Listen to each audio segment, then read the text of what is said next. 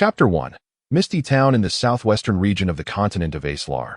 There lies a quaint locale known as Misty Town, aptly named for its frequent shrouding in thick fog, a consequence of its proximity to the grand transverse mountain range, the largest mountain range on the Aeslar continent. Despite its designation as a town, it is, in fact, rather modest, comprising merely over 100 households and housing fewer than 500 residents. The denizens of Misty Town are characterized by their simplicity and rustic charm, with most relying on hunting for sustenance, exchanging the magical cores and pelts of the beasts they hunt for essential goods. For centuries, the inhabitants have grown accustomed to this repetitive cycle of life.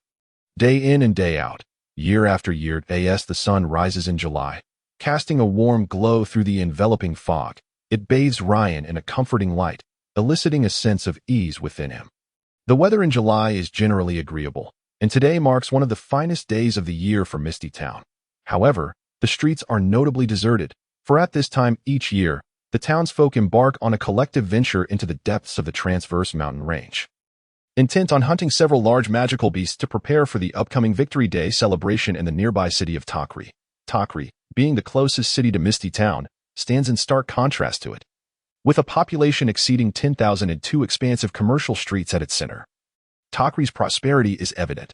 The annual Victory Day celebration commemorates a monumental victory achieved 2 centuries ago when a coalition of humans, dwarves, and elves vanquished the invading undead legion at Dawn City, located to the east of the continent. During the festivities held in Takri, merchants from across the empire converge, bringing with them a wealth of goods while also procuring magical cores, furs, and other products from the surrounding areas. These traders hail from various regions, some journeying from the northern imperial capital of Fernando, others from the southern commercial hub of Yegnas, and even from the coastal city of Haifeng, known for its overseas trade routes. It is through the tireless efforts of these merchants that Takri thrives. The Victory Day celebration is also the most joyous occasion for the residents of Misty Town, after a year of arduous hunting. The fruits of their labor finally yield rewards. Magical cores, furs, and rare magical beast cubs can fetch handsome prices during these few days, allowing them to acquire coveted items that are hard to come by otherwise.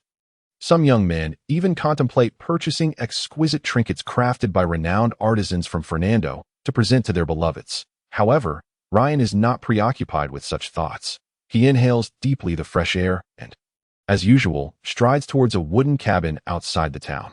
Ryan, as he exits the town, he spots his former companion, Nemo, beckoning him from a distance. The flicker of curiosity crosses Ryan's mind. It has only been 2 days since their hunting expedition commenced. How is it that Nemo has already returned? He halts his steps to scrutinize Nemo. Clad in the same gray attire made of winter wolf fur from 2 days prior, Nemo's clothing is now tattered, stained with traces of blood at the chest and thigh. Over his shoulder, he carries a plump pig beast, while in his hand, he holds 2 wriggling snow bunnies. Nemo approaches Ryan slowly, observing Ryan's gaze. He boasts, "Hey, check it out. I managed to kill a pig beast all by myself." Ryan feels a surge of joy for his friend's achievement. After all, the pig beast is known for its thick hide and strength, making it no small feat for the 16-year-old Nemo to have hunted one alone. "Are you injured?" Ryan inquires with concern upon noticing the blood on Nemo's clothes. "Oh, you need any assistance?" "Haha.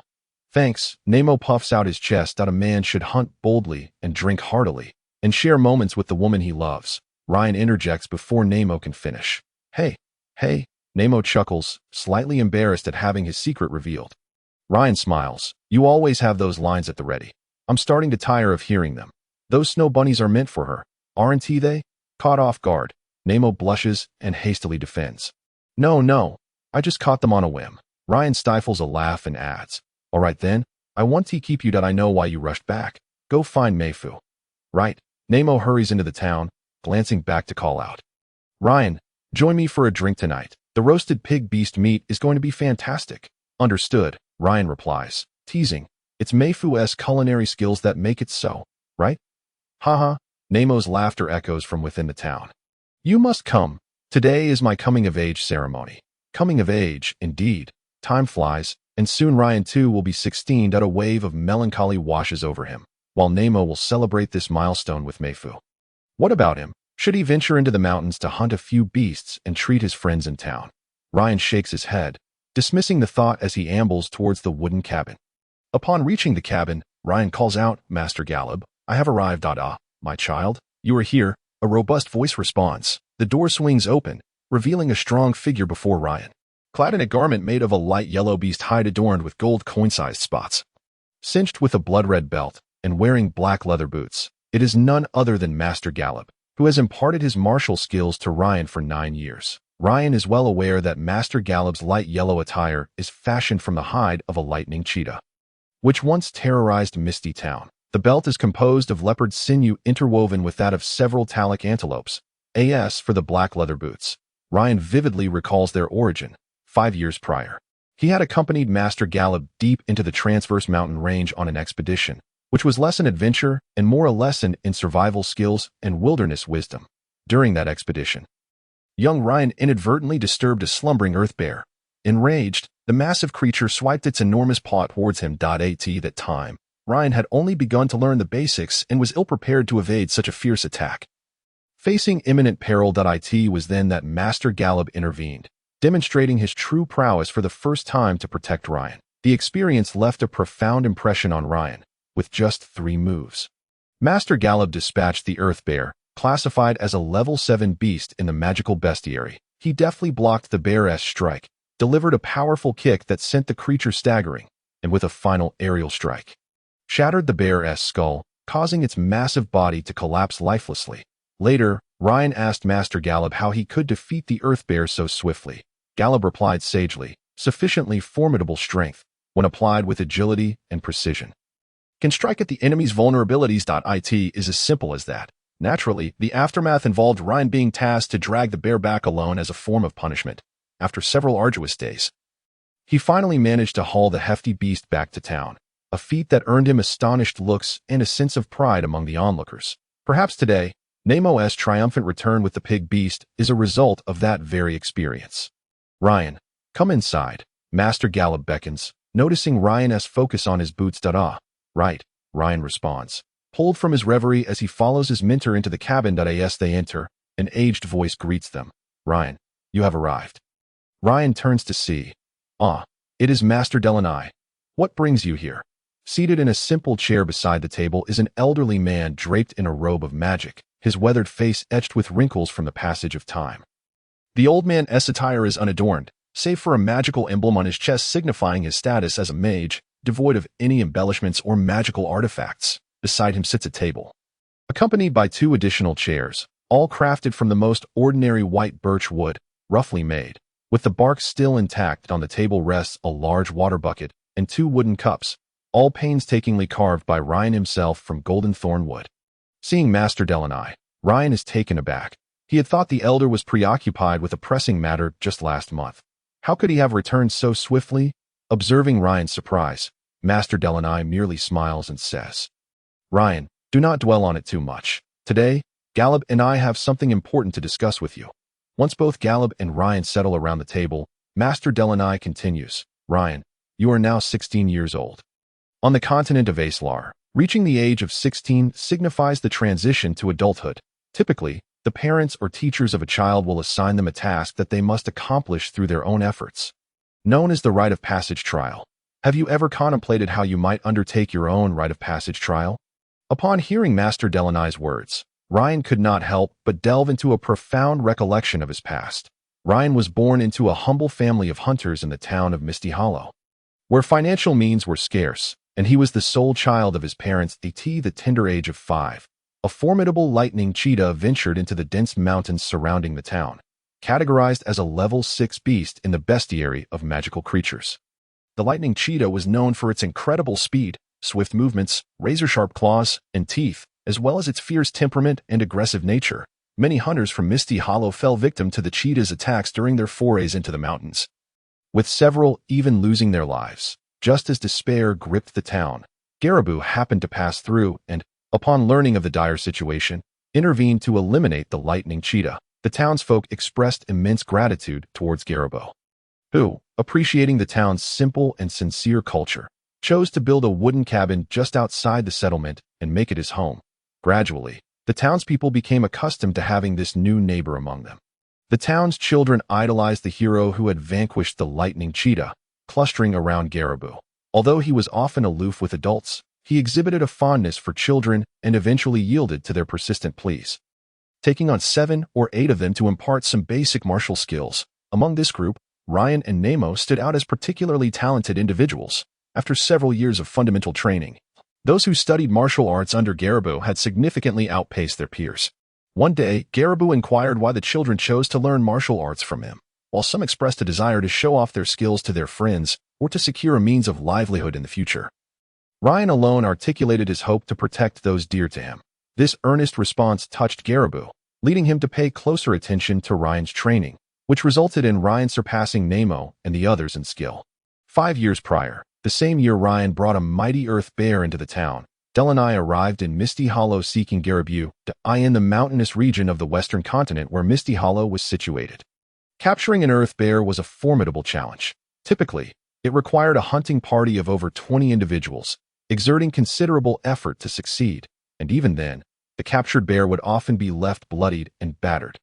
However, Garibou and Ryan merely wandered through the Hongduan Mountains for a few days before slaying an earth bear, one that remained remarkably unscathed. Such an extraordinary feat could not help but stir excitement. The news quickly spread to surrounding towns, becoming a topic of lively discussion. While staying in Takari Town, Delaney overheard others speaking of this event and was inspired to visit Misty Hollow in search of the adventurers capable of capturing an earth bear, ultimately leading him to Garibou. After a considerable separation, the reunion between Delaney and Garibou was filled with joy, as they shared tales of their experiences apart, engaging in conversation throughout the night. The following day, upon encountering Ryan, who was studying martial arts with Garibou, Delaney was pleasantly surprised to discover Ryan's considerable magical aptitude and eagerly offered to teach him the ways of magic. Thus, Ryan's daily curriculum expanded to include magical studies. Over 4 years of magical training, Ryan gradually mastered numerous magical techniques, enabling him to effortlessly cast multiple spells, much to Delaney's satisfaction that a sudden call of a wind hawk from outside the cabin jolted Ryan from his reverie. Bringing him back to reality, he gathered his thoughts and addressed Delaney, stating, "Master Delaney, what kind of rite of passage trial do you think I should undertake?" Delaney appeared to have anticipated Ryan's question. He exchanged a knowing glance with Garibou, a faint smile gracing his lips that accentuated the wrinkles on his forehead. Delaney spoke slowly. "Ryan, in just a few days, you will celebrate your 16th birthday. As I understand it, the custom in Misty Hollow dictates that one must independently hunt a magical beast and then invite close friends to partake in the celebration of their coming of age, with the slain beast serving as a feast for all." "Indeed, Master Delaney." Ryan nodded in agreement. Suddenly, he recalled something and added, "I also just encountered Nemo, who has invited me to join him this evening. That is Nemo's rite of passage trial. You have been studying martial arts with me for 9 years now, and you have also been learning magic with Delaney for over 4 years," Garibou interjected. "If your goal is merely to hunt a beast, I suspect that with your abilities and meticulous planning, you could indeed manage to independently slay a level 7 earth bear. Therefore, I do not advise you to commemorate your coming of age in such a manner." Ryan nodded in agreement. Recognizing that after years of rigorous training under both teachers, such a simple trial held little allure for him, Garibou continued, "I recall once asking the children why they wished to study martial arts with me. Your response was that you wanted to protect those dear to you." At this, Garibou fixed his gaze upon Ryan, enunciating each word carefully. "Why did you feel compelled to say that?" Ryan was taken aback that Garibou still remembered his words from years past. He pondered briefly before responding, "Master Garibou, I recall an incident from my childhood. There was a day when my father took my mother and me into the Hongduan Mountains to hunt magical beasts. That day, my father had a bountiful catch, capturing several jungle pheasants. However, to shield my mother, who was holding me, my father was gored by the tusks of a rampaging pig beast, leaving him bloodied. That evening, by the campfire, while my mother bandaged his wounds, my father turned to me and said, 'Child, remember, as a man, you must protect those around you, ensuring they do not come to harm, even if it means bearing scars yourself.'" At this point, Ryan appeared emotionally stirred. He rose, speaking passionately, "Master Garibou, Master Delaney, do you know? My father is an ordinary hunter who, even when wronged, remains silent and refrains from argument. Yet, in that moment of danger to our family, he stood resolutely in front of my mother, driving his hunting spear into the ground to slay the charging pig beast. What immense strength that was. That experience left a profound impact on me. Though I was young, I secretly vowed to emulate my father, to diligently study martial arts and do everything in my power to protect my loved ones and friends. Garibou and Delaney listened quietly to Ryan's story. Observing his emotional fervor, Garibou said, "Ryan, take a moment to relax and have some water. I believe you will fulfill your promise." Ryan reached for the wooden cup on the table, carved with intricate designs, and drank deeply from its contents. Once he had calmed down, Garibou gestured for Ryan to sit and continued. "Aside from martial skills and magic, Delaney and I have imparted a wealth of knowledge about the various aspects of the Aeslar continent. It is clear that you yearn for the vast world beyond. Have you considered stepping outside this small town?" Chapter 2, The Rite of Passage, Step Outside the Town. Upon hearing this, Ryan appeared taken aback. Stammering, Step outside the town. Master Garibou, do you mean?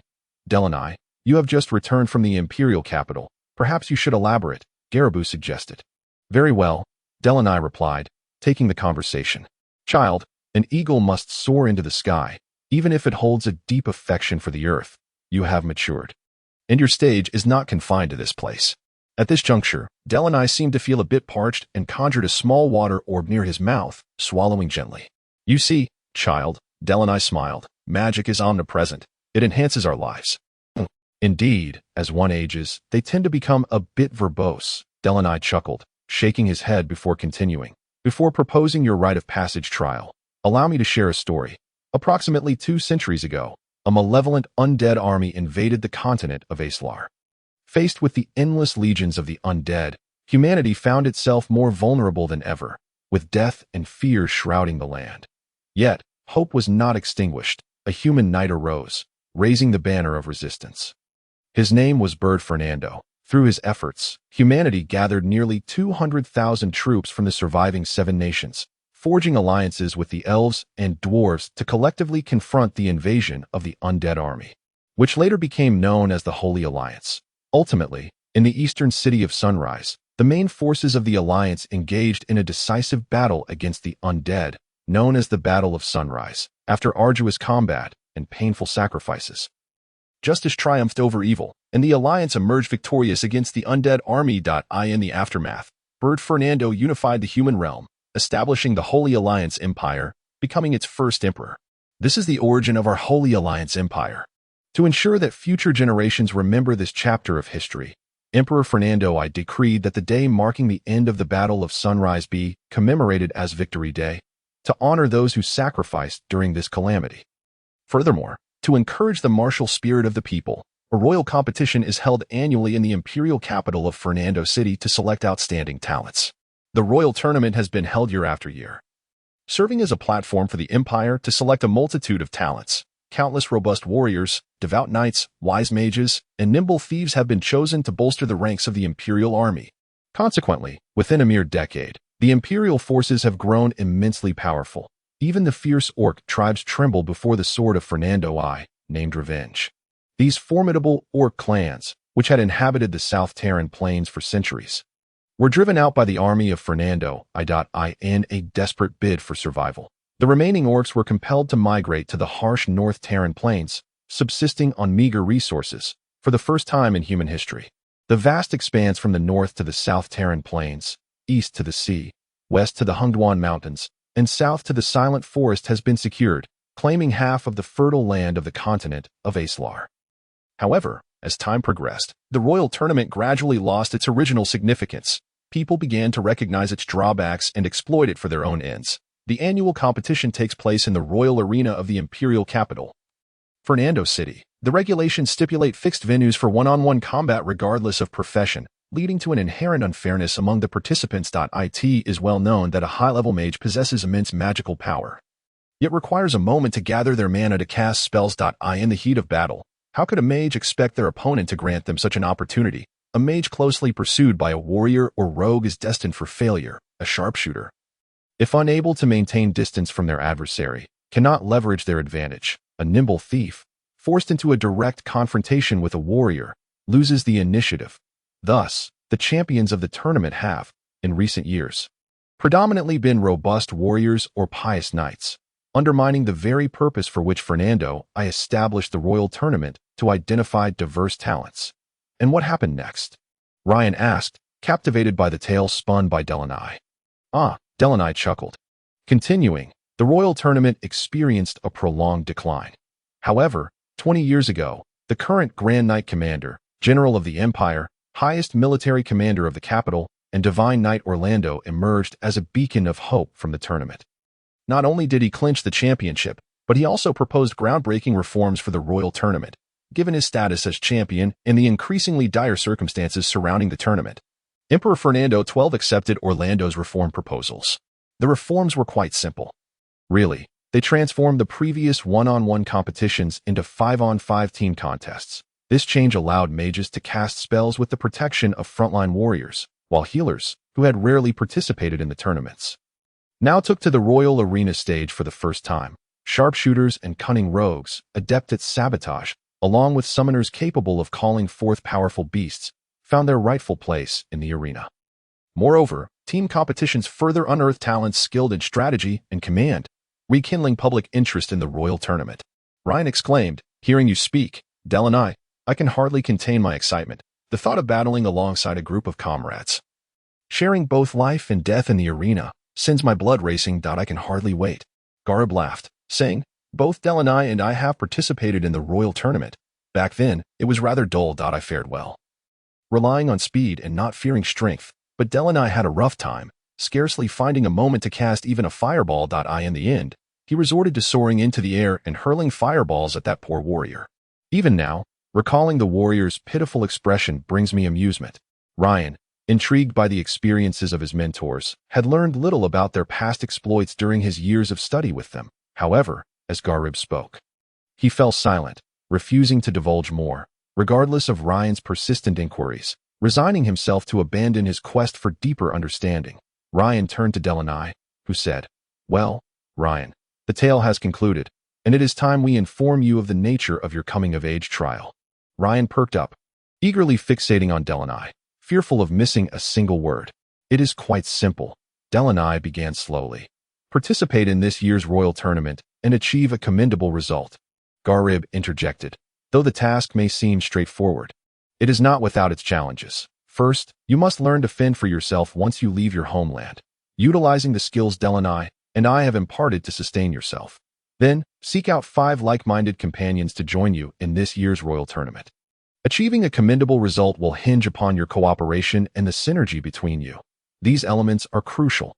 Additionally, the selection of your companions' professions holds significant importance." Ryan felt a surge of excitement at the prospect of one day standing amongst illustrious heroes, fighting alongside his companions and earning glory through their collective efforts. He sprang to his feet, exclaiming, "No problem. I relish this trial." "Hold your horses," Delanai chuckled. "Return home and contemplate this decision thoroughly. In a few days, the town's hunt will conclude, and your father will return. Discuss this matter with him, for it is of great significance. With nearly 4 months until the royal tournament commences, your journey may take several months, and dangers may arise along the way. You must possess confidence and secure your family's consent. Most importantly, once you embark on your coming-of-age trial, commit yourself fully. Wavering is not an option. If you are resolute in your decision, take these next few days to spend quality time with your parents and companions."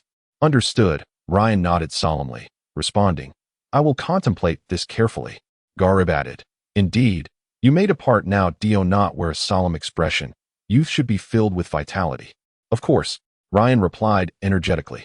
He approached the door and pushed it open. The radiant sunlight flooded into the small cabin, illuminating Ryan as he stretched languidly, a look of contentment gracing his features as he stepped outside. Observing Ryan's retreating figure, Garib remarked softly, "Old friend, he remains so youthful. Will he tread the same path we once did?"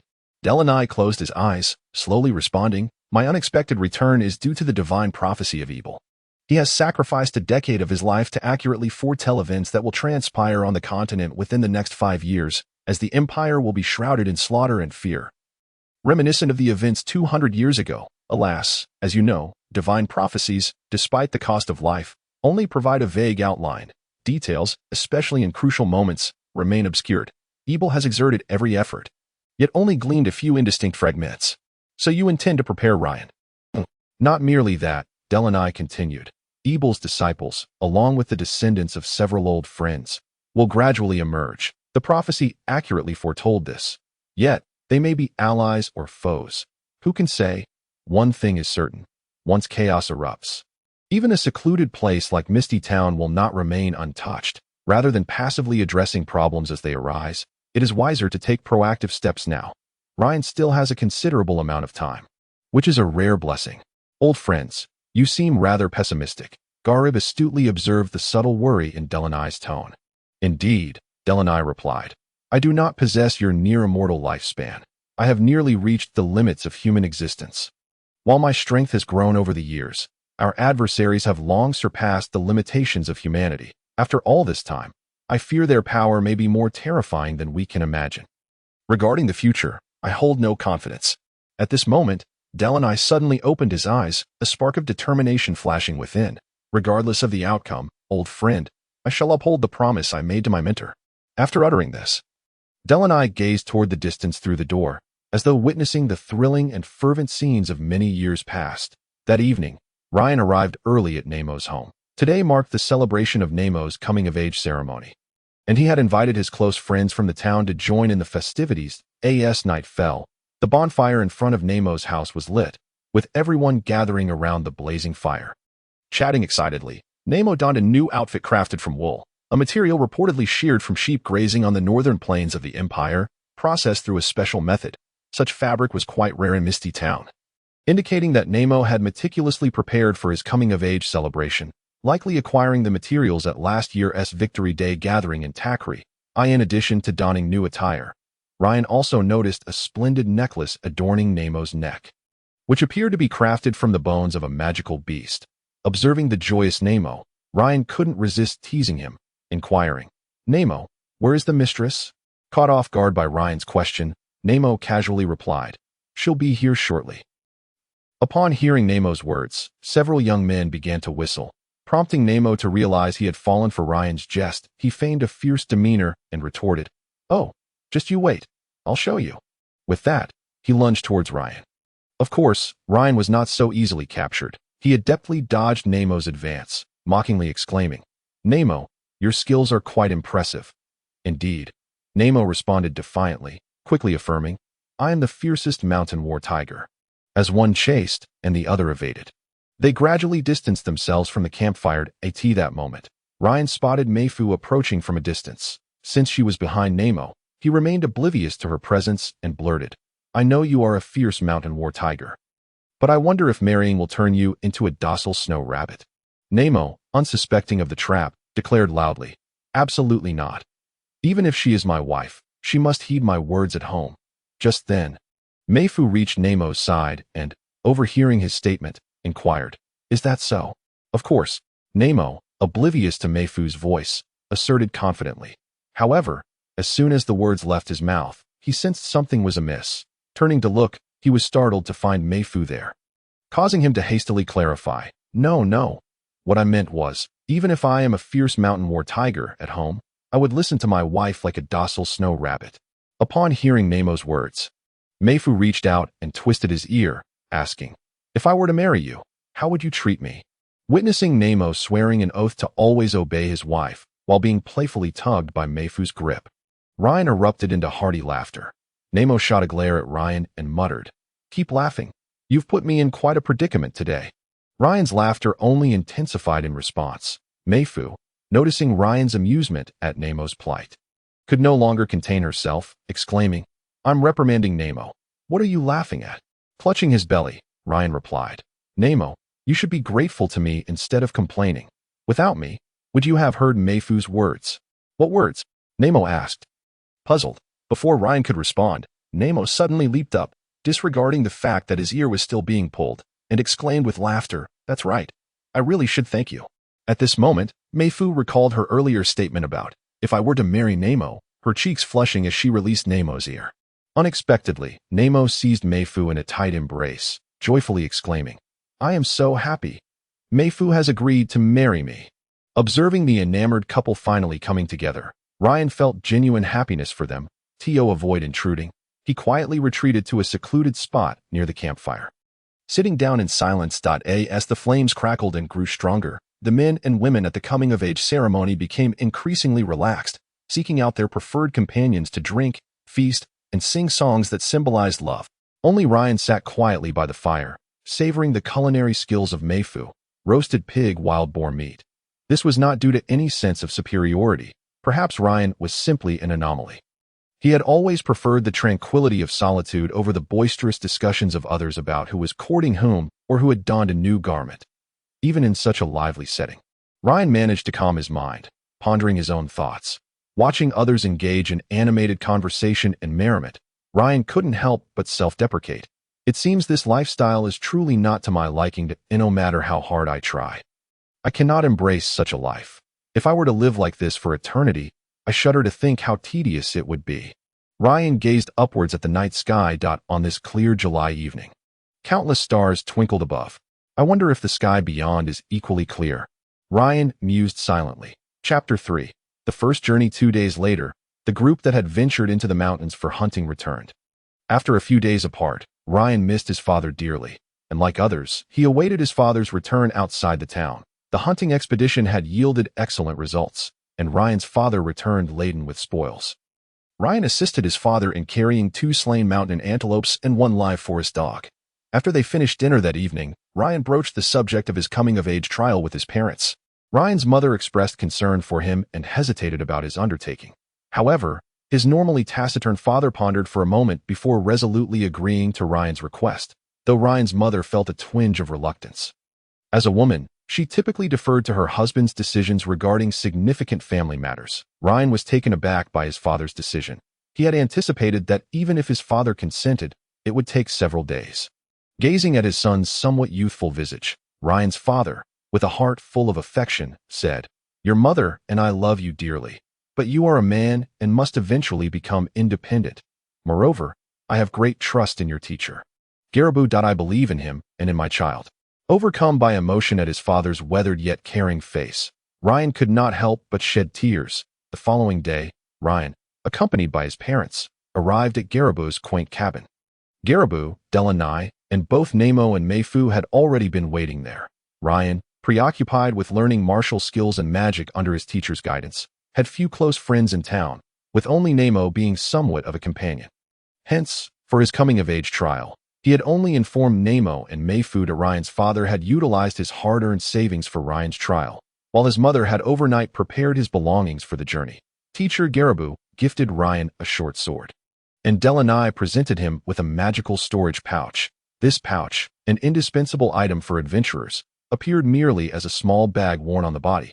However, upon opening it, a vast space revealed itself, capable of storing a significant amount of items. Ryan had only learned of the existence of such storage pouches through casual conversations between Garibou and Delanai and was envious, never expecting to possess one himself.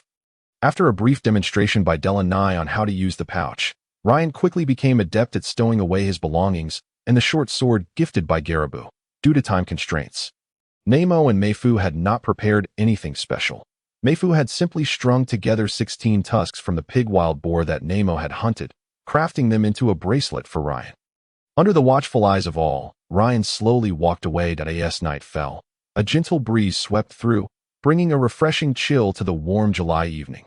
Ryan sat beside the campfire, carefully removing the freshly roasted meat and blowing on it before taking hearty bites. The tender meat of the snow rabbit delighted his palate, prompting him to reflect, "This snow rabbit tastes exquisite, though it pales in comparison to my mother's cooking. How is it that I am already longing for home after just setting out this morning?" Ryan chuckled at himself. Contemplating his journey ahead, despite his father's generous gift of gold coins, Ryan realized that these would not suffice for his coming-of-age trial, especially as he needed to find companions to share the experience, which would certainly incur additional expenses. "It seems I should register as a mercenary first," Ryan thought. "Completing tasks for payment will not only earn me money but also enhance my skills. However, with less than 4 months until the grand competition, I may not be able to tackle overly complicated tasks. And then there is the matter of choosing companions. Where on earth will I find suitable ones?" After much deliberation, Ryan resolved to tackle the situation step by step. Setting his first goal, to travel to Takulai town and become a mercenary, earning money through completing mercenary tasks. If opportunities arose to collaborate with others, he would not shy away from them. After finishing dinner, Ryan stood up, stretching leisurely and patting his stomach. "I am quite full. This feels marvelous." He added a few branches to the flames, nodding at the increasingly blazing fire, estimating that they would last until dawn. He approached a nearby tree, nimbly climbing up to perch securely on a forked branch. Having accompanied Garibou on numerous ventures into the Hungduan Mountains as a child, and with his father being an accomplished hunter in the town, Ryan had long since memorized the fundamental knowledge of wilderness survival. When one camps alone in the forest, lighting a fire can effectively ward off magical beasts, creatures like wolves and snakes, which pose threats to humans, fear fire, and will keep their distance. If one could sleep in the safety of a clean tree, it would be both cool and secure, naturally, if the opportunity arose. Acquiring a camping tent would be wise to guard against inclement weather. As thoughts of purchases crossed his mind, Ryan couldn't help but take out the storage pouch gifted by his teacher, Delaney. This item truly was a boon. While it appeared as a small bag that could be worn, it concealed a vast interior space, seemingly a marvel of alchemy combined with spatial magic. However, Ryan himself was not particularly knowledgeable about these matters. As long as he could utilize them, why bother contemplating that which he did not understand? He could always inquire with teacher Delaney when the opportunity arose. Ryan rummaged through his storage pocket and retrieved the short sword that teacher Gialabou had gifted him, hidden beneath a few garments. The short sword was approximately the same length as his forearm, and its scabbard was fashioned from the unremarkable hide of a tackle antelope. Grasping the hilt, Ryan exerted a slight pressure on his wrist, drawing the blade forth. The blade was a deep black, reflecting no light even under the brilliant moonlight, appearing rather ordinary, which caused a flicker of disappointment in Ryan's heart. He held the short sword lightly in his right hand and, with a swift motion, sliced through a branch, only to be astonished as it effortlessly severed a limb as thick as his arm. Witnessing the effectiveness of the blade, Ryan was taken aback. The short sword, seemingly unremarkable, was indeed extraordinarily sharp. Encouraged, he applied more force and thrust the sword into the trunk of a tree. To his astonishment, the blade embedded itself deeply into the wood without a sound. Elated, Ryan realized that teacher Gialabou had bestowed upon him a splendid gift. With the short sword, his prowess in close-quarters combat would be significantly enhanced. He hastily withdrew the blade, inspecting it closely in hopes of uncovering the secret to its sharpness. However, Ryan had little knowledge of weapon crafting. He had merely overheard teacher Delaney discuss some rudimentary concepts of alchemy and the enchanting of equipment. After scrutinizing the sword for some time, he reluctantly concluded that it was indeed a magically enhanced short sword, its enchantment rendering it remarkably sharp and devoid of the metallic sheen typical of ordinary weapons. Additionally, he discovered the inscription, Ing Shang, etched onto the blade, presumably the name of the sword. Perhaps it was the excitement of embarking on his first journey, or perhaps the blade's sharpness stirred his emotions. In any case, Ryan found himself unable to sleep, tossing and turning throughout the night, until dawn finally allowed him a brief respite. As the sun rose the following morning, Ryan awoke early. He doused the remaining embers of the campfire with water from his flask, then filled it anew at a nearby stream. After consuming the remnants of last night's rabbit meat, he set forth toward Talak Town, greeted by the rising sun. Talak Town was not far from Thick Fog Town, nearly a day's and a half's journey away. By midday, Ryan arrived at Talak Town. It was his second visit, the first being when he was approximately 3 or 4 years old. At that tender age, he had retained no memories of the town. Yet, this posed no challenge for Ryan. He recalled the method used by the protagonists in the adventure tales that Gialabou had recounted and produced 2 copper coins. Enlisting a child playing nearby to guide him to the entrance of the mercenary guild, the square building was quite old, boasting a history of at least 100 years. That a wooden sign hung at its entrance, and despite years of exposure to the elements, the emblem of a sword and staff entwined remained distinctly visible. Recalling some of the insights Gialabou had shared about the mercenary guild, Ryan pushed open the grand doors and strode inside. Though many years had passed and Gialabou had never embarked on adventures in Talak Town, everything was precisely as he had described. After spending a gold coin, Ryan became a member of the mercenary guild and received a magical crystal that symbolized his identity. With this crystal, Ryan could accept tasks at any mercenary guild across the Esler continent. The first order of business after becoming a mercenary was to inquire about the recently posted tasks. To his dismay, he found that the vast majority involved mundane errands, retrieving lost pets, investigating the affairs of a noble's mistress, delivering packages to specified locations, tasks that were both bothersome and reliant on luck, leaving Ryan utterly disinterested. After perusing the available tasks multiple times, he finally stumbled upon one that was somewhat acceptable. A small village called Enkinuo, approximately a day's journey from Talak town, had reported an incursion of winter wolves. The task had been posted 3 days prior by the village chief, offering a reward of 5 gold coins for the elimination of the beasts. Having been raised as a hunter, Ryan felt relatively experienced in dealing with such tasks. It was akin to participating in the hunting events of his youth. He chuckled to himself, realizing that though he had missed this year's hunt, he would have the opportunity to make up for it now, after completing the necessary formalities at the mercenary guild. Ryan accepted the task to facilitate his search for Ankinua village. He purchased a map that detailed the surrounding towns, including Thick Fog Town and Talak Town, making it easier for travelers to reach their destinations. With the task in hand, Ryan decided to explore the town and purchase some necessary supplies. The mercenary guild was situated on the most bustling street of Talak Town, placing him right in the heart of the town upon exiting. Shops lined both sides of the street, with the sounds of vendors hawking their wares and haggling filling the air. As Ryan strolled amidst the throngs of people, he paused to examine any stores selling magical beast cores or pelts. Inquiring about prices, after visiting a dozen shops, he soon discovered that the quality of goods here paled in comparison to those produced in his hometown of Thick Fog Town, leading him to lose interest in further shopping. He decided to halt his exploration and seek a place to dine. While scanning his surroundings for a suitable tavern, he noticed a shop not far ahead with a hammer displayed, a clear indication of a blacksmith's forge. Instantly, Ryan's hunger was overshadowed by his curiosity, prompting him to approach. The blacksmith shop was modest in size, requiring only a few steps to traverse from one end to the other. At the far right stood a forge. Surrounded by an assortment of crafting tools, 2 middle-aged blacksmiths, bare-chested, were vigorously hammering away at the forge, while a young apprentice struggled to operate the bellows beside them. Noticing Ryan's presence, one of the blacksmiths set down his hammer and approached. Ryan was quite pleased with the short sword Ingshong that Gialabu had given him, but he lacked the proper tools for skinning magical beasts, often resorting to using Ingshong, which felt overly extravagant. Therefore, Ryan intended to purchase a dagger. Moreover, since this task involved confronting a pack of winter wolves, he aimed to acquire 10 traps. A bow and arrows would be ideal as well.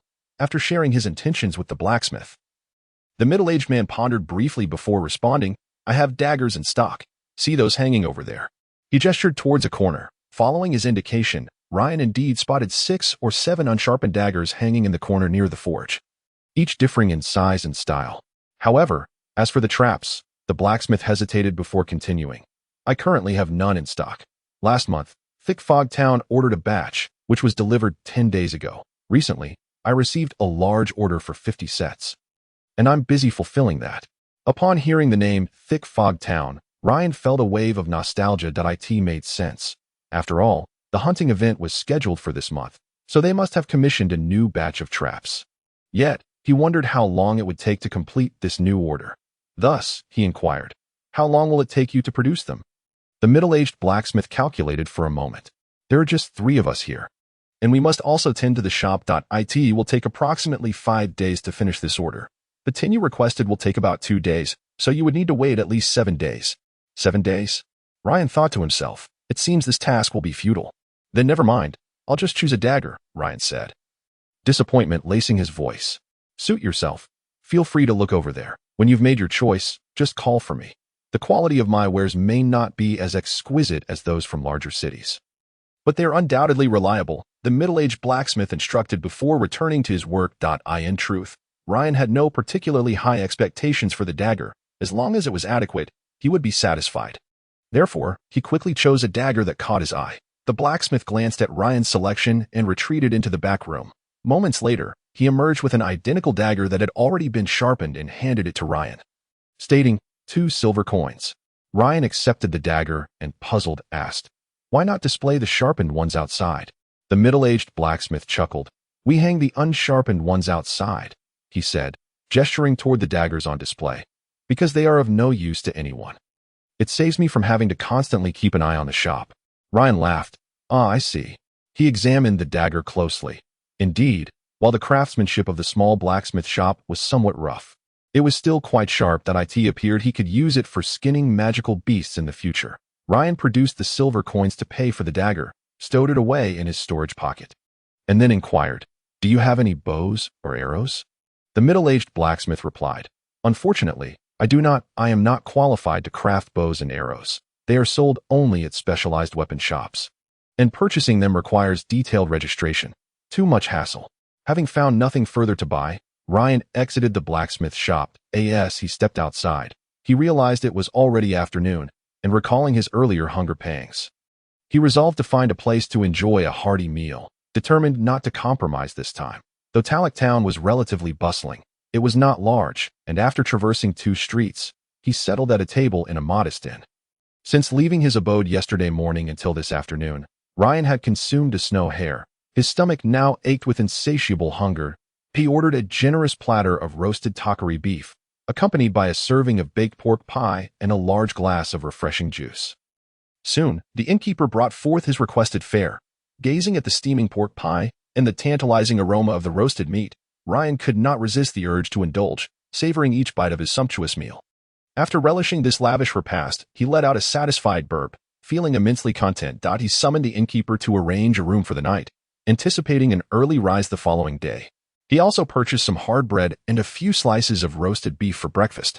After settling the bill, Ryan followed the innkeeper to the room he had reserved. That it was situated just above the dining area, modest in size, yet relatively tranquil. The room contained merely a bed, a table, and 2 somewhat rickety chairs that creaked alarmingly upon sitting. Finding the noisy chairs uncomfortable, Ryan opted to recline on the bed instead. Before long, he succumbed to slumber. Chapter 4.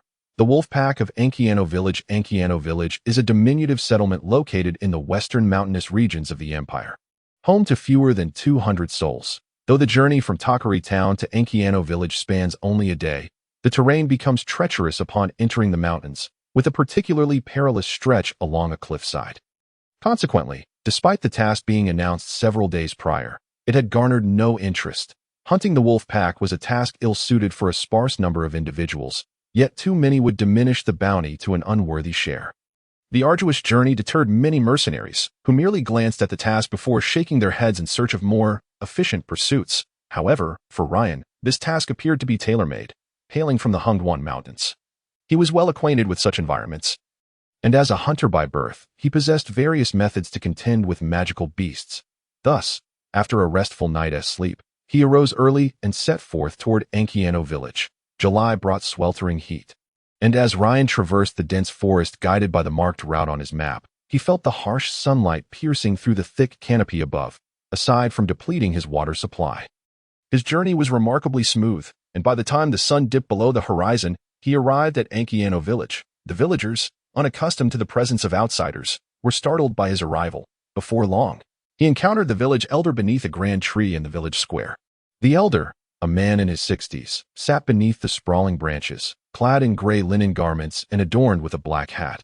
His frail frame seemed as if it could be whisked away by a mere gust of wind, and a look of worry etched across his face.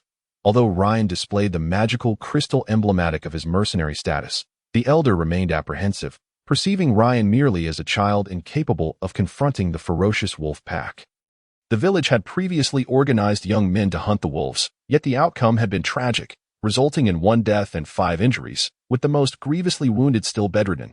Noticing the elder's concern, Ryan refrained from speaking excessively and instead cast a magic missile, striking down a crow that had perched above, incessantly cawing.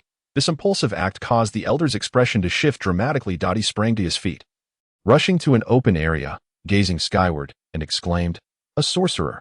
My heavens, he is a sorcerer! Ankiano is saved, O great god of light! You have not forsaken your people. He must be your envoy sent to rescue us." Observing the elder's fervor, Ryan regretted his hasty action. The elder, despite his advanced age, leapt and shouted like a youth, causing Ryan to worry for his well-being, fearing he might collapse from exertion. However, the anticipated collapse did not transpire. The elder's cries attracted the attention of the entire village, and upon witnessing the villagers gather around, he ceased his youthful antics and, panting, conveyed the good news. The villagers erupted in excited cheers, their eyes alight with hope upon learning that a sorcerer had come to aid them. After finally extricating himself from the exuberant villagers, Ryan followed the elder to his home. The elder's wife had long since passed, and his son worked as a dock worker in the distant port city of Haifeng. Consequently, he prepared his son's bed for Ryan to rest. After a simple dinner, Ryan and the elder sat at the table to discuss the particulars of hunting the wolf pack, with the knowledge of Ryan's magical abilities. The elder's demeanor shifted dramatically, his confidence in Ryan soaring. Their conversation meandered from the wolf pack to the elder's mundane life, and after much inquiry, Ryan gleaned the situation in Ankiano village. It turned out that Ankiano was rich in timber, with villagers relying on logging and mushroom cultivation for their livelihood. Each autumn, merchants from the empire's largest port, Haifeng, would visit to procure wood, with high-quality timber transported to Haifeng for shipbuilding or resold elsewhere. Lesser-quality timber, deemed unsellable, was utilized by the women and children of Ankiano for mushroom cultivation. Life in Ankiano had been relatively peaceful, with the villagers seldom encountering aggressive magical beasts. However, recently, a pack of winter wolves had attacked their logging site, leaving a few villagers fortunate enough to escape. The winter wolves appeared to have settled near the logging grounds, frequently venturing close, instilling fear in the hearts of Ankiano's residents, who now dared not work in the woods. This loss directly impacted the village's primary source of income, depriving them of their means of survival. In a bid to drive away the winter wolves, the elder had organized a group of young men from the village, hoping to either hunt or scare off the pack. However, when the hunting party finally encountered the wolves, they discovered the situation was far graver than anticipated. There were a staggering 27 winter wolves. The outcome was predictable. The hunting party suffered 1 fatality and 5 injuries, retreating in disarray. Left with no alternatives, the elder dispatched someone to the Takari Town Mercenary Guild to post a bounty for hunting the wolf pack. Upon understanding the specifics of Ankiano's plight, Ryan felt a peculiar unease settle in his chest. He had initially assumed there were only a few winter wolves, perhaps 5, given the bounty of 5 gold coins. To learn that there were indeed 27 was shocking. It became clear why the task description was so vague. The elder had likely sought to conserve a few coins while avoiding scaring off potential mercenaries. Had the task accurately stated the need to hunt 27 winter wolves, only a mercenary band of 5 or more would dare take it on, and the fee would have been no less than 50 gold coins. Yet now, he had been lured, and for merely 1/10 of that amount. Ryan scolded the elder silently for his miserly ways, realizing that if he failed to complete the task, he would face penalties from the guild. Moreover, he did not wish for his inaugural mercenary mission to end in failure, so he steeled himself to proceed.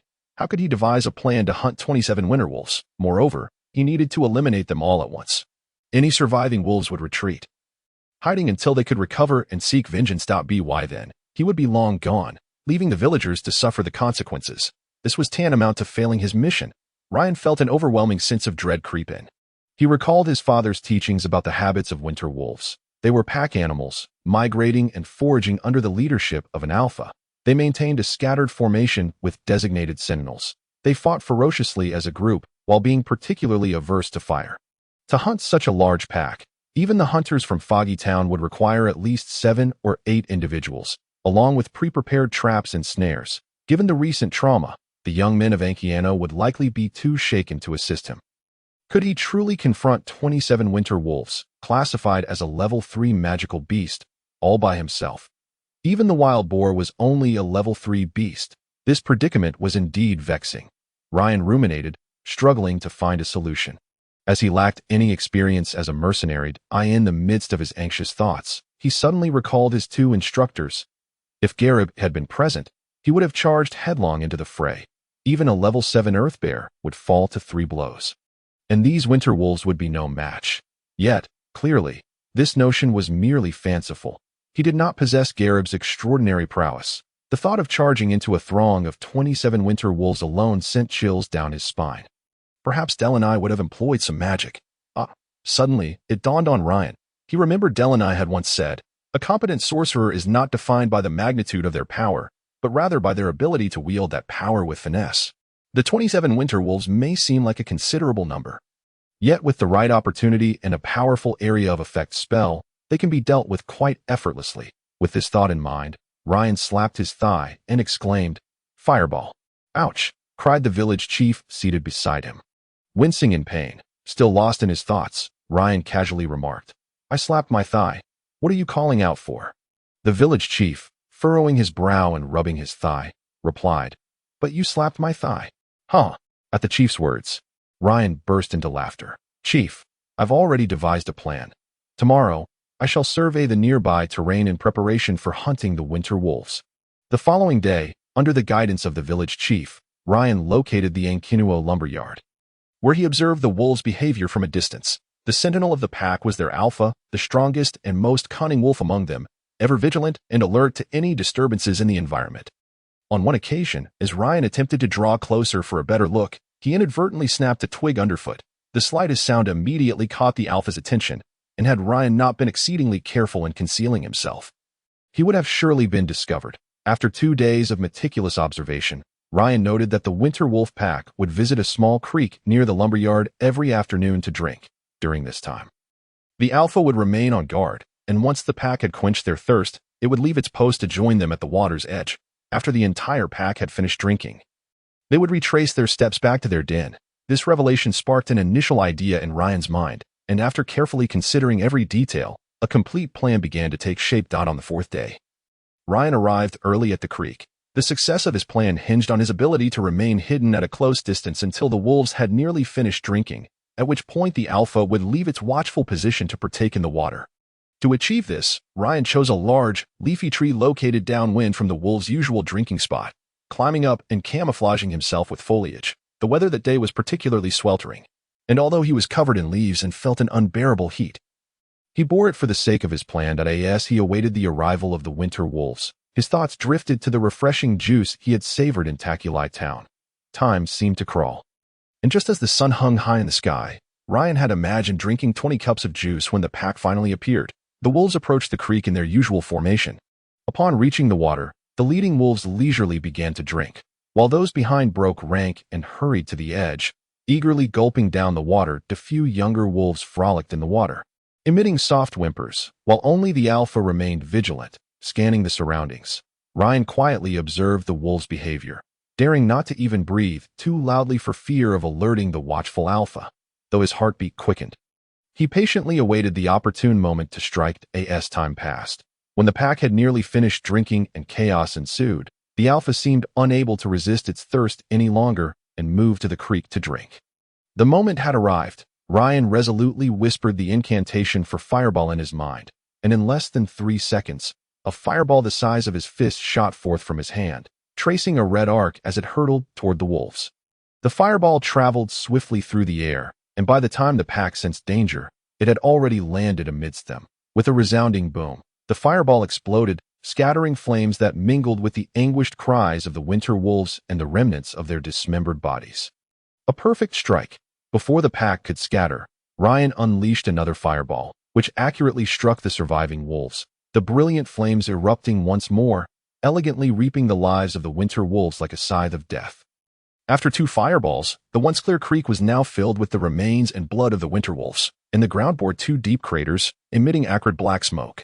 The vast majority of the winter wolves had perished under the tremendous might of the fireball spell. One severely injured winter wolf struggled to rise, attempting to flee back to its den, only to be struck down by Ryan's magic missile, following in the footsteps of its fallen comrades. Ryan waited cautiously for a moment. Observing that no wolves remained standing and surmising the pack had been completely annihilated, he set forth toward the battlefield. Though the reward for this task was a mere 5 gold coins, clearly inadequate, Ryan pondered whether he should skin the winter wolves and exchange their pelts for a few silver coins in Taculite Town. As he approached the smoking craters, he bent down to sift through the wolf carcasses, hoping to salvage a few pelts that were not too badly charred, but he found that all were singed beyond worth.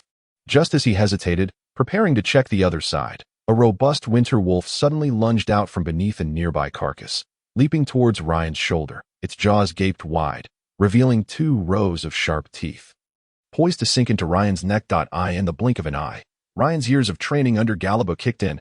He deftly rolled to the right, using his left hand to deliver a swift strike with Shang. The attacking wolf was effortlessly cleaved in 2, its house flying apart and landing on the ground. Kneeling, Ryan remained vigilant, despite being splattered with the wolf's blood, gripping Shang tightly and scanning his surroundings. In that fleeting moment of fiery chaos, Ryan had clearly recognized the wolf that had ambushed him as the alpha of the pack. Now, the alpha lay severed, lifeless at his feet, although the immediate danger had passed. Cold sweat trickled down Ryan's brow as he realized that one of the alpha's hind legs had been blown off. Had the alpha not been left with only 3 legs, impairing its pounce, Ryan might not have evaded the ambush, and sustaining injury would have been inevitable, though he would ultimately have triumphed with his honed skills and the sharp blade of Shang. The fact remained that a seemingly flawless battle had left a precarious threat to his safety. It seems my on-the-spot experience still leaves much to be desired. Ryan sighed inwardly, recalling what teacher Delaney had taught him, to never let his guard down until the matter is truly resolved. The closer one gets to success, the more likely problems arise. Galaboo had also advised that even when hunting a mere snow hare, one should exert the same effort as when battling a venomous scorpion-lion beast. Yet, he had been preoccupied with thoughts of what he would do after the task was complete, forgetting this crucial piece of advice. This lesson, he vowed to remember that in retrospect, he should have cast another fireball at that moment. Even if 10 wolves were playing dead, they would have truly become dead wolves, having learned his lesson. Ryan decided to abandon the unrealistic notion of skinning the wolves for profit. He stood up and cast 2 more fireballs, obliterating the scattered carcasses, after confirming that the winter wolves were beyond revival. He finally relaxed. For safety's sake, Ryan cautiously inspected the wolves' den. Finding no survivors, it appeared that his first mercenary task had been successfully accomplished. Nodding in satisfaction, Ryan returned to Enkuo village, upon learning that the winter wolves that had threatened them had all been slain. The villagers erupted in joyous cheers, their happiness infectious to Ryan. The enthusiastic village chief extended an invitation on behalf of the entire village for Ryan to join the celebration that evening and rallied others to assist him in cleaning up the battlefield by the creek. That night, beneath the sprawling branches of a tree large enough for 2 to embrace, a roaring bonfire was lit in the heart of Enkinuo village. Villagers gathered around, merrily feasting on roasted winter wolf meat, sipping delicious mulled ale, and recounting their experiences from the afternoon's cleanup. A young mage had arrived alone in a remote village beset by monstrous threats, wielding dazzling magic to eradicate the rampaging beasts and liberate the suffering populace. This legendary tale, once confined to the melodious songs of bards, was now unfolding before their very eyes. What better conversation could there be? What more captivating story could exist? Ryan, who had independently slain 27 winter wolves, was instantly hailed as a hero in the eyes of the Enkuo people. Though Ryan typically abstained from alcohol, he graciously declined the villagers' offers, citing, "As a mage, I must remain clear-headed and cannot indulge in drink." In the presence of the villagers, Ryan experienced the joy of helping others for the first time. Though the reward for this mercenary task was modest, the genuine assistance he had provided was, in fact, the greatest reward of all. At that moment, Ryan had long since cast aside any lingering unpleasant feelings from earlier. The following morning, while the villagers of Enkinuo still reveled in the joy of the previous night's festivities, Ryan embarked on his journey back to Takulai town. By evening, he had returned to the town. Upon entering the city, Ryan made his way directly to the mercenary guild in the town center. Upon Ryan's presentation of the certificate issued by the village chief of Enkinuo, confirming the eradication of the rampaging beasts, the staff of the mercenary guild swiftly processed his completion of the task and presented him with his reward, 5 gold coins. Ryan clutched the coins tightly in his hand, filled with an indescribable joy. This marked his first true earnings, nearly equivalent to the fruits of his father's labor over 3 arduous months of hunting. The pace at which mercenaries could amass wealth was indeed astonishing.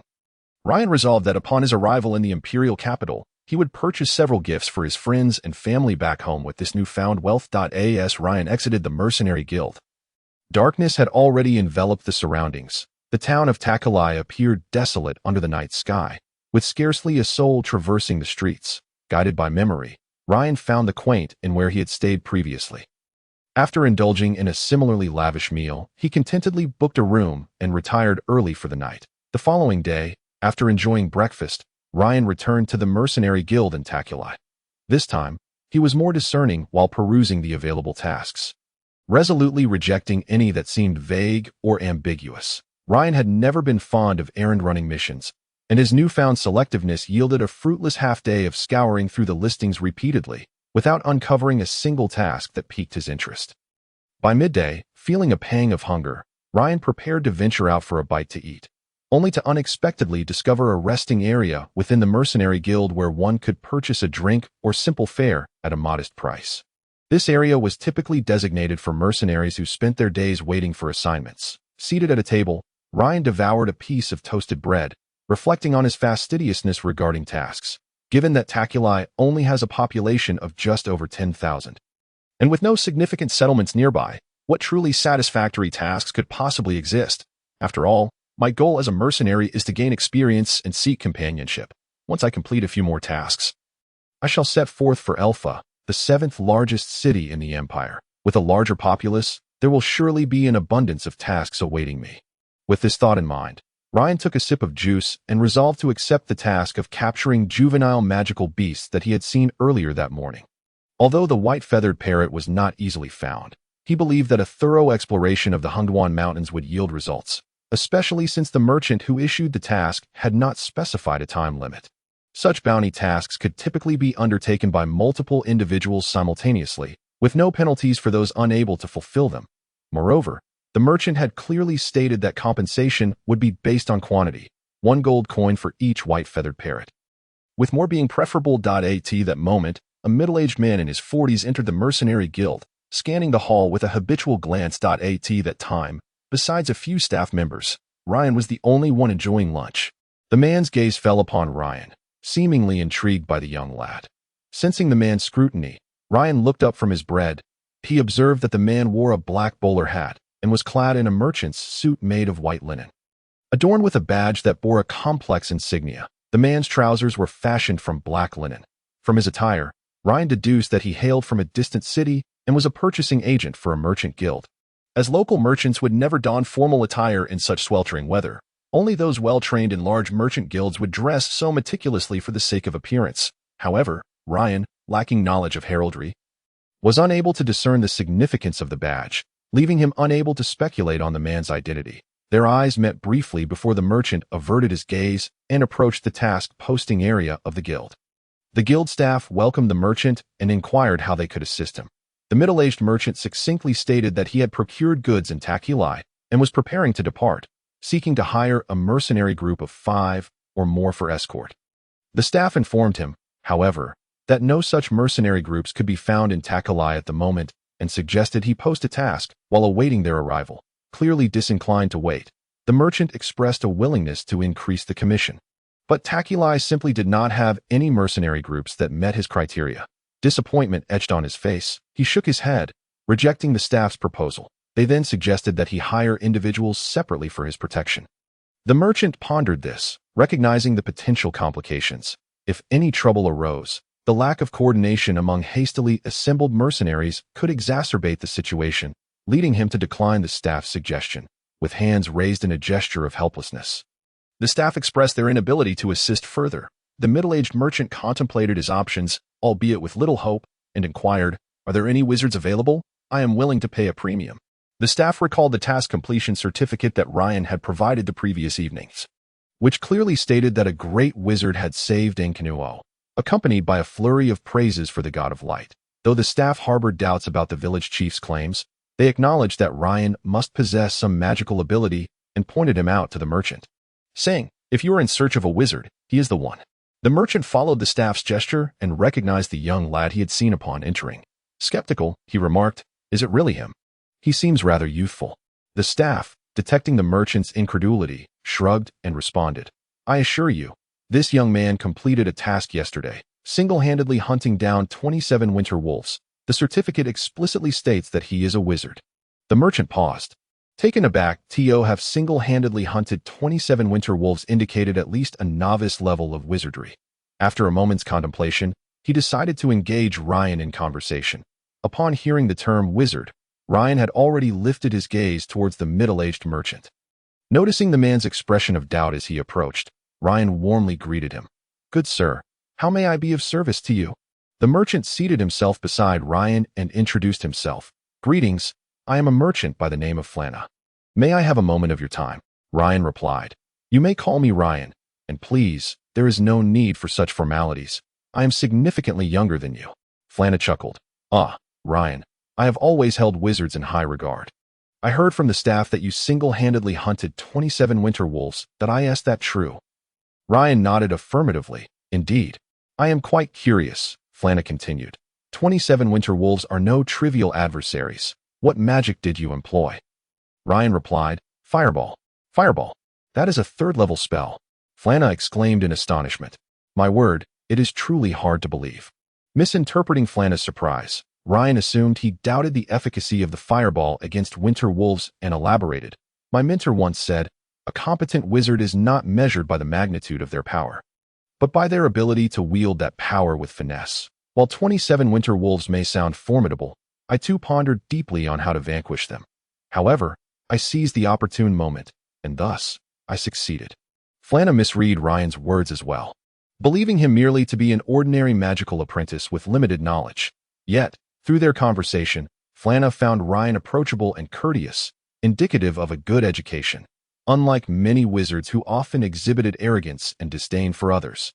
From Ryan's discourse, Flana sensed that Ryan was likely a disciple of a master wizard, out on a quest for practical experience. During such trials, it was customary for apprentices to refrain from disclosing their mentors' names to avoid unnecessary complications. Consequently, Flana refrained from inquiring further about Ryan's background, feeling confident in his abilities.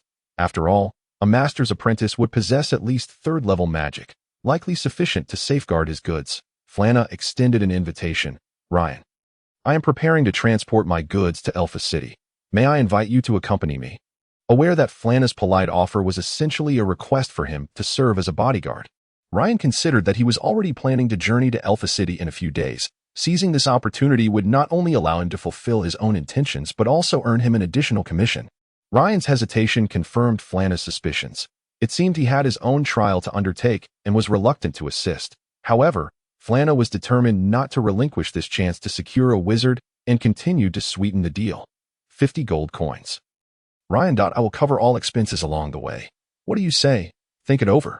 Upon hearing the figure of 50 gold coins, Ryan's mind momentarily blanked in disbelief. This was utterly astonishing. He discreetly pinched his thigh. Yes. It hurt. He was not dreaming. He quickly nodded. Flana, your generosity is impossible to decline. I accept. Flana, elated by Ryan's agreement, called over the staff to facilitate the necessary arrangements as long as they reached Elfa City safely. The glimmering 50 gold coins would soon belong to Ryan. After waiting for everything to be completed, Ryan followed Flana out of the mercenary guild. Flana's carriage was parked outside, with the driver dozing off at the reins. This carriage was elongated compared to a standard one. Typically, a regular carriage consists of a driver's seat at the front and a cargo compartment at the rear. However, this particular carriage featured an additional passenger cabin squeezed between the driver's seat and the cargo area, barely accommodating 2 individuals. Naturally, the extended carriage was bulkier, thus requiring 2 horses for pulling instead of the usual single horse. Flana aroused the driver, signaling him to prepare for departure, and then invited Ryan to join him in the passenger cabin for some rest. The carriage soon set off from Tackley Town, heading toward Elfa City. To foster closer connections between cities, the Empire had invested considerable effort in constructing roads long ago. The journey from Elfa City to Tackley Town would take a full 10 days. But after the establishment of a thoroughfare that allowed 2 carriages to travel side by side, the travel time was significantly reduced to merely 4 days. Flana's carriage joyfully galloped along the thoroughfare. And this was Ryan's first experience riding in a carriage. He gazed out the window, marveling at the rows of trees lining the road, which swiftly retreated behind them, filling him with wonder. The scenery along the route was unlike anything Ryan had ever encountered. He engaged in light conversation with Flana while savoring the beautiful landscapes. Flana shared numerous intriguing anecdotes from his years in business and procurement, thereby strengthening the bond between them. While Ryan recounted his own reasons for embarking on the trial, Flana was aware that on the continent of Esler, it was not uncommon for disciples of powerful sorcerers to be sent out for trials, often involving bizarre challenges. For him, cultivating a good relationship with a favored disciple of a certain sorcerer held boundless benefits for himself and the merchant association he represented. During their conversation, Ryan learned that Flana was an ordinary procurement merchant under the Dolok Commercial Alliance, the largest trading association in the Empire, headquartered in Yegna City. Flana was responsible for procuring supplies from various regions in the southwest of the Empire. This time, he had acquired a batch of beast pelts and magical cores in and around Tackley, intending to transport them to Elfa City. Elfa City had a branch of the Dolok Commercial Alliance in the southwest, with dedicated personnel tasked with consolidating supplies from various locations for transport to Yegna City. Unfortunately, Ryan, lacking in adventure experience, failed to notice the inconsistencies in Flana's words. If he was procuring magical cores and pelts, why not wait for the upcoming Victory Day celebration instead of hastily returning? Furthermore, the carriage was not particularly large. Even if filled with ordinary pelts and magical cores, it would not require more than 5 mercenaries. Moreover, paying Ryan nearly 3 times the usual price seemed excessive. 50 gold coins might even exceed the total cost of the goods he procured. Thus, they traveled peacefully for 2 days, with Flana graciously attending to Ryan, which made Ryan feel quite appreciated. He even felt less like a mercenary tasked with escorting a merchant and more like an old friend enjoying a leisurely outing. A twinge of guilt nagged at Ryan. He thought to himself that if they arrived safely in Elphia, he certainly couldn't accept as much as 50 gold coins. It would be too much for Flana. On the 3rd day of their journey, Ryan and Flana continued their conversation in the carriage, this time discussing a recent rebellion in Mori City. About a month ago, Count Senet, the lord of Mori City, had suddenly gathered an army to incite rebellion. Mori City, located in the southeast of the empire, was a crucial hub connecting the imperial capital, the empire's largest commercial city, Yegna City, and the largest port city, Haifeng City. That if Senet's rebellion could not be swiftly quelled, it would sever the connection between the capital and the southern regions of the empire. The commander of the Royal Knights, General Orlando, the highest military authority in the capital, led 5,000 Royal Knights to Mori City to engage in fierce combat with 30,000 rebels outside the city. After a fierce battle, the Sacred Knights defeated Senet's forces, quelling the rebellion. Ryan was thoroughly impressed by Flana's sources of information. Just half a month prior, he had been near Takli, and yet was so well informed about the distant uprising in the east. It was no wonder he was a merchant of the Dolok Commercial Alliance, the largest in the empire, with such access to information. Unable to contain his admiration, Ryan offered Flana a few compliments. Not noticing the change in Flana's expression, Flana, realizing he had misspoken, quickly diverted the conversation to the prosperity of Yegna's city, glossing over the matter. Just then, the galloping carriage came to an abrupt halt, causing both Ryan and Flana to lurch forward. Quick to react, Ryan braced himself against the carriage wall and instinctively pulled Flana back, preventing his nose from colliding with the wall. Once Flana regained his balance, an expression of anger crossed his face as he directed his ire at the driver, exclaiming, "You foolish man, how are you driving this carriage?" From outside came the driver's trembling voice. "My lord, there are bandits." Chapter 6. The bandits. Flana's heart skipped a beat. He swiftly lifted the carriage curtain and stepped outside. The driver crouched on the ground, clutching his head in fear. According to the rules of banditry, such a display from the driver would typically mean they wouldn't resort to indiscriminate killing during the robbery. In front of the carriage lay several large stones blocking the path, and perched atop them was a bandit dressed in black. The bandit bore a long scar across his face, stretching from his brow to just below his right ear, indicating he had suffered a severe injury in the past. Beside this scarred bandit stood 2 others wielding gleaming swords, their blades reflecting sunlight into Flana's eyes, causing him to feel a jolt of fear. On either side of the carriage were bandits brandishing iron hammers, clearly positioned to prevent anyone from escaping. Flana surmised there were likely others hiding behind the carriage, indicating that this bandit group consisted of at least 6 members, evidently well prepared and strategically positioned, while they had only a single mage on their side. This was trouble indeed. Flana felt immense regret. Had he known this would happen, he should have insisted on hiring more mercenaries in Takli. Summoning his courage, he addressed the bandits. "Gentlemen, I have 50 gold coins. Why not take them for a drink? I am a merchant from Dolok, and I frequently travel this route. Let us be friends." With that, Flana produced a coin pouch and tossed it toward them. One bandit picked up the pouch, opened it, and laughed as he showed it to the scarred leader, saying, "Boss, we're in for a windfall this time." The scarred bandit jumped down from the stone and approached the one holding the pouch, snatching it away and shaking it in admonishment. "Fool, do you really think he'd part with 50 gold coins for a cartload of ordinary goods? There must be something better inside. I've been in this game long enough not to be easily deceived." After saying this, the scarred bandit cast a sidelong glance at Flana, as if sizing up a corpse, and instructed his companions, "As per our usual practice, kill them all and take everything back." In the brief moment Flana was conversing with the bandits, Ryan, hidden inside the carriage, had already assessed the situation around him.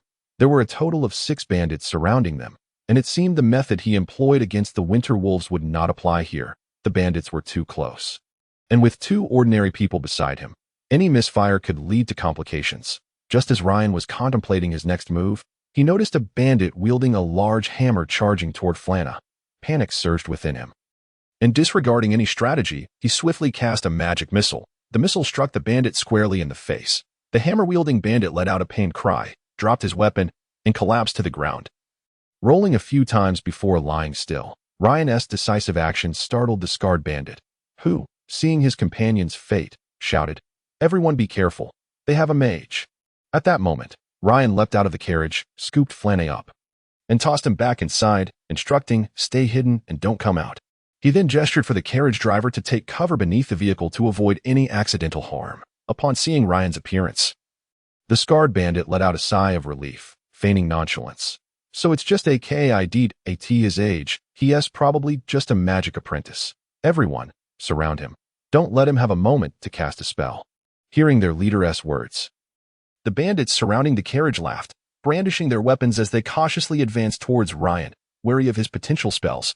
Realizing the odds were against him, Ryan remained unfazed. He resolved to eliminate the leader first. With a spell as simple as the magic missile, he didn't even need to chant, raising his hand to cast it at the scarred bandit. The bandit reacted quickly, seeing the missile approaching at high speed. He raised his sword to shield his face. With a resounding clang, the sword shattered as if struck by a heavy object. Having narrowly escaped death, he rolled to the ground, seeking refuge behind his fellow bandits. Cursing, "You idiots, why aren't you moving? Damn it, kill this guy, and I'll give you an extra 2 portions of the loot." Hearing the promise of increased rewards from the scarred bandit, the other bandits summoned their courage and charged at Ryan. Weapons raised. As Flanne hid within the confines of the carriage, his heart raced incessantly. It was well known that a wizard besieged by a band of thieves had no time to recite incantations. A magicless mage was inevitably doomed to meet a grim fate. Ryan, however, was oblivious to Flanne's thoughts at that moment. He had already drawn his weapon, Shadowmourne, and was calmly observing the advancing thieves. One of the brigands shouted, brandishing a longsword aimed at Ryan's chest. With a deft sidestep to the right, Ryan parried the attack with Shadowmourne in his right hand, while his left hand swiftly conjured a magical missile directed at the thief.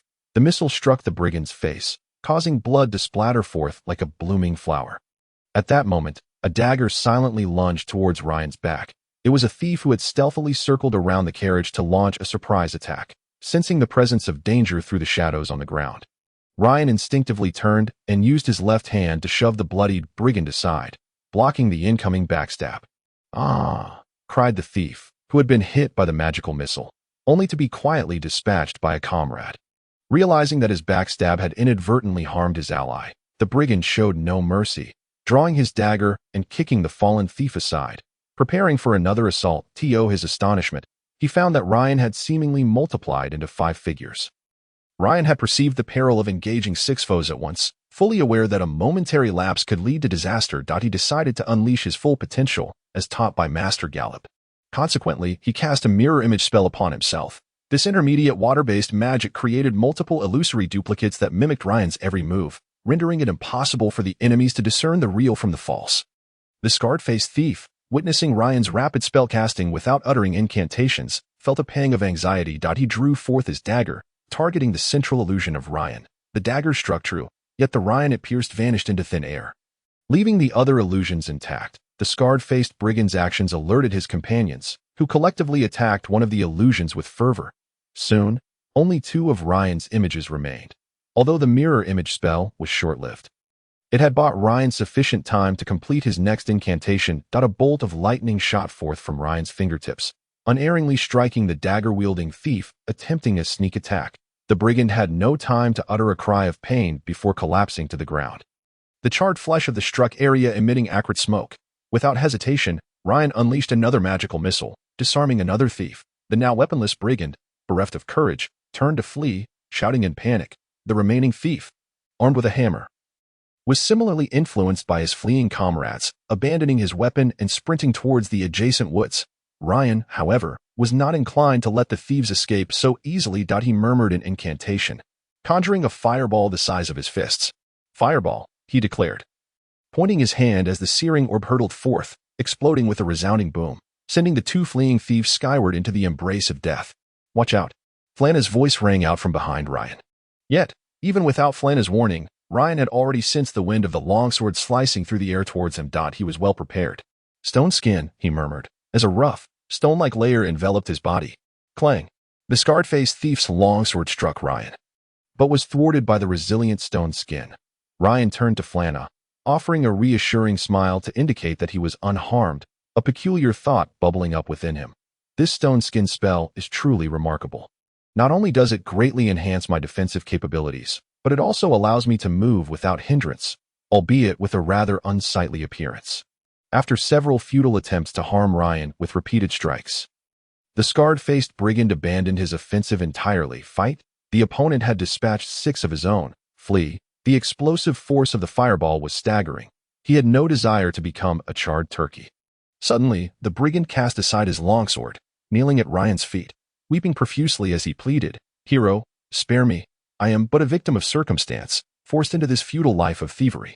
Ryan was taken aback by the brigand's unexpected display of supplication. Flana, witnessing Ryan's control of the situation, leapt from the carriage and approached slowly. As Flana passed by the kneeling brigand, he suddenly drew 2 daggers from his boots, hurling one towards Ryan before lunging at Flana. Caught off guard, Flana was seized by the brigand. Ryan swiftly dodged the incoming dagger, intending to resolve the threat with a magical missile, only to find Flana standing protectively in front of the brigand.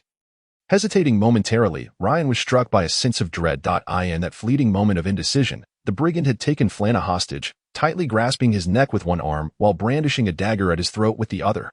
To guard against Ryan's magic, the brigand maneuvered to shield himself behind Flana, denying Ryan the opportunity to intervene. With the hostage secured, the brigand smirked triumphantly at Ryan, declaring, "Now I need not fear your magic.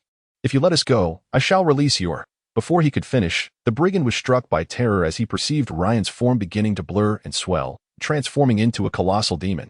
Towering over 20 men, the creature bore grotesque wings and drooled a viscous green saliva. Its enormous crimson eyes fixated upon him like a predator eyeing its meal. The brigand's hand trembled uncontrollably, and he attempted to use Flana as leverage to threaten the transformed Ryan, only to despair as he noticed Flana had morphed into a skeletal warrior adorned with bone spikes, gnawing at his own arm. "Ah!" the brigand shrieked in horror, desperately writhing to escape the skeletal warrior's grasp. But he fled heedlessly, glancing back at the pursuing behemoth. In his panic, he stumbled over a fallen thief's body, collapsing to the ground, where he witnessed the titanic demon raise a foot the size of a carriage, preparing to stamp down upon him. Flana, meanwhile, stood agape, watching in astonishment as the brigand's performance unfolded. After narrowly avoiding being taken hostage, the brigand's words had barely escaped his lips before he seemed to glimpse some unspeakable terror. Abandoning Flana to flee for his life, the corpse of the fallen brigand lay crumpled on the ground, never to rise again. Flana glanced at the fallen figure, then turned his stiff neck to gaze at Ryan. Unsure of what had transpired, yet recognizing that this absurd spectacle was undoubtedly tied to him. Seeing Flana's incredulous expression, Ryan couldn't help but chuckle, revealing the truth. For spell. Flana then comprehended that as the brigand had attempted to seize him in a bid for escape, Ryan had cast the fear spell to avoid harming him. However, he had heard that the fear spell indiscriminately affected all creatures within its vicinity. How was it that he had emerged unscathed? My goodness, this seemingly sunny neighbor possessed such precise control over magic. It was truly formidable. Who could possibly be his master? If an apprentice undergoing trials could wield such immense power, then surely the teacher must possess even more unfathomable strength. Contemplating this, Flana felt a profound reverence for the mysterious wizard he envisioned. While Flana was lost in thought, Ryan was not idle. Holding Shadowmourne, he meticulously surveyed the battlefield. The brigand struck by the fear spell had perished from fright, while the remaining thieves had not escaped. All 6 had been vanquished. Ryan scavenged numerous valuables from the brigands' corpses, hundreds of gold coins, 27 magic cores, their weapons, and even the protective leather armor they had worn, all of which he stowed in his storage pouch. In the end, these brigands, who had sought to rob, had been thoroughly cleaned out by Ryan. After clearing the battlefield, Ryan dug a large pit to bury the brigands' remains, then employed a fireball to obliterate the boulders obstructing their path, allowing the carriage to proceed. That night, however, Ryan found himself restless, unable to sleep as the events of the day replayed in his mind. He was well aware of the brigands' heinous deeds. The words of the scarred-faced thief, "Old rules, kill them all and take everything back," made it apparent that they had likely taken lives before. Yet, this was Ryan's first experience with killing, and the thought of extinguishing 6 living souls in an instant weighed heavily upon him. After yet another unsuccessful attempt at sleep, he resolved to take a stroll. Ryan stepped quietly out of the makeshift tent, The night was clear, the sky adorned with twinkling stars. Resembling a sea of lanterns, he strolled to a nearby stream beside the campsite, perching himself upon a large stone. Sigh, Ryan exhaled, picking up a small stone and hurling it into the water. With a splash, the stone disappeared into the stream. What's wrong? Can't sleep? Flana's voice called from behind him. Indeed. Ryan did not turn back but replied, I cannot sleep. Flana approached and sat down beside him. In truth, Flana was also unable to find rest. He was astounded by Ryan's performance earlier that day. Ryan had faced 6 bandits with remarkable composure, effortlessly casting fire spells such as Fireball, lightning spells like Lightning Bolt, water spells like Mirror Image, earth spells like Stone Skin, and arcane spells such as Magic Missile. To his astonishment, Ryan even wielded mental magic with fear. Furthermore, in the face of the bandits' assault, he displayed agile prowess. Goodness, a master of all elements combined with a swordsman. While Flana lacked magical ability, his frequent travels between the imperial capital of Fernando, the bustling commercial center of Yegnas, and the southern stronghold of Wangyue had acquainted him with a myriad of individuals, granting him some knowledge of magic. Typically, a mage would specialize in a single school of magic or, in an effort to compensate for their deficiencies, would minor in another. However, Ryan's display today utterly shattered Flana's understanding of magic. Earlier, within the confines of the camp tent, Flana had sensed Ryan's agitation. He had not anticipated that Ryan would be so affected by the events of the day. Observing Ryan's prolonged struggle to calm his emotions, Flana resolved to offer assistance. Thus, he quietly followed Ryan outside. Flana picked up a stone and tossed it into the stream, watching as the water splashed, and gently inquired, still troubled by what happened during the day. Yes, Ryan nodded. Flana smiled and said, Ryan, I know you are a kind-hearted young man, that I believe your world is filled with curiosity and aspirations, and you perceive everything in this realm as beautiful. He paused, then shifted his tone to continue, but have you considered, if I hadn't hired you, both I and the coachman would have perished today. How do we account for those 2 lives? Moreover, from their tone, it is evident that they have committed such acts more than once. We cannot fathom how many lives they have taken at this juncture. Flana fixed his gaze firmly on Ryan's eyes and stated gravely, what if everyone were like these bandits, using force to seize the lives of others, tarnishing the beauty of this world? What would become of the continent of Aeslar? It would only lead to endless slaughter, infinite terror, ruthless destruction. As Flana spoke with increasing fervor, he lowered his voice slightly and said to Ryan, therefore, by eliminating these bandits, you have safeguarded the lives of those who cannot protect themselves. Your actions will be lauded, for they restore the rightful order of this world, allowing truly good people to live better lives. Chapter 7. The Pride of the Lion King. Flana's voice resonated through the quiet night, his words igniting a flicker of understanding within Ryan. Upon grasping this truth, Ryan felt a sudden clarity wash over him, and he proclaimed aloud to himself, if I believe I have acted rightly, there is no reason for confusion. Flana observed Ryan's transformation, noting how he began to lighten, realizing that he had dispelled his inner demons, and felt a surge of joy for him, free of burdens. Ryan was suddenly struck by a wave of fatigue. After all, he had engaged in a rather intense battle earlier, draining both his mental and physical reserves. He stood and said, thank you, Flana. I have come to terms with it. Flana, seeing Ryan's intent to return to rest, hesitated for a moment before deciding to reveal the truth to Ryan, feeling somewhat bashful as he said, Ryan, there is something I wish to discuss with you. Upon hearing Flana's stammering tone, Ryan couldn't help but ask, what is it? Can it wait until tomorrow morning? Flana replied, Ryan, the truth is, I initially did not speak honestly. Among the goods I am transporting, there is actually something quite valuable. Ryan smiled and said, Flana, the words of the bandits today have inspired me. I surmised you must possess something precious, which is why you had to hire more than 5 mercenaries in Takari Town and offered me more than double the commission. However, what you transport is of no concern to me. Of no concern? Flana echoed in confusion. Indeed, Ryan affirmed confidently. I'm coming to Elfa regardless, and traveling alongside you, a friend, not only means free food and lodging but also a reward of 50 gold coins. How could I find a better deal? Flana felt a weight lift from his heart upon realizing that Ryan was unconcerned about his earlier omissions. If Ryan had harbored resentment over this, all of Flana's efforts over the past few days would have been wasted, potentially creating a future adversary for the Merchant Guild. The outcome was even better than Flana had anticipated. By offering double the price, he had left a remarkably positive impression on Ryan, who regarded him as a friend. Having been in commerce for many years, Flana understood that a favorable impression would facilitate further interactions. Wayne Gass, the chairman of the Dolock Commercial Alliance, renowned as a business genius, once stated, "A good beginning is half the success." Flana and Ryan had shared a perilous experience together. To adventure alongside a future mage was a rare occurrence throughout the continent of Aeslar. Flana believed that all he had done would surely yield rewards in the future. With this unforgettable adventure, the bond between Flana and Ryan grew even closer. On the last day of their journey, Flana warmly invited Ryan to visit his home in Yegna's city, suggesting that Ryan seek a mage's ranking at the Elfa Magic Guild, while subtly advising him to refrain from showcasing his abilities excessively in front of others. Anyone witnessing Ryan's capability to consecutively cast spells from all 5 schools, some of which he executed seamlessly, would undoubtedly be astonished, especially with Ryan preparing to participate in the royal tournament.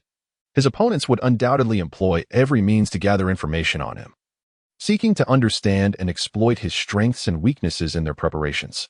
Thus, it would be prudent for Ryan to conceal his full prowess before the competition if his adversaries were aware of Ryan's capabilities.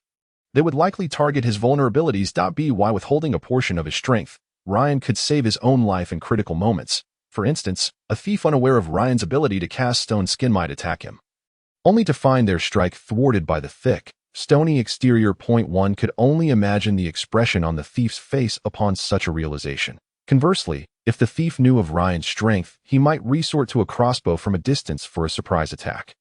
Ryan was immensely grateful for Flana's advice, recognizing his own lack of experience in this regard. Additionally, Ryan was highly intrigued by the prospect of being assessed for a mage's title, believing that such a designation would aid him in selecting better companions. After all, for mercenaries venturing into the unknown, having strong allies was always preferable. Naturally, Flana refrained from inquiring further about Ryan's displayed martial prowess, as everyone possessed their own means of self-preservation. Thus, Ryan too chose not to elaborate. As the sun set, casting a radiant glow across the sky, the carriage rolled into Elfa City. The coachman, seemingly well acquainted with the city, navigated through much of it without waiting for Flana to speak. Finally halting before an opulent inn, Ryan was captivated by the beauty of Elfa's scenery when he suddenly felt the carriage come to a stop. He sprang down eagerly. At the entrance of the luxurious inn, a bellboy clad in red and blue attire had already approached, his face beaming with delight as he respectfully greeted, "Esteemed sir, how may I assist you?" Lacking experience in such matters, Ryan hesitated, unsure of what to say. When Flana alighted from the carriage, upon seeing Flana, the bellboy's smile widened even further as he exclaimed, "Ah, it is the esteemed guest of Lord Flana. Please, come in." Flana maintained his composure, taking Ryan's hand and striding confidently into the lavish inn. Ryan had never encountered such a scene before, but he silently resolved to attribute any occurrences to Flana. He glanced up at the sign hanging at the inn's entrance, which bore the image of a lifelike golden lion. Surely, that must be the name of this establishment. As Flana led Ryan along, he instructed the bellboy, as per usual, prepare 2 of the finest noble suites, ensuring they are adjacent. Additionally, we are quite famished. Please arrange a sumptuous dinner for us. With that, he guided Ryan into a luxuriously adorned private room. The inn's efficiency was remarkable, as several young and attractive waitresses came in and out, swiftly setting a lavish feast before Flana and Ryan.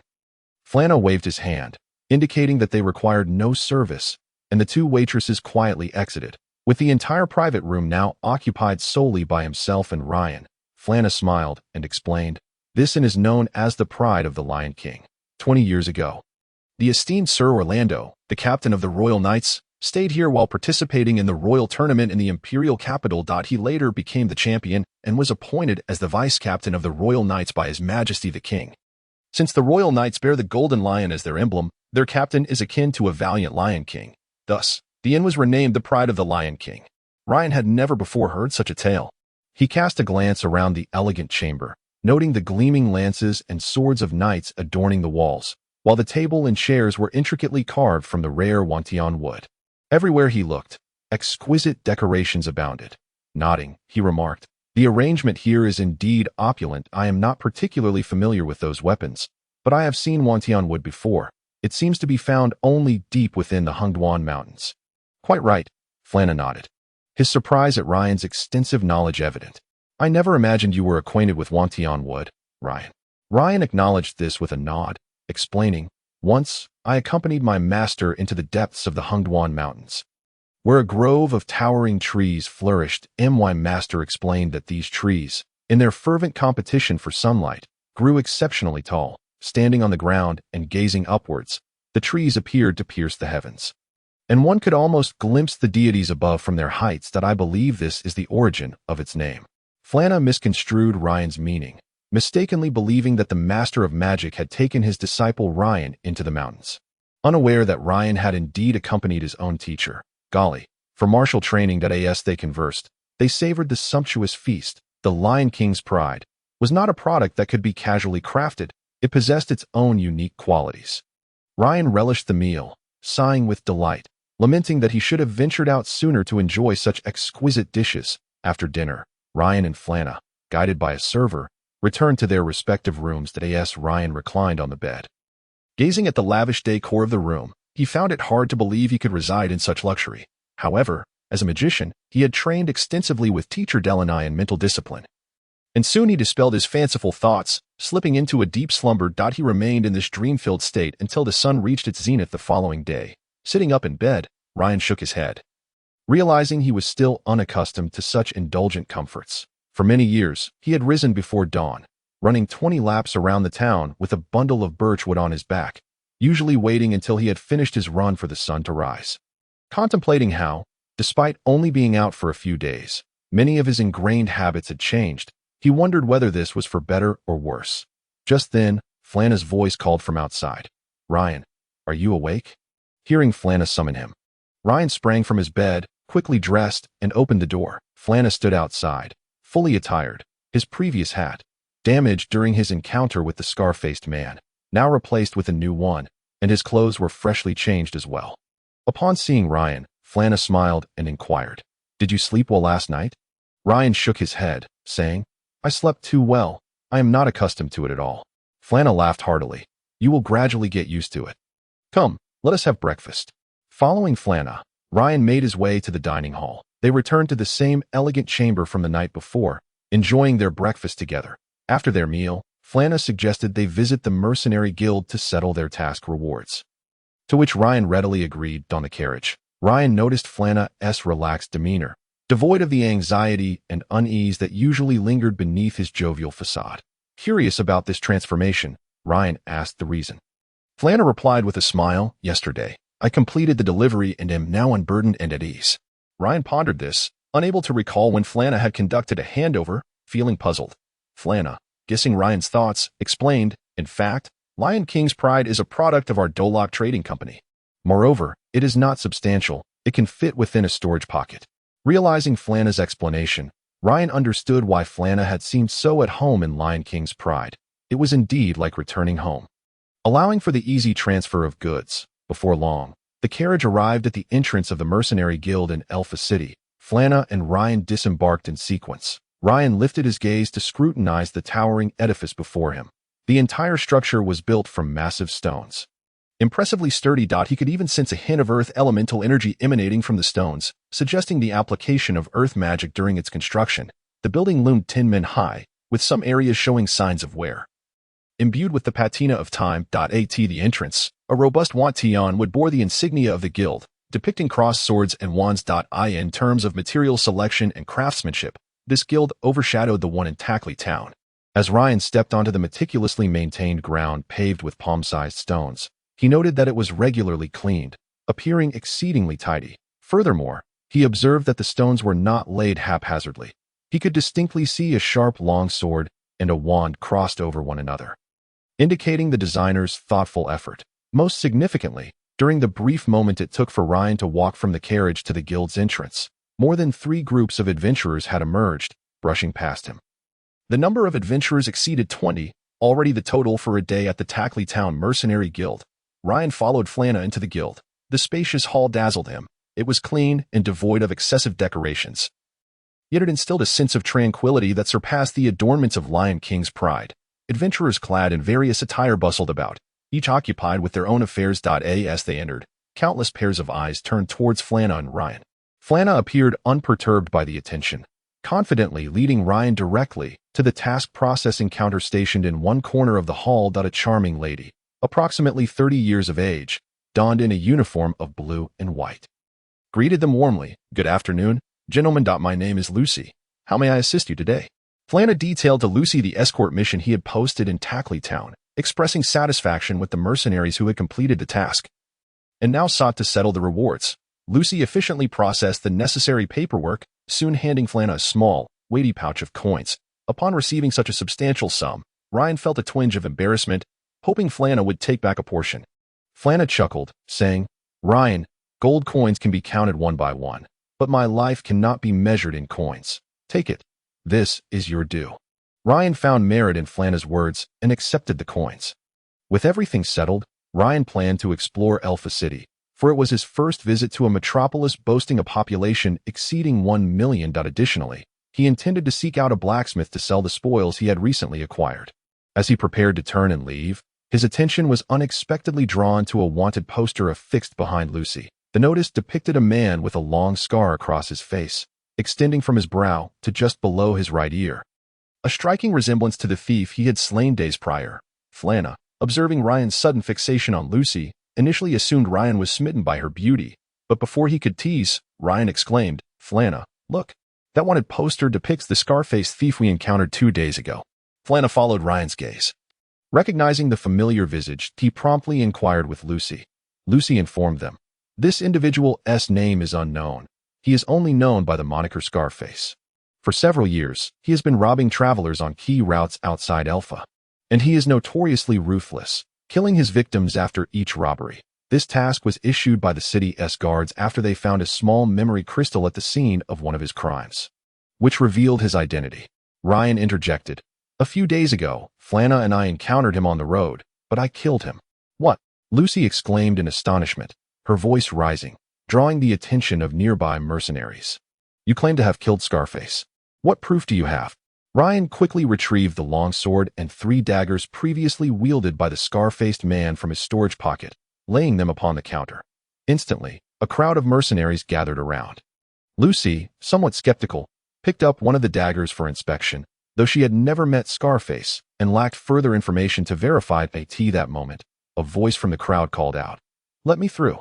A burly mercenary pushed his way through the throng, arriving beside Ryan. Upon seeing the daggers laid out on the counter, he halted in surprise, lunging forward to seize one for a closer examination. "Indeed, this is a dagger commonly used by Scarface," he affirmed excitedly. Producing an identical dagger from his own possession, trembling hands placing it on the counter. Chapter 8, creating momentum. Upon witnessing the burly mercenary draw forth a dagger identical to the one Ryan had unsheathed, the crowd erupted into a cacophony of murmurs and discussions. Amidst the throng, a sharp voice pierced through the din. "Pike, is that the scarred one who killed your companion a year ago?" The imposing mercenary, referred to as Pike, offered no response. Instead, he glanced at Flana, then at Ryan, and in a loud, slightly incredulous tone, demanded, "Who was it that dispatched that scoundrel, Scar?" Flana pointed at Ryan and declared, "It was he." "He?" Pike questioned, skepticism evident in his voice. "Impossible. He is far too young for such a feat." At that moment, a voice from among the mercenaries chimed in. "Perhaps he belongs to a prominent mercenary group. Nothing is beyond possibility."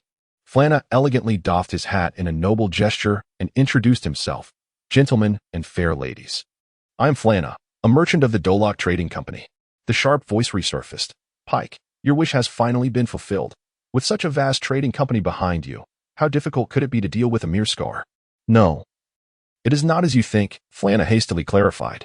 "I guarantee with my merchant's reputation that it was indeed this Mr. Ryan who eliminated the thief Scar and his 5 accomplices."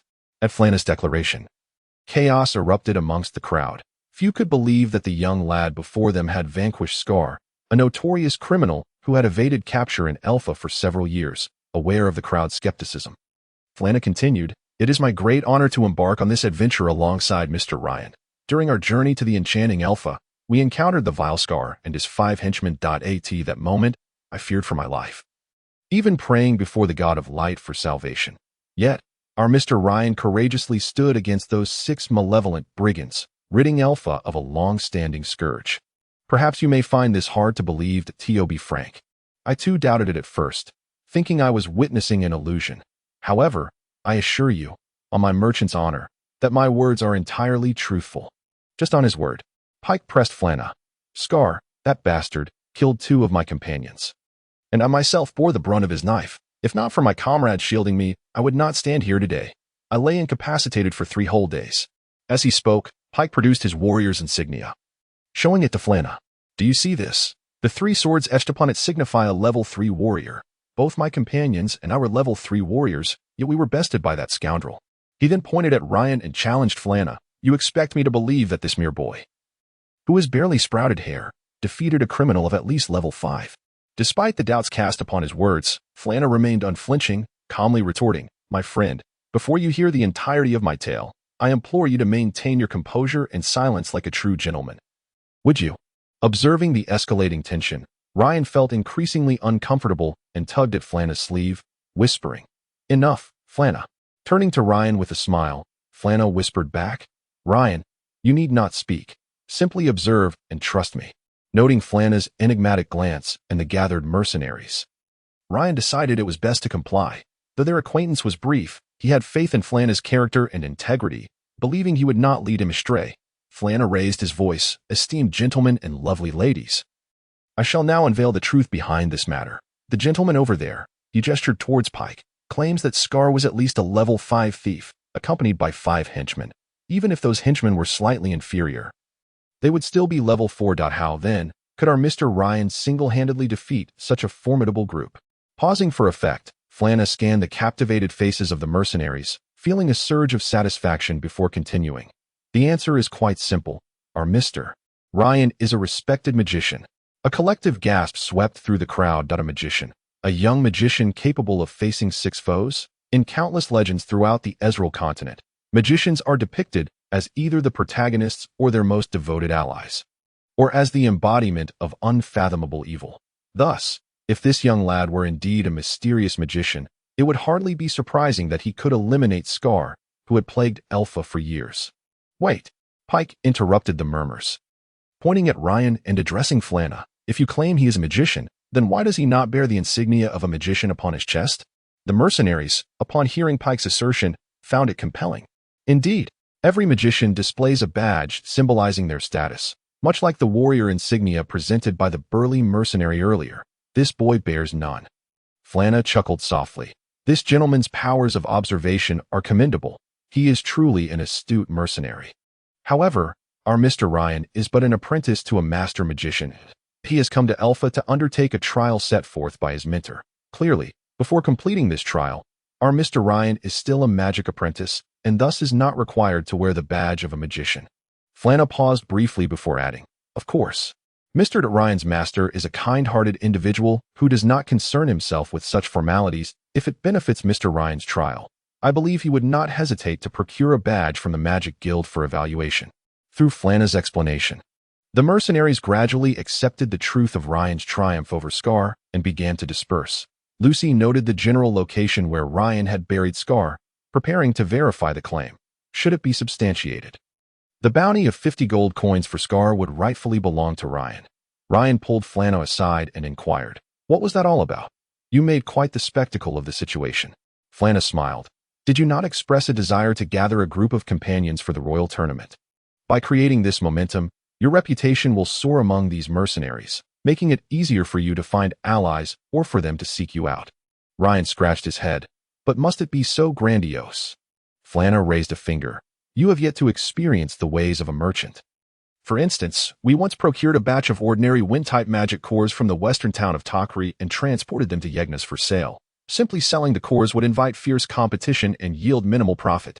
However, by generating hype, we can elevate the perceived value of these wind cores in the eyes of others. We could initially commission an alchemist to craft exquisite necklaces from these cores, then launch an extensive promotional campaign, hinting at the rarity of our goods and suggesting that these necklaces possess qualities to uplift spirits and delay aging, piquing curiosity. Following this, we would host a grand auction, allowing the bidding to escalate, ultimately multiplying our profits many times over. Moreover, after a few such upscale auctions, our name would become synonymous with quality, making every piece we sell highly sought after. That is the power of creating momentum. Ryan listened, dumbfounded, as he had never encountered such sophisticated business tactics to eye in places like Fogtown or Takri. The shrewdest merchants merely set a high initial price, gradually lowering it through haggling until reaching their intended selling price. Nothing like Flana's profound approach. Ryan scratched his head again and queried, "Can necklaces made from wind cores truly delay aging?" Flana smiled knowingly. "It's quite simple. We would engrave a magic circle onto the necklace during production, ensuring that the wearer remains mentally alert. Every lady who bids high for the necklace will bask in the envy of others, experiencing a delightful rush of vanity, combined with a joyful spirit and a clear mind. Isn't this the most effective and straightforward remedy for delaying aging and extending life?" Ryan felt his head spinning, unsure of how to respond. After a long pause, he finally exclaimed, "Flana, I cannot ascertain whether you are a competent merchant, but I must say your eloquence would be wasted as anything other than a bard." A veil of mist clouded Flana's eyes as he sighed softly and murmured, "Had I not been born into this family, perhaps I would have truly become a wandering bard." Ryan, unable to discern Flana's words, inquired, "What did you say?" Flana smiled at Ryan, deftly shifting the conversation. "Come now, Ryan. Were you not planning to visit the Magic Guild?" Ryan nodded in agreement, replying, "All right, let us go and take a look together." As they stepped out of the mercenary guild, a doorman clad in the vibrant red and blue of the Lion King rushed toward Flana. Upon spotting him, he called out loudly, "Lord Flana, the Merchant Guild has summoned you. They request your immediate presence." Flana, taken aback by this news, turned to Ryan and said, "It seems I cannot accompany you to the Magic Guild after all." Wishing not to impose on Flana's time, Ryan reassured him, "You go ahead, I shall visit alone." Flana gave Ryan's shoulder a reassuring pat before stepping into the carriage. The coachman cracked his whip, striking the horses sharply and with a loud whinny. They galloped away. Ryan watched the carriage disappear down the long street before turning to make his way toward the Magic Guild. The Magic Guild of Elpha City stood adjacent to the Mercenary Guild, a 7-story tower that seemed to be a universal architectural style for mages across the Esler continent. In truth, every city's Magic Guild was essentially a mage tower. Ryan recalled hearing about such structures from Delaney. He knew that constructing a mage tower was an elaborate endeavor, requiring numerous mages to imbue the materials with magic and engrave various magical runes within the tower to ward off unwelcome visitors. Each mage permitted entry into the mage tower possessed their own laboratory, where they conducted an array of peculiar magical experiments. Approaching the mage tower, Ryan gently pushed open the grand door and entered the Magic Guild. In stark contrast to the spacious mercenary hall, the interior of the mage tower was rather confined. On either side of the entrance stood colossal iron golems, despite their rough exterior and comically disproportionate shapes, resembling two plump dolls.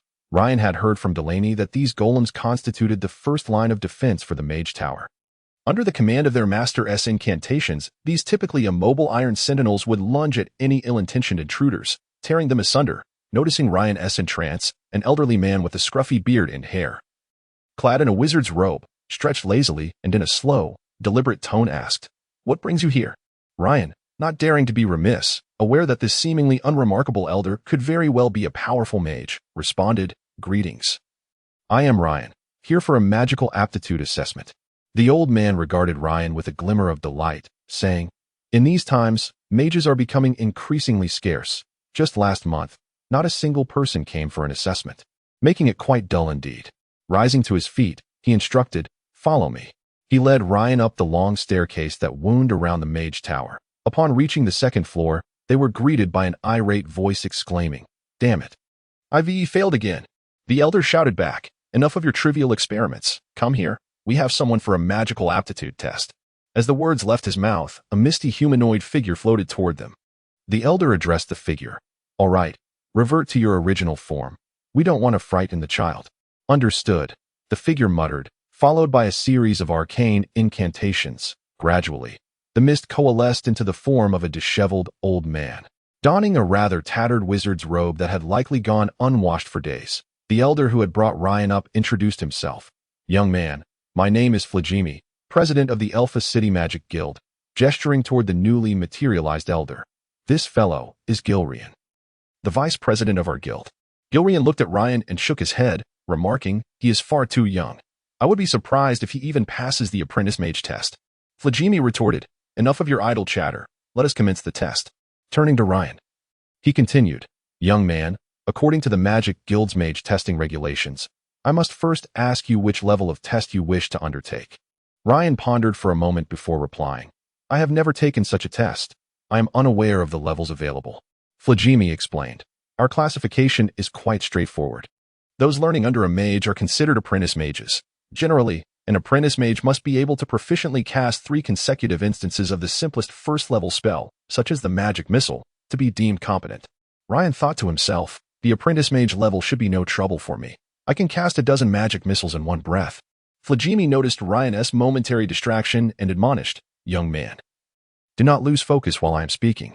Ryan, feeling quite embarrassed, quickly apologized. Flagimi begrudgingly accepted the apology and continued. After an apprentice mage graduates, they typically advance to a trainee mage, followed by junior mage, intermediate mage, and finally, senior mage. Gilrian interjected. However, the Alpha City Magic Guild can only assess up to the intermediate mage level. Before he could finish, Flagimi scolded. Silence, you fool. I am well aware of these matters. Gilrian, feeling slighted, retorted. You're only a day older than I. Why must you always wear that stern expression and lecture me? Flagimi gave Gilrian a firm slap on the head, declaring, being born a day earlier makes me your elder forever. He then launched into a lengthy tirade of colloquialisms, none of which Ryan could comprehend, likely a dialect from some distant locale. Gilrian, chastised by his brother, pointed in Ryan's direction, signaling, Look, we have an audience. Flagimi followed his brother's gesture and finally remembered their purpose. Abruptly halting his lengthy diatribe, turning to Ryan with an apologetic smile, where were we? Gilrian, unable to restrain himself, chimed in, You were discussing the assessment for senior mages. Flagimi opened his mouth, prepared to reprimand his brother yet again. But he stifled the urge, his face reddening with frustration. He turned to Ryan. Well, that covers the basics. Which level of test do you intend to undertake? Chapter 9. The magical test. Ryan contemplated carefully. Today, Flana had boisterously proclaimed himself a mage, so perhaps it would be prudent to conceal the martial arts he had learned from Master Garibu. If his adversaries attempted to approach him with the strategies suited for an ordinary mage, they would surely be disheartened when they found themselves defeated by his martial prowess.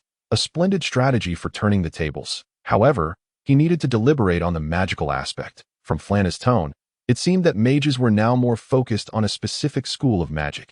If he were to test using all schools of magic, it would undoubtedly attract attention. With this in mind, Ryan addressed Flagimi. Esteemed President Flagimi, I wish to undertake tests in both fire and arcane magic. Flagimi, taken aback by Ryan's request for dual assessments, regarded him with renewed astonishment, saying, Very well, let us begin with the fire magic test. He pointed to a black stone tablet standing in the corner, instructing Ryan, Please cast a first-level fire spell at that stone tablet, so I may conduct the assessment. Ryan glanced at the black stone tablet.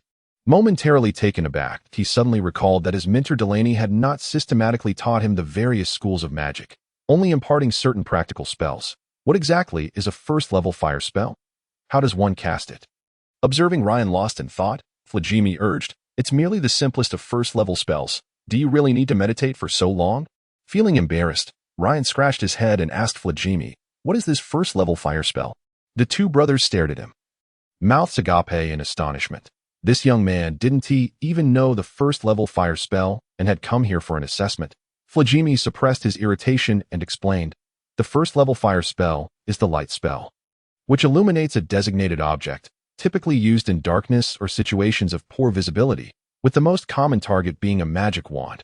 However, for this test, you can simply use it on that black stone tablet. Ryan shook his head and replied, That spell is utterly useless. If I conjure a light in the darkness, wouldn't that just signal to my enemies that I am a target? Come and strike me. Upon hearing Ryan's words, Jillian could not help but interject, saying, But how can you see anything clearly without this magic? How can you move forward? Ryan mused to himself, When Master Garib taught me martial skills, he always insisted on absolute silence in such situations, even regulating my breathing to ensure the enemy could not detect my presence. Under such circumstances, one must stealthily navigate the darkness, seeking and eliminating foes. If I were to conjure a burst of light, I would likely be blinded by the sudden shift from darkness to brightness before being knocked unconscious by Master Garib. However, Ryan dared not voice these thoughts. observing the twitching of Flegimi's facial muscles. Aware that he was struggling to maintain his composure if he continued to speak out of turn, the guild master might well enter a berserk rage. Flegimi, noticing Ryan's expression of disbelief, felt a twinge of dissatisfaction but, considering that it had been quite some time since anyone had come to undergo testing at the Magic Guild, decided to offer Ryan another chance. He stated, "If you say so, very well. According to the magician's testing regulations, if a candidate can successfully pass a higher level test, they may directly attain a higher rank, though they cannot exceed the status of an intermediate mage. Let us test your magic at a higher level." Flegimi continued, "Since you were the first to come for testing in the past 2 months, I shall ease the process a bit. You need not take each test sequentially. Simply demonstrate the spells you know, one by one." Upon hearing Flegimi's words, Ryan calculated in his mind. He knew he could only perform the fireball spell and wondered if it would suffice for the test. Nevertheless, he resolved to cast it regardless. With that thought, Ryan recited the incantation silently, and within 3 seconds, a fireball, roughly the size of his fists, materialized in his hand, transforming into a deep red arc as it soared towards the black stone slab. With a resounding explosion, the fireball detonated, but unlike usual, the flames this time were completely absorbed by the black slab, leaving no trace of impact elsewhere. Ryan's fireball startled both Flegimi and Jillian.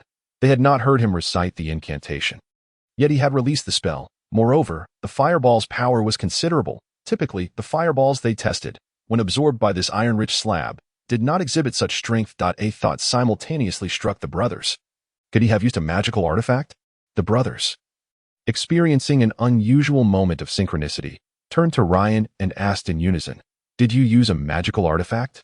Once the question was posed, they exchanged glances, suddenly realizing that the brother who usually disagreed with him was now in perfect accord with his thoughts. In a remarkable display of coordination, they both raised their hands and scratched their heads in unison. Ryan, observing their identical gestures, suddenly recognized the striking resemblance between the two brothers. Flegimi cast a warm glance at his brother before turning to Ryan and inquired, "Young man, did you personally cast that fireball spell, or did you rely on a magical artifact?" Ryan nodded affirmatively, replying, "Of course, it was I who cast it." He silently added, "A magical artifact capable of casting fireball would be worth at least 100 gold coins. If I possessed such an item, I would have sold it long ago instead of squandering time here." Flegimi scrutinized Ryan with a skeptical gaze before examining the iron-rich slab once more, then suddenly began to chant an incantation. About 5 seconds later, a fireball the size of 5 fists took shape in his hand, emanating a brilliant light. Flegimi completed the fireball spell and directed it towards the black slab. With a loud bang, the fireball emitted a dazzling flash, which was entirely absorbed by the slab. Observing that his fireball had the same potency as usual, Flegimi concluded that the slab was not at fault, and he turned to scrutinize Ryan closely for any evidence. Jillian, reading his brother's intent, said, "Stop searching, brother. Consider this. If a magical artifact could contain a fireball spell more powerful than the one you, as a high-level mage, cast, it would at least be a semi-artifact." Flegimi pondered his brother's words and found them quite reasonable. Generally speaking, various methods to imbue an item with magic resulted in the stored power being less than half of the original potency. Otherwise, a novice mage could slowly craft hundreds of magical artifacts, unleashing them during magical confrontations, effectively multiplying their strength by hundreds. Flegimi nodded and remarked, "You make a compelling point that I had not anticipated your cleverness." Jillian, thrilled to receive his brother's approval, replied with pride, "I've always been quite intelligent. Just look at who my brother is. However," he added with a hint of frustration, "but you always hit me on the head. I'm beginning to feel quite daft from it." Flegimi, hearing his brother's words, felt a mix of amusement and exasperation. Reflecting on his strictness towards his younger sibling, he realized that his harsh discipline had strained their relationship, turning them into rivals. That he sighed and said, "You are right. I have always viewed you as that little child who followed me around, which led me to be overly strict. It seems I have stifled your growth. I promise I shall refrain from striking you on the head in the future." Jillian, taken aback by such affectionate words from his brother, found himself momentarily speechless. He instinctively replied, "Brother, after being hit for decades, I'm not accustomed to you suddenly not doing so." The two brothers suddenly felt the warmth of familial affection enveloping them.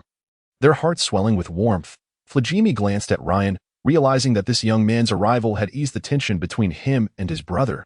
However, the test results were still to be determined, and he was determined to secure the best outcome for Ryan. With this in mind, Flagimi addressed Ryan. "Young man, your fireball spell is impressive. Please demonstrate any other spells you know that I will evaluate you based on your overall capabilities." Ryan nodded and raised his hand to cast a magic missile. With a resounding thud, Ryan's magic missile struck the black slab, leaving a faint mark. This result caused both Flagimi and Jillian to draw in a sharp breath. That IT was utterly incredible. Although it was merely a basic spell that even a newly initiated apprentice could cast after a few months of meditation. Ryan had achieved both silent casting and instantaneous release, and to their astonishment, the power was substantial. It was noteworthy that the black slab was no ordinary stone. It originated from the northern region of the Hongduan Mountains and contained abundant black iron. Black iron ore is known for its exceptional ability to absorb magic. Typically, a slab of this size could absorb over 90% of magical power. Furthermore, black iron itself is remarkably hard. Leaving a mark on a slab containing black iron was no small feat. Requiring a certain level of prowess, among the 7 mages at the Alpha City Magic Guild, only Flagimi and Jillian could accomplish such a feat, and both used spells of 3rd level or higher. According to their magical experience, casting a spell silently would reduce its effectiveness by approximately 15%. As the absence of an incantation prevented the adequate gathering of magical elements.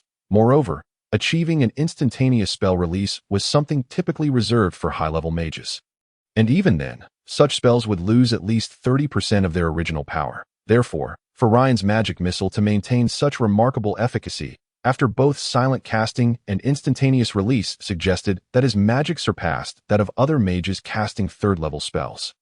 Despite their astonishment, the evaluation had to continue. Ryan's record showed that he had successfully cast a 3rd-level fire spell, Fireball, once, and a 1st-level arcane spell, Magic Missile, once. According to the magician's testing regulations, to advance to the rank of an apprentice mage, one must be able to consecutively cast 3 distinct 2nd-level spells, while the requirements for a junior mage are even more stringent, necessitating 5 different 3rd-level spells, and so forth.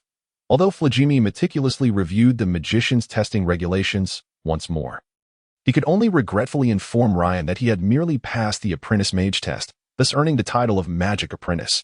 He personally bestowed upon Ryan a badge symbolizing the rank of Magic Apprentice, adorned with a flame representing fire magic and a tome symbolizing arcane magic. Thus, Ryan's somewhat farcical experience at the Magic Guild finally came to a close. As he exited the Mage Tower, he noticed that twilight had begun to settle outside. Ryan was surprised to realize how much time had passed within. He vaguely recalled that he had set out for the Mercenary Guild when the sun was directly overhead. And upon arriving at the Magic Guild, it had only been slightly past noon. Now, it was already evening. Seeing Ryan finally emerge from the tower, a doorman clad in blue and white attire from the Lion's Pride stood waiting at the roadside and hurriedly approached him. Presenting an envelope, upon opening it, Ryan discovered it was a letter from his newly acquainted friend, Flanna. Flanna expressed his regrets, stating that due to some internal matters within the Merchant Guild, he had to depart early and hoped Ryan would have the opportunity to visit Yegna's city in the future. At the conclusion of the letter, Flann mentioned a splendid Lionheart and badge he intended to bestow upon Ryan, hoping that Ryan would carry it with him. With this badge, Ryan could enjoy VIP treatment at all Lionheart inns throughout Ace-Lar without charge. When Ryan received the intricately engraved badge depicting a lion's head from the doorman, he felt a surge of emotion. His friend Flann, despite having pressing matters to attend to, still kept him in mind, hoping for the opportunity to meet again and express his gratitude in person. However, Ryan had no intention of continuing his stay at the Lionheart Inn. On one hand, although Flann had shown him great kindness by gifting him a badge for complimentary services, it was worth noting that Flann was merely an ordinary merchant of the Dolok Trading Company. The expenses at Lionheart Inn were undoubtedly substantial, and Ryan did not wish to impose any further burdens on him. On the other hand, Ryan felt that the luxurious environment of the Lionheart Inn could easily distract him from his purpose, as evidenced by his failure to rise on time that very morning.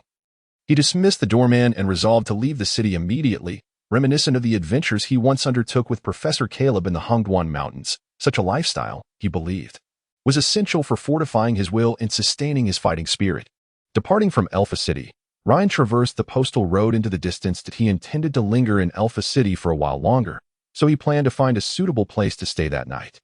Preparing for his accommodation in the days to come, as the luminous full moon hung gracefully in the clear night sky, Ryan settled beside a crackling campfire. He felt satisfied with the campsite he had chosen. Behind him lay a desolate cave, albeit somewhat shallow, but sufficient for several people to rest. Outside the cave, the area he had ignited the campfire was a flat grassy expanse, quite comfortable to sit upon. Not far from the grassy area flowed a small stream, providing fresh water and facilitating the cleaning of magical beasts, and it was not too far from Alpha City, making daily trips to the mercenary guild quite manageable. If only he could have some fragrant roasted meat, it would be truly perfect. Ryan had eaten his last meal around noon, and after dealing with matters at the mercenary and magic guilds, he was already quite hungry. Just as he was contemplating hunting some magical beasts to satiate his hunger, a sudden wolf howl echoed nearby. Alerted, Ryan immediately cast aside any frivolous thoughts, swiftly rose to his feet, and cast a stone skin spell upon himself, then warily observed the direction from which the sound emanated. Accompanied by the sound of something heavy rustling through the grass, a magical beast slowly emerged from the woods, coming into Ryan's view. Through the flickering light of the campfire, he discerned it was a robust white wind wolf. Upon seeing the white wind wolf before him, Ryan's pupils contracted with alarm. It was walking on two legs. The rustling sound echoed once more, and behind the upright wind wolf appeared three smaller gray-white wind wolves. Though these three were moving on all fours, unlike the first that stood on its hind legs, Ryan warily regarded the quartet of wind wolves, contemplating his strategies. Even the erudite Professor Delan had never mentioned that magical beasts could walk solely on their hind legs. Could this one be a creature from the northern tribes? The stout windwolf, upon noticing Ryan's vigilant gaze, did not charge at him like an ordinary magical beast. Instead, it calmed the three smaller windwolves beside it and approached Ryan alone. As it drew near, Ryan felt a surge of tension. Even if a 7th-level Earth Bear were to charge at him ferociously, he would remain unafraid, though the Earth Bear possessed immense strength, tough hide, and formidable defense. Its speed was lacking, and as long as he could dodge and gradually wear it down, an opportunity to deliver a decisive blow would surely arise. However, the nature of this creature remained a mystery to Ryan. Unfamiliarity often breeds fear, not only in humans but even in formidable magical beasts. Fortunately, the robust wind wolf halted at a distance, scrutinizing Ryan with a gaze that bore a striking resemblance to that of a human, and suddenly emitted a low, slightly howling voice. Greetings, adventurer. Chapter 10. The druid Ryan was taken aback by the scene before him, staring blankly at the stout wind wolf that spoke human words, his expression one of disbelief. Observing Ryan's astonishment, the robust wind wolf seemed to comprehend, making a remarkably human gesture by raising its hands and shrugging its shoulders, saying, "My apologies, I was remiss." Subsequently, the stout wind wolf's body emitted a series of cracking sounds as its form began to transform. The thick white fur gradually shedding, revealing a young man of approximately 25 years of age. As Ryan watched the stout wind wolf metamorphose into human form, a sudden realization struck him, and he exclaimed, "Druid!" The transformed youth, surprised, responded, "I did not expect you to know of druids." Ryan recalled how Professor Delan had once recounted the history of the continent, mentioning, "Druids are essentially a sect composed of a group of peace-loving individuals, closely connected to nature. Just as every holy knight is a devotee of the war god, each member of the druidic order is a devout follower of the nature goddess. They can choose a magical beast from nature to enhance their bodies, granting them the power to combat evil. 200 years ago, when the malevolent undead legion invaded the Aeslar continent, the druids joined the Holy Alliance to preserve the balance of nature during the battle at dawn. 3 druids, the elders of unparalleled strength, sacrificed their lives to jointly cast the forbidden spell Oasis of Life. Within the realm created by this spell, all life flourished, brimming with vitality. The liches of the undead legion could no longer sustain their skeletal warriors, nullifying the numerical and logistical advantages of the undead army. The Alliance charged forth against the undead legion, breaching their command center. Under the gaze of many, the human hero bird Fernando, the dwarven king Bloodaxe, and the elven spiritual leader Moonshadow united in combat against the leader of the undead legion, the malevolent demon King Alistair Castlehaven.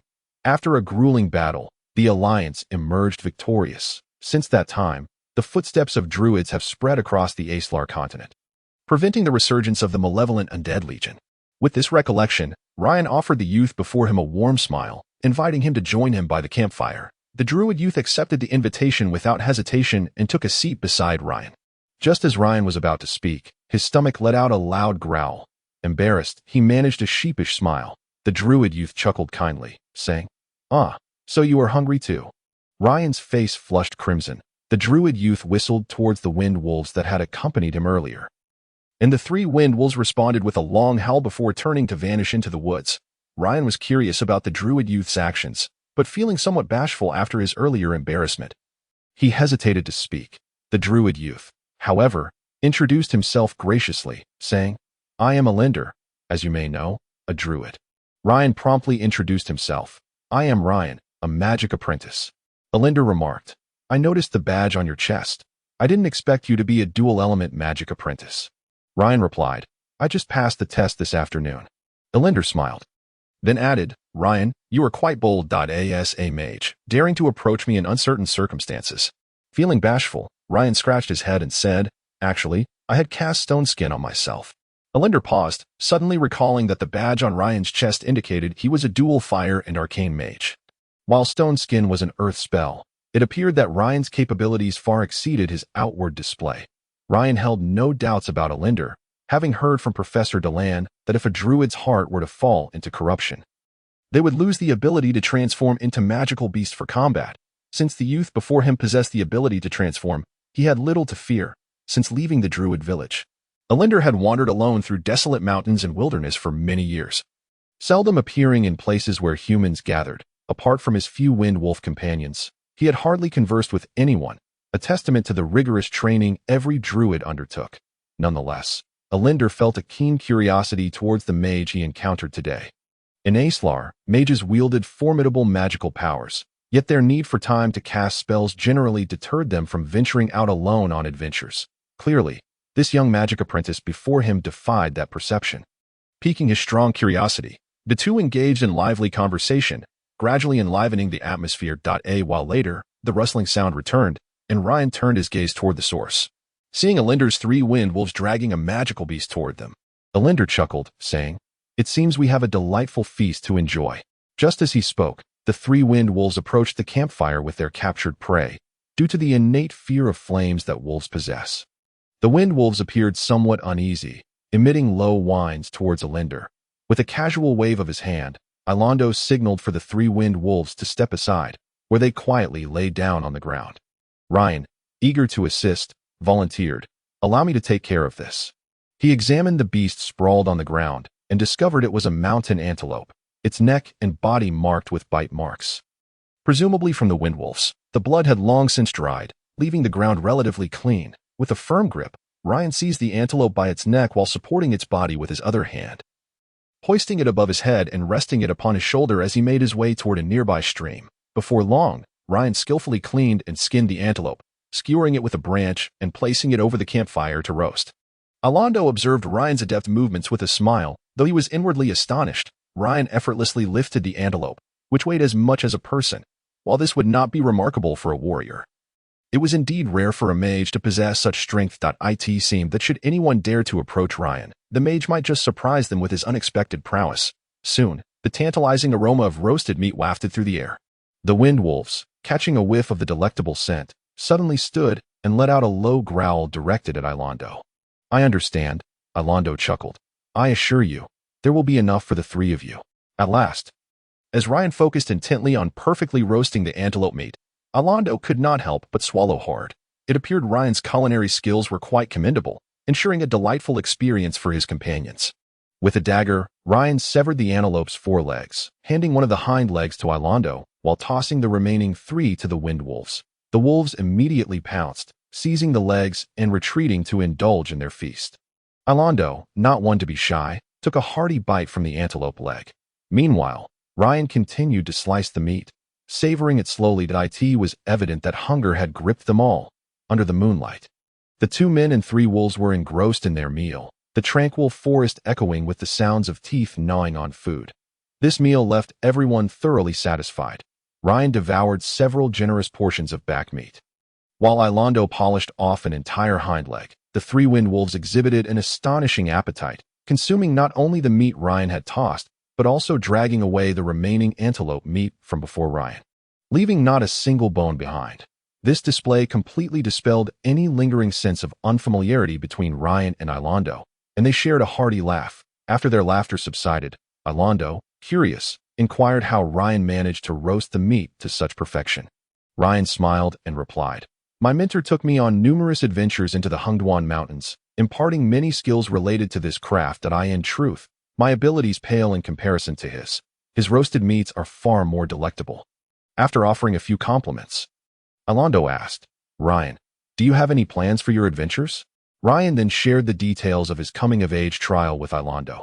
Upon hearing this, Ilando remarked, "Every adult member of our druid circle embarks on a trial to enhance their strength while seeking traces of the malevolent undead legion.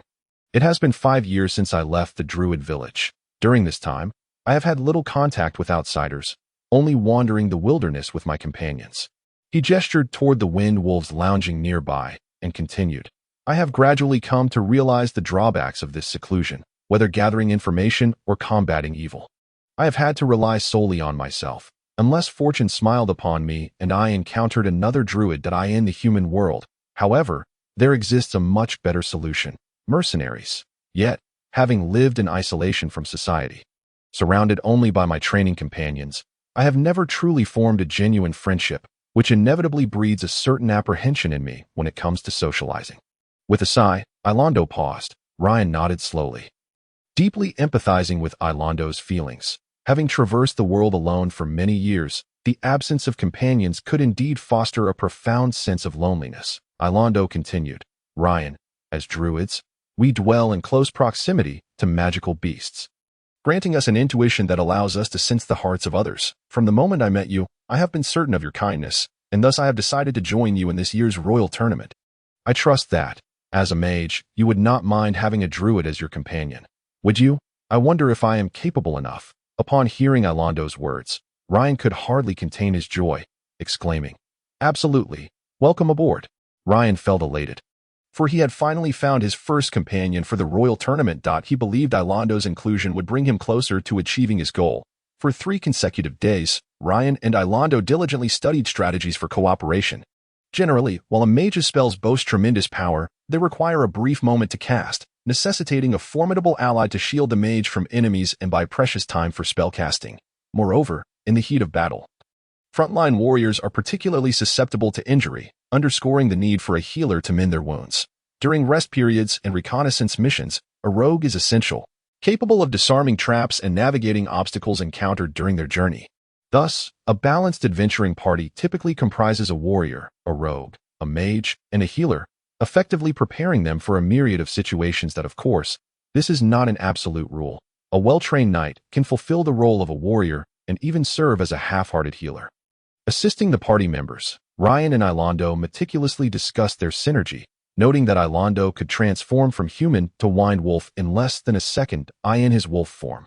Ilando possessed astonishing speed, enabling him to distract enemies and create openings for Ryan to cast his spells. Ryan demonstrated all the spells he could wield, recognizing that, with teammates facing peril and potential death, there was no need to conceal his capabilities.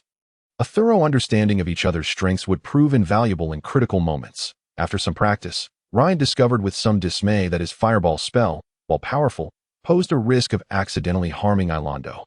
In contrast, his single-target lightning bolt and magic missile presented a more harmonious synergy with Ilando's abilities.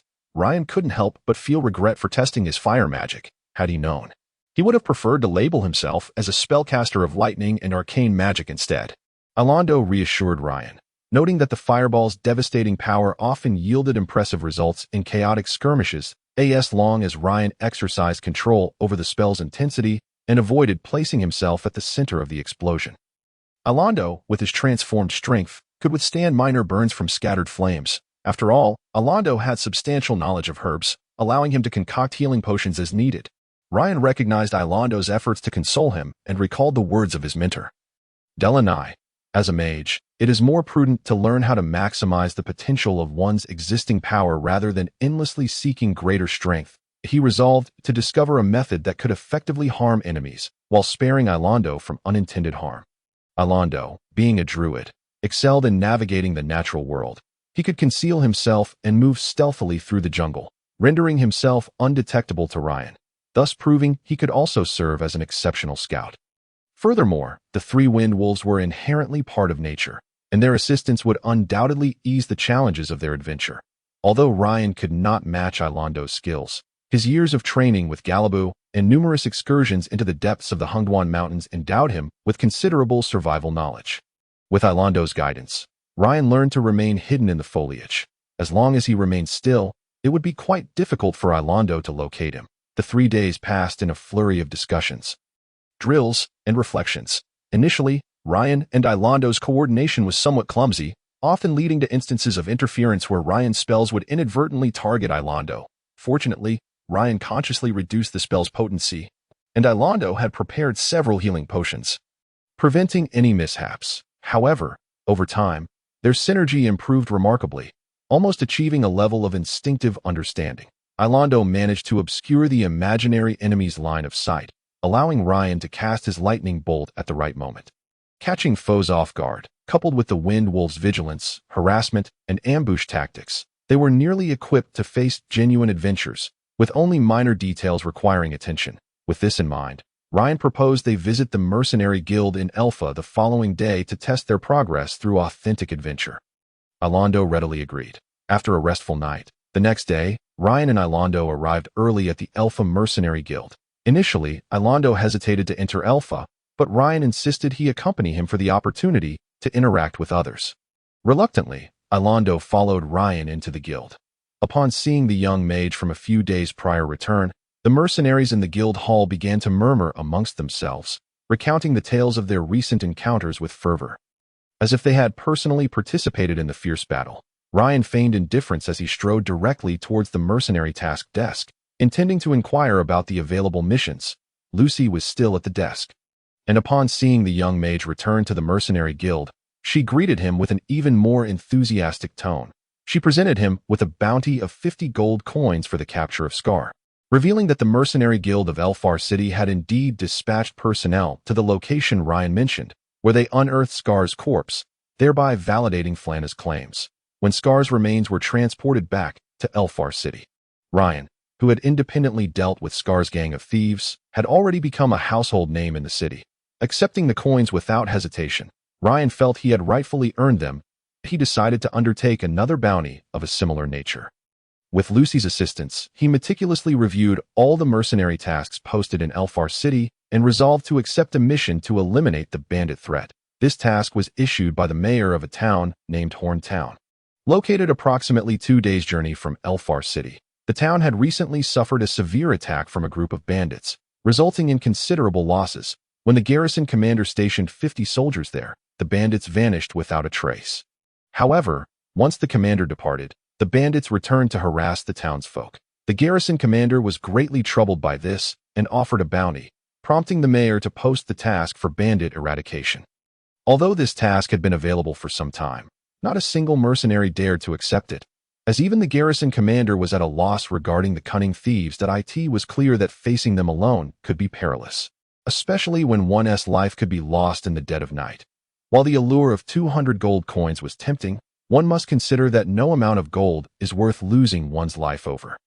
Chapter 11. The Firehammer Equipment Store. Despite Ryan's clear perception that the eliminate the bandit threat in Horn Town task was fraught with difficulty, the earlier praise from Flana and the reverent gazes of other mercenaries instilled him with confidence, leading him to eagerly accept the mission. After securing the task, Ryan did not hasten to Horn Town, but instead took the opportunity to explore Elfar City with Alindo. This was Alindo's first visit to the city, and he was inevitably curious about everything around him, quietly trailing behind Ryan and observing his surroundings with keen interest. Ryan himself was not particularly familiar with Elfar City, having only recently arrived in this bustling metropolis of 1 million inhabitants, and thus he did not intend to act as a true guide for Alindo. His primary motivation was to encourage Alindo to interact more with others and break free from the solitude he had previously endured. As they strolled through a vibrant commercial street, Ryan had long since forgotten the 2 streets of Takli in stark contrast to the narrow lanes of Takli. Elfar's wide and flourishing avenues were a sight to behold, brimming with life and activity. The bustling streets and prosperous shops were indeed captivating. However, Ryan and Alindo merely indulged in the sights without any desire to purchase anything. They continued their leisurely walk and soon arrived at a shop specializing in equipment. The store was spacious, and a large bronze plaque hung prominently from a tall wooden post, clearly depicting a flaming hammer. A group of teenagers stood at the entrance, energetically promoting the shop's products to passersby. Upon seeing the equipment store, Ryan suddenly recalled that he had some items in his storage pocket, remnants he had collected while clearing the battlefield after defeating Scar. Since these items were of little use to him, he decided it would be best to sell them at this equipment store. With this thought in mind, Ryan led Alindo inside. The Elfar equipment store was considerably larger than its counterpart in Tackley. Upon entering, they found a vast room filled with an array of dazzling products. The corridor led to a spacious courtyard, where several forges and water tanks were set up, and more than a dozen blacksmiths were busy with their apprentices. The rhythmic sound of metal striking metal echoing in the air. Noticing the arrival of customers, an apprentice blacksmith hurried over to greet Ryan and Alindo, exclaiming, "Welcome to the Firehammer Equipment Store. Esteemed gentlemen, how may we assist you today?" Like other patrons, Ryan and Alindo perused the store, listening to the apprentices' introductions while casting their eyes around. The Firehammer Equipment Store offered a wide variety of weapons, including an impressive selection of armor designed for warriors. The quality of the materials and craftsmanship was commendable, and each completed item bore the mark of a blazing hammer. After a cursory inspection, Ryan found himself somewhat approving of the products available. However, since he already possessed the Shadowmourne, he felt little inclination to make a purchase. For armor, what mage would don a suit of full plate made of pure steel? After completing their circuit, Ryan discreetly inquired of Alindo what he might need.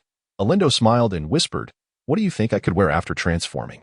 Ryan pondered this for a moment, realizing the absurdity of a druid wielding a hammer and clad in steel armor while battling foes. The image of a clumsy gray bear, fully armored and wielding a hammer and shield, struck Ryan as comical, eliciting a laugh from him. Coincidentally, at that moment, the apprentice blacksmith was attempting to promote a pure steel longsword to Ryan. And upon hearing his laughter, he looked on in surprise, mistakenly believing that Ryan was dismissing the quality of their products. Just then, a voice chimed in, "There is nothing peculiar about it. I believe this young mage, despite his youth, must have been accustomed to various high-quality items, and thus finds my ordinary work beneath his notice." Following the voice, Ryan noticed a burly, bearded man standing beside him, who had appeared seemingly out of nowhere. The man appeared to be in his 30s, with numerous burn marks on his bare torso, and he wore only shorts, likely one of the shop's blacksmiths. The apprentice quickly introduced him. "This is Charles, our head blacksmith. The sword you hold is one of his creations." Charles greeted Ryan. "Hello, esteemed mage. I sense you regard my work with skepticism. Might I inquire if you possess any expertise in the crafting of magical weapons, so that I may learn from you?" Ryan, however, knew little about the creation of magical weapons. Although he owned a magical weapon gifted by his mentor, he had no intention of flaunting it. He shook his head and replied, "Perhaps I owe you an apology. I do not intend to purchase any equipment. I am here primarily to sell some items." Upon hearing Ryan's words, Charles became visibly excited. To him, the possessions of a mage were surely of great value. He eagerly stated, "No problem at all. We at Firehammer will gladly purchase anything you wish to sell, and I assure you the price will be to your satisfaction." Ryan, encouraged by Charles's enthusiasm, produced his storage pocket, preparing to reveal its contents. The sight of the storage pocket sent Charles's excitement soaring. He fixed his gaze on Ryan, fearful of missing out on something crucial. To his surprise, Ryan began withdrawing the equipment used by Scar's gang, laying it before Charles. Staring at the assortment of items before him, Charles was momentarily at a loss for words. What lay before him were several swords, one of which was broken in two rusted hammers, and a handful of poorly crafted daggers. Charles was not only an exceptional blacksmith, but also possessed a keen business acumen. Having built one of Elfar City's premier equipment stores in just a decade, he maintained his composure, forcing a smile as he regarded the disheveled collection before him. "According to the regulations set forth by our local lord, our store must inquire about the provenance of all items acquired. May I ask, esteemed mage, where you obtained these, items?" Charles had nearly let slip his thoughts, but managed to correct himself just in time. He had noticed the magic apprentice badge adorning Ryan's chest, combined with the storage pocket in his hand, leading him to believe that these items must indeed have a story behind them. No mage would resort to selling such junk for profit. Ryan briefly recounted the origins of the items to Charles. Having heard of the notorious Scar, who had plagued Elfar City for years, Charles calculated quickly, aside from a few daggers of acceptable craftsmanship. The rest would require remelting for raw materials. Were anyone else to sell these, they would scarcely fetch more than 5 silver coins, and he might have even suspected them to be a competitor's ploy to create trouble. However, the young mage before him, despite being merely an apprentice, had independently eliminated Scar's band of thieves, indicating a promising future. He might well ascend to the ranks of esteemed figures like Flagimi, the head of the Elfar Magic Guild, and become a high-level mage. In the realm of Esler, if a magical weapon were imbued with a mage's enchantment during its creation, it could potentially become a magical item, even a simple longsword. Enhanced with a common fire core to add a touch of flame damage, could command a price over 100 times that of a mere steel sword. Charles could hardly recall the exact amount he had spent or the countless flattering remarks he had made to persuade Flagimi, the president of the Alpha City Magic Guild, to imbue a hammer he had crafted with the fire element. This hammer subsequently became the emblem of the Fire Hammer Equipment Store. Seizing this opportunity, Charles rose to prominence and gradually captured nearly 30% of the equipment sales market in Alpha City. Now, before him lay a splendid opportunity, with just a modest expenditure of gold coins. He could cultivate a beneficial relationship with this young boy. Should the boy achieve greatness in the future, the advantages for Charles would be immeasurable. Even if the boy remained obscure, his investment would amount to a negligible loss. With this in mind, Charles hastily declared, "Esteemed mage, I am willing to purchase the entirety of your goods. Please, state your price." Line was taken aback by Charles's eagerness. He had anticipated that Charles would scrutinize the items meticulously, only to reluctantly part with a few silver coins that he had already prepared himself for the possibility of these items being dismissed as mere scrap. That Charles's words, however, filled Line with confusion, prompting him to softly inquire, "Mr. Charles, may I ask how much you are willing to offer?" Charles held up 2 fingers. Line glanced at him and replied, "Very well, let it be 2 silver coins." That Charles's jaw nearly dropped in disbelief. He had intended to offer 20 gold coins, a sum sufficient to sustain a family of 5 in Alpha City for 3 months, yet it represented merely a day's worth of his sales. A mage of such untapped potential, with a single day's earnings, was an unparalleled bargain. Yet Line's response shattered Charles's plans entirely. Chapter 12. Haggling. How could Charles let such a golden opportunity slip away? He promptly countered, "Esteemed mage, I believe the value of this batch of goods far exceeds your offer. I am prepared to pay a price commensurate with its worth." Line pondered for a moment before retorting, "In that case, I would ask for 50 copper coins." Upon hearing Line's words, Charles felt a wave of darkness wash over him. The mage's temperament was indeed perplexing. He swiftly abandoned his initial strategy of wooing Line with gold coins and instead acquiesced, saying, "Esteemed mage, since you insist, I shall accept your original offer." Line nodded in acknowledgement, responding, "Very well, but I would like 200 copper coins instead." Preferring to exchange the trivial sum of 2 silver coins for an equivalent amount of 200 copper coins seemed whimsical to Charles. He interpreted this as a peculiar quirk of the mage and promptly instructed his apprentice to fetch 200 copper coins, placing them into a pristine pouch and presenting it to Line with both hands. In truth, Line did not particularly care about the 2 silver coins. His reasoning for this request was twofold: to clear out his storage space and to teach Alindo about the nuances of trading and haggling. Unfortunately, Charles's flattery had utterly derailed Line's intentions, who would raise the price when purchasing goods. The reason Line insisted on the 200 copper coins was his desire to enlighten Alindo on the distinctions between gold, silver, and copper coins, as well as their respective exchange rates, to avoid creating a humorous scenario of someone demanding copper coins alone. This was a lesson drawn from Line's own childhood experiences, known only to his parents and Master Garibo, kept secret even from his closest friends. Reflecting on that incident, it was rather mundane. As a child, Line had never encountered money. After selling the pelts of the earth bear, magical cores, and other items, he had amassed over 200 gold coins. It was the first time he had seen such a dazzling array of coins, and he had playfully grabbed a handful. However, finding gold coins heavier than copper, he discarded the gold and kept only the copper. Line had a glimmer of understanding regarding Charles's motives. He was unwilling to exploit others' misfortunes, deliberately driving the price lower. Line would never compromise his principles for the sake of a few coins. Having completed the transaction, Line had no intention of lingering. He led Alindo directly out of the firehammer equipment store. Once they had distanced themselves, the apprentice timidly inquired how Charles should handle the pile of goods before him. Still lamenting the failure of his plan, Charles waved his hand dismissively, signaling the apprentice to dispose of the items as he saw fit, just as the apprentice prepared to take the broken weapons inside for disposal. Charles suddenly smacked his forehead, exclaiming loudly to himself, "How foolish of me! This is a once-in-a-lifetime promotional opportunity." He quickly called the apprentice back, instructing him to set the items down carefully. Observing the apprentice's puzzled expression, Charles smiled with satisfaction, saying, "If what that young mage said is true, we can leverage these weapons from the Scarred Thieves gang for an exhibition and auction. Take, for instance, this broken longsword. We can proclaim it as a testament to the superior quality of Firehammer products. If you utilize our equipment, you shall never encounter such a fate. We can also frame this as a victory of justice over evil, enticing those fervent souls with a hero complex to purchase and collect. By harnessing the notoriety of the Scarred Thieves and this young mage, I am confident that our Firehammer equipment store will flourish. Indeed, during the Victory Day celebration the following month, the Firehammer equipment store utilized the acquired items for extensive promotion, spending a considerable sum to hire a few bards who fervently sang the praises of the young mage's valor in vanquishing the thieves. Every listener was subtly reminded of the importance of weapon quality. After all, had not a frail mage succeeded in shattering the Scarred Thief's sword? Consequently, the already reputable Firehammer equipment store in Alpha City saw its business surge by over 30% following Victory Day.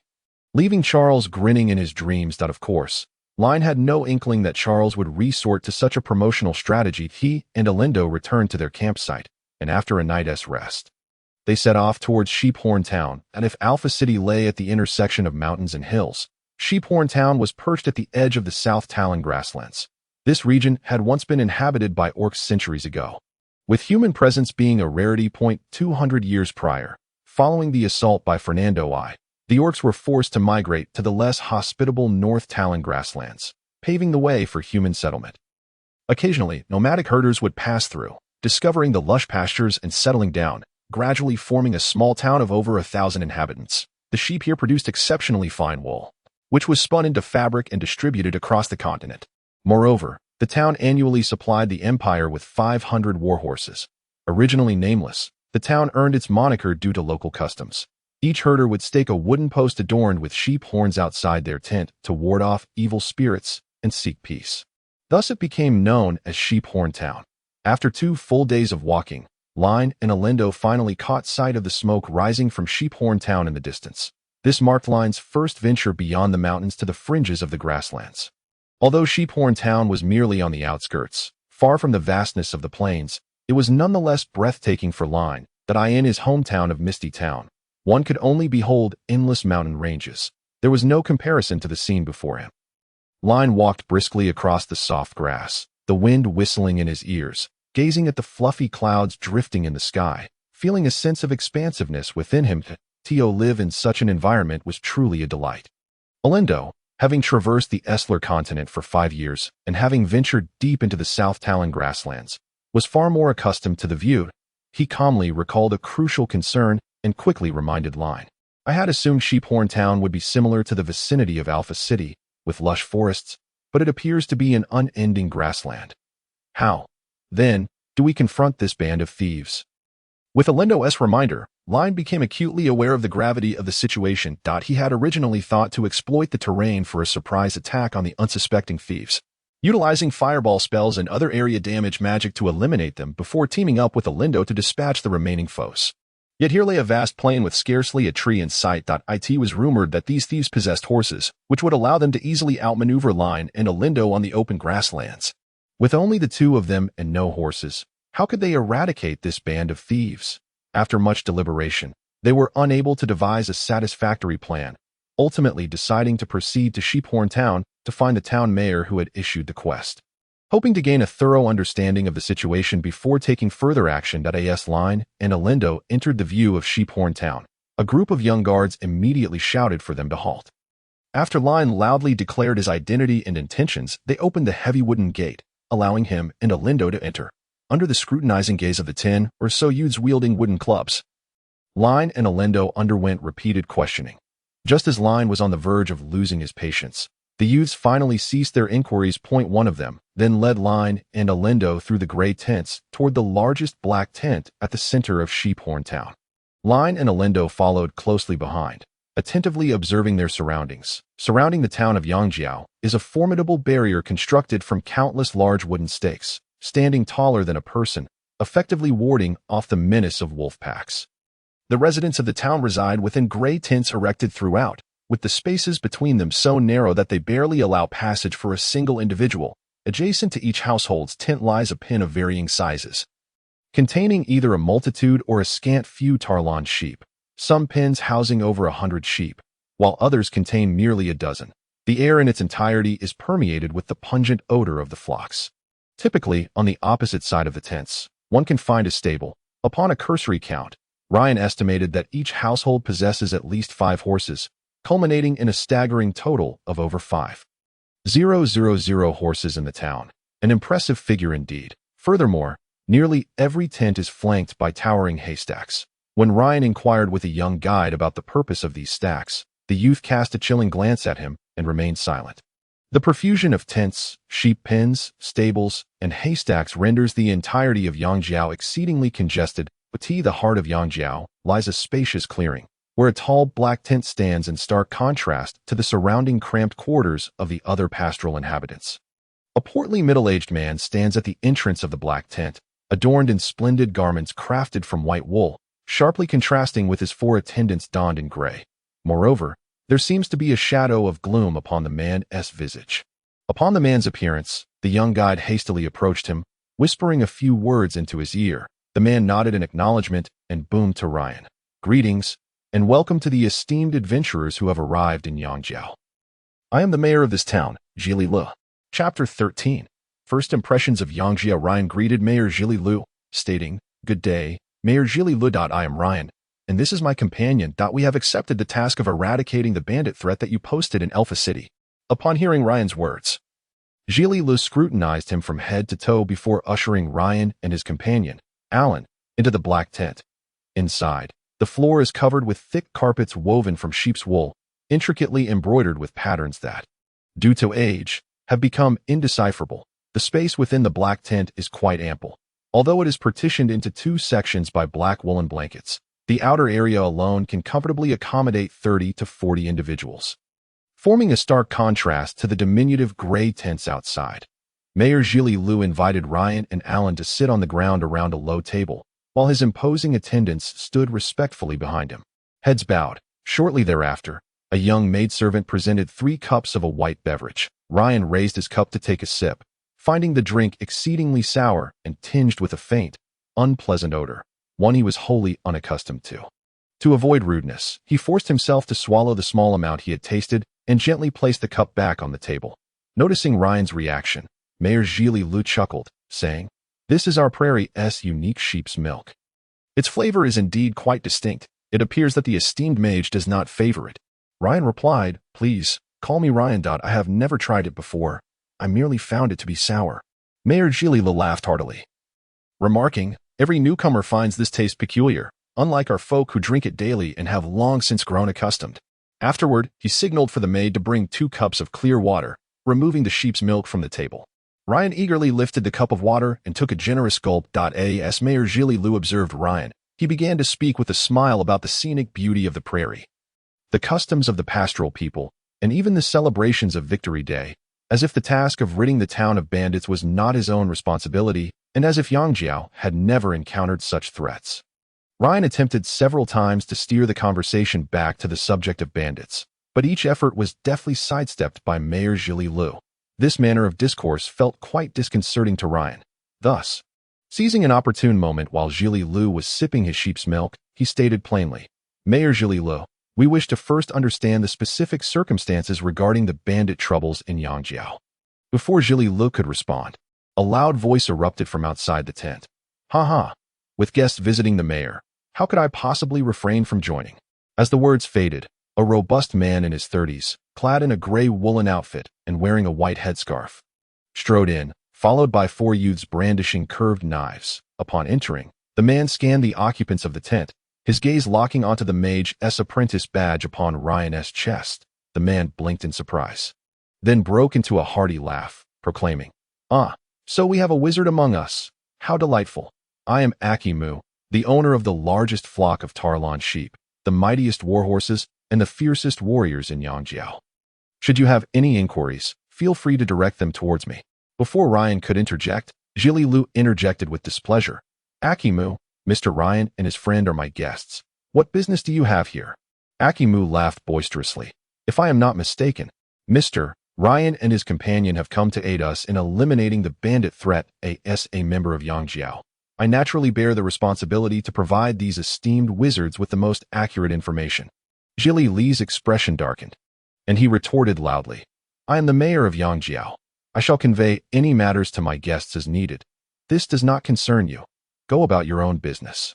Akimu's demeanor shifted momentarily upon hearing Zhili Li's words, but he quickly regained his composure. With a dismissive glance at Zhili Lu, he replied, "As you wish, dear mayor.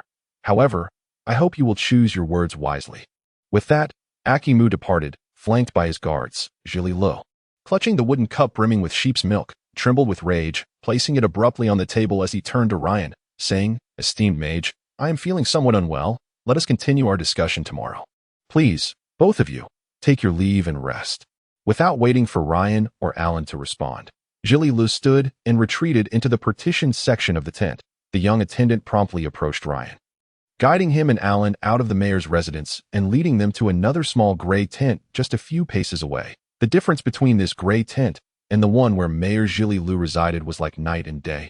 It was cramped, barely allowing for standing upright, and the floor was bare, revealing the scorched earth beneath. In a corner of the tent stood a diminutive table with 2 tattered woolen blankets beside it, presumably for sleeping.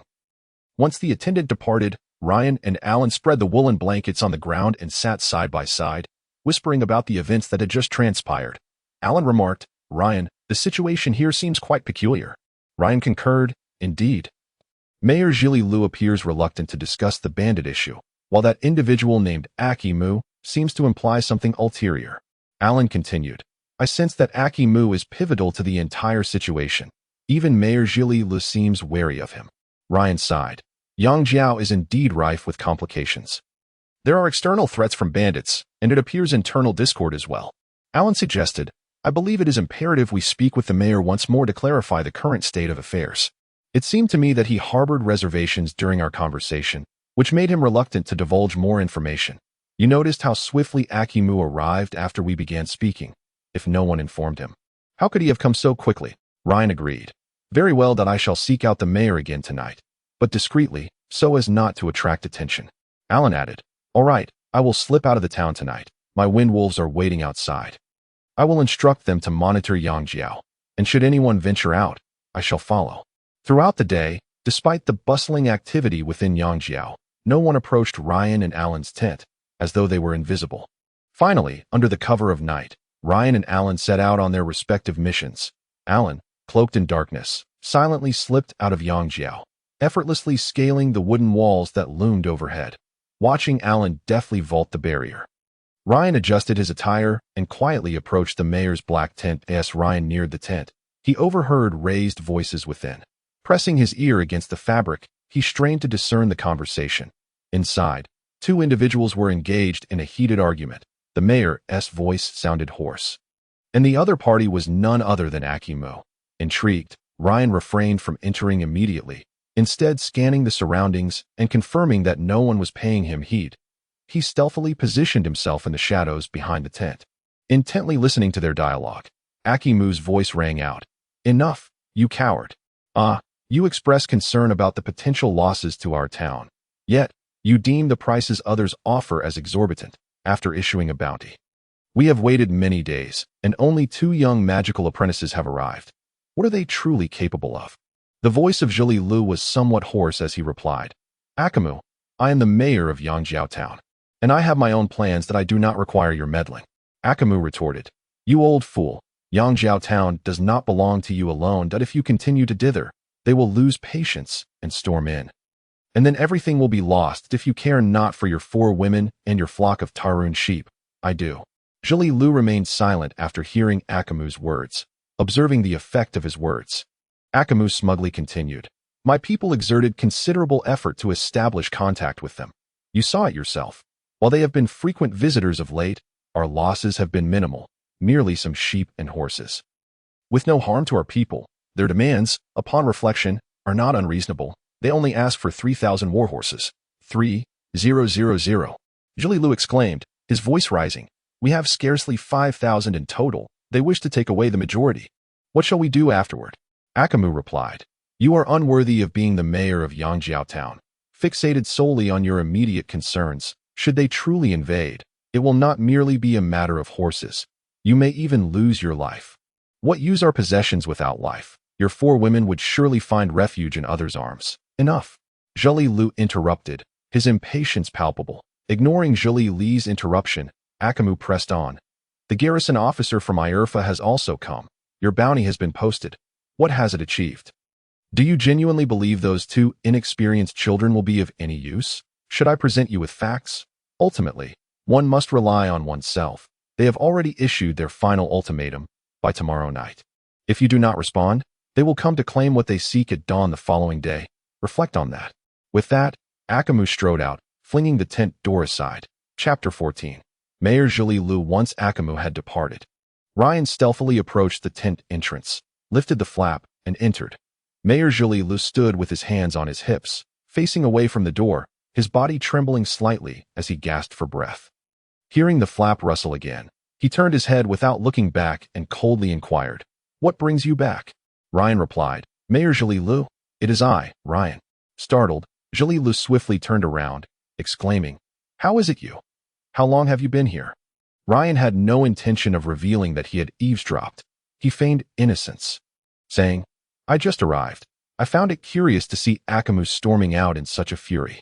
Jolilu, relieved by Ryan's words, beckoned him to sit and inquired about his purpose. Ryan stated, Mayor Jolilu, my companions and I have come primarily regarding the bounty you posted.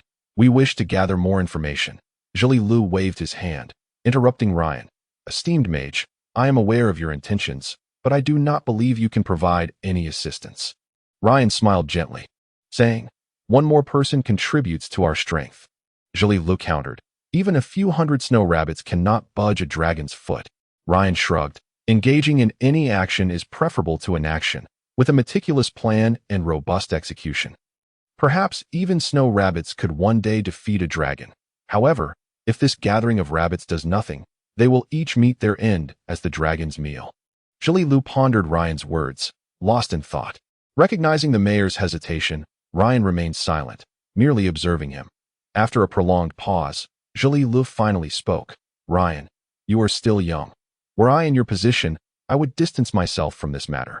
Without life, no plan holds value. Noticing Jolilu's words reflected a lack of confidence, Ryan considered his response carefully before saying, I understand your doubts regarding my abilities, and I do not wish to dwell on them. However, having undertaken the task of eliminating these bandits, I shall remain and strive to fulfill it to the best of my abilities. Even should great peril lie ahead, it is merely the price I must pay before reaping rewards. Jolilu assumed Ryan's commitment stemmed solely from the bounty, and he produced a pouch of coins. Placing it gently upon the table, You are still young. Many matters elude your understanding. Among a group of snow rabbits, not all will share your resolve. Perhaps your arrival today has already alerted certain individuals. Here are 50 gold coins. Take them as your reward for having exerted your effort in this task. Ryan shook his head, unaccustomed to such double-edged discourse, that he pointedly remarked, For instance, Akamu? Jolilu fixed Ryan with a penetrating gaze. What do you truly know? Ryan shrugged again, noting his increasing tendency to do so, and organized his thoughts, saying, I fail to comprehend how a mere 20 bandits can instill such fear in a town of 1,000, leaving the mayor in a quandary, even contemplating reconciliation with the thieves. Upon hearing Ryan's words, Jolilu's expression shifted, and he realized Ryan had overheard his earlier quarrel with Akamu. He opened his mouth to explain but hesitated, instead replying, The garrison officer from Irfa once voiced similar sentiments. Yet he returned in disgrace that I suspect that if not for his official status, he might not have returned at all.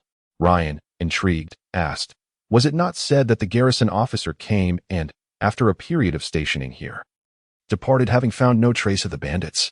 Jolilu scoffed, That odious pig, fatter than I. He came here seeking either gold or women. My people discovered the bandage trail, and in his drunken stupor, he led his men straight into the trap at BY night. He was stripped of his clothes and left at the town's entrance that I suspect the bandits wished to avoid escalating matters, as killing the garrison officer from Irfa would create considerable trouble. Ryan was taken aback by this revelation. Quietly contemplating the implications, despite the officer's incompetence, he had brought 50 soldiers. Did Yangjiao Town not send reinforcements? With this thought lingering, he pressed Zhili Lu. 50 soldiers could not overcome 20 bandits. Where were your men? Did they not intervene? My men. Zhili Lu erupted in fury, exclaiming, I sent my most capable 20 to accompany that pig. But what was the outcome? That insufferable pig fell headfirst into the bandits' trap and, in a bid to save himself, deceived my men, leading them all into the bandits' hands. 20 men. Each one had their throats cut by those vile bandits. Ryan was shocked by this revelation, realizing the gravity of the situation and why Zhili Lu had little faith in him. Yet, a question lingered in Ryan's mind. Forgive my bluntness, Mayor Zhili Lu, but I remain perplexed. Even after this first failure, Yangjiao Town still has hundreds of young men and could seek aid from Irfa once more. Are we truly to concede defeat? Zhili Lu gazed at Ryan's earnest face, momentarily lost in thought, before responding vaguely. 20 young men, the youngest among them not much older than you. They represented the future of Yangjiao Town, now squandered by that incompetent pig.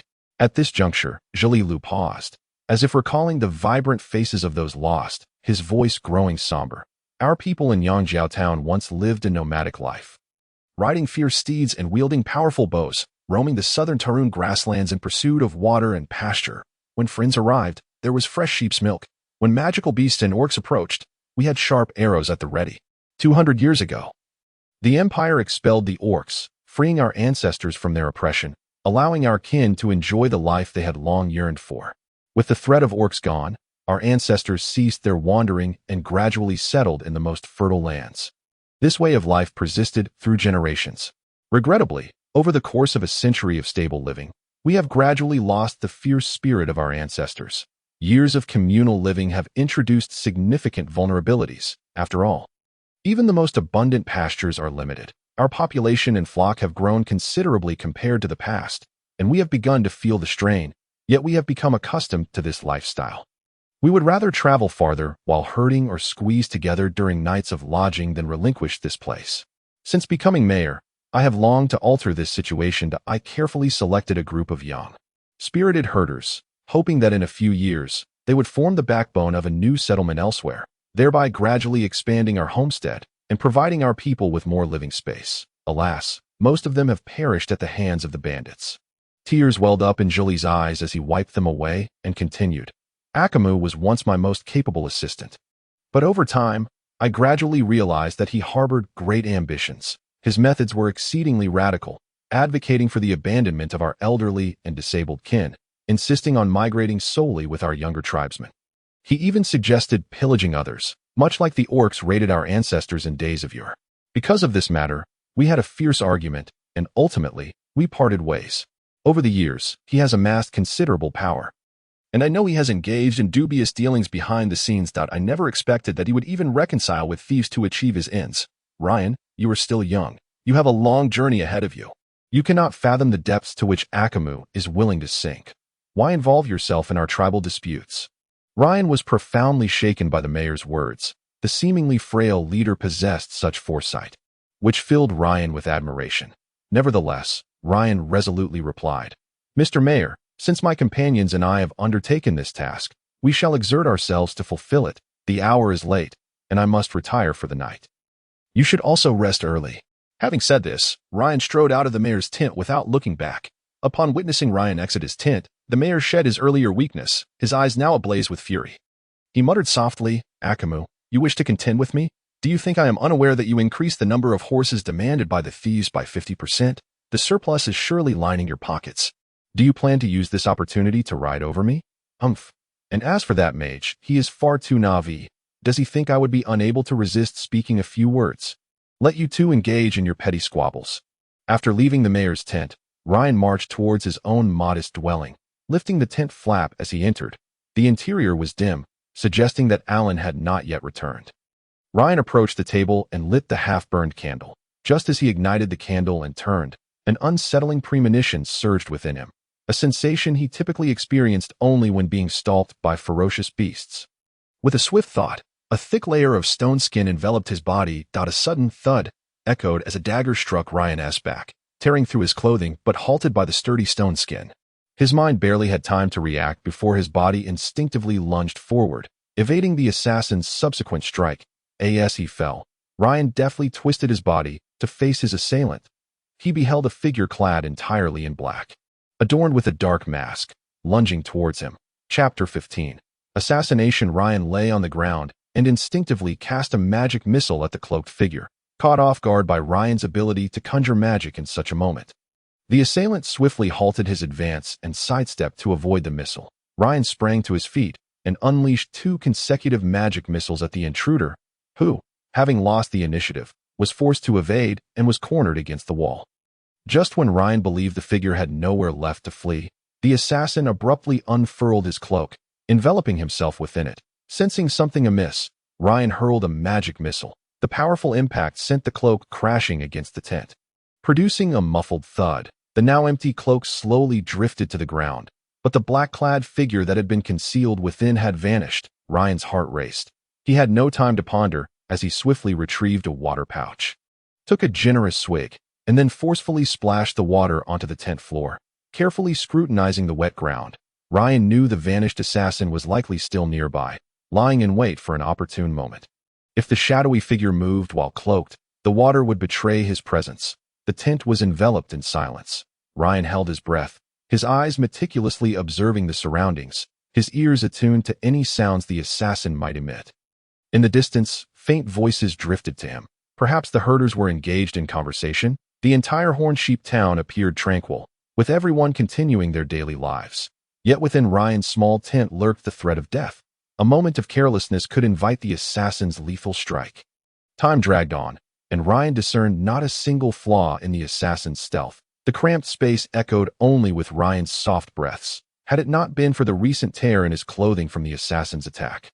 One could easily assume nothing had transpired. As Ryan observed the water on the ground gradually drying, a sense of foreboding gripped him. The assassin was clearly intent on outlasting him. Regrettably, he had yet to master the spell True Sight. Otherwise, he could expose the lurking figure. Realizing that time was not on his side, Ryan's mind raced, formulating a plan. Suddenly, he extinguished the candle, plunging the tent into darkness. The assassin, lurking in the shadows, watched Ryan's every move. Seeing him extinguish the flame, the figure stealthily approached the tent entrance, seemingly intent on vacating this perilous locale. The assassin thought to himself, "Do you truly believe I cannot see you in the dark?" He quietly followed behind Ryan, preparing to strike as soon as Ryan lifted the tent flap. The assassin understood that stepping into the light from the darkness would momentarily blind anyone, and Ryan, lulled into a false sense of security, would be vulnerable at that instant. A perfect opportunity to strike. As Ryan reached the entrance and grasped the tent flap, the assassin tightened his grip on the dagger, ready to deliver a fatal blow. However, to the assassin's astonishment, Ryan abruptly turned and cast a fireball spell towards the center of the tent. The fierce explosion of the fireball filled the tent with blinding light, momentarily rendering the assassin disoriented and blind. Although he instinctively attempted to dodge, the flame still singed his garments. Ryan had expertly controlled the spell's power. The explosion engulfed the entire tent, while sparing himself. The small tent ignited instantly, and the assassin's silhouette became glaringly apparent amid the flames. Ryan, witnessing the success of his ruse, promptly expelled the water he had been holding in his mouth. Unbeknownst to the assassin, the water Ryan had consumed earlier remained unswallowed. The blinded figure could not evade as Ryan sprayed the water, dousing the flames, licking at his clothing and leaving him in a disheveled state. Ryan felt a surge of satisfaction. The assassin's current predicament meant that even if he attempted to conceal himself again, the water would betray his location. And would Ryan grant the assassin such an opportunity? Certainly not. Ryan dashed out of the tent, reciting the fireball incantation once more as a sphere of flame materialized in his hand. Meanwhile, the assassin, having regained his sight, saw his dismal state and realized he could no longer hide, losing his greatest advantage. However, trained and composed, he hurled his dagger at Ryan as Ryan's fireball spell neared completion. He saw the dagger hurtling towards him, its blade glinting with a toxic sheen. Reluctantly, Ryan abandoned the nearly complete spell, deftly evading the incoming projectile. The dagger narrowly missed him, sending a chill of sweat down his back. After throwing the dagger, the assassin drew another and lunged at Ryan. Having undergone training to combat mages, he understood that closing the distance would prevent Ryan from completing his spell, ensuring his victory. Yet, despite being merely an apprentice mage, Ryan was no ordinary sorcerer. He too had undergone rigorous training in martial skills. As the assassin charged, Ryan swiftly cast a mirror image spell and brandished his blade. Shadowbane, to meet the oncoming threat.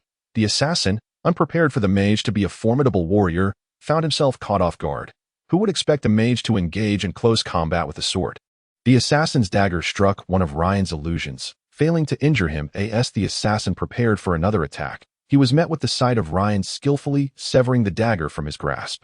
Before the assassin could retreat after losing his weapon, Ryan swiftly slashed Shadowbane across the assassin's throat. The two figures collided, and the assassin collapsed before Ryan, one hand grasping his neck, while the other feebly clutched a broken dagger.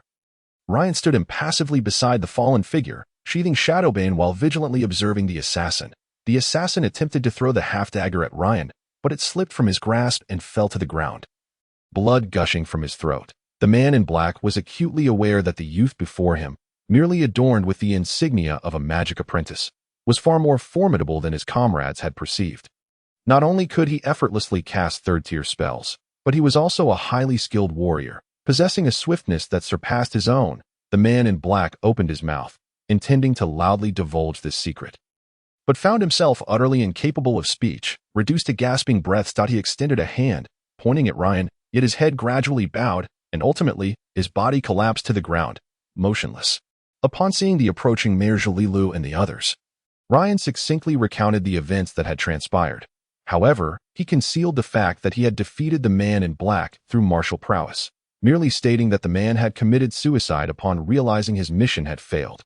As Ryan's gaze swept across the gathered crowd, he noted that of the 4 guards who had trailed behind Akimu earlier, only 3 remained by his side. That a subtle stir of thought crossed his mind, and he deliberately remarked, "Mr. Akimu, it appears your guards are somewhat lacking in diligence. Look at this significant incident, and yet one is still fast asleep in the tent." Upon hearing Ryan's words, Akimu's eyes seemed to ignite with fury. He glared at Ryan, prepared to retort, but was restrained by a guard at his side. Drawing a deep breath, Akimu coldly stated, "My guards require no oversight from you." Before striding away, the expression of surprise flashed across Mayor Jalilu's face. Though it was fleeting, yet Ryan caught it all. The mayor feigned a few words of apology, implying that he had failed to safeguard Ryan, allowing a thief to infiltrate Yangjiao town. But fortunately, Ryan's formidable magic had averted disaster. He then arranged for Ryan to be given a much larger tent, albeit situated a considerable distance from his own black tent. Following this, he sent for the body of the man in black to be disposed of. The residents of Yangjiao town attempted to extinguish the flames with water, but the burning tent was small, and by the time they fetched water from a distant stream, the tent had been reduced to ashes. Fortunately, it was discovered in time, and Ryan's small tent was situated far from those of the other herders, thus sparing them from the fire's wrath. As the remains of the tent smoldered, the townsfolk exchanged reminders before retreating to their own tents. Ryan returned to his new quarters, which were far superior in both space and furnishings compared to his previous one. That the floor was adorned with woolen carpets. The table bore a water bucket and 2 cups, and the blankets for sleeping appeared significantly cleaner. After waiting for a while without the return of Ilundo, he extinguished the candle and laid down on the carpet to sleep. Chapter 16. Perception. The following morning, Ryan, still in slumber, was abruptly awakened by the sound of the door flap being lifted. He opened his eyes to see Ilundo entering. Stretching languidly, Ryan sat up and smiled at Ilundo, saying, "I thought you would return last night." Ilundo settled beside the table, filled a cup with water from the bucket, and drank it down in one gulp. After wiping his mouth, he responded to Ryan, "In truth, I did return last night, but I witnessed quite a spectacle." "Oh," Ryan exclaimed, shifting closer to Ilundo, urging, "Do tell, what did you see?" Ilundo recounted, "That night wore me out. When I returned, I saw our tent ablaze and was quite worried for you, only to later learn it was you who set it on fire." I observed a man in black launching a surprise attack on you, which led me to suspect a connection to the thieves, so I concealed myself and waited quietly. Sure enough, after everyone had settled down, 3 figures stealthily left Yangjiao town. I followed them. Ryan quickly interjected, "Wait, let me guess. Those 3 must be Akimu and his 2 attendants." Alundo praised, "Spot on. I trailed them for quite a while before I caught a glimpse of Akimu." "I can't believe you guessed it so quickly," Ryan explained. "It relates to what I overheard last night, but you should share your account first." "All right." Alundo continued.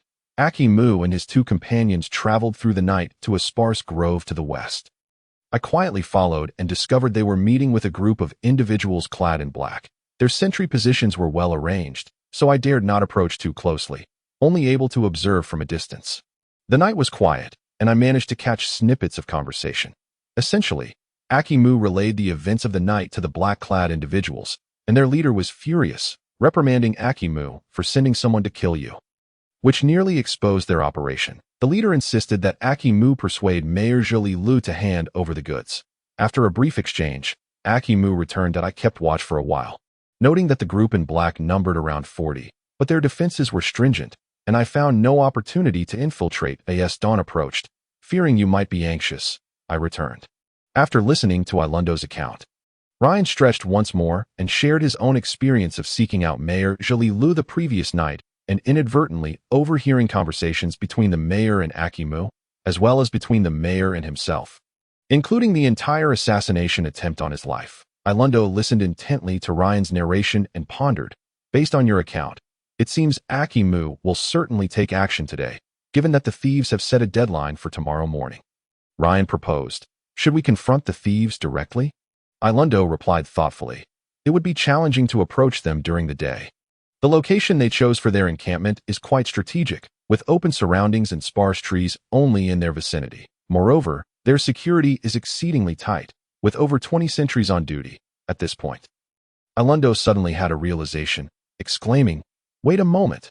Ryan inquired, "What is it?" Alundo replied, "I have always sensed something amiss, but it only clicked when you mentioned the sentries. Ryan, don't you find it peculiar that a camp of over 40 thieves has more than 20 sentries?" Ryan considered Alundo's words and concurred that there was indeed something suspicious. He mused, "If the number of thieves is not merely 40, then there must be someone of great significance among them." Alundo added, "Typically, thieves seek gold or other small, valuable items that are easy to carry. It is rare for them to demand horses, let alone 3,000 of them. With only 40 individuals, it is inconceivable that they could manage so many horses at once." Ryan shared his own theory. "I suspect that these thieves may well be Akimu's men. He is using the guise of thieves to threaten the mayor, demanding a substantial number of horses to weaken the town's strength while simultaneously bolstering his own. Once the balance of power in Yangjiao town shifts, he could very well position himself as mayor, manipulating others to act according to his design." "That doesn't hold," Alundo countered. "Where would he conceal 3,000 horses? Besides, if he intends to follow Mayor Zhili Li's strategy to seize the mayoral position, he could use this opportunity to manage affairs meticulously, making the mayor appear ineffective, thereby showcasing his own capabilities. The current proposal to commandeer a significant portion of the town's horses seems counterproductive. Even if the situation resolves, what advantage does he gain?" Ryan nodded, conceding that his hypothesis was flawed. "What could it possibly be?" he lamented, scratching his head and muttering. 3,000 horses. Only an army would require such a number. Alundo suggested, "Never mind. Ryan, if we can't figure it out, let's not dwell on it. That we should set off immediately to confront the thieves. Regardless of the connection between Akimu and these thieves, the only threat to Yangjiao town ultimately lies with them. And our mercenary task is to eliminate this group." Ryan expressed concern. "Have you managed without sleep through the night?" Alundo shook his head, indicating he was fine. The two quietly exited the tent. The dawn was still early, and most herders remained asleep. Alundo glanced around, seeing no one, then led Ryan stealthily out of Yangjiao town, carefully making their way away. Once they were beyond the town's site, Alundo guided Ryan swiftly toward the direction of the thieves' camp. By midday, they reached the outskirts of the thieves' encampment. Concealed within a dense thicket, they silently observed the fortified camp nestled among the trees. Just as Alundo had described, the thieves' defenses were indeed formidable, with sentries positioned at a distance, and small patrols of thieves on horseback periodically circling the area. Finally, When darkness fell, Ryan and Ilundo took advantage of the night to approach the thieves' camp. At that moment, they heard the sound of galloping hooves in the distance. A group of riders was approaching the encampment. As they drew nearer, Ryan was astonished to recognize Mayor Jolie Lu among them. The mayor seemed quite familiar with the thieves, as his arrival went unchallenged. He rode directly into the camp and dismounted in front of the central tent.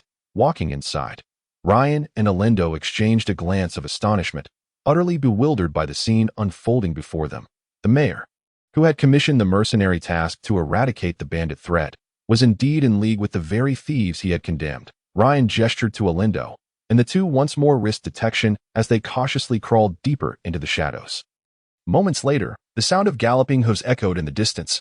Ryan and Ilundo hastily concealed themselves, peering out to observe the situation. It was Azumu, accompanied by 3 others, arriving at the bandit encampment. Amidst the bandits' inquiries, Azumu dismounted and strode towards the thieves' lair, while one of his companions quickly grabbed hold of Azumu's horse. Upon reaching the entrance of the bandit camp, Azumu was halted by a bandit who scrutinized him closely. Only after confirming that Azumu bore no weapons was he permitted to enter. The bandit leader emerged from the central tent, a tall man obscured by a mask, rendering his features indistinguishable. Azumu, upon spotting the bandit leader, hurried forward, exclaiming, "That damned coward refuses to comply, no matter how I plead." The bandit leader responded with a clear, resonant voice, rich in timbre. "It matters not. Whether he agrees or not is of no consequence." Azumu, perplexed, queried, "How can that be?" "According to our plan." Before he could finish, a familiar voice interrupted. "According to our plan, you are merely a pawn." Azumu's head snapped up, and to his disbelief, the last person he would have ever imagined emerged from the bandit leader's tent, Mayor Zelile. Azumu's face blanched, and he pointed a trembling finger at Zelile. Incredulity etched across his features as he stammered, "You? How could you?" Zelile cast aside his usual feeble demeanor, his voice laced with malice. "Azumu, I have tolerated you for far too long. If it were not for our scheme, do you think you would have survived this long?" Azumu glanced between the bandit leader and Zelile, a sudden realization dawning upon him. He shouted, "I understand now. You have been colluding all along. I have been deceived." In a state of panic, he turned to his companions, urging, "Quick, help me fight our way out." Yet his allies stood unmoving, one of them sneering, "You foolish Azumu. Did you truly believe that a mere 100 gold coins could hire 4 elite Soul Eater assassins? If it were not for the leader's plan, I would have torn you apart yesterday, without your pathetic intelligence. How could Mingwen have been slain by a mere apprentice mage?" Azumu felt the ground shift beneath him, his unwavering confidence crumbling as the realization struck him. Everything he had done in recent years had been orchestrated by others. And he felt utterly foolish. His body began to sway, and he struggled to remain upright. Suddenly, darkness engulfed his vision, and a searing pain pierced his back, gritting his teeth against the agony. Azumu managed to turn and behold Zelile. A wicked grin plastered across his face. It was this seemingly weak man who had plunged a dagger into his back. Azumu gasped, "Why? Why?" Zelile replied, "As mayor, I have always been subservient, reliant on the town's council for decisions. When was it ever my turn to take charge? Now, all those who oppose me in Yangjiao Town have been drawn to your side. If tomorrow's plan succeeds, you and your companions will bear the blame, while the rest who defy me will meet their end at the hands of the Reaper. Then, the entirety of Yangjiao Town will belong to me, and I shall finally be its true master." Wounded and nearing death, Azumu clung to life by sheer willpower. Upon hearing Zelile's words, comprehension washed over him, and with his last breath, he collapsed to the ground, lifeless. Zelile savored the moment, a triumphant laugh escaping his lips at the sight of his adversary's demise. The bandit leader, seemingly unimpressed by Zelile's arrogance, furrowed his brow and inquired, "Have you made arrangements in Yangjiao Town?" Zelile did not immediately respond. Instead, he kicked Azumu's corpse with disdain and spat upon it before leisurely addressing the bandit leader. "Rest assured, all is in place. Your men will infiltrate Yangjiao Town before dawn, disguised under the guidance of Azumu's 3 followers, leading everyone to believe it was Azumu's directive." He gestured towards the 3 Soul Eater assassins who had accompanied Azumu. The bandit leader continued, "And what of the young mage and his companions?" Zelile chuckled dismissively. "That naive apprentice has been thoroughly deceived by my words, believing the bandits to be drawn by Azumu. How could he possibly fathom our true intentions? He was assassinated last night, and has remained hidden in his tent all day. He may very well be asleep. The bandit leader pressed. Have you sent someone to confirm? Are you certain he has remained compliant within the tent? Zilal scoffed. What is there to worry about? He is just an inexperienced apprentice. However, the bandit leader disagreed. Anyone capable of killing Mingwen could not simply be an ordinary mage apprentice. Mingwen was an elite assassin among the Soul Eaters, having eliminated countless targets over the years. How could he have fallen to a mere apprentice? The bandit leader instructed the 3 Soul Eater assassins who accompanied Azumu. Upon your return to Yangjiao Town, keep a close watch on that mage and his companions. If the opportunity arises, then, he made a slicing gesture across his throat. The assassin who had spoken with Azumu responded without hesitation. Understood. The bandit leader then turned to Zilal. You must return immediately. My men will arrive before dawn. You must conceal them well, ensuring no slip-ups. This is paramount. As for your herders and horses, send them away with my men to avoid any losses. Be cautious not to flaunt your success in public. Maintain your usual weak facade. Under the bandit leader's urging, Zilal mounted his horse and departed with his companions, his demeanor suggesting he paid little heed to the bandit leader's words. Once Zilal had ridden away, a burly man approached the bandit leader, whispering, My lord, this fellow is far too insolent. Should we? The bandit leader interrupted, gesturing for silence. Left hand, let him revel in his arrogance for now. When our plans come to fruition tomorrow, we shall slowly toy with him. The man known as Left Hand nodded, raising his hands, which bore deadly steel claws, sharp, menacing, and stained with the blood of countless victims. Left Hand swung his claws menacingly, growling. In times past, those who dared to insult our lord's authority would have been shredded to pieces by me. The bandit leader replied, Our circumstances have changed. Patience is key. He inquired, What news from Right Hand?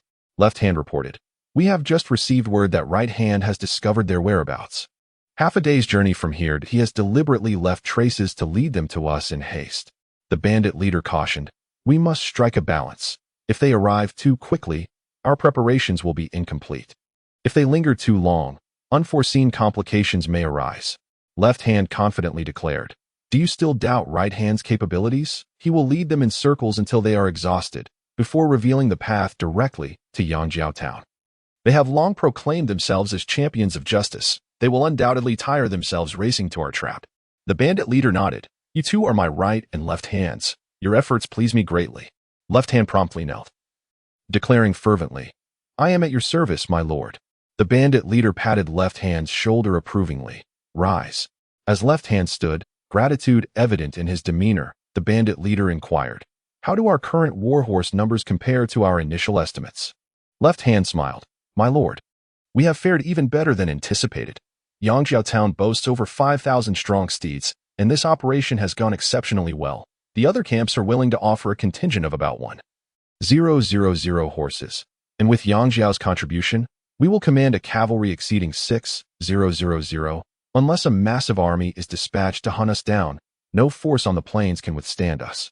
The bandit leader replied coolly, At dawn, Zilal should make an appearance and begin distributing the horses in batches to the young men of Yangjiao Town, to prevent too many from congregating there and jeopardizing our plans. Once we have dealt with them, we shall indulge ourselves. We have all been pent up for far too long. Left Hand's gaze turned lecherous as he chuckled. My lord has also toiled for long. The fairest maiden shall be reserved for you.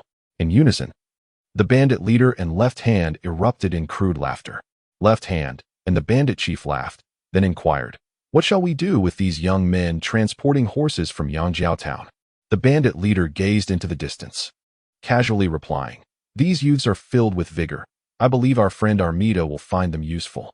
Ryan and Alindo watched the entire scene unfold from afar, though they could not hear the words exchanged due to the distance.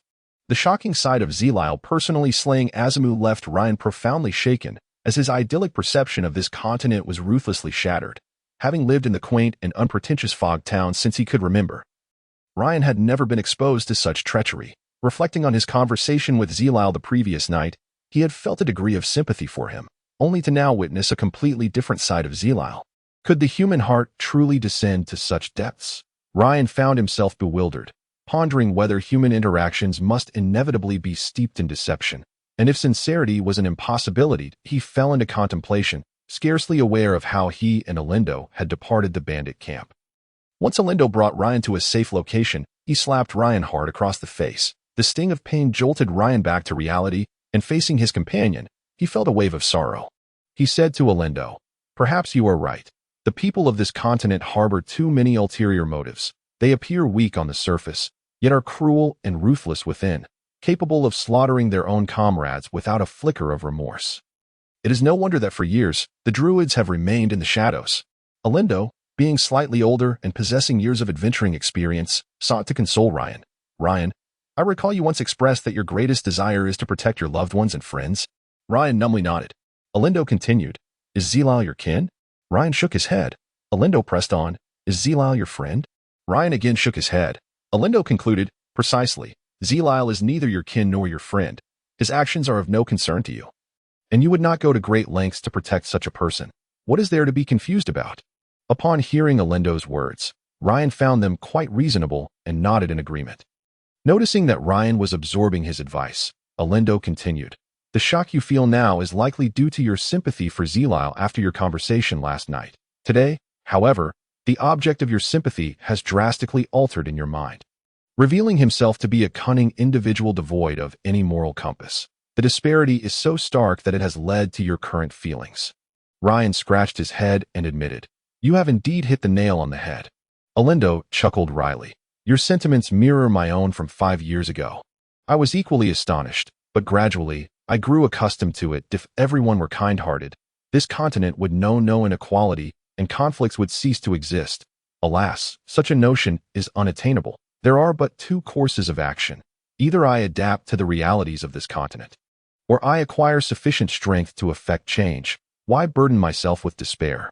Chapter 18. Luring the enemy. Ryan was inspired by Alindo's words, reflecting inwardly.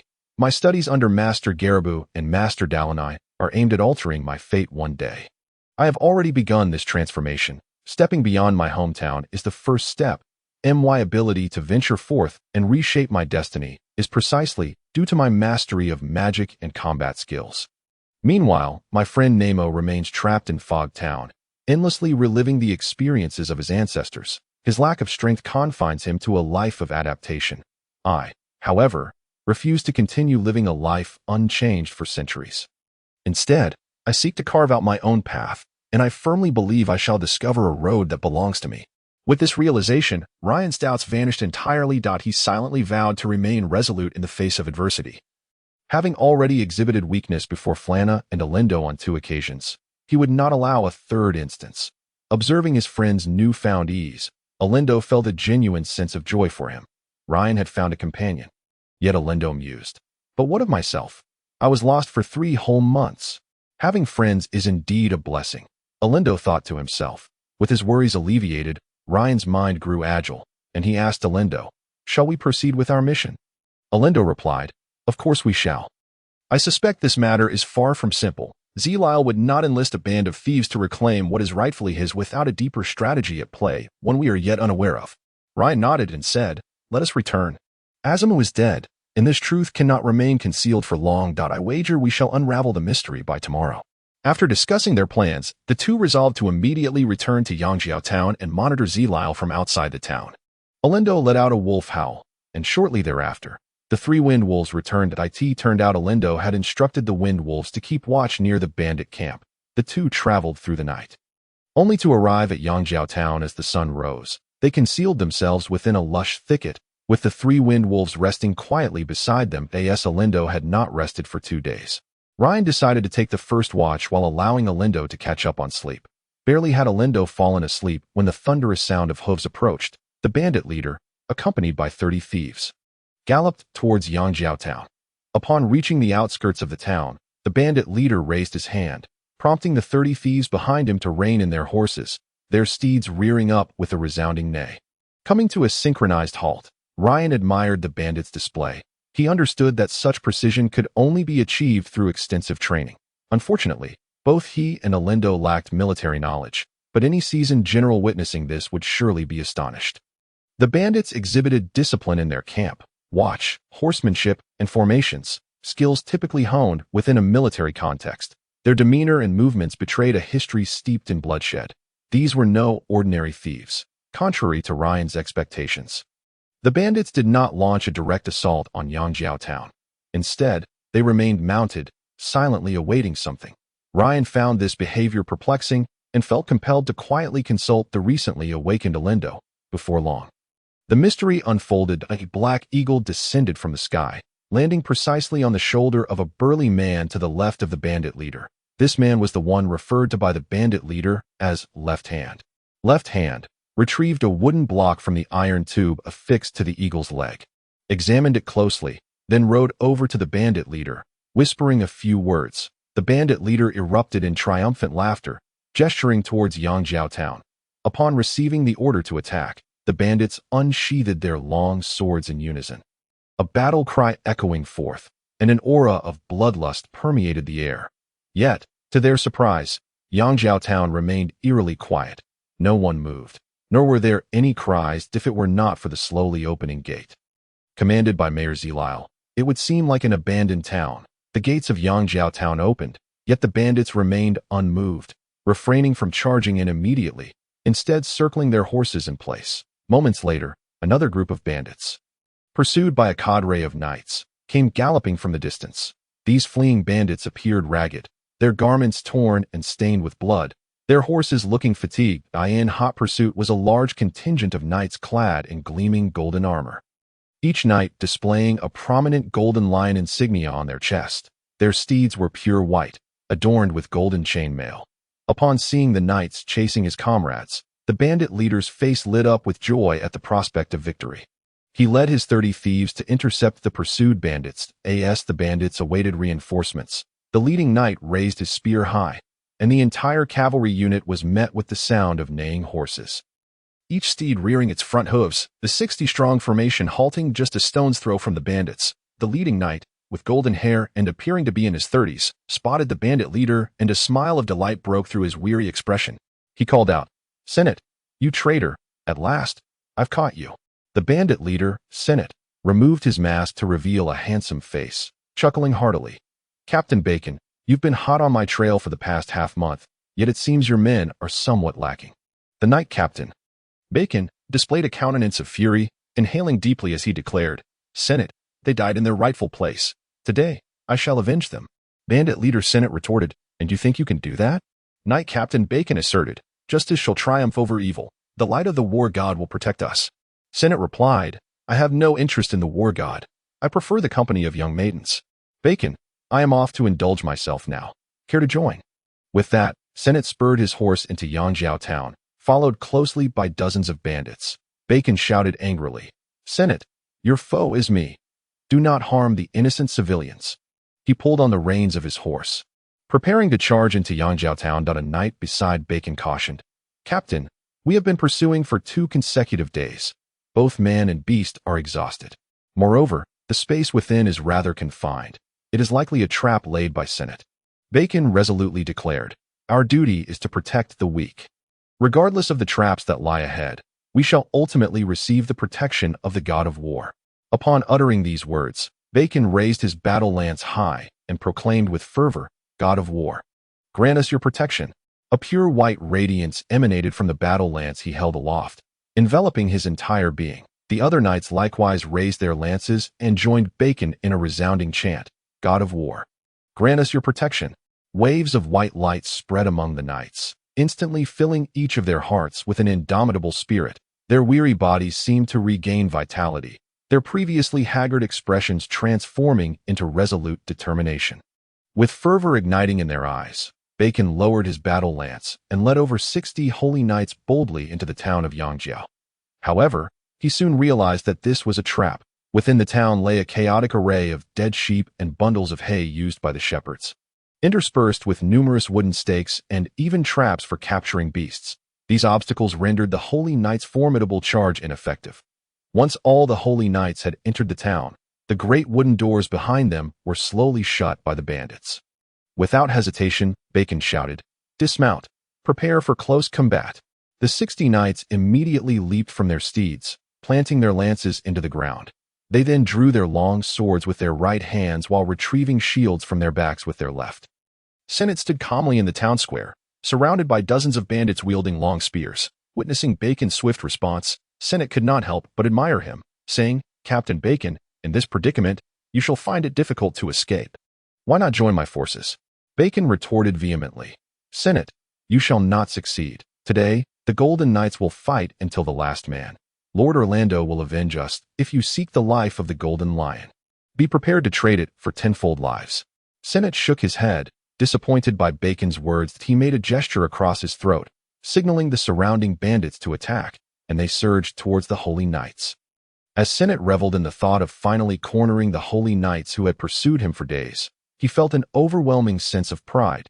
He had gathered over 300 men, nearly all of his hidden forces from the South Tarlon Prairie. For this decisive strike, he intended to show the world that, even though he had been defeated by Lord Orlando's Golden Lion, he could swiftly turn the tides. Moreover, he, Senate, was on the verge of becoming the first person in 2 centuries on the continent of Aeslar to systematically annihilate the Golden Knights. Chapter 19. The Trap, however. The battlefield before Senate soon filled him with fury. Under Bacon's command, the Holy Knights formed a large square formation to collectively withstand the bandits' assaults. The formation consisted of 3 layers, with over 40 Holy Knights on the outermost edge, skillfully coordinating to repel the bandits' advances. Under Bacon's unified leadership, the outer Knights created an opening to lure a small number of bandits in, only to close it off thereafter. The infiltrating bandits would be surrounded and slaughtered by the 10 or so Holy Knights in the center, after which Bacon would again direct the formation to reveal another gap and continue the extermination of the next batch. In the innermost layer of the formation, 7 or 8 knights cast the blessing of the god of war spell upon their comrades. Should anyone suffer severe injury, these knights would take the place of their wounded brethren, allowing them to receive healing and rest within the formation. This dual-purpose formation rendered the bandits utterly impotent. And in just a brief moment of distraction, over 20 bandits had perished at the hands of the Holy Knights, while only 2 Holy Knights sustained fatal injuries. Standing beside Senate, the left hand recognized the dire situation and personally led a group of formidable bandits into the fray. The left hand, a member of Senate's elite guard, had been meticulously selected for their exceptional combat prowess, exuding an aura of lethal intent with every movement. He targeted the weakest link in the Holy Knights formation. Commanding his elite bandits to charge forward, he shoved aside a bandit obstructing his path and, clenching his steel claws into a fist, struck fiercely at a Holy Knight. The Holy Knight raised his shield, blocking the blow. The clash of fist against shield resonated loudly. The left hand bellowed, causing a ringing in the ears of those nearby. He aimed a kick at the Holy Knight, who lowered his sword to slice at the left hand's thigh. Had the left hand not halted, his thigh would have been severed. The left hand forcefully retracted his kicking leg, taking a half step back, while his steel claws menacingly lunged at another knight. This knight, focused on fending off 3 bandits, was oblivious to the left hand's ambush. The Holy Knight, witnessing the impending danger to his comrade, felt compelled to warn him, but the left hand's earlier shout left their ears ringing, rendering them unable to communicate, with no other option. The Holy Knight advanced a half step, raising his long sword to thrust at the left hand's vital chest, hoping to compel him to abandon his assault. That half step was all that was needed. The left hand seized the Holy Knight's sword with force, twisting it until the pure steel blade crumpled into a heap of scrap metal. The bandits around the left hand coordinated seamlessly, their long spears thrusting powerfully into the Holy Knight's throat, though the Holy Knight's comrades fought valiantly to rescue him. The narrow margin had cost them dearly. The left hand discarded the twisted sword, pushing the slain Holy Knight towards Bacon, who, unwilling to desecrate his fallen comrade's body, hesitated before accepting it and handing it to a nearby companion. This moment was precisely what the left hand sought. He stepped boldly forward, taking the place of the fallen Holy Knight, ready to confront Bacon. Bacon's eyes flared with fury as he brandished his long sword towards the left hand. Unfazed by Bacon's onslaught, the left hand nonchalantly deflected the strikes with his steel claws, refusing to yield an inch. He resembled a vampiric demon, firmly embedding himself at the heart of the Holy Knight's formation. Realizing that his relentless attacks could not dislodge the left hand, and witnessing the bandits using his distraction to slay several more of his comrades, Bacon signaled for a retreat, gradually easing his offensive in hopes of luring the left hand into a trap where they could overpower him. Before the left hand engaged in battle, He had meticulously observed the Holy Knight's formation and was fully aware of Bacon's intentions. He let out a cold chuckle, dispersing his hands to strike. One punch deflected a Holy Knight's thrust aimed at a bandit, while another landed on a nearby knight's shield, producing a resounding clang. The bandit facing this particular knight seized the opportunity, driving his spear into the knight's lower body. The Holy Knight collapsed in agony, convulsing on the ground, yet still alive. Bacon, realizing his strategy had faltered and that the left hand was exploiting his retreat to inflict further casualties, felt a surge of frustration. He took a deep breath, clearing his mind of negative thoughts. Lord Orlando had often told him that the stalemate of battle could be broken by a single misstep. Stemming from the commander's negative emotions, dismissing his frustration, Bacon quickly devised a new strategy. Under his command, the previously squared formation of Holy Knights gradually converged, forming a tight, circular configuration. The circular formation proved more compact.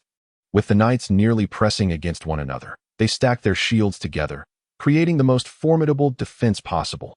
Bacon inwardly lamented that while the previous formation could lure enemies in for a strike, this circular formation, though more secure, lacked any capacity for counterattack. The outcome now hinged on sheer willpower. The question remained, who would falter first? The left hand, observing the Holy Knight's transformation, sought to capitalize on the moment to breach their defenses, but found himself firmly rebuffed by Bacon. Once the knights had adopted their circular formation, the left hand's repeated assaults proved futile. The circular array's strength lay in its formidable defense. The view was dominated by an impenetrable wall of shields. Even a steel claw striking against it produced merely a sound. And even if a few fell, amidst the densely packed defenses of the Holy Knights, their bodies would remain standing. The battle had reached a stalemate. Senate, observing the situation, wore an expression of displeasure. He had no desire to grind out a victory against the Holy Knights. In this clash, he held absolute advantages in timing, ambush locations, and numbers. If it took days of attrition to secure a win, it would be a dishonor, a mark of incompetence. A look of hesitation crossed Senate's face as he pondered carefully before deciding to play his final trump card. After all, once this was over, all outsiders would be silenced, and there would be no fear of leaks. With this thought in mind, Senate turned to a figure cloaked in black behind him, saying, "Vale, I have lost my patience. It is time for you to act." The man referred to as Vale approached slowly. Upon hearing Senate's command that he removed his black cloak, revealing a white robe adorned with a prominent lightning emblem upon his chest.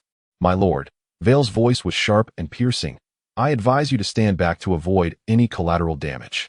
Senate nodded, retreating with his guards to a safe distance. As soon as Senate had retreated to a distance, Veer immediately recited an incantation, and with a sharp, piercing sound, his hands gradually became enveloped in blue electric light. Under Veer's command, this massive surge of electric energy coalesced into a thick, pale blue chain, hurtling towards the Holy Knight. In an instant, the formidable lightning chain struck an unsuspecting Holy Knight on the head. The knight, struck by the chain, let out no cry, instantly reducing to a charred remnant. After claiming the life of this Holy Knight, the lightning chain did not dissipate. Instead, it ricocheted towards another knight nearby. Singeing his left shoulder, he emitted a terrible scream, only for a rogue to seize the moment and swiftly slice his throat. However, the lightning chain, upon its third rebound, struck the face of a nearby rogue, before continuing to ricochet off two more Holy Knights before finally vanishing. Due to the multiple bounces, the chain's power had significantly diminished. Aside from the rogue who was lethally struck, the other two Holy Knights merely sustained injuries, not fatal ones. With a single strike, Veer had dispatched two knights, instantly boosting the morale of the rogues. Bacon loudly shouted a series of commands to rally their spirits, then clasped his hands over his chest in prayer for the blessing of the war god. Soon, a radiant golden light emanated from beneath Bacon, gradually expanding to envelop all the Holy Knights. Just then, Veer completed his second chain lightning spell. The thick lightning chain surged directly towards Bacon. Standing resolutely, Bacon raised his shield to meet the blue lightning chain, which shimmered with the golden emblem of a lion. The powerful lightning chain collided violently with Bacon's shield, and in that moment, it seemed as if the world held its breath, to everyone's astonishment. Bacon's gleaming golden shield withstood the onslaught of the lightning chain, rebounding the massive blue link outward. The lightning chain struck another Holy Knight's helm, which then ricocheted into the throng of rogues, mercilessly claiming 3 lives before finally dissipating into the air. Witnessing such a fate, the rogues besieging the Holy Knights erupted into chaos. None wished to meet a similar charred end, and some timid rogues were already preparing to flee. Observing the misfortune of their comrades, Left Hand seized the moment with unwavering resolve. His steel claws tore through two fleeing rogues as he bellowed, "Fleeing in battle warrants death." The sight of the blood gushing from the remnants and corpses on the ground quelled the rogue's panic. Vir, witnessing his chain lightning fail to penetrate the war god's blessing upon the Holy Knights, wore a malevolent expression. With a shrill voice, he began chanting a lengthy, complex incantation, his hands moving in intricate gestures. Soon, a vast accumulation of air elements began to coalesce above the Holy Knight formation. As Vir uttered the final syllable, this formidable spell was finally complete. Chapter 20. The reinforcements of the Holy Knights, a swirling mass of ominous clouds, crackling with electric sparks, loomed lower over the Holy Knight formation. Bacon had already sensed the impending danger, yet encircled as he was, he could not launch a preemptive strike to interrupt Vir's spellcasting. Suddenly, a far thicker bolt of lightning struck down from the clouds towards Bacon. With no escape, he could only raise his shining golden shield and brace for impact. The lightning struck his shield with a thunderous roar, the immense shockwave even affecting the nearby Holy Knights. Several were instantly slain by the force of the spell. Dust rose in clouds around them, exposing a slight gap in their once impenetrable circular defense. As the dust settled, Senate could not suppress a smile at the sight of Bacon, clad in battered armor and spitting blood. This devastating blow, even the blessing of the war god could not shield him from. Bacon's shield lay shattered, unable to defend against any further magic, and Senate was confident he would soon eliminate these Holy Knights. Seeing the outcome of his magic, Vir wore a sinister smile, preparing his third spell. This time, he aimed to send both Bacon and the Holy Knights into the embrace of the god of the underworld. After Bacon led the Holy Knights into Horn's Town, Ryan and Allender resolved to assist the Knights. They stealthily re-entered Horn's Town from where they had emerged the previous day, unnoticed by the rogues, villagers, or knights, from their concealed position behind a tent. Ryan and Allender silently observed the Holy Knights forming a defensive line against the rogues, and the rogue spellcaster unleashing a devastating lightning strike that shattered Bacon's shield. Realizing the urgency of the situation, Ryan decisively told Allender, "Go. You distract their spellcaster. I'll use Fireball to aid the Holy Knights." Without hesitating, Ryan dashed towards the Holy Knights, casting Stone Skin to bolster his defenses as he drew near. He did not pause but unleashed a fireball mid-stride. The whistling fireball struck true amidst the rogues, erupting into a violent explosion, flames scattering everywhere. Seizing the opportunity of the rogues' disarray, Ryan circled them, continuously casting fireballs as he moved. Boom, boom, boom. The series of explosions, the splattering flames, the torn limbs, the blood-soaked earth. Horn's Town had transformed into a legendary inferno. The sudden assault throwing the rogues into utter disarray, their lives being ruthlessly harvested. Witnessing the arrival of reinforcements, the morale of the Holy Knights surged. Bacon, a battle-hardened royal knight, swiftly made the correct decision, commanding the Holy Knights to shift formation from a circular defense to a triangular assault. Bacon took the lead at the forefront of the triangle, poised to pierce towards Senate. If they could capture or slay Senate, the tide of battle would shift. Another fireball landed amidst the rogue ranks, obliterating mangled bodies and sending several fierce rogues to their demise at the hands of Ryan. Suddenly, a rogue executed a sneak attack, plunging a dagger into Ryan's back. As surprise registered on the rogue's face, Ryan swiftly turned and unleashed a magic missile, dispatching his assailant, then immediately followed up with another missile to eliminate another rogue attempting to approach. Witnessing the merciless slaughter of his comrades at the hands of the young mage, the rogues were filled with dread. A mage capable of casting spells while moving at high speed, unharmed despite being struck, was an undeniably terrifying presence. With the protection of Stone Skin, Ryan cast his spells with composure, reciting incantations as he actively supported the Holy Knights, launching fireballs that claimed rogue lives. Several rogues attempted to close in on him, but were swiftly dispatched by Ryan's magic missiles. Left Hand, who had been leading the assault against the Holy Knights, witnessed the devastating impact of Ryan's magic on his comrades and decided to confront him personally. While Ryan was fully engaged in aiding the Holy Knights, accurately delivering fireballs to the clustered rogues, he noticed Left Hand approaching. dismissing him as merely another rogue, and carelessly fired a magic missile. Unexpectedly, Left Hand deftly waved his hand, deflecting Ryan's missile with his steel claws. This was the first time Ryan had encountered someone capable of countering magic, and he realized that he faced a formidable rogue leader. He quickly adjusted his movements, utilizing erratic directions and obstacles on the ground to distance himself from Left Hand. Ryan understood that if he were ensnared, all his previous efforts would be in vain. He would lose the initiative, be unable to support the Holy Knights, and even risk his own safety. Left Hand felt a sense of urgency. If he could not close the distance to the young mage swiftly, the mage would continue to inflict catastrophic damage on his comrades. He shouted to the rogues, "Stop him! Do not let him cast any more magic." A rogue raised his shield, attempting to block Ryan's path, recalling how Bacon had successfully shielded against their own spellcaster's magic. However, Ryan surprised the rogue with an unexpected maneuver, drawing forth his weapon, Shadow's End, its dark blade radiating a killing intent. As the rogue with the shield approached, Ryan noted that the rogue's lower body was unshielded. He swiftly cast a magic missile, shattering the rogue's left leg, causing him to collapse in agony. With his sword in his right hand and casting with his left, Ryan executed a technique honed under the meticulous guidance of Garib and Duran. His first use in front of an enemy, he swung Shadow's End, severing a dagger aimed at him, and immediately released a magic missile that struck the rogue who had attempted to ambush him. Amidst the rogue's wails, Ryan launched another fireball, igniting a nearby pile of wood. The roaring flames obstructed Left Hand's pursuit, forcing him to navigate around the bonfire in frustration. Ryan, however, unleashed a fireball in the direction of Left Hand, which was approaching him. With a thunderous boom, Left Hand was caught off guard, and the explosive force of the fireball scorched a large area of his body with magical flames. Left Hand was far more formidable than the other thieves. He gazed at the burn marks on his chest, not uttering a single sound, and continued to pursue Ryan. Yet, wherever he ran, he left behind a trail of crimson. Ryan had not anticipated that Left Hand would be so fierce, rivaling the most ferocious beasts he had ever encountered. Nevertheless, he felt no pity in his heart. He had long categorized this band of thieves as more nefarious than Scar, and he would harbor no doubts about eliminating them. But he swung his shadowy blade to parry a thief's longsword, then delivered a punch that shattered the thief's jaw. Although the thieves surrounding Ryan suffered repeated setbacks, under Left Hand's command, they successfully restricted Ryan's range of movement. However, at that moment, the Holy Knight had already charged within 10 paces of Senate.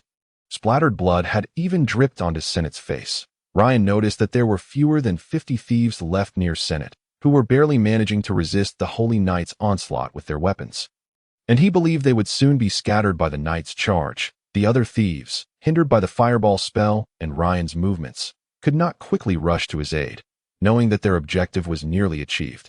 They just needed to hold on a little longer until the Holy Knight subdued Senate, at which point the battle would come to an end. Seeing the tide turn against him, Left Hand realized that their leader Senate was in grave danger from the Holy Knight's assault.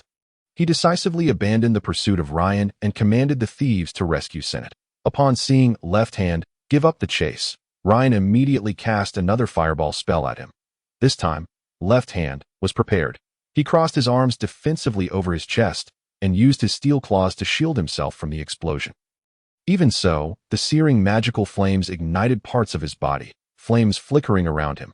Enraged, he let out a furious roar directed at Ryan. Left Hand, thoroughly provoked by Ryan, was determined to eliminate him first. He seized a burning piece of wood with his steel claws and hurled it forcefully at Ryan. Ryan observed keenly, nimbly leaping aside to evade the projectile. Left Hand crouched slightly, then leaped powerfully, covering a distance of several steps to land beside Ryan, thrusting both hands forward to stab at Ryan's chest.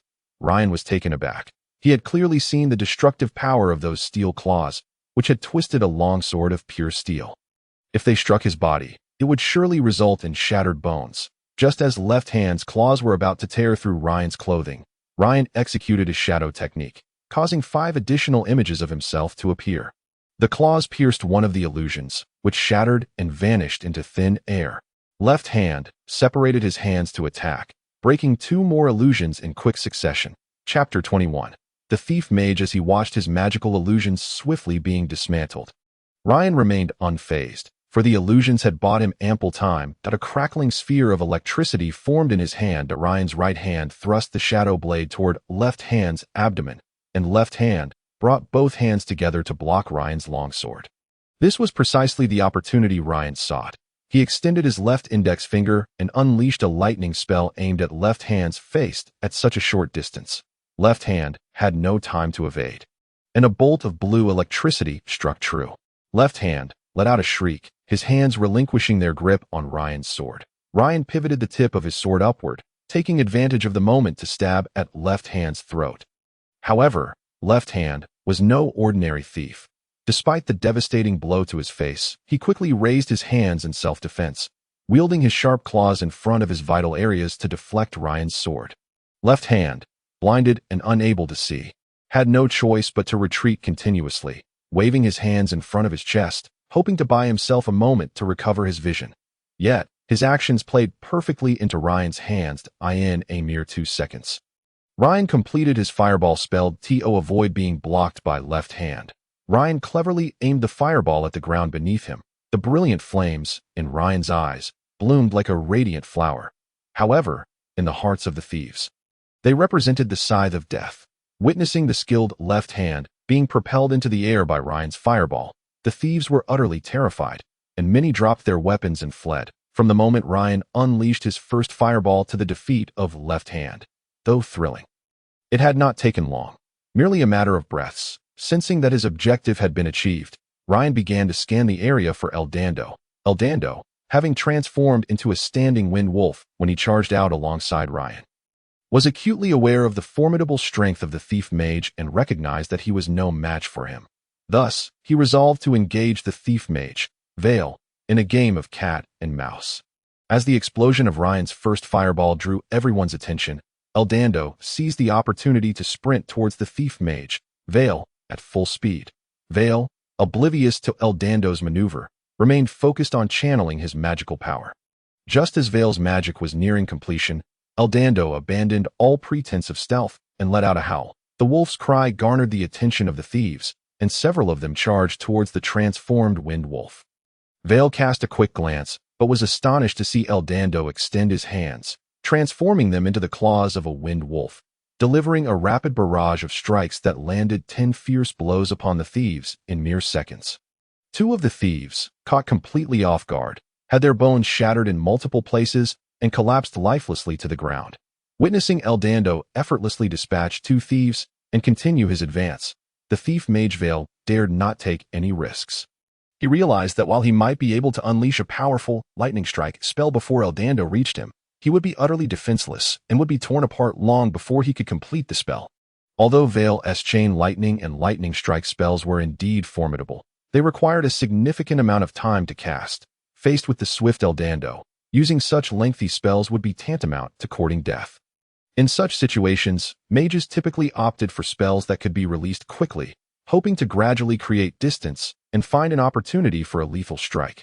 Thus, Vale was compelled to abandon his nearly completed spell and instead began to chant the incantation for a rapidly cast lightning spell.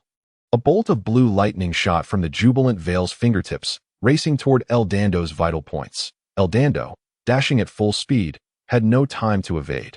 He crossed his arms to shield his vital areas. Taking the brunt of the spell, the immense electric current caused his arms to tremble uncontrollably, and his heart felt a strange numbness, while the white fur on his wolf form bristled, realizing the danger he was in. Eldando rolled on the ground to narrowly avoid Vale's second lightning spell, although his shoulder was still grazed by the electricity. Lying on the ground, Eldando watched as Vale's third lightning spell hurtled toward him, leaving him with nowhere to escape. Just as it seemed Eldando would perish beneath Vale's lightning, a shadow leaped in front of him, intercepting the blue bolt. It was Eldando's windwolf, letting out a mournful cry. It collapsed, lifeless. Witnessing his wind wolf sacrifice itself to save him, Eldando erupted in an anguished roar. That moment, Vale unleashed his fourth lightning bolt. Eldando pushed himself off the ground, rolling to evade the strike. Just then, a thief brandishing a spear lunged at Eldando. Seizing the spear with one hand, Eldando yanked it away with ease. The strength of an ordinary thief was no match for him in his wind wolf form. Instantly, the spear was in Eldando's possession. With one hand gripping the spear and the other grasping the thief's collar, He shoved the unfortunate thief toward Vale, blocking the fifth lightning spell. The hapless thief was reduced to a charred husk before he could even scream. Eldando took 2 steps toward Vale and hurled the spear with all his might. The spear whistled through the air as it flew toward Vale. Vale's face twisted into a cruel smile as he unleashed his 6th lightning bolt. The blue lightning and the spear met in midair, and the immense magical energy caused Eldando's thrown spear to plummet to the ground. Eldando had bought himself precious time and immediately capitalized on the incredible speed of his wind wolf form. Darting around Vale at high speed while occasionally throwing weapons seized from the thieves at him, ensuring that Vale's attention remained firmly on him, Vale unleashed successive lightning spells, all of which Eldando skillfully dodged using the various obstacles in the vicinity of the thieves and Horn Town. To buy time against Vale, Eldando expertly controlled the distance, neither straying too far to allow Vale time to cast powerful spells, nor getting too close to risk being struck by his lightning. Vale's expression grew increasingly feral. He had become completely enraged by Eldando, continuously muttering the incantation for his lightning spell, unleashing bolt after bolt of blue lightning in an attempt to reduce Eldando to ash. Eldando hastily grabbed nearby thieves to shield himself from the magic. The surrounding thieves, witnessing their comrades not only failing to assist the mage, but also being inadvertently slain by his spells, let out cries of alarm and fled in terror. Eldando's situation quickly grew dire. Without the thieves to serve as targets to draw Vale's magic, he was left to rely solely on his speed to evade amidst the obstacles. A group of cunning thieves, observing the actions of Eldando, began to hurl the scattered debris on the ground towards him, complicating his movement. The relentless high-speed maneuvers, compounded by sustaining 2 magical hits, severely drained Elando's stamina, forcing him to take refuge behind a towering pile of grass, gasping for breath. Sensing Elando's predicament, several thieves conspired to take advantage of his vulnerability and charged at him with drawn swords. Elando, unable to expose himself from behind the wooden pile, opted for a defensive stance, swatting away the thief's sword with his robust wolf claw. The thief, startled as his sword slipped from his grasp, turned to flee. However, after a few hurried steps, he realized Eilando was not in pursuit, glancing back to find him still concealed behind the wooden stack. Eilando and the thieves, aware of his reluctance to reveal himself, stood a few paces apart, taunting him in hopes of luring him into a chase, thereby creating an opportunity for the thief mage. Weir, noticing the group of thieves positioned near Eilando, calculated the angle and believed that a chain lightning spell could bounce from these thieves to Eilando, prompting him to gather his magical energy and chant the incantation for chain lightning at that critical moment. Ryan triumphed over the left hand. Witnessing his friend's dire situation, Ryan dashed towards the thief mage Weir. As Weir's lightning crackled and surged, accumulating in intensity, Ryan's heart raced with urgency. Pushing himself to the limits, he recklessly cast a wind speed spell upon himself to hasten his pace. Although the wind speed spell would drain the caster's potential, leaving them in a state of profound fatigue once its effects waned, Ryan paid it no mind. With a flash of white light, his speed intensified, and he could even hear the whispers of wind spirits in his ears. As he closed in on the thief mage, Ryan recited his own incantation, conjuring crackling electricity in his hand. Just as Weir completed his chain lightning spell, Ryan was ready with his own lightning spell. Both raised their hands in unison, unleashing their respective magics. Weir's formidable chain of lightning surged towards the thieves near Eilando, while Ryan's blue lightning raced towards Weir's chain. The 2 bolts, varying in thickness, collided in midair, erupting in a blinding sphere of blue light that flickered with such intensity it was nearly unbearable to behold. The 2 lightning strikes intertwined, swiftly determining the outcome. Weir's lightning chain neutralized Ryan's spell and continued its deadly trajectory towards the thieves. The thieves, still unaware that they were the true targets, remained oblivious to the impending doom. The chain struck its mark with deadly precision, eliciting a scream from one thief. The lightning killed him instantly before ricocheting towards another, scorching half of his body with a tremendous surge of electricity. The unfortunate thief collapsed, writhing in agony on the ground, emitting a chorus of painful cries. Weir, witnessing the diminutive mage mitigate the potency of his chain lightning, effectively saving Eilando's life, felt his face contort with rage. He resolved to eliminate this young apprentice, who bore only the insignia of a novice mage, even while contending with 2 adversaries. Weir, a master of advanced lightning magic, was imbued with unwavering confidence. Chapter 22. A Certain Death, where quietly began to recite the incantation for his lightning spell, only to find that the mage before him had multiplied into 6. Where gritted his teeth, cursing the mage responsible for assessing Ryan's abilities. Why does this mage, who clearly possesses water-based mirroring magic, only bear the insignias of fire and arcane on his badge? Though Weir's lightning spell was swift and deadly, it required a specific target. With 6 mirages before him, he was at a loss as to which was real. Cursing aside, Weir had no choice but to unleash his lightning spell, for Ryan's lightning was already hurtling towards him. 2 pale blue bolts met once more in the skies, resembling star-crossed lovers reuniting, weaving together in a frenzied dance, culminating in another blinding explosion. After flickering violently, the brilliant light vanished into the ether. The confrontation between Weir and Ryan ended in a stalemate. Having cast multiple advanced spells in succession, Weir felt his magical reserves dwindling. He retrieved a potion inscribed with runes from his robe and drank it down. Instantly, he felt his waning power surge back. Taking a deep breath, he prepared to cast lightning once more. Ryan and Weir exchanged lightning strikes 5 times, each bolt colliding perfectly in midair, resulting in another impasse. Weir's mind, consumed by rage, was on the brink of eruption. Who the hell assessed this guy's power? Have you ever seen an apprentice whose spellcasting time, potency, and magical reserves rival those of a high-ranking mage? Yet Ryan remained unfazed, readying his next spell. Weir, through gritted teeth, thought, "Today, I will give it my all. I still have a potion to restore my magic that I refuse to believe you can outlast me." He swiftly recited the incantation for his lightning spell, releasing another bolt of blue lightning. However, this time, Ryan opted for a fireball spell instead. The blue lightning and the crimson fireball intersected in the embarked. They belonged to different magical realms. Their energies could not cancel each other out, resulting in a violent explosion. The scattering red flames mingled with blue sparks, creating a spectacle reminiscent of a magical display at a victory celebration, breathtakingly beautiful and making one wish to freeze time in that moment. But if anyone yearned for time to fly, it was Weir. The fiery debris obscured his vision, rendering Ryan invisible. Without a target, he could not release his lightning spell. As the flames gradually dissipated, a blurred figure emerged before Weir. Fixating his gaze on the silhouette, Weir began to chant the incantation for lightning once again. Just as he was about to complete the spell, a fireball hurtled towards him from the right.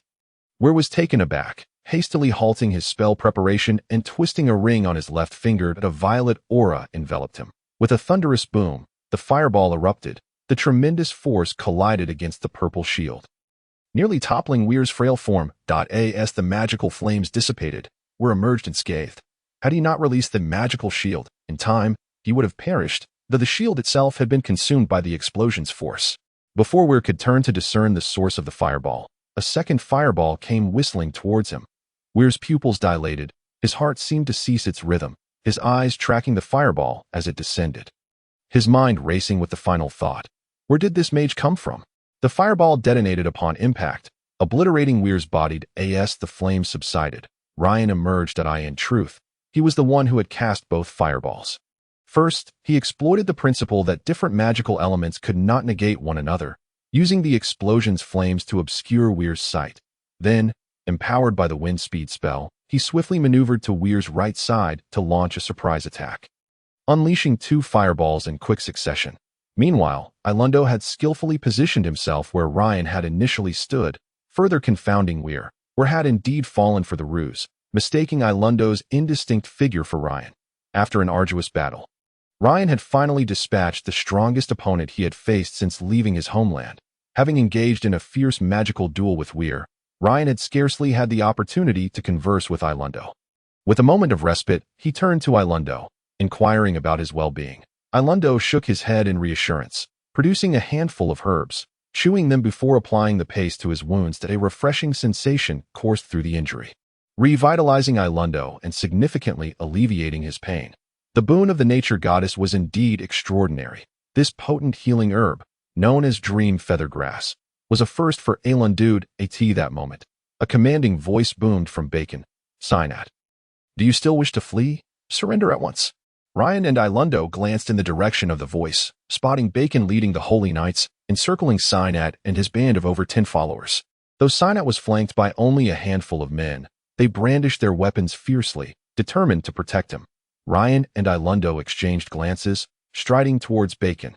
Before they could approach, Sainet's laughter echoed. Bacon, your luck is remarkable. If it weren't for him today. At this, Sainet cast a resentful glance at Ryan, believing that without the small mage, today's outcome would have been vastly different. Bacon replied. Sainet, you stand accused of blasphemy, treason, murder, robbery, and various other crimes. Cease your resistance and return with me to face justice. Sainet regarded Bacon with an expression of incredulity, saying, You genuinely believe you can capture me? With that, Sainet produced an ancient-looking magical scroll, inscribed with intricate runes, and tore it open. Bacon gasped, urgently warning, Everyone be cautious. The knights surrounding Sainet raised their shields, bracing for whatever was to come. As the scroll was shredded, a gentle radiance emanated from Sainet's chest. This light, a blend of myriad colors, flickered in the air. Suddenly, the vibrant orb appeared to be torn apart by unseen forces, rapidly expanding. As Sainet observed the luminous sphere expand to a height sufficient for a single person to pass through. He promptly stepped inside, his figure seamlessly merging with the vibrant glow, gradually fading from sight. Ryan and Alindo gazed into the sphere, following Sainet's silhouette, and could only vaguely discern a vast expanse of pristine white snow alongside an enormous, unidentified magical beast. The air resonated with Sainet's sinister laughter. Wait for me. When I return, I shall present you with a grand gift. Accompanied by his laughter, the light sphere abruptly solidified and swiftly contracted, vanishing without a trace in the blink of an eye. Damn it! Bacon exclaimed, witnessing his prey escape right before his eyes, disregarding the humble code of the knights. Unable to contain his frustration, the dozen or so thieves who had accompanied Sainet lost all resolve upon witnessing their leader's retreat. They dropped their weapons, crouching on the ground with their hands clasped over their heads. Just as Ryan intended to approach Bacon for a brief conversation, an overwhelming fatigue surged from deep within him. His vision darkened, and he succumbed to a profound slumber. Time passed, and Ryan slowly opened his eyes, faintly perceiving Alindo's figure before him. He sat up, stretching languidly and producing a soft sound. Upon hearing Ryan's voice, Alindo turned, a look of joy illuminating his face as he remarked, It appears the blessing of the war God bestowed upon Bacon and the others truly proved effective. Ryan, you are awake. Ryan felt an all-encompassing ache throughout his body and weakly inquired, Where am I?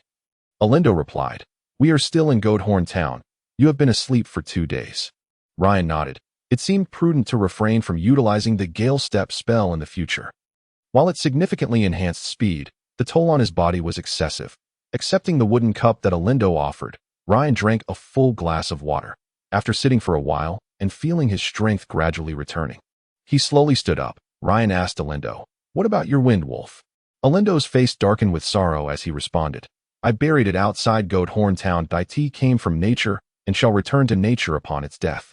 During a previous conversation, Ryan had heard Alindo speak of some druidic tenets, wherein they regarded themselves as guardians of nature, directly burying fallen comrades at the places where they fought. Alindo, reluctant to delve further into the matter, informed Ryan, While you were asleep, I spoke with Bacon, the leader of the Holy Knights, about our purpose for coming here. Ryan gently nodded. Alindo continued, Bacon wishes to see you once you awaken.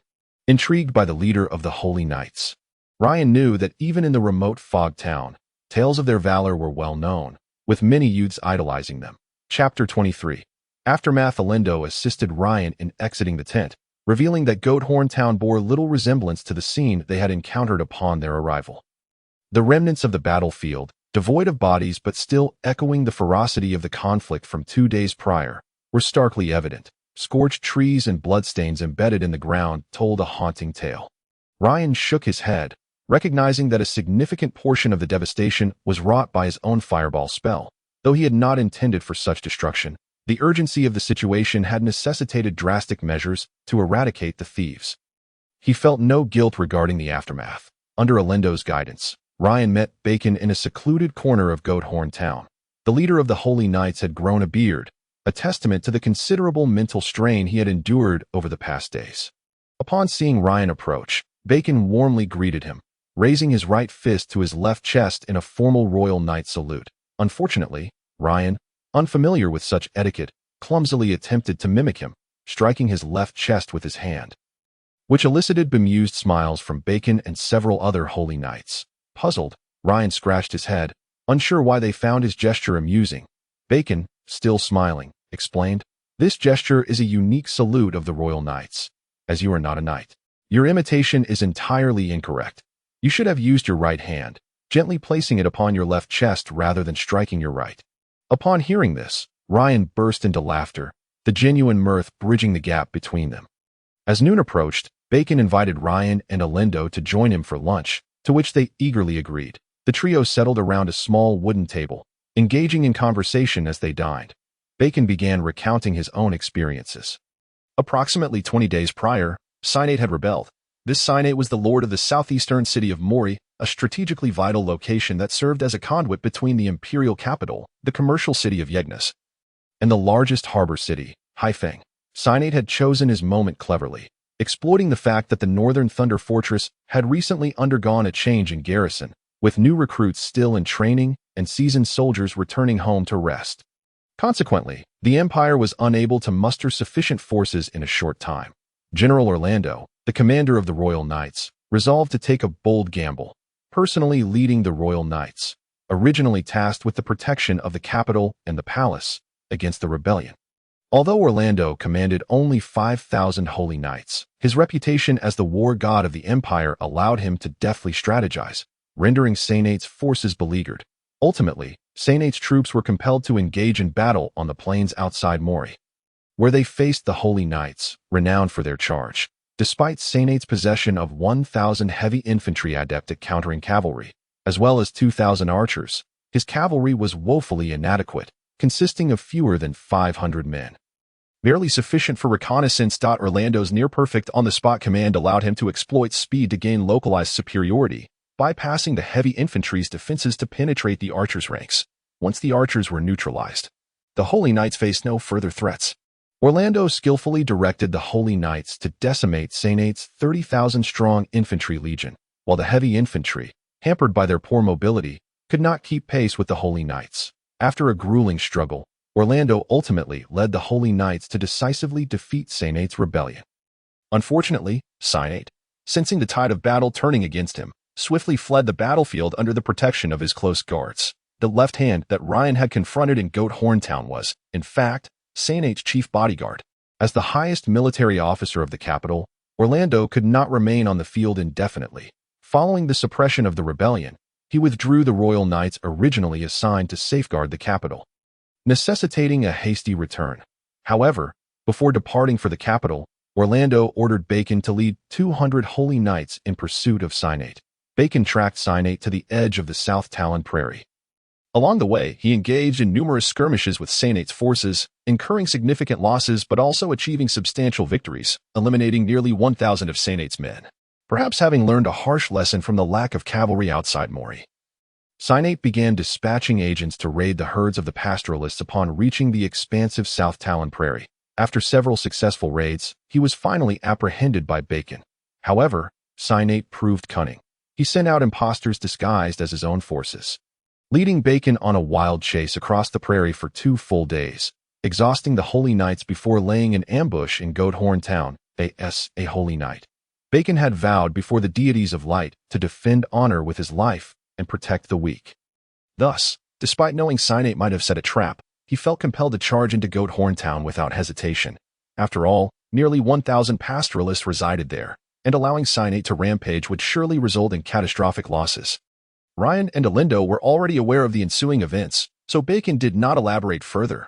Ryan inquired about the casualties among the Holy Knights, and Bacon's countenance darkened with melancholy as he replied softly, "Out of 200 brothers, fewer than 40 remain."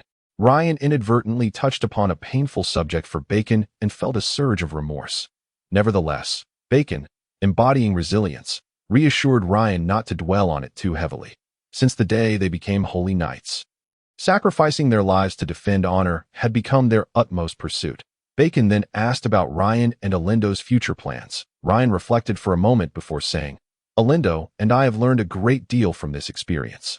We intend to return to Elpha City first, to transform this journey into valuable lessons. After the day of victory, we shall head to the imperial capital." Ryan also shared his intention to participate in the royal tournament with Bacon.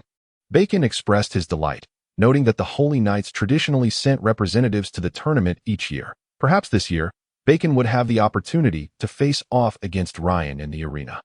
Ryan eagerly anticipated the chance to compete against the Holy Knights. In the annals of the Sacred Empire's history, the Holy Knights had always been the backbone of the Empire, frequently claiming victory in tournaments. 20 years prior, Orlando had been merely an ordinary knight, yet he had made a remarkable impression during that year's royal tournament, earning the favor of King Fernando XII, who entrusted him with significant responsibilities.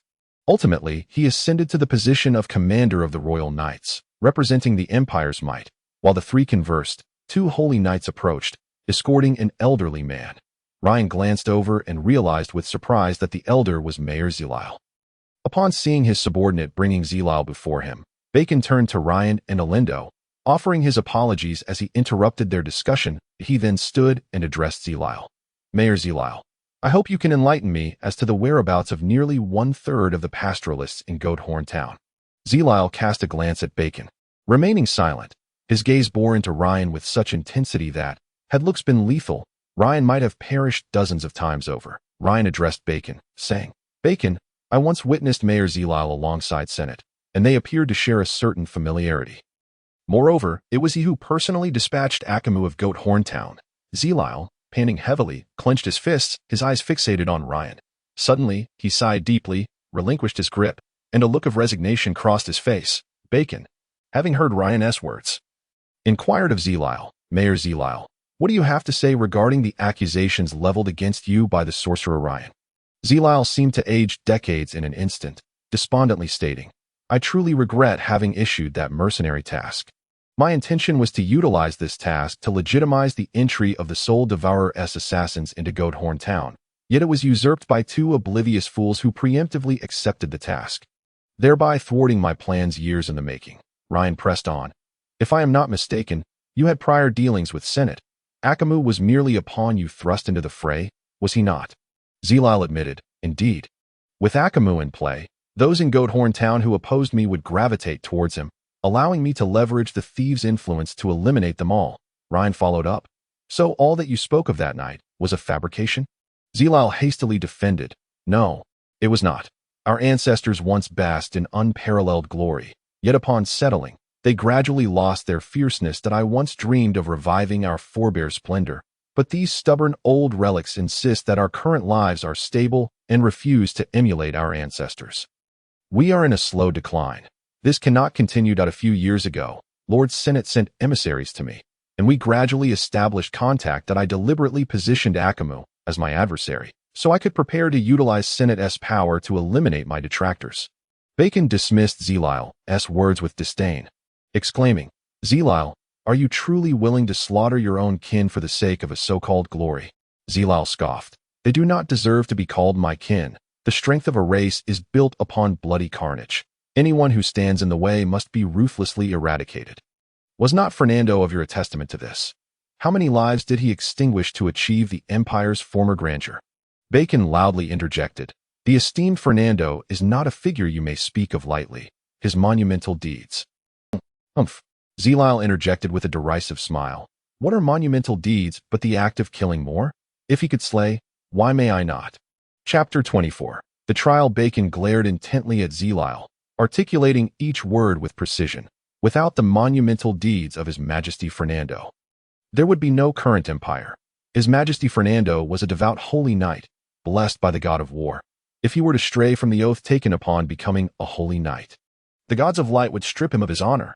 Ryan, eager to prevent a quarrel between Bacon and Zelile, interjected, Zelile, when I arrived, Goathorn Town had nearly 1,000 inhabitants, yet it is now evident that several hundred are missing.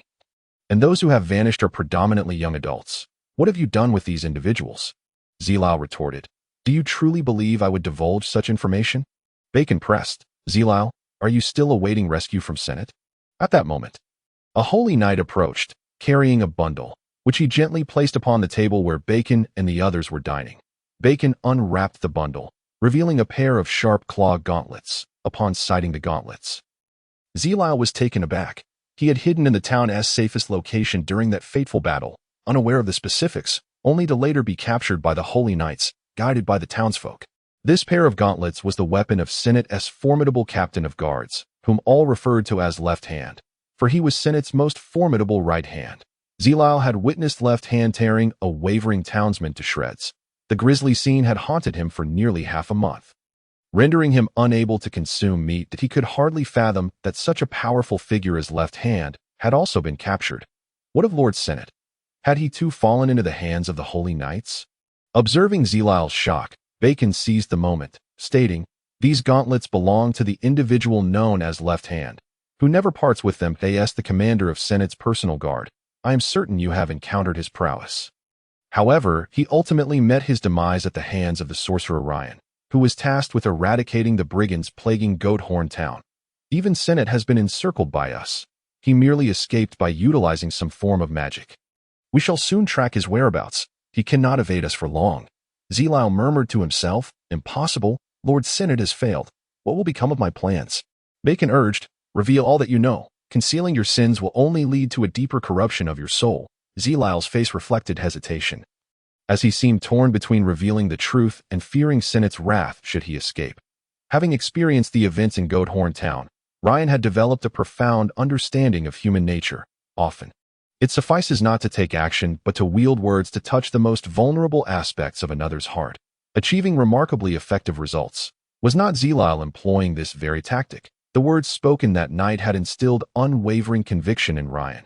Had he not later encountered an assassination attempt?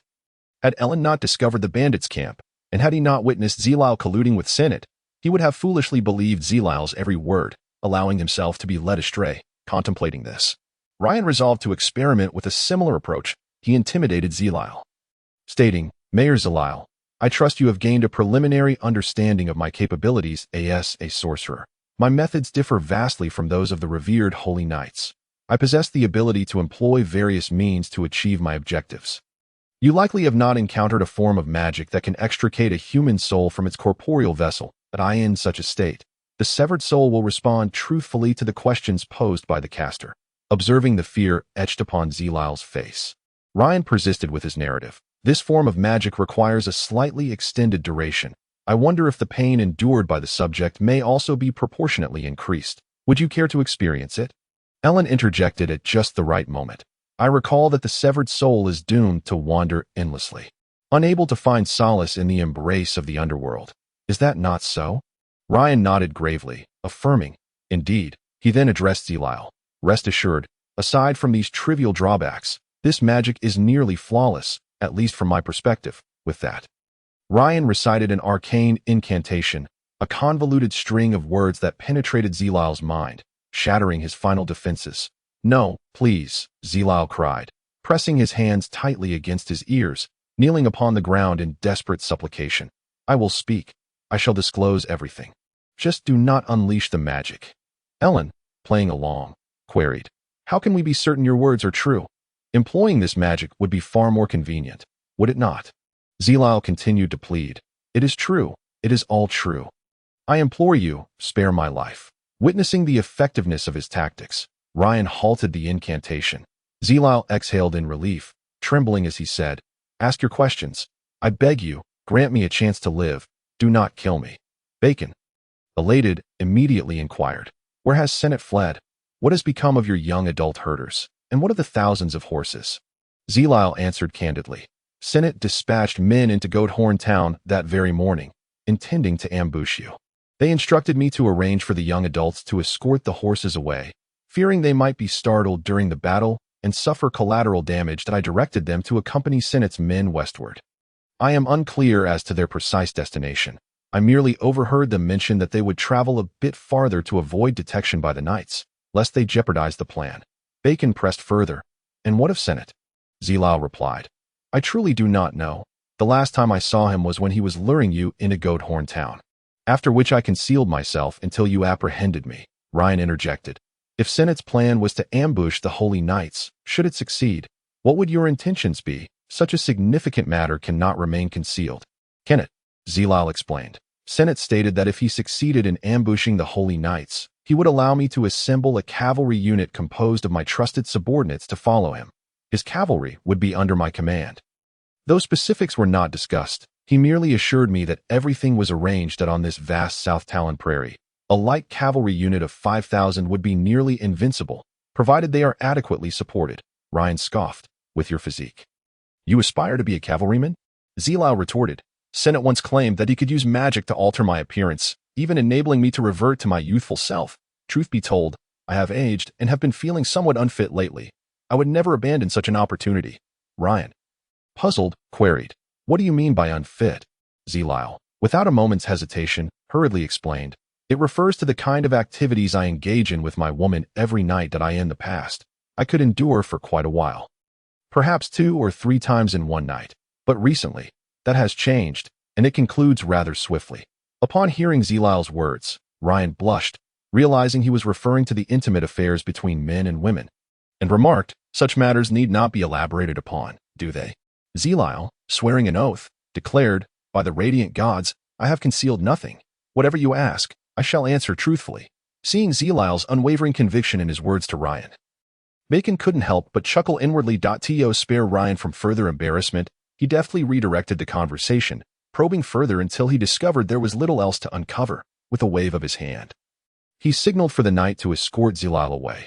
Once Zilao had distanced himself, Elindo playfully punched Ryan lightly in the chest, saying, Well done, Ryan. Your fabrication was quite impressive. Ryan chuckled softly and replied, This approach only occurred to me after I was deceived by Zilao. It was merely a casual attempt, and I never expected it to yield results. Bacon, also smiling, added, I too understand that dealing with such individuals is more effective with this method, though alas, we, as holy knights, are forbidden from uttering falsehoods, Elindo remarked. However, what I admire most is that lengthy spell you recited. It sounded so authentic, I feared you might falter and lose your train of thought, haha. Ryan shrugged and said, In truth, that lengthy incantation is indeed a genuine spell from a certain magic tome that I discovered it within a book my mentor always carried. However, I have utilized it numerous times before with no effect. So I had dismissed it that I never anticipated it would prove useful here. Rest assured, that spell has many more verses. I only recited less than 1/20th of it earlier. Elindo scratched his head, grinning foolishly while contemplating. Could it be that Ryan's mentor frequently deceives others, thus preparing scripts in advance? Unbeknownst to Ryan, Elindo's thoughts were wandering. He too found it curious why Master Delaney's book contained such an exceptionally lengthy incantation. Should one attempt to recite the entire spell, it would take enough time for Ryan to unleash 50 fireballs. Assuming he possessed that much magical energy, one might wonder who could recite such a spell accurately and completely under the barrage of 50 fireballs. Upon hearing Ryan mention the magic tome, Bacon recalled something and retrieved a tattered magic scroll from his pocket, handing it to Ryan while saying, Ryan, as a mage, I believe you should take a look at this scroll. Both Ryan and Elindo were immediately captivated by the scroll. Ryan carefully accepted the scroll, scrutinizing it meticulously. Chapter 25. Elindo's new weapon. It was a magic scroll crafted from the hide of an unknown magical beast, densely inscribed with an array of magical symbols and intricate patterns, forming an interconnected sequence of magical circles. Ryan examined it closely, managing to recognize only a small portion, which appeared to belong to a wind magic spell, seemingly providing power for another complex magical array. After a long moment, Ryan, somewhat embarrassed, admitted, I truly apologize. I can barely discern that this scroll is inscribed with a large sequence of magical circles, and within one of them lies an incomplete wind magic spell. However, I cannot identify what kind of wind magic it is, or its purpose. Bacon reassured Ryan, saying, It is quite all right. Such magical arrays are difficult for anyone other than their creator to comprehend. I intend to lead the Holy Knights back to the Imperial capital. I am confident the headquarters of the Magic Guild there will assemble the necessary personnel to decipher this scroll, Ryan inquired. This magic scroll is likely the one used by Senate during his escape. Correct. Bacon nodded, affirming, Indeed, I believe that once we successfully decode this magic scroll, we will uncover certain information about Senate, allowing us to continue our pursuit of him. Ryan nodded in agreement. After Senate fled under the assault of the Holy Knights, he had left behind this torn scroll at the scene. Understanding its function might provide clues to Senate's whereabouts. Moreover, after such arduous battles, the Holy Knights had suffered significant losses, and the surviving knights were utterly fatigued and in need of rest. Elindo expressed keen interest in the clawed gauntlet, asking Bacon, I recall seeing someone accompanying Senate wearing this gauntlet. That day, this individual fought you, didn't he? Bacon replied with indignation, his name is unknown. He is simply referred to as Left Hand due to his constant presence by Senate's side. In Mori City, it was this very individual who ensured Senate's escape. His hands are stained with the blood of many that I never expected him to meet his end here. Elindo pressed further. Is he truly dead? Can you confirm that? Bacon replied. This gauntlet was never far from his grasp. It is said he even wore it while toying with stolen maidens at night. We discovered it on a charred corpse while clearing the battlefield. The build seemed somewhat similar, though the appearance was entirely burnt beyond recognition. Noticing Elindo's apparent fondness for the gauntlet, Bacon chuckled, saying, This gauntlet, if we take it back, will merely serve as proof that Left Hand has perished. Lacking any practical significance, you might as well take it. I have seen you transform into a magical beast, and I believe it will serve you well. Elindo's face lit up with joy, though he hesitated, scratching his head, replying, But how can I accept it? Observing the tall youth before him, who fidgeted like a bashful girl, Bacon laughed and reassured him. It is of no consequence. Taking it back will simply consign it to a warehouse as a trophy. Gathering dust at it is far better for it to serve a greater purpose in your hands. Besides, you are no outsider. After all, in the City of Sunrise, you fought alongside the Holy Knights and Druids as comrades. Elindo eagerly accepted the gauntlet from Bacon. His happiness unmasked. Ryan too was delighted for Elindo, having witnessed the gauntlet's formidable power firsthand. Had circumstances not been so peculiar at the time, he too might have suffered beneath its claws. Bacon meticulously explained the gauntlet's functions to Elindo, teaching him how to don and doff it, along with some basic usage techniques. Elindo grasped it all in one go and, brimming with excitement, donned the gauntlet and stepped into an open area. A wolf's howl escaped Elindo as thick white fur rapidly sprouted from his body, transforming him into a winged wolf in an instant. With powerful muscles, elongated, sharp claws, and those crimson eyes exuding the terror of his transformation, in the blink of an eye.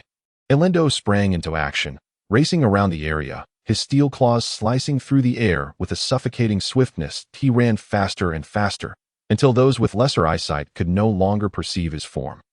Observing Elindo's fervor, Ryan bent down to pick up a long wooden stake and shouted, tossing it towards Elindo. Elindo, filled with excitement, howled and pounced towards the stake, his claws piercing it with precision before tearing it apart with a vigorous pull. Splitting the stake in two, the severed pieces of the stake flew into the air, descending to the ground. Not yet satisfied, Elindo swiftly struck out with his right paw, slicing through the air, cleaving the half-stake into more than 10 uniform segments in mere seconds. With a final wolfish howl, Elindo ceased his erratic movements and stood proudly beside Ryan. As the pieces of wood he had sliced fell to the ground, Bacon approached, bending down to pick up a small segment of wood that Elindo had cut. Unable to contain his astonishment, each of the fragments was of similar size, with clean-cut surfaces. Had he not witnessed it firsthand, he would scarcely believe it was achieved mid-air. He couldn't help but marvel at Elindo's prowess. Previously, he had only managed to hold off the rogue Mage Veer, showing little brilliance and even appearing to be at a disadvantage at times. Yet now, it was evident he had not fully displayed his capabilities. Especially considering he had faced an advanced electric mage. People often describe electric mages as being as swift as lightning when casting their spells. Yet Elindo had successfully detained Veer, granting Ryan ample opportunity to eliminate the rogue attacking the Holy Knights and cleverly remove Left Hand. Elindo's contributions to their victory were indisputable. Regrettably, his achievements were overshadowed by the presence of another young man. The young mage Ryan was the most significant contributor to that battle. His emergence had spared the Holy Knights from the disgrace of total annihilation, saving Bacon and the others' lives while upholding the esteemed honor of the Holy Knights. Furthermore, he had valiantly fought against numerous rogues, slaying nearly 50 of them, and had cleverly orchestrated the demise of the infamous Left Hand who had stood beside Senate. Above all, his most illustrious feat was his ability to confront an advanced electric mage without faltering. The power of electric mages was well known among the Holy Knights. The chain lightning and rapid thunder strikes had claimed the lives of many. Yet, it was a remarkable feat that such a formidable electric mage perished under Ryan's magic. Leaving one in AWS, Elindo ceased his activities. Ryan turned to him, saying, "This gauntlet suits you perfectly. Why not give it a name?" Elindo, As the fur slowly receded from his form and he reverted to his human shape, promptly declared, "Wearing it feels akin to having sharp claws sprout from my hands. I shall name it Sharp Claw," Ryan replied. "Excellent. Sharp Claw is a splendid name." Removed the Sharp Claw and retrieved a storage pouch from within his garments. Placing the Sharp Claw inside, this was the first time that beheld possessing such a pouch, and he gazed at it in astonishment, perceiving's gaze, offered a brief smile, but chose to remain silent, having dealt with the immediate matters at hand. Invited in to once again take their seats at the wooden table to continue their unfinished lunch, after they had dined, bid farewell to, preparing to return to with that extended another invitation for, and to visit the royal knights in the imperial capital at a later date. Both and accepted with smiles. Their experience and left a profound impact on them. It was the first time witnessed the duplicitous nature of humanity and encountered the most formidable opponent he had faced since leaving his homeland. This experience deeply resonated with, revealing that the task of eliminating the bandit threat was inherently challenging. Yet, he had hastily accepted it due to stirring rhetoric and the awe-filled gazes of other mercenaries. Engaging in conversation with the mayor of, had easily placed his trust in the words spoken, failing to critically assess their veracity, reflecting on his own performance, acknowledged his shortcomings, realizing how easily his emotions could be swayed by others. Both and had imparted wisdom on maintaining composure at all times, and he recognized that he had not yet sufficiently adhered to this teaching. Regarding the battle with left hand in that day, felt relatively satisfied with his performance. This was indeed the advantage of having carefully concealed his abilities. Had he fully unleashed his power in, according to the Mage testing regulations, he could have cast the second-tier water magic mirror image, the earth magic stone skin, and the mental magic sphere, thereby successfully advancing to the rank of an apprentice mage. The distinction between a magic apprentice and a novice mage was vast. The former represented an individual still in the learning phase, with some apprentices never graduating, while the latter indicated a genuine mage. Albeit lacking in experience, had seen his emblem, he would have certainly taken it seriously and promptly notified, would allow his presence to go unnoticed. Nonetheless, was acutely aware that the power he had concealed since departing his hometown had nearly been fully revealed. To continue preserving a portion of his strength as before, he would need to ardently enhance his abilities, both martial and magical. Only then could he repeatedly lead his adversaries to underestimate him, thus achieving the goal of concealing his true power. Chapter 26. The Epic of Heroes 2 was deep in thought, contemplating how he had nearly been slain by the bandit mage while attempting to detain him. Even in his transformed state as a wind wolf, he still lacked certain elements. Aside from maximizing his speed advantage, he needed to devise ways to inflict lethal damage on his enemies, lest he become an easy target. The experience of being a target for a mage was one that wished to avoid repeating. Fortunately, with the acquisition of the Sharp Claw, his offensive capabilities had significantly increased. Greater speed and fiercer strikes, that was subjective. Both and harbored a profound sense of urgency, each reflecting on their gains and losses from the tumult in their pursuit of enhancing their strength. In return to the campsite where they had previously resided, everything remained as it was, indicating that no new occupants had arrived during their brief absence. They resumed their stay there, engaging in relentless training and numerous collaborative exercises to foster their synergy. Any incremental increase in their abilities would bolster their odds against unforeseen dangers. The morning sun cast its warmth upon, and the day promised to be a hot one, marking the victory day. The duo decided to take a day of respite and explore the city. Was enveloped in a joyous atmosphere, within noting the meticulous decorations adorning the shops lining the streets, despite it being early morning. The mercenary guild bustled with activity, as merchants from across the empire flocked for the Victory Day celebrations, resulting in an upsurge in demand for various mercenary tasks, delivering messages, transporting goods, maintaining order, and purchasing magical beast pelts and cores at high prices. Many seized this opportunity to undertake extra tasks and earn a bit of coin. And made their way directly to, presenting their proof of task completion. After scrutinizing the documentation, processed the necessary paperwork, and a resounding 200 gold coins found their way into his pocket. It was the first time he had possessed such a substantial sum, and he beamed with delight as he secured the coins tightly to his waist. In truth, the entire endeavor transcended mere bandit apprehension. It could be described as a war, moreover, and had successfully averted the systematic annihilation of the Holy Knights, a feat that alone was worthy of a small territory bestowed by the Empire. However, Both preferred not to boast about their achievements. After collecting their earnings, they departed the guild amidst the curious glances of other mercenaries. Strolling onto the bustling streets, they felt it would be a pity not to fully embrace the lively atmosphere of Victory Day. The most festive time of the year as they passed by the Firehammer equipment store, where they had previously sold their wares, they were unexpectedly greeted by a makeshift platform erected in the open space outside. Adorned with colorful flags that a group of teenagers nearby enthusiastically shouted to passersby. The Firehammer equipment store is holding a grand auction, featuring magical necklaces crafted by the Master Mage, alongside several weapons meticulously forged by our own master, and the infamous sharp knives of the notorious bandit Scar, along with the mysterious mage's staff used to eliminate that rogue. Upon hearing this, S. jaw dropped in disbelief. How exaggerated could this be? When had he ever used a staff? Unable to contain himself, chuckled at astonishment. Feeling embarrassed, attempted to pull away quickly, but insisted on moving closer to the throng around the auction stage. Upon approaching the bustling auction platform, S. eyes immediately fell upon the imposing figure of, now clad in a neatly tailored suit, resembling more of a merchant than a blacksmith. In the center of the auction stage stood a robust table, where a sprightly middle-aged man stood upright, passionately introducing an upcoming auction item, a battle axe forged from pure steel. The axe's blade was as large as an adult's face, polished to a smooth sheen that reflected the onlookers' faces with clarity. Personally showcased the axe, wielding it with one hand to effortlessly cleave a copper longsword in half. Gasps of astonishment erupted from the audience. Seizing the moment, the auctioneer extolled the benefits of this remarkable weapon. Hoping to fetch a handsome price, the bidding commenced swiftly, starting at a base price of 10 silver coins, rapidly escalating to 2 gold coins within moments. After a brief pause at that price, it was promptly snatched up for 5 gold coins. A smile spread across his face. Although the axe was of excellent quality, it would typically sell for merely 1 gold coin. Another auction item was presented, a longsword severed into 2 pieces. The crowd erupted in whistles, seemingly mocking the oversight of the Firehammer staff. However, the auctioneer remained unfazed, passionately proclaiming, now up for auction is the sword of the notorious bandit Scar, a menace to the city for years. The crowd's jeers ceased, intrigued by the unprecedented item on offer.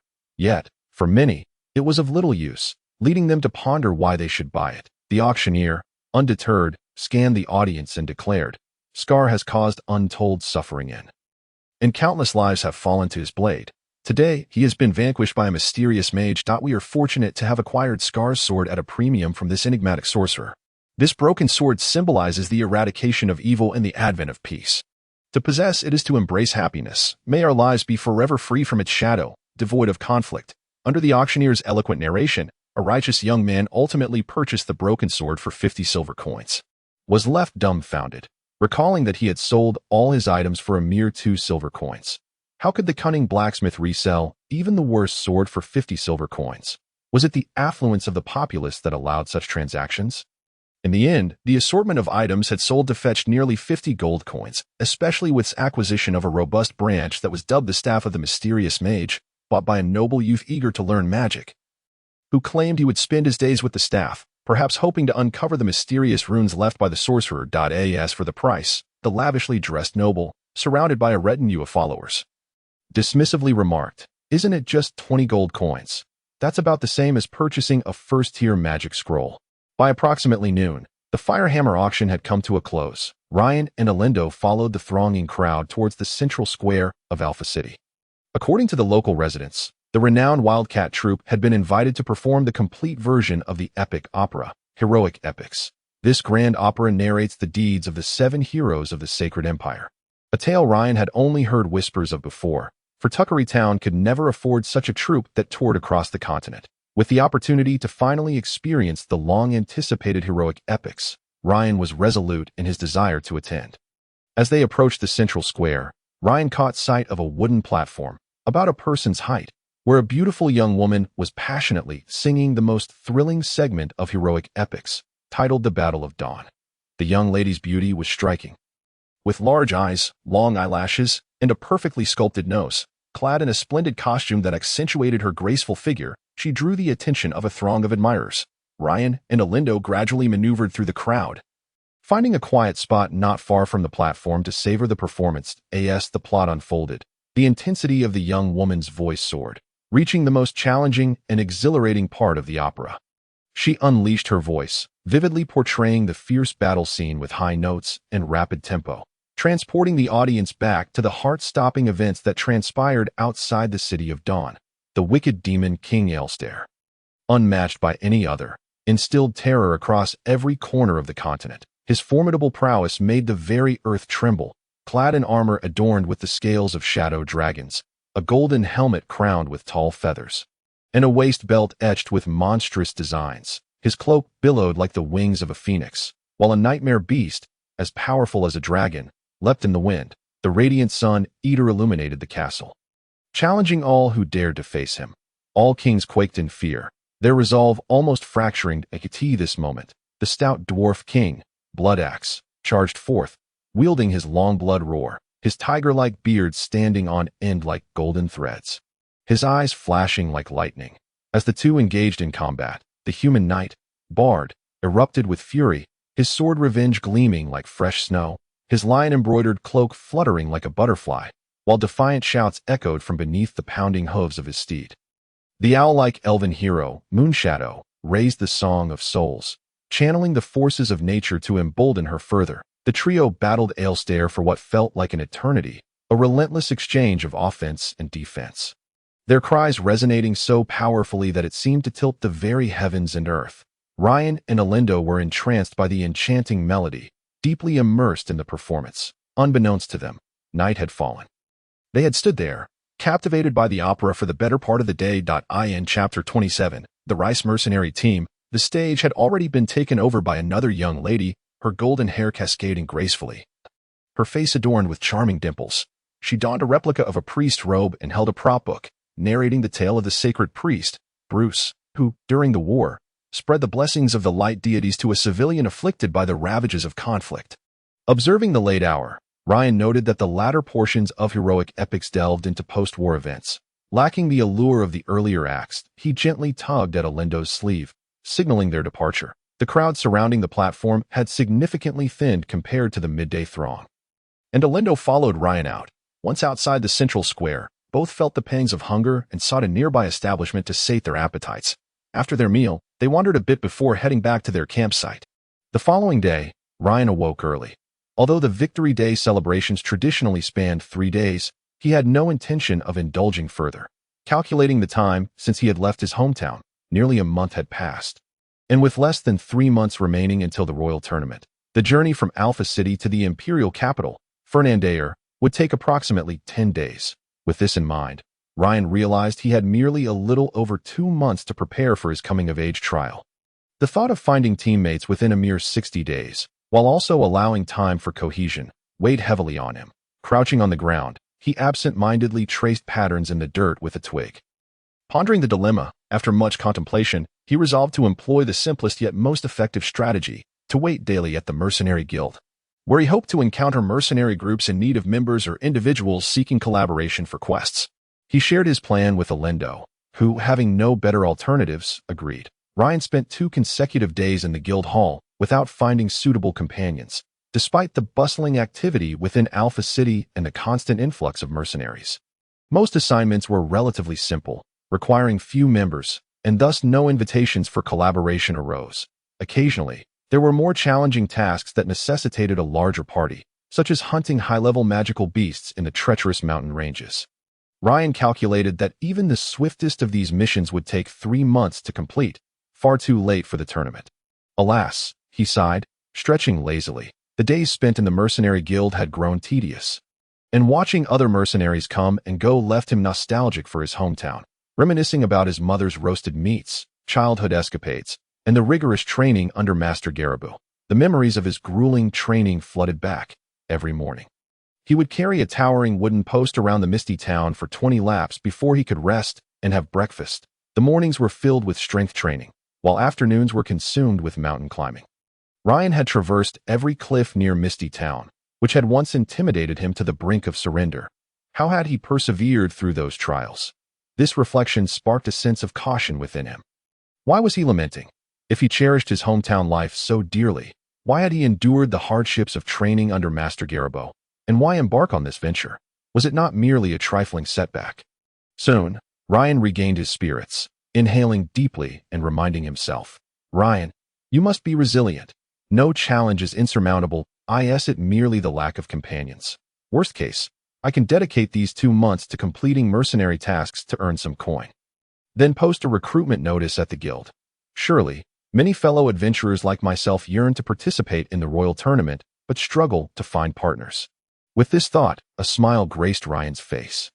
As if a weight had been lifted from his heart, leaving him inexplicably lighter, he shifted into a more relaxed position, ordered a large glass of juice, and resolved to wait one more day. If no suitable companions appeared, he would abandon the search and focus on his coming-of-age trial, believing that as the tournament approached, he would surely find allies. Sipping his juice, Ryan calculated the costs associated with recruiting a companion, mentally tallying the amount of gold he needed. Just then, a group of young mercenaries entered the hall, led by a girl around 20, whose striking features included bright blue eyes, a delicate nose, and a rosy mouth framed by sleek black hair neatly braided at the back. She wore a red mage's robe, the emblem of a flame and rippling water etched upon her chest, and in her hand, she held a staff embedded with a crimson magical core. Beside her stood a man in priestly garb, likely in his late 20s, exuding confidence with a white cap atop his head and a silver hammer in hand. Following them was a woman cloaked in shadowy robes, her features obscured, though her build suggested youth. Bringing up the rear was a male warrior clad in full steel armor, wielding a sharp battle axe, and carrying a hefty shield on his back, the weight of which echoed with each step. The entrance of this mercenary team immediately captivated the attention of the majority of those present. That a team comprising a mage, priest, and warrior undoubtedly boasted formidable strength, and the cloaked woman likely served as their rogue. What purpose did such a well-balanced team have in Alpha City? As the four approached Lucy, the leading female mage quietly inquired about something, to which Lucy responded with a troubled expression, shaking her head in a gesture of helplessness. Nearby, a burly mercenary, wearing a lecherous grin, remarked to the female mage, "Little sister, what use do you have for a mage? A mage's physique pales in comparison to my strength. Why not let me accompany you instead? During the day, we slay monsters together, and at night, the sentence remained unfinished when a flash of white light cut through the air, and a sharp throwing knife embedded itself in the shoulder of the burly mercenary who had been babbling. A cloaked woman's crisp voice rang out, "Get lost!" The burly mercenary doubled over in pain, while a companion wielding a massive axe shouted angrily, "It's just some verbal sparring. Why resort to violence?" The male priest replied coldly, "Either you leave, or we'll help you leave." The axe-wielding mercenary burst into raucous laughter, proclaiming, "I've been a mercenary for nearly a decade, slaying countless ferocious beasts. Why should I fear a pretty boy like you?" With a bellow, he swung his giant axe toward the male priest. The priest's warrior companion swiftly retrieved his shield from his back, bracing for the mercenary's strike. The resounding clash of metal filled the mercenary hall, drawing the attention of Ryan.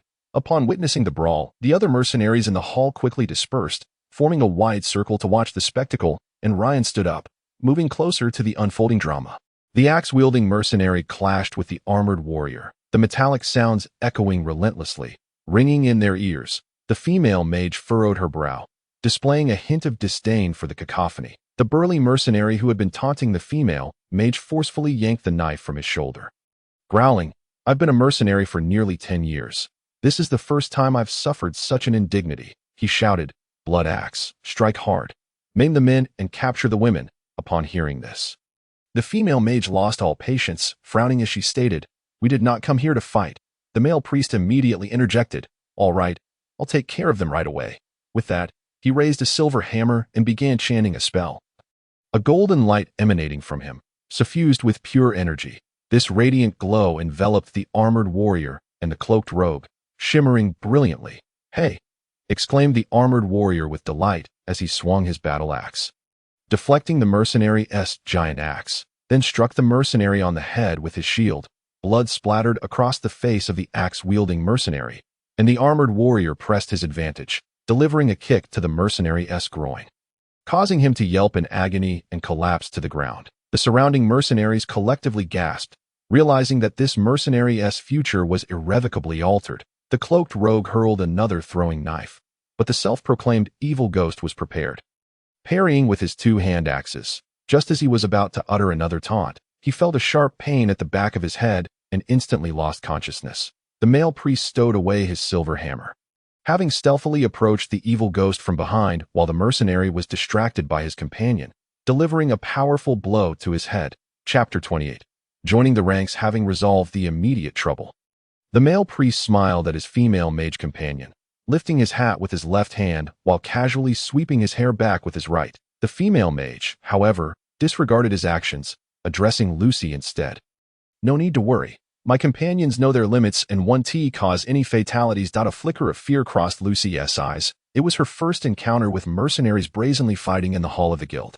The female mage produced a pouch of coins, counting out 60 gold pieces and tossing them to Lucy, saying, "According to the rules, anyone who fights in the mercenary hall is fined 10 gold pieces. This is our penalty. The remaining 20 is for the two of them to see the priest." The armored warrior, still reveling in the moment, kicked the unconscious mercenary, saying, "If you lack the skill, don't dare take the name Blood Axe among the 7 heroes." "He is my idol." The female mage appeared displeased with her companion's behavior, gesturing for him to follow her as she left the mercenary guild. That moment, the onlooking mercenaries began to disperse, and Lucy spotted Ryan, pointing him out. "Madam, aren't you looking to hire a mage? He is the one." The female mage turned to Ryan upon hearing Lucy's words, noting that the youth was clad in ordinary adventurer attire and indeed bore the insignia of a magic apprentice. She broke into a smile and approached him briskly. Ryan, who had merely intended to observe the commotion, was taken aback when Miss Lucy suddenly identified him as the female mage reached his side. She spoke in a gentle tone. "Greetings, Mr. Mage," Ryan replied. "Hello." The female mage introduced herself. "I am Forrest. We are preparing to undertake a rather challenging task and hope to have another mage join our team. Would you be willing to come along?" Ryan pondered for a moment, feeling a twinge of trepidation from his prior tasks. Resolving to inquire further before responding, he barely began to think when the male priest blustered over, saying, "Forrest, look at how young he is. Can he match my prowess?" The female mage, Forrest, shot a glare at her companion, apologizing to Ryan. "I sincerely apologize. My companion has a rather blunt disposition and means no offense." Then, turning fiercely to the male priest, she said, "Reed, are you trying to practice your healing spells again?" The male priest, Reed, appeared frightened by Forrest's words, muttering, I'll go check if those 2 mercenaries are dead or not. You all continue." Forrest resumed her conversation with Ryan. "We offer 10 gold pieces per day, and any earnings from the adventures will be shared equally among the team members, as will the rewards upon completion of tasks. What do you say? With such favorable conditions, you should agree." Ryan felt that the compensation was indeed generous, yet he also considered that should he join, he would likely reap the most benefits, raising doubts about their reasons for hiring him. Noticing Ryan's expression of uncertainty, the male priest Reed chimed in, "No need to worry. We don't eat people. It's just a matter of running errands with us, and you'll be compensated. If you happen to get injured, I'll be here." For us, upon hearing Reed's words, became incensed, her eyes seemingly ablaze with fury as she shouted, "Reed, shut your mouth." That's how the last mage got scared off. Reed, clearly intimidated by Forrest, quickly covered his mouth with his hand and squatted beside the 2 unconscious mercenaries, refusing to rise. Forrest turned back to Ryan, her eyes gleaming with expectation. Ryan glanced at Reed squatting nearby and then at Forrest standing beside him, asking, "Could you tell me what the task entails?" Forrest, thinking Ryan was concerned about the task's difficulty, reassured him, "While this task has some challenges, it is manageable. We have completed even more troublesome missions before. For this task, we hope to have a mage assist me when my magical power is exhausted, allowing me to recover at times. This way, we can maintain the overall combat effectiveness of the team without diminishing when my power wanes." Ryan contemplated this. Having waited several days without finding a suitable team, he figured it would be worth trying to join them. Of course, he needed to clarify first, "I can agree to your proposal." But upon hearing Ryan's agreement, Forrest jumped up in delight, exclaiming, "Wonderful." Reed, still squatting, coughed to remind Forrest, "Mind your image, lady." Forrest, unfazed, thought about how her mercenary group had spent nearly half a month searching for a suitable companion. Finding a mage, even if he was just an apprentice, was indeed fortuitous. As long as he could cast spells to delay things when she ran out of power, perhaps they wouldn't even need him for this task. Ryan, observing Forrest's joyful smile, felt a stir within him, an inexplicable thought surfacing. She is far superior to Mei Fume. Confounded by his own sentiment, Ryan shook his head vigorously, attempting to dispel the notion. Seeing Ryan shake his head, Faris inquired, Ryan, do you have any other questions? If you believe the offered gold is insufficient, we can certainly increase it. Ryan quickly clarified, no, in fact, this amount is quite generous. My earlier gesture wasn't about that.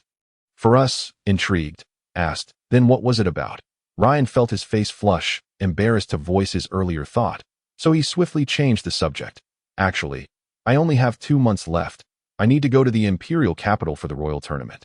You are participating in the Royal Tournament as well? Faris asked in astonishment. Before Ryan could respond, Reed rushed over, saying, what about your companions? You're not planning to go alone, are you? Ryan sheepishly smiled. I have another companion. But he isn't here. Splendid. Faris exclaimed, her face lighting up with a radiant smile, her excitement palpable. Reed looked at the bewildered Ryan and explained, we are hiring mercenaries everywhere to find comrades for the Royal Tournament. Each companion will work together on a task. And if we get along well, we'll go together. Ryan's heart soared with joy. He anticipated that his thoughts were already being acted upon by others who had sought him out. Why are you all spending so many gold coins? Ryan inquired, still puzzled about one matter, addressing Faris. With a generous smile, Faris replied, isn't it merely a few dozen gold coins? Investing in a good companion is worth every coin. Upon realizing that his lingering worries from the past few days had been resolved, a smile broke across Ryan's face. He said to Faris, since we are all here to participate in this year's Royal Tournament, let's set aside the matter of gold coins. However, I have another companion. Do you think? Faris interjected, no problem. Let's get to know each other first. She gestured towards the male priest, Reed, introducing him. This is Reed, a priest of the Church of Light that he specializes in restoration, healing, and support, the team's logistics. Reed bowed slightly to Ryan, sweeping his right hand from his shoulder to his left abdomen in an elegant noble gesture, saying, it is a pleasure to meet you, Ryan.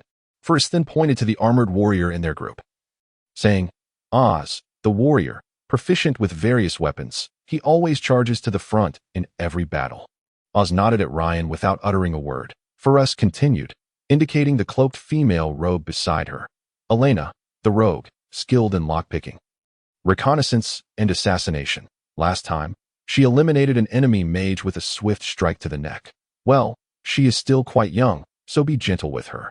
The rogue, Elena, removed her cloak, revealing a youthful face, and pouted unhappily, saying, Fanny, please don't speak ill of me in front of others. She then turned to Ryan, asking, little mage, how old are you this year? Ryan casually replied, 16. Elena immediately sprang up in excitement, exclaiming, that's wonderful. Finally, there's someone younger than me in the team. I'm 17 today, so you must call me Sister Elena. Oh dear. Elena's sentence was cut short as Reed gently tapped her on the head. He admonished her, Elena, do not bully the newcomers. Elena retorted, you silly Reed. Why are you bullying me again? Reed chuckled, this isn't bullying. I'm merely imparting some life wisdom since I am older than you, the god of wisdom among the light deities once said. Noticing Reed was about to ramble on, Faris interjected with irritation. Reed, either shut your mouth or practice your healing spells. Your choice. Reed promptly sealed his lips, gesturing with his hands to indicate he would no longer speak. Faris turned to Ryan, saying, ignore him. He just loves to show off, but he means no harm. Ryan smiled, replying, that's not so bad. At least it won't be dull during our adventures. When Ryan was with Alindo, they hardly spoke unless necessary. As Alindo rarely initiated conversation, Faris continued, I am Faris, a junior mage, specializing in fire and water magic. I am the leader of the Reese team. Ryan inquired, Reese team? Faris affirmed, yes, our adventurer team is called the Reese team, formed from parts of Reed's and my names. When we registered at the Mercenary Guild, it was just the two of us. Oz and Elena joined later, and the name has remained unchanged. Ryan nodded, saying, that's a nice name. Well, allow me to introduce myself. I am Ryan, 16 years old, a magic apprentice. He pointed to the badge on his chest, stating, fire and wind magic. Faris found it curious, as it was rare for a magic apprentice to possess dual affinities. Typically, once a magic apprentice could cast spells, they would apply for the apprentice trial, hoping to quickly advance to the rank of a probationary mage. Yet, this young man had undergone dual affinity testing, even if he were an all-element apprentice. He would not qualify for the monthly stipend from the Magic Guild. That was no small sum. A mere probationary mage could receive a monthly subsidy of 100 gold coins. Ryan added, "Shall we head to my friend's place first? It's quite noisy here." Ferris asked, "Where does your friend live?" Ryan replied, "Outside the city." Ferris glanced at Reed, who nodded in agreement. Ferris said, "All right, lead the way. Should we hire a carriage?" Ryan answered, "That shouldn't be necessary. It's not too far." Chapter 29. Dinner. Ryan led Ferris and the others towards his campsite. And soon they exited the city. They arrived at a grove outside Elpha City, a necessary passage to Alindo's campsite. Ferris, seeming unaccustomed to walking, already had beads of sweat on her forehead, after casting a few minor frost spells to cool herself down. Ferris's patience appeared to reach its limit, and she sighed to Ryan, "This is so far, and the weather is so hot. We should have hired a carriage." Ryan shrugged, feeling helpless about Ferris's complaint. Thinking to himself, "No wonder you, a mage, need to find another one that we've barely walked a short distance, and you're already struggling." Reed also felt the heat. Both his priestly robe and Ferris's mage robe were tightly woven, enveloping their bodies completely, making it unbearably hot. Moreover, he wore a hat. Drops of sweat trickled down from under his hat, streaming down his face. Reed took off his hat, disregarding any semblance of decorum, and vigorously wiped the sweat from his brow with the sleeve of his robe. Then turned to Ryan, asking, "How much further is it?" Ryan pointed ahead, saying, "We're almost there, just beyond this grove." At that moment, a bipedal wind wolf appeared where Ryan had indicated that it turned out Alindo, practicing his transformation into a beast. Had heard someone approaching and had come to investigate. Upon seeing Ryan accompanied by several adventurers, he assumed they were Ryan's companions and, without a second thought, stepped forward in his transformed state. Ferris, following Ryan's gaze, spotted the robust wind wolf and shrieked, "A magical beast!" Oz immediately unslung his shield, charging towards Alindo, while Reed began chanting a spell, preparing to bestow Blessing of Light upon Oz, seeing Ferris and the others on high alert. Ryan quickly shouted, "Don't attack, they are our allies." After calling out 3 times, Oz and Reed finally ceased their actions, eyeing Alindo warily. Ryan said, "Elena, please don't stand behind me with your dagger. I am quite timid." Elena sheepishly sheathed her dagger and moved to Ryan's side. Earlier, when Ferris discovered Alindo in his transformed state, Elena had assumed Ryan had deliberately lured them into a trap, so she had stealthily positioned herself behind him, ready to strike if Ryan acted uncooperatively. Ryan addressed Alindo, saying, "These are my companions I met at the Mercenary Guild today that we decided to embark on an adventure together and then head to the Imperial capital for the royal tournament." Alindo, still in his wind wolf form, displayed a remarkably human-like expression, apologetically addressing Ferris and the others. "I sincerely apologize. I forgot about this appearance." The white fur on Alindo quickly faded, and he transformed back into his human form. Ferris and the others, witnessing this spectacle, were rendered speechless in astonishment. Ryan took the initiative to introduce, "This is my companion, Alindo, a druid." "Druid?" Reed echoed Ryan's words. "Indeed, a druid," Ryan reiterated. Ferris, still catching her breath, said to Ryan, "You startled me." "Ryan, why didn't you clarify this at the Mercenary Guild?" Ryan shrugged again. Feeling this gesture was becoming a habit, he explained to Ferris, "There are too many people at the Mercenary Guild. It's better to discuss such matters in a quieter place." Elena chided Ryan. "You should have mentioned it earlier. Look, you scared Sister Fanny." Reed remarked, "It's not entirely Ryan's fault. Let's not blame him anymore. Druids are indeed rarely seen in public."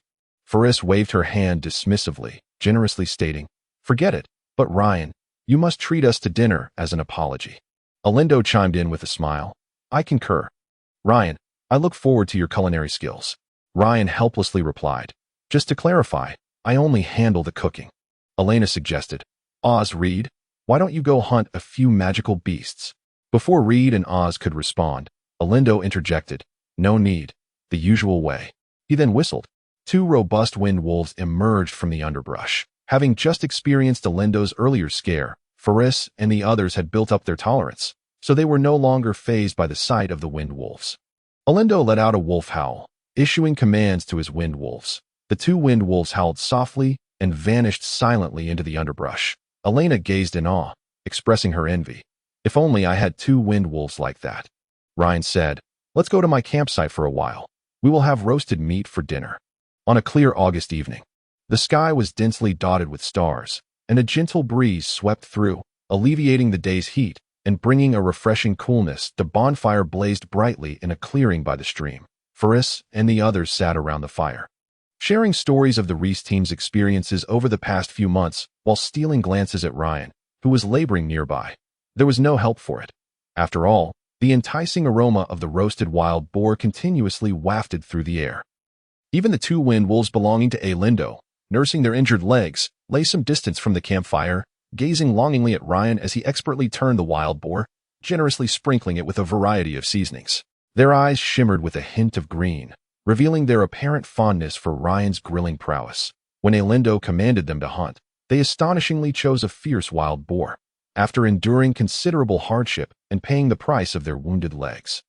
They finally managed to bring down the boar. As they dragged their prize back to the camp, they startled Lindo, who hurriedly applied the healing herbs he had gathered and carefully bandaged their injured legs. At long last, Ryan completed his culinary masterpiece, slicing the roasted meat into generous portions. In a flurry, everyone rushed forward to claim their share. Dawes set his shield on the ground and took his sizable piece of wild boar, placing it upon the shield before bringing down his axe to chop the meat into smaller chunks, hastily seizing a piece to chew, bones and all. Lindo divided his portion into 3, tossing 2 bone-in pieces to the wind wolves in the distance. The wolves eagerly snatched their share of roasted meat, one limping a few steps into the underbrush, followed closely by the other. Soon, the sounds of tearing and gnawing emanated from the bushes. Faris and Red, seemingly trained in the ways of nobility, despite their hunger and the tantalizing aroma, politely retrieved their personal dining knives and utensils from their storage pockets, sitting upright to cut the wild boar meat into small pieces and savoring it slowly. Alina skillfully sliced the meat into thin strips with her dagger, then speared them to bring to her mouth, even as she puffed from the heat, refusing to let a morsel go uneaten. Ryan, on the other hand, took the remaining portions and sat on the ground, devouring them heartily. For a moment, it seemed as if only the crackling of the campfire filled the air, the occasional metallic clinks of knives and utensils swiftly drowned out by the sounds of chewing. After relishing a sumptuous dinner, everyone contentedly returned to their places by the fire. Faris, showing no semblance of a lady, touched her slightly rounded belly and exclaimed, "I am so full." Red teased her, saying, "Lady, do be mindful of your image." Faris shot him a glare, ignoring him as she turned to Ryan. "Ryan, I noticed you used quite a few seasonings while grilling. I wonder what they were. I seem to detect a spice in the meat, one that likely hails from some island southeast of the Empire, known to be quite popular in Seabreeze City. Have you been there?" Ryan replied, "Actually, I learned this grilling technique from my teacher. These seasonings were simply ones I brought along on this trip. I can't say for certain what they are." "Your teacher?" Alina asked curiously. "Who is it?" Ryan responded, "That depends on whom you ask." Faris laughed. "Do you have several teachers?" Then, Chapter 30, Discussion. Ryan replied, "Of course. Each of us has at least 4 teachers throughout our lives. For instance, when we are born, we live with our parents. So our first teachers are undoubtedly our parents. It is from them that we learn how to be human." Faris and the others nodded in agreement, finding Ryan's words quite insightful. However, Ryan noticed a flicker of sadness cross Alina's face, prompting him to ask, "Alina, is something bothering you?" Faris explained, "Alina has never known who her parents are." Ryan quickly apologized. "I am truly sorry." "Alina, I did not mean to bring it up." Alina managed to smile, saying, "Ryan, it's all right that I'm used to it. Please continue. I still want to hear." Ryan resumed, "Well, everyone learns various skills to make a living. For example, one might learn weapon crafting from a blacksmith or cooking from a chef, which represents the second teacher. As we grow older, we also form friendships, and the lessons learned from friends can be just as valuable as those from teachers." Red nodded in agreement, praising Ryan. "I never expected you to articulate such philosophical thoughts. From the subtle influences of our parents to the practical skills imparted by teachers and the mutual growth among friends, it is indeed profound." Ryan chuckled. "Actually, this isn't entirely my own insight. It was shared with me by my teacher." Faris interjected, "Red, don't interrupt. Let Ryan finish." "Hurry, Ryan. What about the final teacher?" Ryan continued, "The last teacher is essentially our enemies." "Enemies?" Faris queried. Puzzled, "What can enemies teach us?" Ryan explained, "Enemies study us. In a sense, they may know us better than we know ourselves. Though it sounds somewhat odd, it is the truth. There are certain things you might not recall about yourself, yet your enemies remember them vividly. Thus, through our enemies, we can uncover our shortcomings. Having enemies compels us to remain vigilant, reminding us not to be complacent, as there may be someone lurking in the shadows. As Ryan spoke, the group reflected on their own experiences, nodding in agreement. Despite his youth, this new teammate possessed a wealth of knowledge. It seemed evident that his teacher must be a renowned archmage. Ryan added, therefore, during the day at the Mercenary Guild, I refrained from discussing myself too much, as it could easily be exploited by enemies I may not even be aware of. Maintaining constant vigilance and applying pressure on oneself fosters motivation for self-improvement. Ryan's words thoroughly captivated the members of the Red Squad, and they fully embraced him, considering him a true companion.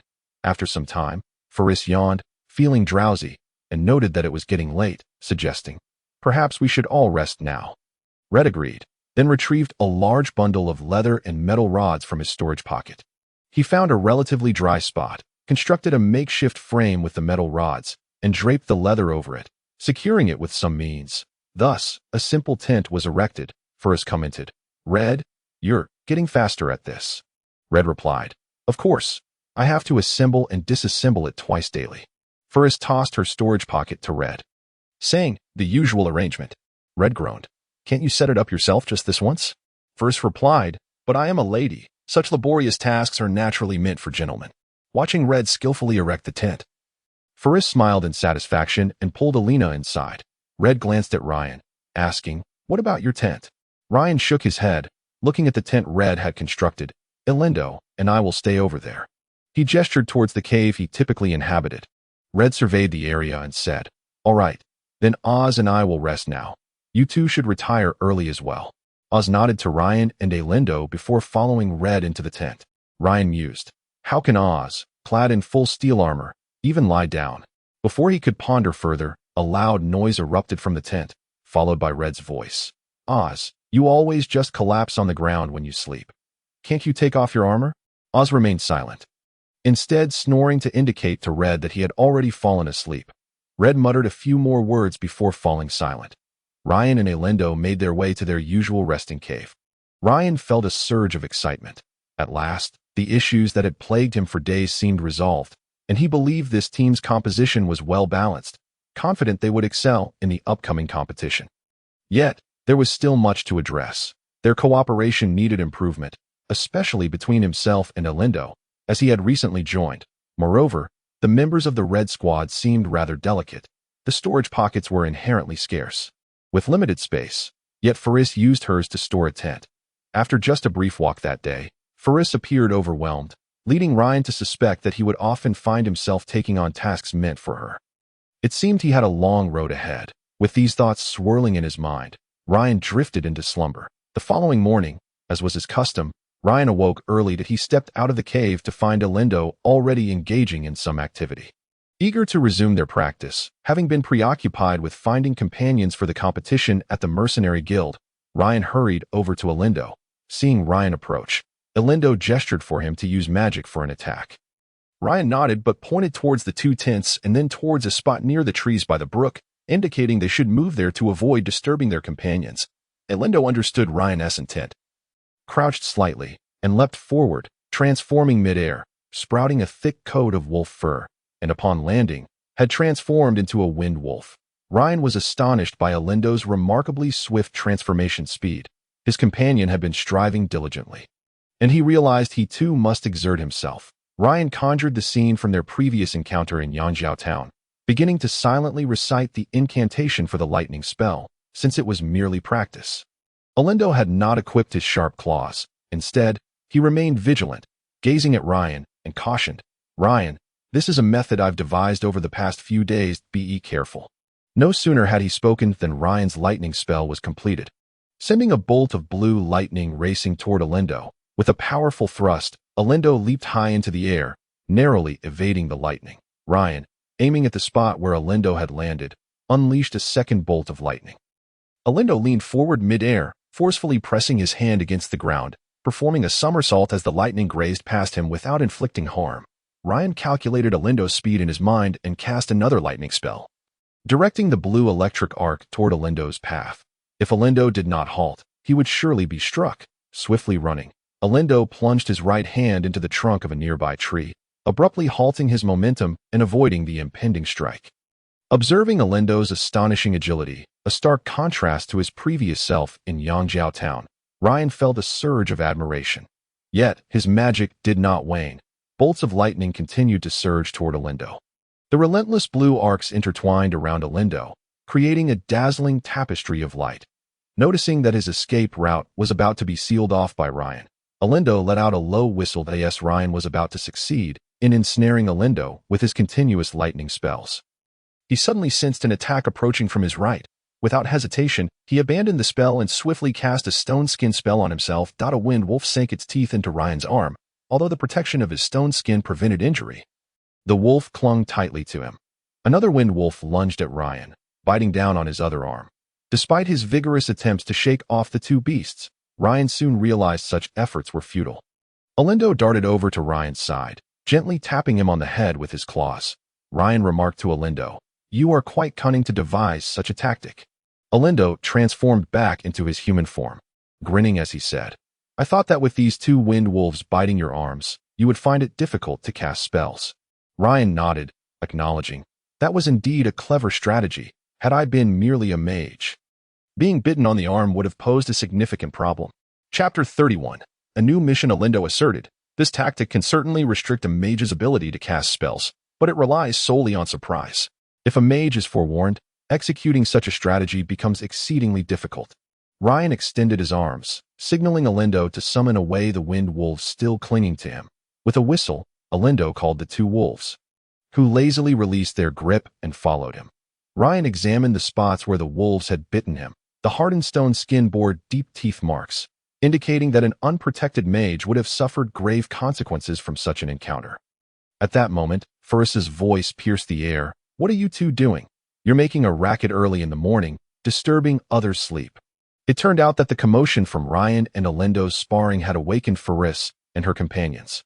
Ryan and Olindo exchanged amused glances and returned to the campsite together. The campfire had long extinguished, leaving only a pile of blackened ash. Ferris, stretching lazily as she emerged from her tent, spotted Ryan and Olindo and complained, "What on earth are you two doing? Making such noise at the crack of dawn?" Ryan chuckled but remained silent. Red also emerged from his tent, dismantling it and packing it into his storage pouch while saying, "I suppose those two couldn't sleep and got up early. Perhaps even had a scuffle." "Oh." Ferris suddenly became intrigued, asking Ryan, "Who won the fight between you two?" Ryan pointed at Olindo, jokingly stating, 3 against 1, of course I lost." Ferris glanced at Olindo and then at the two languid wind wolves behind him, bursting into laughter. "Those two lazy creatures?" Alina's voice chimed in. "Ferris, don't underestimate those wind wolves. Their attack power is remarkable." Ryan turned toward the source of the voice and saw Alina walking out from the woods. Alina addressed Ferris, "I just completed a circuit and found no issues." Ferris nodded and continued, "Why do you say those lazy beasts are formidable?" Alina explained, "These wind wolves are level 4 magical beasts. They excel in ambush and surprise attacks, delivering devastating blows when you are off guard. Under Olindo's command, their prowess could be maximized, akin to the role of an assassin, particularly against unsuspecting mages. Truly a nightmare for many." Ryan nodded in agreement. Acknowledging Alina's valid points, Ferris remained skeptical, eyeing the wind wolves and their sharp teeth. She instinctively touched her neck, beginning to believe Alina's words. Red interjected, "Ferris, do you think they are household pets? Would a druid travel with 2 pets?" Ferris retorted defiantly, "If I were prepared and struck first, I don't believe I couldn't handle them." Alina smiled, saying, "If you had seen Ryan's predicament just now, perhaps you wouldn't be so confident." Ferris asked, "What predicament?" Alina replied, "Upon returning from my patrol, I saw Ryan with one hand bitten by a wind wolf. I nearly burst into laughter." Ferris quickly called out to Ryan, "Ryan, what happened just now? Tell me." Ryan had no intention of deceiving his companions. He explained, "I was sparring with Olindo. He captured my attention, and his wind wolves ambushed me, biting my arms, which rendered me unable to cast spells, resulting in my defeat." Ferris found the tale amusing and laughed heartily. Red, however, cautioned, "Ferris, don't be too quick to laugh. If you were caught off guard by that tactic, you might fare worse than Ryan. Could your arm withstand the wind wolf's bite? Farissa's smile faded as she pondered. That is indeed a clever way to counter a mage. But I trust you will prevent such a tactic from succeeding, as you are my most trusted companions. Oz's voice echoed. I will focus on the front lines. Don't expect me to babysit. Everyone turned toward the voice and saw Oz. Clad in ordinary clothes, having shed his full steel armor, standing beside the tent that in one hand, he held a large piece of leftover roasted meat, and in the other, a gray water pouch made from some magical beast's entrails. Faris inquired, puzzled, Oz, why are you out of your armor? Oz raised the water pouch, took a hearty swig, then bit into the meat, mumbling between chews, with a thief, a druid, and 2 wind wolves. If our team were to be ambushed, would it matter whether I wore armor? Faris strained to hear Oz's words, contemplating their logic, and chose not to respond further. Red addressed Oz, understood. We appreciate your efforts. Once we complete this task, I'll treat you to some Bordeaux wine. Oz's eyes lit up at Red's words. Really? Red affirmed, of course. Although it may not be easy to procure, I do have my ways. Oz pressed. You can get it? That wine is the best I've ever tasted, but it's so hard to come by. I spent 200 gold coins on just a small barrel last time. Red chuckled. If I'm treating, you'll drink until you can't anymore. Oz nodded in satisfaction. Falling silent again, Dottie took another swig from the large water pouch, then spat it out, muttering to himself, recalling the taste of that Bordeaux wine. This is like drinking water that I won't have anymore. He poured the liquid from the pouch onto the ground, releasing a fragrant aroma. Hearing the exchange between Red and Oz, Ryan pondered and then asked Faris, what is our current mission? Faris gestured for everyone to gather around. Once they were seated, she stated, since Ryan has inquired, I will elaborate on our current mission in detail. After I finish, we can discuss how to proceed. Faris produced a small water pouch, took a sip of clear water, and continued, this time, our team, the Reese Squad, has taken on a task concerning the investigation of missing persons in Elmadar. The Reese Squad had previously completed a similar mission involving a series of kidnappings orchestrated by a gang of thieves who demanded ransom and resorted to executions if payment was withheld. Ultimately, the Reese Squad uncovered the mastermind after a fierce battle and defeated the enemy. However, Faris had exhausted her magic in that endeavor, and with this new, similar task, they sought an additional mage to avoid repeating past mistakes. Having clarified the mission details, Faris glanced at Ryan and Alindo, asking, so, what do you think? Any questions? Ryan contemplated and asked Faris, I have never been to Elmadar City. Do any of you know the area well? Faris shook her head, replying, none of us have been there. Is that an issue? Ryan inquired, how can we swiftly uncover clues when none of us are familiar with the area? Before Farah could respond, Red interjected, fear not. We have previously accomplished similar tasks and possess relevant experience. Generally speaking, frequent disappearances typically suggest abduction, and if we thoroughly search the location of the disappearance, we are bound to discover some clues. If all else fails, we might even apprehend them when they come to collect the ransom, lacking any experience in this regard. Ryan found Red's assertions somewhat convincing and refrained from pressing further on the matter. Instead, he proposed, since Alan and I are relatively new to the team, our synergy is not yet fully developed. Should we spend a few days practicing our coordination? Farah responded, that sounds splendid that we can rehearse, which will not only benefit this mission but is also crucial for participating in competitive tournaments. After a brief pause, she continued, in our previous missions, Alina was responsible for reconnaissance. Upon detecting the enemy, Oz would charge in to distract them, allowing me the time to cast my spells. Red would bestow protective blessings or heal any wounds Oz incurred. During combat, Alina would decide whether to shield me or neutralize the enemy mage first, depending on the circumstances. Farah glanced at Ryan and Alan, adding, this is merely a basic framework. The specifics will vary based on the situation at hand. With your additions, we will have more options. Red eagerly chimed in. Indeed, with Alan as a druid, our information gathering capabilities will be enhanced, and Ryan's magic will provide formidable support during combat. Chapter 32. Synergy. Farah was unperturbed by Red's interruption. Continuing, in fact, in mercenary teams like ours, all combat strategies are formulated around the team's mage. The mage serves as the core of the entire unit. For instance, I specialize in fire and water magic. Fire magic is primarily offensive, while water magic focuses on defense and control. Consequently, our combat plans will reflect my magical strengths. Ryan asked, I have no understanding of this. Could you elaborate? Farah found herself pondering. How could Ryan's magic instructor have failed to cover such essential concepts with him? How does he dare venture out alone, unafraid of a rogue stabbing him in the back?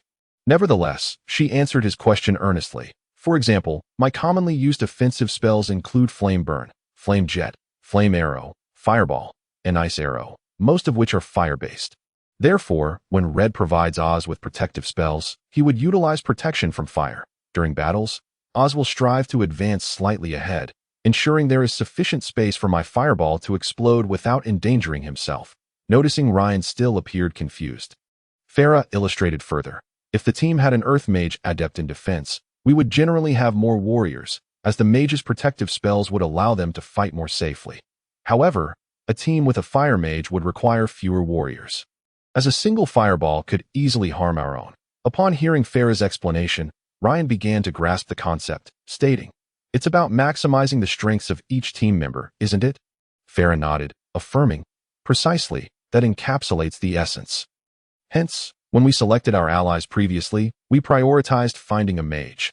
Red is an exceptional priest. His magic is sufficient to safeguard Oz, and we merely lacked offensive capability. Red, feeling proud of Farah's rare commendation, wore a smug smile. Farah continued, "Thus, our synergy and coordination primarily hinge on whether Red can promptly cast protective spells on Oz to avoid friendly fire, and whether Oz can effectively draw the enemy's attention, affording me the time to cast my spells as long as I can successfully cast my magic.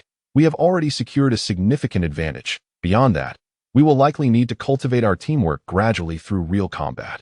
Farah added, "Ryan, you will be responsible for casting offensive spells in my stead once my magic is depleted, until I can regain my strength. Alan, like Alina, you two will alternate in maintaining vigilance, and during battles, you will either protect me and Ryan or attempt to ambush our foes." Ryan and Alan nodded in understanding of their roles within the team. After surveying everyone to ensure there were no further questions, Farah declared, "If all is well, we shall depart for Elmadar City today." By midday, the Red Squad returned to Elmadar City. Farah led the group directly to the Lion's Pride, where they indulged in a sumptuous lunch. Following their meal, before Farah settled the bill, Ryan produced the badge gifted to him by Flana, emblazoned with the emblem of the Lion's Pride. The serving maid, noticing the badge in Ryan's hand, was taken aback. It was her first encounter with someone utilizing this emblem to enjoy complimentary VIP treatment. Not wanting to appear disrespectful, she accepted the badge and examined it closely, confirming its authenticity. She promptly informed Ryan, "Esteemed sir, you and your companions are free to leave. We welcome you back to Lion's Pride for dining anytime." Farah, intrigued by the badge in Ryan's possession, noted that she had seen such badges before, typically held by individuals of considerable stature. Even her father had not possessed one today. However, she witnessed it in Ryan's hand. Though curiosity piqued within her, she refrained from inquiring, considering that such badges were not always publicly given, and many who possessed them preferred to remain discreet. She speculated that this badge likely belonged to Ryan's magic instructor, with Ryan merely using it temporarily. As they prepared to leave, the serving maid respectfully asked if there was anything further she could assist with. Farah requested that the maid arrange for 3 carriages for them. The efficiency of the Lion's Pride was commendable. Moments later, 3 brand new carriages awaited them at the inn's entrance. Farah instructed Ryan and Alan to board the last carriage, while Oz and Red took the middle one, and she and Alina occupied the foremost carriage. In a low voice, she directed the driver towards Elmadar City. The driver hesitated, initially assuming they were merely a few noble lords wishing to display their grandeur by riding through the city, only to realize they intended to travel a 3-day journey to Elmadar. However, upon seeing Farah produce 10 gold coins, the driver's demeanor shifted to one of respect. Although the carriages were new, the rental fee for 1 day was merely 20 silver coins. The round trip to Elmadar, spanning 6 days, would cost less than 4 gold coins for all 3 carriages. He cracked the whip and set off at a brisk pace, seated in the last carriage. Ryan gazed out the window, captivated by the scenery. The trees and boulders swiftly receded behind them.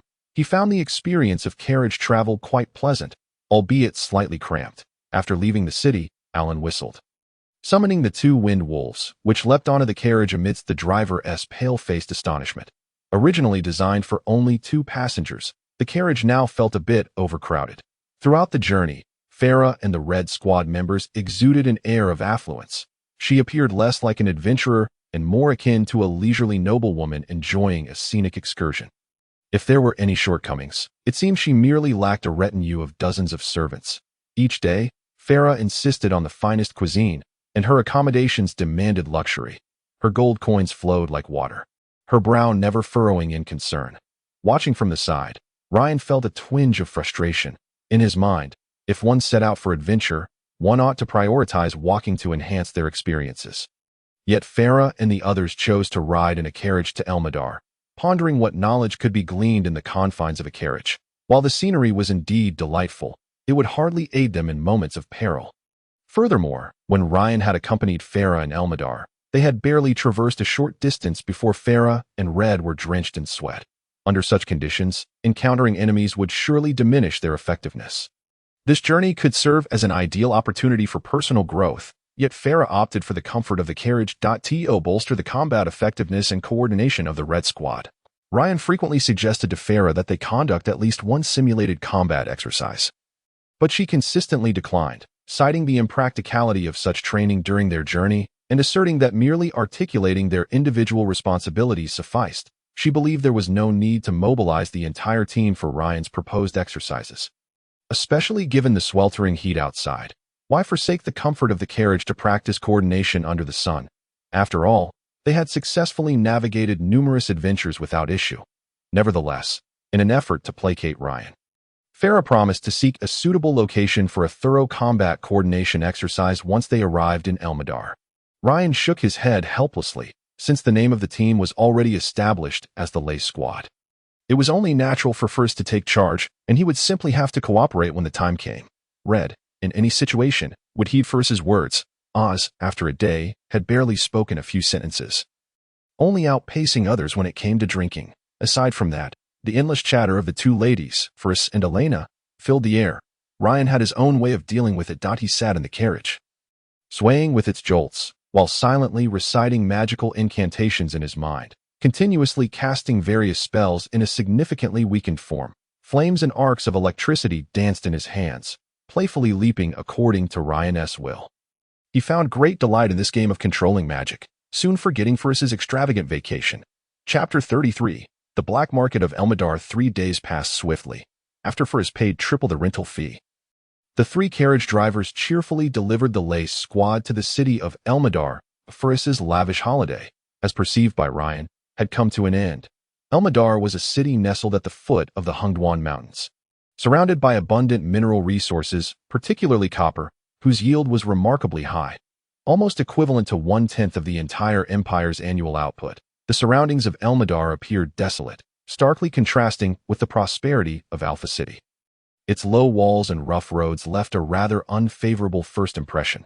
The city of Elmadar was primarily divided into 2 areas, the central commercial district and the impoverished outskirts. The city itself was not large, with a population of over 30,000, which included miners laboring in the depths of the mines, who perhaps, at any moment, could meet their demise due to a mining accident. Yet at this moment, they were still alive. The carriage arrived at the southern gate of Elmadar, where it was halted by the guarding soldiers. Faris, seated in the first carriage, disembarked and explained her party's identity and purpose to the soldiers.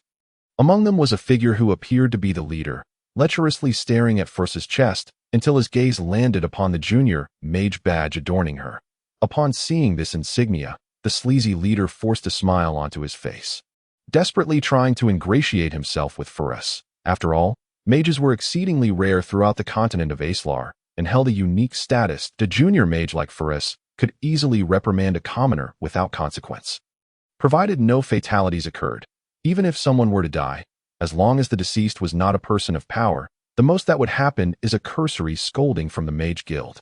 The lecherous leader dared not provoke any further issues. He merely pointed to the posted decree from the city lord at the gate, instructing Faris to pay the required taxes and fees.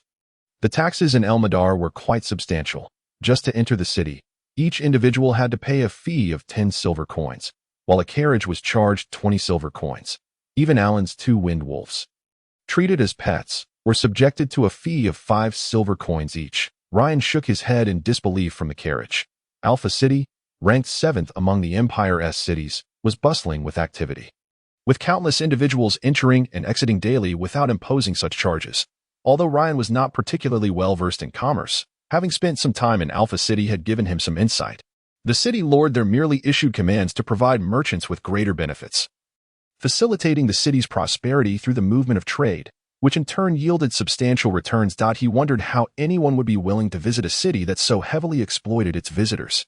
The carriage slowly made its way into the city, navigating the uneven terrain with care. As Ryan peered out the window of the swaying carriage, he observed the lowly dwellings on either side, the filthy ground, and a foul stench that permeated the air, as if even the sky over Elmadar was shrouded in a gray haze. Eventually, the carriage passed through the impoverished district and brought Ferris's party to the central commercial area of Elmadar. At the heart of the commercial district lay a large square, its surface paved with massive stone slabs, a stark contrast to the roads of the impoverished area, its expanse comparable to that of Alpha City's square. Despite Elmadar's total area being less than one-tenth that of Alpha City, to the north of the square stood an opulent residence, sharply contrasting with the chaotic streets and lowly homes. Numerous soldiers wielding long spears stood guard around the mansion, and Ryan surmised that this must be the residence of Elmadar's city lord. The other directions of the square featured no particularly notable buildings, merely ordinary shops. Ryan noticed a relatively decent inn located to the south of the square. The carriage made its way directly to the inn's entrance, where 3 brand new carriages were parked. An elderly man, appearing to be in his 50s and notably gaunt, hurried out to greet them. Upon seeing a lady clad in a mage's robe descend from the carriage, the thin old man became exceedingly cordial, showering her with compliments as he ushered Ferris's party into the inn. Meanwhile, the outside carriages and drivers were naturally attended to by the staff, under the thin old man's guidance. The members of the lay squad gathered around a table in the inn's hall, preparing to dine. The old man stood respectfully to the side, a constant smile gracing his features. However, Ryan found the man's smile rather peculiar, for the gaunt old man bore an uncanny resemblance to Alan's 2 wind wolves, who had caught scent of roasting meat. Ferris took the menu from the thin old man, examining the exquisite offerings in preparation to place her order. To her dismay, after her extravagant expenditures throughout the journey, she was taken aback by the prices of the dishes listed. A roasted Tarun lamb cost 10 gold coins, a serving of barbecued takri beef was 4 gold coins, and even the cheapest refreshing juice was priced at 20 silver coins. Furious, Ferris flung the menu at the thin old man, demanding he summon the innkeeper. The gaunt innkeeper's smile remained unfazed as he caught the menu and pointed to himself with the other hand, saying, "I am the innkeeper." Ferris pointed at the menu in the thin old man's hands and exclaimed, "ISNT, you're in far too expensive. In the imperial capital's dream bar, a glass of refreshing juice costs only 10 silver coins. And that's considered the most luxurious place nationwide." The thin innkeeper's expression shifted immediately, his cheerful demeanor transforming into one of resignation, a speed that even Alan, who prided himself on his quick responses, could not match, leaving him feeling inadequate. The gaunt innkeeper sighed. "Alas, it is indeed challenging to conduct business these days, esteemed lady. You must come from a noble family, accustomed to the finer things in life. I am sure many distinguished individuals have graced your household. How could you understand the plight of us common folk?" At this point, the thin innkeeper seemed to squeeze out a single tear from his eye, though it merely swirled within the socket before retreating. He then adopted a tone of pride, saying, "You see, my inn boasts the finest decor in all of Elmadar, apart from the residence of the city lord. Who dares to rival me?" Continuing, the innkeeper changed his tone. "As for the prices on this menu, to be honest, I don't earn much at all. Take this glass of refreshing juice, for instance. Although I charge you 20 silver coins, over half of that goes to the city lord in various taxes, and after deducting my costs, I'm left with only a few silver coins of profit." Red patted Ferris on the shoulder, signaling her to remain calm. He addressed the thin old man, asking, "Why are your prices so exorbitant? Aren't you concerned that once someone visits, they want tea return?" The thin innkeeper's expression fluctuated, quickly morphing into one of helplessness as he bitterly smiled at Red. "Do you think I want this? The taxes here are relentless. From birth, one must pay a head tax each month. And for every activity, there is a tax. Eating, sleeping, bathing, even using the restroom incurs a fee. Running this inn, I must also pay taxes for my staff and sanitation services daily. Moreover, all food sold here is subject to hefty taxes. In reality, Every time you spend 1 gold coin, I'm lucky if I see 30 silver coins after all deductions, and that's before accounting for my own expenses. Red curiously inquired, "Why does the city lord impose such heavy taxes?" The thin innkeeper replied, "It's mandated by the empire that each city lord must remit a tax to the imperial capital. Beyond that, the decisions regarding their own territories rest solely with the city lords. The only stipulation is that the taxes they impose cannot exceed those owed to the empire." Faris interjected, "Indeed. The empire has such regulations, but it explicitly states that the taxes levied by the city lord cannot exceed those due to the empire. By your account, the taxes here imposed by the city lord must far exceed that limit." "No." The thin innkeeper shook his head, stating, "No, that's not the case. The city lord is not foolish. In this city, there is only one profession exempt from taxation: miners. Those who work in the copper mines owned by the city lord are entirely free from tax burdens." Reed and Faris exchanged a glance. Astonished by the lord's actions, the gaunt old man remarked, "Thus, the lord's annual tax revenue is rather meager, as this city is primarily composed of miners who toil without compensation." Chapter 34, The Setting Sun. Faris pressed on, "Toil without compensation?" The emaciated innkeeper replied, "Indeed, without compensation. They are permitted merely 2 course meals each day, enough to stave off starvation, but certainly insufficient to satisfy hunger." Faris appeared skeptical of the innkeeper's words, fixing her gaze on his eyes, and inquired, "If working as a miner exempts one from taxes, then why do you operate an inn?"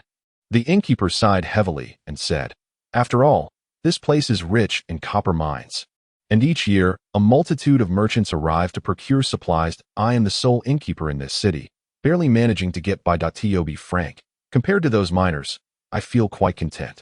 Reed was outraged upon hearing the innkeeper's words, exclaiming, "Is there truly no one from the empire to oversee this?" The innkeeper cast a scornful glance at him and disdainfully replied, "Oversee? Who would oversee? How could they? The laws of the empire itself grant each lord absolute control over their domain, provided they do not rebel. Moreover, what if they exceed the bounds? A few thousand jingling gold coins can silence dissent. If that fails, then those." At this point, the innkeeper's expression shifted, as if recalling something, and he quickly changed his tune. "What can I offer you?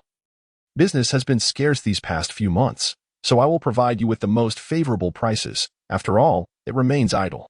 After some contemplation, Faris decided to stay at the inn. She was not accustomed to camping outdoors, and although it cost more, she did not lack for funds. A lavish dinner was soon laid out before them, yet a profound gloom settled in their hearts as they dined.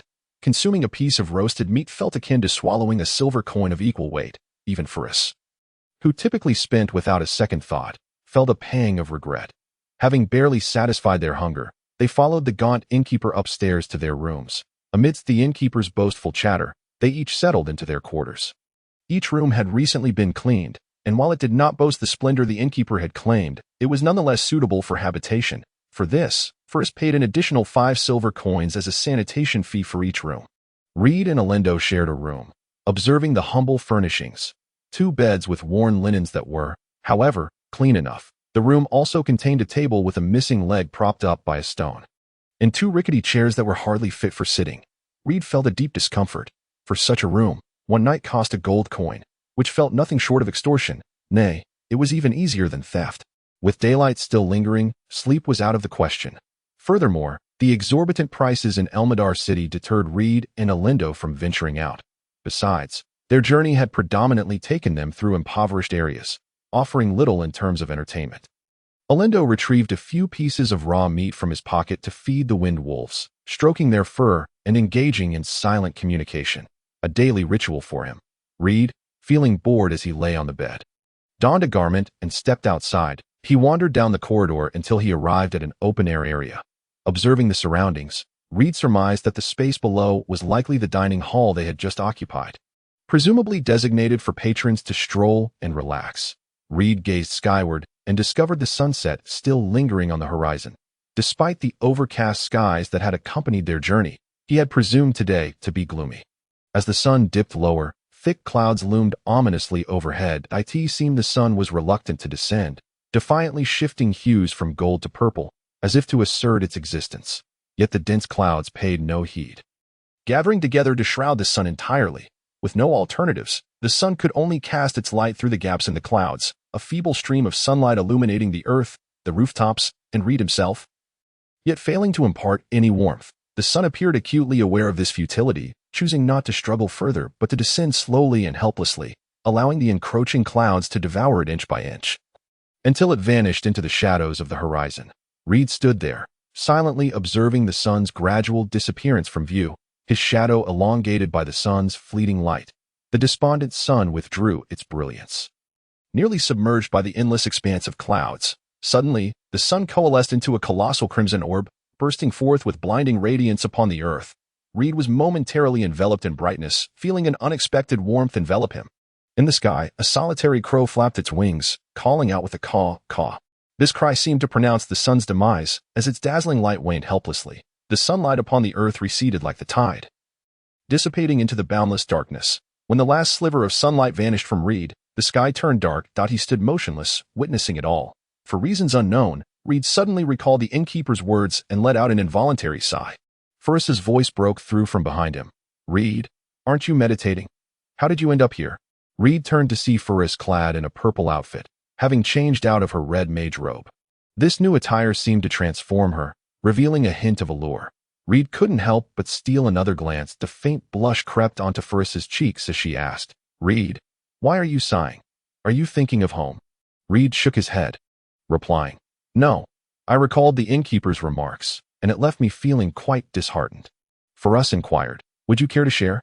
Reed nodded and began recounting his experiences, starting from the moment he left his hometown to enter the mercenary guild, right up until his arrival in Goathorn Town.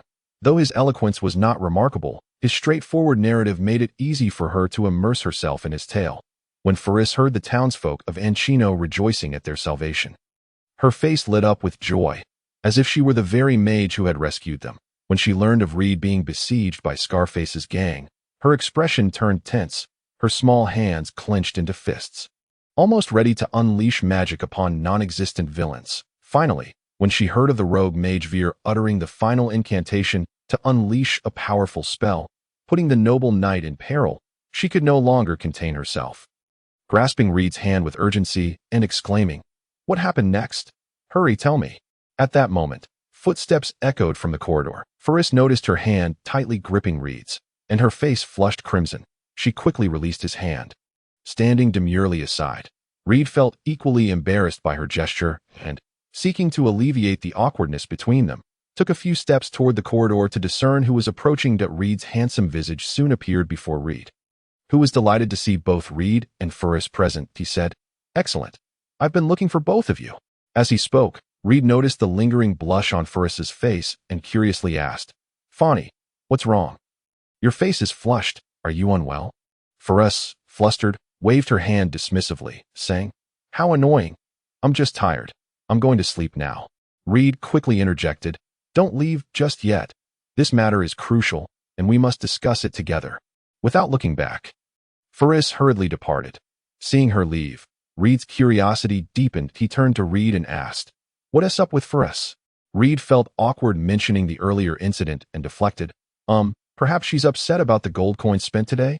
Reed scratched his head, increasingly puzzled, muttering to himself, "That doesn't make sense. Ferris isn't the type to be stingy, and besides, she's been to even pricier establishments in the imperial capital." Leaving the self-muttering Reed behind, Reed strode away. After pondering for a while, Reed turned to Reed and said, "Reed, you're mistaken. Ferris wouldn't dwell on such trivial matters. Do you think it could be something else?" Reed inquired several times yet received no response from Ryan. Upon raising his head, he noticed that Ryan had vanished without a trace. Shaking his head, he muttered, "What is amiss with these two today?" Chapter 35. Ryan's magic. Ryan returned to his chamber, where Alindo was already reclining on the bed, with the two wind wolves quietly resting at his feet. Upon seeing Ryan's return, Alindo asked, "Where have you been? You've been gone for quite some time." Ryan chose not to answer, as he had no intention of mentioning the earlier incident, feeling it would lead to embarrassment. Instead, he sought to divert the conversation, saying to Alindo, "Do you think our team, the Res Squad, is capable of participating in the royal tournament?" Alindo was taken aback by Ryan's question. Pausing to contemplate his response, after a moment, he said, "Ryan, let me speak candidly.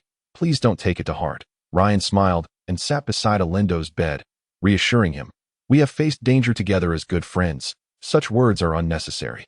Alindo sat up and, with sincerity, addressed Ryan. It's not that I view you as an outsider, but rather that you place too much importance on the royal tournament. I fear you may not wish to hear unfavorable news. Ryan was taken aback by this statement. Observing the concern in Alindo's eyes, steadying himself, he replied, The royal tournament is a rite of passage for me. Naturally, I care about it, but that does not mean I must secure first place. Nor that I am obligated to participate. One must have a goal in life to strive for, yet the most crucial aspect remains the journey and the genuine friendships forged along the way. Alindo nodded in understanding, saying, Then I feel reassured. Allow me to share my feelings from these past few days. I sense that Faris and the others do not regard us highly. Perhaps in their eyes, we are merely substitutes. Ryan recalled recent events and thought of Faris. Suddenly feeling a flush of embarrassment, he quickly masked it, saying, Alindo, I don't believe they see us that way. Alindo continued, Perhaps I am overthinking it, but recall the camping trip outside Alpha City. Faris meticulously detailed the original 4 members of the residential squad, yet scarcely inquired about you and me. Making decisions based on superficial knowledge, Ryan suggested. Maybe the 4 of them are simply very well coordinated. Alindo countered, If their coordination is so seamless, then why seek you and me? Ryan explained, Didn't she mention that she felt their strength was lacking? It's likely she intends to bolster their ranks with backup. Seeing Ryan persistently defend Faris and her team, Alindo chose to cease further argument, merely stating, Ryan, my discontent does not stem from being a backup for Elena. I merely believe that Faris's arrangements could hinder the team's overall effectiveness in a confrontation, as unfamiliarity among members may lead to complications. Ryan inquired, How so? Alindo elaborated, If you were to replace Faris in casting spells, your fireball spell would undoubtedly be executed faster than hers. Would Reed be able to keep pace with your rhythm? Ryan scratched his head in confusion, responding, That has nothing to do with Reed. Alindo remarked, Ryan, you have never disclosed who your teacher is, yet I am certain he is a highly respected archmage. Perhaps you have recently left your hometown and Haven T considered this, in Horntown. That thief mage is a high-level lightning mage, while you only bear the title of magic apprentice. This may serve as a means of hiding your true abilities, yet the fact that you can contend with a high-level mage speaks volumes. Ryan was taken aback by Alindo's words. He had merely focused on overcoming his opponent, completely overlooking the badge that symbolized high-level mages, and had not thought deeply about it afterwards, concentrating instead on how to enhance his own power. Alindo's remarks left Ryan's mind in disarray. He had never contemplated that after only a few years of studying magic under Master Delane, he possessed the strength to rival a high-level mage. This seemed utterly unbelievable. Unfazed by Ryan's contemplations, Alindo continued, I have encountered other mages, yet which mage possesses your level of magical prowess, a swifter casting speed, greater magical force, and an abundance of magical energy. These 3 aspects are what enabled you to challenge the thief mage in Horntown. Look at Faris. Although she is a junior mage, she tires from merely walking a few steps. Evidently a pampered noble. How is such a being allowed to treat you as a substitute? The more cohesive their teamwork, the greater the potential danger. I know little of Faris's other abilities, but from our discussions, it is clear her magical endurance is lacking. In the event of an intense battle, her mana would likely deplete rapidly at that moment. When you take action with your significantly quicker fireball spell, Reed will be accustomed to Faris's normal casting speed and may struggle to cast protective fire magic on Oz in time. With the overwhelming power of your fireball, what if you accidentally injure Oz?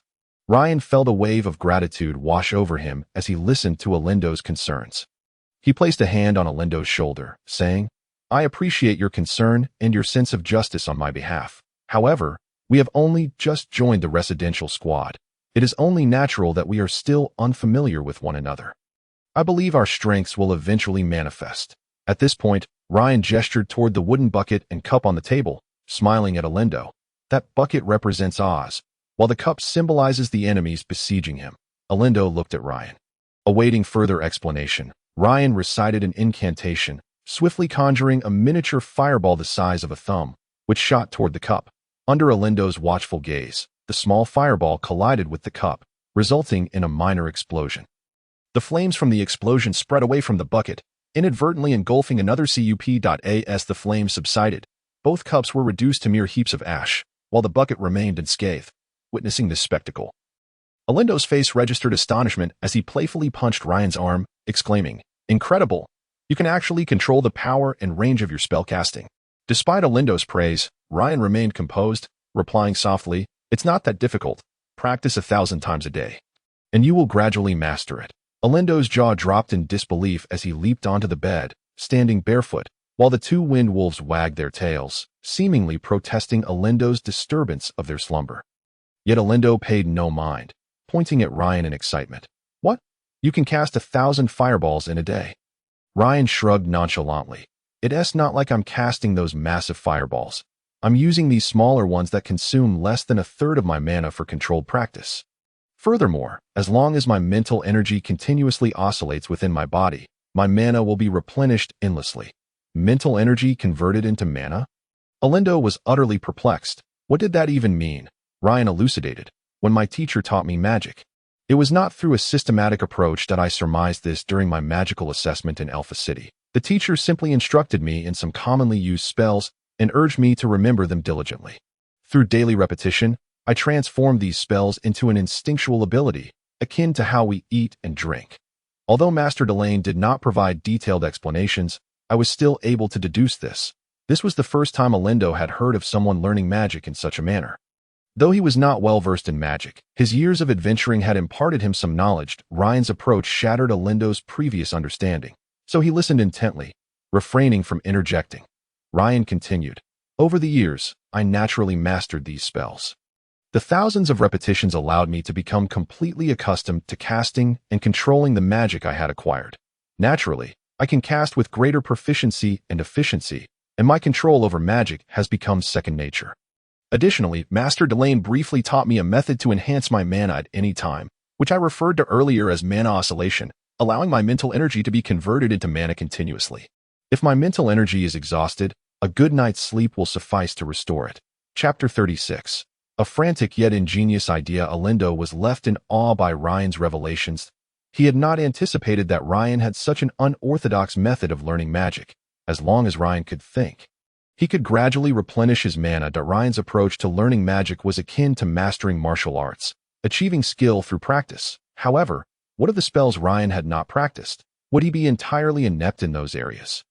If so, the price he paid was considerable, for he had sacrificed mastery of numerous spells to excel in a select few. Alindo subtly pointed this out, to which Ryan nonchalantly replied, "In just a few years. Achieving this level of proficiency is something I am quite satisfied with. One might argue that it's not impossible to master new magic. However, it simply requires greater effort. I believe that once my magical abilities have strengthened, I will be able to cast even more powerful spells. Moreover, many spells are of no use to me, so why bother learning them?" Alan inquired further. "Every spell possesses its own purpose. Your shortcomings are glaringly evident. Should your adversary seize upon them, it could spell trouble." Ryan chuckled and replied, "If I were merely a conventional magician, such an approach would undoubtedly be unwise. But let us not forget, I possess another identity." Alan nodded in agreement. Indeed. Ryan, who adeptly balanced two roles, could effectively complement his strengths and weaknesses, utilizing martial skills for self-defense while employing magic to launch assaults against foes is a truly audacious and ingenious notion. It's remarkable that such a disciple has emerged. Ryan continued, "For instance, the fire spell Light of Illumination is originally intended for lighting. However, I have no need for it. I can still remain hidden in the shadows. The magician casting this illumination will become my target, and those who attempt to approach the magician will surely regret their choice. My shadow's lament will reveal to them that a magician is not only capable of casting spells." Alan took a seat and calmly contemplated. Indeed, Ryan was the optimal choice. A mere magician struggles to venture forth alone. He requires protection for his fragile form. How could Ryan, with his hunter's background, possibly achieve that? Besides, Ryan was not incapable of further advancement. Once his magical prowess increases, he need only invest additional time to memorize new spells. Furthermore, Ryan's current magical strength is already formidable. After relinquishing many things, one often finds the capacity to progress even further. Ryan is a prime example of this. It was the first time Ryan had confided this secret to another. Expressing the sentiments he had harbored for years brought him a sense of relief. Alan extended his hands, grasping Ryan's firmly. Feeling deeply moved by Ryan's trust in him, Ryan patted the back of Alan's hand, saying, "Alan, do not overthink things. I believe there will come a day when our strengths are fully realized. And for now, aren't we in an excellent position to accompany the list team and gain experience?" Alan nodded, replying, "Indeed. The Grand Elder once remarked similarly, a seed, as long as it lives, will eventually take root, sprout, and grow into a towering tree." The following day, Ryan and Alan rose early as usual. However, due to the lack of expansive open spaces in Elmadar City, they practiced briefly within their room. Standing facing each other a step apart, they could strike one another with a mere gesture. Their practice was straightforward. Alan launched a series of attacks against Ryan, who could only employ protective magic. This exercise allowed Alan to fully exploit his speed advantage while enabling Ryan to hone his defensive skills against close combat warriors. Ultimately, the two reached a stalemate. If Alan's attack speed were slightly faster, he could deplete Ryan's defenses before Ryan could cast his next spell, striking directly at his core. Conversely, if Ryan were a tad quicker, he could secure the time necessary to unleash offensive spells. With his current speed, he could only alternate between the stone skin and mirror image spells to fend off Alan's assaults. This practice devolved into a war of attrition, testing who could endure longer. At this point, the bout had lost its purpose, and both erupted into laughter, ceasing their efforts. After tidying up, Ryan and Alan made their way to the inn's lobby, only to find Farah and the others already seated at the dining table. Upon noticing Ryan and Alan's arrival, Farah waved, exclaiming, "Ryan, Alan, over here." In truth, even without Farah's call, Ryan would have easily spotted them, for they were the only patrons in the inn. The members of the list team gathered together, each enjoying their breakfast. After finishing their meal, Farah wiped her mouth with a napkin and beckoned the innkeeper over. The thin innkeeper approached Farah, slightly bowing. Farah inquired, "Has anything noteworthy occurred in Elmadar City recently?" The thin innkeeper replied, "Aside from merchants purchasing copper ore, there are hardly any visitors. What news could there be?" Farah remarked, "Yet I've heard that a significant event has transpired here. Rumors of many people going missing." The thin innkeeper's mouth twitched slightly as he hurriedly responded, "No, I know nothing of it." Farah produced a bulging pouch of coins from her cloak, extracting a handful of gold pieces and tossing them onto the table. She addressed the thin innkeeper, saying, "Look, we are the only guests in this entire inn. No one else will know. We are merely curious and wish to understand that if you are willing to share, all of this gold is yours." The thin innkeeper hesitated, clearly drawn to the coins, yet still apprehensive. Red casually cast a minor light blessing, imbuing the thin innkeeper with newfound courage. Farah seized the opportunity, stating, "We are outsiders. Everything here is quite expensive. How long can we stay? You can take this gold. If we keep silent, who will ever find out? There are no taxes to pay." The thin innkeeper, bolstered by his courage, swiftly snatched the coins Farah had tossed onto the table and tucked them into his own garments. He glanced around, ensuring no outsiders were present, then discreetly instructed a few of his associates to leave before leaning in close to Farah and whispering, "The disappearances have been happening for more than just a day or two. It started 2 months ago. Strangely, the number of missing individuals remains consistent each day." Farah asked, "Do you know how they vanished?" Logically, these are impoverished miners. Who would want to abduct them? The thin innkeeper's eyes reflected fear as he cautiously responded, "Who would abduct them? I have heard it said that demons lurking in the shadows are responsible for their capture." Farah inquired, "Demons? Where did this story originate?" The thin innkeeper replied, "It was a girl named Jessie." "Jessie?" "Yes," the thin innkeeper confirmed, "it was she.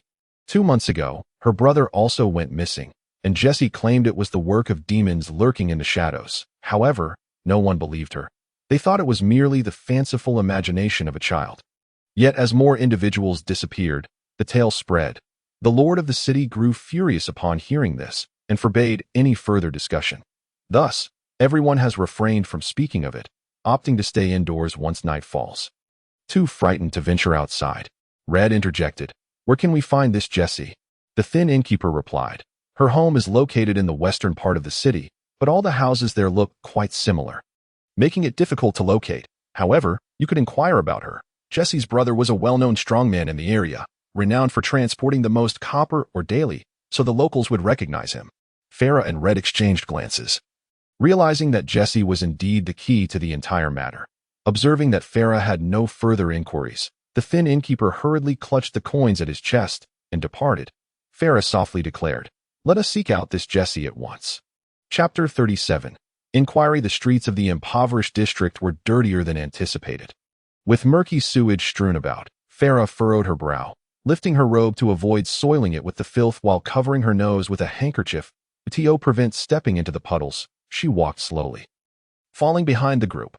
Red stayed beside Farah, steadying her to avoid tripping over the chaotic debris on the ground. In contrast, Elena, being another lady, seemed unfazed, striding confidently through the muck as if accustomed to such an environment, leading the others forward. The miners who inhabited the slums often hunched over, their weathered faces revealing their hardships. Some women, clad entirely in black, carried large wooden buckets filled with unknown, foul-smelling contents. Upon noticing the newcomers, they hastily retreated into their lowly dwellings, appearing frightened, clearly spooked by the recent spate of disappearances. Only a few children remained unafraid, watching the members of the list team from a distance, curious about their activities. Sensing the apprehension in the townsfolk, Elena halted, producing a pouch from which she retrieved a handful of silver coins. Addressing the crowd, she proclaimed, "Who will answer my questions? One question, one silver coin." The surrounding people remained silent, their gazes wary. Noticing a small boy standing nearby, Elena approached him with a smile. The boy's face reflected fear as he curled up, crouching on the ground, yet his eyes fixated hungrily on the coins in Elena's hand. Given her youthful appearance, Elena seemed akin to an older sister to the boy. In a gentle tone, she asked, "What is your name?" The boy flinched, clearly frightened, but the allure of the silver coin overcame his fear. And he whispered, "My name is Jim." Elena placed a coin into Jim's hand, and he clutched it tightly with both hands. She then inquired, "How old are you?" Jim glanced at Elena, who was only slightly taller than him, and in a youthful voice asked, "Is this the second question?" His words immediately elicited friendly laughter from the other members of the Lace squad. Elena then produced a silver coin, which Jim eagerly accepted, saying, "I am 12 years old this year." Ryan looked at Jim in disbelief. This boy before him was actually 15 years old. However, years of insufficient meals had rendered his appearance akin to that of a child no older than 10. Furthermore, as he grew older, he would merely replicate the same fate as his father and grandfather, and if he ever had offspring, they too would be ensnared in this mired. Ryan's heart swelled with compassion. He retrieved a gold coin and approached Jim, handing it to him. Jim's eyes sparkled with fervor as he took the coin with trembling hands and pressed it against his body. Not just Jim, but all present exhibited similar expressions. Many of them were decades old, yet had never truly possessed a gold coin.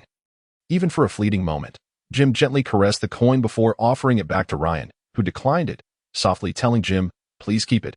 It is a gift from me to you. You remind me of my younger brother. He should be around your age." Fearing that Jim might refuse, Ryan fabricated a story. Jim looked at Ryan, who wore a kind expression, and withdrew his hand holding the coin, saying, "Thank you, sir." Elena patted Jim's head gently and asked, "Do you know a girl named Jessie?" Jim nodded and pointed to a low house in the distance, saying she lived there. Elena acknowledged with a nod. "Thank you, Jim. You are a kind boy." Following Jim's directions, the Lace squad found Jessie's home. Elena stood at the door and called out, "Is anyone home?" The door creaked open, revealing a frail little girl. Her hair was tousled, her clothing tattered and dark, yet her large eyes sparkled brightly. Elena inquired, "Little girl, is Jessie home?" The girl timidly gazed at Elena and replied, "That's me." Elena crouched down, smiling at Jessie, saying, "Don't be afraid. We are not bad people. We are here to catch the bad ones." Jessie replied, "Sister, I am not afraid." Elena tenderly stroked Jessie's hair and asked, "Jessie, we are here to investigate the disappearances. You once mentioned that demons took them away. Can you tell us more about it?" Upon hearing Elena mention demons, fear flickered in Jessie's eyes, and her body trembled slightly. Seeing her state, Red quickly cast a blessing spell. A shimmering white light enveloped everyone present, filling their hearts with courage to defy all evils in the world. Jessie felt her fear dissipate and said to Elena, "Jessie is telling the truth. But no one believes me." Elena reassured her, "Sister believes you. Please tell me everything." Jessie continued, "Once, I was playing outside the city, where there were heaps of useless mined slag. I wanted to sift through the slag to find some copper sand, which I could exchange for copper coins with those who came by cart. That I found a place that no one knew about, where there was plenty of copper sand, and I sifted for a long time without finishing. When it got dark, I wanted to go home but saw several men in black, each carrying a large bag." "Men in black?" Elena asked, Jesse confirmed. Yes, the bags they carried were moving. What happened next? Faris inquired. Ryan, upon hearing Faris's question, recalled their time together the previous night and felt his face flushed. He missed Jesse's next words, realizing it was not the time to dwell on such thoughts, and quickly focused on what Jesse had to say. Suddenly, a terrifying demon emerged from the ground. Its flesh was decayed, and I could smell its stench from afar. Many parts of its body revealed white bones. Alina urged, Jesse, take your time and describe what happened. This is crucial. Jesse continued. The demon was about 2 men tall, very large, with 4 arms. Oh, and it wielded a gigantic axe in each hand. I was so scared that I hid behind a pile of ore. Not daring to move, the demon blew into each bag, and they became still. Then several piles of bones emerged from the ground. Red abruptly asked, piles of bones? Jesse replied, yes, they were naked, all bones, not a shred of flesh. They lifted the bags and disappeared back into the ground. The demon following them. That I waited until the men in black were gone before I cautiously came out. That I was terrified and ran home. Later, I found out my brother was also missing. That I told the adults about this, but they didn't believe me, saying I was just a child lying. Jesse is an honest child and wouldn't lie. Alina comforted, Jesse, you are a good girl, you are honest, and do not tell lies. Faris took out 2 gold coins and placed them in Jesse's hands, saying, this is a reward for an honest child, keep it safe. Jesse hesitated to accept it. Having only seen such shiny gold coins from the city guards, knowing they were precious, fearing she would never earn such wealth by sifting copper sand her entire life, Faris encouraged, honest children who do not lie deserve rewards. Keep it hidden and don't let others know. Jesse replied, I understand. Sister, if others find out, they will come to steal it. Faris smiled and nodded, touched by Jesse's innocence, feeling that the stench was less noticeable now. After hearing Jesse's account, Red wore a troubled expression. Seeing Faris give the gold coins to Jesse, he addressed the group. Now that we have gathered the information, let us return. Chapter 38. The legendary demon, the Lace squad bid farewell to Jesse and returned to the inn. After enjoying lunch, they each retreated to their rooms to rest. However, images of Jim and Jesse haunted Ryan's mind, filling him with sorrow. A carefree childhood should be devoid of worries. But how many children like Jim and Jesse struggled just to fill their stomachs in this city? Ryan longed to assist them, yet he had little money to spare. Moreover, even if he offered all he had, what good would it do? The plight of Jim and others was not their fault, but rather the consequence of the Lord's decree. The Lord could enact such laws, forcing his subjects into perilous mines for meager rations that barely filled their bellies. Yet, such unjust and unreasonable decrees were sanctioned by the empire's rulers. Ryan wandered aimlessly in the corridor, his thoughts in disarray. His childhood admiration for heroes and dreams of the outside world had propelled him to leave his hometown. However, the stark realities he faced outside were in stark contrast to his previous imaginings, leaving him perplexed as to why things were this way. Perhaps, as Alan had said, if everyone were kind, there would be no inequality or strife on this continent. Yet, that is impossible. There are only 2 options. Either I slowly adapt to the conditions of this continent, or I acquire sufficient power to change everything. Why torment myself with such thoughts? I wonder, can I change all this? A thought suddenly crossed Ryan's mind, prompting him to shake his head vigorously, dismissing it entirely.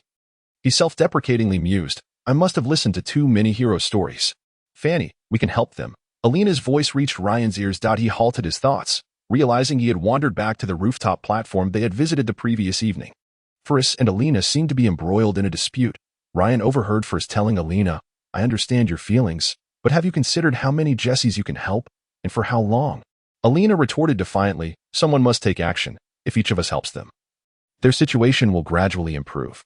Faris shook her head, her expression filled with compassion. She gently stroked Alina's hair, saying, Annie, things are not as simple as you imagine. Have you not thought about who caused Jim and the others' current plight? The Lord. Alina exclaimed loudly. Why does the Empire ignore these greedy individuals? Do those bastards in the imperial capital not see? Upon hearing Alina's words, Faris's expression shifted dramatically, but she quickly regained her composure and replied, Annie, things are not as simple as you think. There are over 200 lords in the Empire, both big and small. The Empire cannot fully control them. We can only attempt to constrain them, as long as they do not overtly violate imperial laws, rebel, or disobey the Empire's rule. They can do as they please within their territories. Alina coldly retorted to Faris, so. Faris, You mean to say the Empire sacrifices people like Jim in exchange for so-called stability? Ferris explained to Alina. Do you think Jim is pitiable? Have you ever encountered someone more unfortunate than him? Do you realize how much effort the Empire expended to quell the Senate rebellion last month? How many losses did the residents of Morley suffer due to the uprising? If the entire Empire descends into chaos, who bears the brunt of it? It's Jim and his ilk. They lack the means to defend themselves and can only be at the mercy of others. Rather than that, it is preferable to be in our current situation, where at least there is food to eat and a roof over our heads. Alina fixed her gaze intently on Ferris, her fists clenched tightly. Although Ferris's words were harsh, they were indeed the stark truth. Ryan observed the standoff between the two and felt compelled to mediate. As they were both members of the List squad, and such discord was unnecessary, he deliberately walked a few heavy steps. Creating a dull thud, the sound drew the attention of both Ferris and Alina, who turned to see Ryan approaching. Upon realizing it was Ryan, Alina relaxed her clenched fists, turning away to cover her face with her hands. Ferris nodded to Ryan, acknowledging his presence. Ryan intentionally shifted the topic, inquiring of Ferris, "Who commissioned our current mission?" Ferris replied, "It was the Lord of Elmadar City, the one who coerces others to work in his copper mines.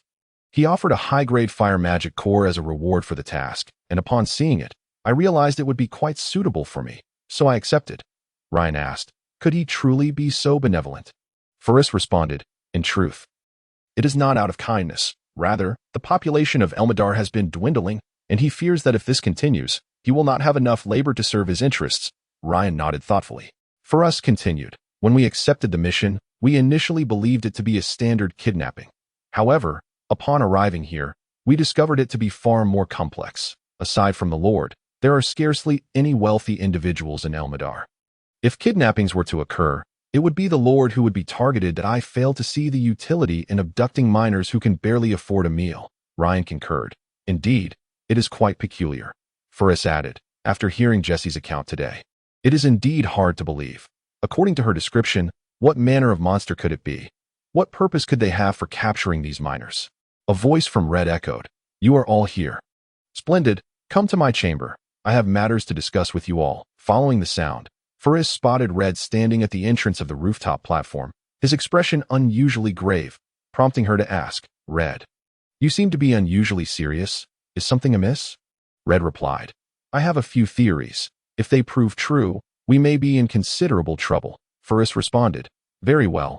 Let us proceed to hear your hypotheses." They followed Red to his chamber, where they found Alendo already present.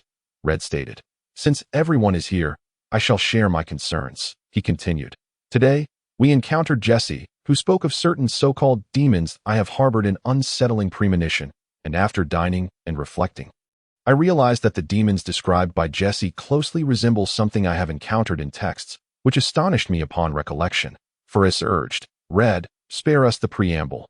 Get to the point." Red, with gravity, said, "Do you all recall the invasion of the Undead Legion 200 years ago?" Ferris replied, "Who does not know of it? Please share your theory." Red continued, "Fani, do not panic. I will elucidate everything. My theory stems from both my readings and Jessie's words, which I have pieced together to form a conclusion." Ferris nodded, noting Red's seriousness and refraining from interjecting, choosing instead to listen intently. "I have perused historical accounts of the calamity 2 centuries past, particularly studying the composition of the Undead Legion, although it was nominally commanded by the demon Alistair Caslavin. The actual command rested with his advisor, the Lich Kongs. This Lich possessed formidable power, creating numerous other Liches through some method, directing each legion through them. Among these undead, the primary component was the skeleton warriors. Formed from human corpses, though less formidable than in life, their sheer numbers were overwhelming, requiring only a single Lich to control thousands of such warriors. Kongs utilized this strategy to command the vast undead legion. Red paused to catch his breath before continuing. However, while the skeleton warriors were numerous, they essentially served as cannon fodder. The Lich Kongs also constructed another terrifying instrument of death, assembling fragments of magical beasts and human corpses to create a new form of undead that combined the ferocity of beasts with the rudimentary intelligence of humans. This undead could single-handedly slay a squad of 50 light infantry or withstand a charge of over 10 knights, possessing immense strength capable of hurling a warhorse with a single punch. and easily lifting and throwing boulders weighing a person. Farissa's expression grew solemn as she regarded Red. "You suspect that the demon described by Jesse?" Red affirmed. "Indeed, that demon is akin to the terrifying instrument of death from the undead legion, and those piles of bones are unmistakably skeleton warriors." Upon hearing Red's words, Alendo's eyes shimmered with fervor. Ryan understood that their druidic companions had embarked on their journey largely in pursuit of traces of the undead, and with such pertinent information now at hand, their excitement was palpable. Ryan placed a reassuring hand on Alendo's shoulder, signaling him to remain calm. Red's gaze swept across the gathered individuals, and he gently stated, "Our adversary may very well be remnants of the undead legion that were not entirely eradicated 2 centuries ago. This mission has grown exceedingly perilous. I hope each of you contemplates this carefully. If you wish to withdraw, you may do so without fear of ridicule." Faris interjected, "There is no shame in leaving. Our ventures are for the purpose of self-improvement, not recklessly courting death. However, consider this. If you choose to remain, retreat will not be an option, particularly when facing the enemy." A profound silence enveloped the room, punctuated only by the faint sounds of their breathing. Chapter 39. The calm before the storm. As the members of the List squad fell into silence, deep within an abandoned mine outside Elmadar City lay an expansive cavern, seemingly altered by magic. The ground was remarkably even, and the walls of the cave were smooth, starkly contrasting the ruggedness typical of a true mine. In the center of the cave stood an intricately adorned stone sarcophagus, embellished with lifelike figures and exquisite architecture. Among the carvings, a strikingly handsome man clad in a black cloak frequently appeared. In the depiction on the front of the sarcophagus, this man stood atop an imposing palace, gazing down upon the throng of supplicants below, as if he were the sovereign of this realm. His cloak bore a vivid depiction of a bat in flight, its mouth dripping with fresh blood. Surrounding the sarcophagus, an elaborate magic circle was inscribed upon the ground, its dark crimson patterns spreading like a spider's web, pulsating with eerie energy. At one end of the magic circle stood a towering altar, upon which rested a massive chair, occupied by a figure draped in a black cloak. 4 braziers flanked the altar, their flames casting a dim light that exuded an unsettling chill, as though even a prolonged gaze could freeze one's very bones. Beneath the altar lay a pool filled with blood, where fragments of corpses and bones were faintly discernible. A contingent of skeleton warriors entered the cavern, their heavy footsteps echoing through the vast space. The skeletal figures approached the blood pool and unceremoniously discarded the corpses they bore. The blood pool, now replenished with fresh remains, began to bubble violently, emitting a cacophony as the bodies dissolved into sanguine liquid. This blood flowed forth from the pool, coursing through the recesses of the magic circle, quickly saturating its entirety. The dark red magic circle pulsed ominously, channeling the blood towards the center sarcophagus, which absorbed it with a sound of satisfaction, as if it had just indulged in a sumptuous feast. A heavier thud resonated as a colossal amalgamation of body parts entered the cavern. This creature bore a human head, but was devoid of clothing, its body a grotesque mosaic of various furs and bones, evidently constructed from the remains of disparate magical beasts. It possessed 4 legs, each distinctly different in length and form, indicative of its multiple monstrous origins. As it moved, it resembled a warhorse in its gait. Approaching the altar, it addressed the cloaked figure in a language foreign to humanity. "Master, we have procured 20 fresh corpses today." The figure in the black cloak remained silent. The assembled creature remarked, "Those fellows claim that a mercenary group has arrived in Ermidar these days, purportedly in search of the missing persons." A human voice emanated from a corner of the cave, and another assembled creature emerged from the shadows. This creature, fluent in human speech, was entirely dissimilar to the previous one. Its form was less corpulent, the upper body resembling that of a human, while its lower half bore the legs of a magical beast. As it approached the altar, it spoke in human language. "They are merely courting death. I alone could eradicate them all." This creature, known as Left Hand, stepped forward to the altar, its visage illuminated by the cold flames emanating from it, revealing the deceased Left Hand from Sheephorn Town. The reanimated Left Hand addressed the figure draped in a black cloak upon the altar. "Lord Sandrew, I am exceedingly grateful for the powerful body you have bestowed upon me." Left Hand extended its arms, admiring its new form, feeling an overwhelming surge of vitality, yearning to seize a heart and savor its essence. Seated upon the altar, Lord Sandrew spoke, his voice chilling as if steeped in eternal ice, instilling dread. The ritual nears completion. I require more blood. The typically unruly left hand responded respectfully. Of course, Lord Sandrew, my lord has dispatched hundreds of vigorous young individuals from Sheephorn Town. And here, we have 20 fresh corpses daily, which should suffice. Sandrew raised a shoulder, revealing his skeletal hand. A potent force emanated from Sandrew's hand, spreading throughout the cave. This power infiltrated left hand's mind, conjuring feelings of despair, helplessness, and pain. An array of the darkest human emotions overwhelmed it. Despite left hand's history of violence, it could not withstand such terrifying darkness, struggling to break free from its grasp. Yet its body remained immobile as the negative emotions multiplied. Left hand found itself unable to endure the greatest suffering known to mankind. A heart-wrenching scream echoed through the cave. Abruptly, the malevolent force dissipated as though it had never existed, and left hand, feeling a sense of relief, collapsed to the ground. Gasping for air, Sandrew's bone-chilling voice reverberated once more in left hand's ears. I require more blood. Left hand hastily replied, no problem. Lord Sandrew, I will inform them immediately to expedite the delivery of fresh corpses. Sandrew lowered his hand, falling silent. Left hand quickly rose to its feet and strode out of the cave, eager to urge its subordinates to hasten their efforts. For Sandrew's wrath was truly terrifying. Had he been present in Sheephorn Town, he could have easily annihilated all the holy knights alone. The cave returned to its prior tranquility, as if the preceding events had never transpired. At the inn on the second floor of Ermidar City, well, I trust everyone has given it considerable thought, said Reed. Let us make a decision now. First interjected, Reed, if we come out together, we must return together. Reed smiled. I knew you would stay.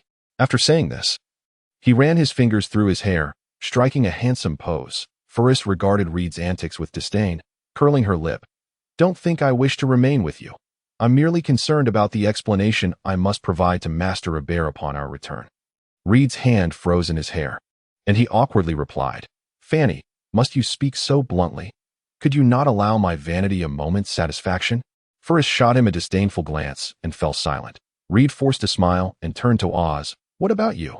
Oz maintained his leisurely demeanor, gazing at the axe in his hands, muttering to himself, if someone intends to treat me to Bordeaux wine, leaving now would mean missing out. Reed remarked, Oz, you used to be so taciturn that I often made jokes at your expense. Yet now, as we face choices that affect our very fates, you must consider carefully. Oz looked up, fixing his gaze on Reed. As long as you provide me with Bordeaux wine, my life is yours. Reed was at a loss for words regarding Oz. The notorious drunkard shook his head, saying, I am astounded. You prioritize wine over your life. With that, Reed produced a beautifully crafted small bottle from his storage pocket and tossed it to Oz.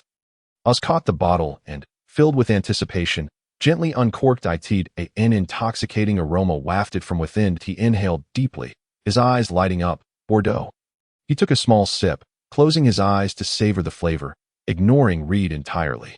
Reed turned to Alina, saying, You are still young. Do not gamble with your life alongside me. Alina scoffed. Fanny treats me so well. That is why I remained. Oh, you think I stayed for your sake? Reed furrowed his brow. You impudent child. I am older than you. You ought to show me some respect. Since you joined our party, you have never regarded me with kindness. Alina replied, Sure, Reed to uncle. Reed rolled his eyes, feeling his luck had soured. With Oz's drunkenness and Alina's mischief, why did none of his companions exhibit seriousness? He failed to recognize that his own perpetual cool demeanor was not much better than that of his comrades. Reed turned to Ryan and Elinder. What about you two? Elinder shook his head, and Reed presumed he was unwilling to continue the adventure, saying, I respect your decision. Elinder shook his head again, addressing Reed. I thought you were clever enough to remember those records from 200 years ago. But it seems, Reed's eyes widened at Elinder, who appeared significantly changed, shedding his formerly cold demeanor. Now, he was capable of jest even in such a critical moment, suggesting he had learned to interact without causing estrangement. Elinder remarked, I am a druid. Reed interjected. I understand. Your travels are primarily to seek the traces of the undead. Elinder playfully retorted, Well, you're not entirely dim. Reed wore a bitter smile, lamenting, Is my social standing so poor that even the newly joined Elinder mocks me? Alas, Ryan spoke up. Reed, you brought this upon yourself as comrades in the same party. We should enjoy together and brave adventures together. Who runs away when danger arises? Reed sighed in resignation. I only wished the best for everyone, hoping you would think carefully, yet it seems I was in the wrong. The group looked at Reed's aggrieved expression, unable to suppress their laughter, as the shadow that had loomed over their hearts dissipated in the wake of their amusement. Chapter 40. Strategy. After the laughter subsided, Ferris said, Reed, among us, you are the most familiar with the undead. You should take charge this time. Reed nodded, accepting the leadership of Ferris's small team without hesitation. If my deductions are correct, the numerous miners reported missing in Ermidar are likely being used as sacrifices for some nefarious ritual by the undead. Over the past 2 months, more than 500 individuals have gone missing, indicating the magnitude of this ritual. Ferris inquired, could it be similar to what transpired 200 years ago, preparing to amass an army? Reed shook his head. Absolutely not. I can assure you of that. Ferris, somewhat skeptical, responded, Oh. Reed elaborated. From the first disappearance to now, it has been nearly 2 months that I inquired with the innkeeper, and it appears that only about 20 individuals go missing each day. To assemble an army of 20 daily would take an inordinate amount of time. Without at least 1 million soldiers, it would be utterly meaningless. Moreover, if they truly intended to create an army of undead, why capture the living? The mines frequently face incidents, and the corpses of miners who die each year would suffice for conversion. Who would care whether a pile of corpses remains? Alinder interjected. Capturing the living is likely to perform some ritual involving them. Generally, the malevolent rituals of the undead involve using blood or life as offerings. Reed affirmed, exactly. Ferris urged. Then we should promptly notify the Church of Light. Reed waved his hand dismissively. No need. Ferris queried in confusion. Why not? Reed explained. The nearest Church of Light is in Elfar City, and the fastest round trip would take at least 6 days. Moreover, the priests there primarily preach the doctrines of the gods of light and offer simple blessings. When it comes to combat, they are no match for me. Rather than expend great effort seeking assistance from those who cannot help, we should diligently plan how to maximize our own strengths. Ferris remarked, I know you are a disciple of Master Abair. There is no need to boast. Upon hearing Ferris finally commend him, Reed surprisingly did not bask in pride, but rather calmly stated, I believe our time is limited. None of us can foresee when this ceremony will conclude. We cannot afford any further delays. We must rely solely on ourselves. I am prepared to take the initiative. The closer we get to the completion of the ceremony, the less the host will be able to detach themselves, and this moment presents us with the best opportunity for victory. Ferris inquired, Are you ready for tonight? Reed affirmed, Indeed. Just moments ago, this matter was unknown even to you. This is the perfect moment. Ferris nodded. Very well, you may proceed. Reed instructed, Everyone, return to your rooms immediately and take advantage of the time to rest. After dinner, we will set off to the location Jesher mentioned. The group acknowledged and retreated to their quarters. Lian lay on his bed, observing how quickly Ailuin entered the realm of dreams. The thought of the unprecedented adventure awaiting him that night stirred excitement within Lian. He retrieved the shadow blade, meticulously polishing its darkened blade. Apart from the comrades beside him, this was his only reliance in order to maintain his optimal state for the evening. Lian quickly subdued his emotions, sheathed the shadow blade, and fell into a deep slumber. In the midst of his slumber, Lian was awakened by a gentle nudge. He opened his eyes to find Ailuin standing beside his bed. Lian sat up, rubbed his eyes, and remarked to Ailuin, I feel remarkably refreshed. How about you?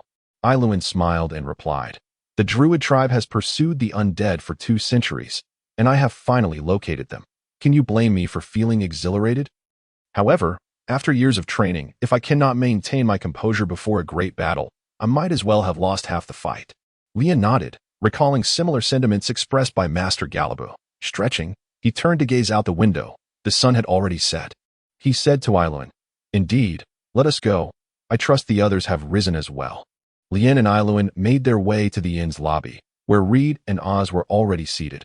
Upon spotting Lian and Ailuin, Reed beckoned them over. Just as Lian settled into his seat, Ferris and Alina emerged. The 6 of them gathered around a table, thoroughly enjoying a sumptuous dinner. Ferris ordered every exquisite dish the inn had to offer, unperturbed even by the expenditure of over 100 gold coins.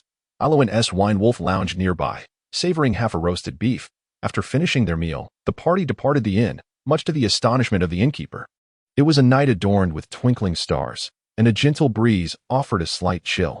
Yet, the members of the party paid little heed to their surroundings as they proceeded to the location mentioned by Jesher. True to Jesher's description, it was remote and littered with useless mining debris. They split up to search for the cave Jesher had spoken of, believing it to be an entrance to the site of the undead ceremony. Suddenly, the ground trembled and cracked open, revealing a dark, gaping chasm. They hurriedly concealed themselves that a grotesque, assembled creature emerged, trailed by a dozen cloaked figures. Once the cloaked figures had exited the cave, the assembled creature spoke in human tongue. "You must make another trip. Lord Sandrew is furious today. The ceremony is nearing its end, and he requires more blood." The cloaked figures responded respectfully. "Yes, my lord." Lien peered into the dim light. His heart dropped. The creature's face was that of the infamous Left Hand, who had perished in Yangjiao Town. This revelation left Lien astounded. The Left Hand seemed to have heard something, and shouted, "Who goes there?" Ferris and Reed stood up from their hiding place. Reed addressed the Left Hand, declaring, "Evil creature, today I shall pass judgment in the name of the divine will of the gods of light." The Left Hand emitted a hoarse laugh. "Ah, it is those meddlesome fools. How convenient. I need not walk." Ferris took a step forward, raised her staff, and began to chant a spell. The Left Hand contorted its face into a menacing grimace, exclaiming, "Damn it, another sorceress." The cloaked figures surged forward towards Ferris and Reed, without waiting for the Left Hand to issue commands. Shouted and raised his shield to block the oncoming cloaked figures, striking the side of his shield with his axe, producing a resounding metallic clash that echoed across the open wilderness. The Left Hand directed its minions, "Leave the sorceress to me. Eliminate the rest." Ferris completed her fireball spell, and a massive fireball hurtled towards the Left Hand. The Left Hand seized a nearby cloaked figure and hurled him into the fireball, resulting in a thunderous explosion that obliterated the unfortunate figure. Yet it also mitigated the fireball's impact. With a roar, the Left Hand crouched low like a beast and launched itself forward, crossing several paces in one leap, directly aiming for Oz. The impact was thunderous as the Left Hand collided with Oz, who was forced back more than 10 steps, landing in a heap of mining debris. Unfazed, the Left Hand charged towards Ferris, unwilling to be led by yet another sorceress. Ferris's second spell was still incomplete when she saw the Left Hand barreling towards her, terror etched on her face. Reed swiftly cast a divine shield on Ferris, hoping to lessen the blow. Alina's daggers flew forth, piercing towards the Left Hand's eyes. The Left Hand waved its clawed hand dismissively, as if swatting away a fly, deflecting Alina's daggers, and continued its assault on Ferris. Just as it seemed Ferris would be struck, Lien's voice rang out. "Left Hand, I am here." The Left Hand halted abruptly, mere inches from Ferris. She was enveloped in a golden glow, the protective aura of Reed's divine shield. Despite the shield's protection, the force of the Left Hand's momentum stirred the air, causing her hair to flutter. Oz, gritting his teeth against the pain, rose to his feet, his shield now dented, but he paid no mind to it. Ignoring the blood trickling from his mouth, he rushed to stand before Ferris, shield raised, eyeing the Left Hand warily. Reed, seeing Oz's strength falter against the assembled monster, swiftly cast a mighty bull strength on him. A beam of white light enveloped Oz, filling him with newfound vigor, instilling a fearlessness against the impending collision with the Left Hand. Yet, the Left Hand disregarded all and trembled, fixing its gaze on Lien from a distance. It was indeed this little sorcerer before him who had nearly slain him in Yangjiao Town, thwarting Lord Sinnott's grand scheme, and causing Lord Sinnott to narrowly escape the clutches of that band of knights. If not for the right hand, he too may have perished there. Chapter 41. The second battle with the Left Hand. The Left Hand fixated its gaze upon Lien. Immobile, while Lien remained on high alert, the cloaked figures surged towards Ferris. Oz valiantly defended, but the number of cloaked figures was overwhelming. He could only hold them off for a brief moment. That brief moment was sufficient for Ferris to seize the opportunity to cast another fireball spell, unimpeded by the Left Hand. The fireball exploded within the midst of the cloaked figures, sending 5 or 6 of them soaring into the air. Alina, positioned behind Ferris, capitalized on the chaos wrought by the fireball, launching her daggers to claim the lives of 2 cloaked figures. The explosion of the fireball roused the Left Hand, recalling its own experience in Yangjiao Town. where it had been thrown into the air amidst the fiery explosion, the agony in its lower limbs becoming unbearable, and the sight of the diminutive sorcerer fading into the distance. All these memories plunged the left hand into a frenzy, unleashing a deafening roar that seemed to shake the very ground. In its rage, the left hand lunged at Lien with blinding speed.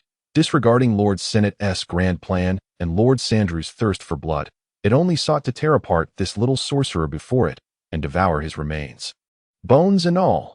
As the left hand bore down upon Lien, its vision of Lien expanding infinitely, it remained oblivious to the fact that Lien had not moved. Consumed by vengeance, the left hand collided with the still figure of Lien, sending him soaring into the air. With a savage instinct, the left hand pounced, its hands plunging into Lien's airborne form, then violently tearing him asunder. Yet, as Lien was ripped apart, he did not bleed. Instead, he dissipated into the air. The frenzied left hand failed to register this, throwing its head back in triumphant laughter, reveling in the notion that it had finally slain the little sorcerer. It raised its arms high, bellowing in celebration of its vengeance fulfilled. Suddenly, left hand felt a sharp pain in his back and turned around, only to discover that the seemingly shredded Ryan was standing there unscathed, wielding a short sword. It was indeed this very sword that had pierced his body. Ryan had cast an illusion spell, creating an image that misled left hand into believing it was his true self, and capitalized on the moment of distraction to launch a successful surprise attack. This illusion spell generated a phantom that, unlike mere reflections, could move independently of its source, deceiving the enemy despite all actions being mere facades. Meanwhile, Ryan's true form had been hiding nearby, seizing the opportunity when left hand let his guard down after mistakenly believing he had slain the little sorcerer. Delivering a devastating blow, left hand lunged at Ryan, but Ryan had already enhanced himself with a mirror image spell, dodging gracefully like a cat. Left hand's swift assault shattered only one of his illusions, while Ryan's blade, Shadow's End, struck again at left hand in a counterattack. Eldando, having transformed into a wind wolf with his sharp claws, roared in fury and charged at left hand as Ryan's surprise attack succeeded. Left hand swung a fist at Ryan, while Eldando aimed for left hand's head, deducing it to be his weak point due to its resemblance to his OWN. It appeared Eldando's assumption was correct. Left hand withdrew his fist aimed at Ryan and swept horizontally at Eldando instead. Eldando deftly ducked, evading the sweep, and dashed past him to in that fleeting moment. Eldando's claws raked fiercely beneath left hand's ribs, leaving a long, gaping wound. Left hand roared in agony. After being enhanced by Sandrew, his physical strength had surged immensely. Yet he found himself repeatedly thwarted by these two.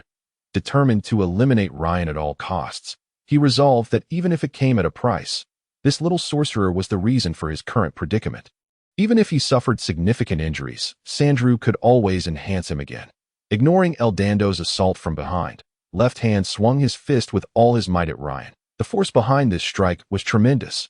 Ryan dared not confront it directly and cleverly struck the attacking arm from the side, pushing left hand's powerful blow off course, causing it to merely graze Ryan's ear without inflicting harm. Despite this, Ryan felt a sharp sting in his ear, re-evaluating left hand's strength. He appeared even more formidable than in Sheephorn Town. Eldando recognized that while Ryan possessed commendable martial skills, he could not match left hand in a direct confrontation. Thus, he resolved to hold left hand at bay, buying time for Ryan. Eldando noticed that while left hand's strength had increased, his enhanced body seemed less agile. Seizing this opportunity, Eldando circled around left hand at high speed, his hands relentlessly targeting vital points. Furious that his attacks had repeatedly missed Ryan, left hand lashed out at Eldando, yet each time struck only the afterimages left in Eldando's wake. Eldando's relentless attacks afforded Ryan ample time, and soon his magic was ready. A bolt of blue lightning danced jubilantly through the air, arcing perfectly to strike left hand in the head. Left hand let out a piercing scream as the lightning struck an old wound, one inflicted by Ryan's lightning spell back in Sheephorn Town. At that moment, Eldando maneuvered behind left hand.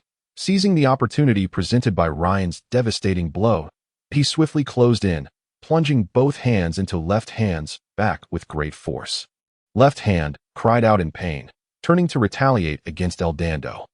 However, Eldando deftly evaded, his sharp claws tearing away a substantial chunk of muscle from left hand's back. Blood gushed forth, splattering onto the ground. Eldando continued to circle around left hand, provoking a chorus of enraged roars while left hand struggled to land a hit. Suddenly, left hand extended his arms, spinning rapidly in place. This high-speed rotation transformed left hand into a deadly weapon, forcing Eldando to retreat a step and evade the lethal range of left hand's attack. Left hand pushed Eldando away, then, with a fierce shout, he crouched slightly and propelled himself towards Ryan with incredible speed. Realizing the imminent danger, Eldando disregarded his own injuries and plunged into the perilous spinning zone of left hand. The violent rotation struck Eldando squarely in the chest, forcing a mouthful of blood from him. Nevertheless, he did not suffer in vain. He seized the opportunity to wrench left hand's arm as it hit him, producing a bone-cracking sound as left hand's arm twisted grotesquely in a manner unimaginable for a normal human. Remarkably, left hand, having rendered one arm useless, seemed to feel no pain whatsoever. Ignoring Eldando's grip on his left arm, he barreled toward Ryan once more. Ryan's lightning spell was fully charged, yet upon witnessing the ferocity of left hand, he realized he could not evade in time. Casting a spell might endanger Eldando. Acting decisively, Ryan cast a stone skin spell on himself and slightly turned his body to avoid a critical hit. The sound of a heavy impact resonated as left hand's shoulder collided forcefully with Ryan, causing him to cough up blood and stagger back, nearly losing his footing. Having landed a hit, left hand roared in triumph and, with a swift punch, broke free from Eldando's grasp, charging once more at Ryan. He lifted his right hand, aiming for Ryan's chest, intent on delivering a fatal blow. Ryan was alarmed. Left hand was even stronger than in Sheephorn Town, that if he were to be caught, it would surely result in a gaping hole in his chest. In a moment of instinct, Ryan cast a mirror image spell to buy himself a precious moment of time. Though left hand had lost an arm and felt no pain, the fact remained that he was left with only his right arm, significantly slowing his attack speed as left hand continued to shatter the illusions. Ryan's fireball spell was finally ready. He promptly sent the fireball crashing down at his feet. The explosion erupted with a thunderous roar under Ryan's precise control. The flames did not scorch him but instead engulfed left hand entirely. With the initial strike successful, Ryan unleashed another fireball at left hand. A series of explosions followed, leaving devastation in left hand's vicinity as flames and debris swirled chaotically in the air. A figure emerged from the smoke. Ryan keenly noted that left hand's speed had diminished greatly. He understood that left hand had sustained significant injuries, weakening both his speed and strength. Thus, Ryan decided to take a daring risk.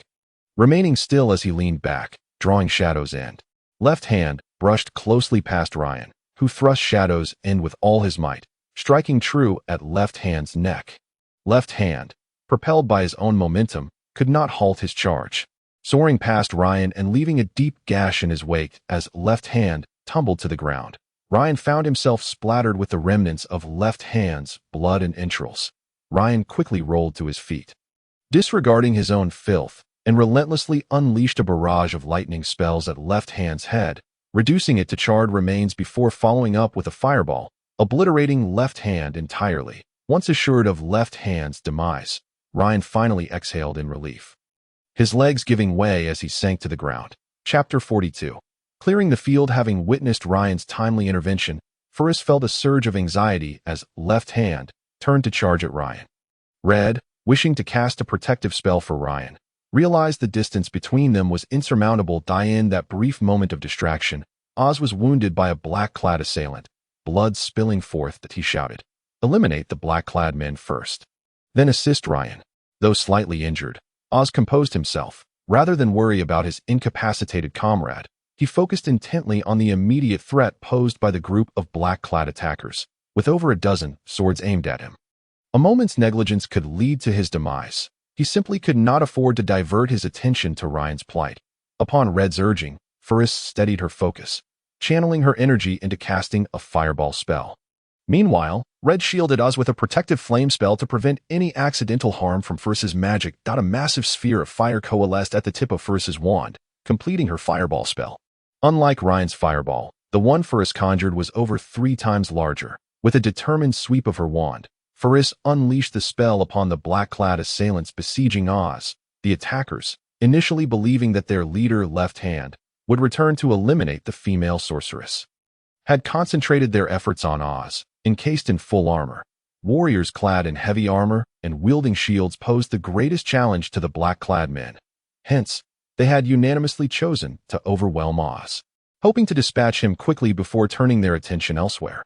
Little did they know, Ryan's sudden appearance had altered Left Hand's intentions, compelling him to redirect his assault towards Ryan that a cadre of cloaked figures besieged Oz. Largely oblivious to the shift in their target's focus as Left Hand had just issued commands to continue their assault. Despite the close proximity of their ranks, a singular fireball detonated with such ferocity that it propelled 7 or 8 of them into disarray. While the remaining 5 or 6 were also caught in its blast, their panicked cries echoing as they scattered. Upon recognizing that the magic had been cast by Furus, the remaining black-clad assailants soon realized their leader, Left Hand, had turned his attention to terminate another young sorcerer. Abandoning their pursuit of Oz, they converged on Furus from multiple directions. Though Oz had been affected by the explosion of Furus's fireball, he had previously been fortified by Red's protective magic, sustaining minimal harm. However, with the black-clad figures altering their strategy to bypass him and target Furus, Oz found himself in a predicament. Reluctantly, he raised his shield to charge at one of the attackers, subsequently wielding his axe to strike another nearby foe. Managing to hold off 2 adversaries and alleviate some pressure from Furus, the 2 remaining black-clad warriors, having learned from their mistakes, opted to avoid direct confrontation with Oz, instead encircling him to impede his movements, thus creating an opportunity for their comrades to eliminate the female sorceress. Standing resolutely behind Furus, Alina decisively drew a short sword from her side. The situation was starkly clear. They needed to delay the black-clad assailants to afford Furus ample time to cast her spells. With sword in hand, Alina surged towards one of the attackers. Though Alina's combat skills were modest, and she excelled in stealthy ambushes, the current circumstances dictated that with Oz ensnared and Red, a cleric, ill-suited for melee combat, she had no choice but to step forward. Alina raised her right hand, thrusting the short sword at the black-clad figure. The assailant parried with his long sword, deflecting Alina's blade away from his abdomen. In that instant, as he attempted to retract his arm for a counterattack, Alina's strike had merely been a feint. Seizing the opportunity, she hurled a dagger from her left hand. The black-clad warrior, having just deflected Alina's short sword, was momentarily unarmed to block the dagger, and given the brevity of their distance, evasion was all but impossible. He managed to awkwardly sidestep, avoiding a fatal blow, yet the dagger struck his left shoulder, eliciting a muffled groan of pain as he weakly raised his right hand to shield his chest. Beads of sweat cascading from his brow, Red's incantation completed, he bestowed upon Alina the mighty bull's strength spell. Instantly, she felt a surge of boundless power coursing through her. With renewed vigor, she lunged forward, thrusting her short sword once more. The black-clad figure, enduring pain, attempted to block with his long sword. However, Alina, empowered by the spell, overpowered his defense, sending his weapon aside. With her sword now aimed at the throat of the surprised assailant, he could hardly fathom how the petite girl had suddenly gained such strength. Desperately, he tilted his head back, hoping to evade her strike. Alina, seizing the moment, delivered a fierce kick between his legs. The black-clad warrior howled in agony, leaping into the air, abandoning both weapons as he clutched his groin, collapsing onto the ground. Intent on delivering another kick, Alina realized her opponent lay motionless, incapacitated by the sheer force of her blow, augmented by the mighty bull's strength. This strike far exceeded the earlier lesson she had administered to another. For this encounter was one of life and death. The remaining 4 black-clad figures hastened towards Furus, who remained unfazed, fully aware of Red's prowess and the divine shield he had granted her. With her magic staff in hand, she began to chant a spell that in swift succession. She directed her wand at one of the encroaching assailants, unleashing a fierce flame that erupted from the ruby atop her staff.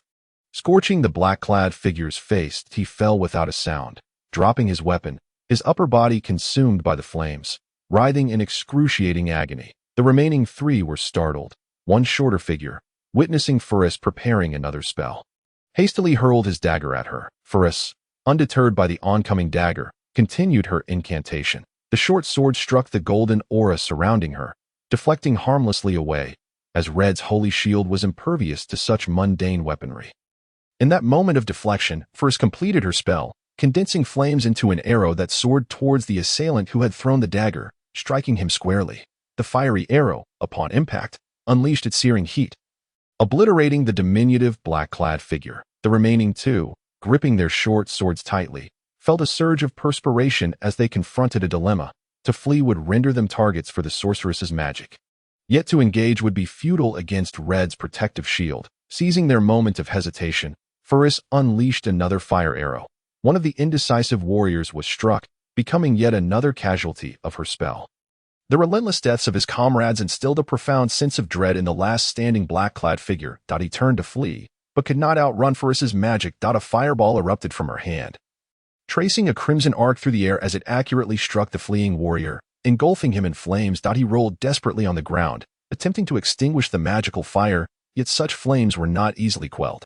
Soon, the burning figure lay still, silenced. With a deep exhale, Faris relished the conclusion of this unexpected confrontation. She swiftly turned her attention to Ryan, harboring a flicker of hope that he might endure to her astonishment. She beheld Ryan and Elendo having already dispatched Left Hand. Witnessing Ryan eradicate the remnants of Left Hand's corpse with a barrage of magic left Faris in shock. Had he not been merely an apprentice? How could his power rival her own? Red, aware of the divine shield safeguarding Faris, had concentrated his efforts on assisting Oz and Alina.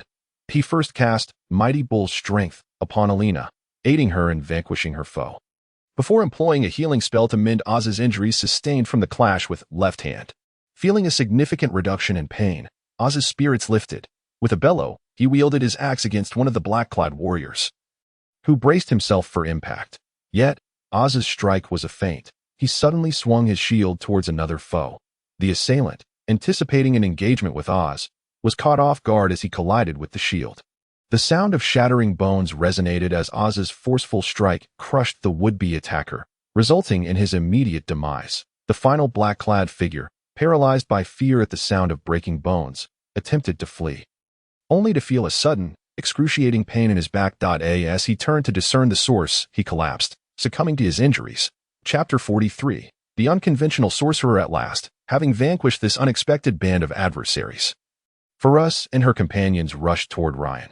They found him bloodied and battered, a wave of concern washing over them as Red swiftly enacted a wound-healing spell. Under its influence, Ryan felt his vitality gradually returning.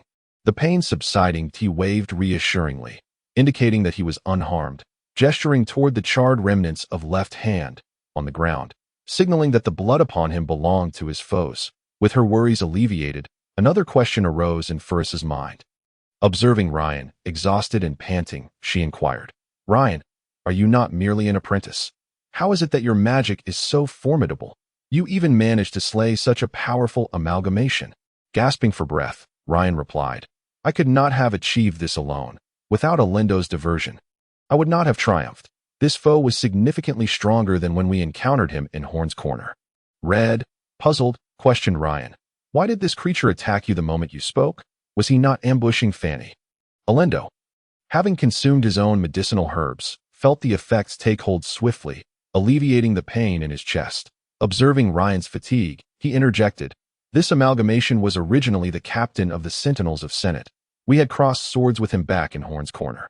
At that moment, Ryan had cunningly eliminated him. Yet, the mere thought that he would encounter him again today left him astounded. Red gasped in disbelief, his voice trembling slightly.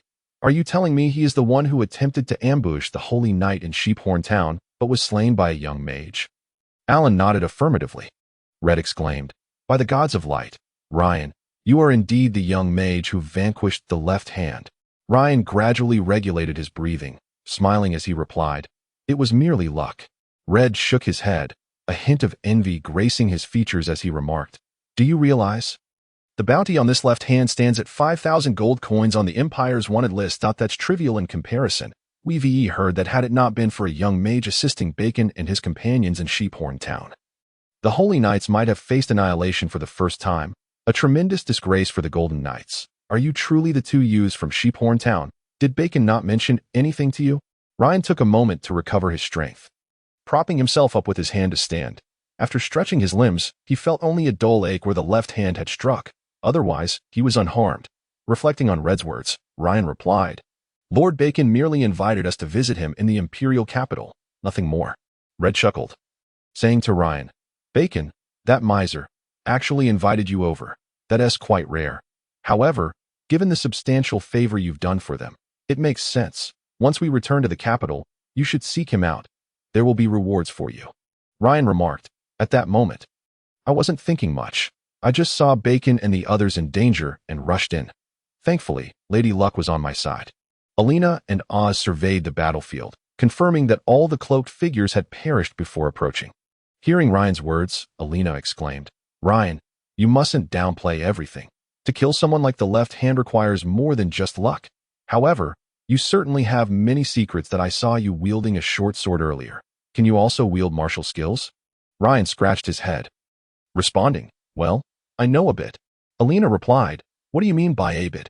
You're being overly modest. I wouldn't dare to thrust a short sword into this fellow's back. If he retaliated, I'd surely be sent flying. It turned out that Alina had witnessed Ryan stab the left hand in the back with the shadow blade. Farah, with a hint of reproach, said to Ryan, I wondered how you dared to venture alone outside. It seems you possess martial skills as well. If even Alina respects your abilities, they must be considerable. But can a magic apprentice who knows martial skills still be called a mage? Ryan scratched his head again, realizing he seemed only capable of that gesture at the moment, and stammered, Isn't anyone who can cast magic called a mage? After hearing Ryan's words, Farah was left speechless. He wasn't wrong. The Magic Guild only required participants to be able to cast spells during their evaluations, and there was no prohibition against those skilled in martial arts, with such a teammate. One could only wonder what luck truly meant. Suddenly, Red burst into laughter, and Farah shot him a glare, asking, What are you laughing at? Red replied, We've struck gold this time. We only hired Ryan, a single mage, yet ended up with an additional mage and a warrior in our ranks. What a bargain. Farah had no retort for Red. However, being trained in nobility, she quickly regained her composure. Approaching Ryan, she bowed deeply, startling him as he quickly stepped aside, exclaiming, Farah, what are you doing? Farah stated, This bow is both a gesture of gratitude for your timely appearance, which diverted the left hand's attention, allowing us to eliminate the other cloaked figures. Ryan interjected before she could finish, There's no need for that. As comrades in a team, we should face danger together and help each other. Farah interrupted him, saying, No, that's just the first reason. The more significant reason is my own error. Confused by her words, Ryan prompted her to explain. Farah continued, When we initially invited you to join in Alpha City, we didn't truly regard you as important, merely viewing you as a backup. Today, your prowess has proven my mistake, and thus I owe you an apology. Farah sincerely articulated, My error lies primarily in not taking the time to understand you and Alan when you repeatedly requested practice for our cooperation. I merely brushed it off, and we ultimately relied on the original four-member collaboration that AS the leader of the Reset team. I utterly neglected to comprehend the capabilities of the two new members and failed to assign them appropriate roles, treating them merely as substitutes. This is a dereliction of duty on my part as a leader, and therefore, I must apologize to you. Ryan waved his hand, sincerely responding, Farah, please don't be so formal. It's natural for people to transition from strangers to acquaintances and eventually to friends. Moreover, you and your team have treated both me and Alan exceptionally well. I have felt no discomfort. Farah suggested, Please call me Fanny. That's what my good friends refer to me as. Ryan replied, All right. Fanny, let us not dwell on this. We are companions, and discussing it further would only create distance. Seeing Ryan genuinely unfazed, Farah felt a weight lift from her heart as she said, Very well. Let us move on. Now, let us discuss our next steps. Upon hearing Farah's words, everyone gathered around. Farah stated, Given that the left hand has been transformed into an amalgamated creature and is so formidable, it's likely that its creator is even more powerful. Let us share our thoughts on how to proceed. Red remarked, We heard this amalgamated left hand mention. Lord Sandro demands more blood. So it seems Alan's conjecture was correct. This Sandro fellow is indeed conducting some sort of ritual, and it has reached its final stages. Farah affirmed, Indeed, we have no choice but to advance. These cloaked figures are responsible for the disappearances, abducting young miners and bringing them here to be consumed by the amalgamated creature deep within the cavern. Now that the cloaked figures are dead, the orchestrator of the ritual, Sandro, should become aware shortly. Ryan proposed, In that case, let us charge, and immediately. They should still be unaware of the situation above ground, allowing us to catch them off guard. After some discussion, everyone agreed that Ryan's plan was the most viable and decided to proceed. Farah then reassigned positions. Alina, you and Oz will lead the way. Remain vigilant for traps. Ryan, you and I will follow in the middle, casting spells at the first sight of enemies. Red, stay behind me and be ready to provide protective spells for Oz to prevent friendly fire. Alan, you are nimble, so take the rear of the formation and keep watch if we encounter a large group of enemies. Alina, you will fall back to guard us, while Alan charges forward to fight alongside Oz. Is everyone clear on this? Everyone nodded in agreement, indicating their understanding. Chapter 44. The amalgamated monster. Alina and Oz were the first to delve into the cave, with Farah and Ryan following closely behind. This passageway was likely hewn during the mining of copper, yet it was spacious enough for an individual to stand upright, and two people could walk side by side without feeling cramped. The passage sloped downwards into the depths, and the Reset team proceeded cautiously, maintaining their vigilance. Farah cast a spell of light fire to illuminate their path. The faint flame flickered atop her staff, casting dancing shadows upon the ground. Ryan inspected the stone wall of the passage, noting its dryness. He grasped it firmly, finding it to be remarkably solid, unlike a genuine mine, which suggested some form of alteration had been made. Contemplating this, Ryan softly remarked, "Do you see this stone wall? It seems to have been modified." The members of the Reset team halted simultaneously upon hearing Ryan's observation, examining the stone wall beside them. Alina flipped her throwing knife and gently tapped the wall with the hilt, producing a dull thud. She then scraped the tip of the blade against the wall, dislodging some dust. Alina stated, "Indeed, typically, the walls of a mine would not be this sturdy. Most mines utilize wooden supports to prevent collapses. Here, there are no wooden structures whatsoever, and not a single flake of debris can be scraped off the wall." Red pondered the implications, suggesting, "Such a solid wall and an extended passage. It must have required a monumental effort to construct." Farah shook her head, saying, "No, during my studies at the Royal Magic Academy, I witnessed a geomancer demonstrate a spell. He cast it upon a low wall made of earth, and moments later, that wall became remarkably solid. Even the students' fireball spells could only dislodge some debris." The instructor mentioned that all the city walls in the imperial capital were constructed in the same manner, making them exceptionally durable. Ryan inquired, "Are you suggesting this passage was reinforced by a mage's magic?" Farah affirmed, "Precisely." Reed reminded everyone, "It seems that at least one Earth-type mage is among this group of enemies.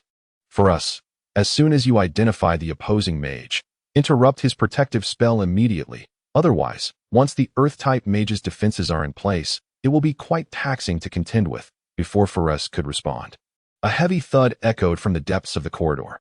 The members of the Reese team instantly fell silent, their eyes alertly scanning the darkness ahead. Alina crouched low, pressing her ear to the ground, listening intently. She then stood up and whispered, not far ahead. The sound of the heavy object grew increasingly closer, and a sense of tension gripped everyone. Reed had already begun to empower Oz with the strength of a rampaging bull. Suddenly, a massive assembled creature emerged before the Reese team. This monstrosity bore a human head and was constructed from various discarded magical beasts. It had 4 arms, each wielding a colossal iron axe, and its lower half consisted of 4 legs, moving with the grace of a horse. Upon spotting the Reese team, the creature drooled a greenish liquid and uttered a garbled human-like voice. "Meat, delicious meat." It then swung its weapons and charged toward Oz.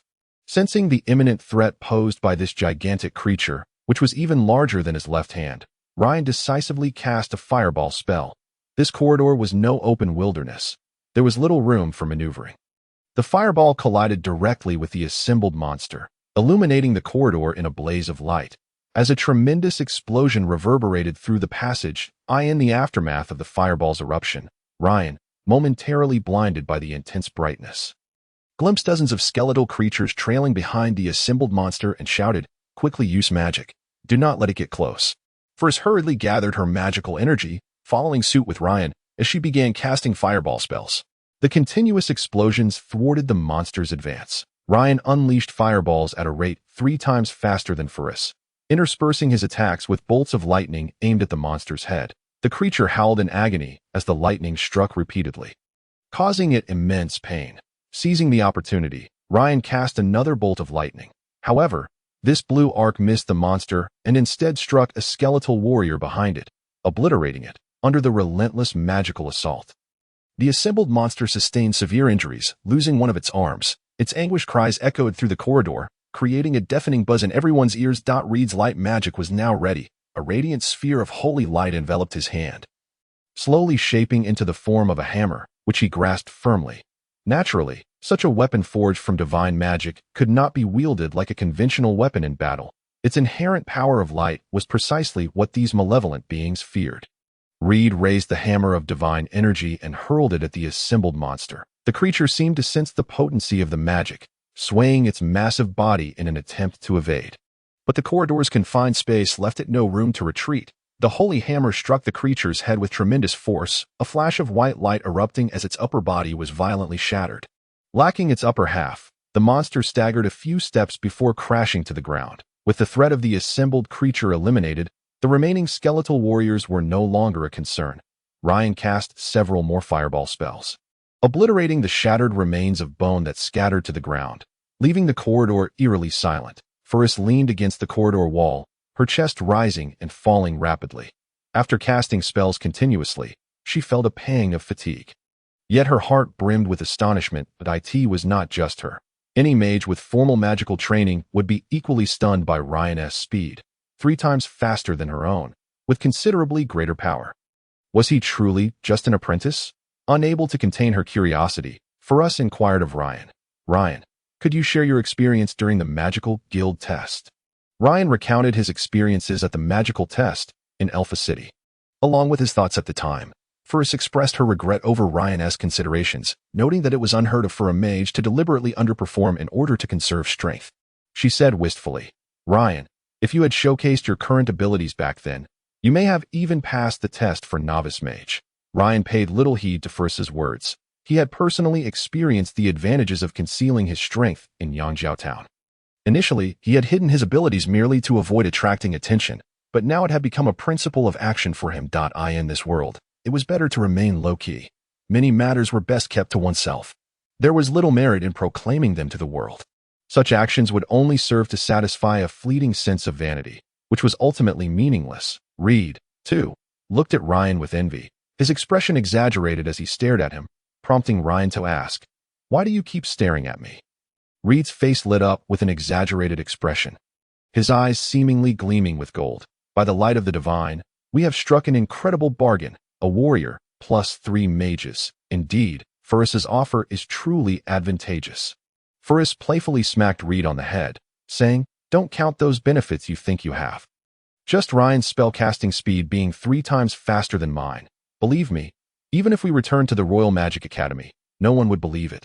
This is something only a high-level mage could achieve. With that, Ferris turned to Ryan and asked, Ryan, do you have any more secrets? You might as well share them now. It's quite disheartening to keep hearing this. Reed echoed her sentiment, gleefully saying to Ryan, Ferps is an exceptional student of the Royal Magic Academy.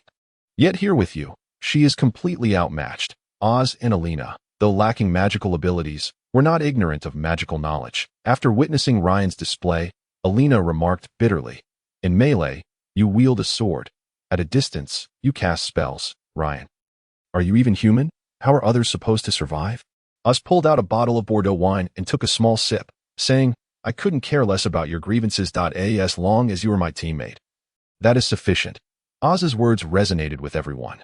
Indeed, regardless of how much Ryan concealed, as long as he was their ally, that was all that mattered. Ryan felt oddly uncomfortable under the scrutinizing gazes of Ferris and the others. He realized that being the center of attention felt quite peculiar and not particularly pleasant. He was grateful for his earlier decision, resolved to continue striving to enhance his abilities while remaining as inconspicuous as possible. Chapter 45. The Lich Mountain Druid. Ryan had cast over a dozen spells earlier. Yet this was still far from his usual training volume. With a brief rest, his mental energy would seamlessly convert back into magical power. This was a secret technique imparted by Teacher Delane, and it appeared that Ferris and most mages were unaware of it. Ryan was filled with curiosity about both Teacher Delane and Teacher Gallup. He speculated that these 2 instructors must have their own stories. Though he regrettably knew nothing of them, Ryan quickly refocused his thoughts, showing no interest in being the center of attention. To divert their focus, he deliberately addressed Reed. What kind of magic was that you just used? Its power exceeded that of a fireball. It could even obliterate half of a monster. If you could cast that in our adventures, wouldn't victory be assured? Reed chuckled wryly, responding, You think that magic is invincible? It belongs to the holy category and is only effective against malevolent creatures like undead or demons. If cast on a human, it would have little effect, Ryan replied. Ah, I see. Reed continued, as a priest. Aside from casting some supportive spells, I'm most adept at dealing with evil beings. Without the Reese team, I would be practically useless. Can I engage in direct combat like you, enhancing myself with the strength of a rampaging bull? First added, Indeed. Despite being a fire and water mage, I must stand still to gather my magical energy to cast a spell. Without teammates buying me time, I would be unable to unleash my magic. This is the plight of spellcasters, possessing immense destructive power yet remaining incredibly fragile, easily toppled with a mere touch. Ryan, do you think everyone operates like you? Alina chimed in, Stop lamenting. I merely follow behind. Forever living in the shadows. When has a thief ever been the protagonist in a legend? Those legendary figures are always mages like you, Ryan. Ryan was at a loss for words, having intended to change the subject, only to find everyone turning their attention back to him. Was it wrong for a mage to possess martial skills? Was it inappropriate for a mage to cast spells quickly? A light bulb went off in Ryan's mind as he suddenly understood why Delane and Gallup had trained him in such a manner. The martial skills he learned could ensure his self-preservation, while Delane's unorthodox approach to teaching magic endowed Ryan with the coveted abilities of rapid spellcasting and mobility, skills that other mages yearned for. Although Ryan had sacrificed many things for this, nearly 90% of spells eluded him, and he might never attain any formal mage title, perhaps forever relegated to the status of an apprentice. However, his own gains were sufficient to offset those losses. The present version of himself was a hybrid of a warrior and a sorcerer, possessing the formidable offensive capabilities of a mage while compensating for the mage's physical frailty with the martial skills of a warrior. It was evident that this unique situation endowed Ryan with an extraordinary adaptability and the strength to venture forth alone, had not his myriad experiences along the journey attested to this. Suddenly, Ryan felt as though he had grasped the meaning behind the seemingly casual smile that occasionally graced Delaney's face. A true sorcerer is one who can fully wield their own power. Rather than a madman endlessly pursuing greater strength, that it is far better to possess a simple fireball spell and masterfully control the devastation it unleashes than to wield an unmatched forbidden spell, only to perish at the hands of an anonymous thief. When you can cast a fireball at your feet without harm, that is when you have truly begun. Ryan recalled that he could now barely achieve this. Remembering the words of the mage brothers, Fragimai and Gilrian, during his testing in Alpha City, and the performance of the dual-element novice mage, for us, before him, it seemed his prowess was commendable among his peers. Yet in the eyes of Master Delany, he had merely taken his first steps. The title of magic apprentice indeed suited him well. He wondered when he might reach the level of Master Delany. Ever since he began studying magic, Ryan had been captivated by the vast and boundless world of sorcery. He had once fantasized about unleashing powerful forbidden spells against countless foes. Yet Delany had imparted a memorable lesson. Before casting any spell, first strive to preserve your own life. Consequently, rather than ceasing his martial training, Ryan had, under the guidance of Calibu and Delany, developed a combat style that seamlessly fused martial prowess with magic. During this time away from his hometown, the years of practice had finally borne fruit. After a brief respite, and at Ryan's persistent urging, the list team advanced once more. Ryan believed that the tremendous explosion of magic and the intense vibrations of elemental fire had surely alerted their adversaries to their presence. Their best course of action was to break through swiftly. Hoping to catch the enemy off guard, at the forefront, Alina felt her surroundings suddenly expand as she stepped into the vast cavern housing the altar of Sandrew. The other members of the list team followed suit. And upon witnessing the peculiar scene before them, Red swiftly cast a divine blessing spell as a precaution. Sandrew, draped in a black cloak atop the altar, suddenly spoke, his voice devoid of life, cold as ice, a swarm of flies. Perfect for sacrifice. The members of the list team spread out, warily eyeing Sandrew, who sat imperiously upon the altar. Ferris spoke up. You are Sandrew, the orchestrator of this malevolent ritual, the mastermind behind the disappearance of Elmadado? Red declared loudly, Sandrew, by the will of the gods of light, I hereby proclaim you an evil heretic, destined to face the judgment of the light. Sandrew's icy voice betrayed a hint of disdain. Such an ancient refrain. Has the Church of Light not changed its script in hundreds of years? Let me think. When was the last time I heard those words?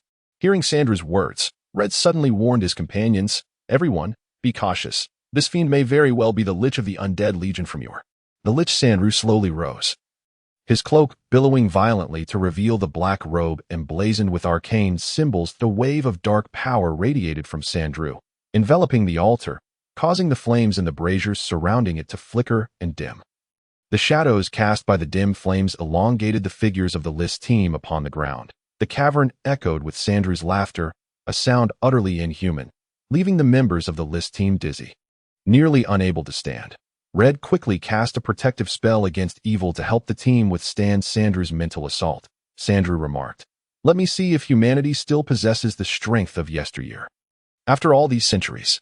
He extended his hands, revealing skeletal arms, and uttered an incantation in a language that was unmistakably not of this world, his bony arms gesturing incomprehensibly. A chilling force surged from Sandrew, and almost simultaneously, Elindo and Oz charged at Sandrew, while Ryan released a magical missile to disrupt his spellcasting. However, a black aura enveloped Sandrew, and Ryan's magical missile seemed no more than a feeble snow rabbit attempting to shake a dragon.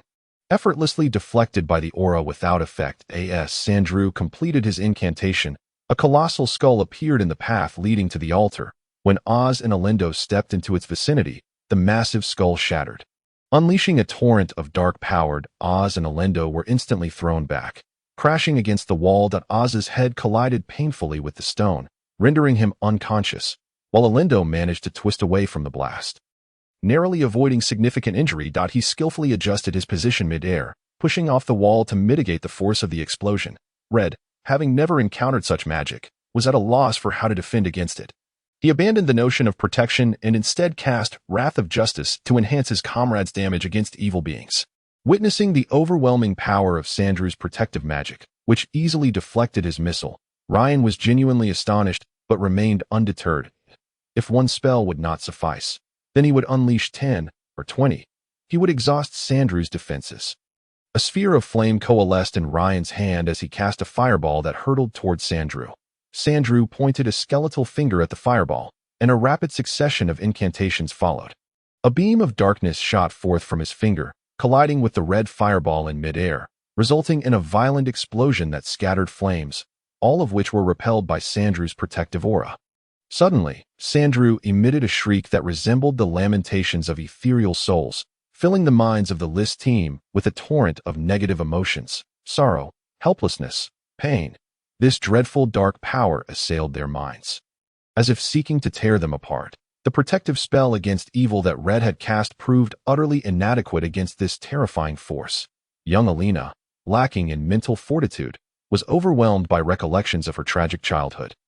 Her face contorting in anguish, unable to confront the memories flooding her mind, she clutched her head and screamed, running wildly through the cavern. Red, enduring the sensation of his mind being torn asunder, cast a calm the mind spell on himself and Ferus. Barely managing to regain control over his thoughts, Elindo knelt, tilting his head skyward as he howled like a wolf, attempting to counter Sandrew's mind shatter. His face reddened, as if blood might seep from his very skin. The two wind wolves following Elindo were powerless against the overwhelming dark magic, collapsing to the ground with howls of despair, blood streaming from their orifices, lifeless. Only the unconscious Oz remained untouched by the dark magic's assault. Sometimes, unconsciousness is a stroke of fortune, sparing one from facing harsh realities. Drawing upon the resilience forged through years of martial training, Ryan withstood Sandrew's dark magic, mind shatter. With a gasp, he spat a mouthful of blood. Taking a deep breath, he recognized clearly that if he could not defeat the Lich before him, the entire Lich team would perish here today. He recalled how his father had once faced a frenzied wild boar, using a hunting spear to protect Ryan and his mother, and he inherited that fierce determination. At this moment, his mind was singularly focused, devoid of all else, fixated on one thought: attack, attack, attack. As Ryan rapidly unleashed spells, he slowly advanced towards the altar where Sandrew resided. To disrupt Sandrew's incantations, Ryan opted to cast his quickest spell, the magical missile. 1, 2, 3. An array of magical missiles surged towards Sandrew, only to be deflected by the dark aura surrounding him. Sandrew, witnessing Ryan's audacity and launching magical missiles against him, paused in his own spell casting, seemingly preparing to mock Ryan's futile efforts. How could a first-tier spell possibly breach his seventh-tier protection? As Sandrew awaited the futile expression to grace Ryan's face, an astonishing event unfolded before him. After enduring the impact of dozens of magical projectiles, a hairline fracture appeared in the protective black halo that shielded him. At that moment, Ryan drew near the altar.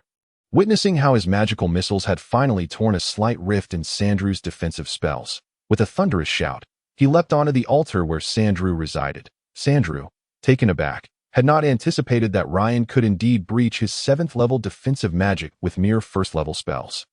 As he saw Ryan ascend the altar, preparing to approach him, Sandrew emitted a piercing shriek, a cacophony of human emotions, sorrow, helplessness, and pain, converging into a formidable force of darkness that assailed Ryan's mind once more.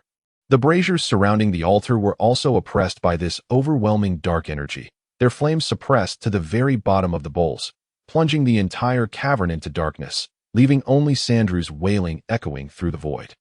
Yet, Sandrew's shriek abruptly ceased. With the assault of dark power abated, the flames joyously flared back to life, and the other members of the Rays team gradually regained their senses. They gazed upon the altar and beheld a scene they would never forget. Ryan was pressed closely against the lich Sandrew, blood seeping from his eyes, ears, nose, and mouth, while his right hand reached straight into the rift in Sandrew's protective halo, the shadowy dagger shadows and fully embedded in Sandrew's torso. Ryan's ordinary figure instantly left an indelible impression in the hearts of Ferris and the others, a young boy. Faced with an insurmountable foe, resolutely chose to resist, wielding his unwavering will to withstand the lich's terrifying mental assault, which, enhanced by dark power, could inflict fatal damage upon a human soul. Such an act required immense courage. Sandrew's cold voice reverberated through the cavern, laced with furious wrath. "Mortal, you shall pay for your actions." Long ago, with the aid of his master, Sandrew had transformed himself into a lich through a certain ritual. Though he lost his corporeal form, leaving only a skeletal frame to gather his soul, he reaped numerous benefits, devoid of human negativity, wielding terrifying magical power, and attaining resistance to various spells, after years without suffering harm. Today, in the diminutive locale of Elmadar City, he had been wounded by a boy marked merely as an apprentice mage.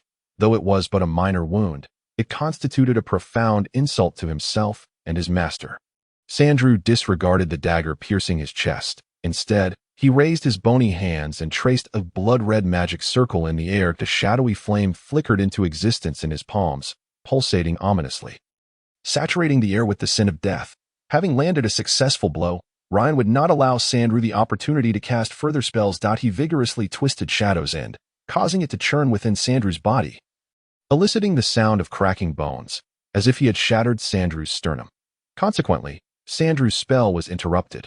Ryan pressed his left hand firmly against the magical fissure he had created, gathering a ball of flame in his palm, which surged into the depths of Sandrew's protective magic. Boom! The fireball exploded within Sandrew's defenses, the searing flames instantly engulfing his form. Fearing this strike might not suffice, Ryan unleashed another fireball spell with all his might. Finally, the explosive force of the fireball spell shattered Sandrew's black halo from within, flames soaring in every direction, mingling with Sandrew's anguished cries that in his pursuit of explosive power, Ryan relinquished control over the fire's radius, resulting in a cataclysmic detonation. He even retreated a couple of steps to avoid injury. As the flames subsided, Sandrew's figure emerged. His cloak had been consumed by the fire, while most of his lich robe had also been incinerated, revealing much of his skeletal form. Instinctively, Sandrew placed his bony arm across his chest, only to remember something and release it, beginning to sketch an intricate pattern in the air with his skeletal hand. After Ryan had thrust Shadow's end into Sandrew's body, liberating his comrades from the lich's mental onslaught, Ferris and Red gradually regained their senses. They witnessed the fruits of Ryan's desperate efforts, a surge of inspiration igniting their spirits. It became clear that liches were not invincible, and as long as one could breach their defenses, it was possible to strike at their very essence, potentially slaying them. United in resolve, they began preparing their most powerful spells. As Sandrew's form emerged from the flames of the fireball's explosion, Ferris completed her incantation, a massive sphere of fire coalescing at the tip of her staff. With a forceful swing, she hurled the blazing orb towards Sandrew, its trajectory carving a path through the air. Ryan, standing in close proximity to Sandrew, witnessed the lich's grievous state and advanced, swinging shadows in towards Sandrew's bony arm. Though a lich may be a formidable entity, Ryan could not believe that an unprotected mass of bones would be harder than the dagger he wielded. Sandrew seemed acutely aware of the threat posed by Shadow's End, abruptly halting his spellcasting and twisting his body in an attempt to evade Ryan's assault. However, the lich's modified form was hardly faster than the slowest of creatures on the continent of Aeslar. Akin to a lethargic turtle, without a hint of hesitation, Ryan cleaved through Sandrew's right arm, which elicited a cry of agony from the lich. Even a lich, upon losing an arm, must feel pain, wouldn't they? Just as Ryan prepared to strike again, he sensed a tremendous surge of fire element energy behind him, accompanied by Alder's voice. Get back. Fireball spell. Leaning to the right, Ryan pushed off the ground, propelling himself sideways, twisting in midair to see Ferris's massive fireball spell racing towards Sandrew. The explosion from Ferris's spell was deafening, sending magical flames shooting skyward, crashing against the cavern's ceiling with a resounding thud. Lying near Sandrew, Ryan observed the immense power of Ferris's flames. Even the residual heat emanating from the expanding blaze possessed terrifying lethality, as the magical flames threatened to engulf him. He hastily cast a fireball spell in the direction of the impending flames. The spell was perfectly timed, cleverly controlled to explode midair, neutralizing the force of the flames generated by Ferris's spell. That a blinding light erupted from the center of the explosion, and the fire that spread outward illuminated the entire altar, impacting the braziers around it, flooding the cavern with brightness. As the flames gradually dissipated, darkness once again enveloped the cavern, and at that moment, Red completed his Holy Hammer spell, utilizing the last remnants of dim light. He hurled his white warhammer towards Sandrew. The cavern, devoid of illumination, descended into utter blackness, save for the pure white trajectory of Red's Holy Hammer, reminiscent of a shooting star, as it soared towards Sandrew's embrace. Chapter 46.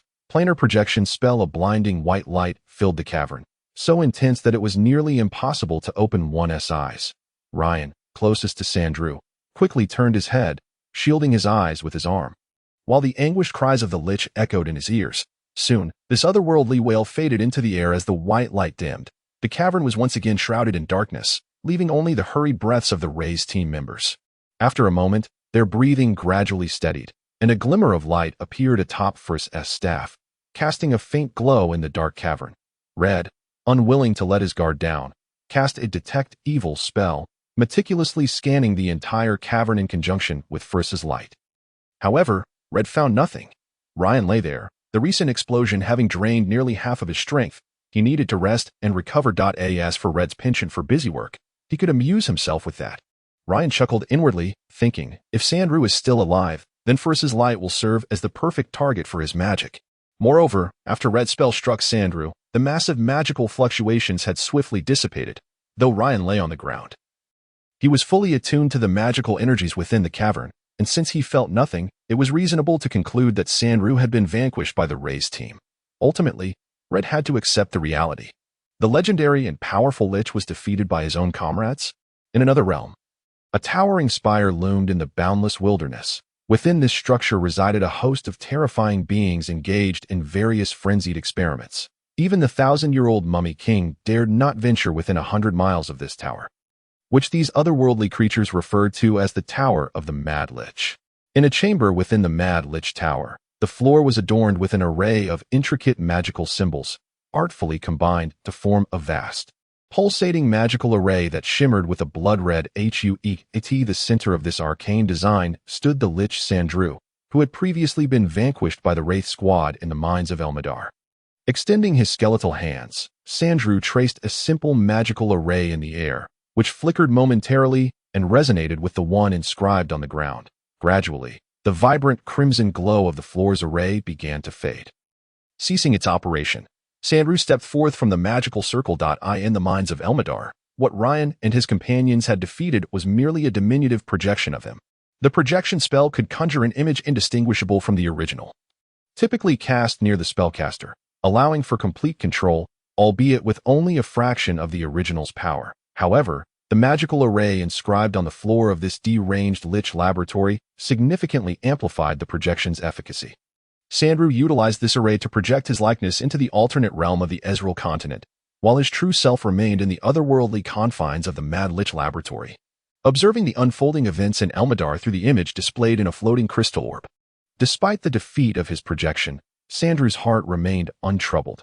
Many years prior, upon his ascension to lichdom, he had relinquished all emotions associated with humanity, dedicating himself solely to the study of magical theory and the experimentation of magical effects. This occasion was merely a test of the amplification effect of the magical array designed by his master. Suddenly, a colossal diamond golem materialized in the room, its deep voice resonating. "Lord Sandrew, Master Khan's requests your immediate presence." Upon receiving his master's command through the golem, Sandrew extended a finger, the voluminous sleeves of his lich robe billowing at his wrist. He deftly inscribed a complex magical array in the air. Sandrew appeared to be intimately familiar with these magical designs, despite its intricacy. He completed it swiftly. The array activated, emitting a brilliant white light that enveloped Sandrew, who was then transported away amidst the dazzling radiance, the pinnacle of the Mad Lich Tower, in a seemingly boundless chamber. A massive skull floated, emanating a faint golden glow. Its eyes continuously released an aura of darkness, which was absorbed by the enormous magical array on the floor, dispersing into the surrounding wilderness. This dark energy caused the creatures of the otherworld within 100 miles of the Lich Tower to regard it with trepidation. With a flash of white light, Sandrew reappeared beside the golden skull. Facing it, he spoke with utmost reverence. "Esteemed master, in accordance with your instructions, I have completed the experiment." The mouth of the golden skull remained unmoving, yet its formidable voice echoed throughout the chamber. "Excellent, Sandrew. Relate the details of the entire experiment." Sandrew, bowing deeply, recounted. "As per your design, we successfully constructed this magical array and projected an image of one of my avatars onto the Ezreal continent. To validate the strength of the projection, I specifically chose to resurrect a bloodline count. Our agent on the Ezreal continent provided ample blood, and everything proceeded smoothly, with the ritual nearing its conclusion. However, a group of adventurers appeared at the ritual site, shattering my projected image. Their strength was not particularly formidable. Only one mage seemed to possess notable skill, although the projection could wield less than 20% of my power. This young mage managed to breach my shield with a first-level spell. Sandrew meticulously conveyed the results of the experiment to the Golden Skull, analyzing the gains and losses without concealing any unfavorable details. Once he had narrated the entire process, the Golden Skull's voice reverberated through the space. "You claim that a first-level spell shattered a 7th-level protection magic?" Sandrew replied respectfully, "Indeed, master." The Golden Skull continued. "How many times did it strike? Was your 7th-level protection spell Void Shield?" Sandrew responded, "Master, I did not keep an exact count. However, my projection indeed employed Void Shield, a 7th-level magic capable of defending against all elemental damage." The Golden Skull emitted a displeased tone. "Sandrew, you had a chance to prevail." Chapter 47. The ambitions of the demigod Lich. As soon as the Golden Skull's words faded, a colossal crystal orb abruptly appeared in the space, as if it had always existed there. The orb emitted a white light, and its center began to blur. Soon, this haze transformed into a clear image. The crystal orb revealed the scene of Ryan fervently casting magic missiles against Sandrew's Void Shield. Sandrew hastily focused his mind, meticulously counting Ryan's strikes. 1, 2, 3, 47. The Golden Skull's voice resonated again. "Sandrew, it took 47 magic missile strikes to breach your Void Shield. Why did you cease your magic?" Sandrew, filled with trepidation, replied, "I deeply apologize, my master." The Golden Skull admonished, "I have repeatedly stated that one must exert their utmost even when confronted by weak adversaries.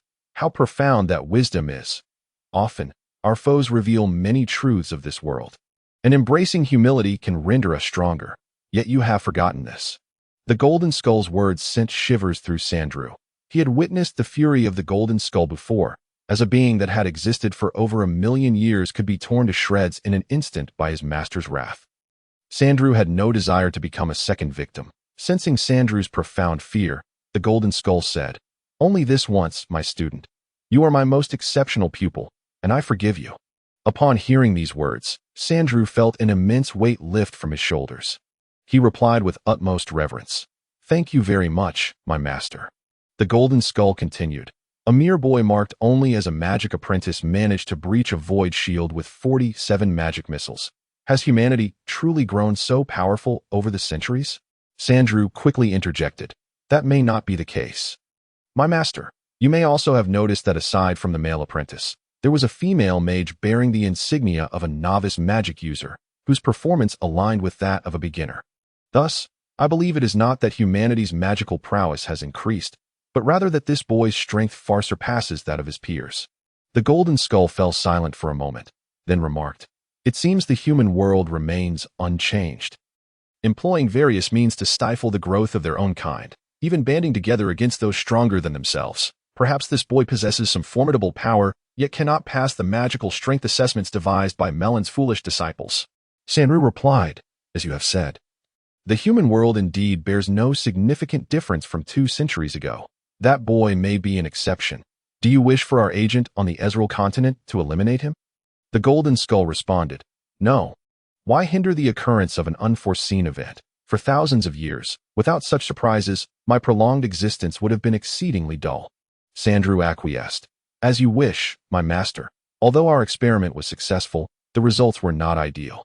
I believe the entire magical array has ample room for further refinement, that I suggest removing the wind magic array numbered 237 and replacing it with one infused with fire energy to enhance its operation. The golden skull interjected with a thunderous voice. No need, my student. Sandrew, puzzled, asked, Master, our experiments thus far have been quite successful. Why cease now? The golden skull explained, My student, those beings dwelling in the celestial realm possess immense power. Thus, their true forms cannot directly manifest in the realm of Ezreal. Consequently, they employ various methods to project their power onto the Ezreal continent. Our aim is to discover a means to emulate their actions. The projection amplification magic array is but one attempt, not the sole method to realize our vision. In truth, I began devising this plan after my defeat in the war 2 centuries ago. In that conflict, we did not fall to these humans, but rather to those despicable beings residing in the celestial realm. The nature goddess constrained our army through her agents. The war god channeled his power directly to those knights. And the wise god's disciple, the archmage Melon, imprisoned me in another world. Had they not briefly harnessed the power of those celestial beings, could they have achieved all this? Since diminutive humans are capable of such feats, why can we not harness the powers of the nether realm in a brief span of time? However, I now possess a far superior plan. The golden skull remarked at this juncture, turning to Sandrew and inquiring, Sandrew, do you comprehend why the divine can transcend humanity? Sandrew respectfully replied, Because they wield immense power. The golden skull stated, Immense power is not the hallmark that distinguishes races. The gods rise above mortals because they possess a form of power that humanity cannot attain, the ability to create life. This creation of life is not merely the continuation of oneself, but a true act of conjuring life that belongs to them alone. If life is crafted by the gods in their own likeness, then why can I, known as the Lich God Kangs, not create a being of my own? The undead race I have painstakingly forged over millennia, while unable to reproduce like humans, is not fundamentally different in many respects and, in numerous aspects, surpasses humanity. The undead require no sleep, no sustenance, and do not squander precious time on trivial pursuits. We can devote all our time to the study of magic and the experimentation of its fruits. This accelerates our power's growth, even affecting the divine hierarchy. The gods are incensed, for they feel fear. Should this continue, the undead will swiftly usurp humanity's dominion in that realm, and may even advance into the celestial realms. They cannot abide the existence of life that surpasses their control, nor permit the rules they have established to be easily amended. Thus, the undead are deemed heretics by the gods of light. It turns out that the Golden Skull is none other than the actual commander of the undead legion that invaded humanity 2 centuries ago. Revered by the undead as the Lich God Kangs, the voice of the demigod Lich resonated once more through the boundless expanse.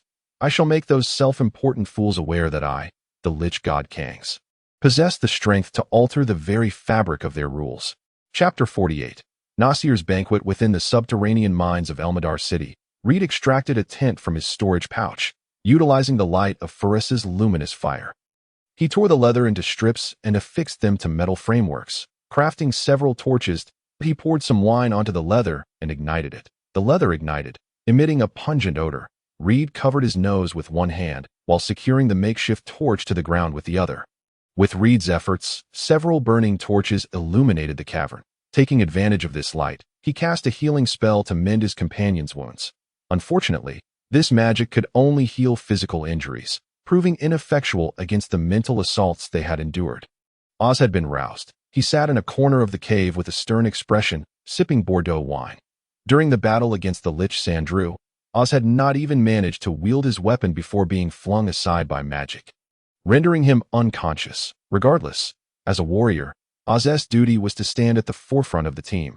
Instead, he had to wait for his allies to vanquish the enemy before coming to his aid. This was a significant blow to Oz, who, although typically reticent, harbored a sense of pride. Ferus, devoid of any semblance of ladylike decorum, sat upon the ground, overwhelmed by the day's tribulations, her mind in disarray. Skeleton warriors, assembled monstrosities, liches, and the goddess of wisdom. Had the world truly descended into such chaos? Ferus incessantly stole glances at Ryan, her eyes betraying admiration. As an exemplary student of the Royal Academy of Magic, she had perused texts concerning liches in the library. In those brief writings, the might of liches was unequivocally highlighted on the battlefield. A single lich commanded an army of no less than 500,000 undead, whether in open combat or sieges. Human forces suffered grievous losses under the lich's formidable magic. Yet, this very youth before her had accomplished what even her mentor would not dare to dream. He had slain a lich. He had vanquished a powerful lich. Ryan stood quietly beside Alandor, entirely oblivious to the adoring gaze Ferus cast upon him. At that moment, Ryan was not in high spirits. His close companion, the Wind Wolf, had perished, leaving Alandor visibly despondent. Ryan refrained from speaking, believing that simply being present by Alandor's side was sufficient under the circumstances. Elena, who had been driven to panic by Sandrew's mental assault, now reflected on her own embarrassment. Among the entire Reese squad, she alone had reacted thus, which left her feeling exceedingly vexed. Squatting on the ground, she furiously carved the cavern floor with her throwing knives, muttering, "I'll stab you, stab you. Cursed lich, forcing me to run about like a fool. It's so humiliating." After venting for a time, she felt somewhat alleviated. Suddenly, she became intrigued by the magical array she had etched into the ground. Without Sandrew to preside over it, the entire array had ceased to function. Following the dark red lines of the array, Elena discovered that it ultimately pointed toward the stone sarcophagus positioned at the cavern's center. Her curiosity compelled her to approach. Upon reaching the sarcophagus, Elena crouched to inspect it closely. The sarcophagus was constructed from an exceptionally sturdy stone, a fact Elena confirmed with her knife, and no matter how forcefully she attempted, she could not mar its surface. The sarcophagus was adorned with various carvings, each depicting a strikingly handsome man clad in a black cloak. Elena believed this man to be the sarcophagus's rightful owner. She meticulously examined each engraving. The depiction on the front of the sarcophagus left a profound impression on her. The handsome man, draped in a cloak embroidered with a bat, stood atop a towering palace, gazing down upon the earth as throngs of humans knelt before him in reverence. Seeing the vividly rendered bat stirred a sense of familiarity within Elena. It felt as though she had encountered it before or heard someone mention it. She pondered deeply, yet could not recall. Turning to Ryan, she called, "Ryan, could you come over here for a moment?" Ryan, still quietly beside Alandor, heard Elena's summons and turned to see her beckoning from beside the sarcophagus. Gently patting Alandor's shoulder, he approached Elena.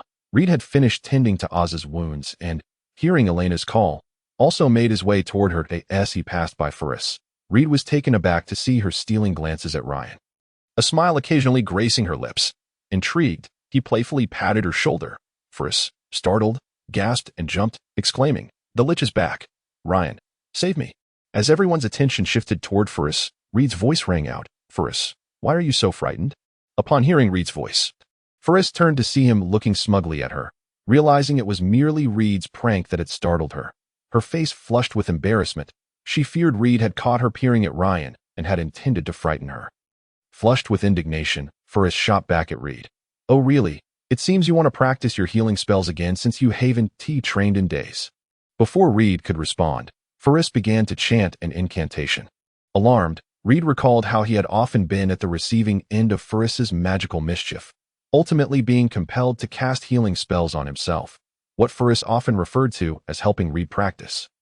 From her incantation and gestures, Reed discerned that Furis was casting a fire-based spell. He quickly enveloped himself in protective flames. As the red aura of protective flames surrounded Reed, Furis's fiery spell was completed, sending a ball of flames soaring from the tip of her wand toward him. Upon contact with Reed's protective aura, the flame erupted violently before vanishing. Reed's protective flames had successfully intercepted Furis's fiery assault.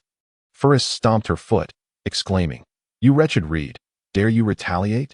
She began chanting again, preparing to unleash a fireball spell upon him. Standing beside the sarcophagus, Ryan shook his head at the playful antics of Furis and Reed. Finding it almost childlike, the leaders of the Reese squad, their frivolity at such a moment seemed misplaced. Had they not expended such energy during the battle with the Lich? Oh, but they had fought. Were they now merely reveling in the aftermath? Ryan felt that the entire squad ought to adopt a more serious demeanor. Although the Lich had been vanquished, it did not signify that the danger had passed. Who could say what machinations the Lich had undertaken to warrant such effort? Observing the arrangement within the cavern, Ryan surmised that the sarcophagus beside Elena was likely pivotal. With this thought in mind, Ryan addressed Furis and Reed, "You two, cease your antics and come over to examine this sarcophagus." Initially, he had merely intended to suggest this casually, yet upon hearing his words, both Furis and Reed immediately halted their spellcasting. Furis shot Reed a withering glance before striding toward the sarcophagus, wand in hand. Reed, mimicking Ryan's gesture, scratched his head, vaguely guessing Furis's intent. However, he recognized that now was not the time for such musings. It was best to investigate the sarcophagus first. Alandor let out a long sigh and turned to approach the sarcophagus. Casting a final glance at the two wind wolves lying behind him, no longer sparing them a thought.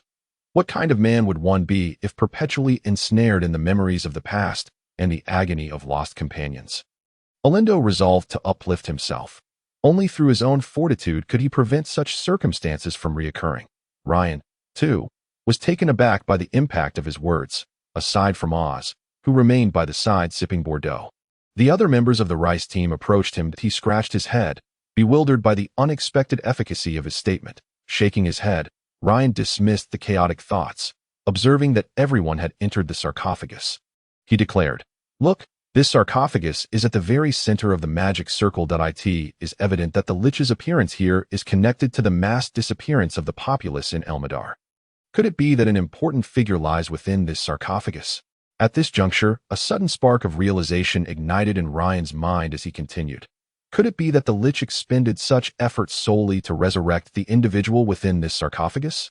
Red nodded in agreement, stating, "It is highly probable." Alina interjected, "Why speak so much? Why not simply open the sarcophagus?" Upon hearing Alina's suggestion, Ryan deemed it the only course of action. They could hardly carry the sarcophagus away or abandon it here. However, for the sake of prudence, Ryan instructed Red to cast protective spells for everyone and reminded Furis and Alina to remain vigilant. Only then did he and Olindo lift one end of the heavy sarcophagus. Exerting their strength to push open the lid, a dense fog erupted from the sarcophagus, and Ryan quickly retreated, calling out a warning. "Be cautious. It may be poisonous." Red immediately cast a remove poison spell and retreated alongside Furis. The fog billowed forth, gradually coalescing outside the sarcophagus. Before long, it began to constrict, taking on a humanoid form. As the mist dissipated, a strikingly handsome man clad in a tailcoat emerged before them. His hair was meticulously styled, devoid of any facial hair, and he had a tall, slender build with exceptionally fair hands adorned with long nails. The resemblance between this man and the figure depicted on the sarcophagus was uncanny. He was evidently its master. The handsome man surveyed the members of the Rice team with a smile, leaning forward, raising his right hand, sliding it from his right side to his left abdomen, and with a slight bend of his knees, executed a formal gentleman's bow, addressing them in a voice imbued with magnetism. "Greetings, my name is Nasir. I welcome you, gentlemen and ladies, to my castle."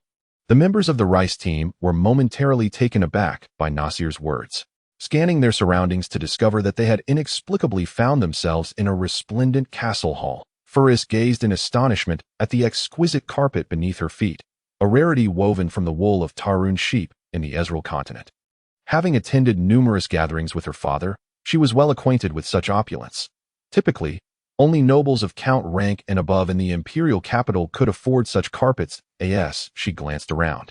She noticed numerous servants bustling about, bearing trays laden with various beverages. Unable to resist, Faris reached for a tall wine glass and was astonished to find it filled with rich, red Bordeaux in the imperial capital. Only a select few dared to serve such expensive wine in unlimited quantities at their soirees, igniting her curiosity regarding the identity of the handsome man. Nasir first looked up at Nasir, who stood upon a lofty platform. She was struck by the odd resemblance he bore to Ryan. Nasir raised his glass filled with the crimson liquid, flashing a smile at Faris, causing her cheeks to flush as she thought repeatedly, "He is smiling at me. He is smiling at me." Red, meanwhile, observed the nearby noble women engaged in hushed whispers, his gaze betraying a hint of mischief. These ladies were adorned in splendid attire, tailored to accentuate their exquisite figures, their alabaster skins subtly exposed, causing Red's heart to race. During his time in the imperial capital alongside his mentor, Eber, he had always maintained a solemn demeanor, even when accompanying Faris to a ball, where he felt like a thief, yearning to steal glances at the beautiful women. Stealing a discreet glance around, he found solace in the absence of acquaintances, allowing his gaze to wander unabashedly over the noble women. Approaching 30, he had yet to even touch a woman's hand. Faris, well, she did not count. He had watched her grow up. Besides, how could Faris's figure possibly compare to that of the women before him?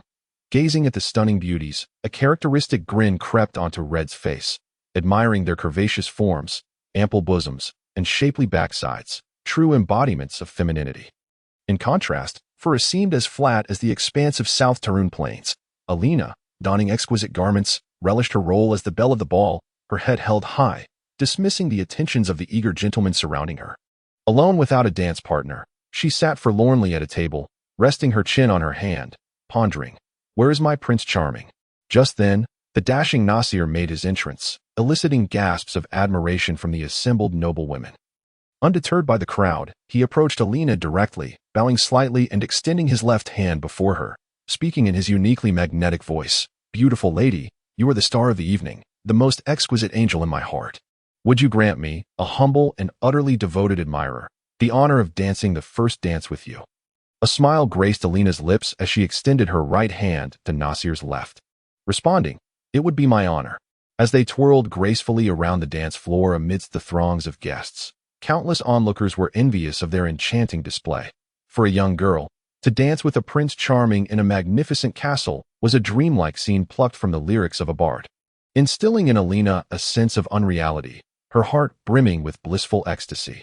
Alindo, in a state of amazement, noted that his 3 loyal wind wolves lay contentedly beside him, lazily wagging their tails. He quickly retrieved a chunk of raw meat from his pocket to feed them. Gently stroking their fur, his heart swelling with joy, suddenly a thought struck Alindo. Had not his wind wolves perished? This notion echoed in his mind. Dead, dead, dead. A wave of desolation washed over him, as he felt a void within. Contemplating whether it would be better to succumb to death himself, that he reached for his throat with his left hand. Yet, deep within, a faint voice urged, "This is all an illusion. Do not grasp." Alindo's face displayed uncertainty as he struggled to control his left hand, which continued its agonizingly slow approach to his throat. Ryan, upon hearing Nasir's words, felt as though he had returned to his hometown of Fogtown, reliving the night before their departure. The bonfire blazed brighter, and the men and women gathered around it grew increasingly relaxed, seeking their preferred partners to drink, feast, and sing love songs together. Nemo still donned the new garments made from wool, a necklace crafted from monster bones hanging around his neck. Beside him stood Mei Fu, ever so demure. Spotting Ryan, Mei Fu gently beckoned, "Ryan, come here quickly. Come taste my cooking." Ryan remained rooted, as if the scene before him was mere phantasm, despite Mei Fu's repeated entreaties. Ryan remained unresponsive. He looked skyward. The night was pitch black, devoid of any stars. Ryan scoffed. "Has it truly been over a month since I left? Is Nemo still wearing the same new clothes? I recall a night filled with twinkling stars. Why are they absent today? Furthermore, Mei Fu never speaks so sweetly. Nemo is drawn to her precisely due to her fiery spirit." At this, a flame ignited in Ryan's hand, and a glint of menace flickered in his eyes. "To deceive me using my companions is unforgivable."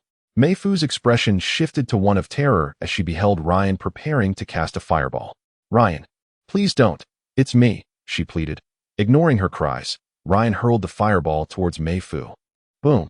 The fireball struck her, yet the outcome was not as expected. Ryan suddenly found his surroundings blurring, and before he knew it, he was back in the underground cavern of Elmadar. Nasir, having been struck by Ryan's attack, was compelled to cease his spellcasting, and the members of the Rice team were abruptly freed from the illusion. Alina, who had been reveling in her dance with the handsome Nasir, watched in dismay as his image vanished before her. She instinctively reached out, grasping at the air where he had been, murmuring, "Nasir, don't leave me." Ryan shouted, "Concentrate your minds. Do not be deceived by the illusions." Alan's fingers had already grasped his own throat when a thunderous shout from Ryan jolted him back to reality. He halted his movements, casting a resentful glare at Nasir. Alan would never allow anyone to use the memory of fallen comrades to deceive him, a sentiment that resonated deeply with Ryan. Perhaps one of the reasons they could forge such a strong friendship. Red and First quickly regained their composure, their expressions filled with trepidation as they regarded Nasir. Had it not been for Ryan's timely warning, they might have succumbed to the illusory environment, unable to extricate themselves. The illusionist Nasir had the power to manipulate them, potentially rendering them eternal slaves to his whims. Daz had remained in the shadows, unaffected by the enchantment. However, Ryan's bellow made him realize that the Ray's squad had encountered an enemy once more. He abandoned the Bordeaux wine bottle in his hand, brandishing his axe and shield, resolutely telling himself, "I cannot fall. My comrades need me." Oz strode purposefully towards Furas and the others. Nasir regarded Ryan with disbelief. Astonished that someone could actively free themselves from the illusion he had cast, with a voice brimming with magnetism, he queried, "Why?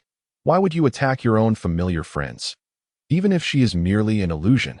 Ryan looked at Nasir with an expression of utter disdain, retorting, "Is this your illusion? After wearing the same outfit for over a month, it's still new, and even the personality of Fu is all wrong. You cannot deceive me. Do you expect me to be tricked despite knowing it's false?" Nasir chuckled softly. "So that is how it is. It seems my powers have not fully returned. If you had arrived just a few days later, I would have reclaimed my peak strength, and such a lowly mistake in my illusions would never have occurred." Ryan shook his head. An illusion is still an illusion, no matter how realistic. Nasir contested Ryan's assertion. "Our glory of yesteryear was built upon such illusions, controlling vast numbers of slaves to fight for us. Who says they are of no use?" Red interjected, "The glory of yesteryear. Are you a vampire demon?" Ryan, puzzled, inquired, "Red, what is that?" Red explained succinctly. "Many years ago, a horde of malevolent beings employed some method to control a multitude of humans, using these human slaves to establish a colossal empire. They were dubbed vampire demons due to their dependence on human blood." Nasir's voice rang out, "Silence. Do not utter such vulgarities before the noble bloodline." Ryan smiled wryly. "Flowery words cannot disguise your wicked soul." "Vampire demon." Nasir's anger ignited at Ryan's words, his alabaster fingers extending into elongated claws, fangs protruding sharply from his mouth. "You food, come forth and fulfill your sole obligation for existing in this world." With a fierce howl, Alan lunged at Nasir, transforming mid-leap into a massive wind wolf. His sharp claws were already poised for attack, mercilessly aiming for Nasir's throat. Nasir's cloak billowed dramatically as he emitted a strange cry, shielding his chest with his left hand while his right reached out toward Alan. Alan, adept at rapid strikes, welcomed the challenge as Nasir sought to match his speed. They clashed violently, the sound of their bodies colliding reverberating through the air. In Chapter 49, the perfect synergy was unveiled. Every movement Nasir made was executed with elegance as he taunted Alan. "A beast remains a beast. Your movements are utterly crude and unbecoming." Alan disregarded Nasir's words, thrusting his left hand towards Nasir's throat, only for Nasir to swiftly deflect Alan's left arm with his right. Nasir blocked Alan's left fist, swiftly attempting to seize Alan's throat. Alan retaliated with a right hook that struck Nasir's hand, producing a sound reminiscent of metal clashing together. Nasir's left hand shot forth like lightning, seizing Alan's right wrist, while his right hand aimed for Alan's chest, intent on extracting his heart. Just as Nasir's hand neared Alan's chest, it abruptly halted. Alan had swiftly retracted his left hand, capturing Nasir's right wrist. The two locked in a fierce stalemate, each straining against the other's grip. desperate to gain the upper hand for a decisive blow. In that moment, Nasir seemed to hear a faint whistle, sensing a slight relaxation in Alan's grip. He felt a surge of triumph, applying more force to tear Alan's arm from his body. Unexpectedly, Alan lowered his head, and a blue arc of electricity shot past him, aimed directly at Nasir's head.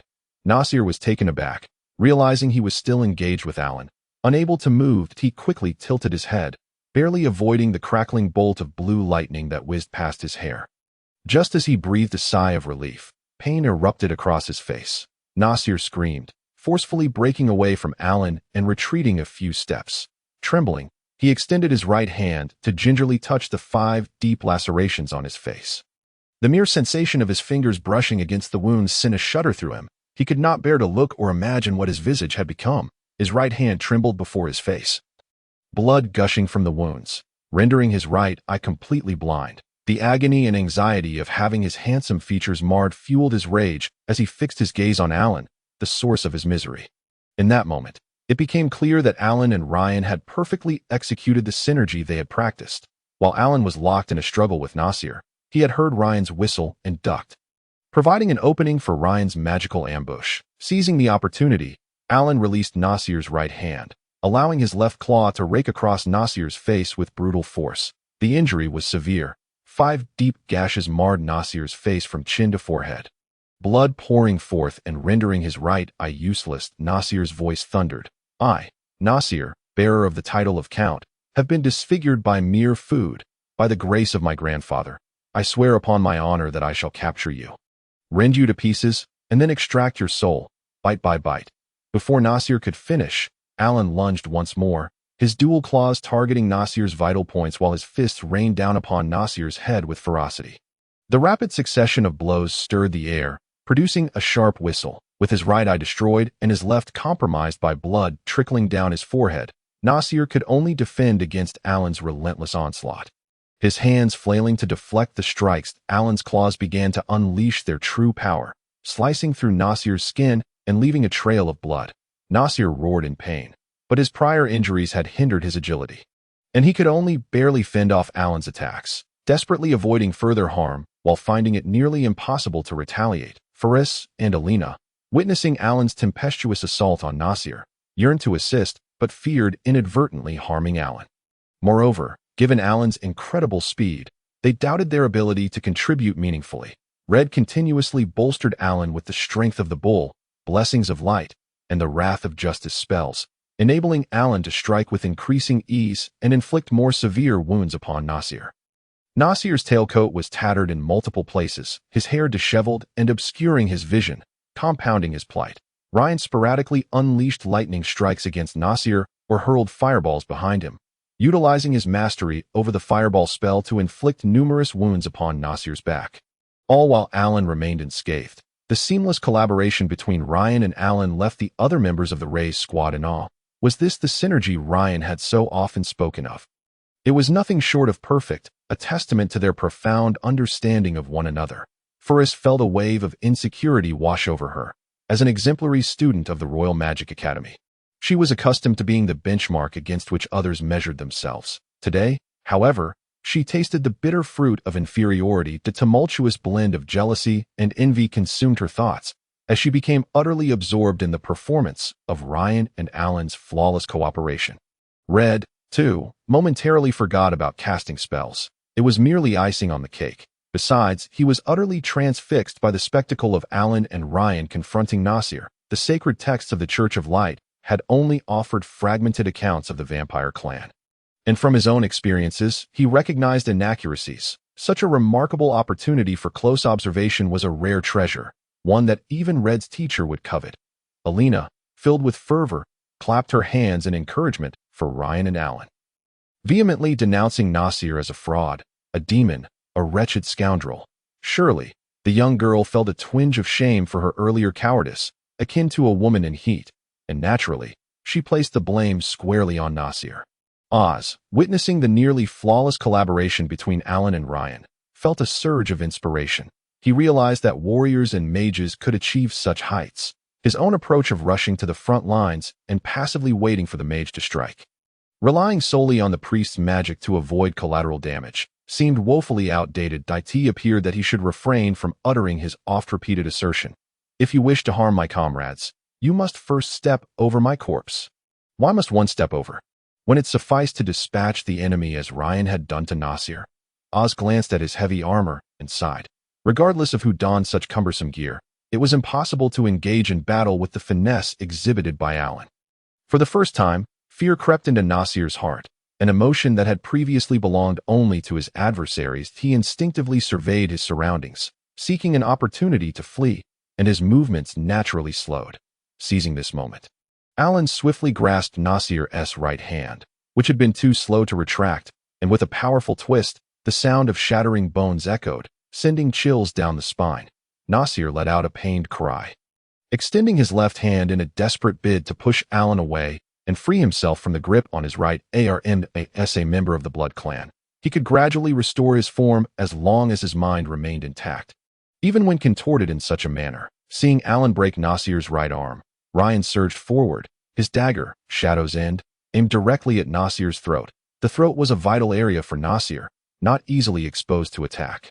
He hastily swung his left hand in an attempt to deflect the dagger. Confident in his own resilience, he had withstood Alan's sharp claws with merely a scratch, and he assumed Ryan's seemingly inconspicuous dagger would not inflict significant harm. However, Shadow's End was a gift from his martial arts master, Galeb. Had it been an ordinary dagger, would Galeb have deemed it worthy? As Nasir attempted to shove Ryan's dagger aside, Ryan secretly chuckled. Subtly twisting his wrist, the plane that Nasir aimed to push against was precisely aligned with the blade of Shadow's End. In a fleeting moment, Nasir, in his dreams, never anticipated that Ryan would rotate the dagger. And in a desperate bid, he thrust his left hand onto the keen edge, resulting in the severance of 4 fingers. The agony was unbearable, even for a member of the Blood Clan. His mournful wail resonated throughout the cavern. Ryan deftly maneuvered past Nasir, while Alan, in perfect synchrony, pulled Nasir's arm, compelling him to take a half-step forward, positioning Nasir's back towards Ryan. With a swift turn, Ryan leaped into the air, driving Shadow's End into Nasir's back. Overwhelmed with pain and constrained by Alan, Nasir was oblivious to Ryan's approach. The dagger pierced through Nasir's heart, emerging from his chest. Ryan had struck a fatal blow. Nasir's form rapidly diminished, dissipating into a thick plume of smoke that swiftly returned to the sarcophagus. Together, Ryan and Alan approached the stone coffin, straining to push aside the lid, revealing Nasir lying within. He was adorned anew in a pristine tailcoat, resting as if he had just completed a lengthy ball, taking a moment to repose. The wounds inflicted by Alan and Ryan had vanished entirely, rendering the previous events mere illusions. Reed and his companions soon arrived. Upon seeing Nasir nestled within the sarcophagus, Reed remarked to Ryan, "This is the most formidable trick of these so-called blood clans. Suffering severe wounds, they retreat to their coffins to slumber, healing over the ages. Yet, having discovered his resting place, he shall have no chance to awaken again." Ryan inquired, "How can we utterly eradicate him?" Reed replied, "I shall invoke the sacred text of light to obliterate him completely. It seems I am the first priest in over a century to fully vanquish a vampire demon. What an honor." With that, Reed began chanting, summoning a circle of white light that enveloped the entire chamber. Casting a warm glow upon all within, the white circle gradually coalesced into a magical hammer, which Reed grasped firmly, striking it against Nasir's chest. Nasir emitted a mournful cry as the magical hammer struck, his body rapidly shrinking into a pile of ashes. The cavern resonated with the faint echoes of his lament. Soon, silence reclaimed the space. Reed, triumphant, declared to Ryan, "You see, my light magic is their nemesis. Huh. I shall be immortalized in history as the first to vanquish a vampire count in 200 years. Though he had not fully regained his strength, he was soundly beaten by you and Alan." At this juncture, Reed's expression darkened. He lamented, "Why must I venture alongside you? An anomaly. Shall I forever dwell in your shadow?" History will record, the great Mage Ryan and his companions defeated the vampire demon, while a priestly companion purified it with light magic, signifying the triumph of light over evil. Will my name even be mentioned? First playfully tapped Reed on the head, urging, "Stop daydreaming and check for any remaining evil presences." Reed resumed his search throughout the cavern, realizing he had overlooked the vampire demon in the sarcophagus while focusing on the lich. Perhaps he had been too intent on tracking the lich. neglecting the most conspicuous sarcophagus in the chamber that, of course, Reed rationalized. While the vampire lay in his coffin, he nearly ceased his life functions, making him difficult to detect. This may be a form of self-preservation. The cavern was now starkly visible, with only a fragmented magical array and an empty sarcophagus remaining. The altar lay in ruins from Faris's fire spell, and the blood pool had dried, revealing shattered human corpses beneath. Reed picked up Oz's axe, striking the ground and the cavern walls with focused determination, as if searching for treasure. Ryan found himself ensnared by Faris's relentless inquiries about his magic studies. In truth, Ryan's method of learning magic was quite simple: relentless practice. However, Faris found herself unable to commit to such a regimen. She dedicated numerous hours to meditation to gather a modicum of magical energy, and if she devoted time to practice, she would have no reserves left for combat. Ryan, unfamiliar with how other mages learned their craft, had only encountered 5 mages thus far. His mentor Delane, the thief mage from Goathorn Town, 2 leaders from the Alpha City Magic Guild. And lastly, Faris. Determined to glean insights from Faris regarding her magical education, he sought a deeper understanding of how other mages acquired their skills. Chapter 50. A role reversal? Faris eagerly welcomed the chance. Having witnessed Ryan's prowess over the past few days, especially today, it was likely that even her own master had not reached such heights. Ryan's description of his learning process was overly simplistic, unattainable for her, and lacking in the necessary magical capacity. Instead, she resolved to share her own magical studies with Ryan. Hoping to identify areas for improvement, Faris meticulously recounted her journey in learning magic. Every mage begins as an apprentice, engaging in daily meditation to attune themselves to various elemental forces and accumulate their magical energy. The greater one's magical reservoir, the more potent their spells. Additionally, there is the daily practice of memorizing spells and gestures. During her time at the Royal Magic Academy, the first year was spent entirely on rote learning, studying texts such as Magical Energy and Casting, My Magical Insights, Notes of the Grand Mage Melon, the Compendium of Magic, and Fire. This foundational learning consumed an entire year for Faris. In her second year, she explored all branches of magic, engaging with different instructors each month to study diverse magical disciplines. In her words, no one knows what one excels at, so one must learn everything to establish a solid foundation for future advancement. By the third year, students were sorted into classes according to their magical affinities, marking the true beginning of their magical education. Faris, possessing considerable talent, ascended to the rank of junior mage within 5 years, causing quite a stir at the Royal Magic Academy.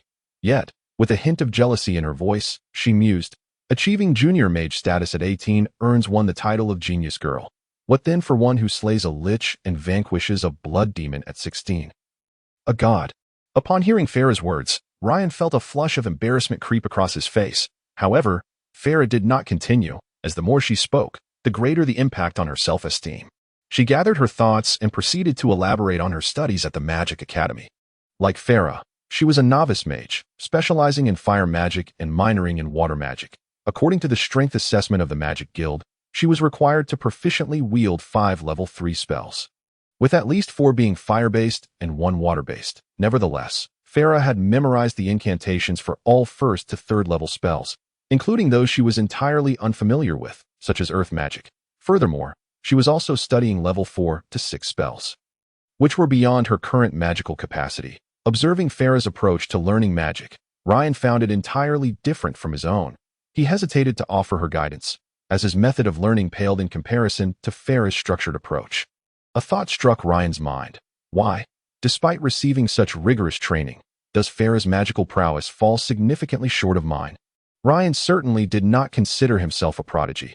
All his abilities were the result of relentless daily practice, forged through ample sweat and even tears. If the issue does not lie with me, then perhaps there is something amiss with Farah's learning method. Ryan pondered. Perhaps a broad-based study of magic is far less practical than my focused approach on a select few spells. He believed that Farah's commitment to memorizing spells across all schools was a considerable waste of time. It would be more beneficial to delve deeply into a few commonly used high-impact spells. For instance, 1 single target damage spell, 1 area of effect damage spell, a quick cast spell, and a defensive spell would suffice to handle most situations. Why bother learning so many redundant spells? Moreover, the majority of those spells were ones Farah could scarcely cast. Was she not merely burdening herself with pointless tasks, subtly pointing this out? Farah replied helplessly. I truly do not wish to study this way, but the academy teaches it so, and the instructors demand it. Following the traditions passed down from their mentors, and according to your approach, Ryan, my understanding of magic would not meet the academy's standards, and I would fail the guild's evaluation, rendering me incapable of advancing to a novice mage. Ryan responded, since this method of teaching and learning magic has endured for so long, it must possess its unique advantages. Yet I have lived in a remote mountain area since childhood, leading me to form different perspectives on many matters. For instance, you mentioned that your magical energy is accumulated through daily meditation and that you hesitate to use it for fear of unforeseen circumstances. However, magic, like everything else, requires extensive practice. If you refrain from practicing daily, how can you deepen your mastery of magic? Furthermore, regarding the evaluations and examinations, do you study magic solely to pass these tests? Ryan's words struck Farah like a bolt of inspiration, illuminating a new path before her. Indeed, the purpose of learning magic is ultimately for oneself. Why should I toil merely to satisfy a series of assessments? What use is a title of genius mage if my life is forfeit? Each year, waiting for others to pay their respects while reciting eulogies to set myself apart. Gazing intently at Ryan, Farah grasped his hand tightly and earnestly implored, Ryan, I beseech you to conduct a specialized training session in magic for me. Ryan inquired, specialized training in magic? Farah affirmed, yes. Starting tomorrow, I hope you will guide me in your approach to practicing magic, aiming to surmount my current magical limitations in the shortest time possible. Ryan felt that Farah's request indicated her desire for improvement. And since he aimed to excel in the royal combat competition, the prowess of his teammates was indeed crucial. With that thought, he nodded and replied, as long as you are willing to endure hardship, I am more than willing to assist. Just then, Red's voice chimed in beside them. I want to participate as well. It turned out Red had finally completed the arduous task of examining the cave. And upon hearing Ryan's willingness to mentor Farah, he naturally wished to join. Realizing she had been gripping Ryan's hand tightly, Farah's face flushed, and she quickly released him. Ryan, feeling somewhat awkward, cleared his throat and suggested, if there are no further issues, shall we head outside? Certainly, the other members of the race squad responded in unison. This synchronized reply startled Ryan. Observing the trust in the eyes of the race squad members, he scratched his head. Pondering the apparent role reversal, wasn't it Farah and Red who were supposed to be the leaders? Chapter 51. The new leader of the race squad, Red, perceived Ryan's thoughts and smiled, saying, Ryan, you needn't overthink it. It will be our greatest honor to journey alongside you. Farah added, indeed. How about this, Ryan? Why don't you suggest a new name for our little squad? Ryan, puzzled, asked, but this name is quite nice. Why change it? Farah explained, your abilities have earned our collective recognition. And naturally, the squad should be led by you. By tradition, you have the right to bestow a new name upon the squad. Ryan shook his head, insisting, that simply won't do. I am merely a participant in the race squad, not here to usurp the captaincy. Red interjected, this is not about usurpation.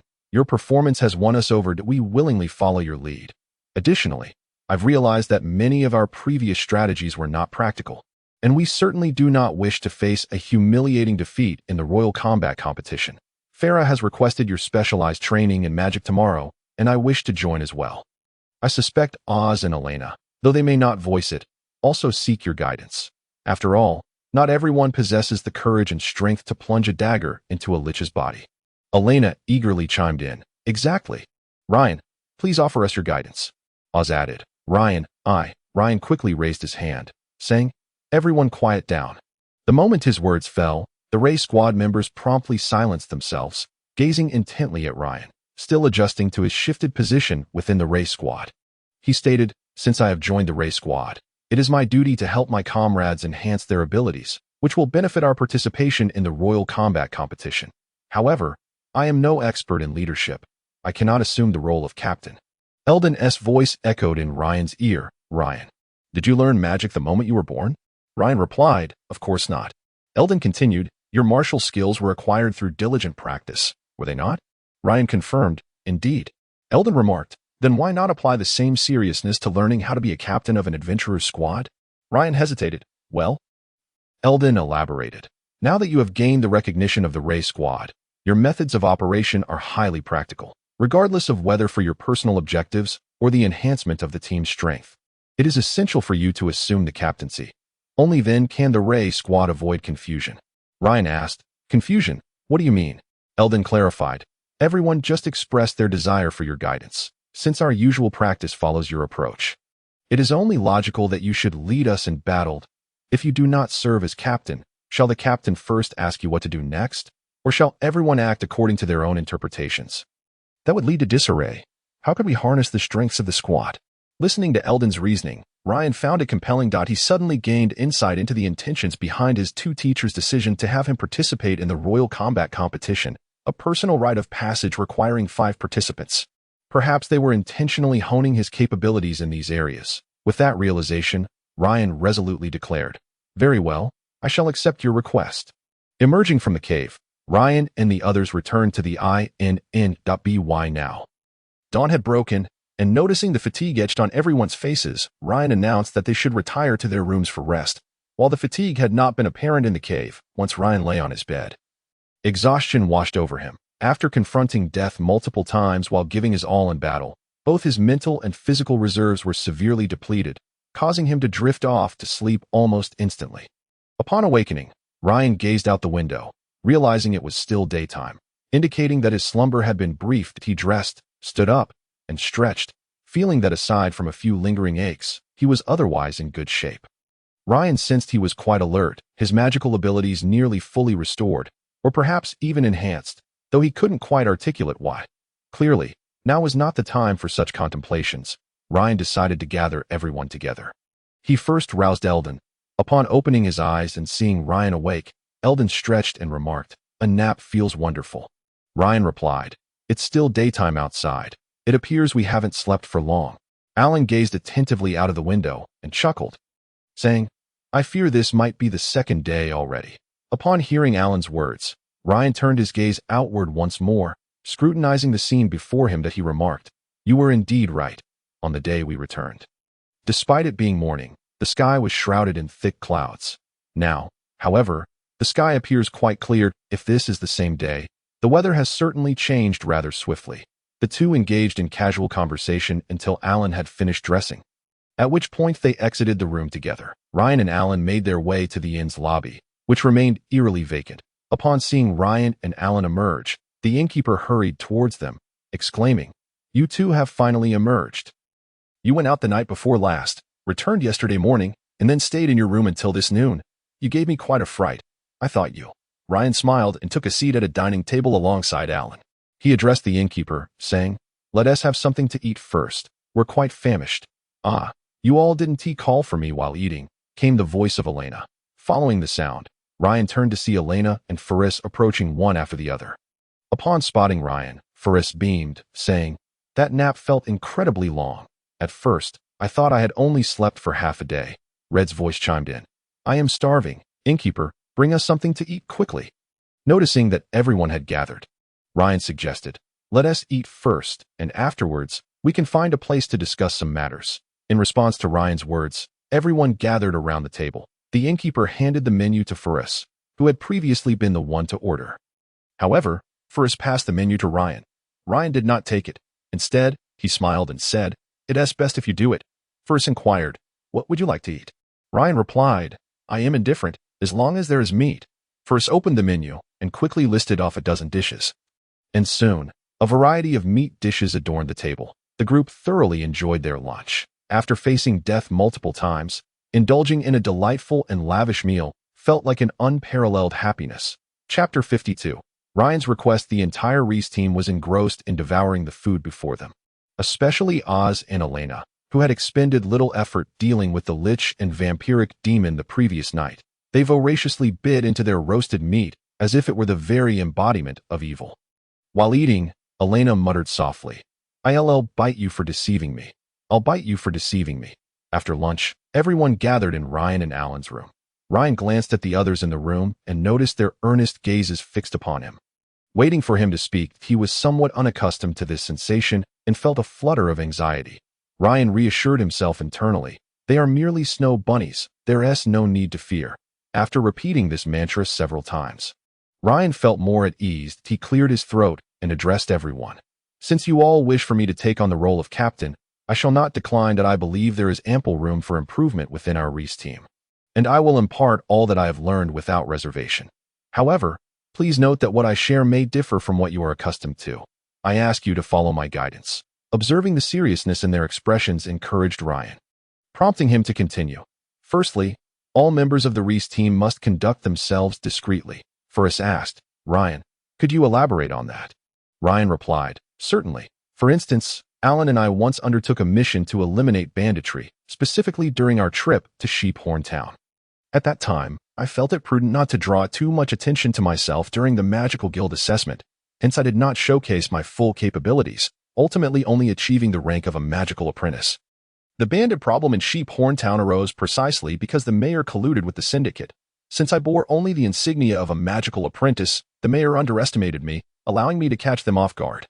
Had I been ostentatious during the assessment at Alpha and displayed my full power, I would surely have qualified as a junior magician, which would have raised the mayor's suspicions, complicating matters significantly. My experience in Sheephorn Town profoundly impressed upon me the importance of discretion. Ostentation and arrogance merely expose oneself to the enemy's gaze. Discretion and inner strength serve as our most advantageous protection. This is reminiscent of the lightning leopard. Its fur camouflages it within its surroundings. When it lies in wait, its prey is utterly oblivious to its presence, allowing the leopard to stealthily approach and strike at the most opportune moment. If the lightning leopard were to roar loudly wherever it went, proclaiming its prowess, it would surely go hungry, as other beasts would flee at the sound. As Ryan's words resonated, everyone nodded in agreement. Ferris added, indeed, during the Royal Combat Tournament, many individuals will go to great lengths to gather intelligence on their opponents, concocting elaborate strategies. If we all remain discreet, what they obtain will be false information, and when the actual competition begins, they will be caught off guard. Seeing that Ferris grasped his point, Ryan smiled and nodded. Continuing, the second point is to give our utmost effort. Elena interjected, Ryan, you just told us to act discreetly, and now you say to give our all. Isn't that contradictory? Red playfully tapped Elena's head, saying, little one, refrain from interrupting. Elena, indignant, returned the gesture, retorting, I only asked because I didn't understand. Ryan reassured them, it's all right. If there are any uncertainties, feel free to ask. Upon hearing Ryan's words, Elena made a face at Red. Ryan explained, by giving our utmost effort, I mean that during combat, we must unleash all our strength in a single decisive blow. Even if we are merely hunting a snow bunny, we must exert the effort we would use to battle a venomous scorpion lion. We cannot afford to be complacent. We must remain vigilant. I need not elaborate on the distant matters. Let us consider the encounter with the lich that I attacked with all my might. And while I ultimately broke through the lich's defenses, do you know how many magical missiles I cast? Nearly 50. Ferris exclaimed in astonishment. Wow, 50 times? That's even more impressive than a senior magician. Ryan clarified, I mentioned this figure not to boast of my prowess, but to subtly remind everyone. The casting of 50 magical missiles requires considerable time. During that lengthy period, the lich did not cast a single spell. That it was clear that it underestimated me, believing I was merely a magical apprentice, akin to a snow bunny attempting to challenge a dragon. Yet, even a mere group of snow bunnies, with meticulous planning and flawless execution, can slay a dragon. In the end, I breached its defenses, and I emerged victorious. To give our all and persevere. I triumphed. To be careless and lose vigilance. The lich fell. The lich was not defeated by me. It lost because it underestimated its foe. That if you wish to become that lich, Sandrew, I do not oppose it. But please leave our Reese team, for your errors may endanger us all. In unison, everyone replied, understood. Ryan scratched his head, saying, now, the third point pertains to special training for everyone. Upon hearing Ryan finally address the topic of special training, Ferris and the others perked up, eager not to miss a word. Ryan stated, my expectation for our Reese team is that each member becomes capable of fighting independently before we focus on coordinated teamwork. Therefore, each of us must strengthen our weakest areas. For instance, Ferris, your magical prowess is formidable, yet I've noticed you seldom employ defensive spells, relying instead on Red for support. Conversely, Red, your offensive capabilities are nearly non-existent, depending entirely on Ferris. While this isn't inherently problematic, Over-reliance on a partner can lead to a decline in one's abilities. Thus, I urge each of you to enhance your weakest points, ensuring that you can survive independently. Only then will you deeply understand your strengths and weaknesses, enabling you to capitalize on your strengths while mitigating your weaknesses, laying the groundwork for team cooperation. First asked, how do we go about this? This question echoed the thoughts of the others, prompting Red to say, yes, yes. Ryan, your words are incredibly motivating, but what exactly should we do? Ryan responded, the prices here are exorbitant.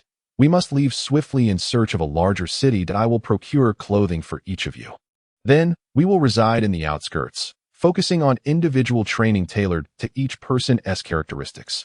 Once everyone meets my standards, we will engage in cooperative practice, ultimately arriving in the imperial capital just before the competition begins. That is the plan. What kind of clothing? Elena inquired. Ryan pointed at the armor Oz was wearing, saying, that, precisely. For us, Elena, and Red gaped in disbelief. Wear that? Surely you jest. Chapter 53. The Rewards of Adventure. Ryan chuckled, observing, it is clear that both Ferris and Red hail from relatively affluent backgrounds, as you have not faced much hardship in your lives. A blissful childhood is undoubtedly a blessing. However, your regular physical training leaves much to be desired. I recall my time in Alpha City. I could hardly endure even a brief walk, which is simply unacceptable. Given the limited time we have, significant changes to your physical condition will require certain measures. Rest assured, I will gradually increase the weights for you, and I won't burden you with armor equivalent to your own body weight all at once. This method has proven highly effective, as I have employed it since my youth. Moreover, Oz, you may need to reconsider many of your current combat strategies that I do not believe that passive defense yields substantial results. If you are willing, I suggest you abandon the tactic of stalling the enemy while awaiting the mage's intervention. Why not take the initiative to strike at the enemy, employing ferocious attacks that compel them to adopt a defensive posture, thereby creating opportunities for our mages to cast their spells? Oz's eyes lit up as he exclaimed, just like you and Allender did against Nasir? Precisely, Ryan affirmed. Oz clapped his thigh and replied, excellent. Seeing that others had tasks to attend to, Alina hurriedly inquired, what about me? Ryan responded, your responsibilities are the most demanding. You must be capable of engaging in close combat without falling behind a warrior, execute stealth attacks to deliver a fatal blow to the enemy's mages, and provide cover for your teammates. You may even need to lurk near the enemy to seize opportunities for ambush. These expectations may seem quite ambitious for you at present, but we can take them on one step at a time. Allender observed Ryan passionately instructing the members of the Ray squad in specialized training. Feeling genuinely pleased for him, it is only now that Ryan has truly begun to harness his abilities. Perhaps this was the true intent behind his mentor's insistence on his undertaking the rite of passage. Reflecting on the recent past, when Ryan was troubled by his inability to find companions, Allender had sympathized with Ryan's plight within the original Ray squad.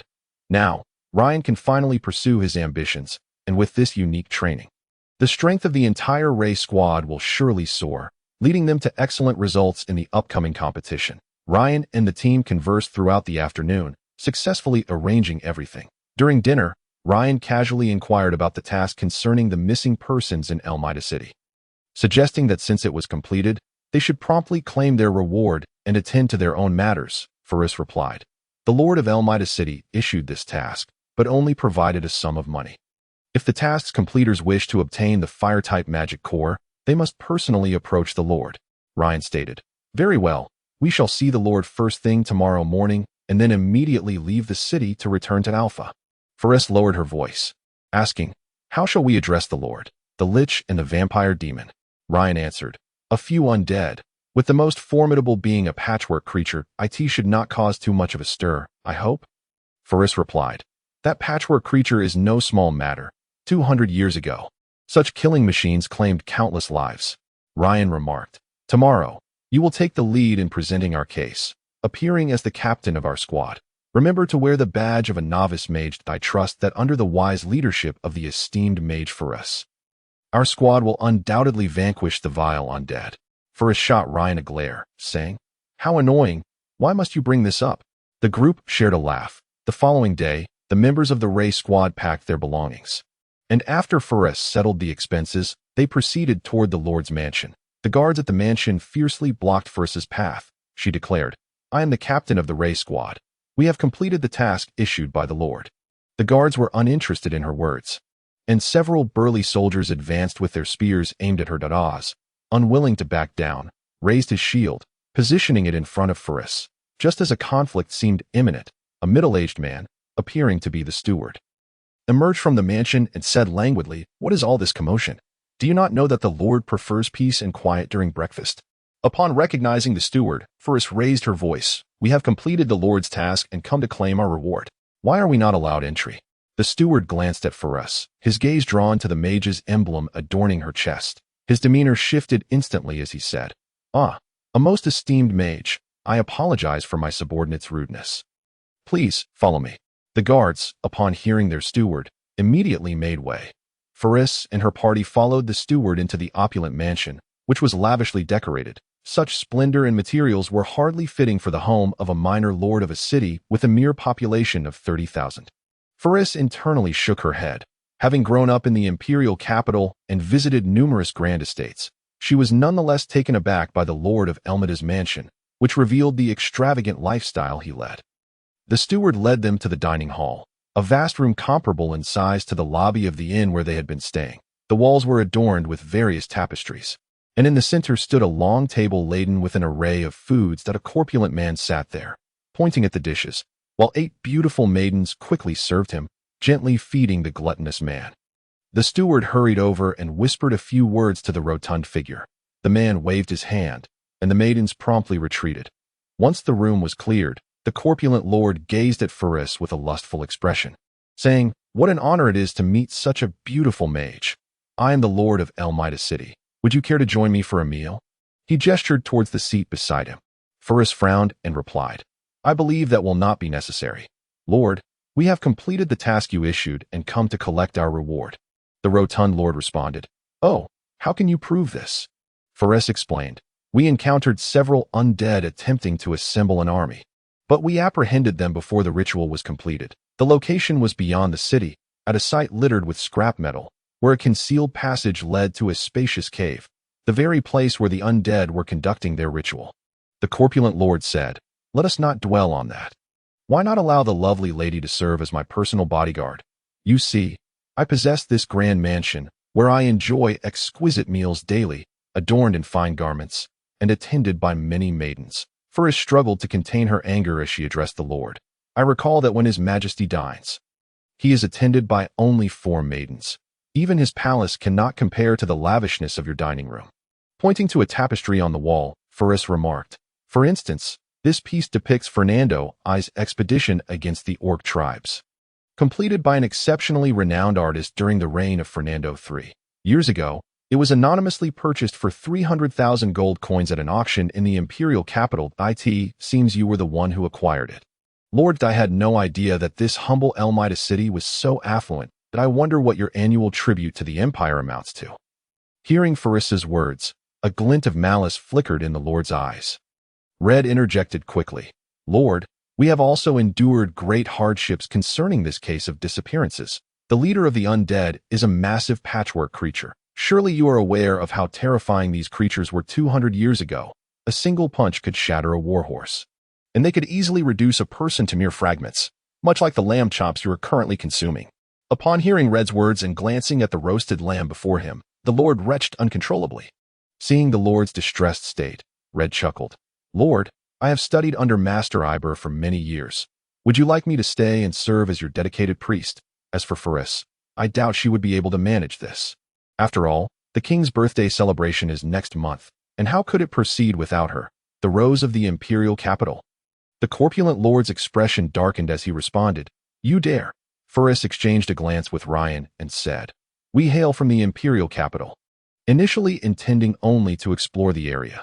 However, given your warm hospitality, Lord, perhaps we ought to stay for a few days until those fools from the imperial prosecutor's office come to fetch us." Even the dimmest of lords could decipher the implication behind Faris and Red's words. It seemed these individuals were not to be trifled with. Better to provide them with what they sought and let them depart swiftly. He had hoped to attract a few mages to his side, perhaps hiring one if suitable, to bolster his own power. The lord had recently sensed unrest among his miners, and should 30,000 people revolt, His 500 guards would be helpless, the sight of such a beautiful mage as Faris. A mage nonetheless, was simply too perfect. She could protect him by day within his mansion and by night in his bed. Alas, he could not afford to provoke her. The corpulent lord gestured for the steward to procure the items. The steward exited and soon returned with a box. Presenting it to Faris, Faris opened the box. A crimson light surged forth, illuminating her face with a rosy glow. Upon closer inspection of the thumb-sized fire-type magic core, she could easily sense the fiery power emanating from it. Faris inquired, "How did you come by this magic core? It must belong to at least a 6th-level magical beast."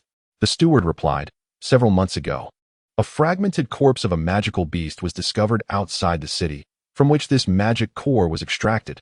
However, the body had already decomposed and was shattered into several pieces, making it impossible to identify the species of the beast." Faris nodded and remarked, "My lord, since we have acquired the magic core, this delightful journey to Ermidar will surely become a cherished memory for us. I trust you share this sentiment, don't you? Pardon the intrusion. We shall take our leave now." With that, Faris and her companions departed from the lord's mansion. Feeling somewhat embarrassed, Faris turned to Ryan and said, "Ryan, to be honest, Red and I did not intend to conceal." Ryan replied, "It's all right. Besides, I don't know anyone in the imperial capital." Faris explained, "My full name is Faris Redia, the second daughter of the Minister of Finance, Luke Redia. Red is a disciple of the Archbishop Iberl. Everything else we said is true." Ryan smiled. "In truth, none of that matters. We are comrades, and we should support one another. As for status and identity, to be frank, I do not care. I am not adventuring with a minister or an archbishop. I am adventuring with you and Red, and that is sufficient." Chapter 54. Return to Elfar. Now that matters in Ermidar had concluded, Ryan resolved to lead everyone back to Elfar City for some rest and training before venturing to the imperial capital. Calculating the time, he estimated he had around 2.5 months left. And excluding travel time, 2 months would suffice for preliminary practice. At Ryan's insistence, the entire squad embarked on foot back to Elfar City. The journey proved exhausting for Faris and Red, particularly for Faris, who complained daily of her aching feet. However, a single remark from Ryan silenced her. "Only through effort can one reap rewards. Do you wish to enhance your magical abilities?" Naturally, Faris would not relinquish such a splendid opportunity.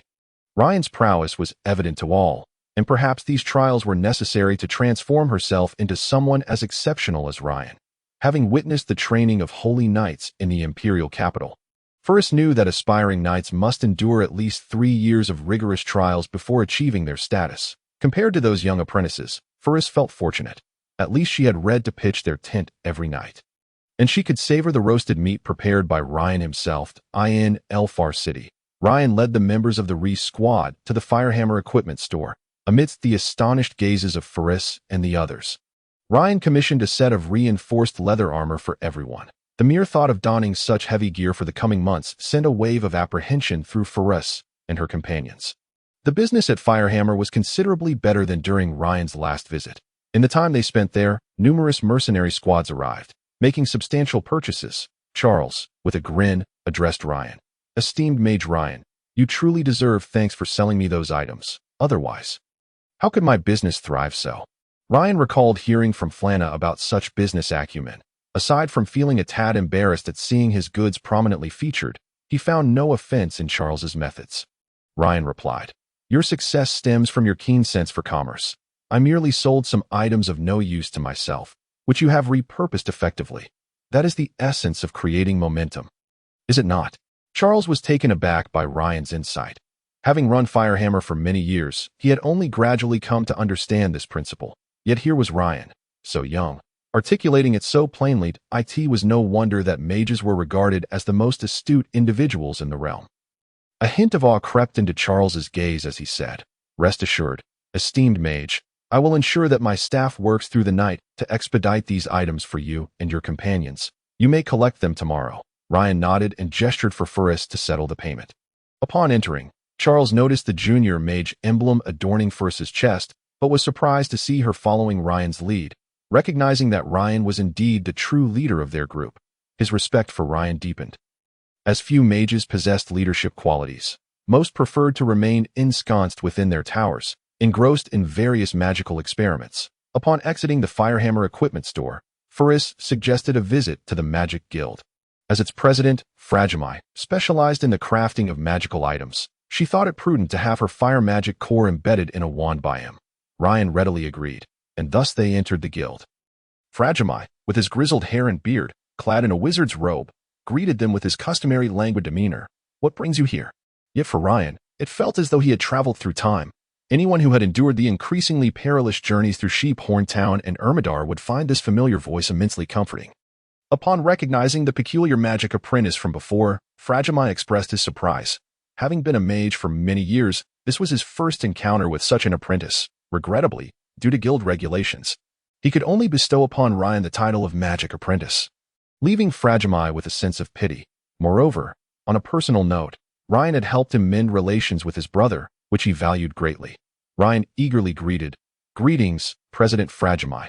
It is a pleasure to see you again." Fragile assumed this was merely a polite expression, unaware it stemmed from Ryan's sincere feelings. Fortunately, Ryan had previously advised everyone to maintain a low profile. Had Fragile learned of their escapades involving slaying undead lords and blood demons, he might have leapt from the 7th floor of the tower in shock.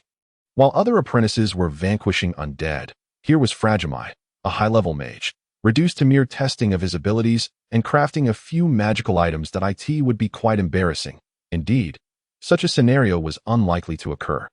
So Fragile remarked, "Ah, it's you. Let me think. Your name is..." Ryan quickly interjected, "I am Ryan. I tested here last time and earned the title of Magic Apprentice." Ferris rolled her eyes, internally scoffing. If you truly knew of Ryan's deeds, would you still be sitting there? Not just you, but I fear half the mages on the continent would be unable to contain their excitement. Yet our Captain Ryan remains remarkably composed, not uttering a word. Ryan, however, did not perceive himself as particularly impressive. Compared to Master Delane, he still felt merely an apprentice in skill. Additionally, he harbored a vague sense that the lich named Sandrew was not as feeble as he appeared. Perhaps there was a reason he had not revealed his full strength. Much like the bloodline vampire Nasir, who had not fully regained his power before being vanquished alongside Iluin. Fragile, seated comfortably, saw no issue in conversing with Ryan, given his status. He could easily disregard Ryan without consequence. Nevertheless, Ryan had aided him in improving his relationship with his brother, and for that, Fragile felt a sense of gratitude. He inquired, "Ryan, have you come for another test?" Ryan promptly responded, "No, a friend of mine wishes to request your assistance in crafting a magic wand." With that, he gestured towards Ferris, standing behind him. Fragile replied, "Crafting a magic wand. That is no simple task. Though you have the materials, the base material for a wand is relatively straightforward. A sturdy piece of birchwood will suffice, along with a simple magical array. However, what of the core? A low-grade core will not suffice. At least a core from a level 3 beast is necessary for any efficacy." Ferris found Fragile's verbosity tiresome and questioned how Ryan could endure it. Her noble temperament flared as she retorted, "Old man, you are far too verbose." Fragile rolled his eyes, displeased by the disrespect shown by someone with only a junior mage badge. Ryan, taken aback by Ferris's words, was about to interject, but was further astonished by her subsequent remarks. "I say, you must be the most unremarkable disciple of Master Blair, right?" "What was it again, Fragile?" Fragile's face flushed with anger at her words. Was it true that today's youth lacked respect for their elders? Ferris, undeterred by his reaction, was only fearful of Ryan aside from her father. Even with her magic teacher, she jested as if they were friends, never displaying the deference Ryan exhibited. Ferris continued, "My teacher is a friend of Master Blair. Is it wrong for me to call you old man?" Fragile, intrigued by her statement, asked, "Your teacher is friends with mine? I recall my teacher having only one close friend, and he certainly never regarded the guild president highly. Could it be that you are?" Ferris affirmed, "Indeed, my magic teacher is that old rascal Victor." Fragile found himself somewhat desensitized to her brashness. She would not even respectfully address her teacher as master, instead opting for old rascal. Perhaps this was simply her manner of speaking? Fragile then queried, "You claim to be a disciple of Master Victor." Phallus took out a magical scroll from her storage pocket and handed it to Vladimir. Vladimir, puzzled, unfurled the scroll and examined it with great care. Upon merely glancing at it, he immediately leaped up, exclaiming, "Good heavens! Is this the legendary time-space gate scroll? Who crafted it? It is exquisite, simply marvelous." This fire magic array can actually link with the wind magic array without fearing a clash of energies during operation. Oh, and there's even a water magic array to neutralize such potential conflicts. Who could have conceived this? Truly a genius.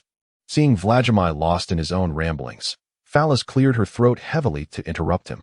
Noticing her delicate hand extended towards him, Vladimir sheepishly remarked, I beg your pardon. Such magical items are often a lifetime rarity. Phallus pointed to the scroll in Vladimir's hands, signaling him to return it. Reluctantly, Vladimir relinquished the scroll to Phallus, watching as she stowed it back into her storage pocket. As the scroll vanished from sight, Vladimir sighed and said, It seems I was not mistaken. Only Master Victor could craft such a perfect scroll. Phallus replied with pride, Of course. Would I ever deceive you? Vladimir rolled his eyes once more, retorting, Since you are a disciple of Master Victor, why seek my assistance in crafting a magic wand? The reason Phallus sought Vladimir was primarily to have him embed a magic core. The wand itself was crafted by her teacher, and simply replacing the core at the tip was well within the capabilities of a disciple of Master Blair. Furthermore, once embedded, she could familiarize herself with it. Otherwise, if she waited to return to her teacher for the embedding, she might not have time to practice. Naturally, Phallus would not divulge these details to others. She intentionally disparaged Vladimir by saying, My materials are too inferior. My teacher would never use such subpar materials. Hence I have no choice but to ask you. Before Vladimir could respond, Phallus produced the fire magic core she had acquired in Elmadar City. Vladimir's heart skipped a beat as he exclaimed, Good heavens. A level 7 fire magic core? How did you obtain this? Phallus exchanged a knowing glance with Ryan, sensing the magic core might be related to the assembled monsters in Elmadar City. She asked, Why all the questions? Are you going to help or not? Vladimir, like a child, snatched the magic core from Phallus's hand and hurriedly declared, Of course I will help. Why would I not? Do you think a level 7 magic core is something one can easily come by? Ryan, curious about the process of crafting magical equipment, inquired of Vladimir. Could you show us the procedure? Vladimir glanced at Ryan and then at Phallus. Seeing that Phallus said nothing, he nodded. Very well, after all. My creations pale in comparison to Master Victor's, but if you wish to see, follow me. Vladimir led the group from the race team up the staircase to the second floor. Upon seeing his brother with Ryan, Gilrian joyfully exclaimed, Ryan, it's good to see you again. Are you here for another test? Ryan shook his head, replying, A friend of mine wants to craft a magic wand, so I came to ask President Vladimir for assistance. Gilrian patted his chest, boasting, Rest assured, my brother is the finest enchanter. Crafting magical equipment is his forte. Vladimir rolled his eyes at his brother, retorting, If you don't speak, no one will think you're mute. Are you praising me or insulting me in front of a disciple of Master Victor? Seeing his words backfire, Gilrian quickly explained, Oh, so you are a disciple of Master Victor, Ryan? No wonder my brother couldn't gauge your true abilities last time. His voice dwindled as he noticed Vladimir glaring at him. With a heavy sigh, Vladimir lamented, Sigh, having you as a brother is either my misfortune or what? Why do you always choose to say things others do not wish to hear? This lady is the true disciple of Master Victor. I am merely aiding her in replacing the magic core of her wand, not crafting a new one. Vladimir vigorously shook his head and descended to the third floor without looking back. Ryan and the others hurried to follow. As Ryan passed Gilrian, the latter patted him on the shoulder, saying earnestly, Ah, young man, you are quite fortunate the disciple of Master Victor is willing to take a mere apprentice like you on an adventure. You should learn from her well, understand? Phallus, trailing behind Ryan, burst into laughter at this, and in response to Gilrian's bewildered gaze, she mimicked his tone, patting Ryan on the back. Young man, from now on, follow me closely and make sure to learn, understand? Phallus's imitation elicited laughter from the entire race team, and amidst their mirth, they proceeded to the third floor. Meanwhile, Gilrian remained dazed on the second floor of the Mage Tower, replaying his previous words in his mind, wondering what he had said wrong. What was so amusing? Chapter 56. Embedding the magic core. Vladimir had already laid out a set of tools on the experimental table. Seeing that Phallus and the others had arrived, he said, Hand me the magic wand. Phallus passed her wand to Vladimir, who, like a connoisseur before fine wine, displayed an ardent gleam in his eyes as he seized the wand, meticulously studying the magical runes etched upon it, muttering, What effect does this magic array have? Why did Master Victor place it here? This array is for energy gathering, isn't it? It has been simplified so much. Truly, a master's touch.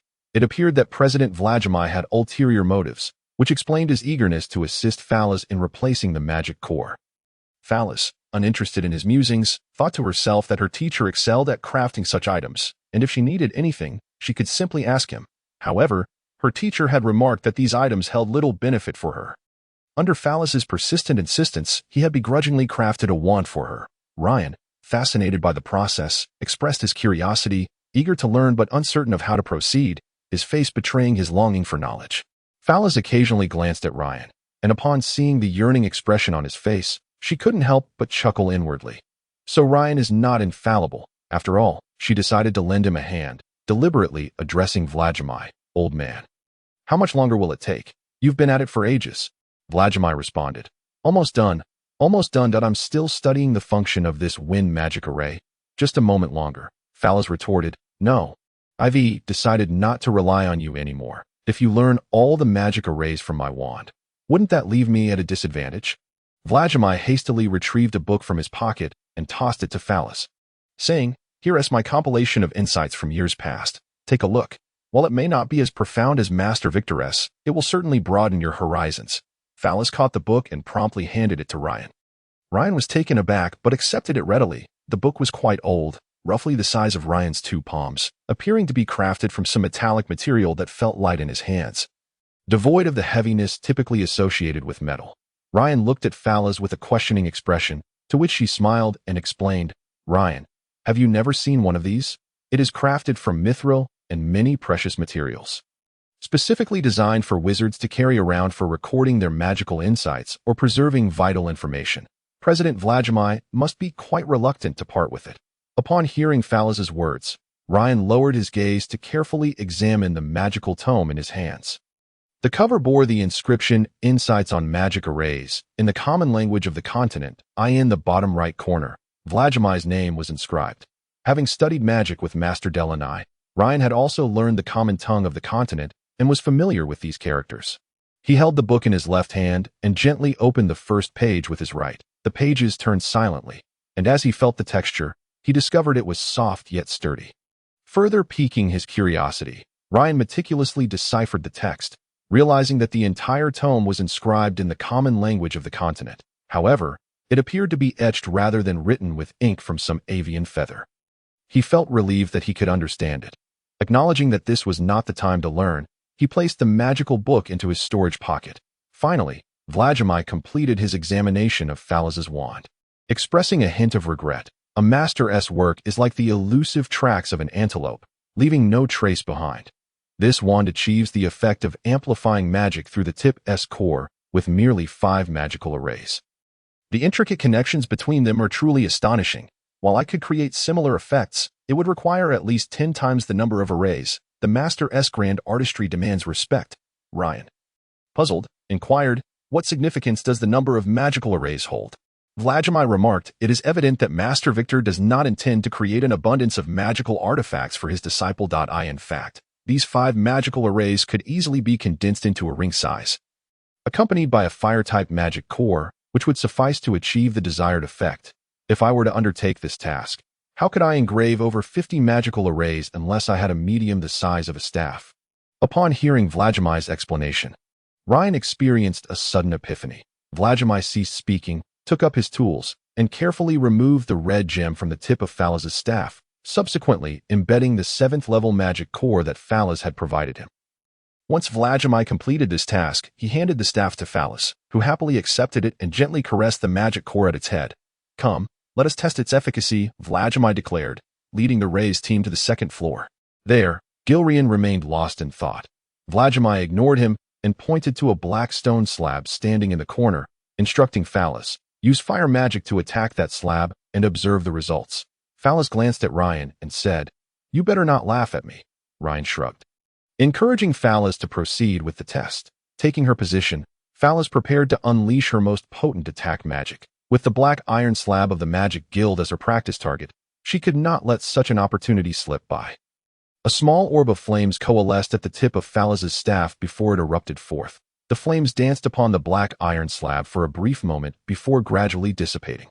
Vladimir nodded, stating, "A level 3 fire blast with such a considerable area of effect is quite impressive." Phallus, not responding to Vladimir's comments, began to chant the incantation for fireball at a large mass of flames gathered at the tip of her staff. Soon, Phallus completed her spell with a gentle flick of her staff, launching the fireball towards the slab. The fireball hurtled towards the black iron slab, colliding with it in a violent explosion, scattering flames and prompting Vladimir to exclaim in awe, "Excellent." A level 3 fireball can yield such results, nearly matching the power of a level 4 magic. Vladimir turned to Phallus, suggesting, "You might attempt to cast a level 4 spell with such a fine fire magic core and Master Victor's magical arrays. It should enable you to cast above your level." Phallus nodded, boldly reciting the incantation as her hands deftly maneuvered the staff into various forms. Ryan distinctly sensed a substantial gathering of fire elements around Phallus. Chapter 57. The Violent Rose. A blazing fire shield materialized around Phallus, enveloping her entirely. She waved her staff, casting another fireball. 2 fireballs soared towards the black iron slab in quick succession, resulting in a tremendous explosion. Phallus did not pause. She unleashed a large fireball spell she had previously executed in the Ermidar mine. Upon witnessing Phallus's large fireball spell, Vladimir's heart raced, and he quickly cautioned, "It's the flame burst spell. Everyone be cautious and step back." With that, he hastily cast a protective flame around himself, pulling his brother back as they retreated. The large fireball flew with noticeably greater speed than when she had cast it in the Ermidar mine. Rapidly barreling toward the black iron slab and making intimate contact, a tremendous red flare erupted, unleashing a torrent of searing flames. Ryan felt the temperature of the air around him rising, and even the entire magical tower seemed to tremble slightly. Red, familiar with the routine, quickly cast protective flame spells on the members of the Rays team, except for Ryan. Ryan discreetly waved his hand, casting a fireball to counter the flames from Phallus's flame burst spell directed at him. This action was subtle enough that, had they not adventured with Ryan before, the members of the Rays team would never have noticed. When everything settled, Phallus greeted Vladimir's dismayed expression with a satisfied smile. Vladimir pointed at the pockmarked surface of the black iron slab, saying, "What a loss, what a loss. How do I explain this? Such extensive damage." Phallus nonchalantly replied, "Just be honest. Do you think they would dare to trouble me?" Vladimir detected an underlying meaning in Phallus's words and inquired, "Do you often engage in such antics?" Phallus proudly declared, "Back in my days at the Magic Academy, I did this quite frequently. Who would dare to confront me?" Vladimir blurted out, "So you are the genius known as the Royal Academy's Violent Rose?" As soon as the words left his mouth, he realized his mistake and quickly cast another protective flame around himself. It appeared that Phallus's notoriety was indeed widespread. Even the esteemed Mage Vladimir had heard of her at that moment. As Phallus seethed with indignation, Ryan's voice cut through. "Thank you, President Vladimir. I believe it is time for us to take our leave, is it not?" Phallus's anger dissipated instantly as she glanced nervously at Ryan, who bore an inscrutable expression. "Let us go, shall we?" Phallus suggested. Vladimir was eager for Phallus to depart. He had once heard from a friend who taught at the Royal Magic Academy that Phallus was quite exceptional during her studies. Unlike her peers, who first underwent foundational learning before specializing under specific tutors, she had become Victor's disciple before even attending the academy for basic studies. Furthermore, during the division of magic factions, she directly followed Master Victor's teachings, disregarding the academy's regulations entirely. Additionally, Phallus had a penchant for teasing others, which caused considerable vexation for many instructors. Yet, for all her pranks, Phallus's magical talent was undeniably high, and with Victor as her mentor, any mishaps could easily be rectified by him creating replacements. The academy's dean had even held a special meeting with all the instructors, encouraging them to allow Phallus to break anything that appeared too old, so that it could be replaced. Thus, much of the damage she had caused could hardly be attributed to her alone. Upon exiting the Magic Guild, Phallus apprehensively explained to Ryan, Ryan's previously stern demeanor softened into a smile as he interrupted. "What is there to explain? I did not intend for it to happen. You think Vladimir would let us leave so easily?" Upon hearing Ryan's words, Phallus's heart soared with joy. She playfully punched Ryan's shoulder, exclaiming, "I never imagined you could deceive so convincingly. If you hadn't said anything, I would never have noticed." Red chuckled, adding, It seems Falaz's reputation truly precedes her. Look, even the distant city of Elpha is aware of you, Ryan replied. All right, it is getting late. Let us head out of this city. Falaz curiously asked, Are we not going to Lion's Pride? Ryan clarified, Of course not. Lion's Pride is not as convenient as outside the city.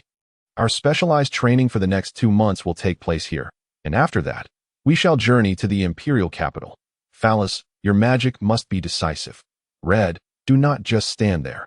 Alina did well. But when you are sneaking, avoid standing in places where the opponent might pass, as it is easy to be detected at Oz. Do not instinctively defend. Use your axe to shatter the wooden post before you. Ryan's voice echoed across the wilderness outside Elpha City. Observing how well the members of the Rays team were working together, Ryan felt a surge of hope for the upcoming competition. However, at that moment, he was unaware that his journey to the imperial capital would not be a tranquil one. There, he would confront the greatest adversary of his life. At this juncture, Ryan dedicated himself to imparting his knowledge selflessly to his teammates while diligently studying Vladimir's tome, Insights on Magical Arrays. This work encapsulated Vladimir's lifetime of experience, meticulously detailing the characteristics of magical array operations, the functions of single-type magical arrays, the use of various enchanting tools, and foundational knowledge, including illustrations of all basic magical array patterns, along with comprehensive explanations of each magical symbol's meaning. While Falaz scoffed at the book, for the newly initiated Ryan, it was an invaluable resource. Each day, as he guided Falaz and the others, he immersed himself in insights on magical arrays, becoming utterly captivated by its contents, eagerly absorbing the knowledge within. Half a month later, having completed the book, Ryan observed that Falaz and the others had fully acclimated to practicing in their reinforced leather armor. Unable to contain his excitement, Ryan sought out Vladimir to borrow his enchanting tools. Vladimir generously lent Ryan his entire set of tools, pleased to see a young person so dedicated to earnest study, a rarity in these times. Vladimir advised Ryan to begin by practicing on softer woods rather than metals. Upon returning to their campsite, Ryan promptly instructed Oz to chop down a few trees, euphemistically referring to them as practice posts. In truth, half of the trees were repurposed by Ryan for practicing the engraving of magical arrays. Even the smallest of creations bears a resemblance in size to the Shield of Oz, intricately etched with magical runes by Ryan. Though its efficacy is almost negligible at long last, Farah realized there was a domain in which Ryan was not particularly adept, at the very least. Her own mentor surpassed Ryan in the realm of magical arrays, she jested. It seems that only warriors can be your clientele. Will Oz have to carry these planks around whenever he ventures out? Her words elicited a chorus of laughter. As Ryan's creation, disregarding its lack of effectiveness, was rendered utterly meaningless due to its sheer bulk. In truth, such large finished products do exist, typically utilized by armies in the form of colossal trebuchets and heavy crossbows. Of course, some grand trading houses in Seafront City would also inscribe magical arrays on the hulls of their merchant ships for enhanced protection. However, the average individual primarily uses more compact items, such as a delicate trinket, a magical staff, or embroidered arrays on garments.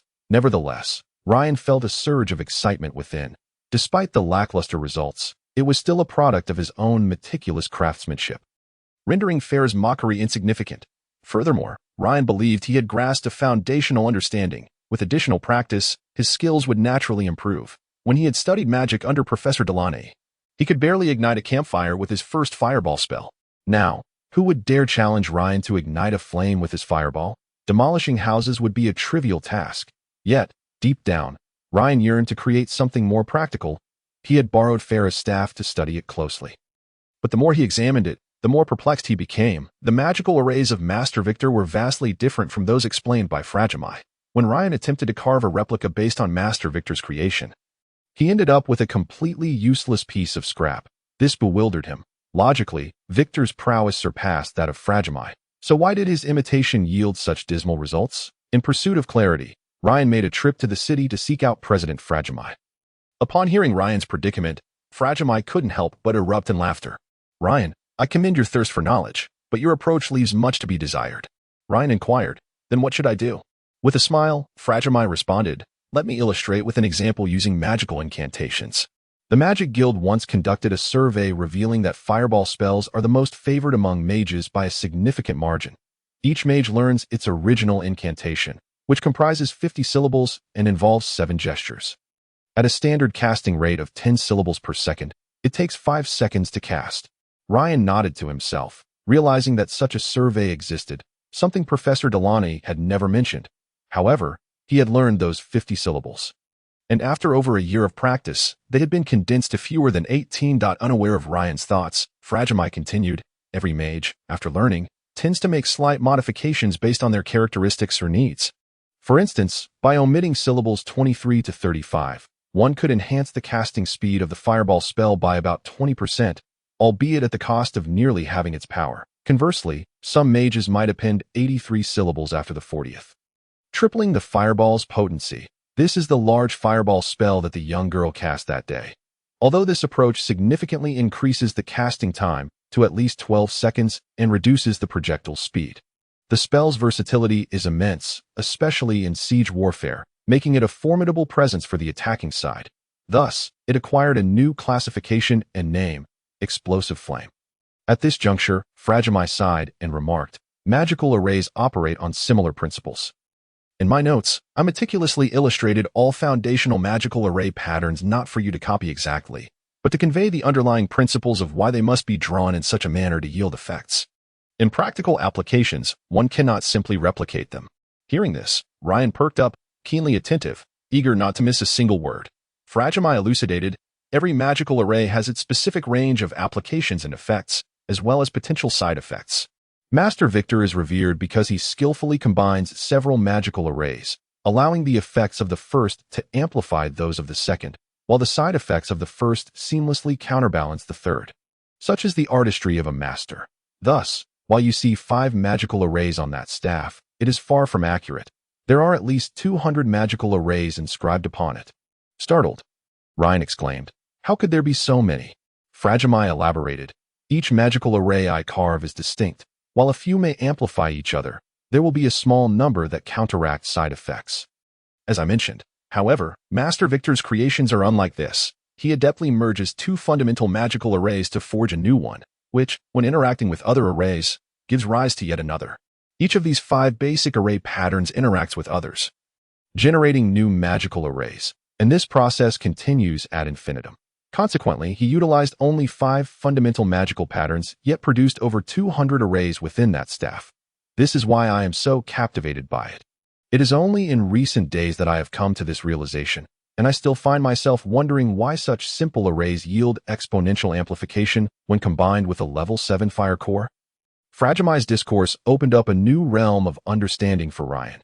It dawned on him that the knowledge he had acquired over the past half-month barely scratched the surface. This realization ignited a competitive spirit within him.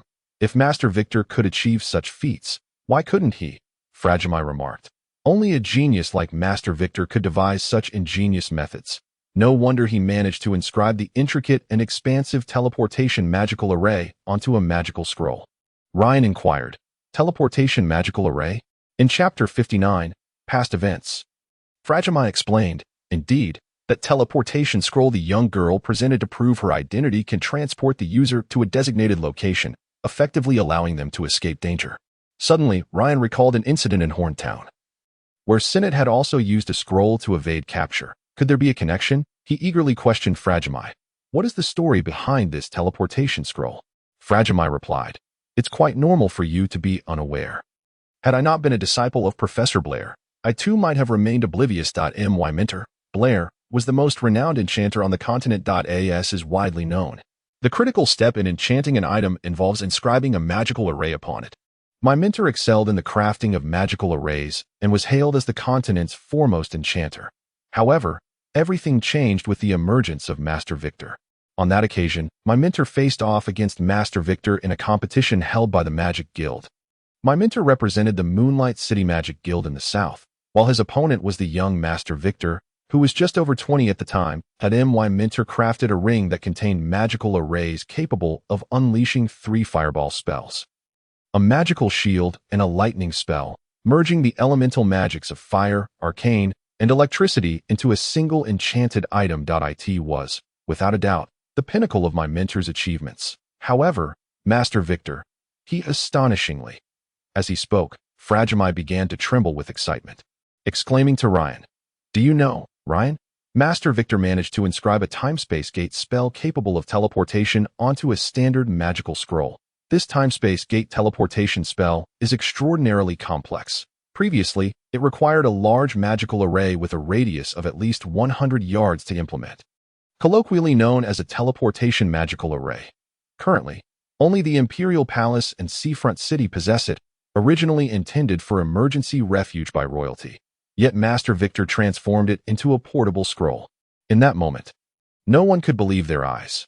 Never had anyone anticipated that the young Victor could accomplish such a feat. Some disregarded the competition rules and loudly accused Victor of hypocrisy and deceit.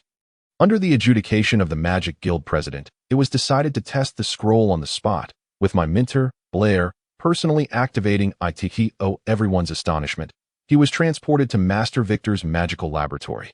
This event struck a blow to my mentor, forcing him to concede defeat. Following that incident, the Magic Guild issued a gag order preventing the 20-plus mages present from disclosing the matter. I was fortunate enough to accompany my mentor to that competition, allowing me to learn the details. It has now been 30 years since. The gag order has long since lapsed, and the mages who were present are now esteemed figures, with no one inclined to revisit that incident.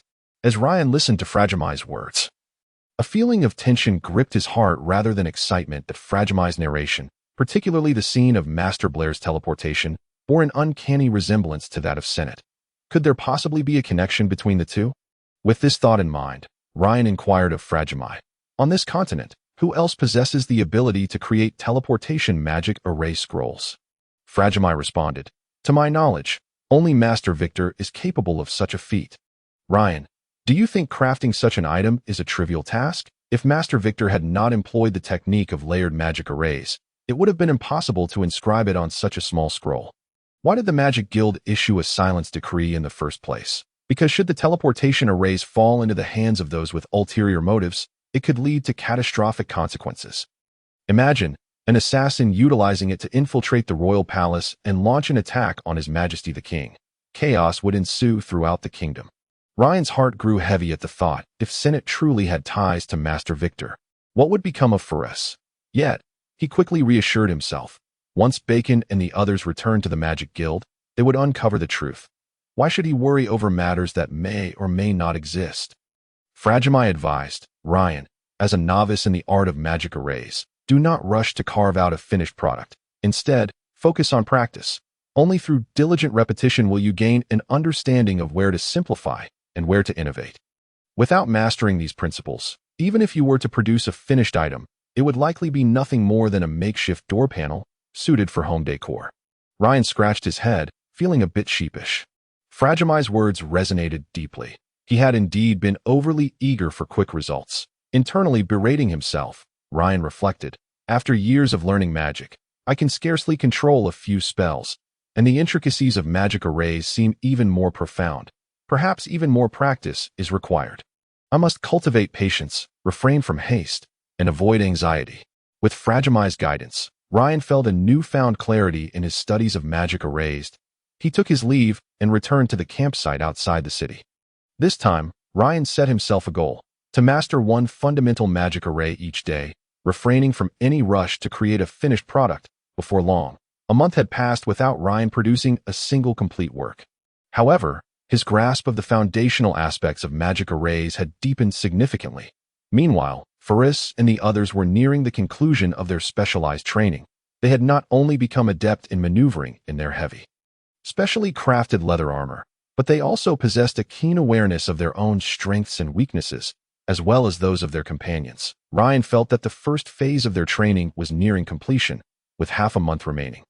There was ample time for the Reese team to engage in cooperative drills. Oz, Allender, and Elena's agility had naturally improved, and even Red could now hold his own against Oz for a brief moment.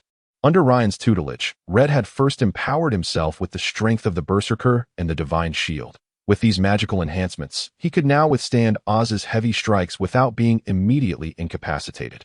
Although the time was brief, it was sufficient for his teammates to come to his aid or for Ryan to swiftly eliminate an enemy before lending assistance. Under Ryan's guidance, Ferris focused on honing her skills in the Fireball, Flame Burn, Flame Shield, and Ice Arrow spells. The flame burn was cast quickly, allowing for a preemptive strike, while fireball was a formidable area of effect attack. The flame shield, one of the few defensive spells in the fire category, enveloped the caster in a protective barrier that absorbed damage from incoming attacks, causing hesitation in adversaries when confronting a fire mage. The ice arrow was employed to counter foes fortified with the flame shield. In combat, Faris would first unleash the rapid flame burn to lead the enemy to believe they were facing a fire mage, thus prompting them to activate their flame shield. Following this, she would relentlessly cast ice arrows. Knowing that only one type of defensive magic could exist at a time, it was impossible for both water and fire defenses to be active simultaneously, as this would result in a conflict between the two. The entire team's focus shifted towards collaborative synergy, and Ryan temporarily set aside his studies of magic arrays. After a month and a half of specialized training, Ryan had become intimately familiar with the characteristics of each member of the Reese team. He heeded Faris's advice and concentrated their efforts on cooperation within a confined area. The royal tournament would take place in the Imperial Capital's Royal Arena. The arena's dimensions were fixed, and prior to the match, both teams would remain on their respective sides, separated by a magical barrier that allowed them to see one another but not to cross. Once the match commenced, the barrier would vanish, and the competition would begin in earnest. As long as one side continued to fight, the match would not cease. Faris and Red, having previously attended tournaments, were well aware of the arena's size. Given that the competition ground remained unchanged, it was imperative to tailor their training accordingly. After several rehearsals, they gradually found their rhythm, fostering greater confidence in their approach to the impending royal tournament. With such harmonious coordination and Ryan's rapid and potent magic, both Faris and Red could scarcely conceive of anyone in the capital capable of thwarting their progress. Perhaps this time, they could indeed contend for the championship against the renowned Golden Knight Brigade. Chapter 60. The Lich Transmutation Ceremony in Another Realm. Within the maddened Lich Tower, the demigod Lich Kong surveyed his vast chamber. Where a colossal magic array had been inscribed upon the floor, the centerpiece of the array was a gigantic pentagram, with each of its 5 points adorned by an altar. Before each altar stood a lich clad in gray robes. Channeling their magical energies into the center of the pentagram, which flickered with an eerie black luminescence, several diamond golems scuttled along the periphery of the magic array, affixing various magical cores to the altars. The powers contained within these cores were swiftly absorbed by the altars, transforming into dust. Yet the essence of that power was transmitted through the overseeing lich to the grand pentagram, causing the black light to pulse with increasing rapidity. A humanoid figure floated in the center of the pentagram, shrouded by a thick layer of black light that obscured its form, though anguished cries emanated from within. This chilling voice unmistakably belonged to the lich Sandru. Devoid of a physical body, with only a skeletal frame as a vessel for his soul, Sandru let out such a wretched lament. Could this pentagram truly erode Sandru's very essence? Sandru's desperate wails echoed. Seemingly the only means to alleviate the torment afflicting his soul, time stretched on, and gradually his cries subsided. Enveloped in the black light, memories of his past surged unbidden in Sandru's mind, recollections of the agony he endured during the ritual that transformed him into a lich. In those days, he had been youthful, achieving great renown in the human world and basking in the spotlight. Alas, all of it was but an illusion, bringing only endless emptiness in pursuit of greater power. Sandru had resolutely embarked upon the path of the lich that it was a painful memory he would never forget. After enduring the protracted ceremony, he had irrevocably lost his corporeal form, leaving behind only a skeletal frame to serve as his soul's vessel. This was largely due to Sandru's insufficient magical prowess.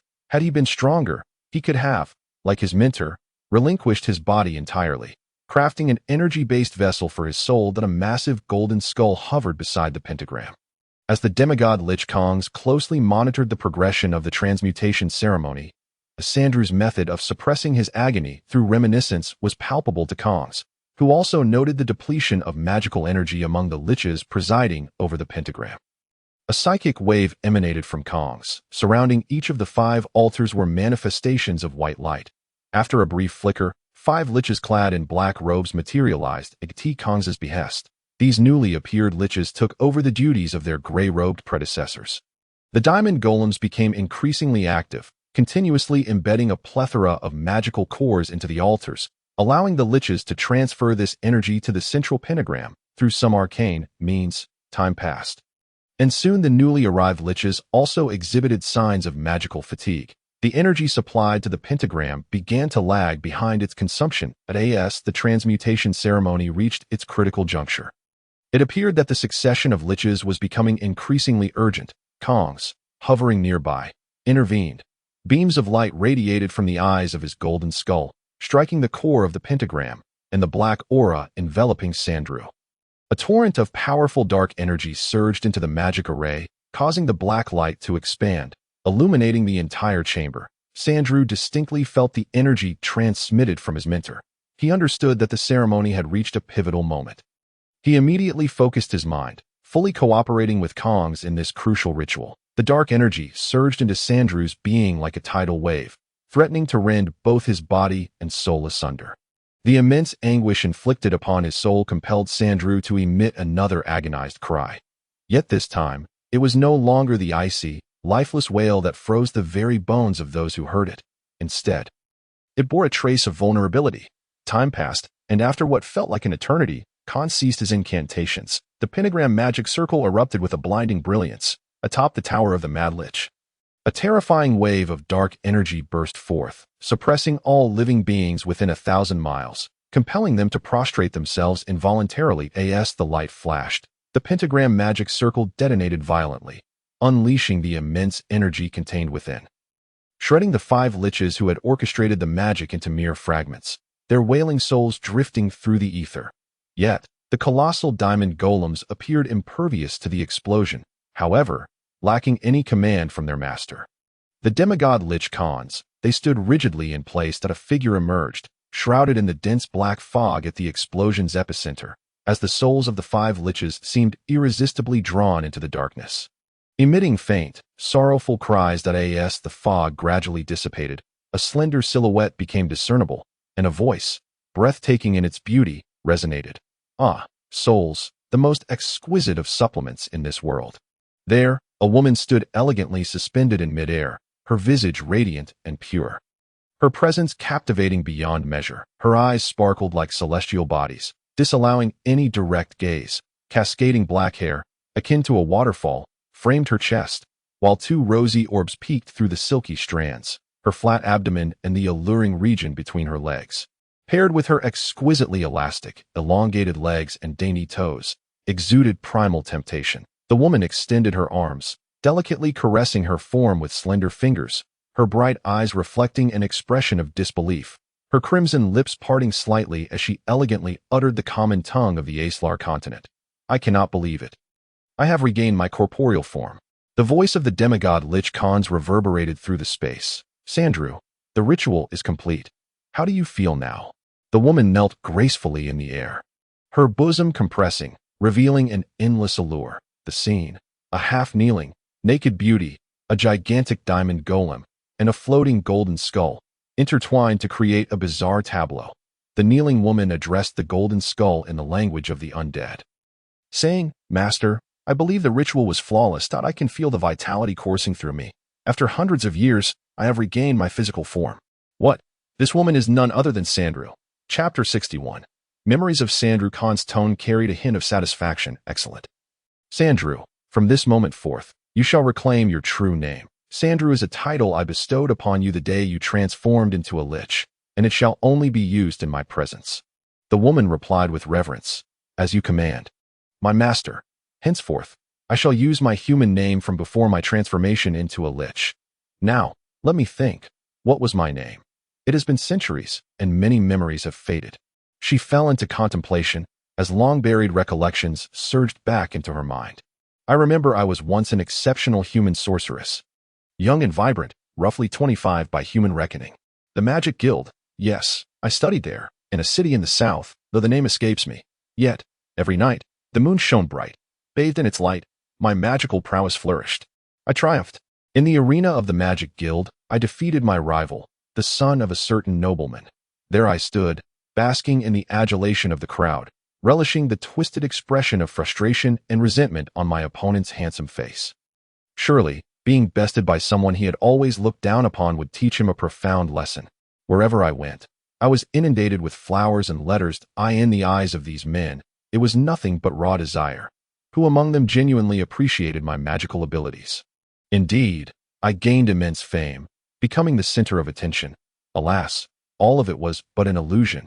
I grew weary of expending precious time dealing with these annoying flies, and my heart felt an emptiness so profound. Was notoriety merely a gateway to endless void?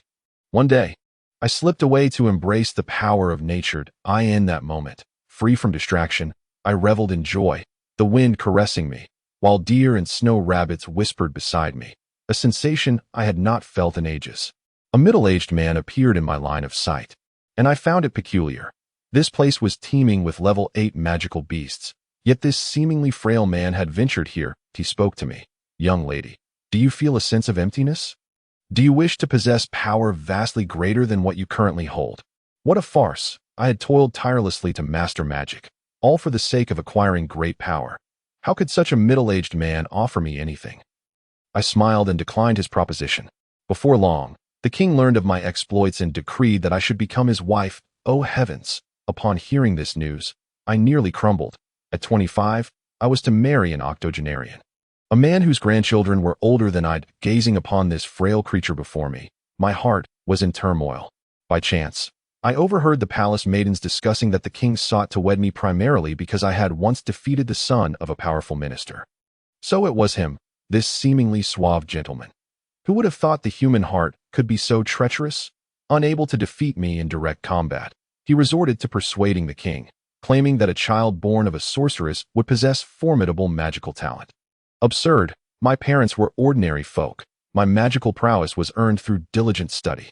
I resolved to flee. Soon, the king learned of my escape, and that frail old man sent the royal guards to apprehend me. I fled desperately for 3 days, expending all my magical energy, until I was cornered by over 20,000 knights atop a high hill. Even the notorious blood-sucking demon Nasir, who had claimed countless lives, had only dispatched a token force of 20 knights. The knights conveyed the king's ultimatum: return or die. At last, I comprehended the old man's intent.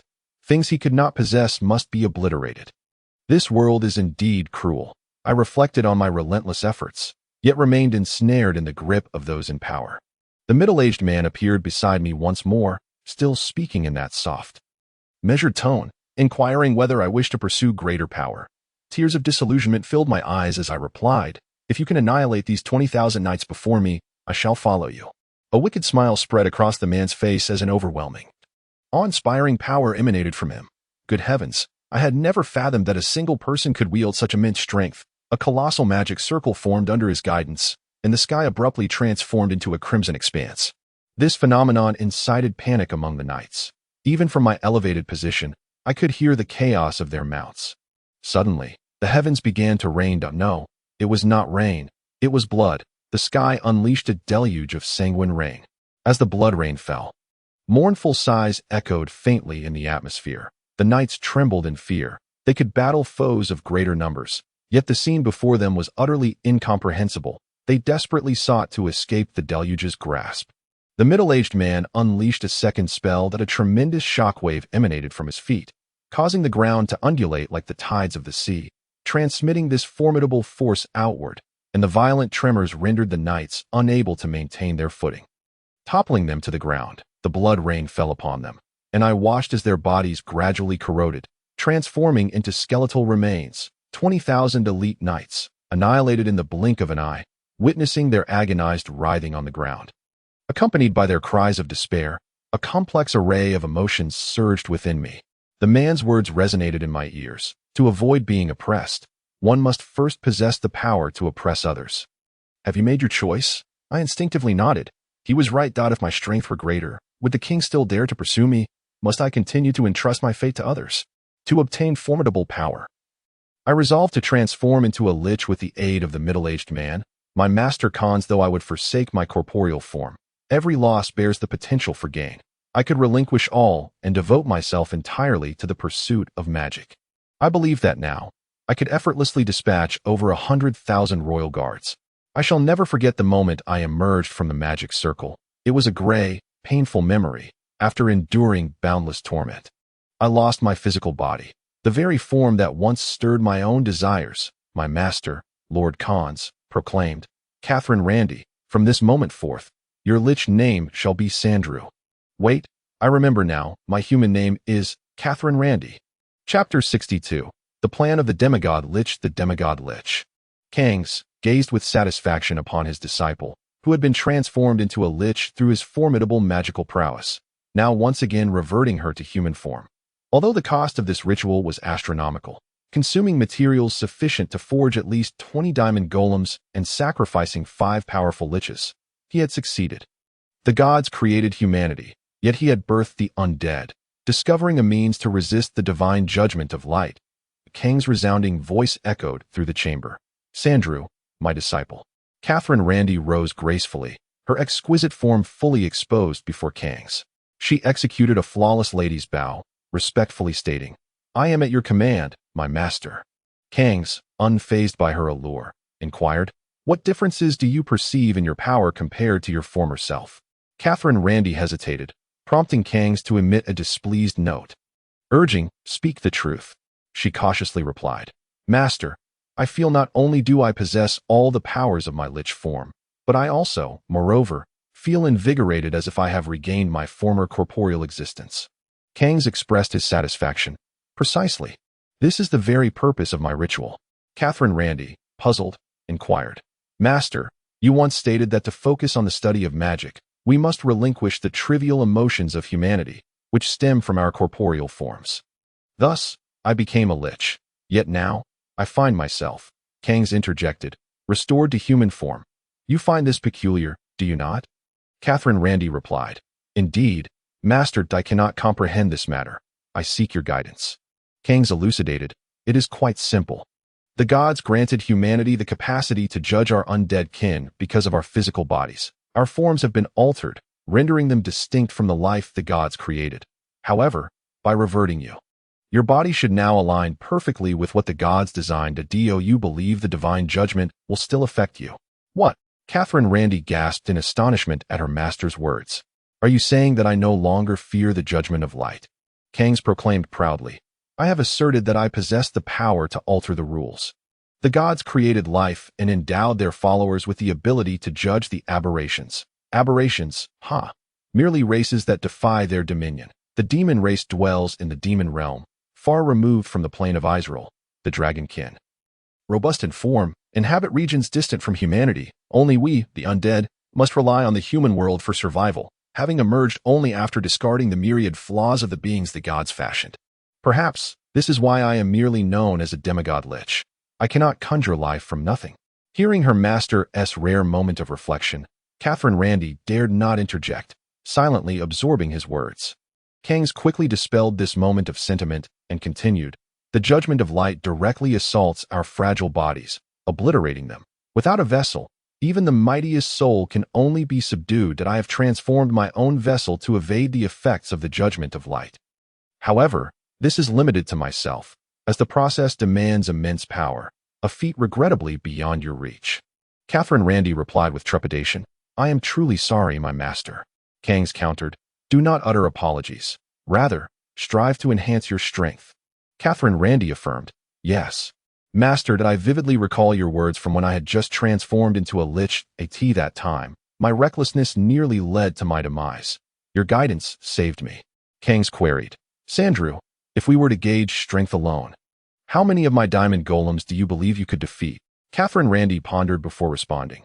The diamond golems possess an extraordinarily high immunity to magic. I believe summoning an army of undead would be the most effective approach. Yet if relying solely on magic, I could scarcely vanquish one. Kangs acknowledged. Indeed, my minions exist for such purposes. However, this ritual has consumed materials sufficient to create 20 diamond golems and cost the lives of 5 black-robed liches. Do you understand what? Before Catherine Randy could respond, Kangs continued, While diamond golems are indeed formidable, their power remains fixed upon creation. But you, my disciple, are the most gifted individual I have encountered. Your potential far exceeds what you have achieved thus far. If you apply yourself, one day you may even surpass me. Upon receiving such high praise from her master for the first time, Catherine Randy felt a surge of emotion, now restored to her corporeal form. She seemed to reclaim the feelings of humanity. The glimmer of tears appeared in her eyes.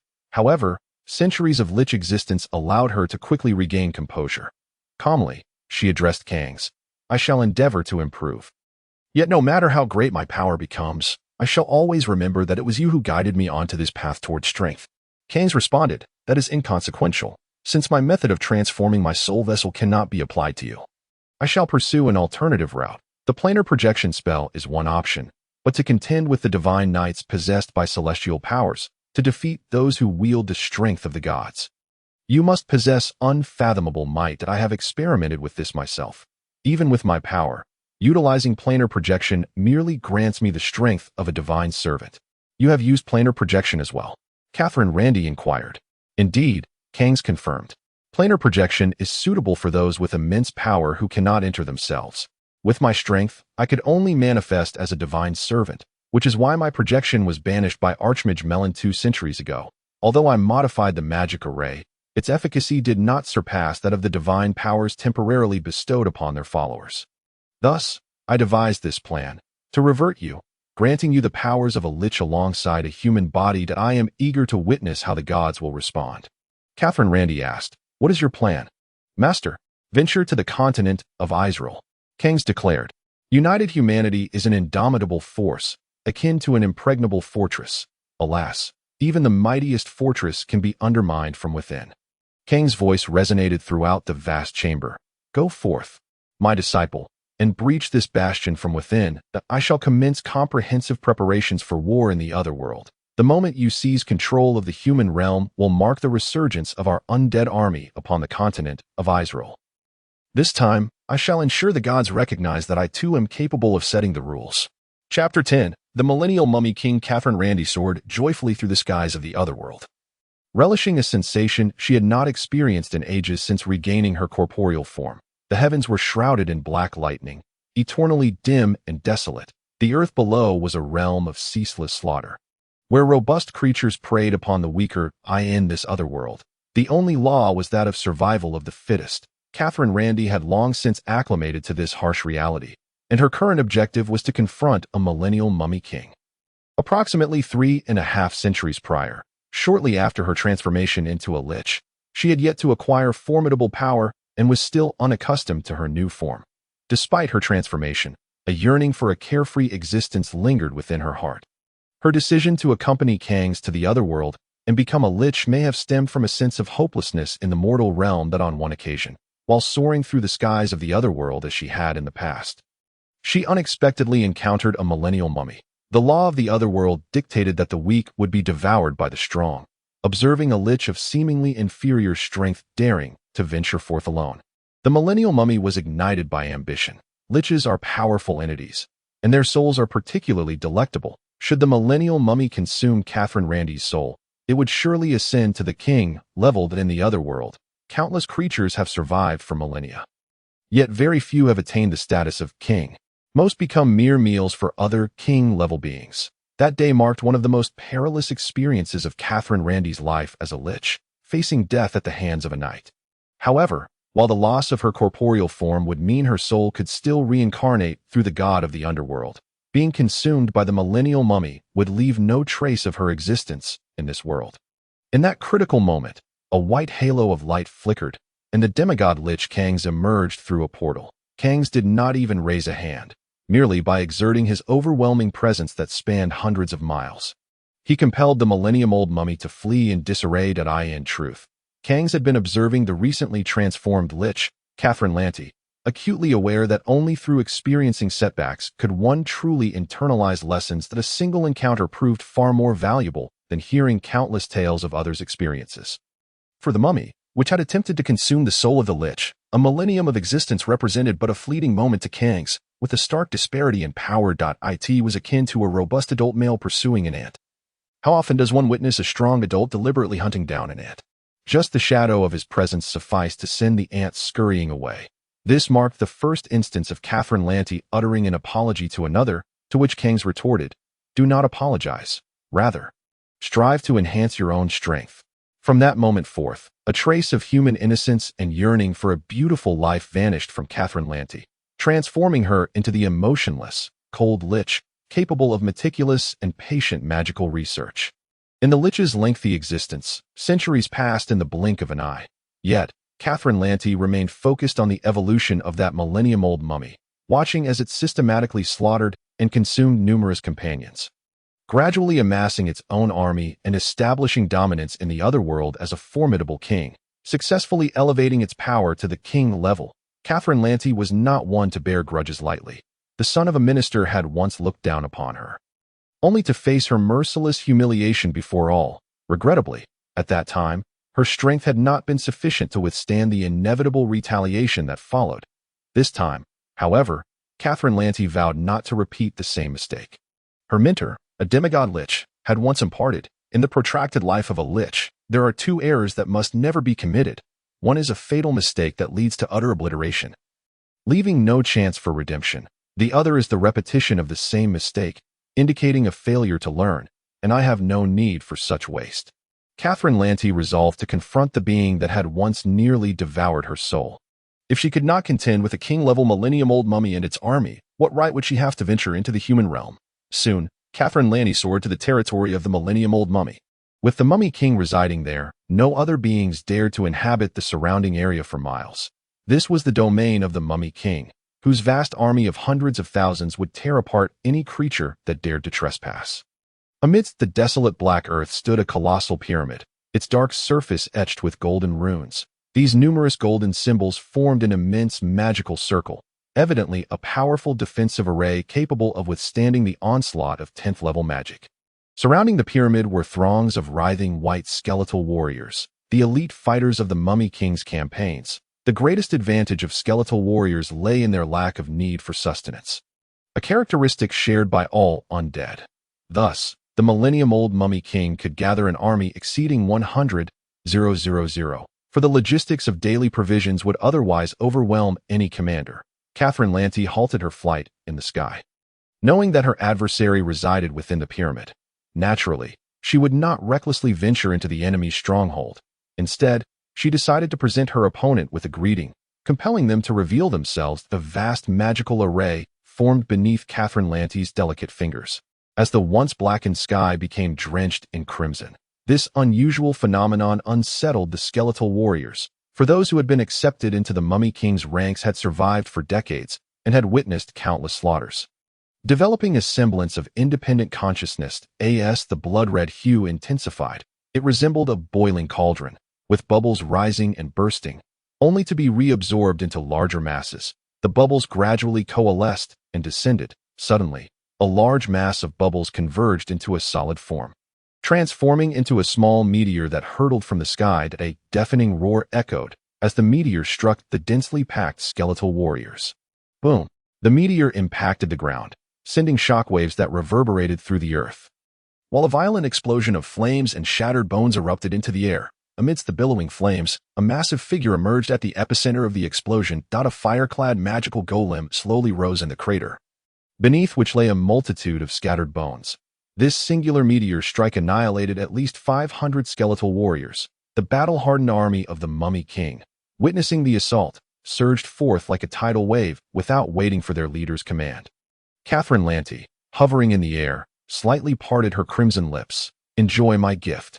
The army surged around the golem, skeletal warriors rushing in to rend the magical figure apart. The fire golem swung its robust arms, mercilessly striking down a powerful skeletal warrior, then crushing it underfoot, reducing it to a fine powder.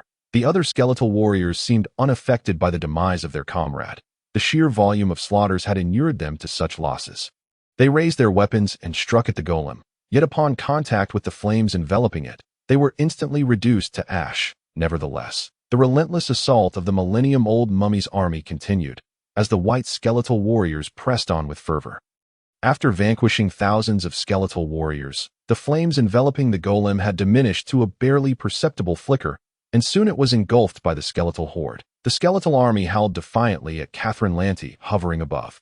A smile flickered on Catherine Lanty's lips. It seemed the Mummy King's army possessed considerable strength, which reassured her that she would not find herself stifled by an opponent lacking in prowess.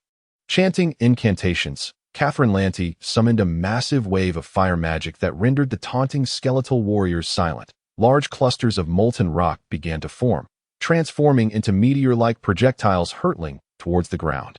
After a series of relentless impacts and explosions, dozens of fire-clad magical golems once again stood before the throngs of the Mummy King's army. Faced with this formidable adversary, the Mummy King's army showed no signs of retreat. They brandished an array of weapons.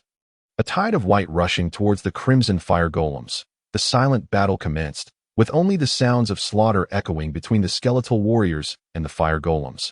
Each golem, having harvested thousands of skeletal warriors, ultimately exhausted its energy and collapsed. Yet, the losses sustained by the Mummy King's army were far greater. As they lost at least 30,000 warriors, a resounding, indistinct voice emanated from within the pyramid. "Who dares to invade my territory?" A mummy, adorned in golden bandages inscribed with runes, emerged from the pyramid. Upon witnessing the scene before him, the mummy roared, "Die! I will tear you to shreds." No sooner had the words left his mouth than his form blurred, and in the next instant, he appeared beside one of the fire golems, seemingly unfazed by the magical flames surrounding it. With a single punch, he struck the golem's body, sending it crashing to the ground. The golem struggled momentarily before ceasing its movements. The mummy moved with incredible speed, obliterating each fire golem that had the potential to slay thousands of skeletal warriors with a single blow. After clearing the ground of enemies, the millennium-old Mummy King bellowed at Catherine Lanty hovering in the sky. "Human, why do you trespass in my territory and assault my army?" Catherine Lanty's melodic voice reached the mummy's ears. "Have you forgotten the laws of the other world upon becoming a king?" The Mummy King paused. Bewildered, he had found the presence of this human curious. Humans rarely appeared in the other world, and those who did were invariably among the strongest, possessing the power to traverse the rifts without being torn apart. Yet, no matter how powerful a human might be, they would not endure long in this realm, for their presence would inevitably draw a host of otherworldly king-level beings. The pure soul of a human strong enough to consume was far more potent than that of 10 beings of equivalent strength from the other world. After centuries of slaughter and consumption, the millennium-old mummy had gradually established its lair far from the Tower of the Mad Lich, fully aware that its strength was insufficient to challenge any of the king-level warriors under the 7 lords. Upon becoming a king, one was invariably required to align with any of the 7 lords of the other world. Otherwise, they would be ruthlessly eliminated for wielding power not their own. The war among the 7 lords had raged for an eternity, perhaps tens of thousands of years. The millennia-old Mummy King persists in solitary existence solely due to his astute choice of territory. Even monarchs who have endured for tens of thousands, or even hundreds of thousands of years, are loath to provoke the madness of the Lich residing within the Tower of Insanity, thereby neglecting the presence of this ancient mummy, which lies within a mere 2,000 miles of the accursed tower. Approximately 3 centuries ago, when he was still the commander of a legion of abyssal creatures, he bore witness to the terrifying prowess of the demigod Lich, Kangs. This abyssal demon, rumored to be the most likely candidate for ascension as the 8th king of the otherworld, was said to gain tremendous power by devouring the souls of liches. Tempted by this prospect, he resolved to seize the Tower of Insanity and consume Kang's soul, hoping to elevate himself to the status of king. The army of abyssal creatures relentlessly marched toward the tower, only to encounter fierce resistance from the diamond golems within. After suffering the loss of tens of thousands of elite warriors, the abyssal forces finally succeeded in destroying 2 of the golems guarding the first level of the Lich Tower. However, the emergence of the demigod Lich Kangs shattered the abyssal creatures' plans. Then the terrified gaze of the mummy, an abyssal demon that had existed for over 1,000,000 years, was instantaneously torn to shreds by Kang's wrath. Its very soul obliterated. Following the demise of the abyssal creature, the millennia-old mummy absorbed a fraction of its power, capitalizing on the ensuing chaos among the remnants of the abyssal army, which were now leaderless. He seized a modicum of command, methodically devouring the souls of his former comrades one by one, ultimately achieving the rank of king. Now, before him stood a formidable human warrior, one who possessed knowledge of the abyssal laws. The millennia-old Mummy King proclaimed loudly, "Do you aspire to enhance your power by consuming my soul? That depends on whether you possess the capability." Catherine Lanty gracefully descended to the desolate ground, a battleground where countless otherworldly beings had perished, leaving behind remnants of blazing fire golems. Catherine Lanty would never openly reveal that she was the Lich who had nearly met her demise long ago, for to do so would risk exposing her secret and jeopardizing her entire scheme should it reach the human realm. Thus, she emphasized that she adhered to the laws of the otherworld, enhancing her strength through the consumption of her enemies, a commonplace occurrence in the otherworld, occurring every day, every moment. The millennia-old Mummy King issued a command to attack, and the remaining 80,000 skeleton warriors raised their weapons. Slowly advancing toward Catherine Lanty, the Mummy King could distinctly sense the formidable magical power radiating from Catherine Lanty and resolved to adopt his previous strategy, to first encircle her with his army, exhausting her strength before exploiting her vulnerabilities with his own swiftness to deliver a fatal blow. Catherine Lanty faced the vast skeleton army with an unwavering smile, her slightly parted lips exhaling a chilling incantation. The already drab colors of the otherworld dimmed further, even the crimson flames fading into nothingness, as the entire realm transformed into a stark monochrome of black and white at that moment, within the radius of Catherine Lanty's magical might. It seemed as if even light had come to a halt. The millennia-old Mummy King and his army realized that their movements had become entirely frozen. Though their consciousness remained, their bodies were utterly powerless against this overwhelming magical force. Time was suspended, and this time-binding spell's terror surpassed even the most formidable of forbidden spells. Amidst the encirclement of 80,000 skeleton warriors, Catherine Lanty began a light-hearted dance, her snow-white arms and graceful figure adorned in flowing robes, creating an enchanting spectacle. Although no melodic tune accompanied her movements, the scene was a sight to behold, leaving one in a state of serene ecstasy, had there been any witnesses. A succession of magical sigils materialized in the air, tracing the delicate paths of Catherine Lanty's fingers. As her dance concluded, these sigils coalesced into a vast magical array. Perhaps mere seconds had elapsed. Though it felt like thousands of years, the otherworld regained its original hues, and the millennia-old Mummy King and his army discovered their bodies freed from the prior paralysis. Was it merely an illusion? A colossal skeleton warrior charged toward Catherine Lanty, colliding with the floating magical sigils. The array erupted in a blinding crimson glow, unleashing a formidable wave of dark power that spread across 100 yards around her. The giant skeleton warrior was instantly reduced to ashes, its soul emitting a mournful wail as it was consumed by the blood-red array. More skeleton warriors entered the crimson array's domain, each met with the same fate, their forms disintegrating into heaps of ash, countless vengeful spirits swirling in the air. Drawn into the magical circle, the blood-red array absorbed a multitude of souls. It pulsated with energy, rapidly condensing the gathered essences into fist-sized black orbs that orbited around Catherine Lanty. The millennia-old Mummy King soon recognized that the situation had turned dire. He issued a retreat command, and the once mighty skeleton army gradually halted, now reduced to less than half its original number. Meanwhile, 3 small black orbs had gathered around Catherine Lanty. Observing the Mummy King's withdrawal, Catherine Lanty chuckled inwardly. Having amassed a sufficient number of sacrifices, it was too late for him to reconsider. Raising her right hand, she traced a circle above her head with her index finger, then pointed at the millennia-old Mummy King. "O Lord of the Abyss, accept my offerings and rend apart all that lies before me." As Catherine Lanty intoned her incantation, one of the black orbs began to tremble, and the dark power contained within erupted forth. That a colossal black ring materialized beside her, from which a spiked arm emerged, seizing one of the black orbs before retracting. A contented sigh echoed through the space. "Souls are forever the most delectable." The voice of the demon resonated from within the black ring, as a massive head emerged, bearing a visage remarkably akin to that of a human, save for the 2 sharp horns atop its head. Following were its spiked arms and scaled body, culminating in 4 twisted legs and a short tail. That moment, the heart of the millennia-old Mummy King quivered. A soul demon. The human sorceress before him had summoned a soul demon.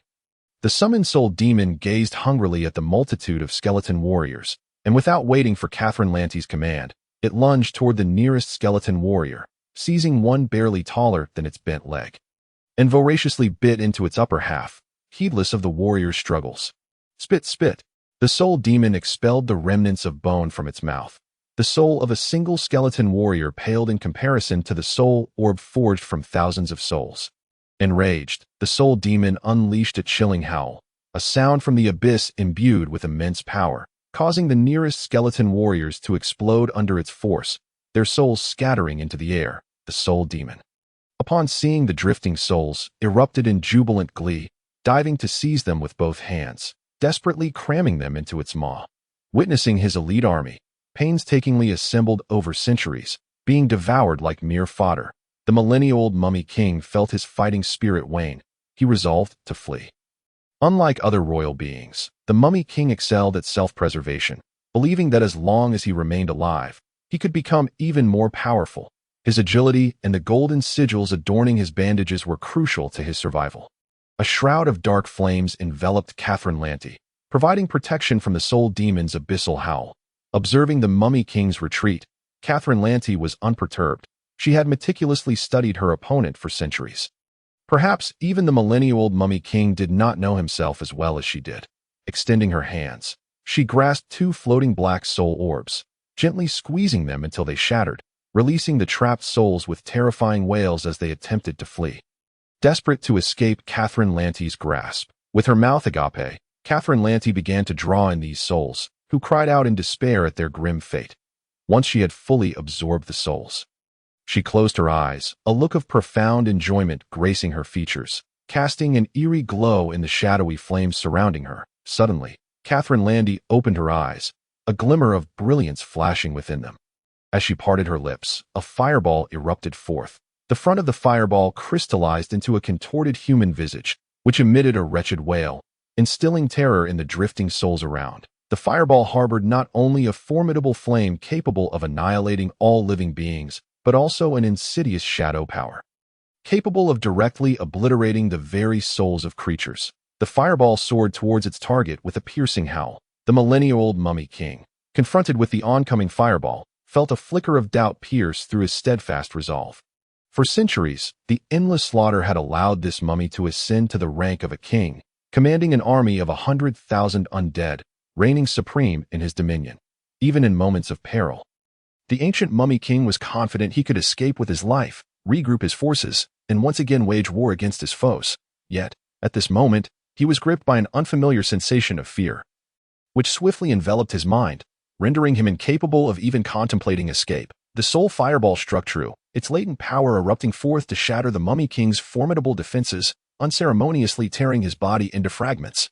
Meanwhile, the howling shadow souls directly annihilated the mummy's will, and amidst a barely audible lament, the soul of the millennia-old mummy king faded into oblivion. Chapter 63. Target, Fernando City, in the southern reaches of the Ezreal continent. Within the Whispering Forest. Whoosh! A long arrow with a white tail feather zipped through the towering trees, tracing a beautiful arc in the air, followed by the sound of a magical beast collapsing in the underbrush. A clumsy gray bear parted the thick foliage and emerged from its concealed position, bounding towards the slain magical beast that a sturdy young man stepped out from the concealed thicket. He had just felled a full-grown spotted panther in the Whispering Forest, a creature capable of easily preying upon fourth-tier magical beasts. However, the young man's countenance bore no signs of triumph. As though this were the most mundane of occurrences, the hearty laugh echoed through the forest. Latozi, your archery remains as sharp as ever. The robust young man, known as Latozi, did not look back but replied coldly, you are no slouch either. It took you 50 paces before I noticed your presence. Haha. The jovial voice resounded once more. To be praised by the king of the jungle, I, Ivan, am truly delighted. The tall grass parted, revealing a young man of about 30, clad in garments fashioned from the hide of a black-spotted panther. Latozi did not turn. He recognized by the voice that this 30-something was the infamous fox of the jungle. Ivan. Latozi's brow furrowed at the thought of this individual, who had previously engaged in the brazen acquisition of magical cores and pelts from various tribes, only to resell them at a substantial profit to merchants. This blatant violation of the oath forged during the tribal alliance was something Latozi could not overlook. With a hint of disdain, Latozi inquired, Ivan, we are not of the same tribe. What brings you to my hunting grounds? Ivan responded mysteriously, in a little over a month, a grand competition will be held in the imperial capital of Fernando City. What do you say? Are you interested? Latozi shook his head, replying, I have no interest in such matters. My priority lies in hunting more game to provide for my people. Ivan countered, if it were merely a competition, would the fox of the jungle bother to attend? Oh, Latozi's interest was piqued by Ivan's words. Do elaborate. What has captured your attention? Ivan explained. This is precisely what intrigues me. The champion of this year's royal tournament can choose from among 3 rewards. First, a position in the military, which we both would not consider. Second, a tract of land. And third, a wish fulfilled by the emperor himself. Latozi, isn't this an opportunity to realize that long-held desire of yours? Latozi retorted, how do you know about that? Ivan confessed, to be honest. Several merchants visited our tribe recently, acquiring a considerable number of magical cores and pelts. Latozi interjected coolly. No wonder you've been so busy. You must have taken at least 9/10 of our tribe's inventory. Ivan chuckled awkwardly. Well, they were offering generous prices. It seems fair for me to earn a little profit, wouldn't you agree? Latozi replied, given that your prices were reasonable, I shall let this matter slide. Please, continue. Ivan wiped the sweat from his brow. Acutely aware of the tension emanating from Latozi when he mentioned the merchants, Ivan understood that Latozi was displeased with his dealings at the expense of their allies. When the 17 tribes of Whispering Forest had united for survival, they had pledged to standardize the sale prices of magical cores and pelts. That Ivan's recent actions had indeed stirred discontent among their allies. Yet, now was not the time for explanations. Ivan cautiously said, Latozi, I learned from those merchants that today marks the 200th anniversary of the Empire's victory over the Undead Legion, and thus the Emperor has issued this reward to encourage greater participation in the royal tournament. So, you came to find me? Latozi asked. What is your plan? Ivan explained. Do you not see that our secluded existence in the forest, cut off from the world, has made our lives increasingly difficult, even as we standardize the sale prices of magical cores and pelts? These past few years, I've contemplated that our isolation is the primary reason we must purchase essential goods from unscrupulous merchants, that we raise the price of magical cores, yet those scoundrels have tripled the prices of the necessities we require. If we could secure victory in this royal tournament, we could claim land adjacent to the Whispering Forest, transforming it into a flourishing city where we could manage the trade of magical cores and pelts ourselves, freeing ourselves from the exploitation of those unscrupulous merchants. That sounds splendid. But do you truly believe establishing a city is a simple endeavor? Of course, it is not easy. It demands both financial resources and manpower. However, despite the numerous challenges, it could yield long-term benefits. Would it not? This is precisely what has weighed on your mind for so long. You scarcely have time to spend with your beloved. In recent years, you have ventured deeper into the Whispering Forest. Why? Have not the magical beasts along the forest's edge nearly vanished? Yet, this is not a sustainable path. Let us not forget, our ancestors warned us that the depths of the Whispering Forest harbor the elven race. Our prolonged hunting on their territory will eventually lead to complications. Latozi remained silent. Resembling a statue, Ivan knew his words had struck a chord with this young man known as the King of the Jungle. He continued, I have already considered the team. Your good friends Ham, Haz, and Sergei, along with us 5, would be more than enough to form a competitive team. United, I have no doubt that no other team could rival us. Latozi turned around, revealing his handsome visage to Ivan. He nodded, saying, very well, that I accept your proposal, but during my absence, Ivan interjected eagerly. The profits from my previous dealings are sufficient to support your entire family for 2 years. Additionally, each participant will receive a substantial sum. Enough for our families to live without worry until we claim victory in the tournament. So you have been plotting all along. Hee. Do not forget my moniker. While a name may be mistaken, a nickname cannot be, as our ancestors have said. Latozi ignored Ivan, whistling. The clumsy gray bear emerged from the thicket, dragging the spotted panther it had felled, and slowly approached Latozi. Once the bear reached his side, Latozi patted its head, bent down to hoist the panther, and said to Ivan, stay at my home tonight, and we shall deliberate further. Ivan was ecstatic. It was his first time being invited by the King of the Jungle. He leaped with excitement, exclaiming, Haz will surely regret not coming with me when he hears he was invited by the King of the Jungle. This time, we shall claim the championship, Fernando City. Here we come. In the northern reaches of the Ezreal continent, on the South Talon grassland, Kairamu sat astride his beloved steed, White Frost, gazing intently into the distance, where lay the human northern defense line. The Thunder God Fortress. For 2 centuries, it had housed humanity's most elite forces, steadfastly repelling the orc armies eager to march southward. Kairamu, in the distance, a young man galloped towards him, calling out his name as he approached. Kairimu pulled on the reins, and his cherished, white frost turned slowly. The rider drew near, pulling on the reins of his black steed, raising its front hooves high, letting out an A. "Rugman, what brings you here?" Kairimu asked the approaching youth. "Kailamu, the chieftain requests your immediate return. There is a matter of utmost importance." Kailamu gently patted Bai Shuang on the neck, prompting the creature to emit a cheerful sound before swiftly galloping away, leaving Rujman far behind. In a fleeting moment, Kailamu arrived at the camp, the very place where his ancestors had resided for centuries. "Kailamu, you have returned," greeted everyone who laid eyes on him within the camp. Bai Shuang brought Kailamu to the front of a large tent and came to a gentle halt. Kailamu leaped down, disregarding the chatter around him, and pushed aside the tent flap to stride inside. The expansive tent was filled with people. Upon seeing Kailamu's return, an elder clad in white garments seated in the center gestured to a felt mat beside him. Inviting Kailamu to take a seat, in an unusual display of respect, Kailamu bowed deeply to the elder and then quietly settled down. The elder smiled slightly and said, "Now that Kailamu has returned, let us continue our previous discussion. The 166 camps of the Kilii tribe on the South Talon Prairie, home to over 10 million citizens, have long yearned to restore the glory of our ancestors and re-establish the Kilii Empire."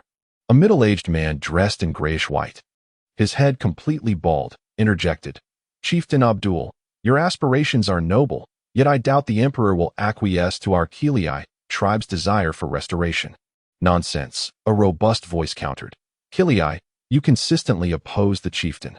Kilii shook his head and replied, "Do not forget, no monarch would idly witness the fragmentation of his territory, even if he is an aging lion in the twilight of his life." Chieftain Abdul extended his hands, and the tent fell into a profound silence.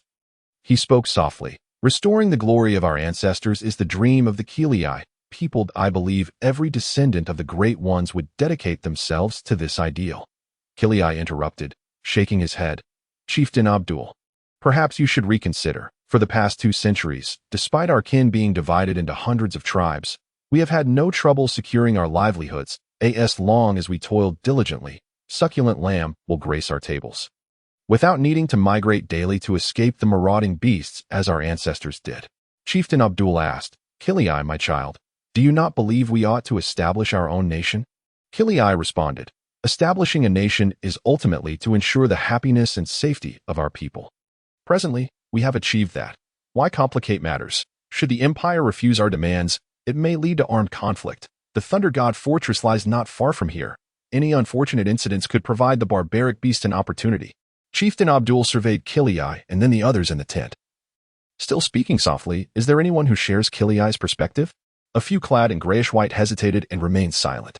"Very well." A smile spread across Chieftain Abdul's face. "It seems my child Kilii is the only one with a rebellious spirit. Perhaps our great ones require your service." No sooner had he spoken than Kailamu sprang to his feet, a flash of white light emanating from his waist, swiftly slicing across Kilii's neck. Kilii looked puzzled at Chieftain Abdul, as if he wished to speak but found himself rendered mute. He touched his neck, and his bald head fell to the ground behind him. In that fleeting moment, Kilii's final thought flickered. That figure's back seems so familiar. Who could it be? Witnessing Kailamu's decisive action against Kilii, the tent erupted into chaos. Chieftain Abdul coughed gently, and the crowd quickly quieted, returning to their places. With a hint of sorrow, Chieftain Abdul addressed them. "Chieftain Kilii has departed to join our great ones. I believe it is now time to make a decision that if anyone opposes the restoration of the Kilii tribe, please raise your hand." The tent was enveloped in silence, each individual striving to lower their bodies and heads, fearful of being perceived as dissenters and facing dire consequences. "Excellent. Since there are no objections, let it be so that I will arrange for someone to care for Kilii's tribe." With a wave of his hand, the tension lifted, and the assembly stood, filing out in haste. Although Chieftain Abdul did not explicitly state it, every person within the tent understood the implicit bloodshed in his words. The notion of caring for them implied that any hint of disobedience would summon them to the Great Ones. Chieftain Abdul clapped his hands, and 2 hunched servants entered the tent, swiftly removing Kilii's corpse. Chieftain Abdul murmured to himself, "Kilii, the rise of an empire is always accompanied by bloodshed. Fear not, Your name will be remembered as the first of my Kelii empire to sacrifice for the honor of the Great Ones. Kailamu. Present. You are my trusted confidant. For the upcoming royal tournament, I intend to send you to participate. Remember, the aim of this event is not merely to secure victory. Rather, it is crucial to ascertain the true strength of the empire and to cultivate favorable relations with other factions for our future endeavors. Do you understand? I understand, my chieftain. Kailamu replied respectfully. Chieftain Abdul, I wish to participate in the tournament too, a feminine voice called from outside the tent. Ha ha ha, Chieftain Abdul chuckled. Is that you, Rakani? Come in. The tent flap lifted, and a youthful girl entered, followed closely by Rujman. Chieftain Abdul smiled. Rakani, I take it you are following your brother's advice? Rakani declared. Chieftain Abdul, it matters not. I wish to go regardless. Chieftain Abdul gestured to Kailamu, standing beside him, saying, I can no longer decide. He will lead this expedition, and it is he who shall select the team members. A slight blush crept onto Rakani's face as she bashfully implored Kailamu. Kailamu, please let me join. Kailamu glanced at Chieftain Abdul, who wore a kind smile, resembling a respected elder. Nodding, Kailamu said, Your presence at the tournament is indeed essential, along with your brother Rujman. Rujman inquired, Kailamu, who else will join us? Kailamu grinned. I know your thoughts. Your friends Nerman and Hussein possess considerable strength. Inform them that we shall depart tomorrow. Rakani exclaimed joyfully, Wonderful. I can embark on another adventure with Kailamu, Fernand City. Here we come. In the eastern part of the Aeslar continent lies Haifeng City, the largest port city. Haifeng City boasts the finest deep-water harbor on the continent. With a continuous influx of ships year-round, countless goods, both legal and illicit, flow through this bustling hub that a mere pittance suffices for transport. Who would concern themselves with the nature of the cargo? After all, the very foundation of Haifeng City's existence relies on maritime trade. Excessive regulation would only serve to undermine their livelihood that a massive ship, propelled by gentle sea breezes, glided gracefully into the dock. Gradually mooring itself, hundreds of laborers lined up to board the gangplank, swiftly unloading large, black sacks from the newly arrived vessel. These hefty bags appeared quite burdensome, and each laborer struggled under their weight. A foreman bellowed incessantly among the dock workers. Move faster. Others are waiting to load these goods. Put in some extra effort. The owner has promised double wages. If you lot don't finish before dark, you might as well be dead, earning not a single copper coin. Under the foreman's threats and the lure of gold, the dock workers seemed to hasten their pace, the once cumbersome black sacks appearing less burdensome. Within the captain's quarters of the vessel, a burly man with an eye patch over his right eye grumbled, Boss, we've struck it rich with the shipment. The man known as Boss, appearing to be around 40, waved his hand dismissively. Debut. Although we sold this cargo at 3 times the acquisition price, we haven't profited much. Let's not forget the risks we've undertaken. Do not be deceived by that rotund fellow's generous offer. Once he returns to his territory, he could easily sell it for 20 times our price. The burly man named Debut, perplexed, responded, I feel as though we are practically robbing him. How could he possibly sell it for 20 times the price? The boss's eyes gleamed with shrewdness as he explained, It's quite simple. Within his territory, he alone can handle such goods. Smuggling involves significant risks, dodging the Imperial Navy's pursuit, avoiding other pirates' treachery, and risking being swallowed by the waves. These lords merely need to wield their tongues to seek profits that far exceed the risks we take in smuggling. Dieter shook his head and remarked, Boss, the winds have been rather fierce lately. Many of our brothers in Haifeng City have been captured. The boss scoffed. Those fools only know how to extort and intimidate. Tonight, venture out and seize the lover of the city's garrison commander. Strip her bare and toss her onto the bed of that rotund tax collector. That fellow is perpetually inebriated. He'll be too muddled to recognize her. And be sure to notify the garrison commander on time. Then we shall witness the spectacle unfold. A lascivious grin spread across Dieter's face as he anticipated the evening's entertainment, muttering to himself, There's still quite some time until dusk. I can hardly wait. A slender man pushed open the captain's cabin door and entered. Boss, are you at it again with these pranks? The newly arrived man, Edward, expressed his discontent after overhearing the conversation between the boss and Dieter. Dieter wiped the smirk off his face and casually replied to the newcomer, Ah, Edward, spare me your righteous indignation if you were to propose an idea. It might well be more nefarious than this. The diminutive Edward chuckled. Boss, you heard that. Dieter claims your idea is quite insidious. Before the boss could respond, Dieter interjected with an expletive. You conniving scoundrel, I've fallen for your trick again. The boss waved his hand dismissively, saying, Enough, Edward, what news do you bring? Greetings, boss, Edward began. The tiresome nobles in the imperial city may genuinely be at a loss for activities. They have even issued a bounty for this year's royal tournament. Oh, the boss replied. What sort of bounty? Edward shrugged. The champion of this royal tournament may choose one of 3 rewards. First, a position in the military. Second, a parcel of land. Third, a favor granted by the emperor himself. Dieter scoffed. Who cares? The boss retorted. Dieter, hold your tongue. Edward, that crafty fellow, must have concocted a plan that will leave us astounded. Edward beamed with pride, stating, You know me well, boss. Here's my thought. If we were to participate and emerge victorious, we could successfully cleanse our names. Boss, you can assign someone to a military position, then spend a few gold coins to have him brought to Haifeng City. At that point, even Dieter, not the sharpest tool in the shed, grasped the implication, exclaiming, Then Haifeng City would indeed become our dominion, right? I assure you, they won't dare to oppose us. The boss nodded. This is indeed a splendid opportunity. However, as we delve into the imperial city, might we not be discovered? Edward replied. Boss, have you forgotten about that fellow Hawk? Reminded by Edward, the boss recalled Hawk's unique skills, saying, Had you not reminded me, I would have nearly forgotten. That trickster Hawk is a master of disguise. Last time, he masqueraded as a count from the imperial city and swindled that befuddled tax collector out of 2,000 gold coins that I believe he has gone into hiding. His wanted poster is still affixed at the city gate. Edward, send someone to locate him. He should still be holed up in the castle he swindled from a marquis's widow. Edward replied. If he lacks the skill to infiltrate Haifeng City, what hope does he have in the imperial city? The boss nodded in agreement and instructed Dieter. Fetch Dodge as well. That charming fellow has a penchant for pursuing noble women. If we can entice a few highborn ladies through him, it would open some advantageous pathways for us. Dieter inquired, Shall I go now? What about the garrison commander's lover? The boss smacked Dieter on the head, saying, Forget about the garrison commander. We are off to engage with those of greater stature. Edward chuckled. As you command, my lord. This time, we shall turn the imperial city upside down, in the central region of the Israel continent.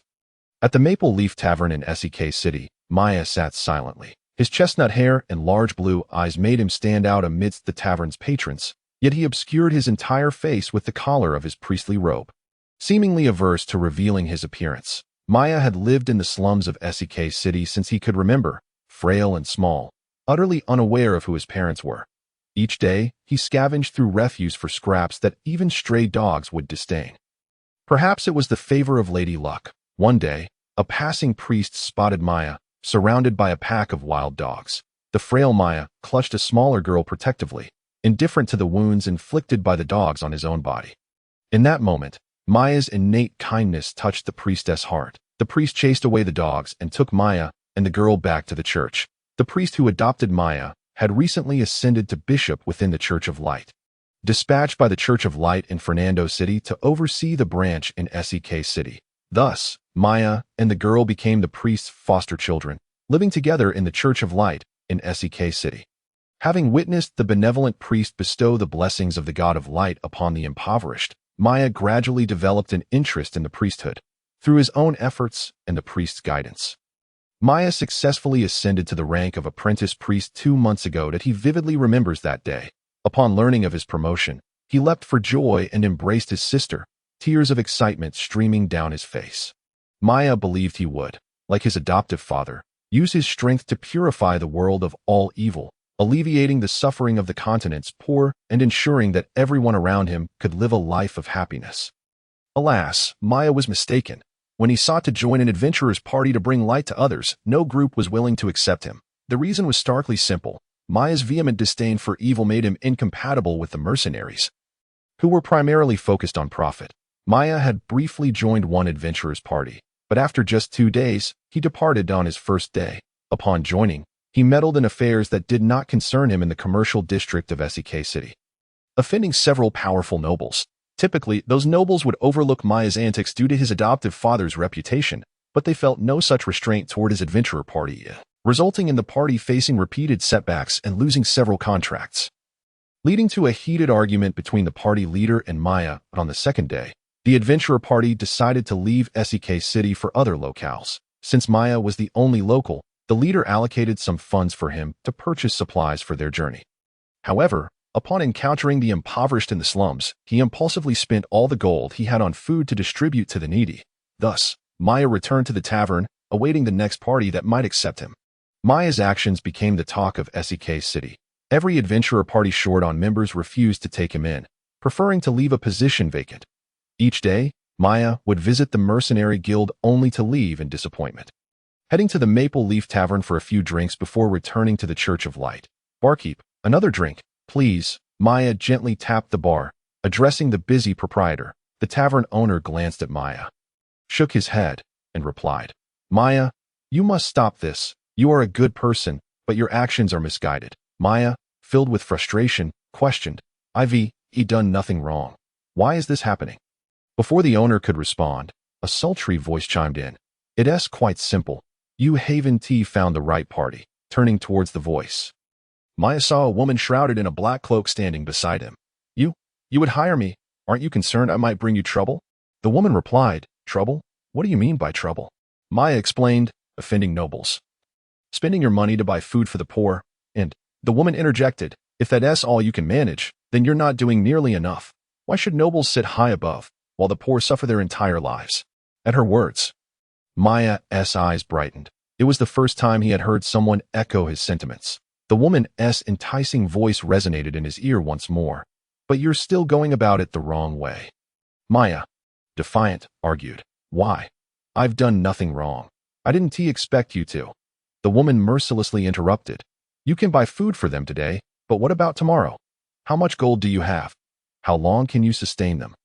A series of probing questions rendered Maya speechless.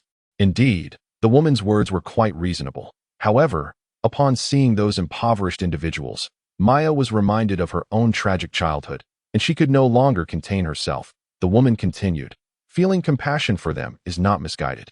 But your approach is flawed. If you wish to help, you must provide them with a sustainable path to survival, rather than merely ensuring they have enough to eat for a single day, only to have them return to a life of poverty. The stark contrast is, in fact, a source of suffering for them.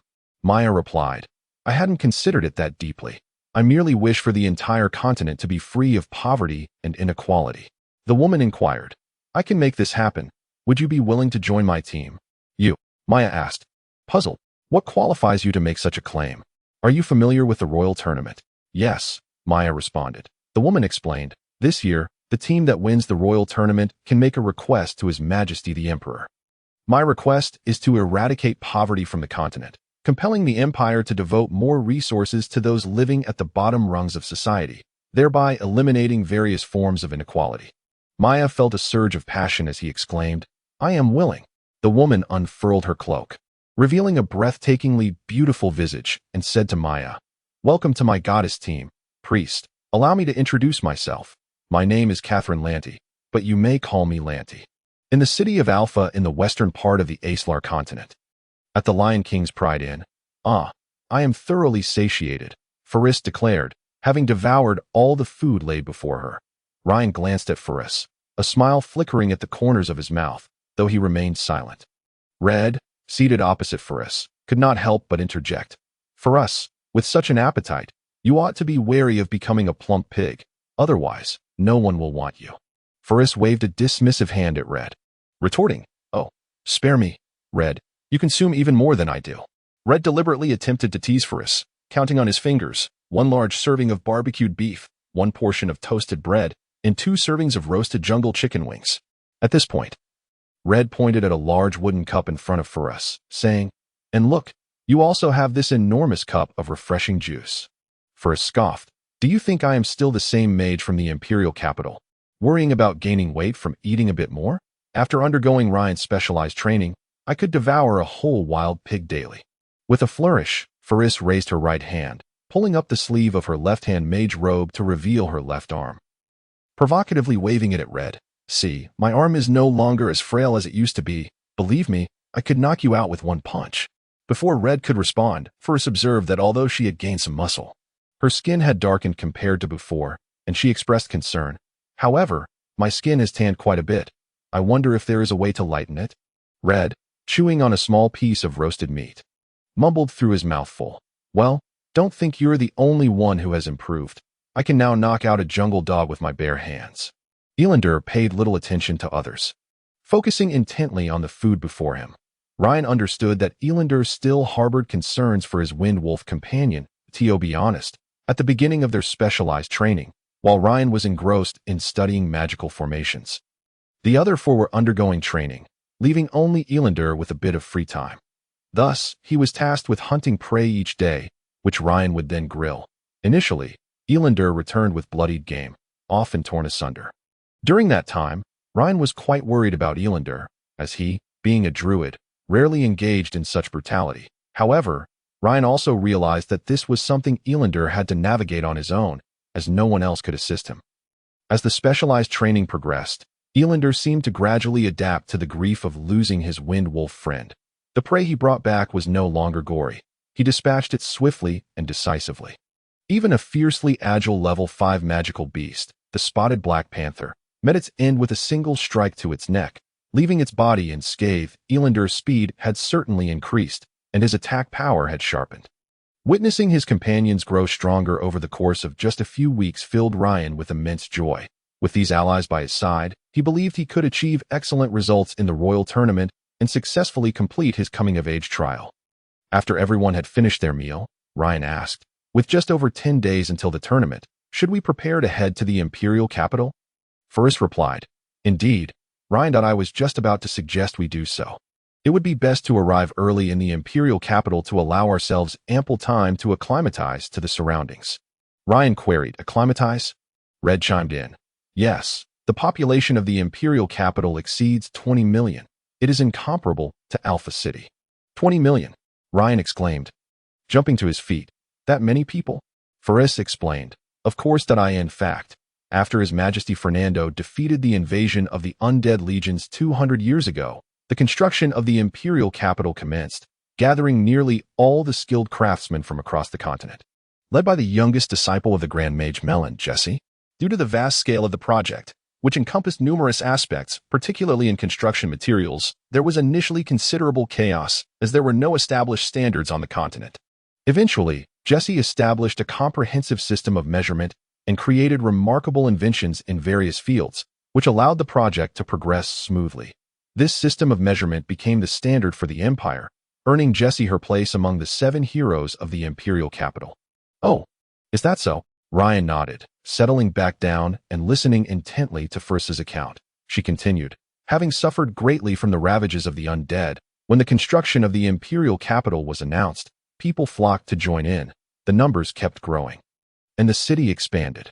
Once the city was completed, nearly all those who participated in its construction chose to remain, as the royal holy knights who defeated the undead were stationed there, providing everyone with immense confidence.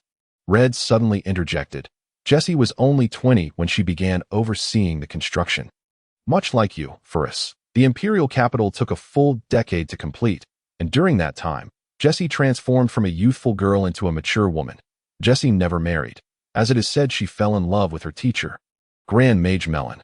Ferris, displeased with Red's interruption, retorted, Red, if you spent less time peeking at women and gossiping about such trivial matters, and instead devoted that time to studying magic, you would undoubtedly see significant improvements in your own abilities. Red provocatively replied, Ferris, you and Master Jesse are of similar ages, and you two have a much older, exceptionally powerful teacher, Dou. Ferris, perhaps share feelings for your teacher, Victor.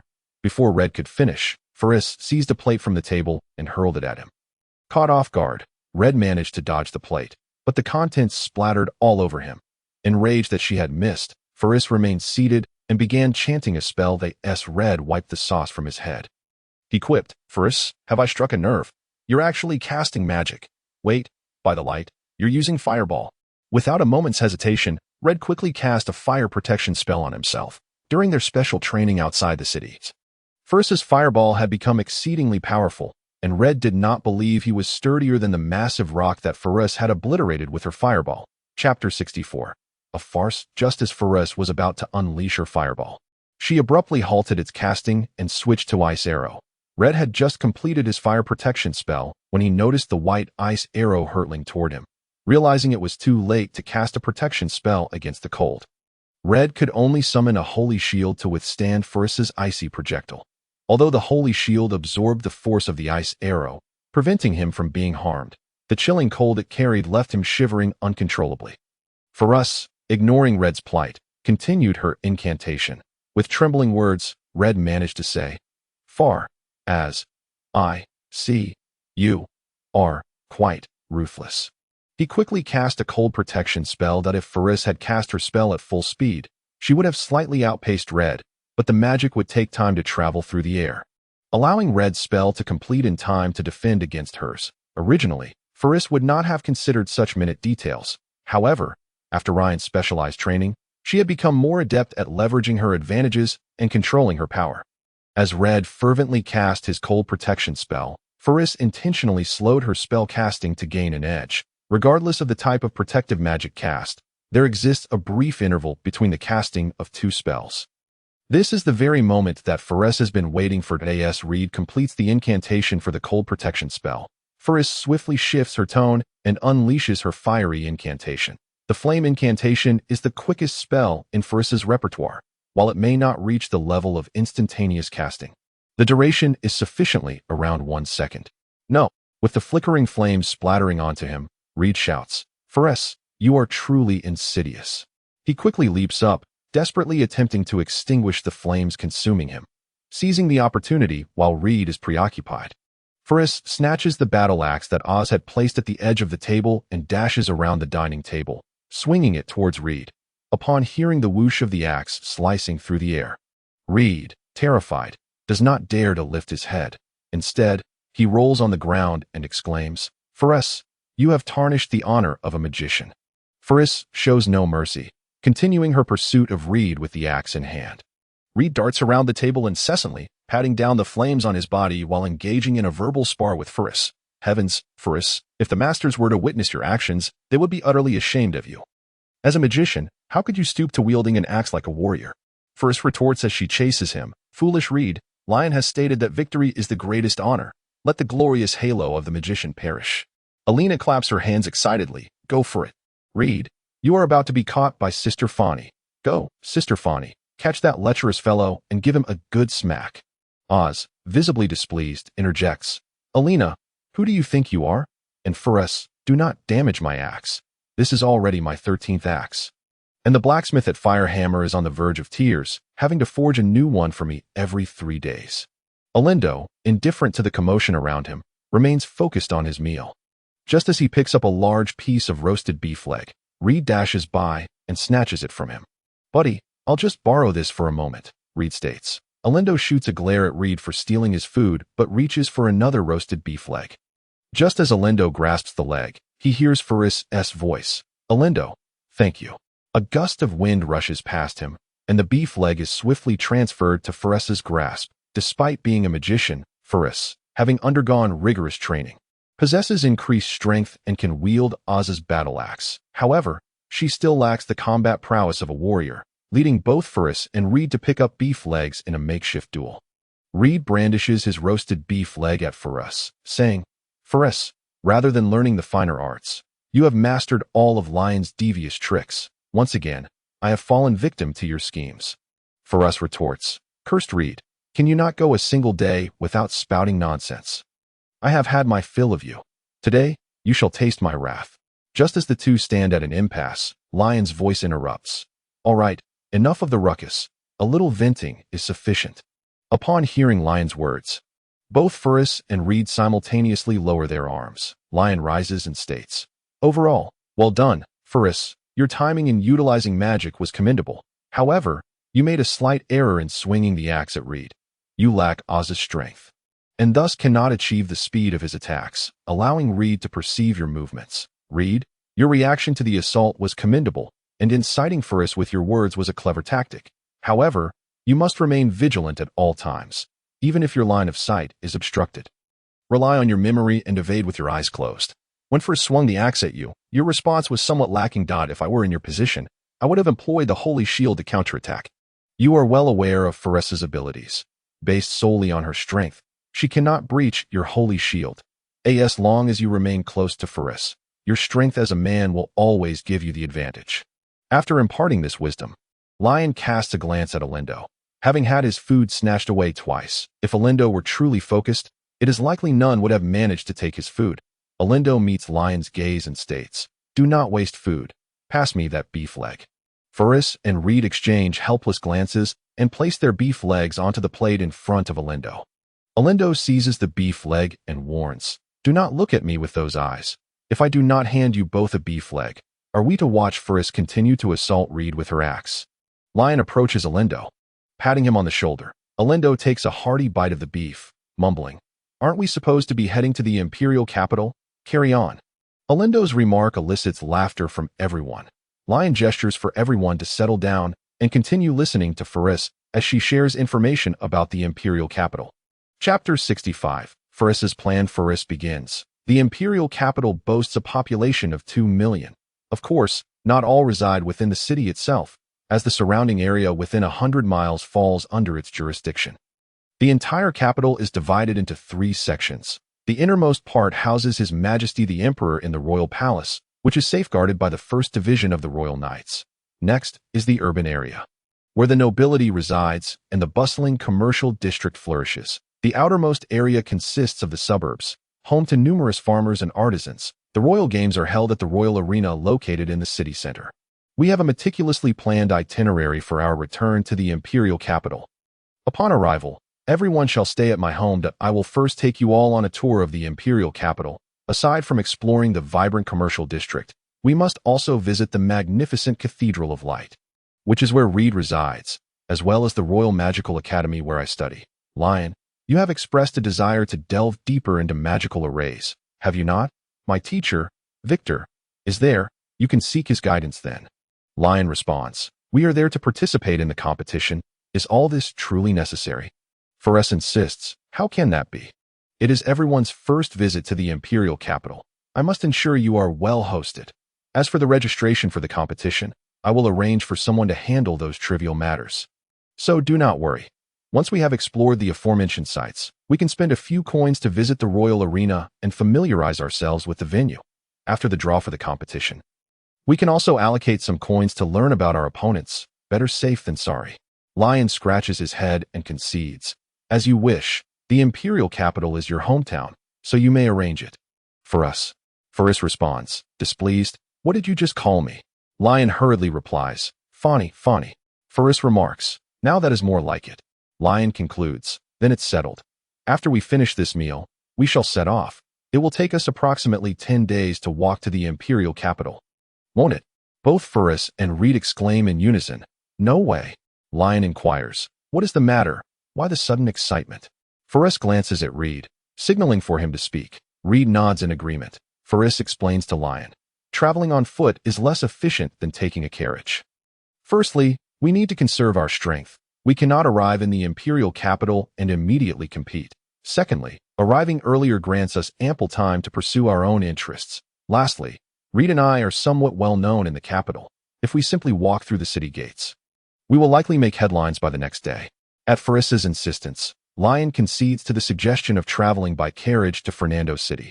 Once Alindo has finished his 2 roasted beef legs, Faris pays the necessary coins, and Lion leads everyone to the Firehammer equipment store. Their primary purpose for visiting Alpha City is to retrieve their custom-made items. With the imminent competition in the imperial capital, it would be imprudent for each of them to don crude reinforced leather armor. While suitable for training, it would be wholly inappropriate for the competition. Additionally, Lion insists on crafting spare weapons for the team. Just in case that in total, Lion exhausts Faris's supply of coins, a feat that even Faris, who typically spins without restraint, finds impressive. Charles at Firehammer beams with delight upon seeing Lion and his companions.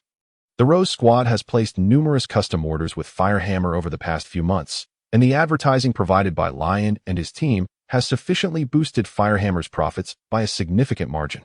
Oz accepts a finely polished pure steel battle axe from Charles. Originally, Oz wielded an axe in one hand and a shield in the other. However, Lion believed that Oz's constant defensive posturing with the shield did not align with the Rose Squad's combat style. Yet, It was impractical for him to wield a two-handed battle axe, as it would render the shield useless. Thus, Lion specifically instructed Charles to craft two identical battle axes for Oz, with a powerful swing of the axe. Oz feels the craftsmanship is indeed commendable. Both the weight and the grip are to his satisfaction. Although Charles's pricing is slightly steep, his skills are undeniably impressive. Charles points to several large wooden posts in the yard and says to Oz, "You can use those to test your axe." Oz turns to follow Charles's finger. And indeed, several wooden posts, roughly the thickness of a person's body, stand in the yard of the Firehammer equipment store, covered in various marks from weapon strikes, clearly used by the blacksmiths for testing purposes. A smile crept upon Oz's lips, for he was all too familiar with this wooden post. Over the past few months, Ryan had made him practice with such a target repeatedly, using it as a hypothetical adversary for his attacks. Oz cast a glance at Ryan, who met his gaze with an affirming nod. With the captain's permission granted, Oz clapped his hands together, the blades of his two axes colliding with a sharp clang that pierced the air. Accompanied by the sound, Oz swiftly lunged towards the large wooden post, his hands swinging the axes in a relentless assault. Each strike of the keen blades against the wood echoed with a dull thud, sending a flurry of wood shavings spiraling into the air. The more he chopped, the more exhilarated he felt. Such an opportunity had been a rarity in the past, when he had mostly cowered in defense.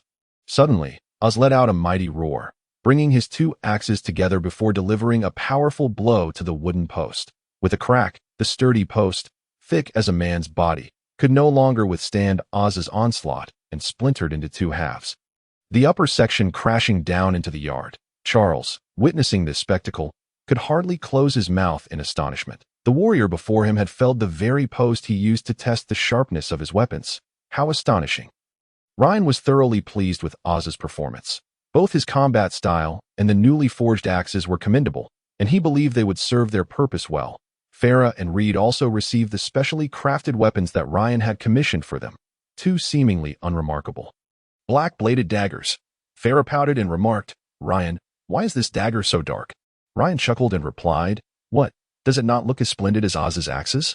Farah questioned, "Is this blackness even useful?" Ryan produced his own shadowy short sword, offering it to Farah, saying, "Look, my short sword is just like this." The members of the Reyes squad quickly gathered around, for this was a blade that had pierced even the protective magic of a lich. Even the exceptionally tough vampire demon had met its demise at the hands of this very sword. Although Nasir ultimately fell to Reed's radiant magic, no one would attribute his defeat solely to Reed. Farah cautiously accepted the shadow's edge from Ryan, inspecting it closely and expressing her confusion. "Ryan, this short sword appears quite ordinary. Why does it seem so unremarkable?" Chapter 66. The various uses of a dagger. Reed added, "Indeed. Do not underestimate our experience with fine weaponry. Back in the capital, Farah and I often beheld the masterpieces of renowned artisans, each weapon boasting a brilliantly polished edge, striking in appearance, and exceedingly sharp for testing purposes, often severing ordinary weapons with a single stroke." Ryan shook his head, a smile gracing his lips, yet he refrained from speaking. Instead, he performed the simplest of actions. He took the shadow's edge from Farah, approached another large wooden post, and gently thrust it forward. Without a sound, the blade of shadow's edge embedded itself into the wood. Ryan then circled the post, the blade tracing a perfect arc upon its surface. The onlookers, perplexed by Ryan's actions, gathered closer, including the smiths who had little to do, drawn in by the swift display of Oz's earlier attack, hoping for another remarkable demonstration. Charles stood by, recalling how Ryan had specifically requested the blades to be forged in this black hue without compromising their sharpness, a task that had required considerable effort. Now that Ryan was willing to showcase it, Charles was eager to observe as Ryan made a seemingly inconspicuous circle. Charles found himself puzzled by its significance. He rubbed his nose, suddenly feeling an itch, and with a forceful sneeze, the wooden post that had been grazed by Shadow's edge fell over with a resounding crash. The crowd erupted into chaos. What manner of short sword was this, capable of silently cleaving such a thick post in two? This was precisely the effect Ryan desired. He turned to Farah, stating, "One's sharpness cannot be judged by appearance alone. Have you forgotten what I once said?" Farah, still reeling from shock, nodded vacantly. Noticing that he may have gone too far, Ryan glanced at the equally astonished Charles and approached him, giving his shoulder a firm pat. The pain jolted Charles back to reality. Ryan whispered. It seems you ought to take charge now, yes? I would prefer that this incident does not circulate if it jeopardizes our participation in the tournament, then. Charles felt a jolt of alarm. Indeed, the mage and his companions are set to compete. Should their secrets be revealed and they lose the match, it would spell disaster for me. He immediately bellowed, Everyone, get back to work. You saw nothing today. If I hear even a whisper of this, everyone here will pack their things and leave. I refuse to believe that the firehammer, cannot find work elsewhere. Perhaps Charles's threat had its intended effect, for the crowd dispersed in an instant, the forge echoing with the deafening sounds of crafting as everyone rushed to avoid giving Charles any reason to suspect laziness. As for the adventurers, whether their weapons were good or not was of little concern. Losing their positions at Firehammer for mere curiosity would be a grave mistake. Ryan nodded in satisfaction. Recognizing that Charles's success in business was no mere coincidence, he beckoned the Reyes squad to come closer. Farah exclaimed excitedly, Ryan, does this mean our daggers are equally sharp? Ryan replied with a wry smile, Of course. But that is not entirely true. Pointing to Shadow's edge, he continued, This short sword was a gift from my mentor, and as for its sharpness, I cannot say for certain that I merely wanted to convey to you that one should not be deceived by appearances. A blackened blade can be just as effective as those that gleam brightly. The others nodded in agreement. Acknowledging Ryan's wisdom, Alina quietly remarked, Actually, that statement applies to you, Ryan. The group erupted into laughter at Alina's comment. Ryan, feeling somewhat helpless, quickly shifted the topic. All right, let's move on from that I shall explain the various uses of this black dagger. Ryan elaborated, Each of you will have a dagger to keep close at hand, ready to draw at a moment's notice. The reason for the black coating is to eliminate reflections, granting you an advantage when used under the cover of night.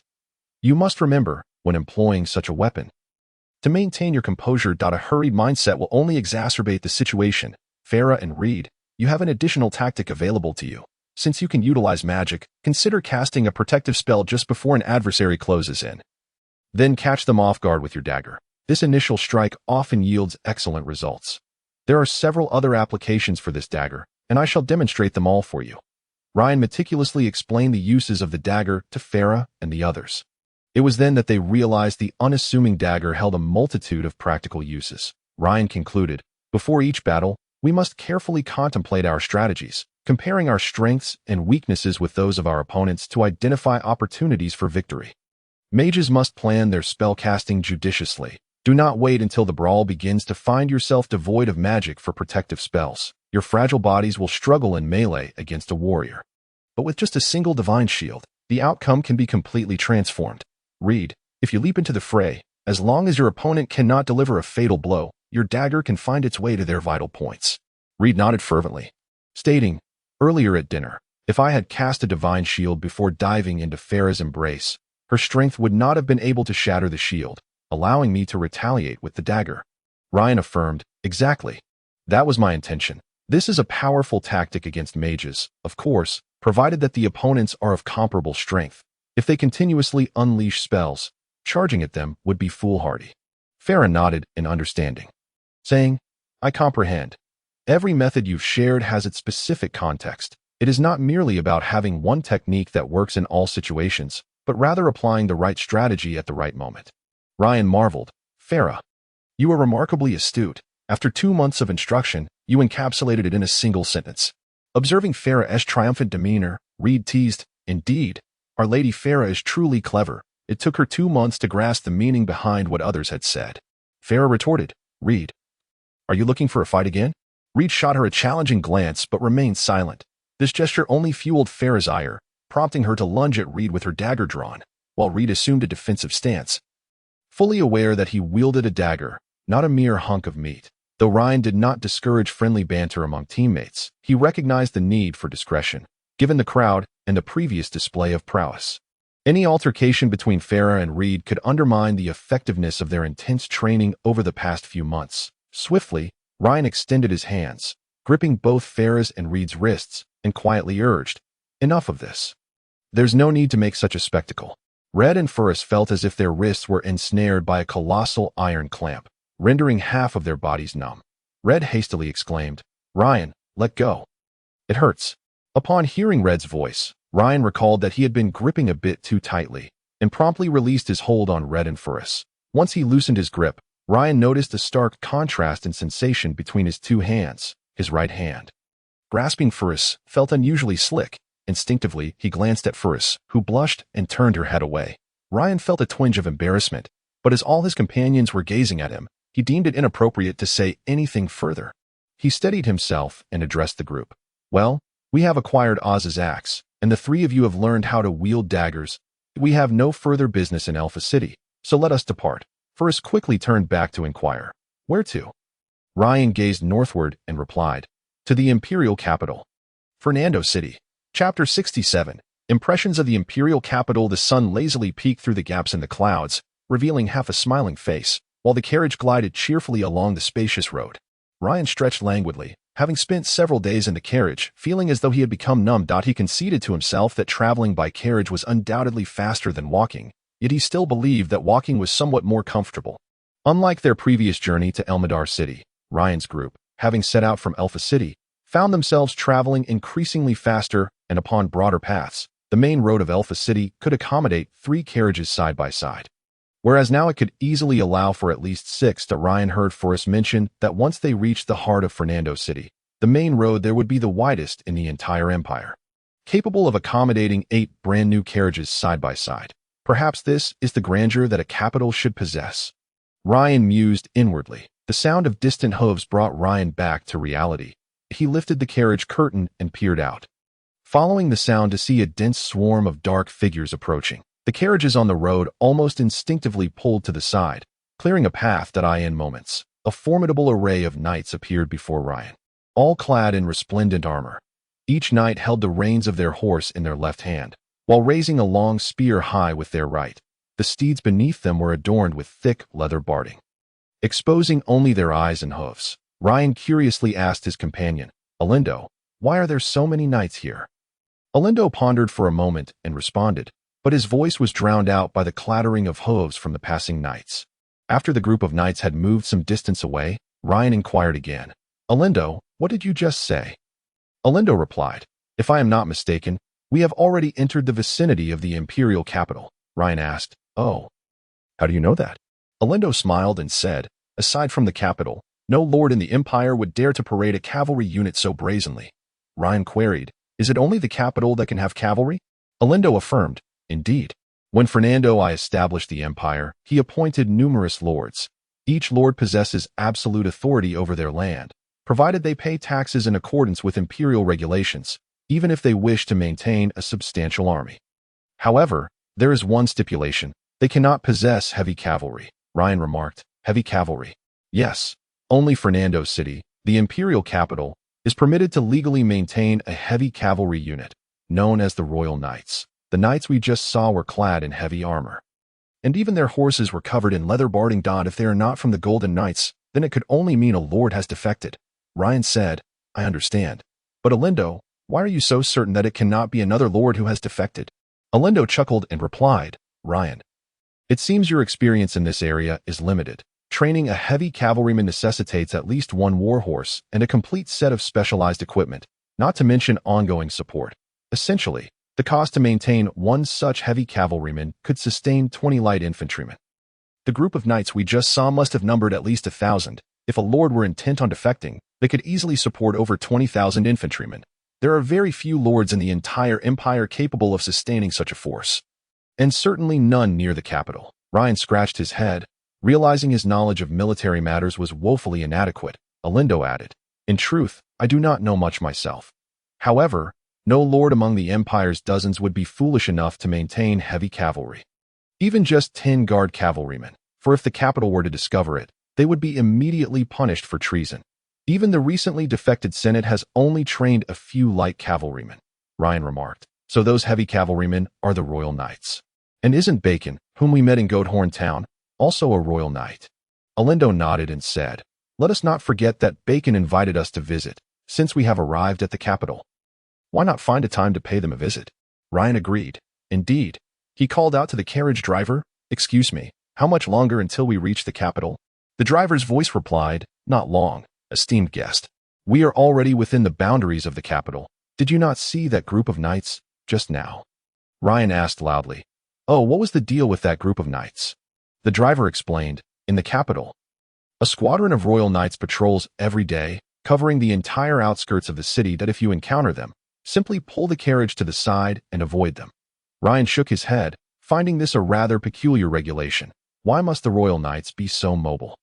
He lifted the carriage curtain again, idly observing the scenery outside. On either side of the wide road stood rows of trees, neatly aligned, reminiscent of the forests of his homeland, though these trees were far fewer in number. Through the gaps in the trees, he caught glimpses of fields, where numerous farmers toiled diligently in the fields, though he could not discern what they were cultivating. From the swiftly moving carriage, Ryan could not identify the plants, as they seemed to grow on frameworks made of branches that he had never encountered before. Time passed, and Ryan noticed that dusk was gradually setting in, just as he contemplated whether to stop and rest. A magnificent city suddenly came into view. With just a glance, Ryan was utterly captivated by this city. The immense, solid walls loomed ahead, instilling a profound sense of awe. The carriage sped forward, and Ryan's heart raced. For this city, standing for 200 years, exuded an aura of life, as if it were sharing its tales with passers-by. Finally, the carriage entered through the city gates, and Ryan felt a momentary darkness engulf him, as if the world had lost its light. Just as he wondered about this, a bright light appeared again. The carriage had entered the lengthy passageway of the city gate that it was said that carriages could traverse the walls of Fernando City. So naturally, the passageway within the gates was also quite extensive. Ryan turned to gaze at this most formidable barrier of the capital, sighing inwardly, envisioning the torment its enemies must endure when confronting it. Though the carriage had entered the city, its speed remained unaffected. Ryan looked out at the wide streets through the carriage window, and he was suddenly reminded of Goathorn Town. Indeed, only the vast pastures outside Goathorn Town had bestowed upon Ryan this sensation. Is this the capital, the heart of a grand empire? Chapter 68. Versus home. Ryan's heart brimmed with curiosity for the great mage Jesse, who had overseen the construction of this city. Such a colossal undertaking. Situated on the vast plains at the edge of the South Terran Plain, how had that girl, barely 20 at the time, managed to orchestrate all of this, even without any knowledge of architecture? One could easily surmise, constructing such a massive city on a plain raises questions of where the immense stones for the walls came from. Ryan could faintly sense the elemental vibrations emanating from the stones. Convinced that a multitude of earth mages had participated in this endeavor, what a monumental task it must have been to complete such a project in just 10 years. Ryan's mind seemed to traverse through time, returning to the Fernando City of 200 years ago. On the vast construction site, a throng of workers, akin to ants, toiled diligently under Jesse's guidance, transporting massive stones from distant lands, which were then stacked together through the spells of thousands of earth mages, gradually forming the sturdy walls. Regardless of wind or rain, these tireless laborers would not cease their efforts, even if their hands and feet grew numb from the cold. For within their hearts burned an unquenchable passion. They were constructing a city that would become their home. Home, a term so warm and comforting. Throughout the continent of Esler, numerous kingdoms have risen and fallen in conflict. Yet even the longest wars, lasting 20 years, have rarely driven kind-hearted people from their homes. To them, death held little significance. To perish in one's homeland was a form of happiness. However, the invasion of the undead legion forced thousands to abandon their homes and seek refuge elsewhere. No soul yearns for death, for the malevolent lich ensures that the departed find no peace. The formidable and wicked sorcery binds these souls into eternal servitude, never to know rest. When Fernando led the holy knights to vanquish the legion of the undead, countless voices across the continent rejoiced, proclaiming, "Peace has returned." It is no wonder that once the city was restored, those who had labored to rebuild were loath to depart, having endured the cataclysm wrought by the undead. The prospect of residing within a city where carriages could traverse the fortified walls, alongside the mighty holy knights, offered a sense of security that nothing else could replace. The carriage came to a gentle halt. Ryan and Allender leapt down. Greeted by the sight of a slightly dilapidated manor, it was evident that this abode had withstood the test of time, perhaps having stood here since the city's inception. A voice rang out, "Welcome, everyone. This is my home." Under Ferris's guidance, the Ray squad entered. The two doormen, resembling servants, spotted Ferris and promptly called out, "Miss, you have returned. Miss, you have returned." Ferris replied, No need to shout. My return is hardly a novelty. The servants chuckled. Miss, you've been away for half a year. Everyone missed you dearly. Ferris stamped her foot and retorted. Spare me. You're relieved that I am finally gone, aren't you? The servants, caught in their sentiment, displayed a hint of embarrassment. Ferris waved her hand, instructing, one of you go tell my father I have returned, accompanied by several friends. The other, arrange for the guest rooms to be prepared. One servant hurried inside, while the one tasked with notifying Ferris's father remained still, stating, the master has not yet returned. Ferris pondered for a moment and replied, yes, I forgot he won't return until nightfall. Very well, please arrange some refreshments. We are all famished. The servants sprang into action. Bustling about, Ferris led everyone into the house. Once they gathered around the long dining table, Ferris stood at the head and declared, today, in my home, everyone must heed my words. Ryan, you have no objections, I trust? Ryan shrugged, of course. You are the host. Seeing Ryan's agreement, Ferris continued, excellent, let us partake in some food. With that, she gestured, and the 8 or so attending servants hurried to serve a lavish spread, filling the long table in no time. Ryan felt an overwhelming discomfort. He would rather crouch by a campfire roasting meat than sit formally at a dining table, indulged by servants. Yet, it was his first visit to Ferris's home. And he could not afford to be rude. Not just Ryan, but the members of the Ray squad, aside from Ferris and Red, seemed similarly out of place. Ferris warmly welcomed everyone.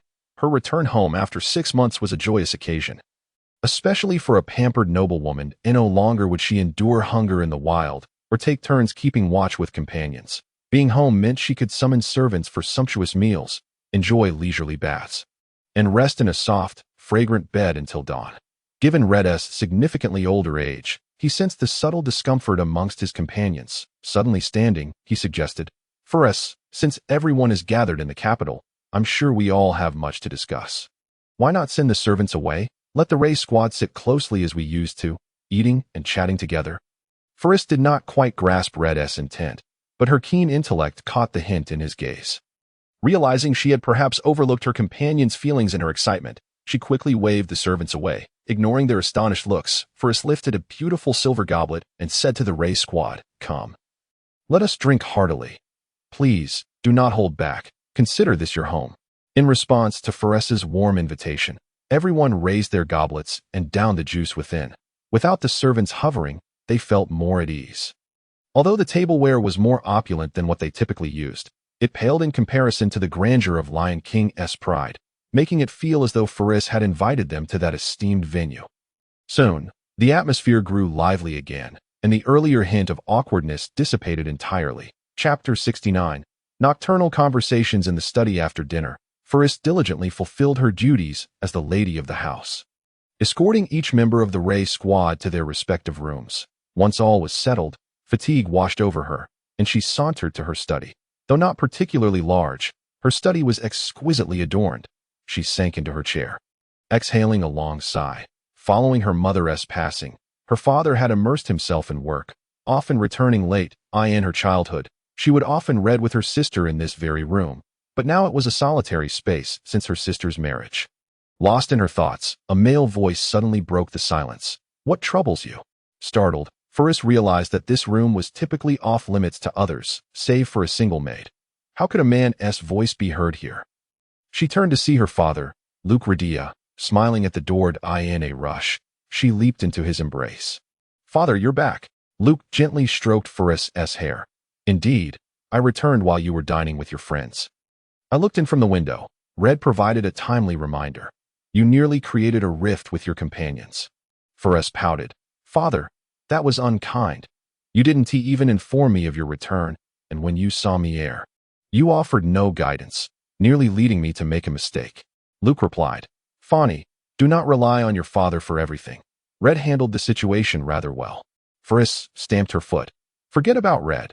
You should take care of yourself. Returning home so late every day is not good for your health.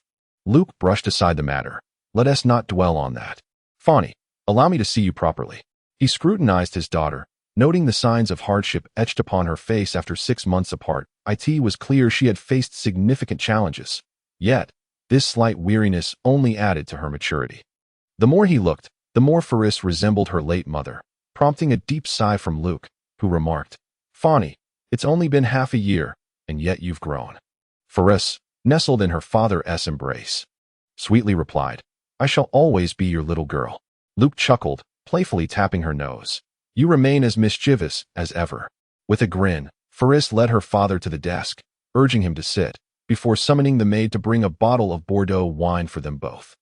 Luke sensed that Faris had something important to discuss, and as they exchanged pleasantries, the maid set the Bordeaux before them. Luke gestured for her to leave, and once they were alone, he filled their silver goblets with the fragrant wine. Smiling as he inquired, "Fawny, what is it you wish to tell me?"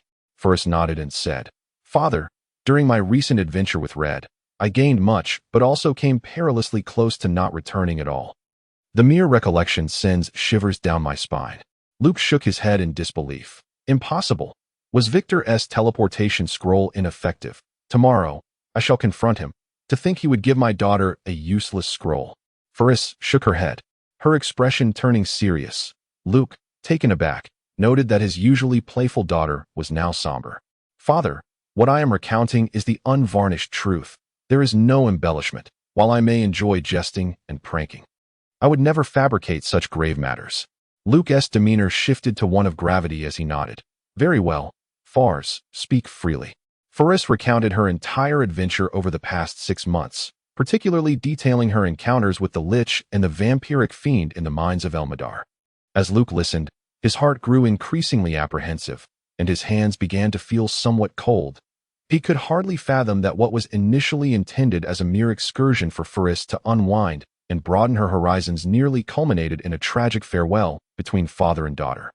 The legendary Lich and vampiric demon had appeared in the vicinity of his daughter, which was shocking enough, but even more astonishing to Luke was that it was a teammate of Faris, an unassuming youth, not yet 20, who had managed to confront these formidable creatures and emerge victorious. After absorbing his daughter's account, Luke stood in stunned silence for a moment before exclaiming, "Is this Ryan, the one who appears utterly inconspicuous, with nothing but a magical apprentice badge adorning his chest?" Faris nodded in affirmation. Luke shook his head in disbelief. Curiously, Faris inquired, "What troubles you, father? Surely you are not dismissing him simply because he lacks noble lineage." Luke gently waved his hand, replying, "Among your companions, he is the only one I find elusive. That warrior possesses a straightforward demeanor, with a clear sense of right and wrong. The young girl seems to be a rogue. Her character still in formation, likely guided by her whims, and that young man, with muscles brimming with potential, I initially presumed to be another warrior, but it seems he is a druid, quite a rarity indeed." Luke extended 2 fingers and lightly tapped them on the table. Faris recognized this as her father's contemplative gesture and refrained from interrupting, patiently awaiting his judgment. The study was enveloped in silence, punctuated only by the faint sound of the wind stirring the branches outside. After a considerable pause, Luke exhaled deeply, lifted his wine glass, and drained its contents. First promptly filled her father's glass anew. Luke, pinching the silver goblet between his thumb and forefinger, began to swirl it as he mused aloud. What is it about this young man? Is it innate talent or a deeper cunning? Faris listened intently, aware of her father's skepticism regarding Ryan's intentions, and she too was eager to discern his thoughts. Luke carefully chose his words and asked Faris, "Is it because Ryan vanquished the Lich that you hold him in such high regard, ultimately appointing him as captain?" Chapter 70. After the old friends, Faris replied, "Indeed, I must confess I felt a pang of jealousy at first. Why was it not I who killed the Lich and the vampiric demon? Yet, my curiosity about him only grew. What manner of mentor could produce such a disciple? If I were to learn from him, could I not also improve? Thus, I requested his guidance, and to my surprise, he readily agreed. Few are so earnest as to impart their knowledge to a teammate they have only just met. Under his tutelage, our strength has significantly increased, not merely in raw power but in the sophisticated application of our existing abilities. For instance, I previously could cast a maximum of 10 fireballs, but thanks to Ryan's instruction, I have learned a more efficient method of casting, which has not only accelerated my spellcasting speed but also substantially increased the number of spells I can unleash. Now I can conjure 13 fireballs in one breath. However, this does not imply that my magical power has grown stronger. Rather, I have minimized unnecessary expenditure, and my incantations have become more refined. Yet, he conducts himself with remarkable humility, unlike others who constantly flaunt their abilities to ensure they are noticed. The very first directive he issued as captain was for everyone to act with discretion, which is why only a select few among us, and now you, are aware of the Lich and the vampiric demon. Luke nodded in agreement, stating, there are few today who possess capability yet eschew ostentation, your brother-in-law being one such exception that I could hardly have anticipated that such a young lad would approach tasks with the poise of someone with decades of experience. It seems his mentor is certainly no ordinary individual. Ferris remarked, no matter how much I inquire. He remains tight-lipped about the true identity of his mentor, only mentioning a martial arts instructor named Garibou and a magical instructor named Delane, that I have never heard of either of these names. Garibou, Delane. Upon hearing these names, Luke erupted into laughter. Ferris, perplexed, asked, Father, what is so amusing? Luke appeared genuinely delighted, raising his neck to finish the wine in his goblet, then slamming it down onto the table, gesturing for Ferris to refill it. In a playful huff, Ferris grasped the wine jug, refusing to pour more for her father, who continued to shake his head, a smile playing upon his lips. Ferris pouted and warned, if you keep laughing, I shall ignore you. Eventually, Luke composed himself and addressed Ferris. It is entirely normal that you are unfamiliar with these two individuals. Even I possess but scant knowledge of them. They were figures from decades past, and I dare say few today are aware of their exploits. Moreover, they are known to have used aliases. Would they still go by their true names? Ferris inquired. Then who exactly are they? And what is his background? Why would two such renowned mentors choose to instruct him? He. Luke seized upon his daughter's linguistic slip, teasingly asking, who is this you refer to? That scamp read. Ferris blushed slightly and retorted, oh, stop it. You know perfectly well that it is Ryan, of course. Luke informed his daughter, as for Garibou and Delane, my knowledge is limited, so do not pry further. What you are meant to know will be revealed to you in due time. Ferris leaned closer, whispering, is it really that mysterious? Can't you divulge even a little? My curiosity is simply insatiable. Luke replied, Fawny, do you possess the ability to keep a secret? Of course. I will keep it to myself and tell no one, Ferris assured him. Luke, adopting a serious tone, said, so can I. Ferris paused momentarily, frustrated, exclaimed, Father, you just love to tease me. Luke waved his hand dismissively, stating, there is no need for you to speculate about Ryan's origins, suffice it to say. His mentor is a friend of Red's teacher. Thus he cannot possibly be a villain that I truly admire those who could cultivate a talent like Ryan. Masterfully, Ferris blurted out. Precisely, with her keen intellect. Ferris quickly deduced, so Ryan's mentor is a friend of Masterfully, which implies they once adventured together, much like Red and I. Then they parted ways, with Masterfully becoming a high priest, while his mentor chose to live in seclusion, ultimately bestowing his martial and magical teachings upon Ryan. How do they compare to my instructor, Victor, who possesses the greater magical prowess? Luke replied, my daughter, such comparisons are inconsequential. All that matters is that you recognize Ryan as one of us. Master Victor has never faced him in competition, and even if a life and death struggle were to occur, it would not necessarily yield definitive conclusions. Ferris thumped the table in frustration, declaring that old fool, claiming his magic is invincible, has now been outdone. Tomorrow, I shall tug at his beard and demand he ceases crafting my magical equipment. Luke smiled silently, for he had just been pondering Ryan's origins. Regardless of the circumstances, he could not allow someone with greater strength than his daughter, whose background remained uncertain, to be so closely associated with her. Since Ryan was a disciple of Master Ibel's acquaintance, his character was likely beyond reproach. Moreover, Luke perceived that his youngest daughter harbored distinct feelings for Ryan, a matter he felt reluctant to interfere with, as long as Ryan was a decent young man. That sufficed. How things would unfold thereafter was for the young to navigate themselves. Ferris was elated to have learned more about Ryan, having felt somewhat disheartened by his reticence regarding his mentor's identity. Now, with her father's revelations, she realized Ryan had not deceived her. She quickly surmised that he might not even know the full truth about his mentor's past. Luke stretched and said to Ferris, well then, dawn is fast approaching. You should rest.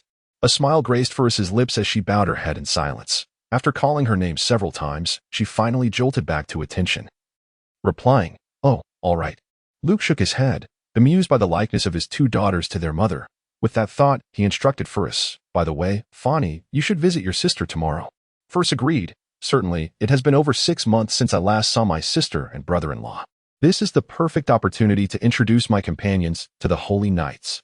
Chapter 71. Pharis's brother-in-law Luke advised, "If your brother-in-law is too busy, perhaps you could bring your sister back to stay for a few days." Pharis replied, "What do you mean if? My brother-in-law is busier than you. The competition is about to begin, and he must ensure the safety of the imperial capital while also handling the tournament. How could he possibly be more leisurely than you?" Luke stroked his chin thoughtfully, seemingly ignoring his daughter's comments. Suddenly, Pharis exclaimed, "Oh right, that guy Ryan mentioned that Bacon invited him over. I shall accompany him tomorrow and give Bacon a piece of my mind. That stubborn fool idolizes my brother-in-law to an absurd degree, following his every word.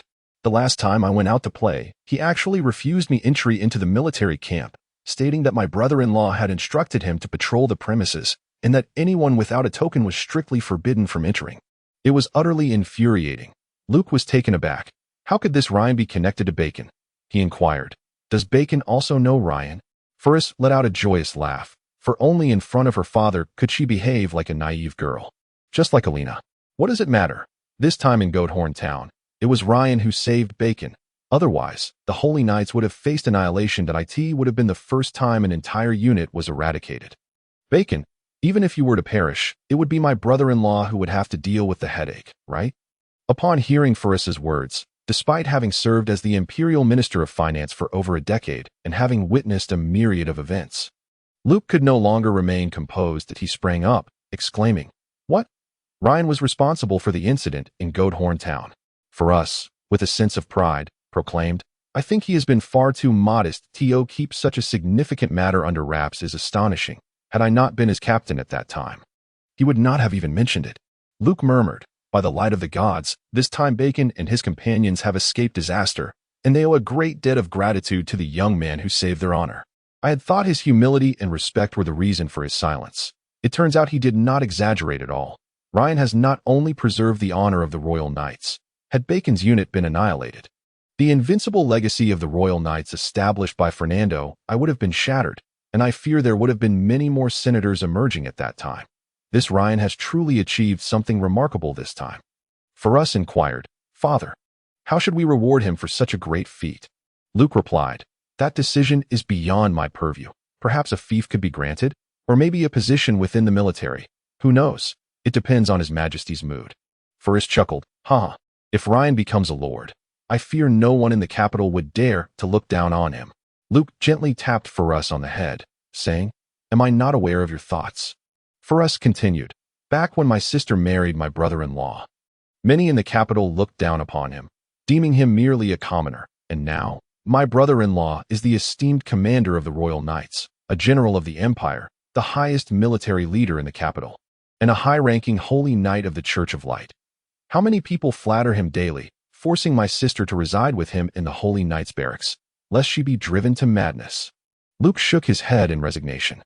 Indeed, when his eldest daughter chose to marry the impoverished Orlando, at the time of their union, Orlando was but an ordinary knight of the Golden Knights. However, since his eldest daughter, Safi's Radia, wed Orlando, he had extended considerable support to him over the past decade.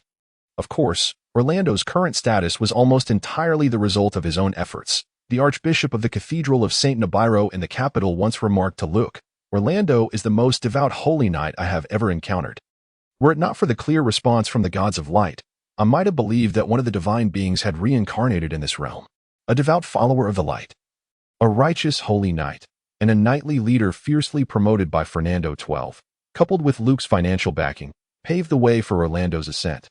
Thus, when His Majesty, Emperor Fernando XIII, ascended to the throne, Orlando was appointed as the acting commander of the Royal Knights, to succeed the aging former commander. Soon, Orlando captivated the entire order with his charisma, becoming the true leader of the Royal Knights, the most formidable fighting force in the Empire.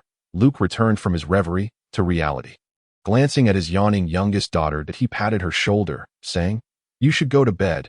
Dawn is almost upon us." Pharis stood up, stretching, and replied, "All right. You should rest early too, father." Watching his youngest daughter exit the study, Luke shook his head helplessly. He rose to gaze outside, where the horizon was beginning to lighten. With a long sigh, he realized that sleep would elude him once more, He might as well organize last month's imperial financial ledgers, as the emperor would require them in a few days. Faris awoke from her slumber, rubbing her eyes and glancing out the window. With a gasp, she leapt up, prompting the maid outside to rush in.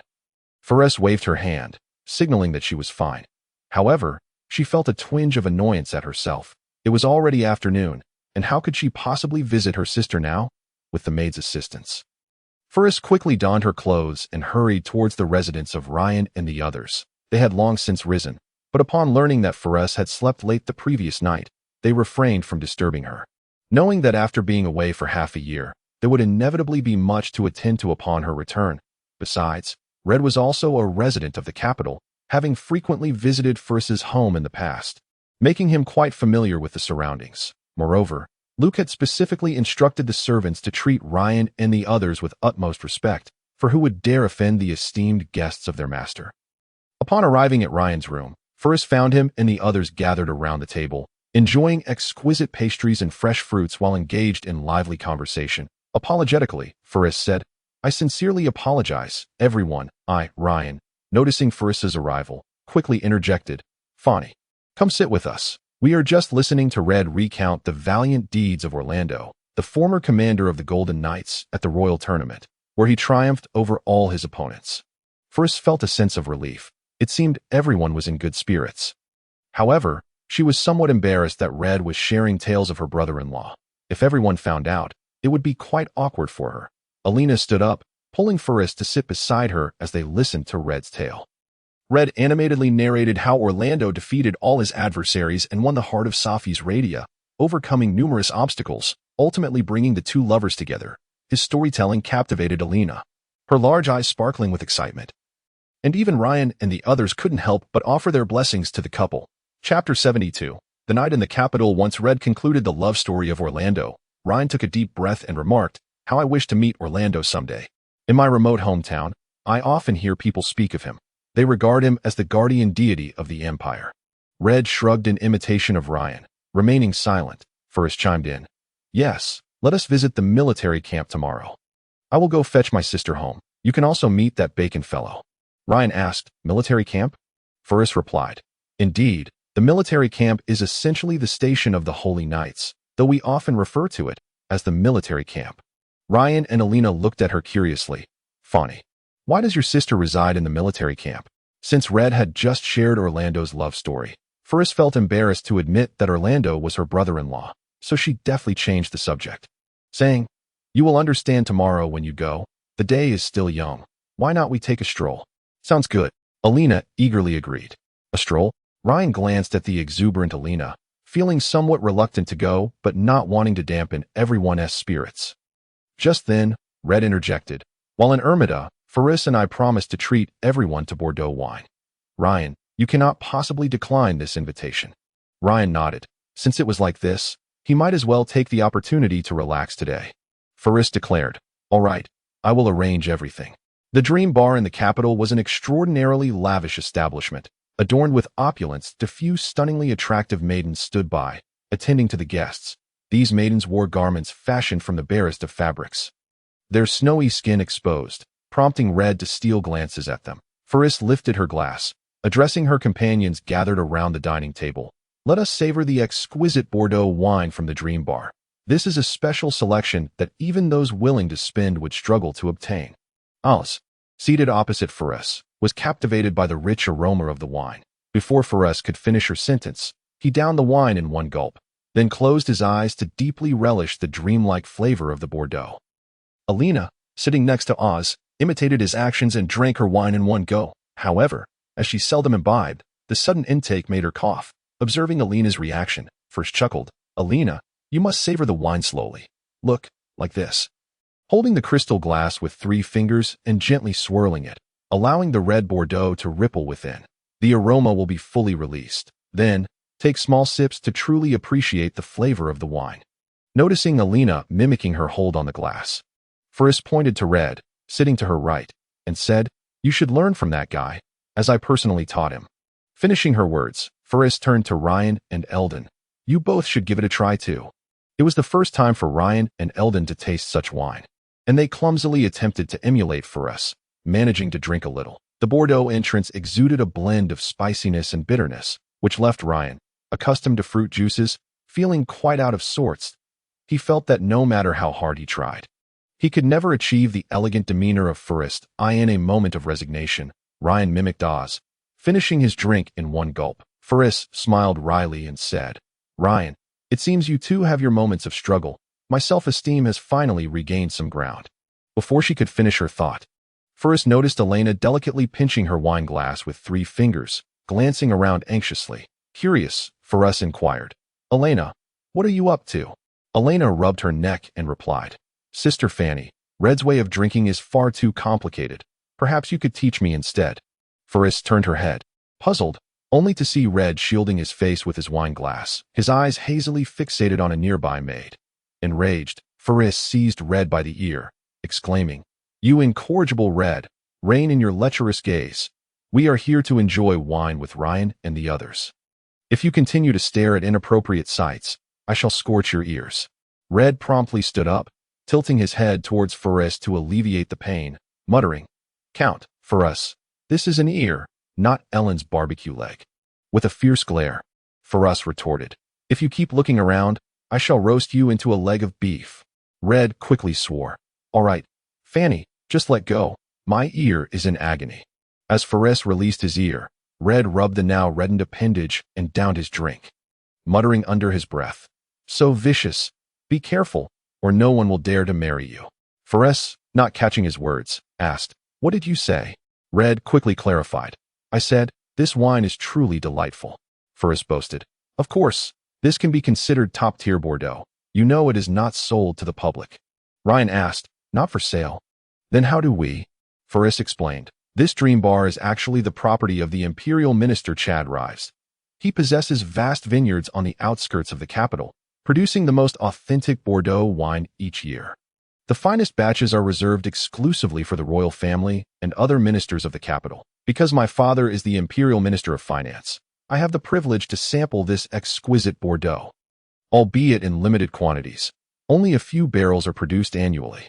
As she spoke, Forrest gestured to indicate the size of a barrel, roughly the size of a person's embraced Oz, uninterested in how Forrest managed to treat him to such exquisite Bordeaux. Opened his mouth and continuously poured glass after glass into it. Red, observing helplessly, remarked, "If those nobles knew you were drinking top-tier Bordeaux like water, they would surely weep." Oz swallowed his wine, casting a glance at Red, and said, "Since this fine wine is so rare, I must indulge a bit more. Were it not for Forrest's presence, I would have simply taken the entire barrel." Forrest smiled, saying, "Oz, if you enjoy it, drink your fill. After all, we rarely visit places where everything is exorbitantly priced. Aside from here, I have only encountered such a black-hearted inn in Elmadar once." At this point, Forrest turned to the maid standing nearby and instructed, "Go to the cellar and bring another barrel." The maid gently acknowledged and quietly exited with another maid. Ryan poured himself and Elinder large glasses of refreshing juice, self-deprecatingly stating, "Fanny, it seems I am destined to a life of fruit juice." Upon hearing Ryan's words, Forrest smiled tenderly, revealing 2 small dimples, a sweet expression that momentarily left Ryan and the others speechless. Red suddenly remarked, "Forrest, you've grown up." Forrest, puzzled, responded, "Red, having played together since childhood, you must know how old I am this year." Just as Red was about to explain, a commotion erupted outside. "Why can't we drink the top-tier Bordeaux?" Everyone immediately lowered their voices. Hearing a drunken voice exclaim, "How absurd!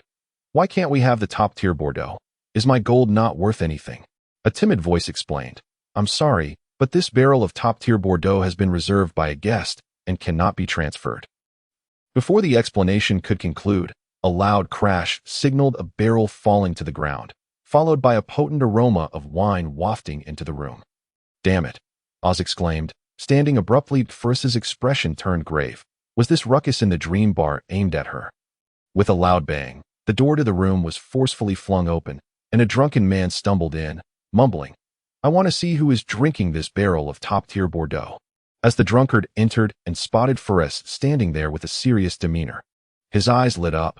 "Ah, a pretty little thing. Well, I want to hold it against you. If this little lady spends the night with me, I'll let this matter slide." Upon hearing the drunken man's words, Fire blazed in First's eyes as she grasped her wand, ready to unleash a spell to teach him a harsh lesson. Ryan gently tapped her shoulder, preventing her from casting. Confused, First looked at Ryan, who offered no explanation, only saying, I recall you mentioning that this is the property of the minister. I wonder how he would deal with someone causing a disturbance on his premises. Why should we intervene? Red, inspired by Ryan's words, shouted, Rives, someone is causing a ruckus in your bar. Will you not take action? After several calls, a middle-aged noblewoman accompanied by several burly bodyguards entered. Upon seeing the scene, the noblewoman clapped her hands, and her imposing bodyguards quickly seized the drunkard and escorted him out. With an apologetic look, the middle-aged noblewoman approached Ferris, saying, Ah, it's you, little sister Ferris. I sincerely apologize for ruining your friend's enjoyment. Let me treat you all today. Ferris coldly replied, Is this what the dream bar is? Even in a luxurious room, a drunkard can wander in freely. Have my 200 gold coins been wasted? The noblewoman slowly approached Ferris, saying, Sister, do not be so angry. The dream bar is vast, and with so many patrons each day, oversights are bound to happen. Today's incident is indeed our fault, and I apologize on behalf of my establishment. Ferris waved her hand dismissively, stating, No need for that. I believe tonight will be my last visit to the dream. With that, Ferris produced a pouch of coins and tossed it to the ground before striding out. Ryan and the others promptly followed her as they exited. The noblewoman's smile vanished, as if it had never been there. She coldly instructed, For incompetence, sever a hand. A gentle voice responded, As you wish, madam. Do not be angry, mother. A sonorous voice interjected. The middle-aged noblewoman glanced at the golden-haired young man who had just entered, saying, Bear, it seems Ferris has matured. Otherwise, she would have hurled a fireball by now. The young man, named Bear, possessed striking blue eyes and a smile that captivated countless young women in the capital. He replied to his mother, after being away for half a year, If I haven't progressed at all, I would no longer be the rose of the imperial capital. Bear scrutinized the table's arrangement and murmured, A barrel of top-tier Bordeaux nearly consumed. It seems she found a few drunken companions, along with that lecherous Red. Oddly enough, 2 individuals did not partake. Bear picked up the glass Ryan had used, sniffing it, and said, Juice, is there truly someone in this world who can resist the allure of top-tier Bordeaux? The middle-aged noblewoman responded, Who knows? However, it is evident that 2 members of her party do not appear to hail from the big city. Perhaps they are from some rural area. Enough of this, Bear said. Mother, what other news do you have? It turned out that this young man was none other than Chad Rives' son. Known as the genius of repair, Bear Rives, the middle-aged noblewoman was his mother, Mary Shellis. Waving her hand, she signaled for her bodyguards to respectfully withdraw. Mary Shellis stated, I have arranged for personnel to conduct thorough investigations on the teams that have come to the capital, especially those that pose a threat to you. Aside from your old rival First's team, there is another team from the northern grasslands. Bear interjected, That team poses no real threat. They likely have ulterior motives. Mary Shellis laughed, saying, As expected of my clever son, you have succinctly unraveled their origins. There is also a team from the southern Silent Forest, but they evidently are not here for the championship. It is said they seek a plot of land. Perhaps we can make use of that. Bear nodded and replied, Desires make for easier dealings.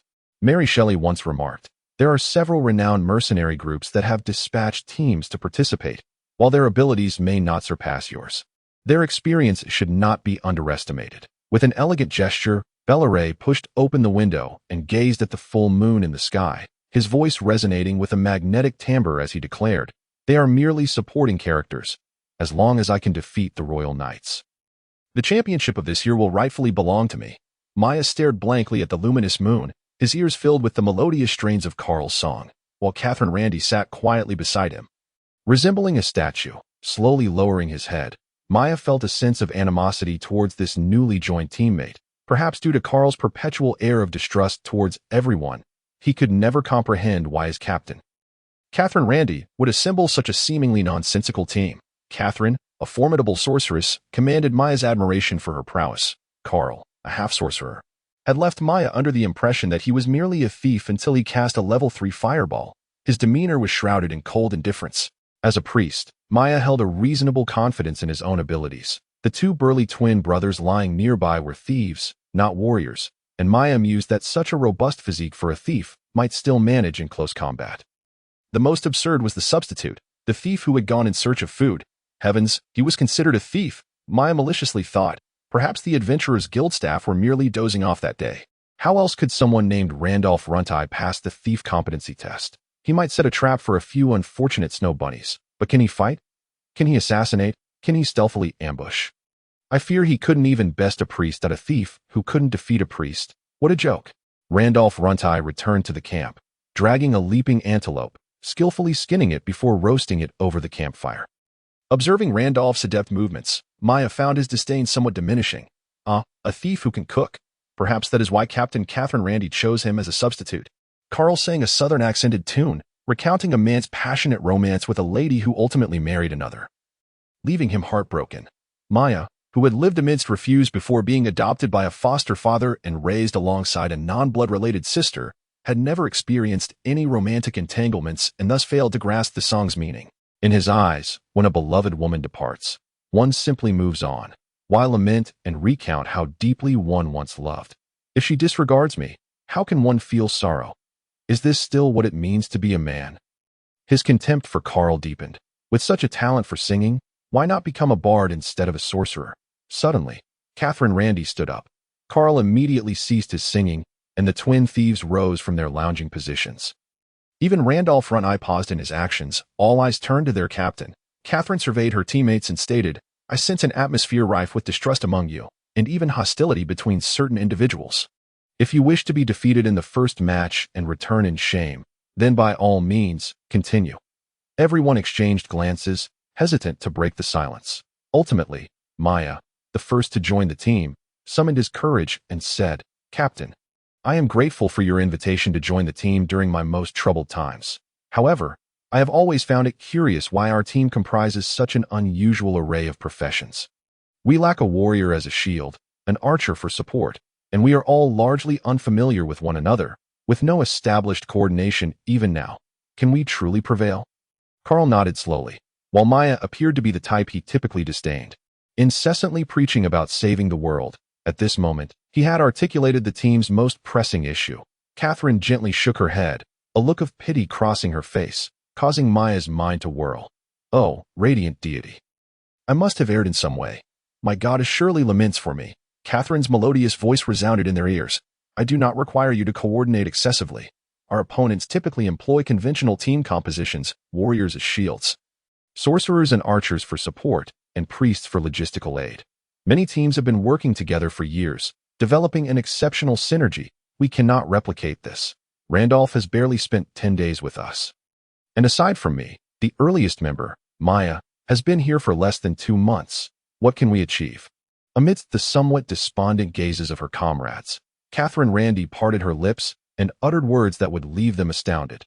"Our coordination can be summed up in a single word: chaos. We shall disrupt our opponent's coordination with chaos, countering their synergy with disorder. Maya, should you have the opportunity to cast a spell, bestow the most potent protective magic upon Carl. Carl, disregard the opponent's situation and unleash your fireball with all your might.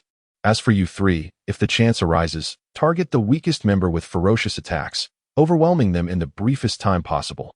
Ultimately, we must create confusion among our adversaries. Only then can we claim victory." "Chaos?" the group echoed in unison. Catherine Randy suddenly beamed with a spring-like radiance. "Indeed, our opponents have undergone rigorous training. With established coordination and synergy, their strength lies in order. To defeat order, there are only 2 methods: establish an even stricter and more formidable order, or disrupt the order they have painstakingly built with chaos. We lack the time for the former, so let us pursue the latter. After all, destruction is always more convenient than construction, is it not?" In her chamber, Farah angrily kicked a chair, completely oblivious to the fact that she was wearing her once-beloved pair of deer leather boots. After leaving the dream bar, Farah paid no heed to Ryan and the others. Storming back to her room, slamming the door, and kicking her chair in frustration, yes, she kicked, she muttered, "Damn Ryan, watching me get bullied and not allowing me to retaliate. I wish to kick him to death." A maid's voice called from outside the door. "Miss, Red has arrived." Farah, still fuming, replied, "I don't want to see him. Those scoundrels are all rotten." Just as her words fell, Red pushed the door open and entered. Upon hearing Farah's remarks, he chuckled. who has offended our rose of the capital? Farah shot back, damn Red. You didn't even help me today. Red shook his head, saying, Fanny, have you not realized something? Farah, incensed, retorted, it's all you lot. Seeing me get bullied and yet remaining silent. Red, you're the worst. If someone dared speak to me like that before, you would have been the first to charge in. Red offered a wry smile. Fanny, don't be angry. Let me explain. Farah covered her ears. I am not listening. Not listening. I refuse to listen. Ryan must have asked you to explain for him. If he thinks he is wrong, let him come and explain himself. Red sighed. It is still unclear who should apologize to whom. Perhaps it's better you don't listen. I fear you might feel embarrassed afterward. So why trouble yourself unnecessarily? Intrigued, Farah inquired. What exactly do you want to say? Red countered. Didn't you say you didn't want to hear? Farah shot him a glare. Considering how you used to take the blame for me and help me, I'll give you a chance. Speak. Ah, women, Red lamented helplessly. Fanny, think carefully about what transpired today at Dream. Don't you find it somewhat suspicious? Suspicious, Farah echoed. What is suspicious? A place as large and renowned as Dream would allow a drunken fool to barge into our room and spill a barrel of exquisite Bordeaux. Wait, how could a drunken fool possibly bypass layers of bodyguards to reach our drinking room? Chapter 73. Farah's thoughts. Red nodded. Indeed, Fanny, you're quite astute. Continue. Farah connected the dots. Ah, the Minister of Affairs. Chad Rivas operates under his wife Mary Shelley's name, so it makes sense for her to appear tonight. But her arrival was rather swift, wasn't it? Red, you called out just a few times, and she was at our door almost immediately. Could she have been lurking nearby all along? Precisely, Red affirmed, if I recall correctly. His son is also participating in the royal tournament this year. Fallas immediately exclaimed, Are you suggesting that all of this today is the doing of that scoundrel, Bailey Rivas? Indeed, during our last encounter at the Royal Academy of Magic, he did possess a slight edge over me in terms of strength. After defeating me, the audacious fellow had the gall to propose to me, leaving me utterly humiliated in front of so many onlookers. In my fury, I ran away and spent half a year in retreat. The anger on Fallas's face faded, replaced by a grave expression. Upon learning of our venture to Dreamland, he deliberately orchestrated this spectacle. Had it not been for Ryan pulling me back, he would have certainly uncovered the fruits of my rigorous training over the past few months. Quite cunning, wouldn't you agree? Red remarked with a touch of self-deprecation. When one is consumed by anger, they often lose control. One might inadvertently employ techniques they have only recently mastered, thus exposing themselves to those with ulterior motives, thereby heightening their vigilance. Fallas, feeling a twinge of embarrassment, replied, In that case, wouldn't my 2 months of hardship be rendered futile? Would I not be unjustly blaming Ryan? Red remained silent, merely nodding in acknowledgement. Fallas inquired, What should I do now? Red, with an expression of innocence, responded, It seems this question is not one I should be answering. Is it? Fallas gazed up at the luminous full moon, its brilliance a rare sight indeed. On any other occasion, she might have found solace in sitting alone in the courtyard, savoring Bordeaux wine while admiring such an exquisite view. Yet, at this moment, Fallas was far from serene. She had been pacing restlessly outside Ryan's door for quite some time. With her head lowered, she absent-mindedly kicked at the small stones beneath her feet. She yearned to muster the courage to step inside, but felt a pang of shyness at the thought of facing Ryan. Clearly, Ryan had astutely recognized the trap laid by Bailey Rivas this evening and had intervened just in time to prevent her from casting a spell. Or else her torment of the past 2 months would have been for naught. Bailey Rivas was Fallas's greatest rival at the Royal Academy of Magic, possessing a slight superiority in magical prowess. Had she managed to catch him off guard with the results of her training, she might have had the opportunity to vanquish this loathed opponent, but if he were to have even a modicum of caution, they might find themselves embroiled in another arduous battle. Half a year ago, during a confrontation at the Royal Academy, Fallas had narrowly lost to Bailey Rivas after a grueling struggle. Even the proud Rose of the Empire had to concede that. In terms of endurance and magic, she, as a girl, was indeed somewhat lacking compared to Bailey Rivas in terms of physical strength and willpower. Reflecting on her defeat from 6 months prior, Fallas felt a surge of bitterness. Why had her esteemed mentor, Victor, only crafted a single wand for her? Meanwhile, Bailey Rivas was adorned with an array of magical artifacts, such as his peculiar weapon, the Wrath of the Thunder God. which not only significantly amplified the power of his lightning spells, but also reduced the magical energy consumed when casting spells. Wielding such a weapon was akin to elevating one's strength by an entire tier. Besides that, Bailey Revis wore enchanted robes, adorned with rings and other accessories, all meticulously crafted by enchanters Do, the god of wisdom. The mere thought of this drove Phallus to envy madness. If only she possessed such an abundance of treasures, she would not even regard two Bailey Revises as worthy opponents.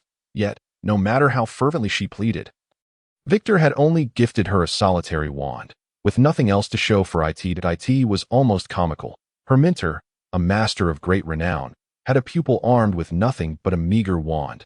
Of course, the time-space portal scroll she had used to escape in a critical moment did not count. Out of nowhere, Phallus found herself recalling Ryan. Perhaps if Ryan were to face Bailey Revis, he could easily triumph over him. Previously, she had spent her time in the Empire, studying magic at the Royal Academy for several years and achieving some modest success under mentor Victor's guidance, which had led her to become somewhat complacent. She had taken pride in the nickname bestowed upon her, the Rose of the Empire, and had often referred to herself as a magical prodigy. Little did she know that she would fall short against Bailey Revis. Despite her loss, she felt a sense of comfort. After all, her opponent was equipped with magical artifacts, while she was merely a girl, and it was not unexpected to be outmatched. Had they both been stripped of their magical gear, she might not have feared him at all.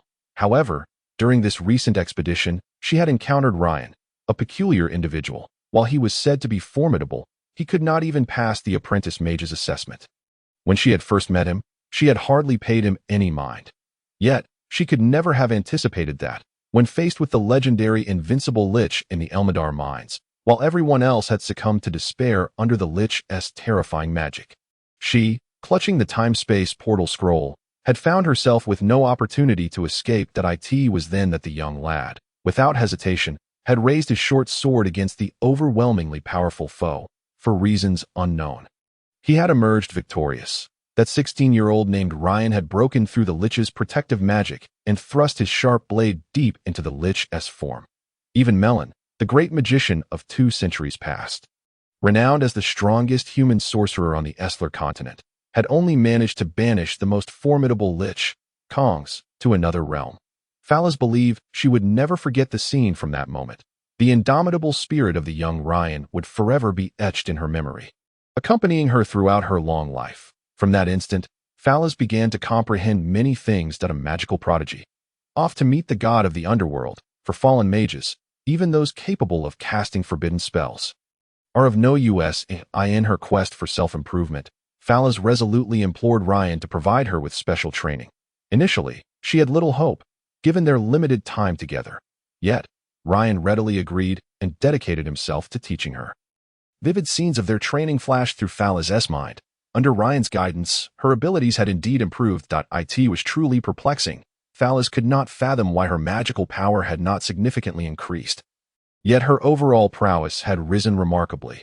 She believed that if she were to confront Bailey Revis now, equipped with her current abilities, she might not necessarily be defeated, perhaps, aside from her unwavering determination. That was Ryan's greatest secret. He was willing to share even his most profound secrets.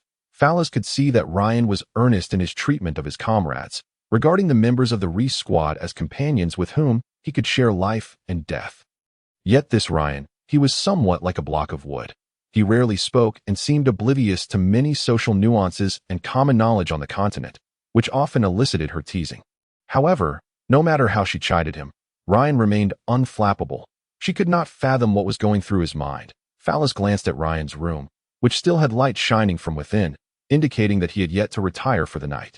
This fellow, during their special training, had taken it upon himself to keep watch over them almost every night, insisting, "You've all worked hard today. Go rest, and I won't be able to sleep anyway, so I might as well take the watch." During that period, Phallus would often find herself drenched in sweat from the exertion, then joyfully bathing in the cool stream before snatching the grilled meats prepared by Ryan from Red's hands.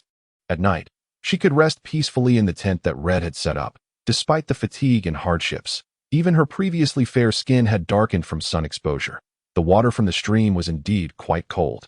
Far from the comfort of a hot bath at home, Ryan's grilled meats, while delicious, could not compare to the culinary delights of the Lion King's pride. Yet, there was an undeniable sense of comfort and warmth. A longing she had cherished since childhood, unexpectedly fulfilled. Phallus touched her slightly flushed face, resolving to summon her courage and step into Ryan's room. Surely, entering a male teammate's quarters could not be more daunting than facing a lich with her sword raised.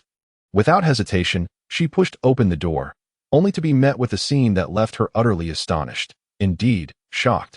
There sat Ryan on the edge of his bed, his hands deftly controlling small orbs of flame and a spark of electricity, which intertwined gently to form an array of shapes. Upon noticing Phallus' entrance, Ryan flashed her a smile, causing the flames in his hands to swell and coalesce into a hazy spherical form.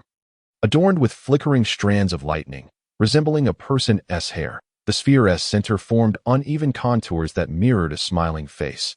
This fiery and electric visage made a valiant effort to smile at Phallus. Yet its expression was far from lifelike. Despite his best efforts, Ryan could not achieve realism, and ultimately, the flame-formed grin faded into the air, enveloped by the electric strands. Phallus rubbed her eyes, then pinched herself vigorously. Ouch! It seemed she was not dreaming. Everything before her was indeed real. Without pausing to contemplate, she dashed forward and grasped Ryan's hands tightly. Ferris gazed at Ryan's hands with a mix of astonishment and scrutiny.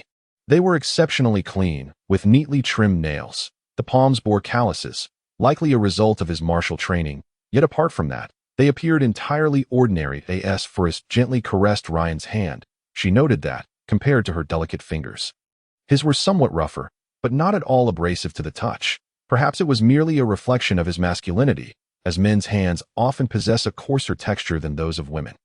Her focus narrowed solely to Ryan's hands as she examined them from every angle, yearning to discover even the slightest distinction. The earlier scene of Ryan conjuring a smiling face with flames and lightning lingered vividly in her mind. Refusing to dissipate, Ryan, feeling bashful, attempted to retract his hand, but Ferris held on tightly, making it awkward for him to pull away at a deep flush spread across his face. This was indeed his first genuine experience of holding a girl's hand, albeit under somewhat forceful circumstances.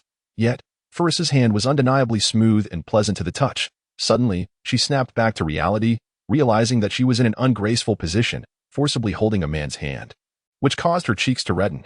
It felt as though she had discarded something unsettling, and she swiftly released Ryan's hand. Caught in a fluster, Ferris stood there, initially contemplating fleeing to escape the awkwardness. However, recalling her purpose for visiting, namely, to apologize to Ryan, she hesitated.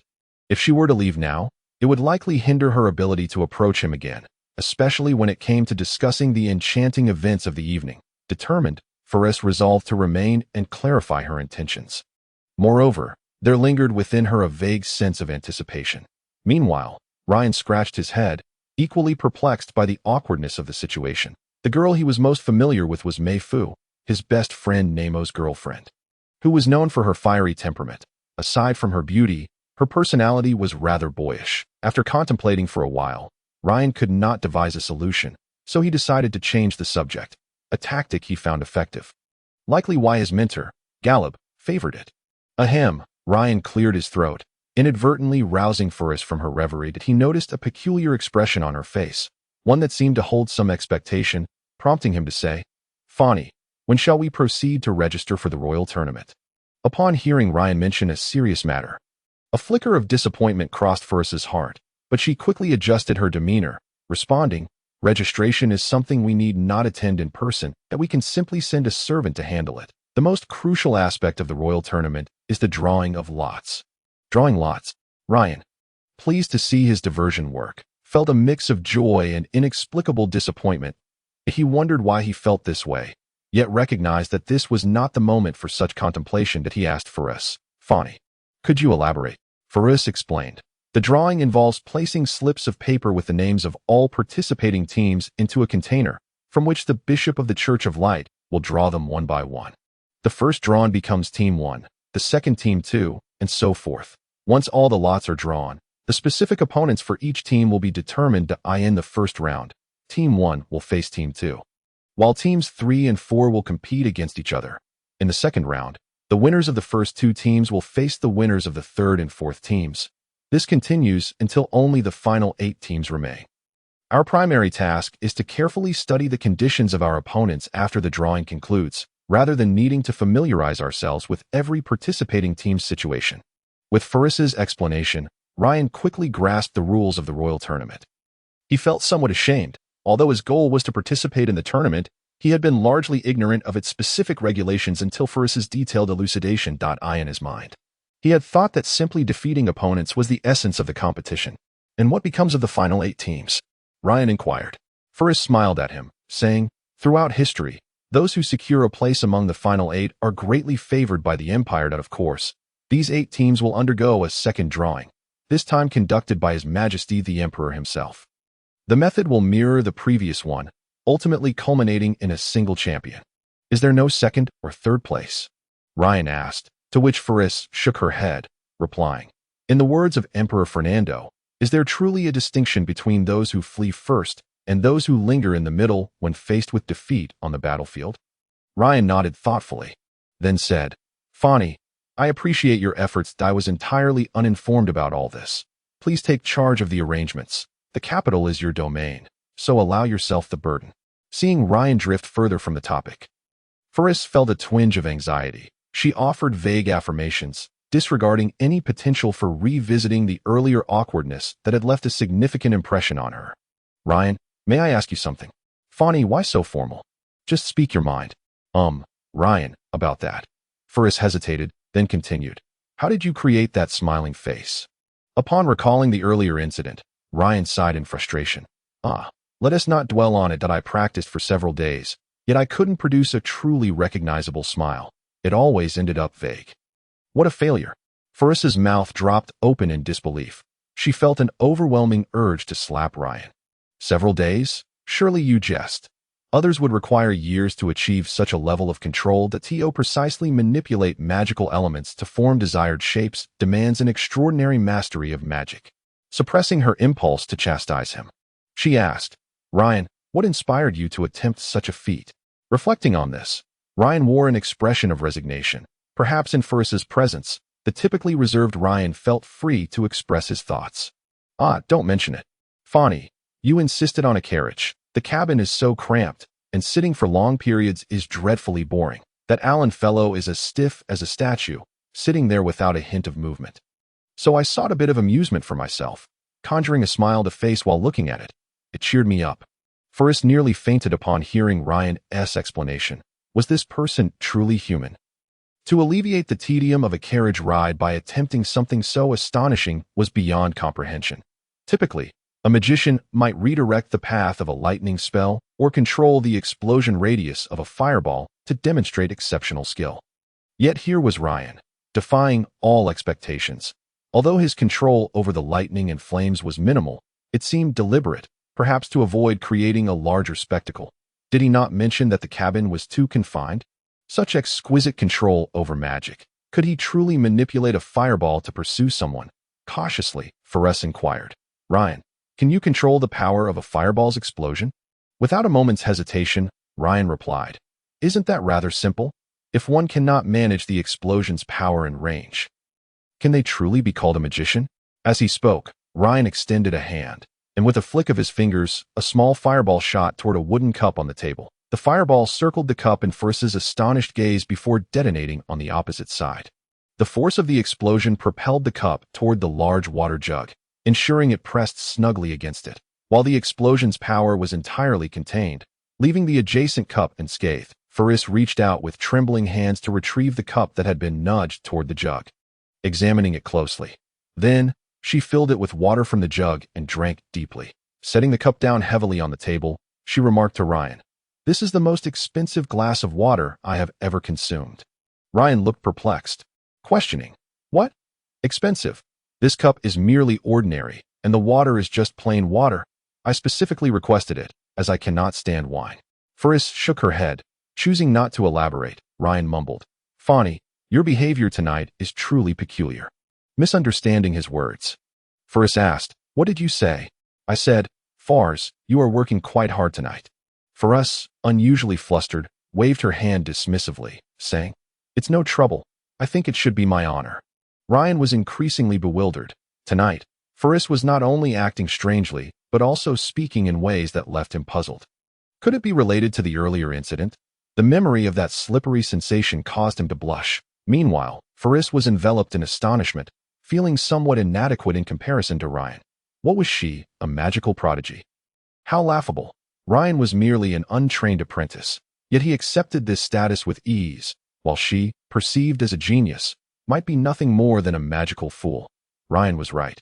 One should remain modest in their endeavors. When one believes themselves to be exalted, it is often merely due to the vantage point of their own perspective. Faris mechanically urged, Ryan, you should rest early. Tomorrow we shall venture to the military camp and conveniently bring my sister back to stay for a few days. Without awaiting a response from Ryan, Faris strode out. Ryan touched his forehead, pondering if something was amiss with Faris. He dared not inquire further into her condition. After a brief moment of contemplation, Ryan resolved to dismiss these perplexing thoughts. Taking a deep breath to cast aside his worries, Faris, moving like a specter, exited Ryan's room. The gentle breeze outside refreshed her senses. Suddenly, she recalled her purpose for the day and quickly turned around, only to find that Ryan's room had succumbed to darkness. That Ryan, she muttered, stamping her right foot in frustration. She wished to utter some harsh words to vent her feelings, but found her heart inexplicably filled with tenderness. Gazing vacantly at the luminous full moon in the night sky, she sighed deeply after a prolonged silence and slowly made her way back to her own chamber. Chapter 74.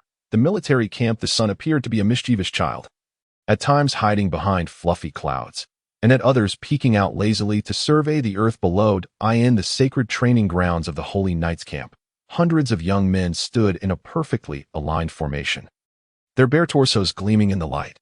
Bacon stood before them and proclaimed loudly, "Tell me, what is required to become a worthy holy knight?" In unison, the youths responded with fervor: humility, honor, sacrifice, valor, compassion, spirituality, integrity, justice. Once they had finished, Bacon declared, "No, that is not the entirety of it." He surveyed the faces before him. Some appeared bewildered, others contemplative, while a few were eager to prove themselves, and still others remained expressionless. Bacon sighed inwardly, reflecting on how these youths fell short compared to his fallen comrades from Sheephorn Town. Each of you standing here, prepared to undergo training to become holy knights, should be able to articulate these 8 principles clearly.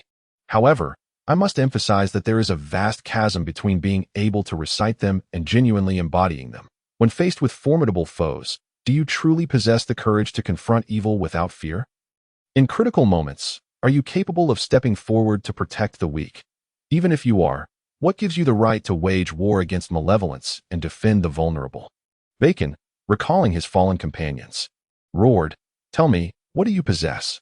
A profound silence enveloped the training grounds. Bacon continued, "Strength. If you intend to protect the weak but lack the power to vanquish evil, it is merely a farce. We do not require tragic heroes.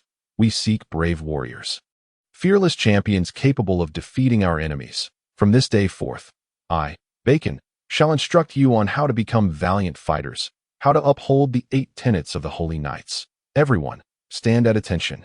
The hundreds of youths immediately stood erect. Bacon stated, "Today's first lesson is to cultivate perseverance. Stand still. No one is to move until I announce the conclusion, if you aspire to become holy knights rather than merely seeking a title. Then stand firm." With that, Bacon gestured, and 8 holy knights clad in golden armor approached from the side of the training ground. They marched in unison to Bacon's side, saluting with a punch to their left chest. Performing a standard knightly salute, Bacon reciprocated, his fist clenched in a knightly gesture, and then he proclaimed, loud enough for the entire camp to hear, "These are the true knights, who once stood alongside me in life and death. And now they stand with you in silence. Do not tell me that you would fare better unarmed against those clad in armor weighing as much as a person." The 8 holy knights turned to face the hundreds of young men, standing straight and silent as though clad in mere leather. The training ground was so quiet that one feared even a fallen coin would resonate loudly. The squire bearing a polearm hastily approached Bacon, saluting with the weapon in his left hand, while lightly striking his left chest with his right fist. "Lord Bacon, there is someone seeking you outside the camp. I recognize it to be Miss Faris. And she mentioned that 2 of your friends have also arrived." Bacon returned the salute and addressed the hundreds of youths. "You may disperse once darkness fully descends." Having concluded, Bacon strode briskly after the squire towards the camp entrance. Faris stood outside the military camp's grand gates, feeling frustrated. Ever since Orlando had issued the lockdown order, No holy knights had ventured beyond the camp's confines, and thus Faris had not entered either, which had vexed her for several days. This time, she came not with the expectation of meeting Orlando, but simply to retrieve her sister. As anticipated, the squire at the gate barred her entry. But many within the camp recognized Faris, leading to the earlier announcement to Bacon. Upon seeing Bacon and the squire approaching her in haste, Faris exclaimed loudly, "Damn you, Bacon! How dare you come to see me? Last time, you forbade me from entering. Let us see what you have to say today." Bacon caught sight of Faris from a distance, and upon hearing her complaints, prepared to respond, only to shift his gaze and notice Ryan and Alinder standing beside her. His eyes brightened. The two youths who had aided him in Sheephorn Town were present. What splendid news! Bacon accelerated, swiftly leaving the squire trailing behind him, reaching Ryan in mere breaths. The squire marveled at his speed. Realizing why Bacon was the captain of the most elite squadron in the knightly order, in a direct confrontation, his opponents would scarcely be prepared before he was upon them. As Bacon approached, a smile spread across Ryan's face. Having made a profound impression on him in Sheephorn Town, Bacon had shown unwavering courage in aiding the weak, unafraid to confront formidable foes while maintaining a calm command during battle. In an instant, Bacon stood before Ryan, ignoring Faris's grievances, and executed a flawless knightly salute. Ryan reciprocated with equal precision, performing the gesture correctly this time, unlike their previous encounter in Sheephorn Town. Bacon playfully punched Ryan's shoulder, grinning, "Ah, you have finally arrived." Ryan shrugged off the friendly punch, replying, "Don't mention it. I've only just arrived in the capital."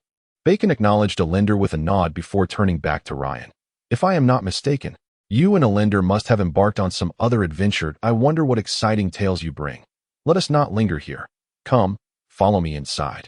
With that, Bacon greeted the squire at the entrance. Taking Ryan by one hand and Alinder by the other, striding confidently into the camp, Faris watched with envy, wishing for the day when she too would be greeted with such honor by the captain of the most elite Royal Knight Squadron.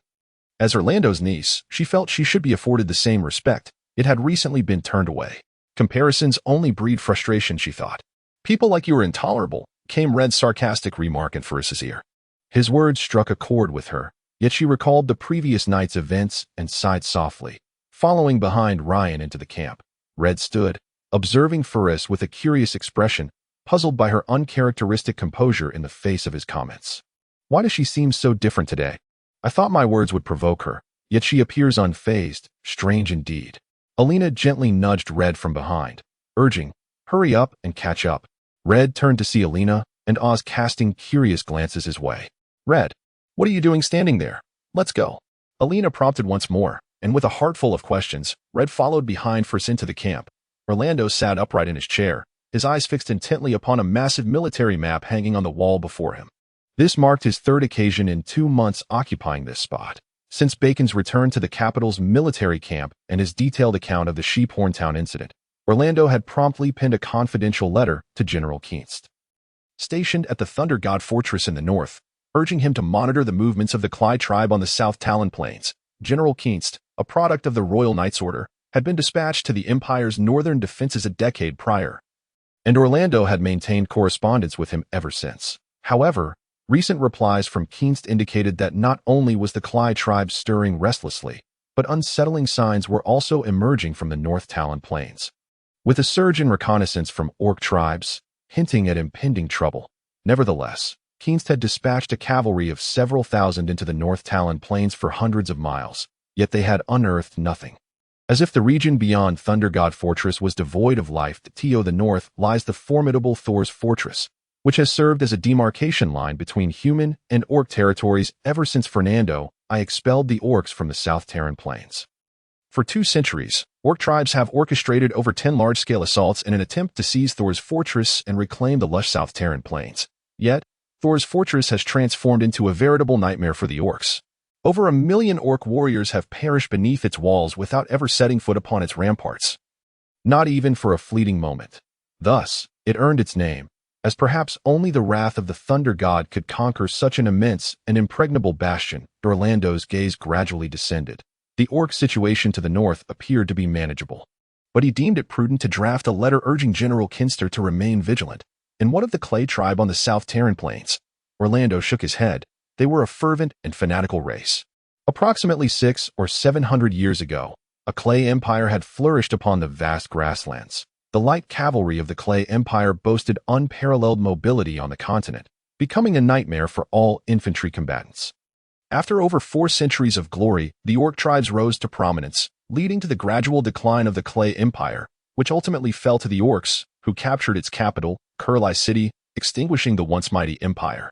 Yet, a group of self-proclaimed royals of the clay empire has perpetually harbored dreams of restoration, though fate has not favored them. The northern plains are under the dominion of powerful orcs. The west is beset by continuous mountain ranges, and the east is met by the sea, none of which are conducive to a horse-riding civilization. Consequently, they were forced to gradually migrate southward, where 4 formidable nations existed at the heart of the continent. Embroiled in mutual conflict, the remnants of the clay tribe, striving for survival, were compelled to become mercenaries, frequently hired by these warring nations. That a century of incessant warfare directly resulted in a sharp decline in the continent's population and gradually depleted the strength of its nations. Just when the clay people thought restoration was within reach, the undead legion emerged unexpectedly at the continent's weakest moment. It was as if, overnight, millions of skeletal warriors swarmed the western kingdom of Dianes. And within a month, the renowned heavy infantry of Dianes quickly succumbed. Clearly, even the mightiest heavy infantry requires respite and cannot sustain continuous combat for an entire month. In the Valley of Sorrow, the king's elite guard of Dianes stood resolute against enemies 50 times their number, ultimately perishing and composing a tragic chapter. Following the defeat at the Valley of Sorrow, the kingdom of Dianes faded into the annals of history. Later, Fernando I vanquished the undead legion and expelled the orcs from the South Terran plains. At that time, Fernando I commanded a force of over 30,000 clay light cavalry, promising them that once the war concluded, they would be allowed to return to their homeland and freely choose their preferred way of life. However, the entire continent could only be governed by the Holy Empire. Not only the clay tribe but also the remnants of all other nations could return to their homelands, albeit only with autonomy and no sovereignty. It seems that after 2 centuries of recuperation, these clay individuals have once again become restless. That a few days ago, Orlando received intelligence that the pro-empire chief of the Creole tribe had suddenly fallen ill, and his kin had all become subjects of the clay tribe's spiritual leader, Chief Abdul. Perhaps it is necessary to dispatch a detachment of the royal knights to visit the clay tribe. 200 years ago, we united against the undead legion and the orcs, forging a profound friendship. It is certainly essential, 2 centuries later, to enhance our understanding and solidify our camaraderie, Orlando mused, having addressed the potential threat from the north. Orlando exhaled deeply and turned his attention to the southern city of Secretary. The rebellion in the territory of Senate had long been apparent to Orlando, yet as long as the lords of each territory did not contravene the laws of the empire or explicitly raise the banner of rebellion, Orlando, as the highest military officer of the empire, could not intervene. When the undead legion swept across the continent, leaving desolation in its wake, the Holy Alliance emerged victorious, and the continent faced a daunting task of reconstruction. Fernando I, left with no choice, adopted this feudal system. However, 2 centuries later, it had become a hindrance to the empire. Orlando lamented, although His Majesty, Fernando XIII, is young, he is astute and energetic, certainly capable of becoming a restoring monarch. When that time comes, I shall wholeheartedly assist him in clearing the thorns from his crown and restoring order throughout the empire. However, it appears I have underestimated the situation. Orlando did not shy away from acknowledging his oversight.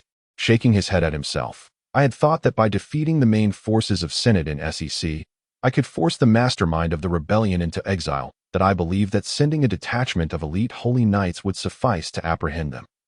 Thus, after the battle in SEC, I appointed the most fervent and devoted Captain Bacon to pursue Senate. A long pursuit requires persistence and conviction. Captain Bacon could undoubtedly rise to the occasion. Yet, regrettably, I underestimated Senate's potential. According to the intelligence at hand, Senate has never had any direct or indirect contact with the pastoralists of the South Terran Plains. Yet, the mayor of Lamhorn Town has become an accomplice of Senate. Was this a premeditated trap laid by Senate, or was he merely a transient hireling? Our side is weary, having engaged in continuous combat from SEC to Lamhorn Town, unfamiliar with the conditions of the plains and the terrain surrounding Lamhorn Town. Senate has seized upon this vulnerability. Regardless, if we stand idly by while Senate slaughters civilians, the honor of the Holy Knights will be tarnished.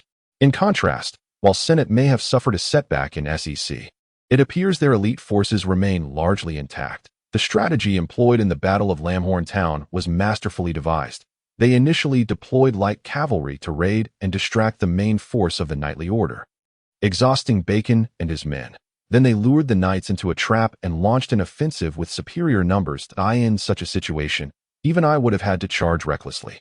Orlando rose from his seat and approached the map, lightly tracing several locations described by Bacon with his right index finger before clenching his fist and striking the map with force. A deadlock, Orlando thought to himself. If I cannot detect the situation in advance and am led like a lamb to the slaughter outside Lamhorn Town, I can only resort to brute force. Even if I had some inkling, when Senate began its massacre of civilians, I would still have to charge forth with determination. This Senate possesses such cunning. He must not be underestimated. As Orlando pondered, the voice of a guard interrupted from outside. Captain Orlando, Captain Bacon has arrived with several adventurers, and your sister, Miss Ferris, is with them. Orlando's thoughts were abruptly interrupted. He gently pulled aside the curtain to conceal the military map on the wall and called out, "Please let them in." No sooner had he spoken than the door was kicked open, and Ferris flitted into the room like a small bird, diving into Orlando's embrace. "Brother-in-law, I have missed you dearly." Orlando gently patted Ferris on the head, saying, "I fear you must despise me in your heart." Ferris whined, "Not at all. I haven't seen you and sister for over 6 months. Every time I arrive at the military camp, some people never allow me to enter." At this, Ferris cast a sidelong glance at Bacon, who had just entered behind her. Orlando burst into hearty laughter, saying, "You claim there are no grievances in your heart, yet the moment we meet, you begin to complain." Ferris retorted, "Brother-in-law, you are so biased, not at all on my side." Orlando chuckled and shook his head, replying to Ferris, "Enough, Fani. This order was mine, and it was not Bacon's doing." Ferris asked curiously, "Brother-in-law, what is happening? It seems things have been tense lately."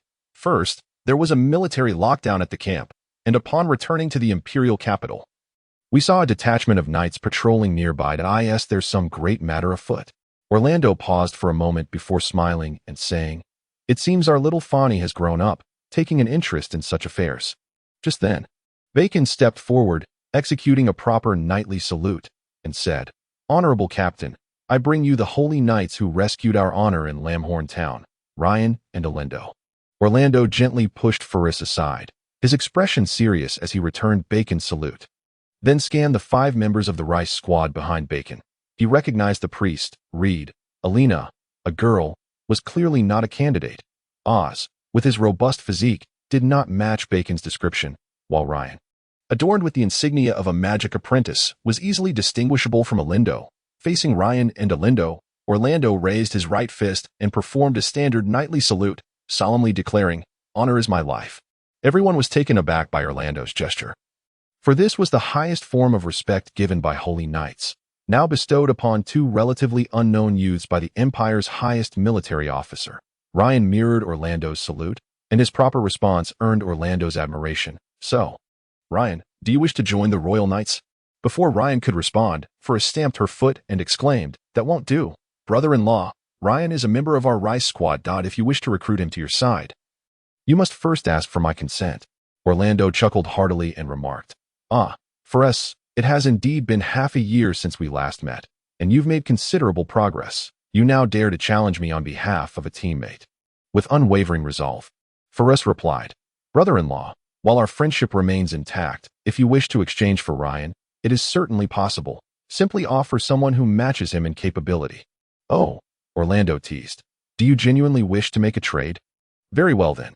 How about I exchange Bacon for him?"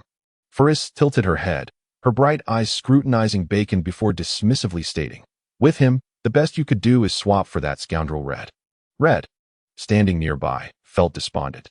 Is it really necessary to berate me for a mere jest at the military camp entrance? How petty she is to belittle me in front of Orlando. Truly, all women possess a certain pettiness. It seems I must avoid offending them in the future, especially this little lady, Ferris. Orlando inquired, "So, Captain Bacon can only be exchanged for Red. Then I must ask, who would you propose to swap for Ryan?" Ferris explained, "Ryan is the captain of our lay squad. If you wish to make an exchange, You should offer the leader of the knights." This statement left Orlando and Bacon utterly astounded. Bacon exclaimed in astonishment, "Isn't the Lays squad something you and Red established? How then has Ryan become its captain?" First retorted, "This is an internal matter of our Lays squad. It is not your concern." Captain Bacon. Bacon, feeling thwarted, shook his head in resignation, thinking, "Ferres is indeed quite stingy. Is it really such a big deal that I didn't allow you entry to the camp a few times? I was merely following the captain's orders." Orlando scrutinized Ferres's expression, which was grave and seemed devoid of jest. After a moment's contemplation, he remarked, "Perhaps it is best to let this matter rest. A sudden change in roles might leave everyone feeling disoriented." Suddenly, Ferres donned a radiant smile and proposed to Orlando, "Brother-in-law, it has been ages since I last saw my sister. Father misses her dearly. Why not allow me to bring her home for a few days?" Orlando nodded in agreement. "That sounds reasonable. I have been rather busy lately and cannot attend to her. Sophie must be feeling quite bored. A short visit home would do her good." Ferres shot a sidelong glance at Bacon and provocatively remarked, "But she hasn't been here for half a year. How could she possibly remember the way?" Orlando, with an exasperated look at Bacon, called out, "Captain Bacon." Bacon immediately saluted, responding, "At your command, my lord." Orlando turned to Ferres and suggested, "Why don't you take Miss Ferres on a tour of the military camp?" Observing the triumphant smile on Ferres's face, Orlando whispered, "This little one cannot be trifled with. Use this opportunity to let her vent, and perhaps future encounters will be less troublesome." Bacon declared loudly, "As you wish, my lord." He then performed a knightly gesture towards Ferres, saying, "At your service, milady." With a victorious smile, Ferres took Alina by the hand and exited, while Bacon followed closely behind. Orlando shook his head, addressing the remaining gentlemen. "My sister is quite the mischievous one. I hope you all can forgive her antics." Oz plopped down onto a chair. Producing an exquisite bottle from his coat and gesturing towards Orlando, asked, "Care for a sip? It's exquisite Bordeaux." Orlando shook his head, replying, "I do not drink. It clouds my thoughts." Oz disregarded the others and savored the Bordeaux. Orlando smiled. Recognizing Oz as a forthright warrior, he gestured to the nearby chairs, inviting everyone to take a seat. Once they were settled, Orlando cheerfully addressed Ryan. "Ryan, regarding the events in Sheephorn Town, I shan't burden you with excessive gratitude. Saving the honor of the Sacred Knights cannot be expressed in mere words. Should you ever face difficulties, do not hesitate to seek me out. The insignia Bacon provided will grant you direct access to me." Ryan nodded, replying, "You need not be so formal, my lord. Alan and I merely did what was expected in Sheephorn Town. It is not worthy of praise. However, I hold you in high esteem. Even in my remote hometown, tales of your deeds circulate widely." Orlando chuckled. "No need for such titles of my lord or you. I am considerably older than you. Why not address me as elder brother? Would you care to add 2 more brothers to your ranks?" Ryan and Alan quickly responded, "It would be our utmost honor." Red, already familiar with Orlando, was aware that his mentor, Archbishop Ibel, had been a guiding light for Orlando in his ascent from knight to holy knight. In truth, they could be considered brothers. Red, although respectful towards Orlando, felt joy at seeing Orlando acknowledge Ryan and Alan as brothers. Despite his penchant for showmanship, Red was not inherently self-centered. Perhaps this behavior stemmed from his years of rigorous training at the Cathedral of Light. Even when Orlando ascended to Holy Knight, he had only undergone 3 years of austere study there. Orlando nodded at Red, signaling him to make himself comfortable, then turned to Ryan and Alan, saying, "Brothers Ryan and Alan, I hear from Bacon that you are here in the Empire to participate in the royal tournament. Have you registered yet? Is there anything I can assist you with?" Ryan replied, "We have joined Ferris's Lay's squad to compete in this tournament." Orlando acknowledged, "My sister, though sometimes a bit willful, is quite competent among her peers. That I hope you achieve commendable results this time. With Ferris at the helm, I trust all will be arranged properly, and I shall have little to worry about." Alan interjected, "Brother Orlando, I heard the royal tournament permits only 5 participants per team. Our squad currently has 6 members. What shall we do?" Orlando chuckled. "Indeed, each team can only field 5 members in a match. However, as the tournament progresses, teams often face various issues, such as injuries or a mage's magic not being fully restored. Therefore, each team is allowed 1 substitute, making a complete team consist of 6 members. To ensure fairness, no team can exceed 6 members. Otherwise, the Royal Knights would have an unfair advantage, haha." Ryan and Alan joined in the laughter, realizing that the Royal Knights numbered in the thousands. If they rotated their members without losing, each match would feature a completely fresh lineup, creating an imbalance for other teams. Orlando continued. For each match, which members participate is up to the team's discretion. However, once the roster is finalized before the match, no changes can be made. Even if a member cannot participate, it is simply bad luck on your part. Ryan nodded, saying, in that case, the lay squad need not worry about anyone being unable to compete. I was quite concerned about that. Orlando recalled Faris's earlier words and inquired, Ryan, are you now the captain of the lay squad? Ryan affirmed, yes, in Elmida City, Faris insisted I take on the role that I saw it as a challenge and agreed. Orlando felt a twinge of doubt. His sister, known for her pride and often referred to as the Rose of the Empire, was indeed beautiful, yet her thorns were many. An apt reflection of her character. To his surprise, Faris willingly relinquished the captaincy to another.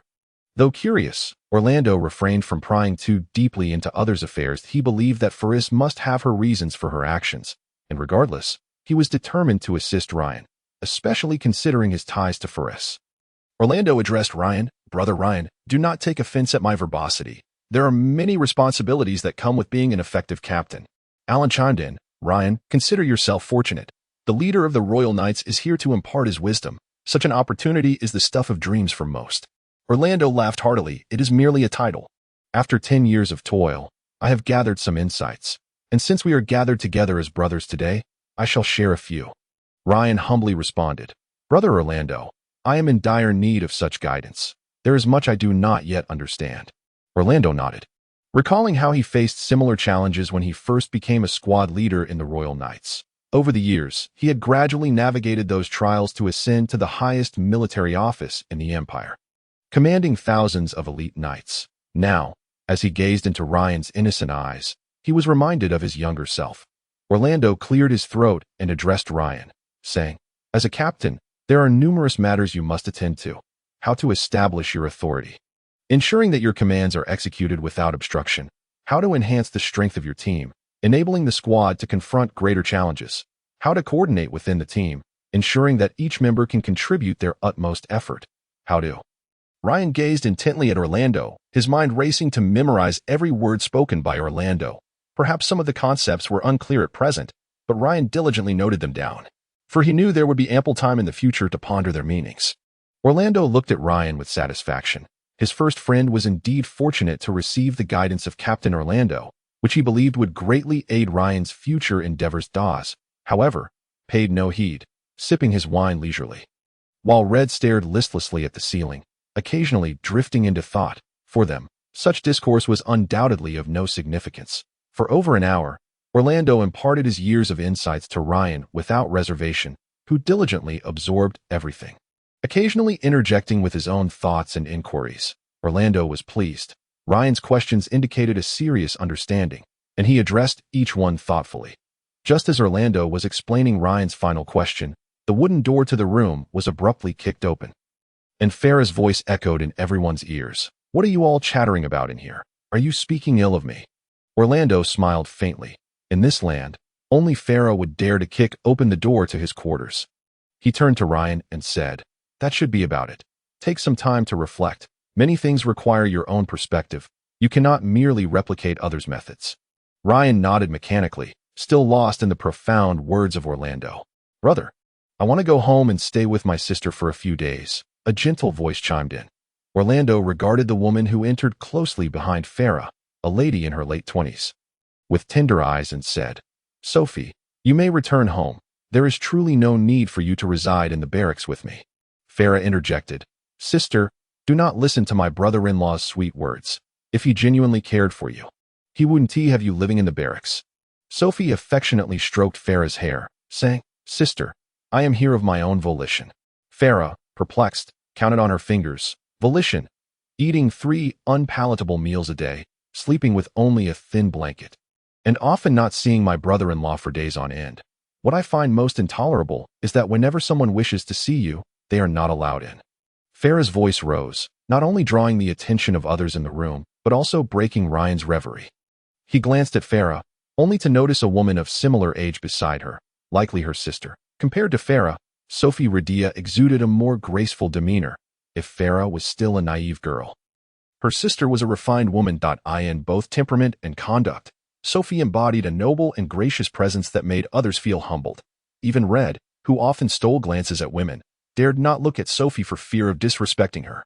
Sophie spoke in a gentle voice, "Sister, being with the one you love, even if it is a bit difficult, fills your heart with sweetness." Farah shook her head. "I do not understand, but I cannot bear to see you suffer." "Sister." Sophie smiled softly, reassuring Farah. "All right, dear sister, there are many eyes upon us." Farah glanced around, realizing that discussing such matters endlessly in front of others was inappropriate. She stamped her foot and said to Orlando, "Brother-in-law, now that sister is here to help you, I shall let it slide this time." Orlando gazed at Sophie with an extraordinarily tender and affectionate look, as if to say, "You have endured much." Sophie returned his gaze with determination, as if to reply, "I am here willingly." Their eyes silently conveyed their feelings, followed by shared smiles. Farah sighed. "It's nearly noon. Let us return home, where we can have lunch together. Brother-in-law, you should join us." Orlando gently shook his head. "I have matters to attend to shortly. I likely cannot return to dine with you all." Sophie softly added, "Brother, do remember to eat on time, and do not stay up too late. It is detrimental to your health." Sophie had many reminders for Orlando, but Farah, growing impatient, interrupted, All right. It's not a farewell. We will have plenty of time to talk later. Everyone is hungry. Besides, brother-in-law is almost 40. He is no child. Must you manage his meals and sleep as well?" Everyone chuckled at Farah's remarks, and Orlando conceded, "Very well, no more discussion, that I shall see you off." Orlando personally escorted them to the door. Along the way, every soldier who spotted Orlando saluted him sincerely, and he graciously returned each gesture. This demeanor left Ryan feeling envious, wondering when he might possess such grace. Upon reaching the barracks entrance, Orlando paused and addressed everyone. "I can only accompany you this far. I have issued an order that no one may leave the barracks without permission." "This rule applies to me as well." Farah replied, "Understood, brother-in-law. Who doesn't know you lead by example and are approachable?"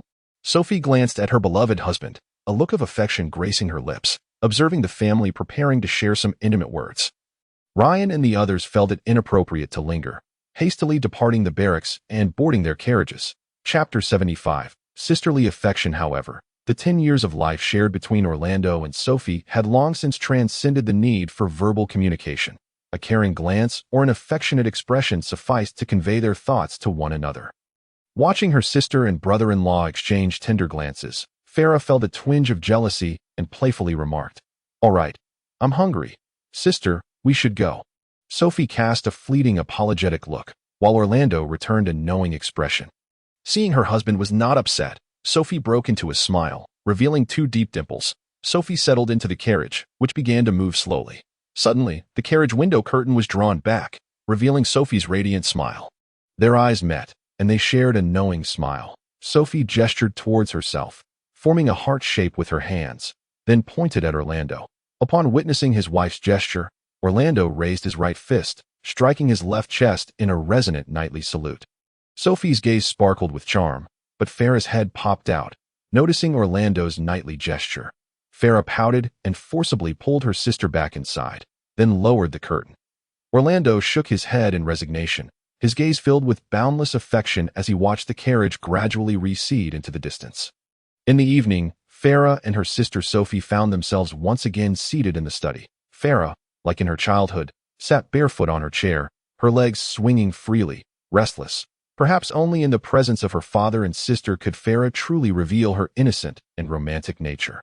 Sophie, clad in a nightgown, picked up a book she often read in her youth, lazily reclining against the back of another chair, her alabaster fingers delicately turning the pages, producing a sound reminiscent of flowing water.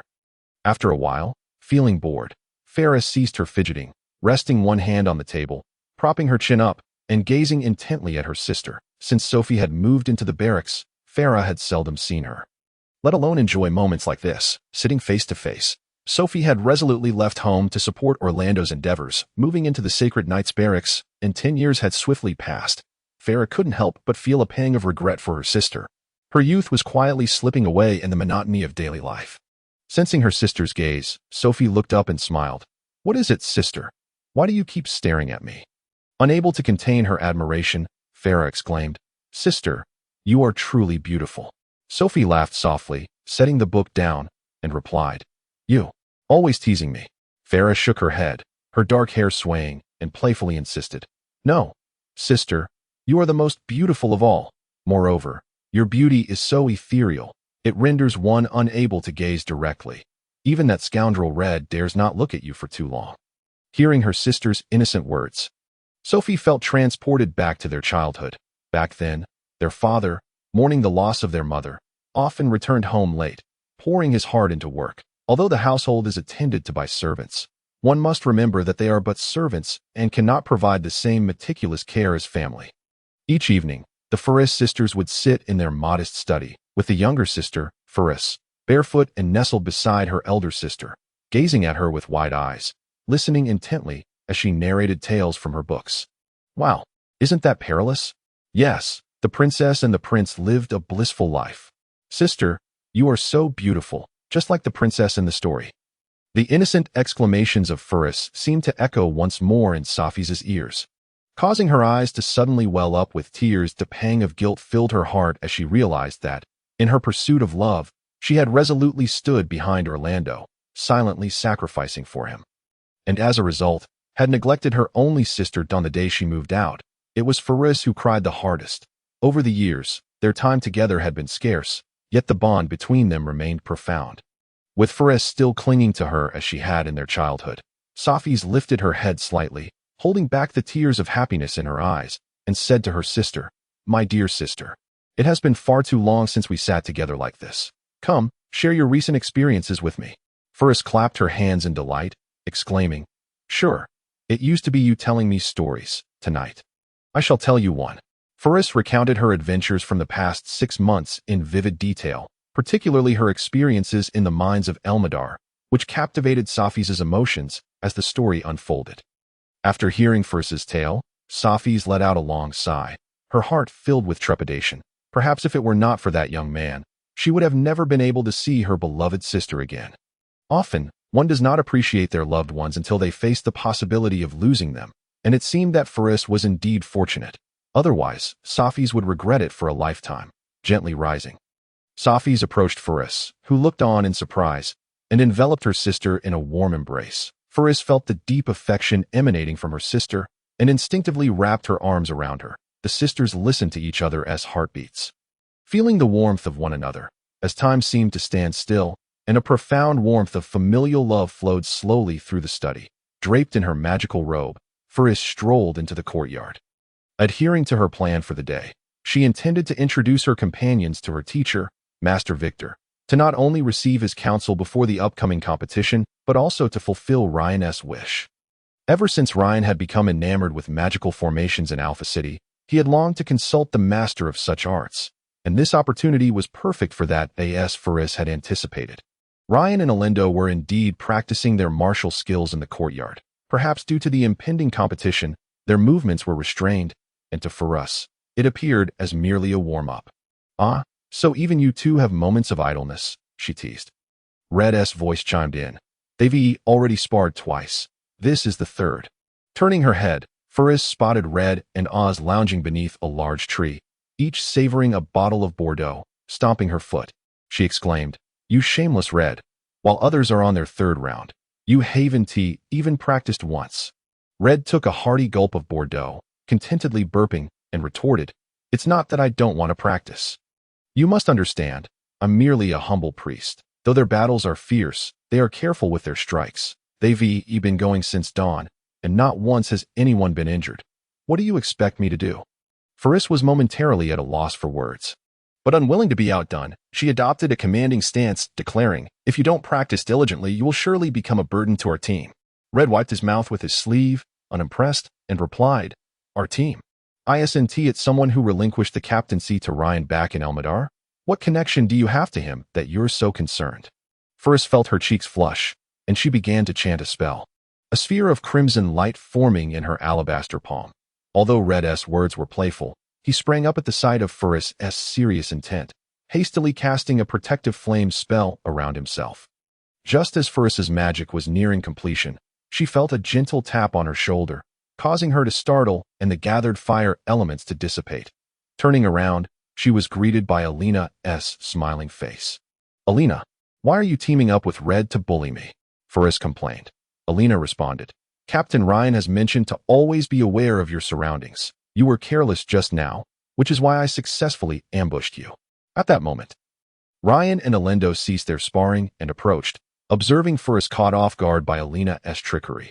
Ryan shook his head, saying, "Faris, you've let your guard down. The moment Red provoked you, you lost your vigilance." Taking a deep breath, Faris gradually suppressed her feelings of indignation and admitted, "Yes, I was indeed a bit careless. I apologize." Ryan smiled. "No need to be so hard on yourself. With the competition approaching, it's best to remind each other of any mistakes. However, we must each also be vigilant and not solely rely on our teammates to be. By the way, I consulted with Brother Orlando yesterday, and he clearly informed me that for this competition, we can have one substitute, meaning one of us six may not participate." Alina inquired, "Who might it be? Is it Red? He seems so unconcerned that perhaps he has known all along he wouldn't be participating." Red rolled his eyes, thinking to himself how rude that little girl was. Does she not realize that he, Red, is a priest and highly sought after in other teams? Could it be that even someone of his sacred profession might not get a chance to participate? Ryan clarified, "It's not predetermined who it will be. We will decide based on the draw. Now, let us not dwell on that. Let us grab a bite to eat first, and then we can." Faris interrupted eagerly. "Head to the Royal Magic Academy." As they walked along the tree-lined path of the Royal Magic Academy, Alina and Faris chattered incessantly, while Red and Oz trailed behind, sipping their Bordeaux. Ryan and Alendo walked in the middle. It was Ryan's first visit to such a prestigious magic academy, and he was filled with curiosity, although Ryan had studied magic under Master Drenai for several years. His adventures outside, particularly his acquaintance with the novice magician Faris, had led him to realize that his approach to learning magic diverged significantly from that of traditional magicians. Thus, he was eager to see the Royal Magic Academy where Faris was enrolled. Suddenly, Faris dashed towards a middle-aged man across the way, startling Ryan, who feared she had encountered an enemy.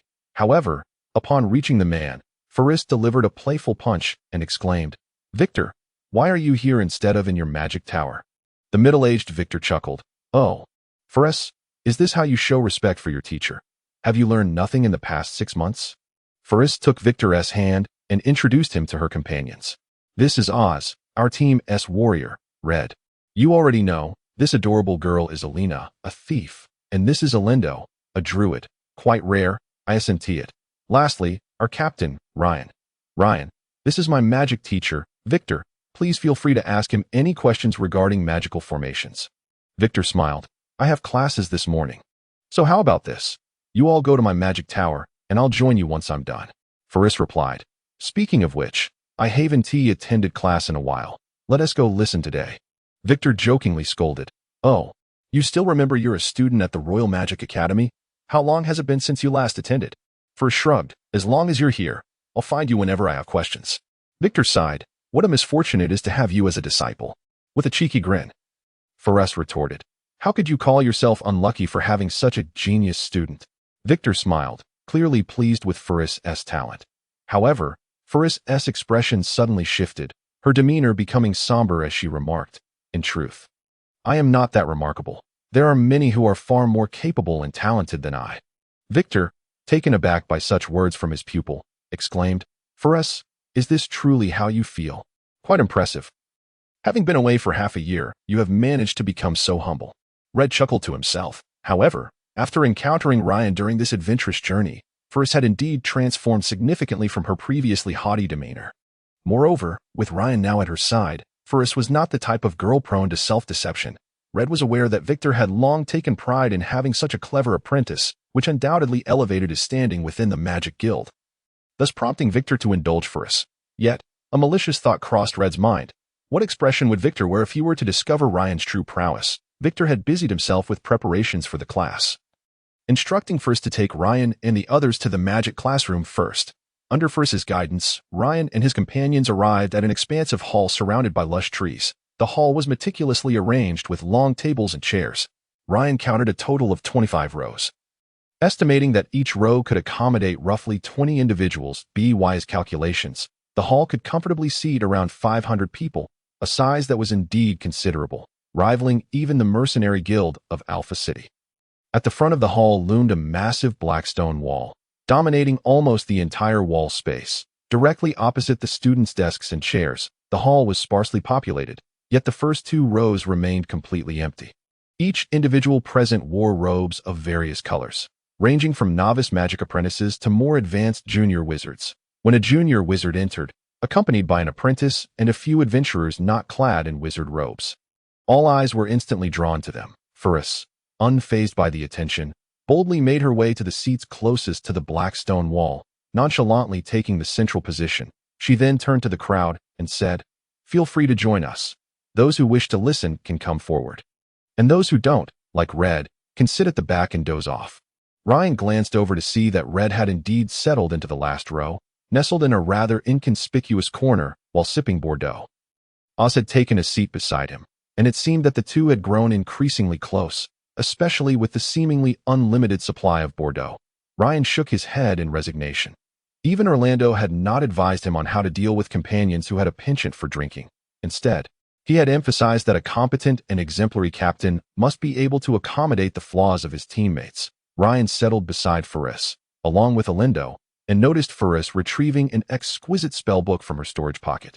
Placing it upon the desk before her, reminiscent of the one Fligimi had gifted him, Ryan casually inquired, "Ferris, you have a spellbook too?"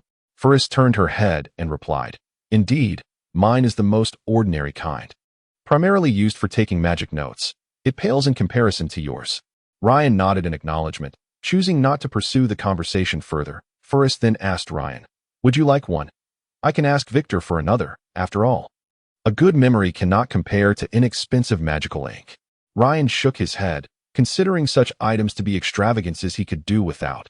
Their conversation had not been particularly discreet, and many around them had overheard. In the third row behind Ferris, a young male student clad in an apprentice robe, appearing to be around 11 or 12 years of age, curiously asked a fellow student, dressed as a junior wizard, "Senior, may I inquire who that lady in the front is? How dare she sit in the front row? Aren't only teachers or esteemed guests allowed there?" The junior wizard glanced at his younger companion and replied with a hint of disdain, "A newcomer, I presume." The apprentice's face flushed with embarrassment as he admitted, "Yes, I'm a freshman this year, still memorizing those towering tomes." The junior wizard cautiously surveyed Ferris in the front row, noting that she seemed oblivious to their conversation, and then whispered to the apprentice, "You're in luck today. You get to see 2 of the legendary 10 figures of our academy." "Curious," the apprentice asked. "The legendary 10? Is it the great Mage Melon?" The junior wizard could not help but knock the apprentice lightly on the head, exclaiming, "Fool! Even after 5 years, you'll still be nowhere near becoming a junior wizard. Mage Melon is one of the 7 heroes. Figures from our academy cannot be compared to him." The apprentice protested, "Senior, I am asking because I don't know. There's no need to be rough. You've tarnished the dignity of a wizard." The junior wizard paused, quickly explaining, "Your reasoning is utterly illogical. It nearly drives me mad. Otherwise, I wouldn't have resorted to force. Wizards should resolve matters with spells, not with physicality." The apprentice eagerly urged, "Senior, class is about to start. Please tell me about these legendary figures." He thought, "Using spells to settle this. You're at least a level 2 wizard, while I can't even cast a magic missile. I'd be lucky if I only ended up with a bump on my head." The junior wizard replied, "Time is short, so I'll only speak of the 2 figures you'll see today. Point 1 is the esteemed teacher, Mage Victor, who will be lecturing shortly." The apprentice remarked, "I've only heard that Mage Victor is an excellent instructor, which is why I sneaked out to listen. I still need to memorize the compendium of magic later." The junior wizard reassured him, "You've made the right choice today. There are not just magic apprentices in attendance. Look around. There are apprentices from all 3 years, as well as ourselves junior wizards, and even some who are already junior mages. Occasionally, we even see intermediate mages attending lectures." The apprentice asked, "Is Mage Victor really that good of a lecturer?" The junior wizard explained, "Mage Victor's lectures are insightful and thought-provoking, often providing profound inspiration, which is why so many come to listen. As for how good they are, you'll find out shortly. Now, let us discuss the second figure." At this point, the junior wizard discreetly glanced at Ferris in the front row and lowered his voice. saying, "The second figure is the lady in front. She is our Academy's prodigious mage, having ascended to the rank of junior mage in a mere 5 years, and she is a dual-element junior mage. Meanwhile, others take at least 7 years to reach the junior mage level, and over 10 years for dual element. Just look closely. Among the junior mages present today, they are all well over 20. Aren't they?"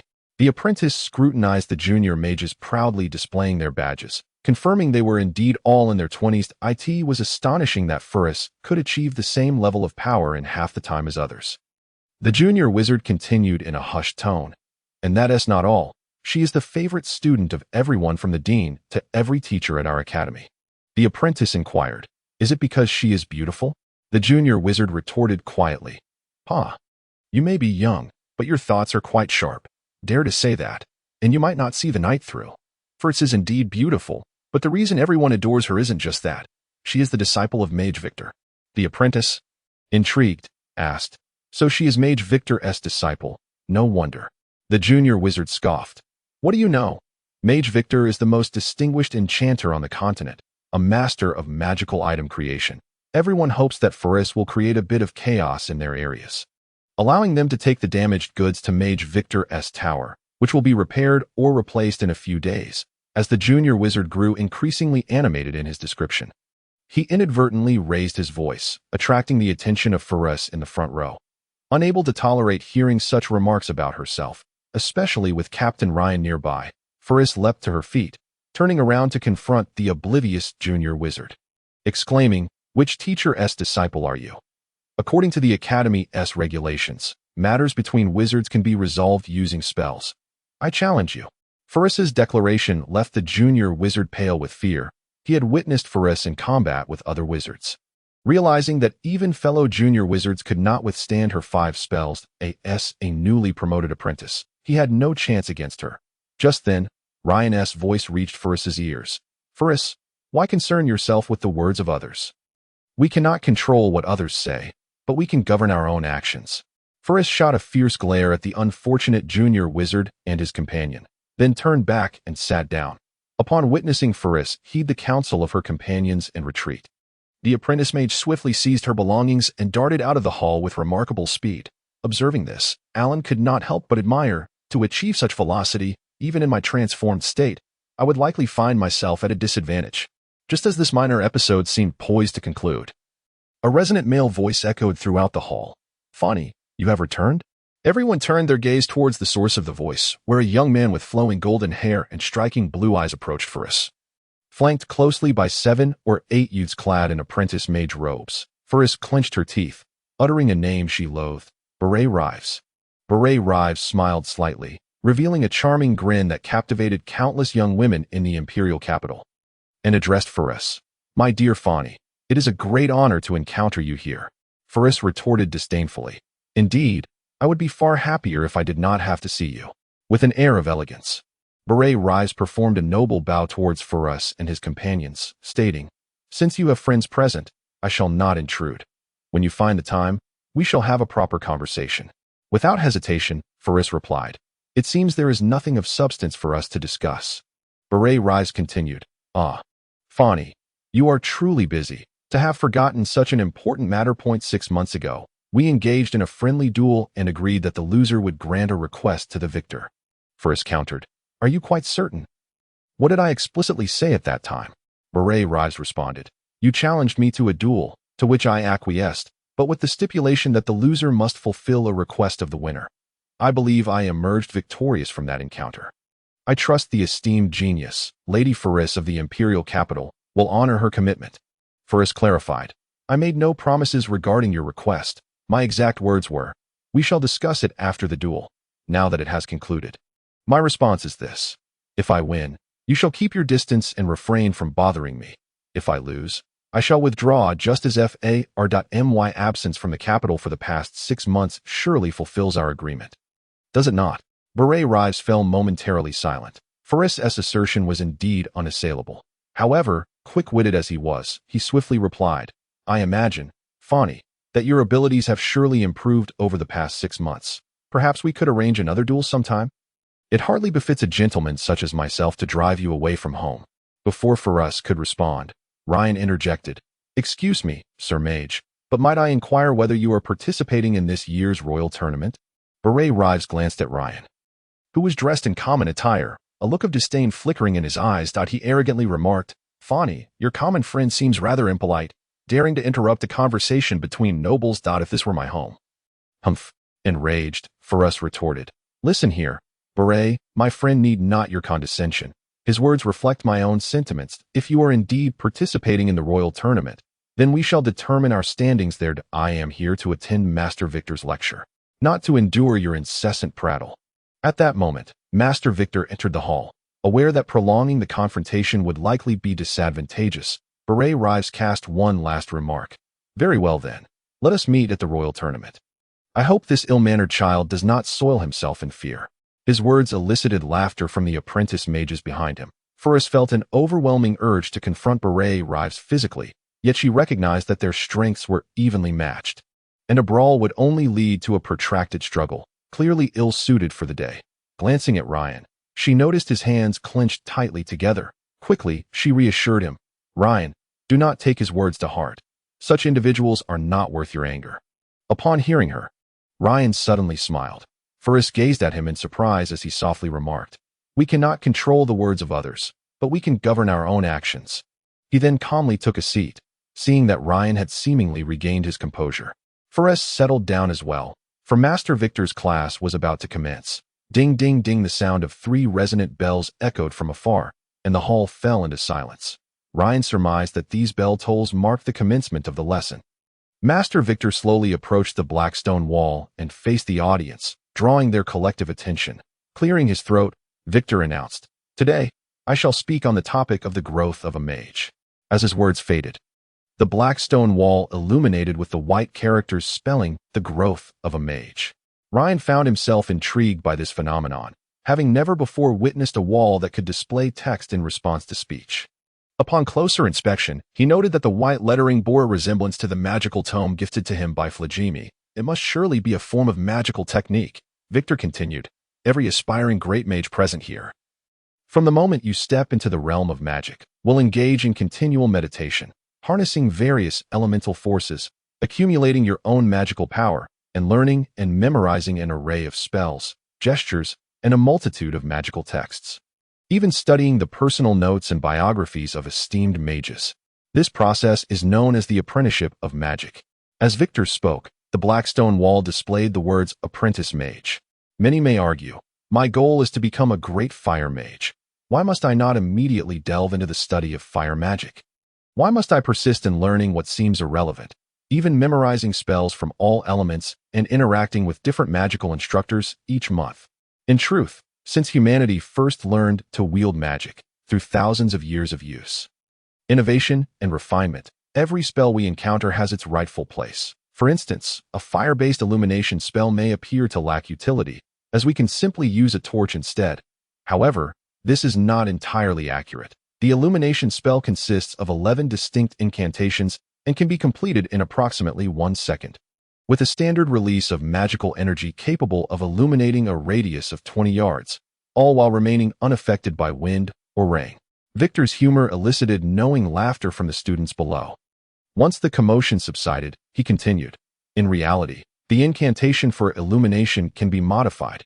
Allow me to demonstrate a variation of the illumination spell. I urge you all to pay close attention. His words piqued the curiosity of the audience. Eager to witness how such a basic illumination spell could transform, they widened their eyes, fixated on Victor. Suddenly, a blinding light erupted from him, overwhelming and intense, rendering the audience's vision momentarily obscured, throwing the hall into chaos. After approximately 20 seconds, their sight gradually returned, and the hall quieted once more. Victor, with a knowing smile, remarked, How was that? The effect of this illumination spell is rather impressive, wouldn't you agree? By incorporating 22 additional characters into those 11 incantations, I transformed a gentle glow into a sudden burst of light, leaving everyone momentarily blinded. Given that the standard casting time for a fireball spell is 5 seconds, I could have unleashed 4 such spells in that time, I dare say. If I were an enemy, there would be little left of this hall. Remarkably, even the illumination spell can be so varied. Does that not imply that the possibilities for magic are endless? Oh, when will I be able to innovate my own spell? Wow, this technique is truly formidable. It would be perfect for a surprise attack next time. The students buzzed with excitement, their voices rising in the hall.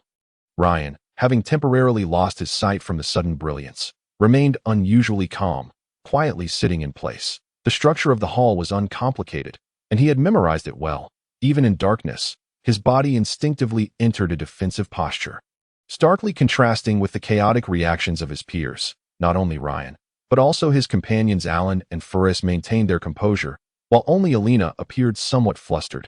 However, Ferris swiftly grasped her arm, bringing her immediate tranquility. This scene did not escape Victor's notice, and he found himself viewing Ferris and her companions with newfound respect. Not everyone possesses the ability to remain unflustered in the face of danger. Victor paused for a moment, allowing the crowd to gradually quiet down before continuing. All right, I merely provided an example earlier, but do not hastily imitate. One must understand that altering incantations without a thorough familiarity with the fluctuations of the fire element may lead to complications, potentially resulting in self-harm. On the black stone wall behind Victor, beneath the words Magic Apprentice, a line of small text appeared. Do not attempt to modify spells until you have mastered the magical fluctuations.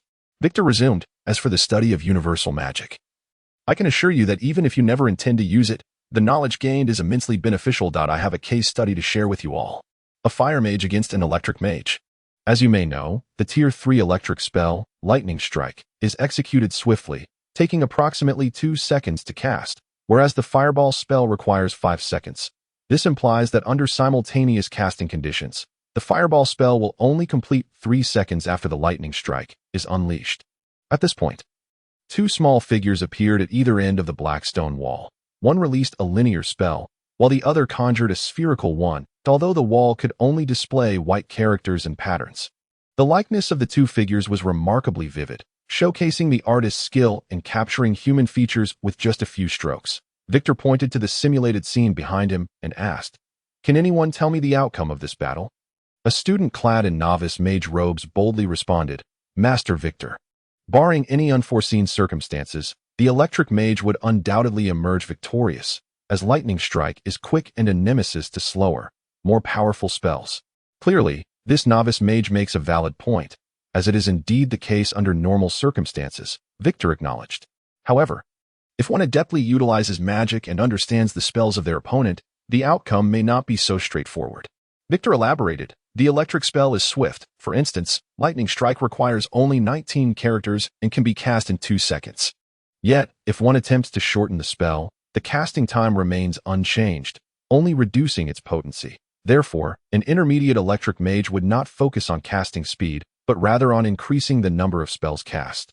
Conversely, fire spells possess greater power. For example, Fireball requires 50 magical characters. However, by omitting certain components of the incantation, the casting time can be reduced by over 30%, albeit at the cost of diminished power. Such modifications are generally futile, but against an electric mage, they can prove advantageous. Victor paused deliberately, granting the audience time to contemplate. Ryan and Alindo exchanged glances, pondering if it was merely a coincidence that Victor's example mirrored Ryan's encounter with the rogue mage. Vale, in Sheephorn Town, Victor continued, were I the fire mage, I would initiate with a modified version of the fireball, prioritizing a quicker release time over raw power. This way, it could be cast in just over 3 seconds. He then gestured towards the 2 white figures on the black stone wall, instructing, please observe the demonstration. The figures moved slightly. The left one released a linear spell, and as it reached the midpoint between them, the right figure cast a spherical spell, resulting in a collision as the 2 magical forces met. Victor explained, Lightning Strike and Fireball are not of the same magical school, thus their energies do not cancel each other out, leading to an explosion upon contact. The resulting flames can obscure the electric mage's line of sight. We know that without a clear view of the target's position, the electric mage cannot effectively cast Lightning Strike. Consequently, the fire mage gains invaluable time to release a complete fireball before the fiery barrier dissipates. Fireball does not require an exact location for targeting.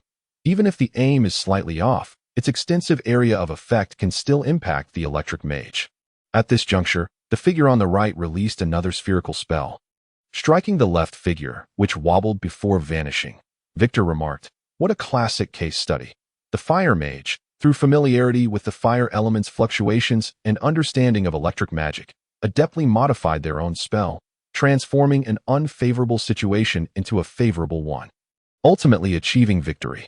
The audience began to murmur excitedly about Victor's example. Ryan and Alindo exchanged glances once more, contemplating whether this was merely coincidence, as the techniques employed in the example were precisely those Ryan had utilized against the rogue mage.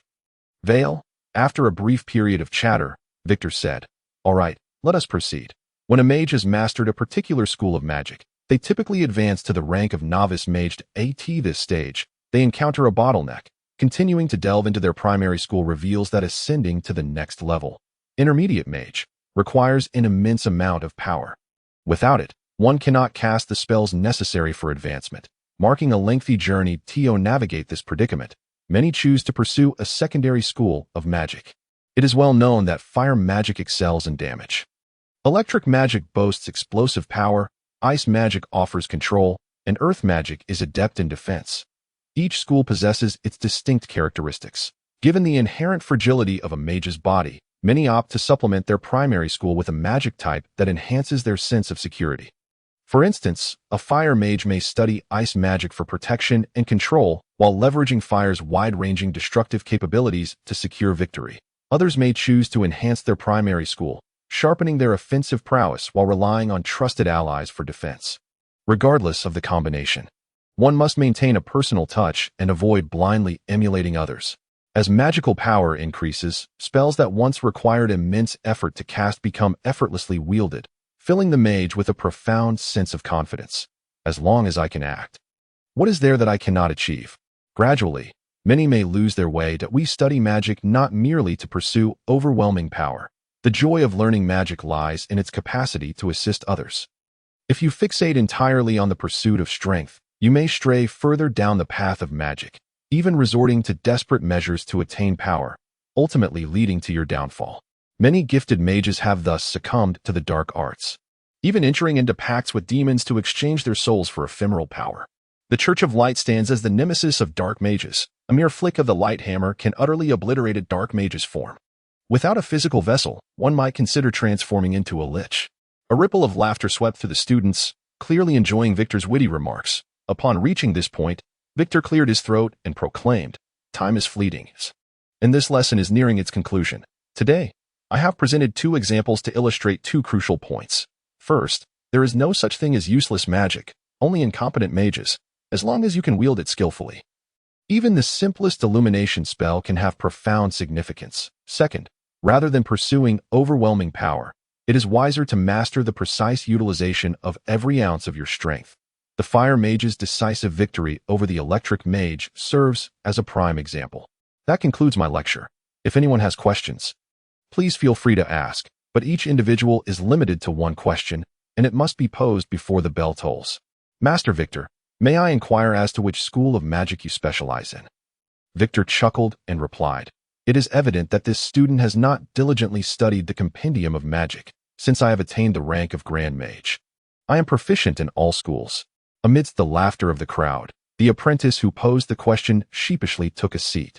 Master Victor, do you believe that as apprentice mages, we should prioritize the speed of our casting or the quantity of spells we can cast? Victor pondered for a moment before responding. This question cannot be answered with a blanket statement.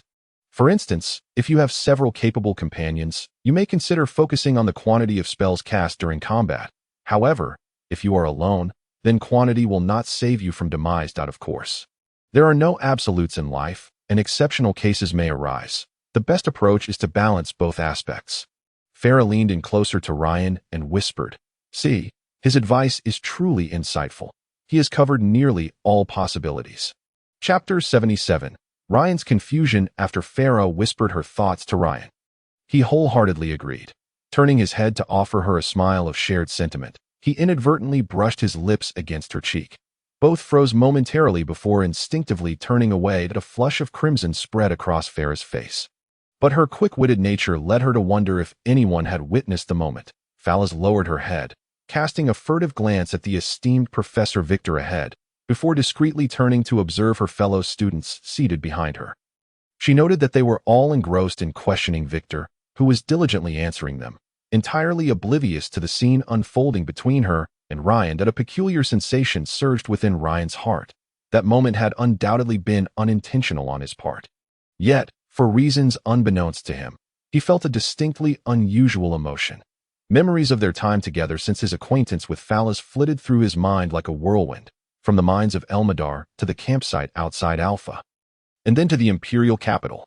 Each fragment of reminiscence stirred a sweet warmth in Ryan's heart. He vaguely sensed that his affirmative response to Phalas's request for magical training and his own stringent expectations of her during this period were intertwined with this newfound sweetness. However, he had previously been unaware of the deeply buried feelings within himself, merely perceiving her, along with the members of the Lay's team, as comrades.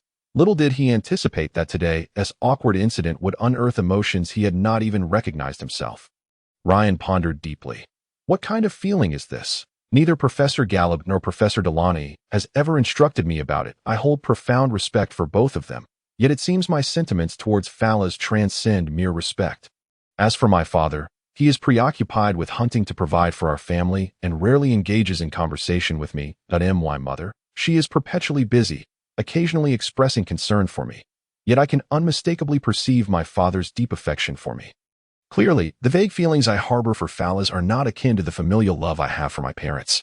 As Ryan's thoughts spiraled, the 16-year-old found himself at the threshold of burgeoning feelings. Having spent his childhood diligently following his teachers, with scarcely any friendships with the opposite sex, leaving him utterly inexperienced in such matters. The only female friend I have ever known is Mei Fu, but her interactions with Nemo are always filled with bickering. That I have never quarreled with Phalas. Surely this is not the same kind of emotion, he mused. Lost in contemplation, Ryan felt a wave of confusion wash over him. Since departing from his hometown of Fog Town, everything had seemingly gone smoothly for him. While luck played a part, it was also the result of his philosophy of acting with humility and peace and striving with all one's might in conflict. The correct mindset, coupled with years of accumulated strength, had enabled Ryan to navigate his journey successfully thus far. He scratched his head in frustration, wishing he could remain in the innocence of youth, recalling a time when he had fewer worries. Though he was slightly fatigued from daily training in martial arts and studying magic at night, with his mother's lovingly prepared meals to quell his hunger, those were truly carefree days. Why must we grow up? Why must we grapple with so many perplexing matters? Who can provide me with the answers? What, precisely, is this feeling I have for Phalas? Ryan felt a disquiet in his usually calm heart. He inhaled deeply, recalling Gallup's advice. At any moment, even if you find yourself at a dead end, maintain your composure. The tranquil heart can turn the tide in your favor, but once your heart is thrown into turmoil, even a seemingly assured victory may slip away. After several deep breaths, he steadied his emotions, suddenly feeling a pang of guilt. If only I had remained still, allowing this inexplicable feeling to remain concealed, I would not have to contend with so much distress. With the competition approaching, will Phalas be angry? Can we still interact as we did before? How far can we advance in the tournament? Thoughts raced through Ryan's mind, and before he knew it, his heart was once again in disarray. Despite his ability to defeat foes far stronger than himself and his fearless demeanor in the face of liches, he was still just an innocent youth. The distant chime of bells resonated. Dong, dong, dong. Victor, hearing the toll, concluded his explanation with a few final words and addressed the eager students. All right, time is up. We'll conclude for today. The students expressed their regret, lamenting, if only I had been bolder and voiced my doubts earlier. The journey of magical learning is a long one, fraught with various challenges, and opportunities to seek guidance from a grandmaster like Victor are rare. Often, a solution to a troubling problem can lead to significant growth in one's abilities. Alas, time was too short, and the number of questions was limited they contemplated when they might next consult Victor. Their gazes instinctively turned to Phalas, the prodigious sorceress of the Royal Academy, who was Victor's disciple. Surely, she would have frequent access to his teachings, which would explain her rapid progress. Suddenly, Phalas lifted her head. Noticing many students observing her, concerned about being seen in the earlier situation, she hurriedly gathered her belongings and swiftly exited, disregarding Victor's call. Ryan, caught in a whirl of uncertainty, was entirely unaware that the class had concluded. Elander, noticing Ryan deep in thought, assumed he was still contemplating something Victor had just explained. He gave Ryan a hearty pat on the back, saying, "Well then, if anything is unclear, Just ask him directly. Ryan was jolted awake by Elander's sudden action, vaguely hearing him say something, and replied, "What did you say? If you still have any confusion, just ask." "Often, relying solely on your own thoughts won't yield answers," Elander replied. "Ah, indeed." Ryan misinterpreted Elander's words, believing he was referring to the earlier awkward moment and suggesting a solution. Ryan thought, rather than pondering whether Fallas might misunderstand, "I should directly explain to her that my actions were unintentional. I'm confident she won't be upset." Clarifying with Fallas, this thought enveloped Ryan's mind. He resolved to find an opportune moment to explain to Fallas that his earlier action had been inadvertent, hoping they could all move past it and return to their previous rapport. Just then, Ryan looked up but did not see Fallas and asked, "Where is Fallas?" Elander pointed outside. "She just went out." Oddly enough, she didn't even acknowledge Victor when he called her. Just as he finished speaking, the Grandmaster Victor approached Ryan and Elander, saying, "Come, let us head to my tower." Ryan and Elander nodded, and Ryan turned to beckon Red and the others but did not notice Elena's absence. Red remarked, "That fellow said he felt stifled after a while and slipped out. By the way, where is Fallas?" Upon hearing Red inquire about Fallas, a wave of embarrassment washed over Ryan. He glanced at Red, who appeared slightly flushed. How curious. Why is his face red? At that moment, Ryan found himself drawing connections between everything he saw. Red shouldn't he be blushing? Did he witness the awkward moment between Fallas and me? No, that should be my reaction. Besides, with Red's personality, if he had seen anything, he would have shouted it for all to hear. Lost in thought, Ryan chose not to respond to Red. Victor, observing Ryan's contemplation, answered Red. "She just stepped out. Strange that Fallas left without so much as a backward glance. Didn't she have something to discuss with me?" Ryan's face flushed upon hearing Victor's words, as he assumed Fallas had exited in anger, but he could not articulate this, so he merely suggested, "Perhaps we should go outside and look for her?" As they stepped outside, they discovered Fallas and Elena standing not far from the main hall. Red called out, "Fallas, let us go." Fallas looked up, seeing a group emerging from the hall, including her teacher and members of the Lay's team, with Ryan, who had just kissed her moments earlier, among them. Yet, Fallas acted nonchalantly, taking Elena's hand and walking past them. The group gathered together, with Victor leading them toward his mage tower. As they walked, Ryan stole glances at Fallas, yet her expression remained unchanged. He found it perplexing, as his limited experiences left him unable to fathom the thoughts of a girl. Ryan was eager to inquire whether Fallas was upset about their earlier encounter, but he could not bring himself to ask in front of everyone. So he quietly followed along. While they walked, Ryan suddenly felt a tap on his shoulder. Startled, he turned to see Elander whispering behind him, "Victor is asking you something." Ryan quickly replied, "I sincerely apologize, Master Victor. I was lost in thought and didn't catch what you asked." Victor smiled. "No need for concern. A mage's wisdom is cultivated through contemplation." "Ryan, who is your magic instructor? May I inquire?" Ryan explained, "My magic teacher is named Delaney, but regrettably, he has seldom shared anything about himself with me." Delaney. Victor repeated the name aloud, and it was evident that it was not the name of a renowned magician. After a moment's contemplation, Victor remarked, "Perhaps my ignorance is to blame. I have not heard of this name before. However, there exists a phonetically similar term in Elvish, albeit an exceedingly rare one, and I am not entirely certain if it bears the same pronunciation." Following a lengthy discussion with her father that evening, Ferris had gleaned some insights about the esteemed Mage Ryan. She vaguely surmised the reason behind Mage Ryan's use of the alias Draenei, since others were reluctant to reveal their identities. Why should she compel her own teacher, Victor, to delve too deeply into the matter? After all, Victor was well connected, and should he inadvertently uncover something and let it slip, it would not bode well for Ryan.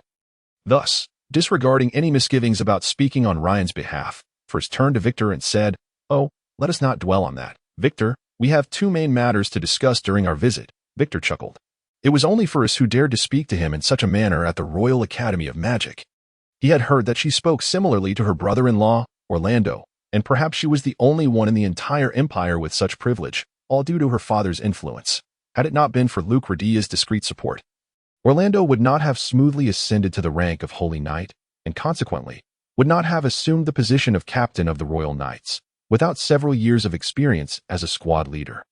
Orlando would not have succeeded the previous captain upon his demise, nor would he have attained his current illustrious stature, were it not for Luke Radia's generous financial backing. How could Victor have afforded the numerous experimental materials? His rise to prominence was indeed courtesy of a magical teleportation scroll, which had cost Lucretia a staggering 50,000 gold coins. At that time, he was merely a common mage, unable to procure such precious items, no matter how many ideas he conjured. Without the means to put them into practice, they would amount to naught. As he ascended to the rank of Archmage, Victor felt a deep gratitude for Lucretia's support, which led him to take Foress under his wing and shield her from various troubles. As for Foress's words, Victor paid them little mind. Respect for an individual was determined by the heart, not by sweet words. After becoming an Archmage, he had certainly received his fair share of flattery. Foress, oblivious to her teacher's thoughts, continued, "The first matter pertains to the forthcoming royal tournament. Our little team is beginning to take shape, yet we seem rather inadequate in comparison to others. So you wish for me to create some magical items?" Victor interjected. "Exactly. It is hardly a significant matter, is it? As an Archmage, you have an abundance of seldom used items that are simply gathering dust. Why not allow us to test them and see how they perform?" "Ha ha ha." Victor erupted into laughter, shaking his head as he replied, "You, of all people, have the audacity to propose such a thing to me. Very well. Each member of your team shall receive one magical item, with only 3 days until the drawing. I shall craft them bespoke before your competition. How does that sound?" Foress nodded in satisfaction, exclaiming, "As expected of my teacher, but do not treat it with the same indifference as you did that wand." With that, she waved her wand playfully. Victor keenly noticed the change in the fire core at the tip of Foress's wand and pointed at it, inquiring, "A newly replaced fire core. Such fluctuations can only be produced by a beast of at least level 7. Foress replied, "Only you, besides my close friends, could detect such nuances, teacher. Indeed, we obtained it during our adventures and later had it embedded by that fellow, what was his name, from Alpha City. Vladimir." Victor took Foress's wand and examined it closely, nodding in approval. "It is well crafted, making full use of the wand's magical array while maximizing the core's efficacy. This indeed speaks to Master Blair's craftsmanship.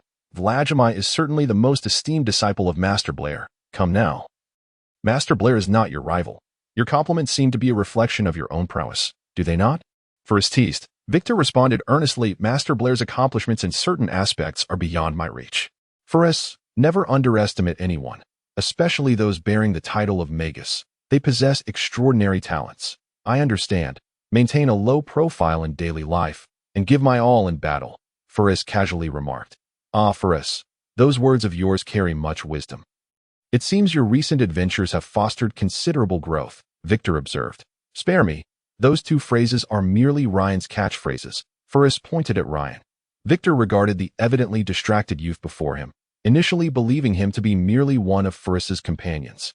Yet, it became apparent that this young man possessed a depth far beyond his unremarkable exterior. Such words were typically spoken by those who had traversed countless experiences. It remained uncertain whether this youth had arrived at such insights independently or through the guidance of others.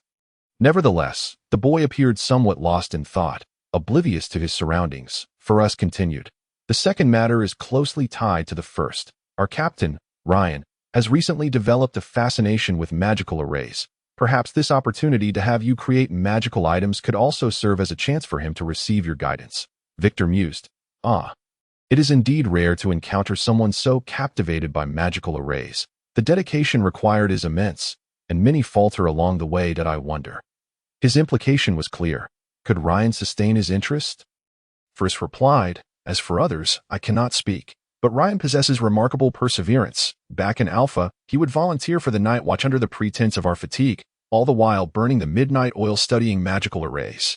However, although Ryan is earnest in his efforts, Vladimir's book on magical arrays pales in comparison to your expertise, so he has not learned much." Since Alan had nudged him, Ryan dared not lose focus any longer.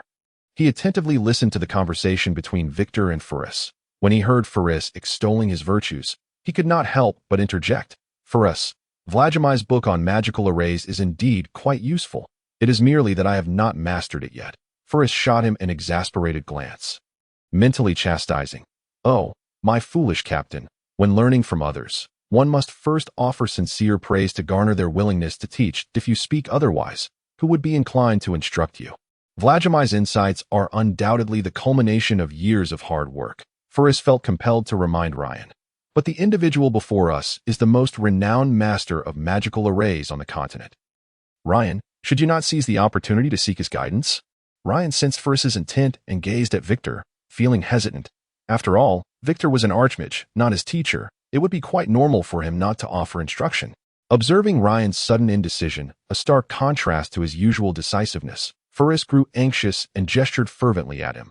Gathering his courage and fueled by fervent enthusiasm, Ryan cautiously posed, "I wonder if Master Victor would be willing to offer me some guidance. I possess a basic foundation. I have read Vladimir's book on magical arrays 3 times, and I can accurately draw the 27 fundamental array patterns from memory. Moreover, I have my own creation. Look." Ryan then retrieved the shield strapped to Oz's back and pointed to the magical symbols inscribed upon it, explaining, "This magical array was independently crafted by me. You see, I incorporated 1 fire and 2 wind basic magical arrays, allowing this combined array to withstand an explosion from a fireball of moderate potency." As he spoke, Ryan became fully engrossed in his explanation, entirely forgetting his initial purpose, instead passionately detailing the nuances of his somewhat unsuccessful creation. However, the integration of the fire and wind magical arrays was not executed flawlessly. The tools Vladimir lent me often resulted in discrepancies when drawing curved lines, thus compromising the overall efficacy of the array that I have tested it, and it can only withstand the impact of 3 fireballs exploding within a 20-yard radius before it becomes ineffective and requires redrawing. At first, Victor merely smiled and listened to Ryan's discourse. After all, the ability to produce 1 or 2 finished products was well within the grasp of an average mage apprentice after a period of practice, and it was not an insurmountable challenge. As Ryan delved deeper into his explanation, Victor's expression gradually became serious, and a noticeable change flickered in his gaze as he observed Ryan. "This young lad before me has managed to design a complex magical array solely based on a book of insights regarding magic formations. The results are astonishing. He can withstand 3 successive explosions of fireballs within a 20-yard radius without any support from magic cores. This is already quite an impressive feat among the students I have brought along. Excluding Ferris, who has yet to learn, the others have been studying for at least 3 years and are still at a level where they can only manage simple magical arrays. And I need not mention the poor quality of their results." Just as Ryan was passionately articulating his thoughts, he suddenly felt a sharp pain in his shoulder. Looking up, he saw Ferris wielding Red's hammer. Having struck him with considerable force, Ryan had completely forgotten that he was en route to Victor's magical tower with the group. He thought they were merely practicing alone, with a sense of grievance. He exclaimed, "Ferris, I merely kissed you by accident. Was that really necessary?" It was only after the words escaped his lips that he realized his blunder. Ferris and several others were standing nearby. Rubbing his eyes, he discovered the entire Reese team, along with the great mage Victor, staring at him in stunned silence. It dawned on Ryan that he was in quite the predicament. He pinched his leg hard, feeling the pain, confirming that this was no dream. Regret flooded his mind. He should have just followed the group quietly instead of discussing magical arrays. Even if he had to speak, a few casual remarks would have sufficed. Why did he become so engrossed? Engrossed indeed, but why didn't he manage to keep his mouth shut at such a critical moment? It was all over. Ryan's earth-shattering statement, though not loud, had an astonishing impact, as if he had cast a spell to halt time. Everyone was momentarily frozen. Victor's smile froze on his face, his eyes betraying an expression of disbelief. Red and Oz leaned forward, causing a mouthful of Bordeaux to spray forth. Alina covered her mouth with her small hand, her eyes sparkling with disbelief as she glanced between Ferris and Ryan. And Eldon, who had just lifted 1 foot, seemed to forget how to walk, standing there in a daze. Ferris's alabaster complexion began to redden, then darken, instilling in Ryan a foreboding sense of dread. Ferris had intended to gently remind Ryan, "Victor's magical tower is ahead. You needn't go on endlessly." But Ryan, caught up in his fervor, failed to notice her displeasure. Though she attempted to interject, Ryan continued his monologue, leaving her unable to find her moment to speak. Frustrated, Ferris thought to herself, "Ryan, you blockhead, a few words would suffice. Is this a consultation with Victor? Or are you teaching him?" Determined to remind Ryan as she had with Red, she thought little of whether her actions were appropriate, snatching Red's hammer and delivering a sharp blow to Ryan. Perhaps, in Ferris's mind, Ryan held a special status that set him apart from the others. However, it seemed her strike had left him momentarily stunned, leading him to inadvertently reveal their prior intimacy. By the gods of wisdom. Ryan is usually quite astute. He often perceives things unnoticed by others. Has he truly become foolish today? The moment of silence ended, and it was as if everyone regained their ability to move. Victor glanced at Furus, then at Ryan, feeling it was not his place as Furus's magical instructor to intervene, yet he felt compelled to do so. After all, he would have to explain any ensuing trouble to an old friend. But how to address the matter? Victor found himself at a loss. Since there are no good options, I might as well pretend I didn't hear anything, Victor thought. As long as the young ones don't go overboard, they can sort it out themselves. Eldon was a close friend of Ryan's, but even he felt that this was beyond the scope of friendship. He stood quietly by, believing that as long as Furus and Ryan were willing, it was unnecessary to concern themselves with others' opinions. After spitting out the Bordeaux, Red continued to shove the bottle into his mouth, as though he intended to consume the entire vessel. Although he and Furus had grown up together, he harbored no special feelings for her. Their bond was primarily due to the exceptional friendship between his teacher and Furus's father, resembling that of siblings, while Red often teased and mocked Furus. Such behavior was normal. In this situation, it was best to remain silent and act as if nothing had happened. Oz leisurely sipped his Bordeaux, seemingly oblivious to the commotion, yet the telltale stains on his shirt betrayed him. If he hadn't heard Ryan's earth-shattering declaration, why was he spraying his wine everywhere?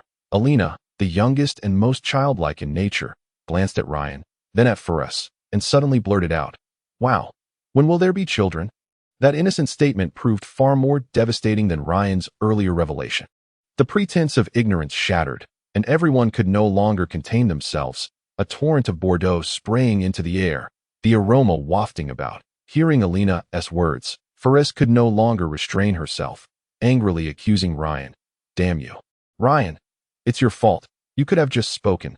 Why did you have to move around, resulting in that collision? Now look, you've made me the subject of ridicule." As she spoke, she began to conjure a ball of flame in her hand. Realizing the danger, Red thought quickly. He needed to cast a protective spell around Ryan, but having just coughed up a mouthful of wine, he found it impossible to utter the incantation. Furus completed her spell, and a massive fireball shot from her hand, hurtling towards Ryan. Victor was astonished by Furus's casting speed. She had clearly improved significantly since 6 months ago, and the fire element in her grasp was more vibrant than ever. Had she truly advanced to the level of an intermediate mage in such a short time? However, the urgency of the situation left Victor with little time to ponder. He prepared to unleash a spell at the crucial moment. Although Ryan stood merely 2 steps away from Furus, he felt the surge of fire energy as she launched her spell at that instant. Ryan swiftly retreated, determined to avoid the explosive force of the fireball harming the others. He refrained from countering Furus's fireball with his own magic, knowing that while he could control the damage radius of his spells, she could not, and any misfire could jeopardize their upcoming competition. Thus, in that fleeting moment, he cast the wind boost spell on himself and retreated with all his might. The fireball, unhindered by obstacles, continued its flight. That soared past the position where Ryan had been standing. While he distanced himself from the group along with the fireball, Victor, initially ready to intervene, found his attention diverted by Ryan's actions. However, Ryan could not match the speed of the fireball, despite his desperate efforts. He began to slow down. Fortunately, Furus's fireball had already traveled far enough away from the group. Without hesitation, Ryan raised his hand and unleashed a fireball spell he had begun to cast while retreating. A great conflagration engulfed him in an instant. The explosion's deafening roar jolting Furus from her stupor. She stared in shock at Ryan, consumed by flames, her face draining of color as it shifted from red to black. Victor had been poised to release a spell the moment Furus's fireball approached Ryan. With his power, he could have easily neutralized it, ensuring Ryan's safety. However, Ryan's sudden retreat had completely disrupted Victor's magic casting. "Oh no," Victor thought. "This boy is remarkably fast. This is bad. I underestimated the situation that if Furus's fireball strikes him directly, he will be in serious trouble." The members of the Reese team had often ventured into danger alongside Ryan, and although they were uncertain how he would handle such a potent fireball, they were not overly worried, as they believed in his capabilities. Furus's pale complexion was a reflection of her concern. As the flames began to dissipate, Ryan emerged from the inferno. Though somewhat disheveled, he bore no significant injuries, his clothing miraculously intact. This astonished Victor, who had not sensed any protective spells emanating from Ryan. Just before the explosion of Furus's fireball, he had detected a faint wave of fire energy from Ryan, which had offset the explosion's force directed at him. Victor couldn't help but regard Ryan with newfound respect. At such a young age, he had mastered a technique that even seasoned advanced mages would find challenging. Seeing Ryan unharmed, Ferris's pallor transformed into a radiant smile as she joyfully exclaimed, "Just as expected of our captain. How could that fireball ever hit you?" Ryan smiled faintly, poised to speak, yet was suddenly overwhelmed by dizziness. Collapsing to the ground, Ferris witnessed this unexpected turn of events and, disregarding everything, rushed towards Ryan. In that moment, all that filled Ferris's eyes was the sight of Ryan lying on the floor. Ryan, in a haze, gradually opened his eyes. Before he could fully discern his surroundings, he heard the jubilant voice of Alan exclaiming, "Ryan, you're awake." Slowly blinking, the light from the table struck his eyes, forcing him to squint. As he adjusted, he was greeted by Alan's beaming face. Turning his gaze, Ryan began to comprehend his situation. He lay on a bed, enveloped in warmth, apparently covered by something, while Alan sat beside him. Observing him intently, the familiar decor of the room indicated that he was in Ferris's house, specifically the room where he had been resting. Alan, wearing a smile, remarked, "It's a relief to see you awake." Ryan, struggling to sit up, Ryan felt Alan's supportive hand guiding him into an upright position. Alan then turned to retrieve a cup of water from the table, bringing it to Ryan's lips. Leaning slightly forward, Ryan opened his mouth and drank deeply, the cool liquid refreshing his senses and revitalizing him. Nodding in gratitude at Alan, he felt significantly better.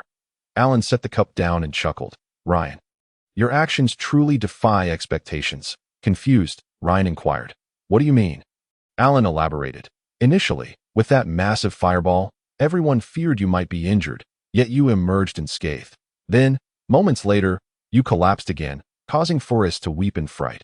A stirring sensation flickered within Ryan. Did Ferris truly cry for him? Alan continued, "As it turned out, Victor examined you and confirmed you were unharmed. It was merely the consequence of overexerting your wind technique, rendering you weak. You certainly startled us all." Ryan's mind was still somewhat foggy as he rubbed his forehead and asked, "Am I in Ferris's home?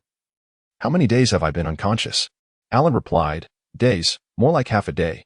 You were at the Royal Magic Academy this morning when Ferris insisted on bringing you back here, claiming it would be easier to care for you." Curious, Ryan asked, "And where is Ferris now?" Alan shrugged, saying, "She's conversing with Master Victor. But honestly, Ryan, you must be taking special care of Ferris behind the scenes, right?" Ryan replied, "Special care? Not at all, that you've seen our journey together. We've simply spent a lot of time in each other's company."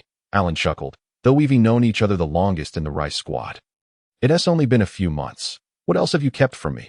Under your guidance, Ferris has significantly improved, and after bringing you back, Victor specifically sought her out to talk. They've been at it since noon. And now, as dusk approaches, they're still engaged in conversation." Ryan shook his head. "In truth, Ferris has gained much power. I merely helped her refine several impractical aspects. Her progress is largely due to her own diligence." Just then, Ryan halted as he noticed Ferris entering the room. Alan looked in the direction of Ryan's gaze and, spotting Ferris, smiled. "Ferris, I'm famished. I'm off to grab a bite to eat." Before Ferris could respond, Alan swiftly exited. Ryan and Ferris exchanged glances, both hesitant to speak, allowing a silence to envelop the room. After a moment, Ferris softly broke the quiet. "Ryan, aren't you going to invite me to sit?" Ryan hurriedly struggled to sit up and said, "Please, have a seat." Ferris smiled charmingly, gracefully settling into the chair beside Ryan's bed. Ryan, usually composed, found himself entirely flustered, his heart racing wildly. He opened his mouth to speak, but felt parched, unable to articulate a single word. Observing Ryan's awkwardness, Ferris couldn't help but giggle. The sight of her laughter brought a sense of calm to Ryan's heart. Sitting face to face with Ferris made everything feel harmonious, as if even time itself had come to a standstill. He quietly gazed at her features, captivated by her presence. Chapter 78. This is Ferris, noticing Ryan's childlike innocence, laughed again, saying, "Ryan, you usually appear so shrewd and composed. Why the sudden change today?" Ryan scratched his head, replying, "What is wrong with me?" Ferris gazed at the 16-year-old before her, her heart swelling with warmth. Since her sister's marriage to Orlando, Ferris often felt isolated. Her father worked late, and the household staff merely delivered meals and prepared clothing. lacking the familial concern she yearned for. Countless nights, her tears soaked the pillow, while others enjoyed joyful childhoods. Hers was marked by solitude, a poison to her spirit, in her youthful heart. Ferris mistakenly believed that only by possessing extraordinary strength would she earn respect and care from others. Else she deserved nothing but indifference. To escape this torment, she immersed herself in books, fervently studying magic, practicing relentlessly, her singular aim to enhance her abilities. Under Victor's guidance and her own tenacity, Ferris's prowess steadily grew. Beyond magic, she dedicated herself to mastering the etiquette of nobility. Before the world, she was an esteemed noblewoman, a capable lady, an exceptional sorceress. Even at the Royal Magic Academy, her demeanor became somewhat haughty. She would tease others, going to great lengths to draw attention, while those who fawned over her faced her sharp rebuke, often leaving them humiliated. Witnessing their disheartened expressions offered her a fleeting sense of satisfaction. All of this merely masked Ferris's deep-seated longing for affection and care. Being hailed as the Rose of the imperial capital brought her momentary pride, yet what she received was more awe than genuine friendship, accompanied by whispers of resentment behind her back. In the Royal Magic Academy, she lacked true companionship. Her efforts to escape loneliness yielded only solitude. Since meeting Ryan, however, Ferris felt her life gradually transforming. Ryan was a spirited youth. Though he rarely spoke, he wholeheartedly supported those in need and stood resolute against danger. With Ryan by her side, there seemed to be nothing beyond reach. During their time together, Ferris found her days filled with purpose and joy. Gradually, Ryan's presence began to occupy a special place in her heart. Listening to his endearingly foolish remarks, warmth enveloped her, and a radiant smile adorned her face as she asked, "Are you feeling better now?" Not wishing to burden Ferris with worry, Ryan firmly patted his chest, declaring, "I've always been well." Ferris shot him an exasperated glance. "If you're fine, why the dramatic gesture? Be careful not to hurt yourself." As Ryan sheepishly scratched his head, Ferris gently said, "Ryan, do you know how worried I was for you this morning?" Thankfully, Victor explained that your fainting was merely a side effect of overexerting your wind technique due to fatigue. "You truly frightened me," Ryan playfully scolded himself. "I should have known better than to worry you." Ferris. Quickly, Ferris stood and grasped Ryan's hand, saying, "Don't say that, my silly captain. This morning's events were my impulsiveness, not your fault." Ryan, meeting her earnest gaze, felt compelled to apologize. "Truthfully, it was my mistake. I accidentally bumped into you, causing you to leave. That I meant to express my apologies, but somehow it slipped out in front of everyone. That I'm truly sorry. Ferris, I'll be more careful in the future." Ferris murmured, "Even if it were intentional." "It wouldn't matter." Ryan, unable to hear her clearly, asked, "What did you say, Ferris? I didn't catch that." Embarrassed, Ferris playfully nudged his shoulder. "You men are all the same. I can't believe you would resort to such tactics," feeling unjustly accused. Ryan protested, "What did I do? I said nothing at all." A delicate blush graced Ferris's cheeks, rendering her irresistibly charming. As Ryan beheld her bashful demeanor, he felt his mouth go dry, his heart racing uncontrollably. He opened his lips, yet words eluded him. Seeing Ryan's flustered expression, Ferris erupted into laughter once more. Ryan observed Farah laughing inexplicably and couldn't help but touch his face, then scratch his head, asking her, "Is my face dirty? Why are you laughing?" Unable to contain herself any longer, Farah burst into laughter, her mirth so unrestrained and pure that it was infectious, drawing a smile from Ryan. After a moment of laughter, Farah pointed at Ryan and said, "You, having only arrived in the capital for a few days, have already turned wicked. From now on, you are forbidden from associating with Reed." Ryan, puzzled, replied, "What does Reed have to do with this? Is he slacking off during training?" Whether Farah realized that Ryan was teasing or was genuinely oblivious to her meaning, she could only respond with resignation, "Forget it. If you didn't hear it, then you didn't hear it." With that, she turned to leave, and Ryan, seizing the rare opportunity to be alone with her, felt an urgency to converse further. As Farah attempted to walk away, Ryan hastily grasped her hand. However, his grip was too forceful, causing her to lose her balance and sit down at the edge of Ryan's bed. I'm sorry, I was too reckless," he quickly apologized. Farah, her cheeks flushed, glanced at him but remained silent. Ryan noticed he was still holding her hand and promptly released it, only for Farah to seize his hand in return. A flutter coursed through Ryan as he heard her gentle voice, "Silly Ryan, Do you truly not understand what I mean? Even the dimmest of minds would grasp Farah's intent, and he lifted his gaze to carefully study her fair visage. Despite the rosy hue of her embarrassment, she boldly met his gaze, their eyes intertwining in the air, enveloping the room in a sweet aroma of budding affection. Chapter 79. Confidential Discussion in the Study of Lucretia. Victor sat in a chair, lifting a crystal glass from the table before him to take a delicate sip of Bordeaux that he gently swirled the crimson liquid within the glass, allowing the enticing aroma of the wine to waft through the air.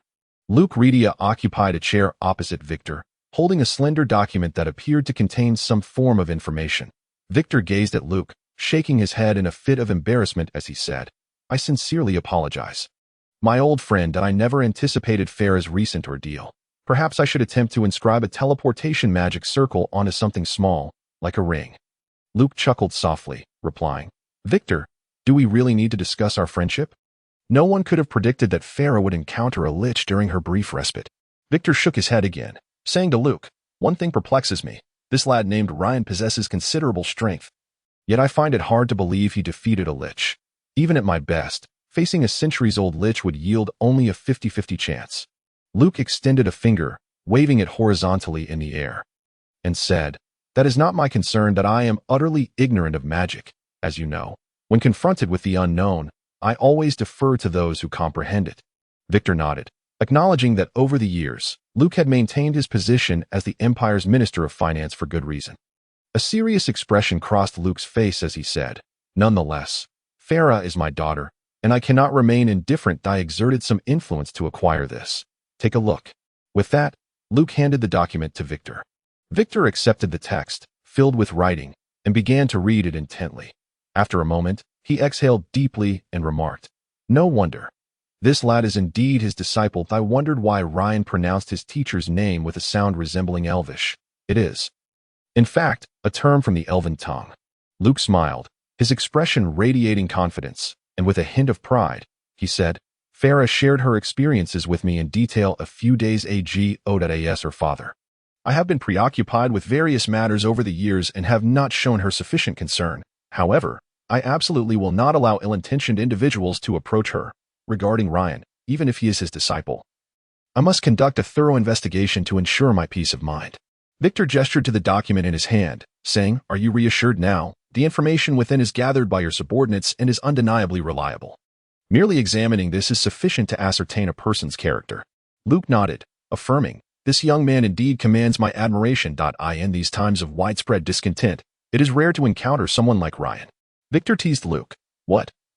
Are you taken with him? But can your daughter be swayed by your words?" Luke playfully chastised Victor. "You rascal, is not Farah half your daughter?" Victor sighed deeply at Luke's words, a sense of nostalgia washing over him. "Oh, how swiftly time passes. In the blink of an eye, Farah has grown up. I still vividly recall the first time I saw her, 7 years ago, when she would shy away from strangers, her face filled with trepidation. A far cry from the Farah of today." Luke remarked, "We owe much to you as her teacher. Without your guidance, Farah would not possess her current strength." Victor, with a touch of arrogance, replied, "I am a grand sorcerer. After all, if I could not produce even a modest apprentice, that would be quite." Luke chuckled, choosing not to respond. Victor continued, "Earlier this afternoon, I had a lengthy conversation with Farah, during which she elaborated on her recent experiences. From her words, I sensed that Ryan is no ordinary individual. Consider this. Farah has only received instruction from him for 2 months, yet her abilities have visibly improved. This is something she could never achieve at the Royal Magic Academy." Luke shook his head dismissively, saying, "The Royal Magic Academy? The great sorcerer Merlin founded it to elevate the overall magical proficiency of humanity. Yet look at what today's sorcerers are preoccupied with: socializing, banquets, ingratiating themselves with the powerful. Most sorcerers toil for advancement, seeking the hollow titles of the Magic Guild, rather than pursuing genuine magical research. These titles merely translate to wealth, status, and other superficial gains." Victor lamented, "Indeed, this is quite lamentable, yet I find myself powerless to change it." Luke, with a knowing glance, said to Victor, "I have also discussed Ryan with Farah and have conducted inquiries into his background. Though my findings are not exhaustive, the information I possess indicates that individuals like Ryan are becoming increasingly rare. He is dedicated to the study of magic, unburdened by the tedium, adept at adapting his magical skills, unaffected by fame or fortune, unyielding in his pursuit of knowledge, unselfish, and capable of enduring solitude. Without becoming complacent over minor achievements, such qualities are typically found in masters, yet Ryan is merely 16, with boundless potential. Victor gently inquired, "So, do you plan to bring him into your fold?" Luke nodded slightly. "His teacher is, after all, an old acquaintance of mine. With such promising attributes, why not bring this young man into our circle? Should we allow him to go elsewhere?" Victor replied with a wry smile. "The balance of power is a complex matter. I am utterly unfamiliar with it. Just do as you see fit. By the way, if possible, I hope to personally impart knowledge of magic circles to Ryan. I wonder if his teacher would mind." Luke responded, "I fear it would be a welcome opportunity." Although Ryan's magical instructor is a remarkable figure, in terms of expertise in magic circles, he cannot compare to you. Victor humbly remarked, "Everyone has their strengths, but aside from magic circles, I fall short in other respects." Luke chuckled, stating, "Though I lack understanding of magic, some truths are evident even to the uninitiated. When he withdrew from public life, you may not have even been born. Such a temporal gap cannot be bridged solely by talent or diligent practice." Chapter 80. The drawing of lots. Since the veil of ambiguity between Ryan and Farah was lifted, their relationship blossomed further. Their display that day was evident to all. Apart from Alina, who was still young, anyone could discern the lingering affection in their exchanged glances, a look only those in love would possess. Naturally, the entire race team had faced life and death together, rendering such matters unworthy of concealment. Farah and Ryan had no intention of hiding their feelings, particularly as young lovers savoring the sweetness of romance. How could they possibly keep it a secret? In truth, while no one spoke of it, deep down, everyone was supportive of Farah and Ryan's union. Therefore, the dynamics within the team remained unchanged. In a sense, Farah, as the inaugural captain of the race team, and Ryan, as its second captain, being in love only served to strengthen their bonds further. In the ensuing days, the entire Lace squad continued their practice as usual. If there was one notable difference, it was the tremendous power that the bond between Ryan and Faris exerted during their training sessions. This power manifested not merely in mutual concern, but more tangibly in the seamless coordination exhibited by the entire team during their exercises. Where there had previously been occasional mishaps or a lack of synergy, Ryan and Faris now seemed to operate as one. Oftentimes, a mere exchange of glances between them would suffice to convey their intentions. And during several internal confrontations within the Lace squad, Ryan and Faris easily triumphed over a team composed of 4 others. The synergy between Faris's fireballs and Ryan's missiles was nothing short of flawless. The internal competitions of the Lace squad were tailored to the vast expanse of the Royal Arena, where initial encounters did not involve close combat. Instead, teams began at a considerable distance from one another. This distance became a nightmare for our ED'd at the onset of each confrontation. Ryan and Faris would execute nearly perfect coordination, their magic effectively blocking Red's advance. Before launching their offensive against him, Red had never successfully cast a spell in full.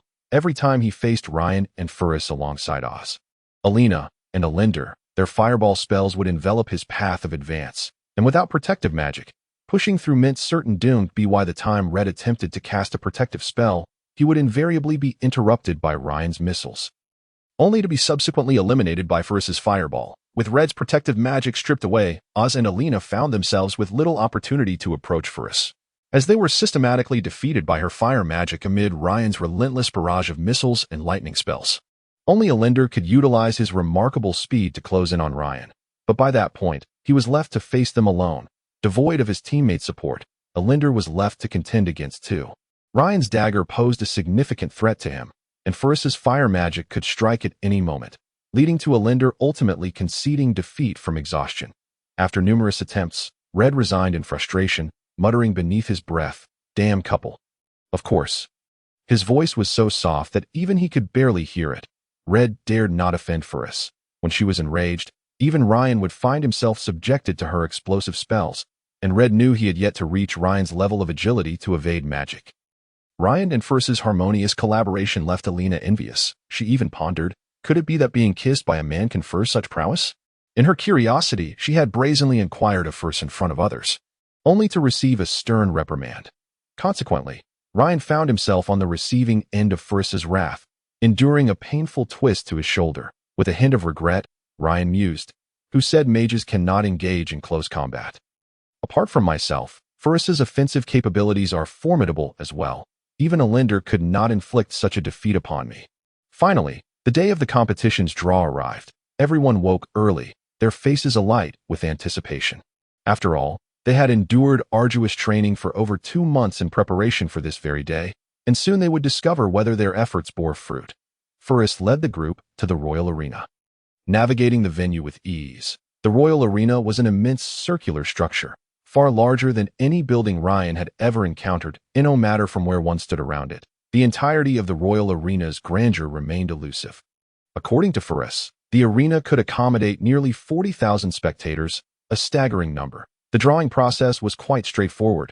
Each participating team had to register a name, which could not be one of the renowned titles, such as Team Fernando.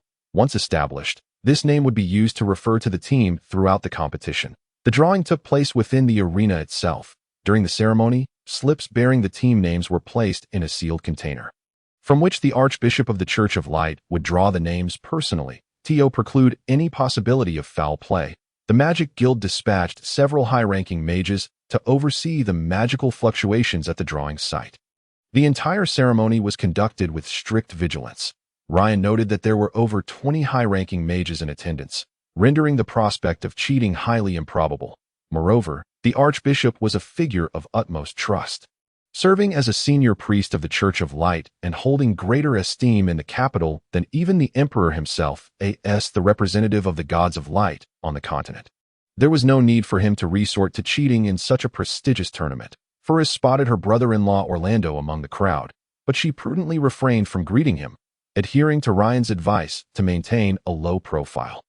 Had Forrest announced, "The Minister of Finance of the Empire is my father, the commander of the Royal Knights maintaining order here is my sister's husband, and the Archbishop drawing the lots is my team's priest's mentor," the repercussions would be dire, akin to setting fire to the palace. After a while, the king arrived at the Royal Arena, flanked by hundreds of guards, which heightened the atmosphere considerably. For many, witnessing the emperor in person was a rare privilege. Ryan stole a glance. Although the distance and the tight security made it difficult to discern clearly, he could only vaguely see that the emperor appeared to be a young man around 30 years of age. With the emperor's arrival, the drawing ceremony commenced in earnest, and silence fell over the crowd, for drawing a favorable lot could propel their team further in the competition. Everyone held their breath, fixated on Archbishop Ibier, standing at the center of the arena. Under the watchful eyes of the assembly, the sealed container filled with the names of the participating teams was opened, allowing the Archbishop to extend his arm inside. He soon retrieved the first slip of paper. A bishop clad in a red cloak carefully took the slip and, under the scrutiny of 2 observers, announced loudly, "The first team is the Bay Gentlemen Squad."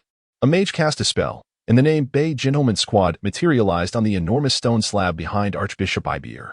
Ryan examined the large stone slab closely, noting its resemblance to the one at the Royal Magic Academy that he had seen during Victor's lectures. Forrest seemed to sense Ryan's thoughts, whispering in his ear, "That slab is indeed of the same type as the one at the Royal Magic Academy."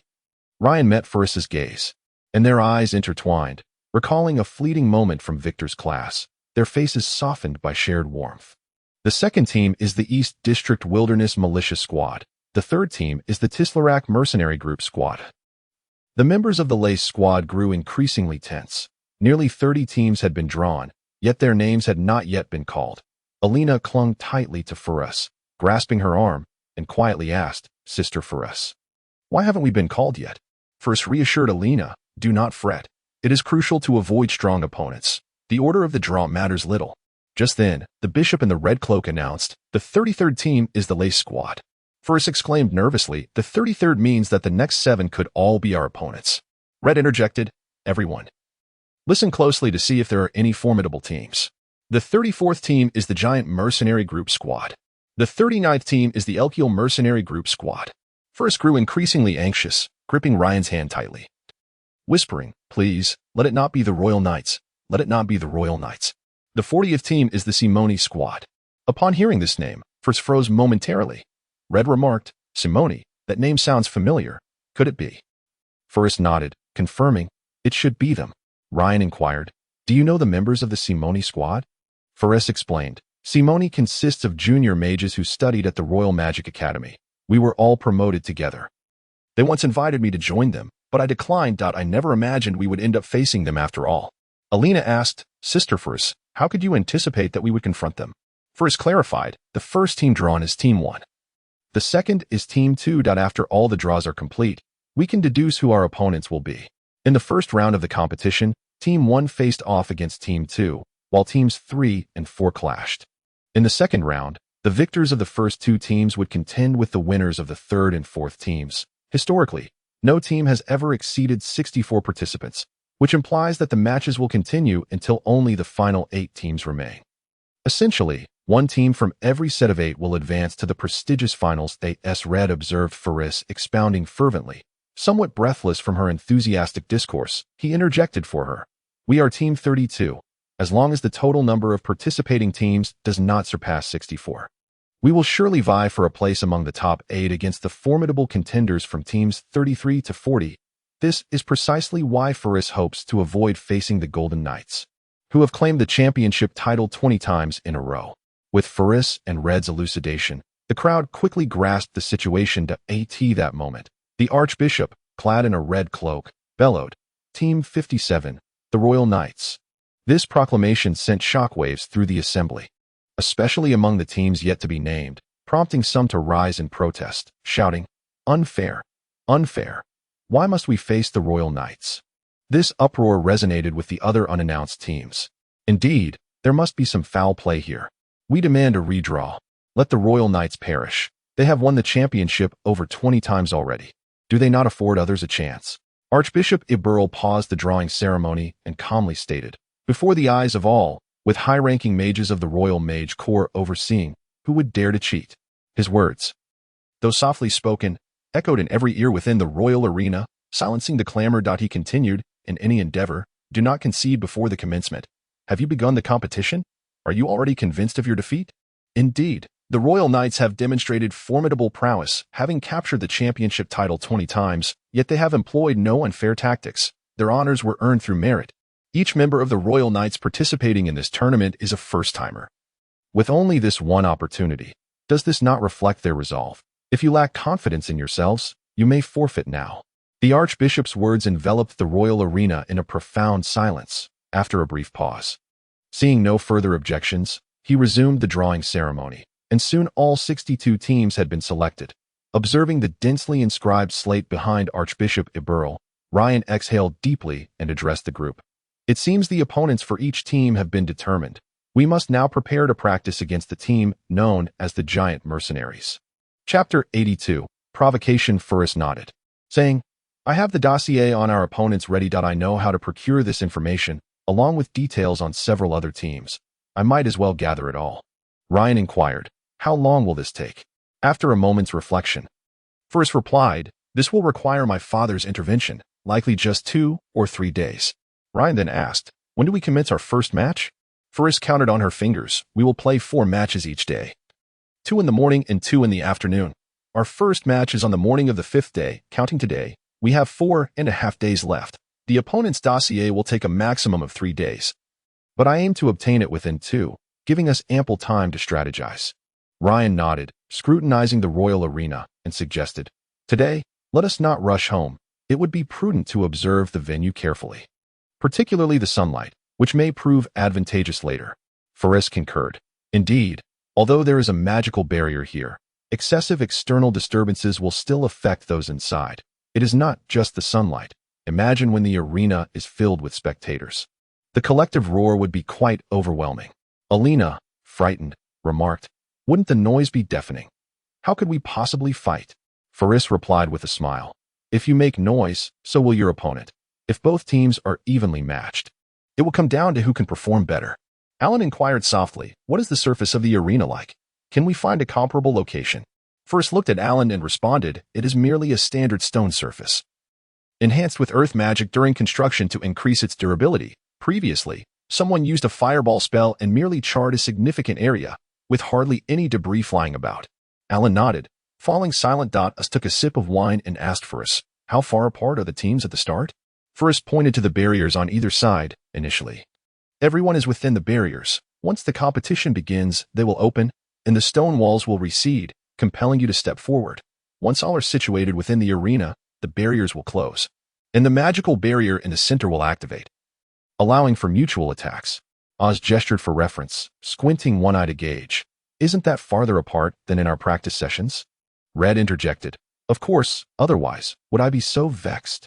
Oz nodded in acknowledgement. Alina asked for us, Sister Fani. What are the rules of the competition? Faris smiled. The only rule is no killing. Aside from that, as long as one side has combatants capable of fighting, the match will not cease. At that moment, 6 burly men approached the area where Ray's team was seated. Seeking tranquility, Ray's team had settled in a corner, and it appeared these imposing figures were headed their way. Seeing the unsavory expressions on the men's faces, Red stood up to shield Faris from potential verbal assault, asking, May I inquire what brings you here? One of the burly men, sporting a thick beard, disdainfully retorted, So you are the infamous Ray's team. Just a bunch of kids who haven't even sprouted properly. Red felt a twinge of annoyance at the man's insolence. However, with the Emperor and Archbishop Aburl nearby, causing a scene would be unwise. Veiling his anger, he replied, If you have something to say, please do so without resorting to insults. The bearded man crudely boasted, I am the brother of the most renowned leader of the giant mercenaries, the pride of the commercial capital, Yegna's city. Hearing his self-aggrandizement, Red couldn't help but chuckle, sarcastically retorting, Ah, so you are the brother of the giant mercenaries leader. No wonder the family tree is so lush. The bearded man, oblivious to the sarcasm, puffed up with pride. My beard is quite famous throughout Yegna's city. Before he could continue his boasting, one of his companions whispered, Captain, they're mocking you. The bearded man paused, recalling Red's words and bellowing, You scoundrel! I thought you were praising me. How dare you insult me? Are you itching for a fight? I warn you, when I get angry, even I fear myself. Faris, unwilling to engage further, stepped forward, positioning herself in front of Red. Seeing her intent, Red stepped back to allow her space. Faris addressed the bearded man. If you have come to provoke us, save your breath for the official match. Let us settle this then. The bearded man's eyes lit up upon seeing Faris, and he whistled, leering at her. Not bad, not bad. You have both figure and face, better than those 10 gold coin girls from last night. Enraged, Faris felt insulted, her expression contorting with fury as she gripped her magic staff tightly. Red, equally incensed, yet retaining a modicum of reason, quietly reminded Faris, We cannot engage in private battles before the competition. Faris was well aware of this rule. Her chest heaved in frustration as she suppressed her anger. The bearded man leered at her heaving bosom, his eyes filled with lewd intent, saliva pooling at the corner of his mouth. This sight pushed Faris to her limits, and she raised her staff. At that moment, a hand gently clasped her right hand holding the staff. Without looking, she instinctively knew it was Ryan intervening. He softly patted the back of her hand and then stepped forward to face the bearded man. His gaze icy, the bearded man, blocked from Ryan's view, impatiently barked, You little runt, get out of my way. Ryan scrutinized the bearded man intently, speaking each word with deliberation. If on the day of the official match, it is only you 6 present, I suggest you spend these days hiring some competent priests. Upon uttering these words, Ryan turned and grasped Faris's hand, stating, Let us depart. The others followed closely behind Ryan and Faris as they exited. The bearded man gazed at Ryan's retreating figure, perplexed, and thought, Among those I have brought, all are the most elite mercenaries under my elder brother's command. Why does this youth still require me to hire a few priests? Chapter 83. The Banquet Upon Returning Home.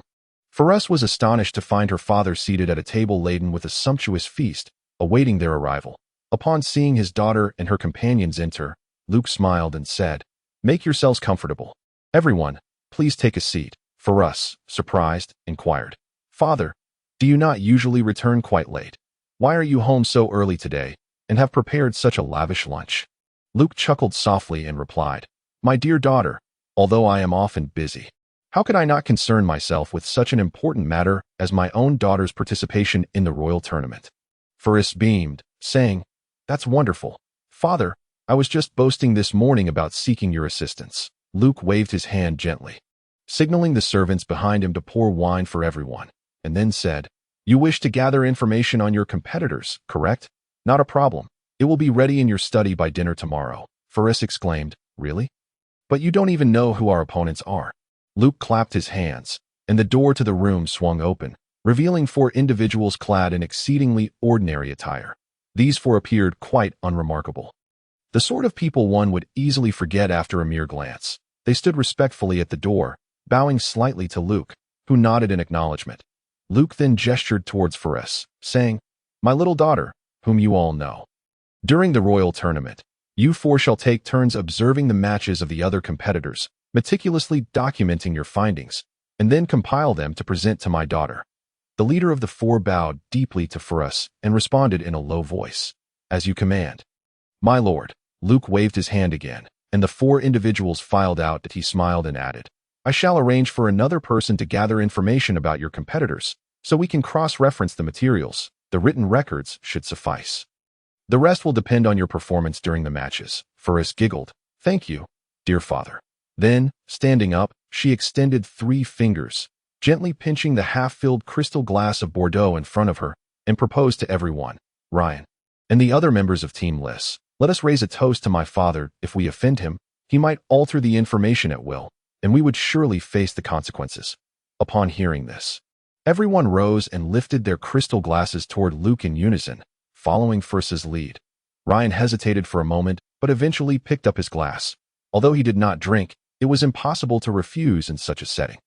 Moreover, considering that this was Ferris's father, he had no choice but to drink. After toasting, everyone took their seats as the wine went down. Ryan's face flushed, prompting a smile to grace Ferris's lips. Luke jested, "Ryan, you excel in many areas. Yet your tolerance for alcohol requires some refinement. You may find it useful in the future." Ryan, puzzled, cast a bewildered glance at Luke and then turned to observe Ferris, hoping to glean some hint from her expression. However, he was met with the sight of Ferris's face also flushed with embarrassment, deepening his confusion. Noticing Ryan's gaze upon her, Ferris's face reddened further. Typically, in such awkward situations, she would assertively turn the tables and reprimand the other party, using it as an opportunity to escape the discomfort. Yet today, having recently tasted the sweetness of love, and with her father teasing her, she found herself at a loss for how to react, ultimately lowering her head shyly. Seeing Ferris's sudden blush and subsequent bow, Ryan's perplexity deepened. His curious gaze darted around the room, seeking some clue that in such a scenario, neither Reed nor Oz would dare to guide Ryan, lest they inadvertently offer him up to Ferris's teasing. Moreover, Alindo and Alina were not particularly knowledgeable about such matters. Alina was young, while Alindo had spent many years in isolation, unfamiliar with the nuances of noble etiquette. Luke observed Ryan's bewildered demeanor and could not help but chuckle inwardly, realizing how innocent he truly was. Compared to those who approached Ferris for ulterior motives, Ryan was nearly without fault, though somewhat lacking in social graces. Luke believed it was merely a result of Ryan's humble origins and lack of exposure to such matters, that he trusted that, given time, Ryan would become more adept. With a smile, Luke diverted the conversation, addressing Reed. "Reed, I am grateful for your assistance to Ferris over the past 6 months. Allow me to toast to you." Reed quickly rose, replying, "It is my duty. My mentor shares a deep bond with your father. Such small matters should not weigh heavily on your mind." Luke and Reed downed their glasses, and a nearby servant promptly refilled both of their cups. Luke then smiled at Oz, saying, "Oz, if I am not mistaken, you must be a warrior. During the tournament, warriors must charge to the front lines, using their bodies to protect their comrades, even willing to serve as human shields. It is truly commendable. Come, let me toast to you." Although Oz was typically boisterous and somewhat indulged in wine, it was merely a pastime. In this context, the seasoned Oz knew exactly how to comport himself. That he stood, seized a crystal glass, and drank deeply. Luke praised him. "Indeed, quite straightforward. However, it seems I have erred. Let us procure a larger cup." Before long, a servant presented a hefty horn cup before Oz. Another servant poured a generous serving of wine into it. Oz lifted the horn cup and downed its contents in one go, slamming the cup back onto the table, exclaiming, "What a fine cup! Where did this come from?" Luke laughed. "You certainly have a remarkable capacity for drink. This cup has been in my possession for several years, yet you are the first to finish it in a single gulp. It is said to be crafted from the horn of a beast from the North Terran Plains. The northern orc tribes typically use such cups for drinking. We humans generally cannot match their capacity. So few are able to down it all at once." Oz nodded. For someone as boisterous as him, A large cup enhanced the enjoyment of wine. In contrast, smaller crystal glasses were fit only for women and children. As Luke awaited the servant to refill their glasses, he held his crystal cup delicately by the stem with 3 fingers, gently swirling the red wine within, inhaling the fragrant aroma wafting from the cup. Luke turned to Alina, saying, "Alina, I heard you call for a sister. I wonder, would you be willing to call me father like Ferris does?" Upon hearing her father's words, Ferris quickly interjected, "That settles it. From now on, Alina shall be my dear sister. You must take good care of her." Alina clapped her hands with delight, exclaiming, "Wonderful! From a young age, I've been alone. Having a father will bring me joy even in my dreams." Luke produced a pair of green bracelets from his pocket, handing one to Ferris and the other to Alina, saying, "These bracelets were gifted to me by a friend. While not exceedingly precious, it is rare to find 2 identical carvings. You shall each wear one. And henceforth, may you cherish one another as true sisters." Alina beamed as she donned her bracelet, then helped Ferris put on hers. The emerald bracelets shimmered against their fair arms, accentuating their beauty. Ferris took Alina's hand, standing together, and raised their crystal glasses in a toast to Luke. Luke, with a beaming smile, drank from his glass, laughing joyfully. Alina could hardly contain her excitement, declaring, "From today onward, I am no longer alone. I now have a father and a sister." Once everyone had settled back down, Luke raised his glass and addressed Alindo, "Young man, I have harbored a lifelong wish to live another 200 years and serve as a humble soldier in the fight against the undead legion. Alas, such is merely a wish. However, I hold immense admiration for the great druid elder who sacrificed his life to save humanity. Without his sacrifice, we would not have enjoyed 2 centuries of peace and tranquility on this continent. Young man, let us raise a glass to the great and selfless druid elder." With that, Luke tilted his head back and consumed the wine in one go. Alindo had already stood up when Luke began addressing him. Hearing Luke's heartfelt praise for the druid's deeds, he felt a surge of joy and promptly stated, "The druid's creed is to maintain the balance of nature. It is simply our duty." He then downed his drink as well. Luke sighed as he looked at Ryan, saying, "Ryan, what can I say about you? Though you are still young, you exhibit a maturity characteristic of adulthood, displaying steadiness in your actions and a commendable tenacity. Young individuals like you are indeed a rarity these days." Luke, having overheard his own boasting, was met with Ryan's modest reply, "You flatter me." Luke chuckled and remarked, "Ryan, I heard from Ferris that your teacher has assigned you the trial of adulthood, which is to participate in the royal tournament?" Ryan nodded in affirmation, to which Luke earnestly continued, "Allow me to interject. If I am not mistaken, your teacher's intention is for you to learn something valuable through your participation in the royal tournament, rather than merely seeking a title of honor. The greatest asset of youth is time, while the typical disadvantage is a lack of experience. Unfortunately, people often trade time for experience, only to find that by the time they have gained wisdom, they have aged considerably." At this juncture, Luke paused, his gaze sweeping across the room before returning to Ryan's face as he continued, "The entire Rice squad, in terms of vocation and prowess, is a promising group of adventurers. Perhaps it is this very quality that creates an undercurrent of desire for victory and glory among you all. That a team that yearns for triumph can be formidable, yet one must be cautious. Often, when you finally attain what you so fervently sought, it can leave you feeling disoriented. Perhaps I should have shared this wisdom when you achieved the championship, but I have my reasons for expressing it today. Whether it be victory or honor, one must learn to relish the journey rather than fixate on the outcome. If you were to be bestowed with the title of champion of the royal tournament right now, yes, you would gain honor. But would you truly feel a sense of pride? No. Why? Isn't this title what everyone desires? The answer is simple. There is no process. It is through the journey that one grows, and through experience that one matures. This process remains unchanged through the ages. It is merely that the great sages have traversed it swiftly, while the ordinary spend a lifetime. Today, I may have indulged a bit too much, Luke said slowly, a hint of inebriation evident in his eyes. I've spoken at length. I hope you don't find me tiresome. What does a championship title mean? The Royal Knights have secured victory 20 times, merely shackling themselves with 20 burdens in their quest to maintain this so-called honor. Even the military genius Orlando has had to laboriously train one squad after another to compete, the Royal Knights. who were meant to be heavy cavalry for large-scale battles, have ironically become champions of small squad combat. Frisch gently rose, supporting her father as she said, "Father, you are inebriated." With that, she signaled to a nearby servant to assist Luke. With the help of several attendants, Luke stumbled out. Once her father had exited, Frisch smiled and said, "Do not mind him. It has been quite some time since he had the chance to drink." Ryan shook his head. Responding, "Uncle Luke speaks with great insight." Frisch shot Ryan a glare, exclaiming, "What did you just say?" Ryan whispered, "Uncle Luke?" Red chuckled and said, "You might want to rethink that. Ryan, your magical prowess is impressive, yet when it comes to social nuances, you are utterly clueless. I truly cannot fathom why anyone would take a liking to you." Ryan hesitated, saying, "Then, should I refer to him as the Imperial Minister of Finance, Lord Luke?" Laughter erupted among the group.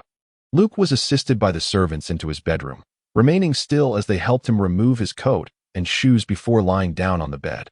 Once the servants had left, Luke gently opened his eyes. A keen clarity replacing the drunken demeanor from earlier. The banquet had been meticulously arranged by Luke, and it had proven effective, not only strengthening the bonds among everyone, but also enlightening Ryan. This way, even if the team faced defeat in the upcoming competition, it would not cause significant turmoil. More importantly, through his discourse at the banquet, he had once again gained insight into everyone's personalities, the hardy Oz, the shrewd Red, the naive Alina. He had acquired detailed profiles on each member of his daughter's team, personally verifying them to ensure no mistakes were made. The results aligned perfectly with the records. Thus, he felt assured, despite not seeing his daughter often, how could he not care for his own flesh and blood? To have everything within one's grasp was Luke's motto, a principle that had allowed him to maintain his position as the Imperial Minister of Finance for many years. Now, applying it to his daughter's squad felt like second nature. Chapter 84. Knowing oneself and one's opponent. A day and a half swiftly passed. By the following evening, Ryan and the others had finished dinner and gathered in Frisch's study. This was likely the first time so many people had occupied the space. On the desk lay 2 stacks of thick documents. Frisch casually picked up one stack, flipping through it briefly. It contained detailed accounts of the day's 4 matches. The names of the opposing teams, their classes, a general overview of the battles, points of caution, and potential strengths of each participant. Frisch mused that even if she were to compete, she could not possibly compile a more comprehensive and detailed account than what was presented. Frisch handed the stack to Ryan, signaling for everyone to take a look. Then she picked up the other stack and opened it gently.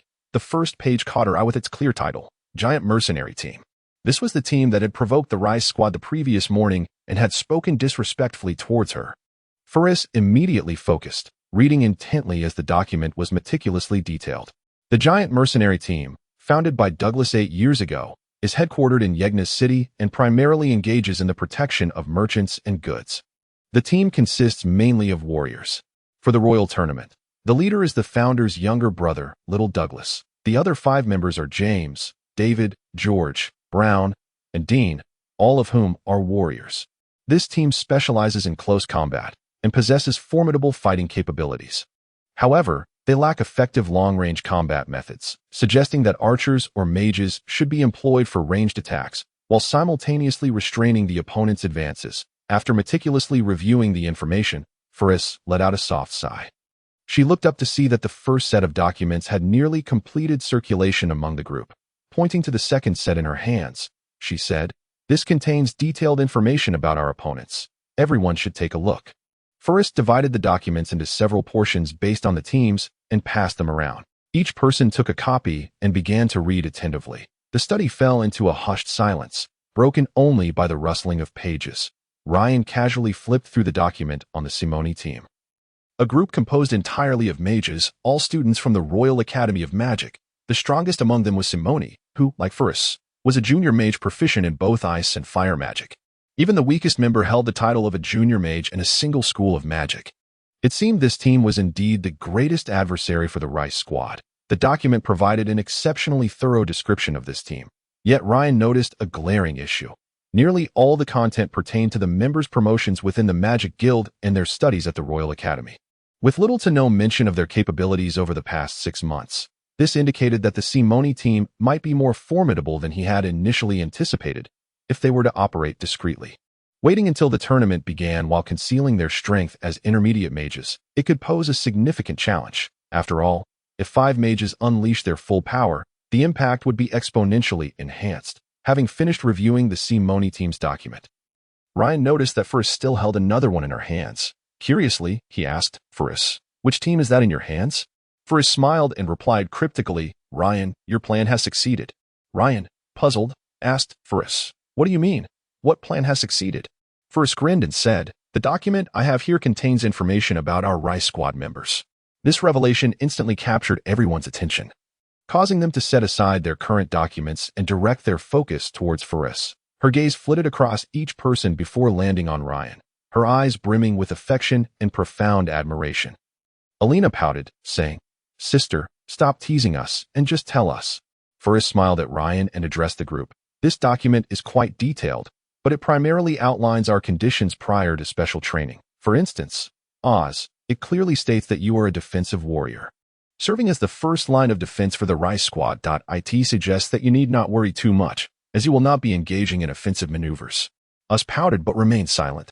Ferris continued, "As for my sister, it mentions that you are a rogue skilled in throwing knives, advising that you should distract the person holding Oz while simultaneously drawing attention to yourself, thereby allowing for a combined assault against either me or Red." Alina, feeling slighted, exclaimed, "So I'm only good for half a person's worth?" Red chimed in to tease Alina, saying, "Well, it's not all bad. At least your throwing knives can intimidate others, even if they rarely hit the mark." Ferris, ever the defender of her sister, countered Red. "Oh, Red, you shouldn't throw stones. It states here that you only know 5 protective spells. As long as someone interrupts your casting, your close combat abilities are hardly worth considering." Red, emulating Ryan, shrugged his shoulders and remarked, "Of course, I sincerely hope such a scenario unfolds that I shall make it known that even priests possess a fierce disposition." Alina, unable to contain her impatience for Ferris to speak one by one, rose and took a few steps to Ferris's side, then squeezed onto the same chair, reciting loudly, "Ferris, a novice mage proficient in both fire and ice magic, specializes in fireball spells, primarily focusing on the fire element. With ice magic serving as a supplementary tool. It is advisable to prioritize protective fire magic when confronting foes, as her ice spells are limited to a singular ice arrow. Moreover, this individual departed from the Imperial capital half a year ago and subsequently formed the Rice Squad upon her return. The composition of the team appears quite reasonable, with substantial potential for development. However, due to the brief period of team integration, it is presumed there may be areas of dissonance, perhaps presenting an opportunity." Beret Revis gently set down the documents he had been perusing, a smile gracing his lips. He had just reviewed the information concerning Ferris. The details from half a year ago matched closely with his usual findings, while the more recent accounts of her adventures were notably comprehensive. From the kidnapping incident in Bis City, it was evident that Ferris's greatest issue remained unresolved. After casting a certain number of spells, she would become significantly weakened, unlike himself who possessed Wrath of the Thunder God, which effectively mitigated the depletion of magical energy, thus elegantly resolving the issue of a mage's fatigue. Chapter 85. The night before, Beret Revis picked up another document, this one detailing Ryan, another mage within the Rice Squad. According to the records, Ferris had discovered this apprentice mage in Alpha City, and together they had ventured to Elmadar City to undertake an adventure. Thus, this youth named Ryan was likely intended as a contingency for Ferris to address her dwindling magical powers. However, during the testing conducted by the Mage Guild in Alpha City, this Ryan could not even perform a simple illumination spell, suggesting his abilities were rather limited, or perhaps Ferris was simply at a loss for alternatives. After all, the most exceptional young mages in the entire Imperial capital were enrolled in the Royal Academy of Magic, and the geniuses within the academy were already within his grasp, excluding Ferris. The future of the Empire's master mages rested firmly in his hands. If he could marry Ferris, the future of the Empire would undoubtedly belong to him. It was said that before the passing of Fernando I, he had once told his son, Fernando II, "The future of the Empire lies in the accumulation of mages. Humanity lacks the resilience of dwarves, the sharpness of elves, and even the might of orcs. The reason the Empire has reached its current state relies entirely on the discipline of the human army and the support of mages. Discipline is not the exclusive trait of any particular race. Rather, other humanoid races have yet to recognize its profound strength. When the armies of our human adversaries undergo rigorous training one day, humanity will have no choice but to rely on the quantity and quality of its mages for protection. Remember, although the Empire was founded upon knights, the future of the Empire belongs to mages. The mere thought of potentially controlling the future of the Empire ignited a fervent passion within Beret Revis's heart. His gaze brimmed with expectation as he looked ahead, seemingly envisioning the realization of his dreams. Let this royal tournament be the first step toward the fulfillment of my aspirations, and you, for us, shall be the stepping stone to my success. 2 days later, on the eve of the competition, the members of the Rice squad gathered as usual in Friss's study. Ryan took a large gulp of water, cleared his throat, and addressed the group. Tomorrow marks the inaugural match for our Rice squad. After nearly 3 months of specialized training, I trust everyone is eager to unleash all that we have learned upon this giant, in retribution for the verbal insults he hurled at us days ago. However, as the captain of the Rice squad, I must consider more. This afternoon, I conferred with Friss regarding our strategy for tomorrow's battle. At this point, Ryan paused, shifting his gaze to Friss seated beside him. Signaling her to elaborate, Friss flashed a charming smile at Ryan before addressing everyone. Let us not be so solemn. We have vanquished a lich, so why fear a mere giant titan? Her jest elicited laughter from the group. Indeed, the legendary titan was far less formidable than the undead legions of 2 centuries past. Friss successfully lightened the atmosphere, casting a glance at Ryan, realizing that the suggestion made by her beloved earlier that afternoon had proven beneficial in alleviating the pre-competition tension. Once the laughter subsided, Friss continued, Tomorrow, our opponent is a mercenary group known for their prowess as giants. They primarily consist of warriors, excelling in close combat. Thus, our strategy will involve using magic to thwart their assaults, and then picking them off one by one. With 6 members in our squad, some may inevitably be sidelined, and I hope everyone can understand. Red chimed in. Certainly, I would prefer not to participate, as I relish the idea of a leisurely day. Friss shot Red an exasperated glance and continued. Given that we are facing warriors tomorrow, after discussions with Ryan, we believe it would be best for Alina to serve as a substitute. What do you think, sister? Alina, having already been briefed by Friss on this matter, replied, I have no objections. In a battle against warriors, a rogue unaccustomed to direct combat is indeed of limited utility. Friss nodded. Our plan is to utilize my fireball spells to divide the enemy, while Ryan will only employ magic missiles to demonstrate his status as an apprentice mage. Red, you will enhance Oz and Alindo with magic, allowing them to flank one of the enemy members. Once we successfully take one down, we will gain the advantage in numbers. Ryan added, the key to this battle is not merely securing victory, but rather conserving our strength as much as possible. Therefore, without jeopardizing our chances of winning, I suggest we refrain from using my other spells, Alindo's transformation, and the results of your special training, Red and Friss. Does anyone have any questions? Oz lazily stretched and then asked slowly, Ryan, didn't you suggest that our opponents hire more priests? How do you plan to deal with them? Ryan glanced at Friss before responding solemnly to Oz. I do not favor ostentation, but that does not mean I will stand idly by while my comrades are bullied. Tomorrow, Red will enhance you and Alindo with magic, and you are to strike fiercely. Friss has stated that as long as we do not kill them, it is not deemed a foul play. We will fight until they concede. By the way, Red, if we manage to control the situation, it might be prudent for you to provide some healing to the opponents, lest they faint from the blows. Red gaped in astonishment at Ryan, internally exclaiming, I always thought you were such a simple fellow. When did you become so ruthless? Could it be the power of love? Alas, poor opponents, perhaps you should all indulge in some bad food tonight. At least that would only entail a few days of discomfort rather than being bedridden and unable to rise. Ryan leaned back against a tree in the garden, tilting his head to gaze at the starry sky. The stars shone just as brightly as they had in Foggy Town. Was he now far from home in the imperial capital? Why did the positions of the stars remain unchanged?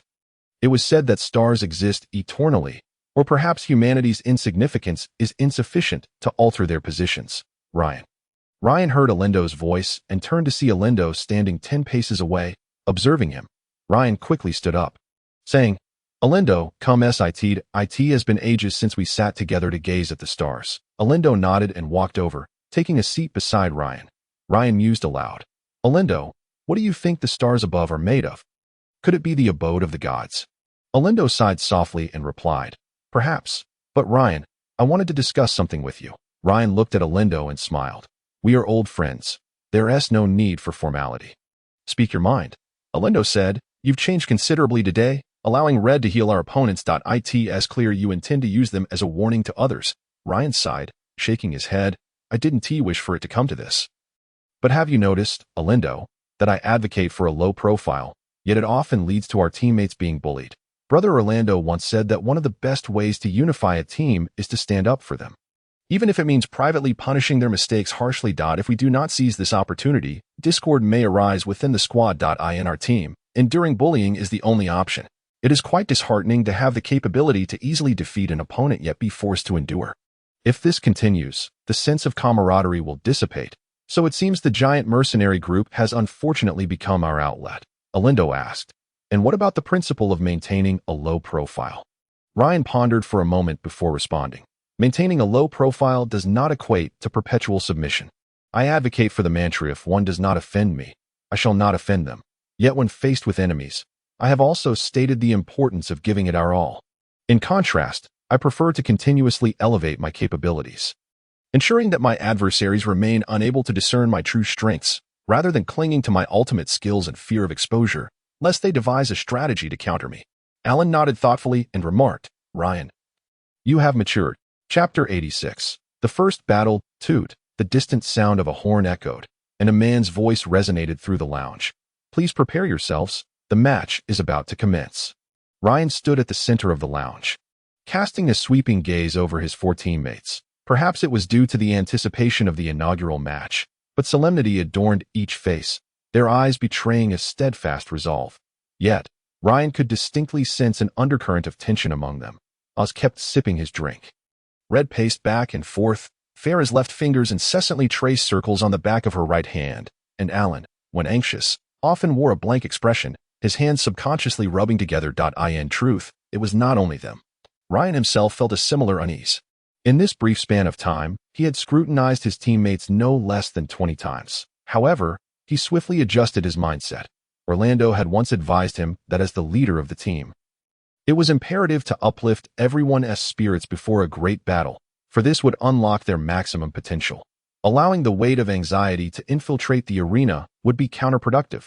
Hence, Ryan emulated the exhortative style of a holy knight, raising his voice to rally his teammates. This is our first match, and we shall make our opponents aware of our prowess. Upon hearing Ryan's words, everyone instinctively ceased their fidgeting and focused intently on him. Oz, Alan, Red, Farah, Ryan, with each name he called. The corresponding comrade promptly stood at attention. Once Ryan had named all 5, they formed a tight circle. Ryan extended his right hand into the air, and his teammates followed suit, joining their hands together. He continued to inspire their morale. We 5 shall unite as one entity, determined to impart a lesson to those who dare to underestimate us. In unison, they echoed Ryan's rallying cry, kill. Ryan's efforts bore fruit. The tension dissipated entirely, replaced by a boundless fighting spirit. Each individual stood tall, brimming with anticipation as they awaited the opening of the protective barrier, as if ready to topple their adversaries at any moment.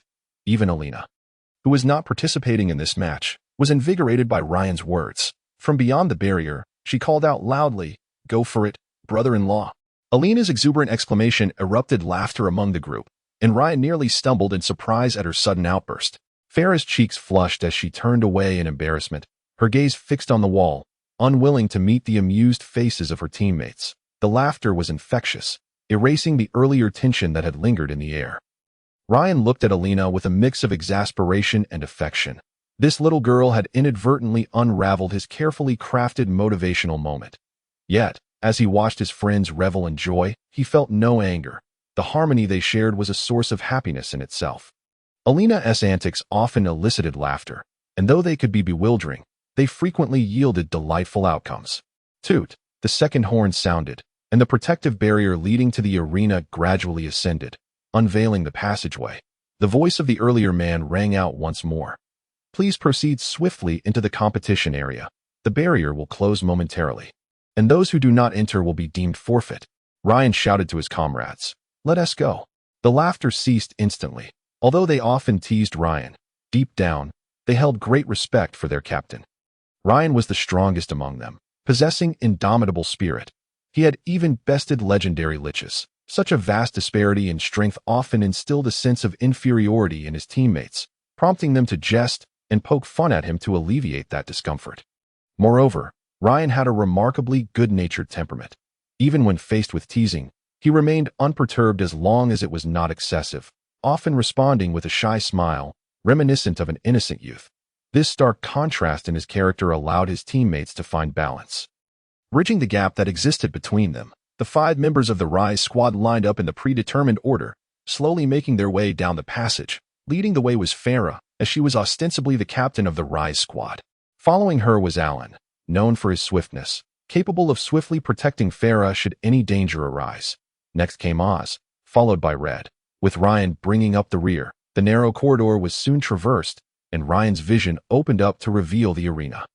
Where a magical barrier shimmered with a kaleidoscope of colors, a protective shield against magical attacks, reputedly utilized in the Emperor's palace for security, approximately 50 yards away, the members of the giant mercenary corps stood. The burly leader at the forefront, clad in heavy armor.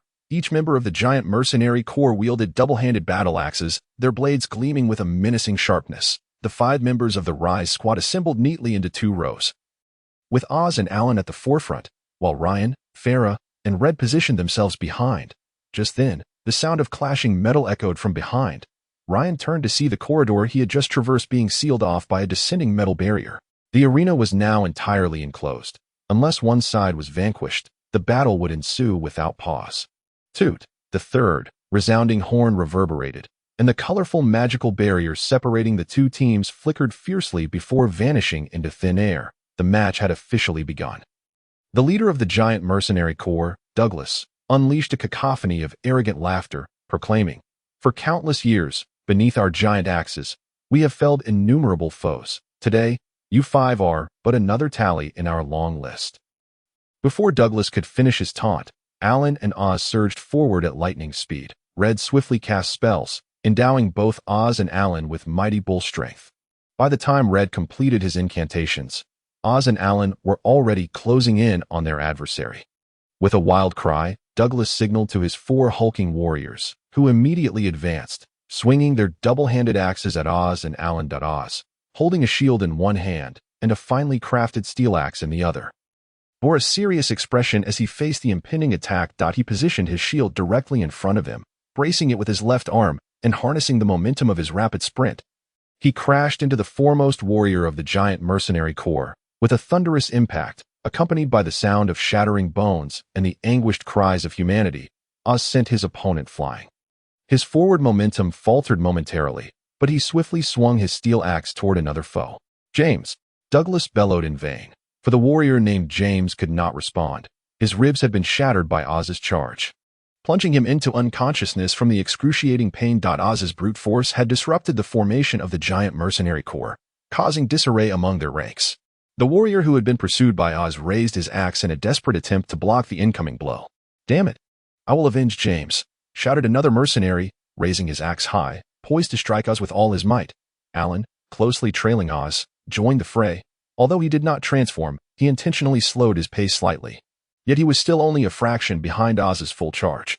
Witnessing Oz's successful strike, Alan let out a battle cry, aiming his steel claws at the eyes of the mercenary who had vowed vengeance for his fallen comrade. Alan's attack was swift, far outpacing the mercenary's reaction. Just as the avenging warrior swung his axe, he saw a flash of white light before him. Though he had some experience, he realized too late that Alan's weapon was already upon him, while his own axe remained raised. Acting on instinct, the mercenary abandoned his weapon and rolled to the side, narrowly evading Alan's assault. In this initial encounter, the Rise squad had engaged 2 members, while the giant mercenary corps had lost 1 warrior to unconsciousness and forced another to retreat.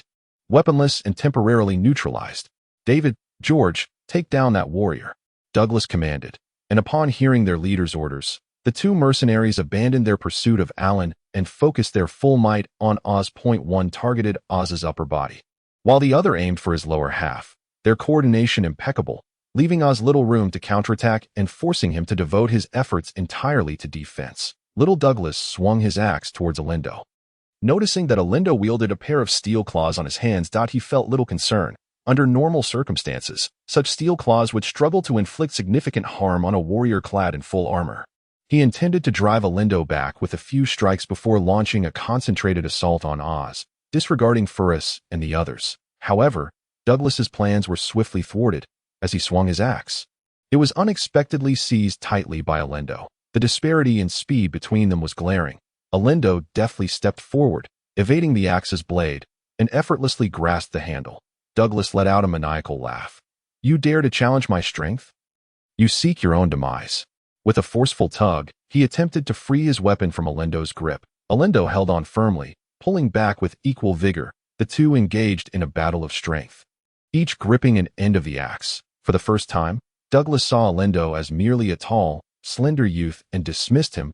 He exerted half his strength in an attempt to reclaim his weapon, yet found himself unable to budge it on the second attempt. He summoned most of his strength, while Alindo deliberately loosened his grip, allowing Douglas to believe that the youth's might was limited.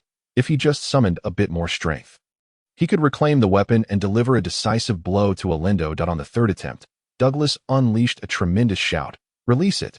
In tandem with his cry, he poured every ounce of his strength into yanking the axe back. This time, Alindo did not resist. He merely held the axe handle lightly as Douglas exerted himself. Alindo suddenly released his grip. Caught off guard, Douglas found his strength depleted, the sudden absence of resistance causing him to lose his balance and tumble backward.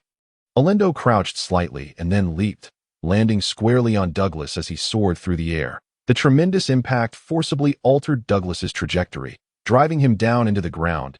He emitted a chilling scream that echoed with agony, sending shivers down the spines of his two companions, who were currently engaged in their assault on Oz. They hesitated, instinctively turning to their captain. Douglas Oz, of course, would not squander such a golden opportunity.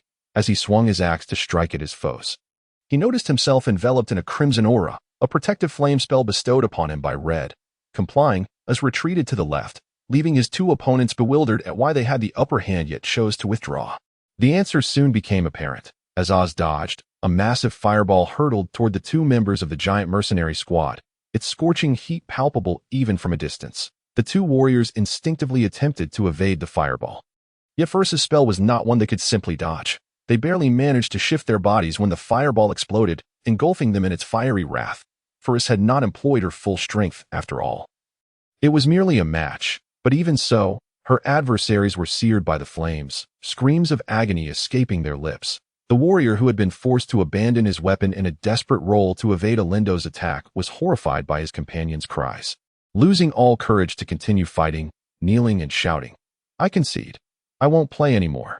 Alindo and Oz exchanged glances. The outcome of the match became undeniable. Douglas, who had spoken so boastfully, had crumbled in a single strike, leaving everyone disinterested. 5 white halos enveloped the members of the giant mercenary squad, and soon after, their forms began to shimmer and vanish. A man's voice resonated. "The match is over. The victors are the Resh squad." Chapter 87. Spectators with the proclamation. The Resh squad emerged victorious. The team members strolled out of the royal arena, where Alina had been eagerly awaiting them. She shouted excitedly to her teammates, "That was amazing. We won."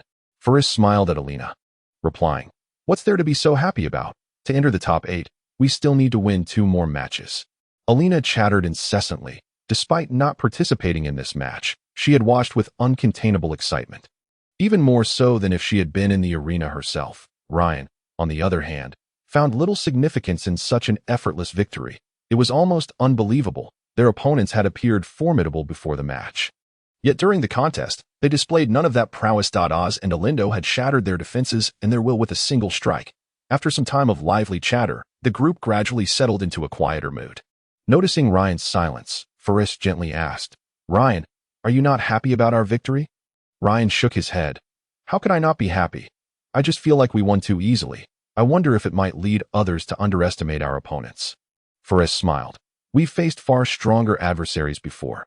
Do you think a simple victory would make us arrogant?" Ryan returned her smile. "I suppose not. I might be overthinking it." Furus playfully asked, "Shall we head back?" Ryan glanced at the arena, murmuring to himself, "How about watching the matches of our opponents?" Furus beamed at him. "That's exactly what I was thinking." The other members of the Resh squad naturally had no objections. So they turned back toward the royal arena, this time taking their seats in the audience. The experience of observing the matches from above was entirely different from being in the fray. Ryan gazed down at the empty arena, feeling a curious sensation he could not quite articulate. There were not many spectators today. Ryan counted a few thousand at most. He recalled that each spectator had paid 10 gold coins to enter. With this thought, he sighed, reflecting on how everything seemed to demand money. Sitting next to him, Frisch chuckled. "What's the matter? Are you distressed about the cost?" Ryan quickly shook his head. "No, not at all." Just then, Red leaned in, addressing Ryan and Faris. "Ryan, do you think we should place a bet?" Before Ryan could respond, Faris scolded Red. "No." Ryan, puzzled, asked, "What kind of bet?" Faris waved Red away and explained to Ryan. "It's a wager on the outcomes of the matches. People privately offer odds on each contest, and the squad that ultimately claims victory. However, this practice is forbidden by the Empire, though it is impossible to completely eradicate due to the sheer number of participating nobles." Ryan inquired, "Aren't we worried about our competitors cheating?" Faris lamented, "Such incidents have occurred in the past.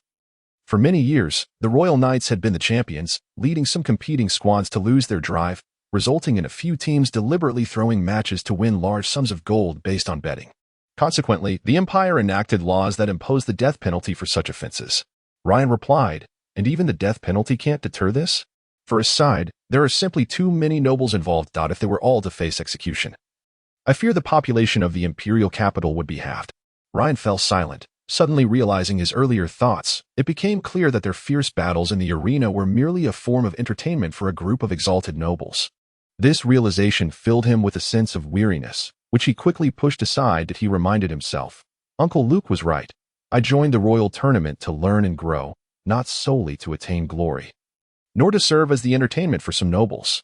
Understanding his sentiment, Faris secretly grasped Ryan's hand, offering him an encouraging smile. The support from his beloved lifted Ryan's spirits, and he returned her a grateful smile. To have met a group of friends during his coming-of-age trial and found his other half, what more could he wish for? As for victory, it merely served as a delightful embellishment to his mood. The horns signaling the entrance of the competitors blared, announcing the arrival of both teams into the circular arena. A woman's voice echoed from outside. "In this match, the Glirasbiho squad faces off against the Goldcrest family squad." Ryan and Faris nestled together, their eyes fixed on the two squads below. Faris quietly explained, "The Goldcrest is a symbol of a nation from 200 years ago, but after being vanquished by the Undead Legion, its descendants joined Fernando's army, eventually acquiring vast lands to become lords. However, over the years, they have splintered into many small lords, with only the direct descendants of the original Goldcrest dynasty still using this emblem." Ryan nodded and said, "The team from the House of Golden Flowers consists of 2 warriors, along with 1 priest, 1 mage, and 1 rogue each. As for their opponents, the team from the Emerald Fire," Faris interjected, "that would be the Gree Emerald Fire." Gree is a city in the Empire, located near the territory of the House of Golden Flowers.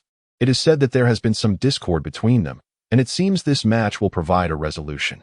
Ryan praised Faris, saying, "You are remarkably knowledgeable." Faris smiled but remained silent, thinking to herself, "My studies in noble etiquette alongside my magical training have not been in vain. The tome on heraldry alone consumed a full year of my life." Ryan gestured towards the Gree Emerald Fire team within the arena, noting, "Fani, observe that the Emerald Fire team has 1 warrior, 1 priest, and 1 mage, but 2 rogues. This may prove to be quite challenging." Following Ryan's gaze, Faris involuntarily remarked, "The outcome is already evident that it is exceedingly unlikely for the Gree Emerald Fire to emerge victorious." Ryan turned to Faris and quietly asked, "Fani, are you so certain?" Faris offered Ryan a confident smile and explained, "Not to mention that the equipment of the House of Golden Flowers members is evidently superior to that of their opponents. Merely having 2 rogues on the Gree Emerald Fire side puts them at a significant disadvantage." Chapter 88. The Golden Flowers versus the Gree Emerald Fire. Ryan inquired, "Is it because the direct confrontation is unfavorable?"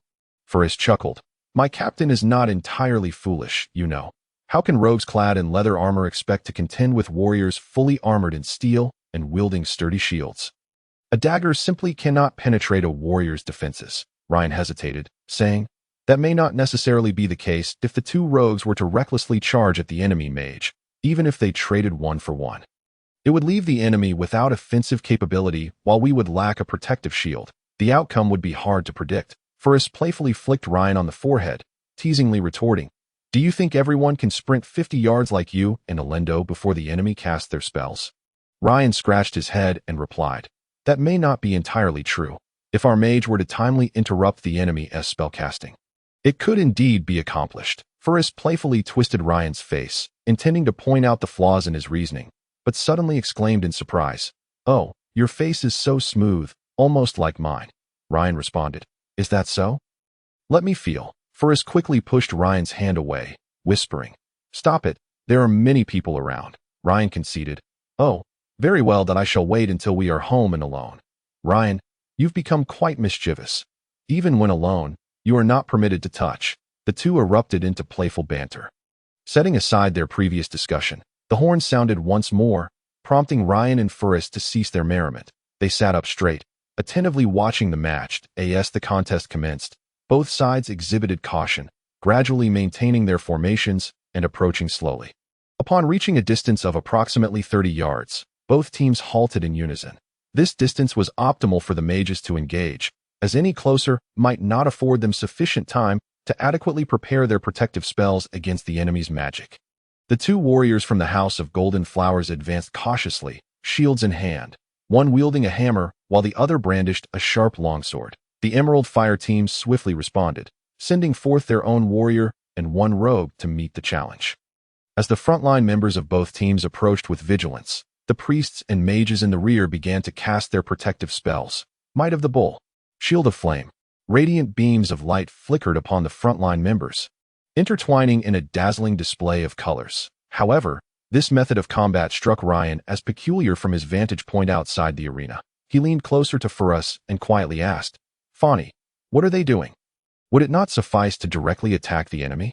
Furus gently turned her head towards Ryan, whispering, "Their strategy relies on the warriors as the main force, while the mages primarily act like priests, casting protective spells and suppressing the enemy's spellcasting." Ryan nodded slightly, indicating his understanding.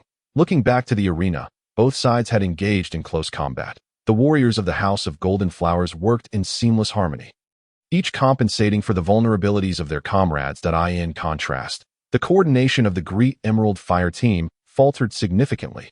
The rogue, clad in leather armor, was too fearful to allow the enemy's weapons to make contact, resorting instead to agile evasion and parrying with his own weapon. Nevertheless, the warrior of the Emerald Fire team, armored in steel, fought valiantly, his massive sword slicing through the air with a sharp whoosh. Soon, the battle had evolved into a direct confrontation between the two warriors of the House of Golden Flowers and the Great Emerald Fire warrior, while the rogue attempted to disrupt from the side. However, his dagger struggled to inflict any meaningful damage, thereby tilting the odds increasingly in favor of the House of Golden Flowers. Observing this, Ryan shook his head. It appeared that Furus's assertion held true. In direct combat, rogues found it exceedingly difficult to contend with fully armored warriors. The situation grew dire for the Emerald Fire team. Their mage grew anxious and abruptly abandoned his surveillance of the enemy mage. Hastily invoking the spell for Lightning Bolt, the priest of the House of Golden Flowers quickly discerned the impending spell and promptly bestowed a protective lightning enchantment upon his comrade, almost simultaneously. Both sides completed their incantations that a bolt of lightning struck the warrior of the House of Golden Flowers, who, having just received the protective spell, glimmered with a blue aura and emerged unscathed, seizing the opportunity presented by the opposing mage's hasty assault. The mage from the House of Golden Flowers initiated his spellcasting.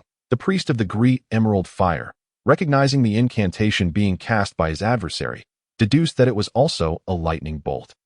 Without delay, he rushed to shield his frontline companions with protective magic. However, the mage from the House of Golden Flowers targeted the rogue of the Great Emerald Fire lurking in the rear, who was caught entirely off guard. The bolt struck him squarely in the chest, leaving him paralyzed as his consciousness faded. The priest of the Great Emerald Fire was taken aback, realizing that without their mage's control, the enemy's mage could now cast spells without concern. That he hurriedly attempted to awaken his fallen comrade, but was suddenly struck by a sharp pain in the back of his head, turning in desperation. He found the rogue from the House of Golden Flowers grinning triumphantly behind him. The priest fell to the ground, dazed and unwillingly succumbing to unconsciousness. Meanwhile, the mage from the House of Golden Flowers cast a true sight, revealing the rogue from the Green Emerald Fire, who had stealthily approached within 10 yards. Startled, the rogue drew his dagger, intent on a desperate counterattack, but the prepared priest of the House of Golden Flowers swiftly bestowed a divine shield upon his mage ally. Completely neutralizing the rogue's assault, the mage then effortlessly unleashed a lightning bolt, incapacitating the rogue who had attempted the ambush. At this point, the outcome was unmistakably clear. One side had lost 3 combatants, while the other stood intact. The match lost all suspense as the remaining 2 members of the Green Emerald Fire team, bereft of their comrade support, fell to the overwhelming superiority of numbers and were ultimately rendered unconscious one by one. The match concluded with the House of Golden Flowers emerging victorious.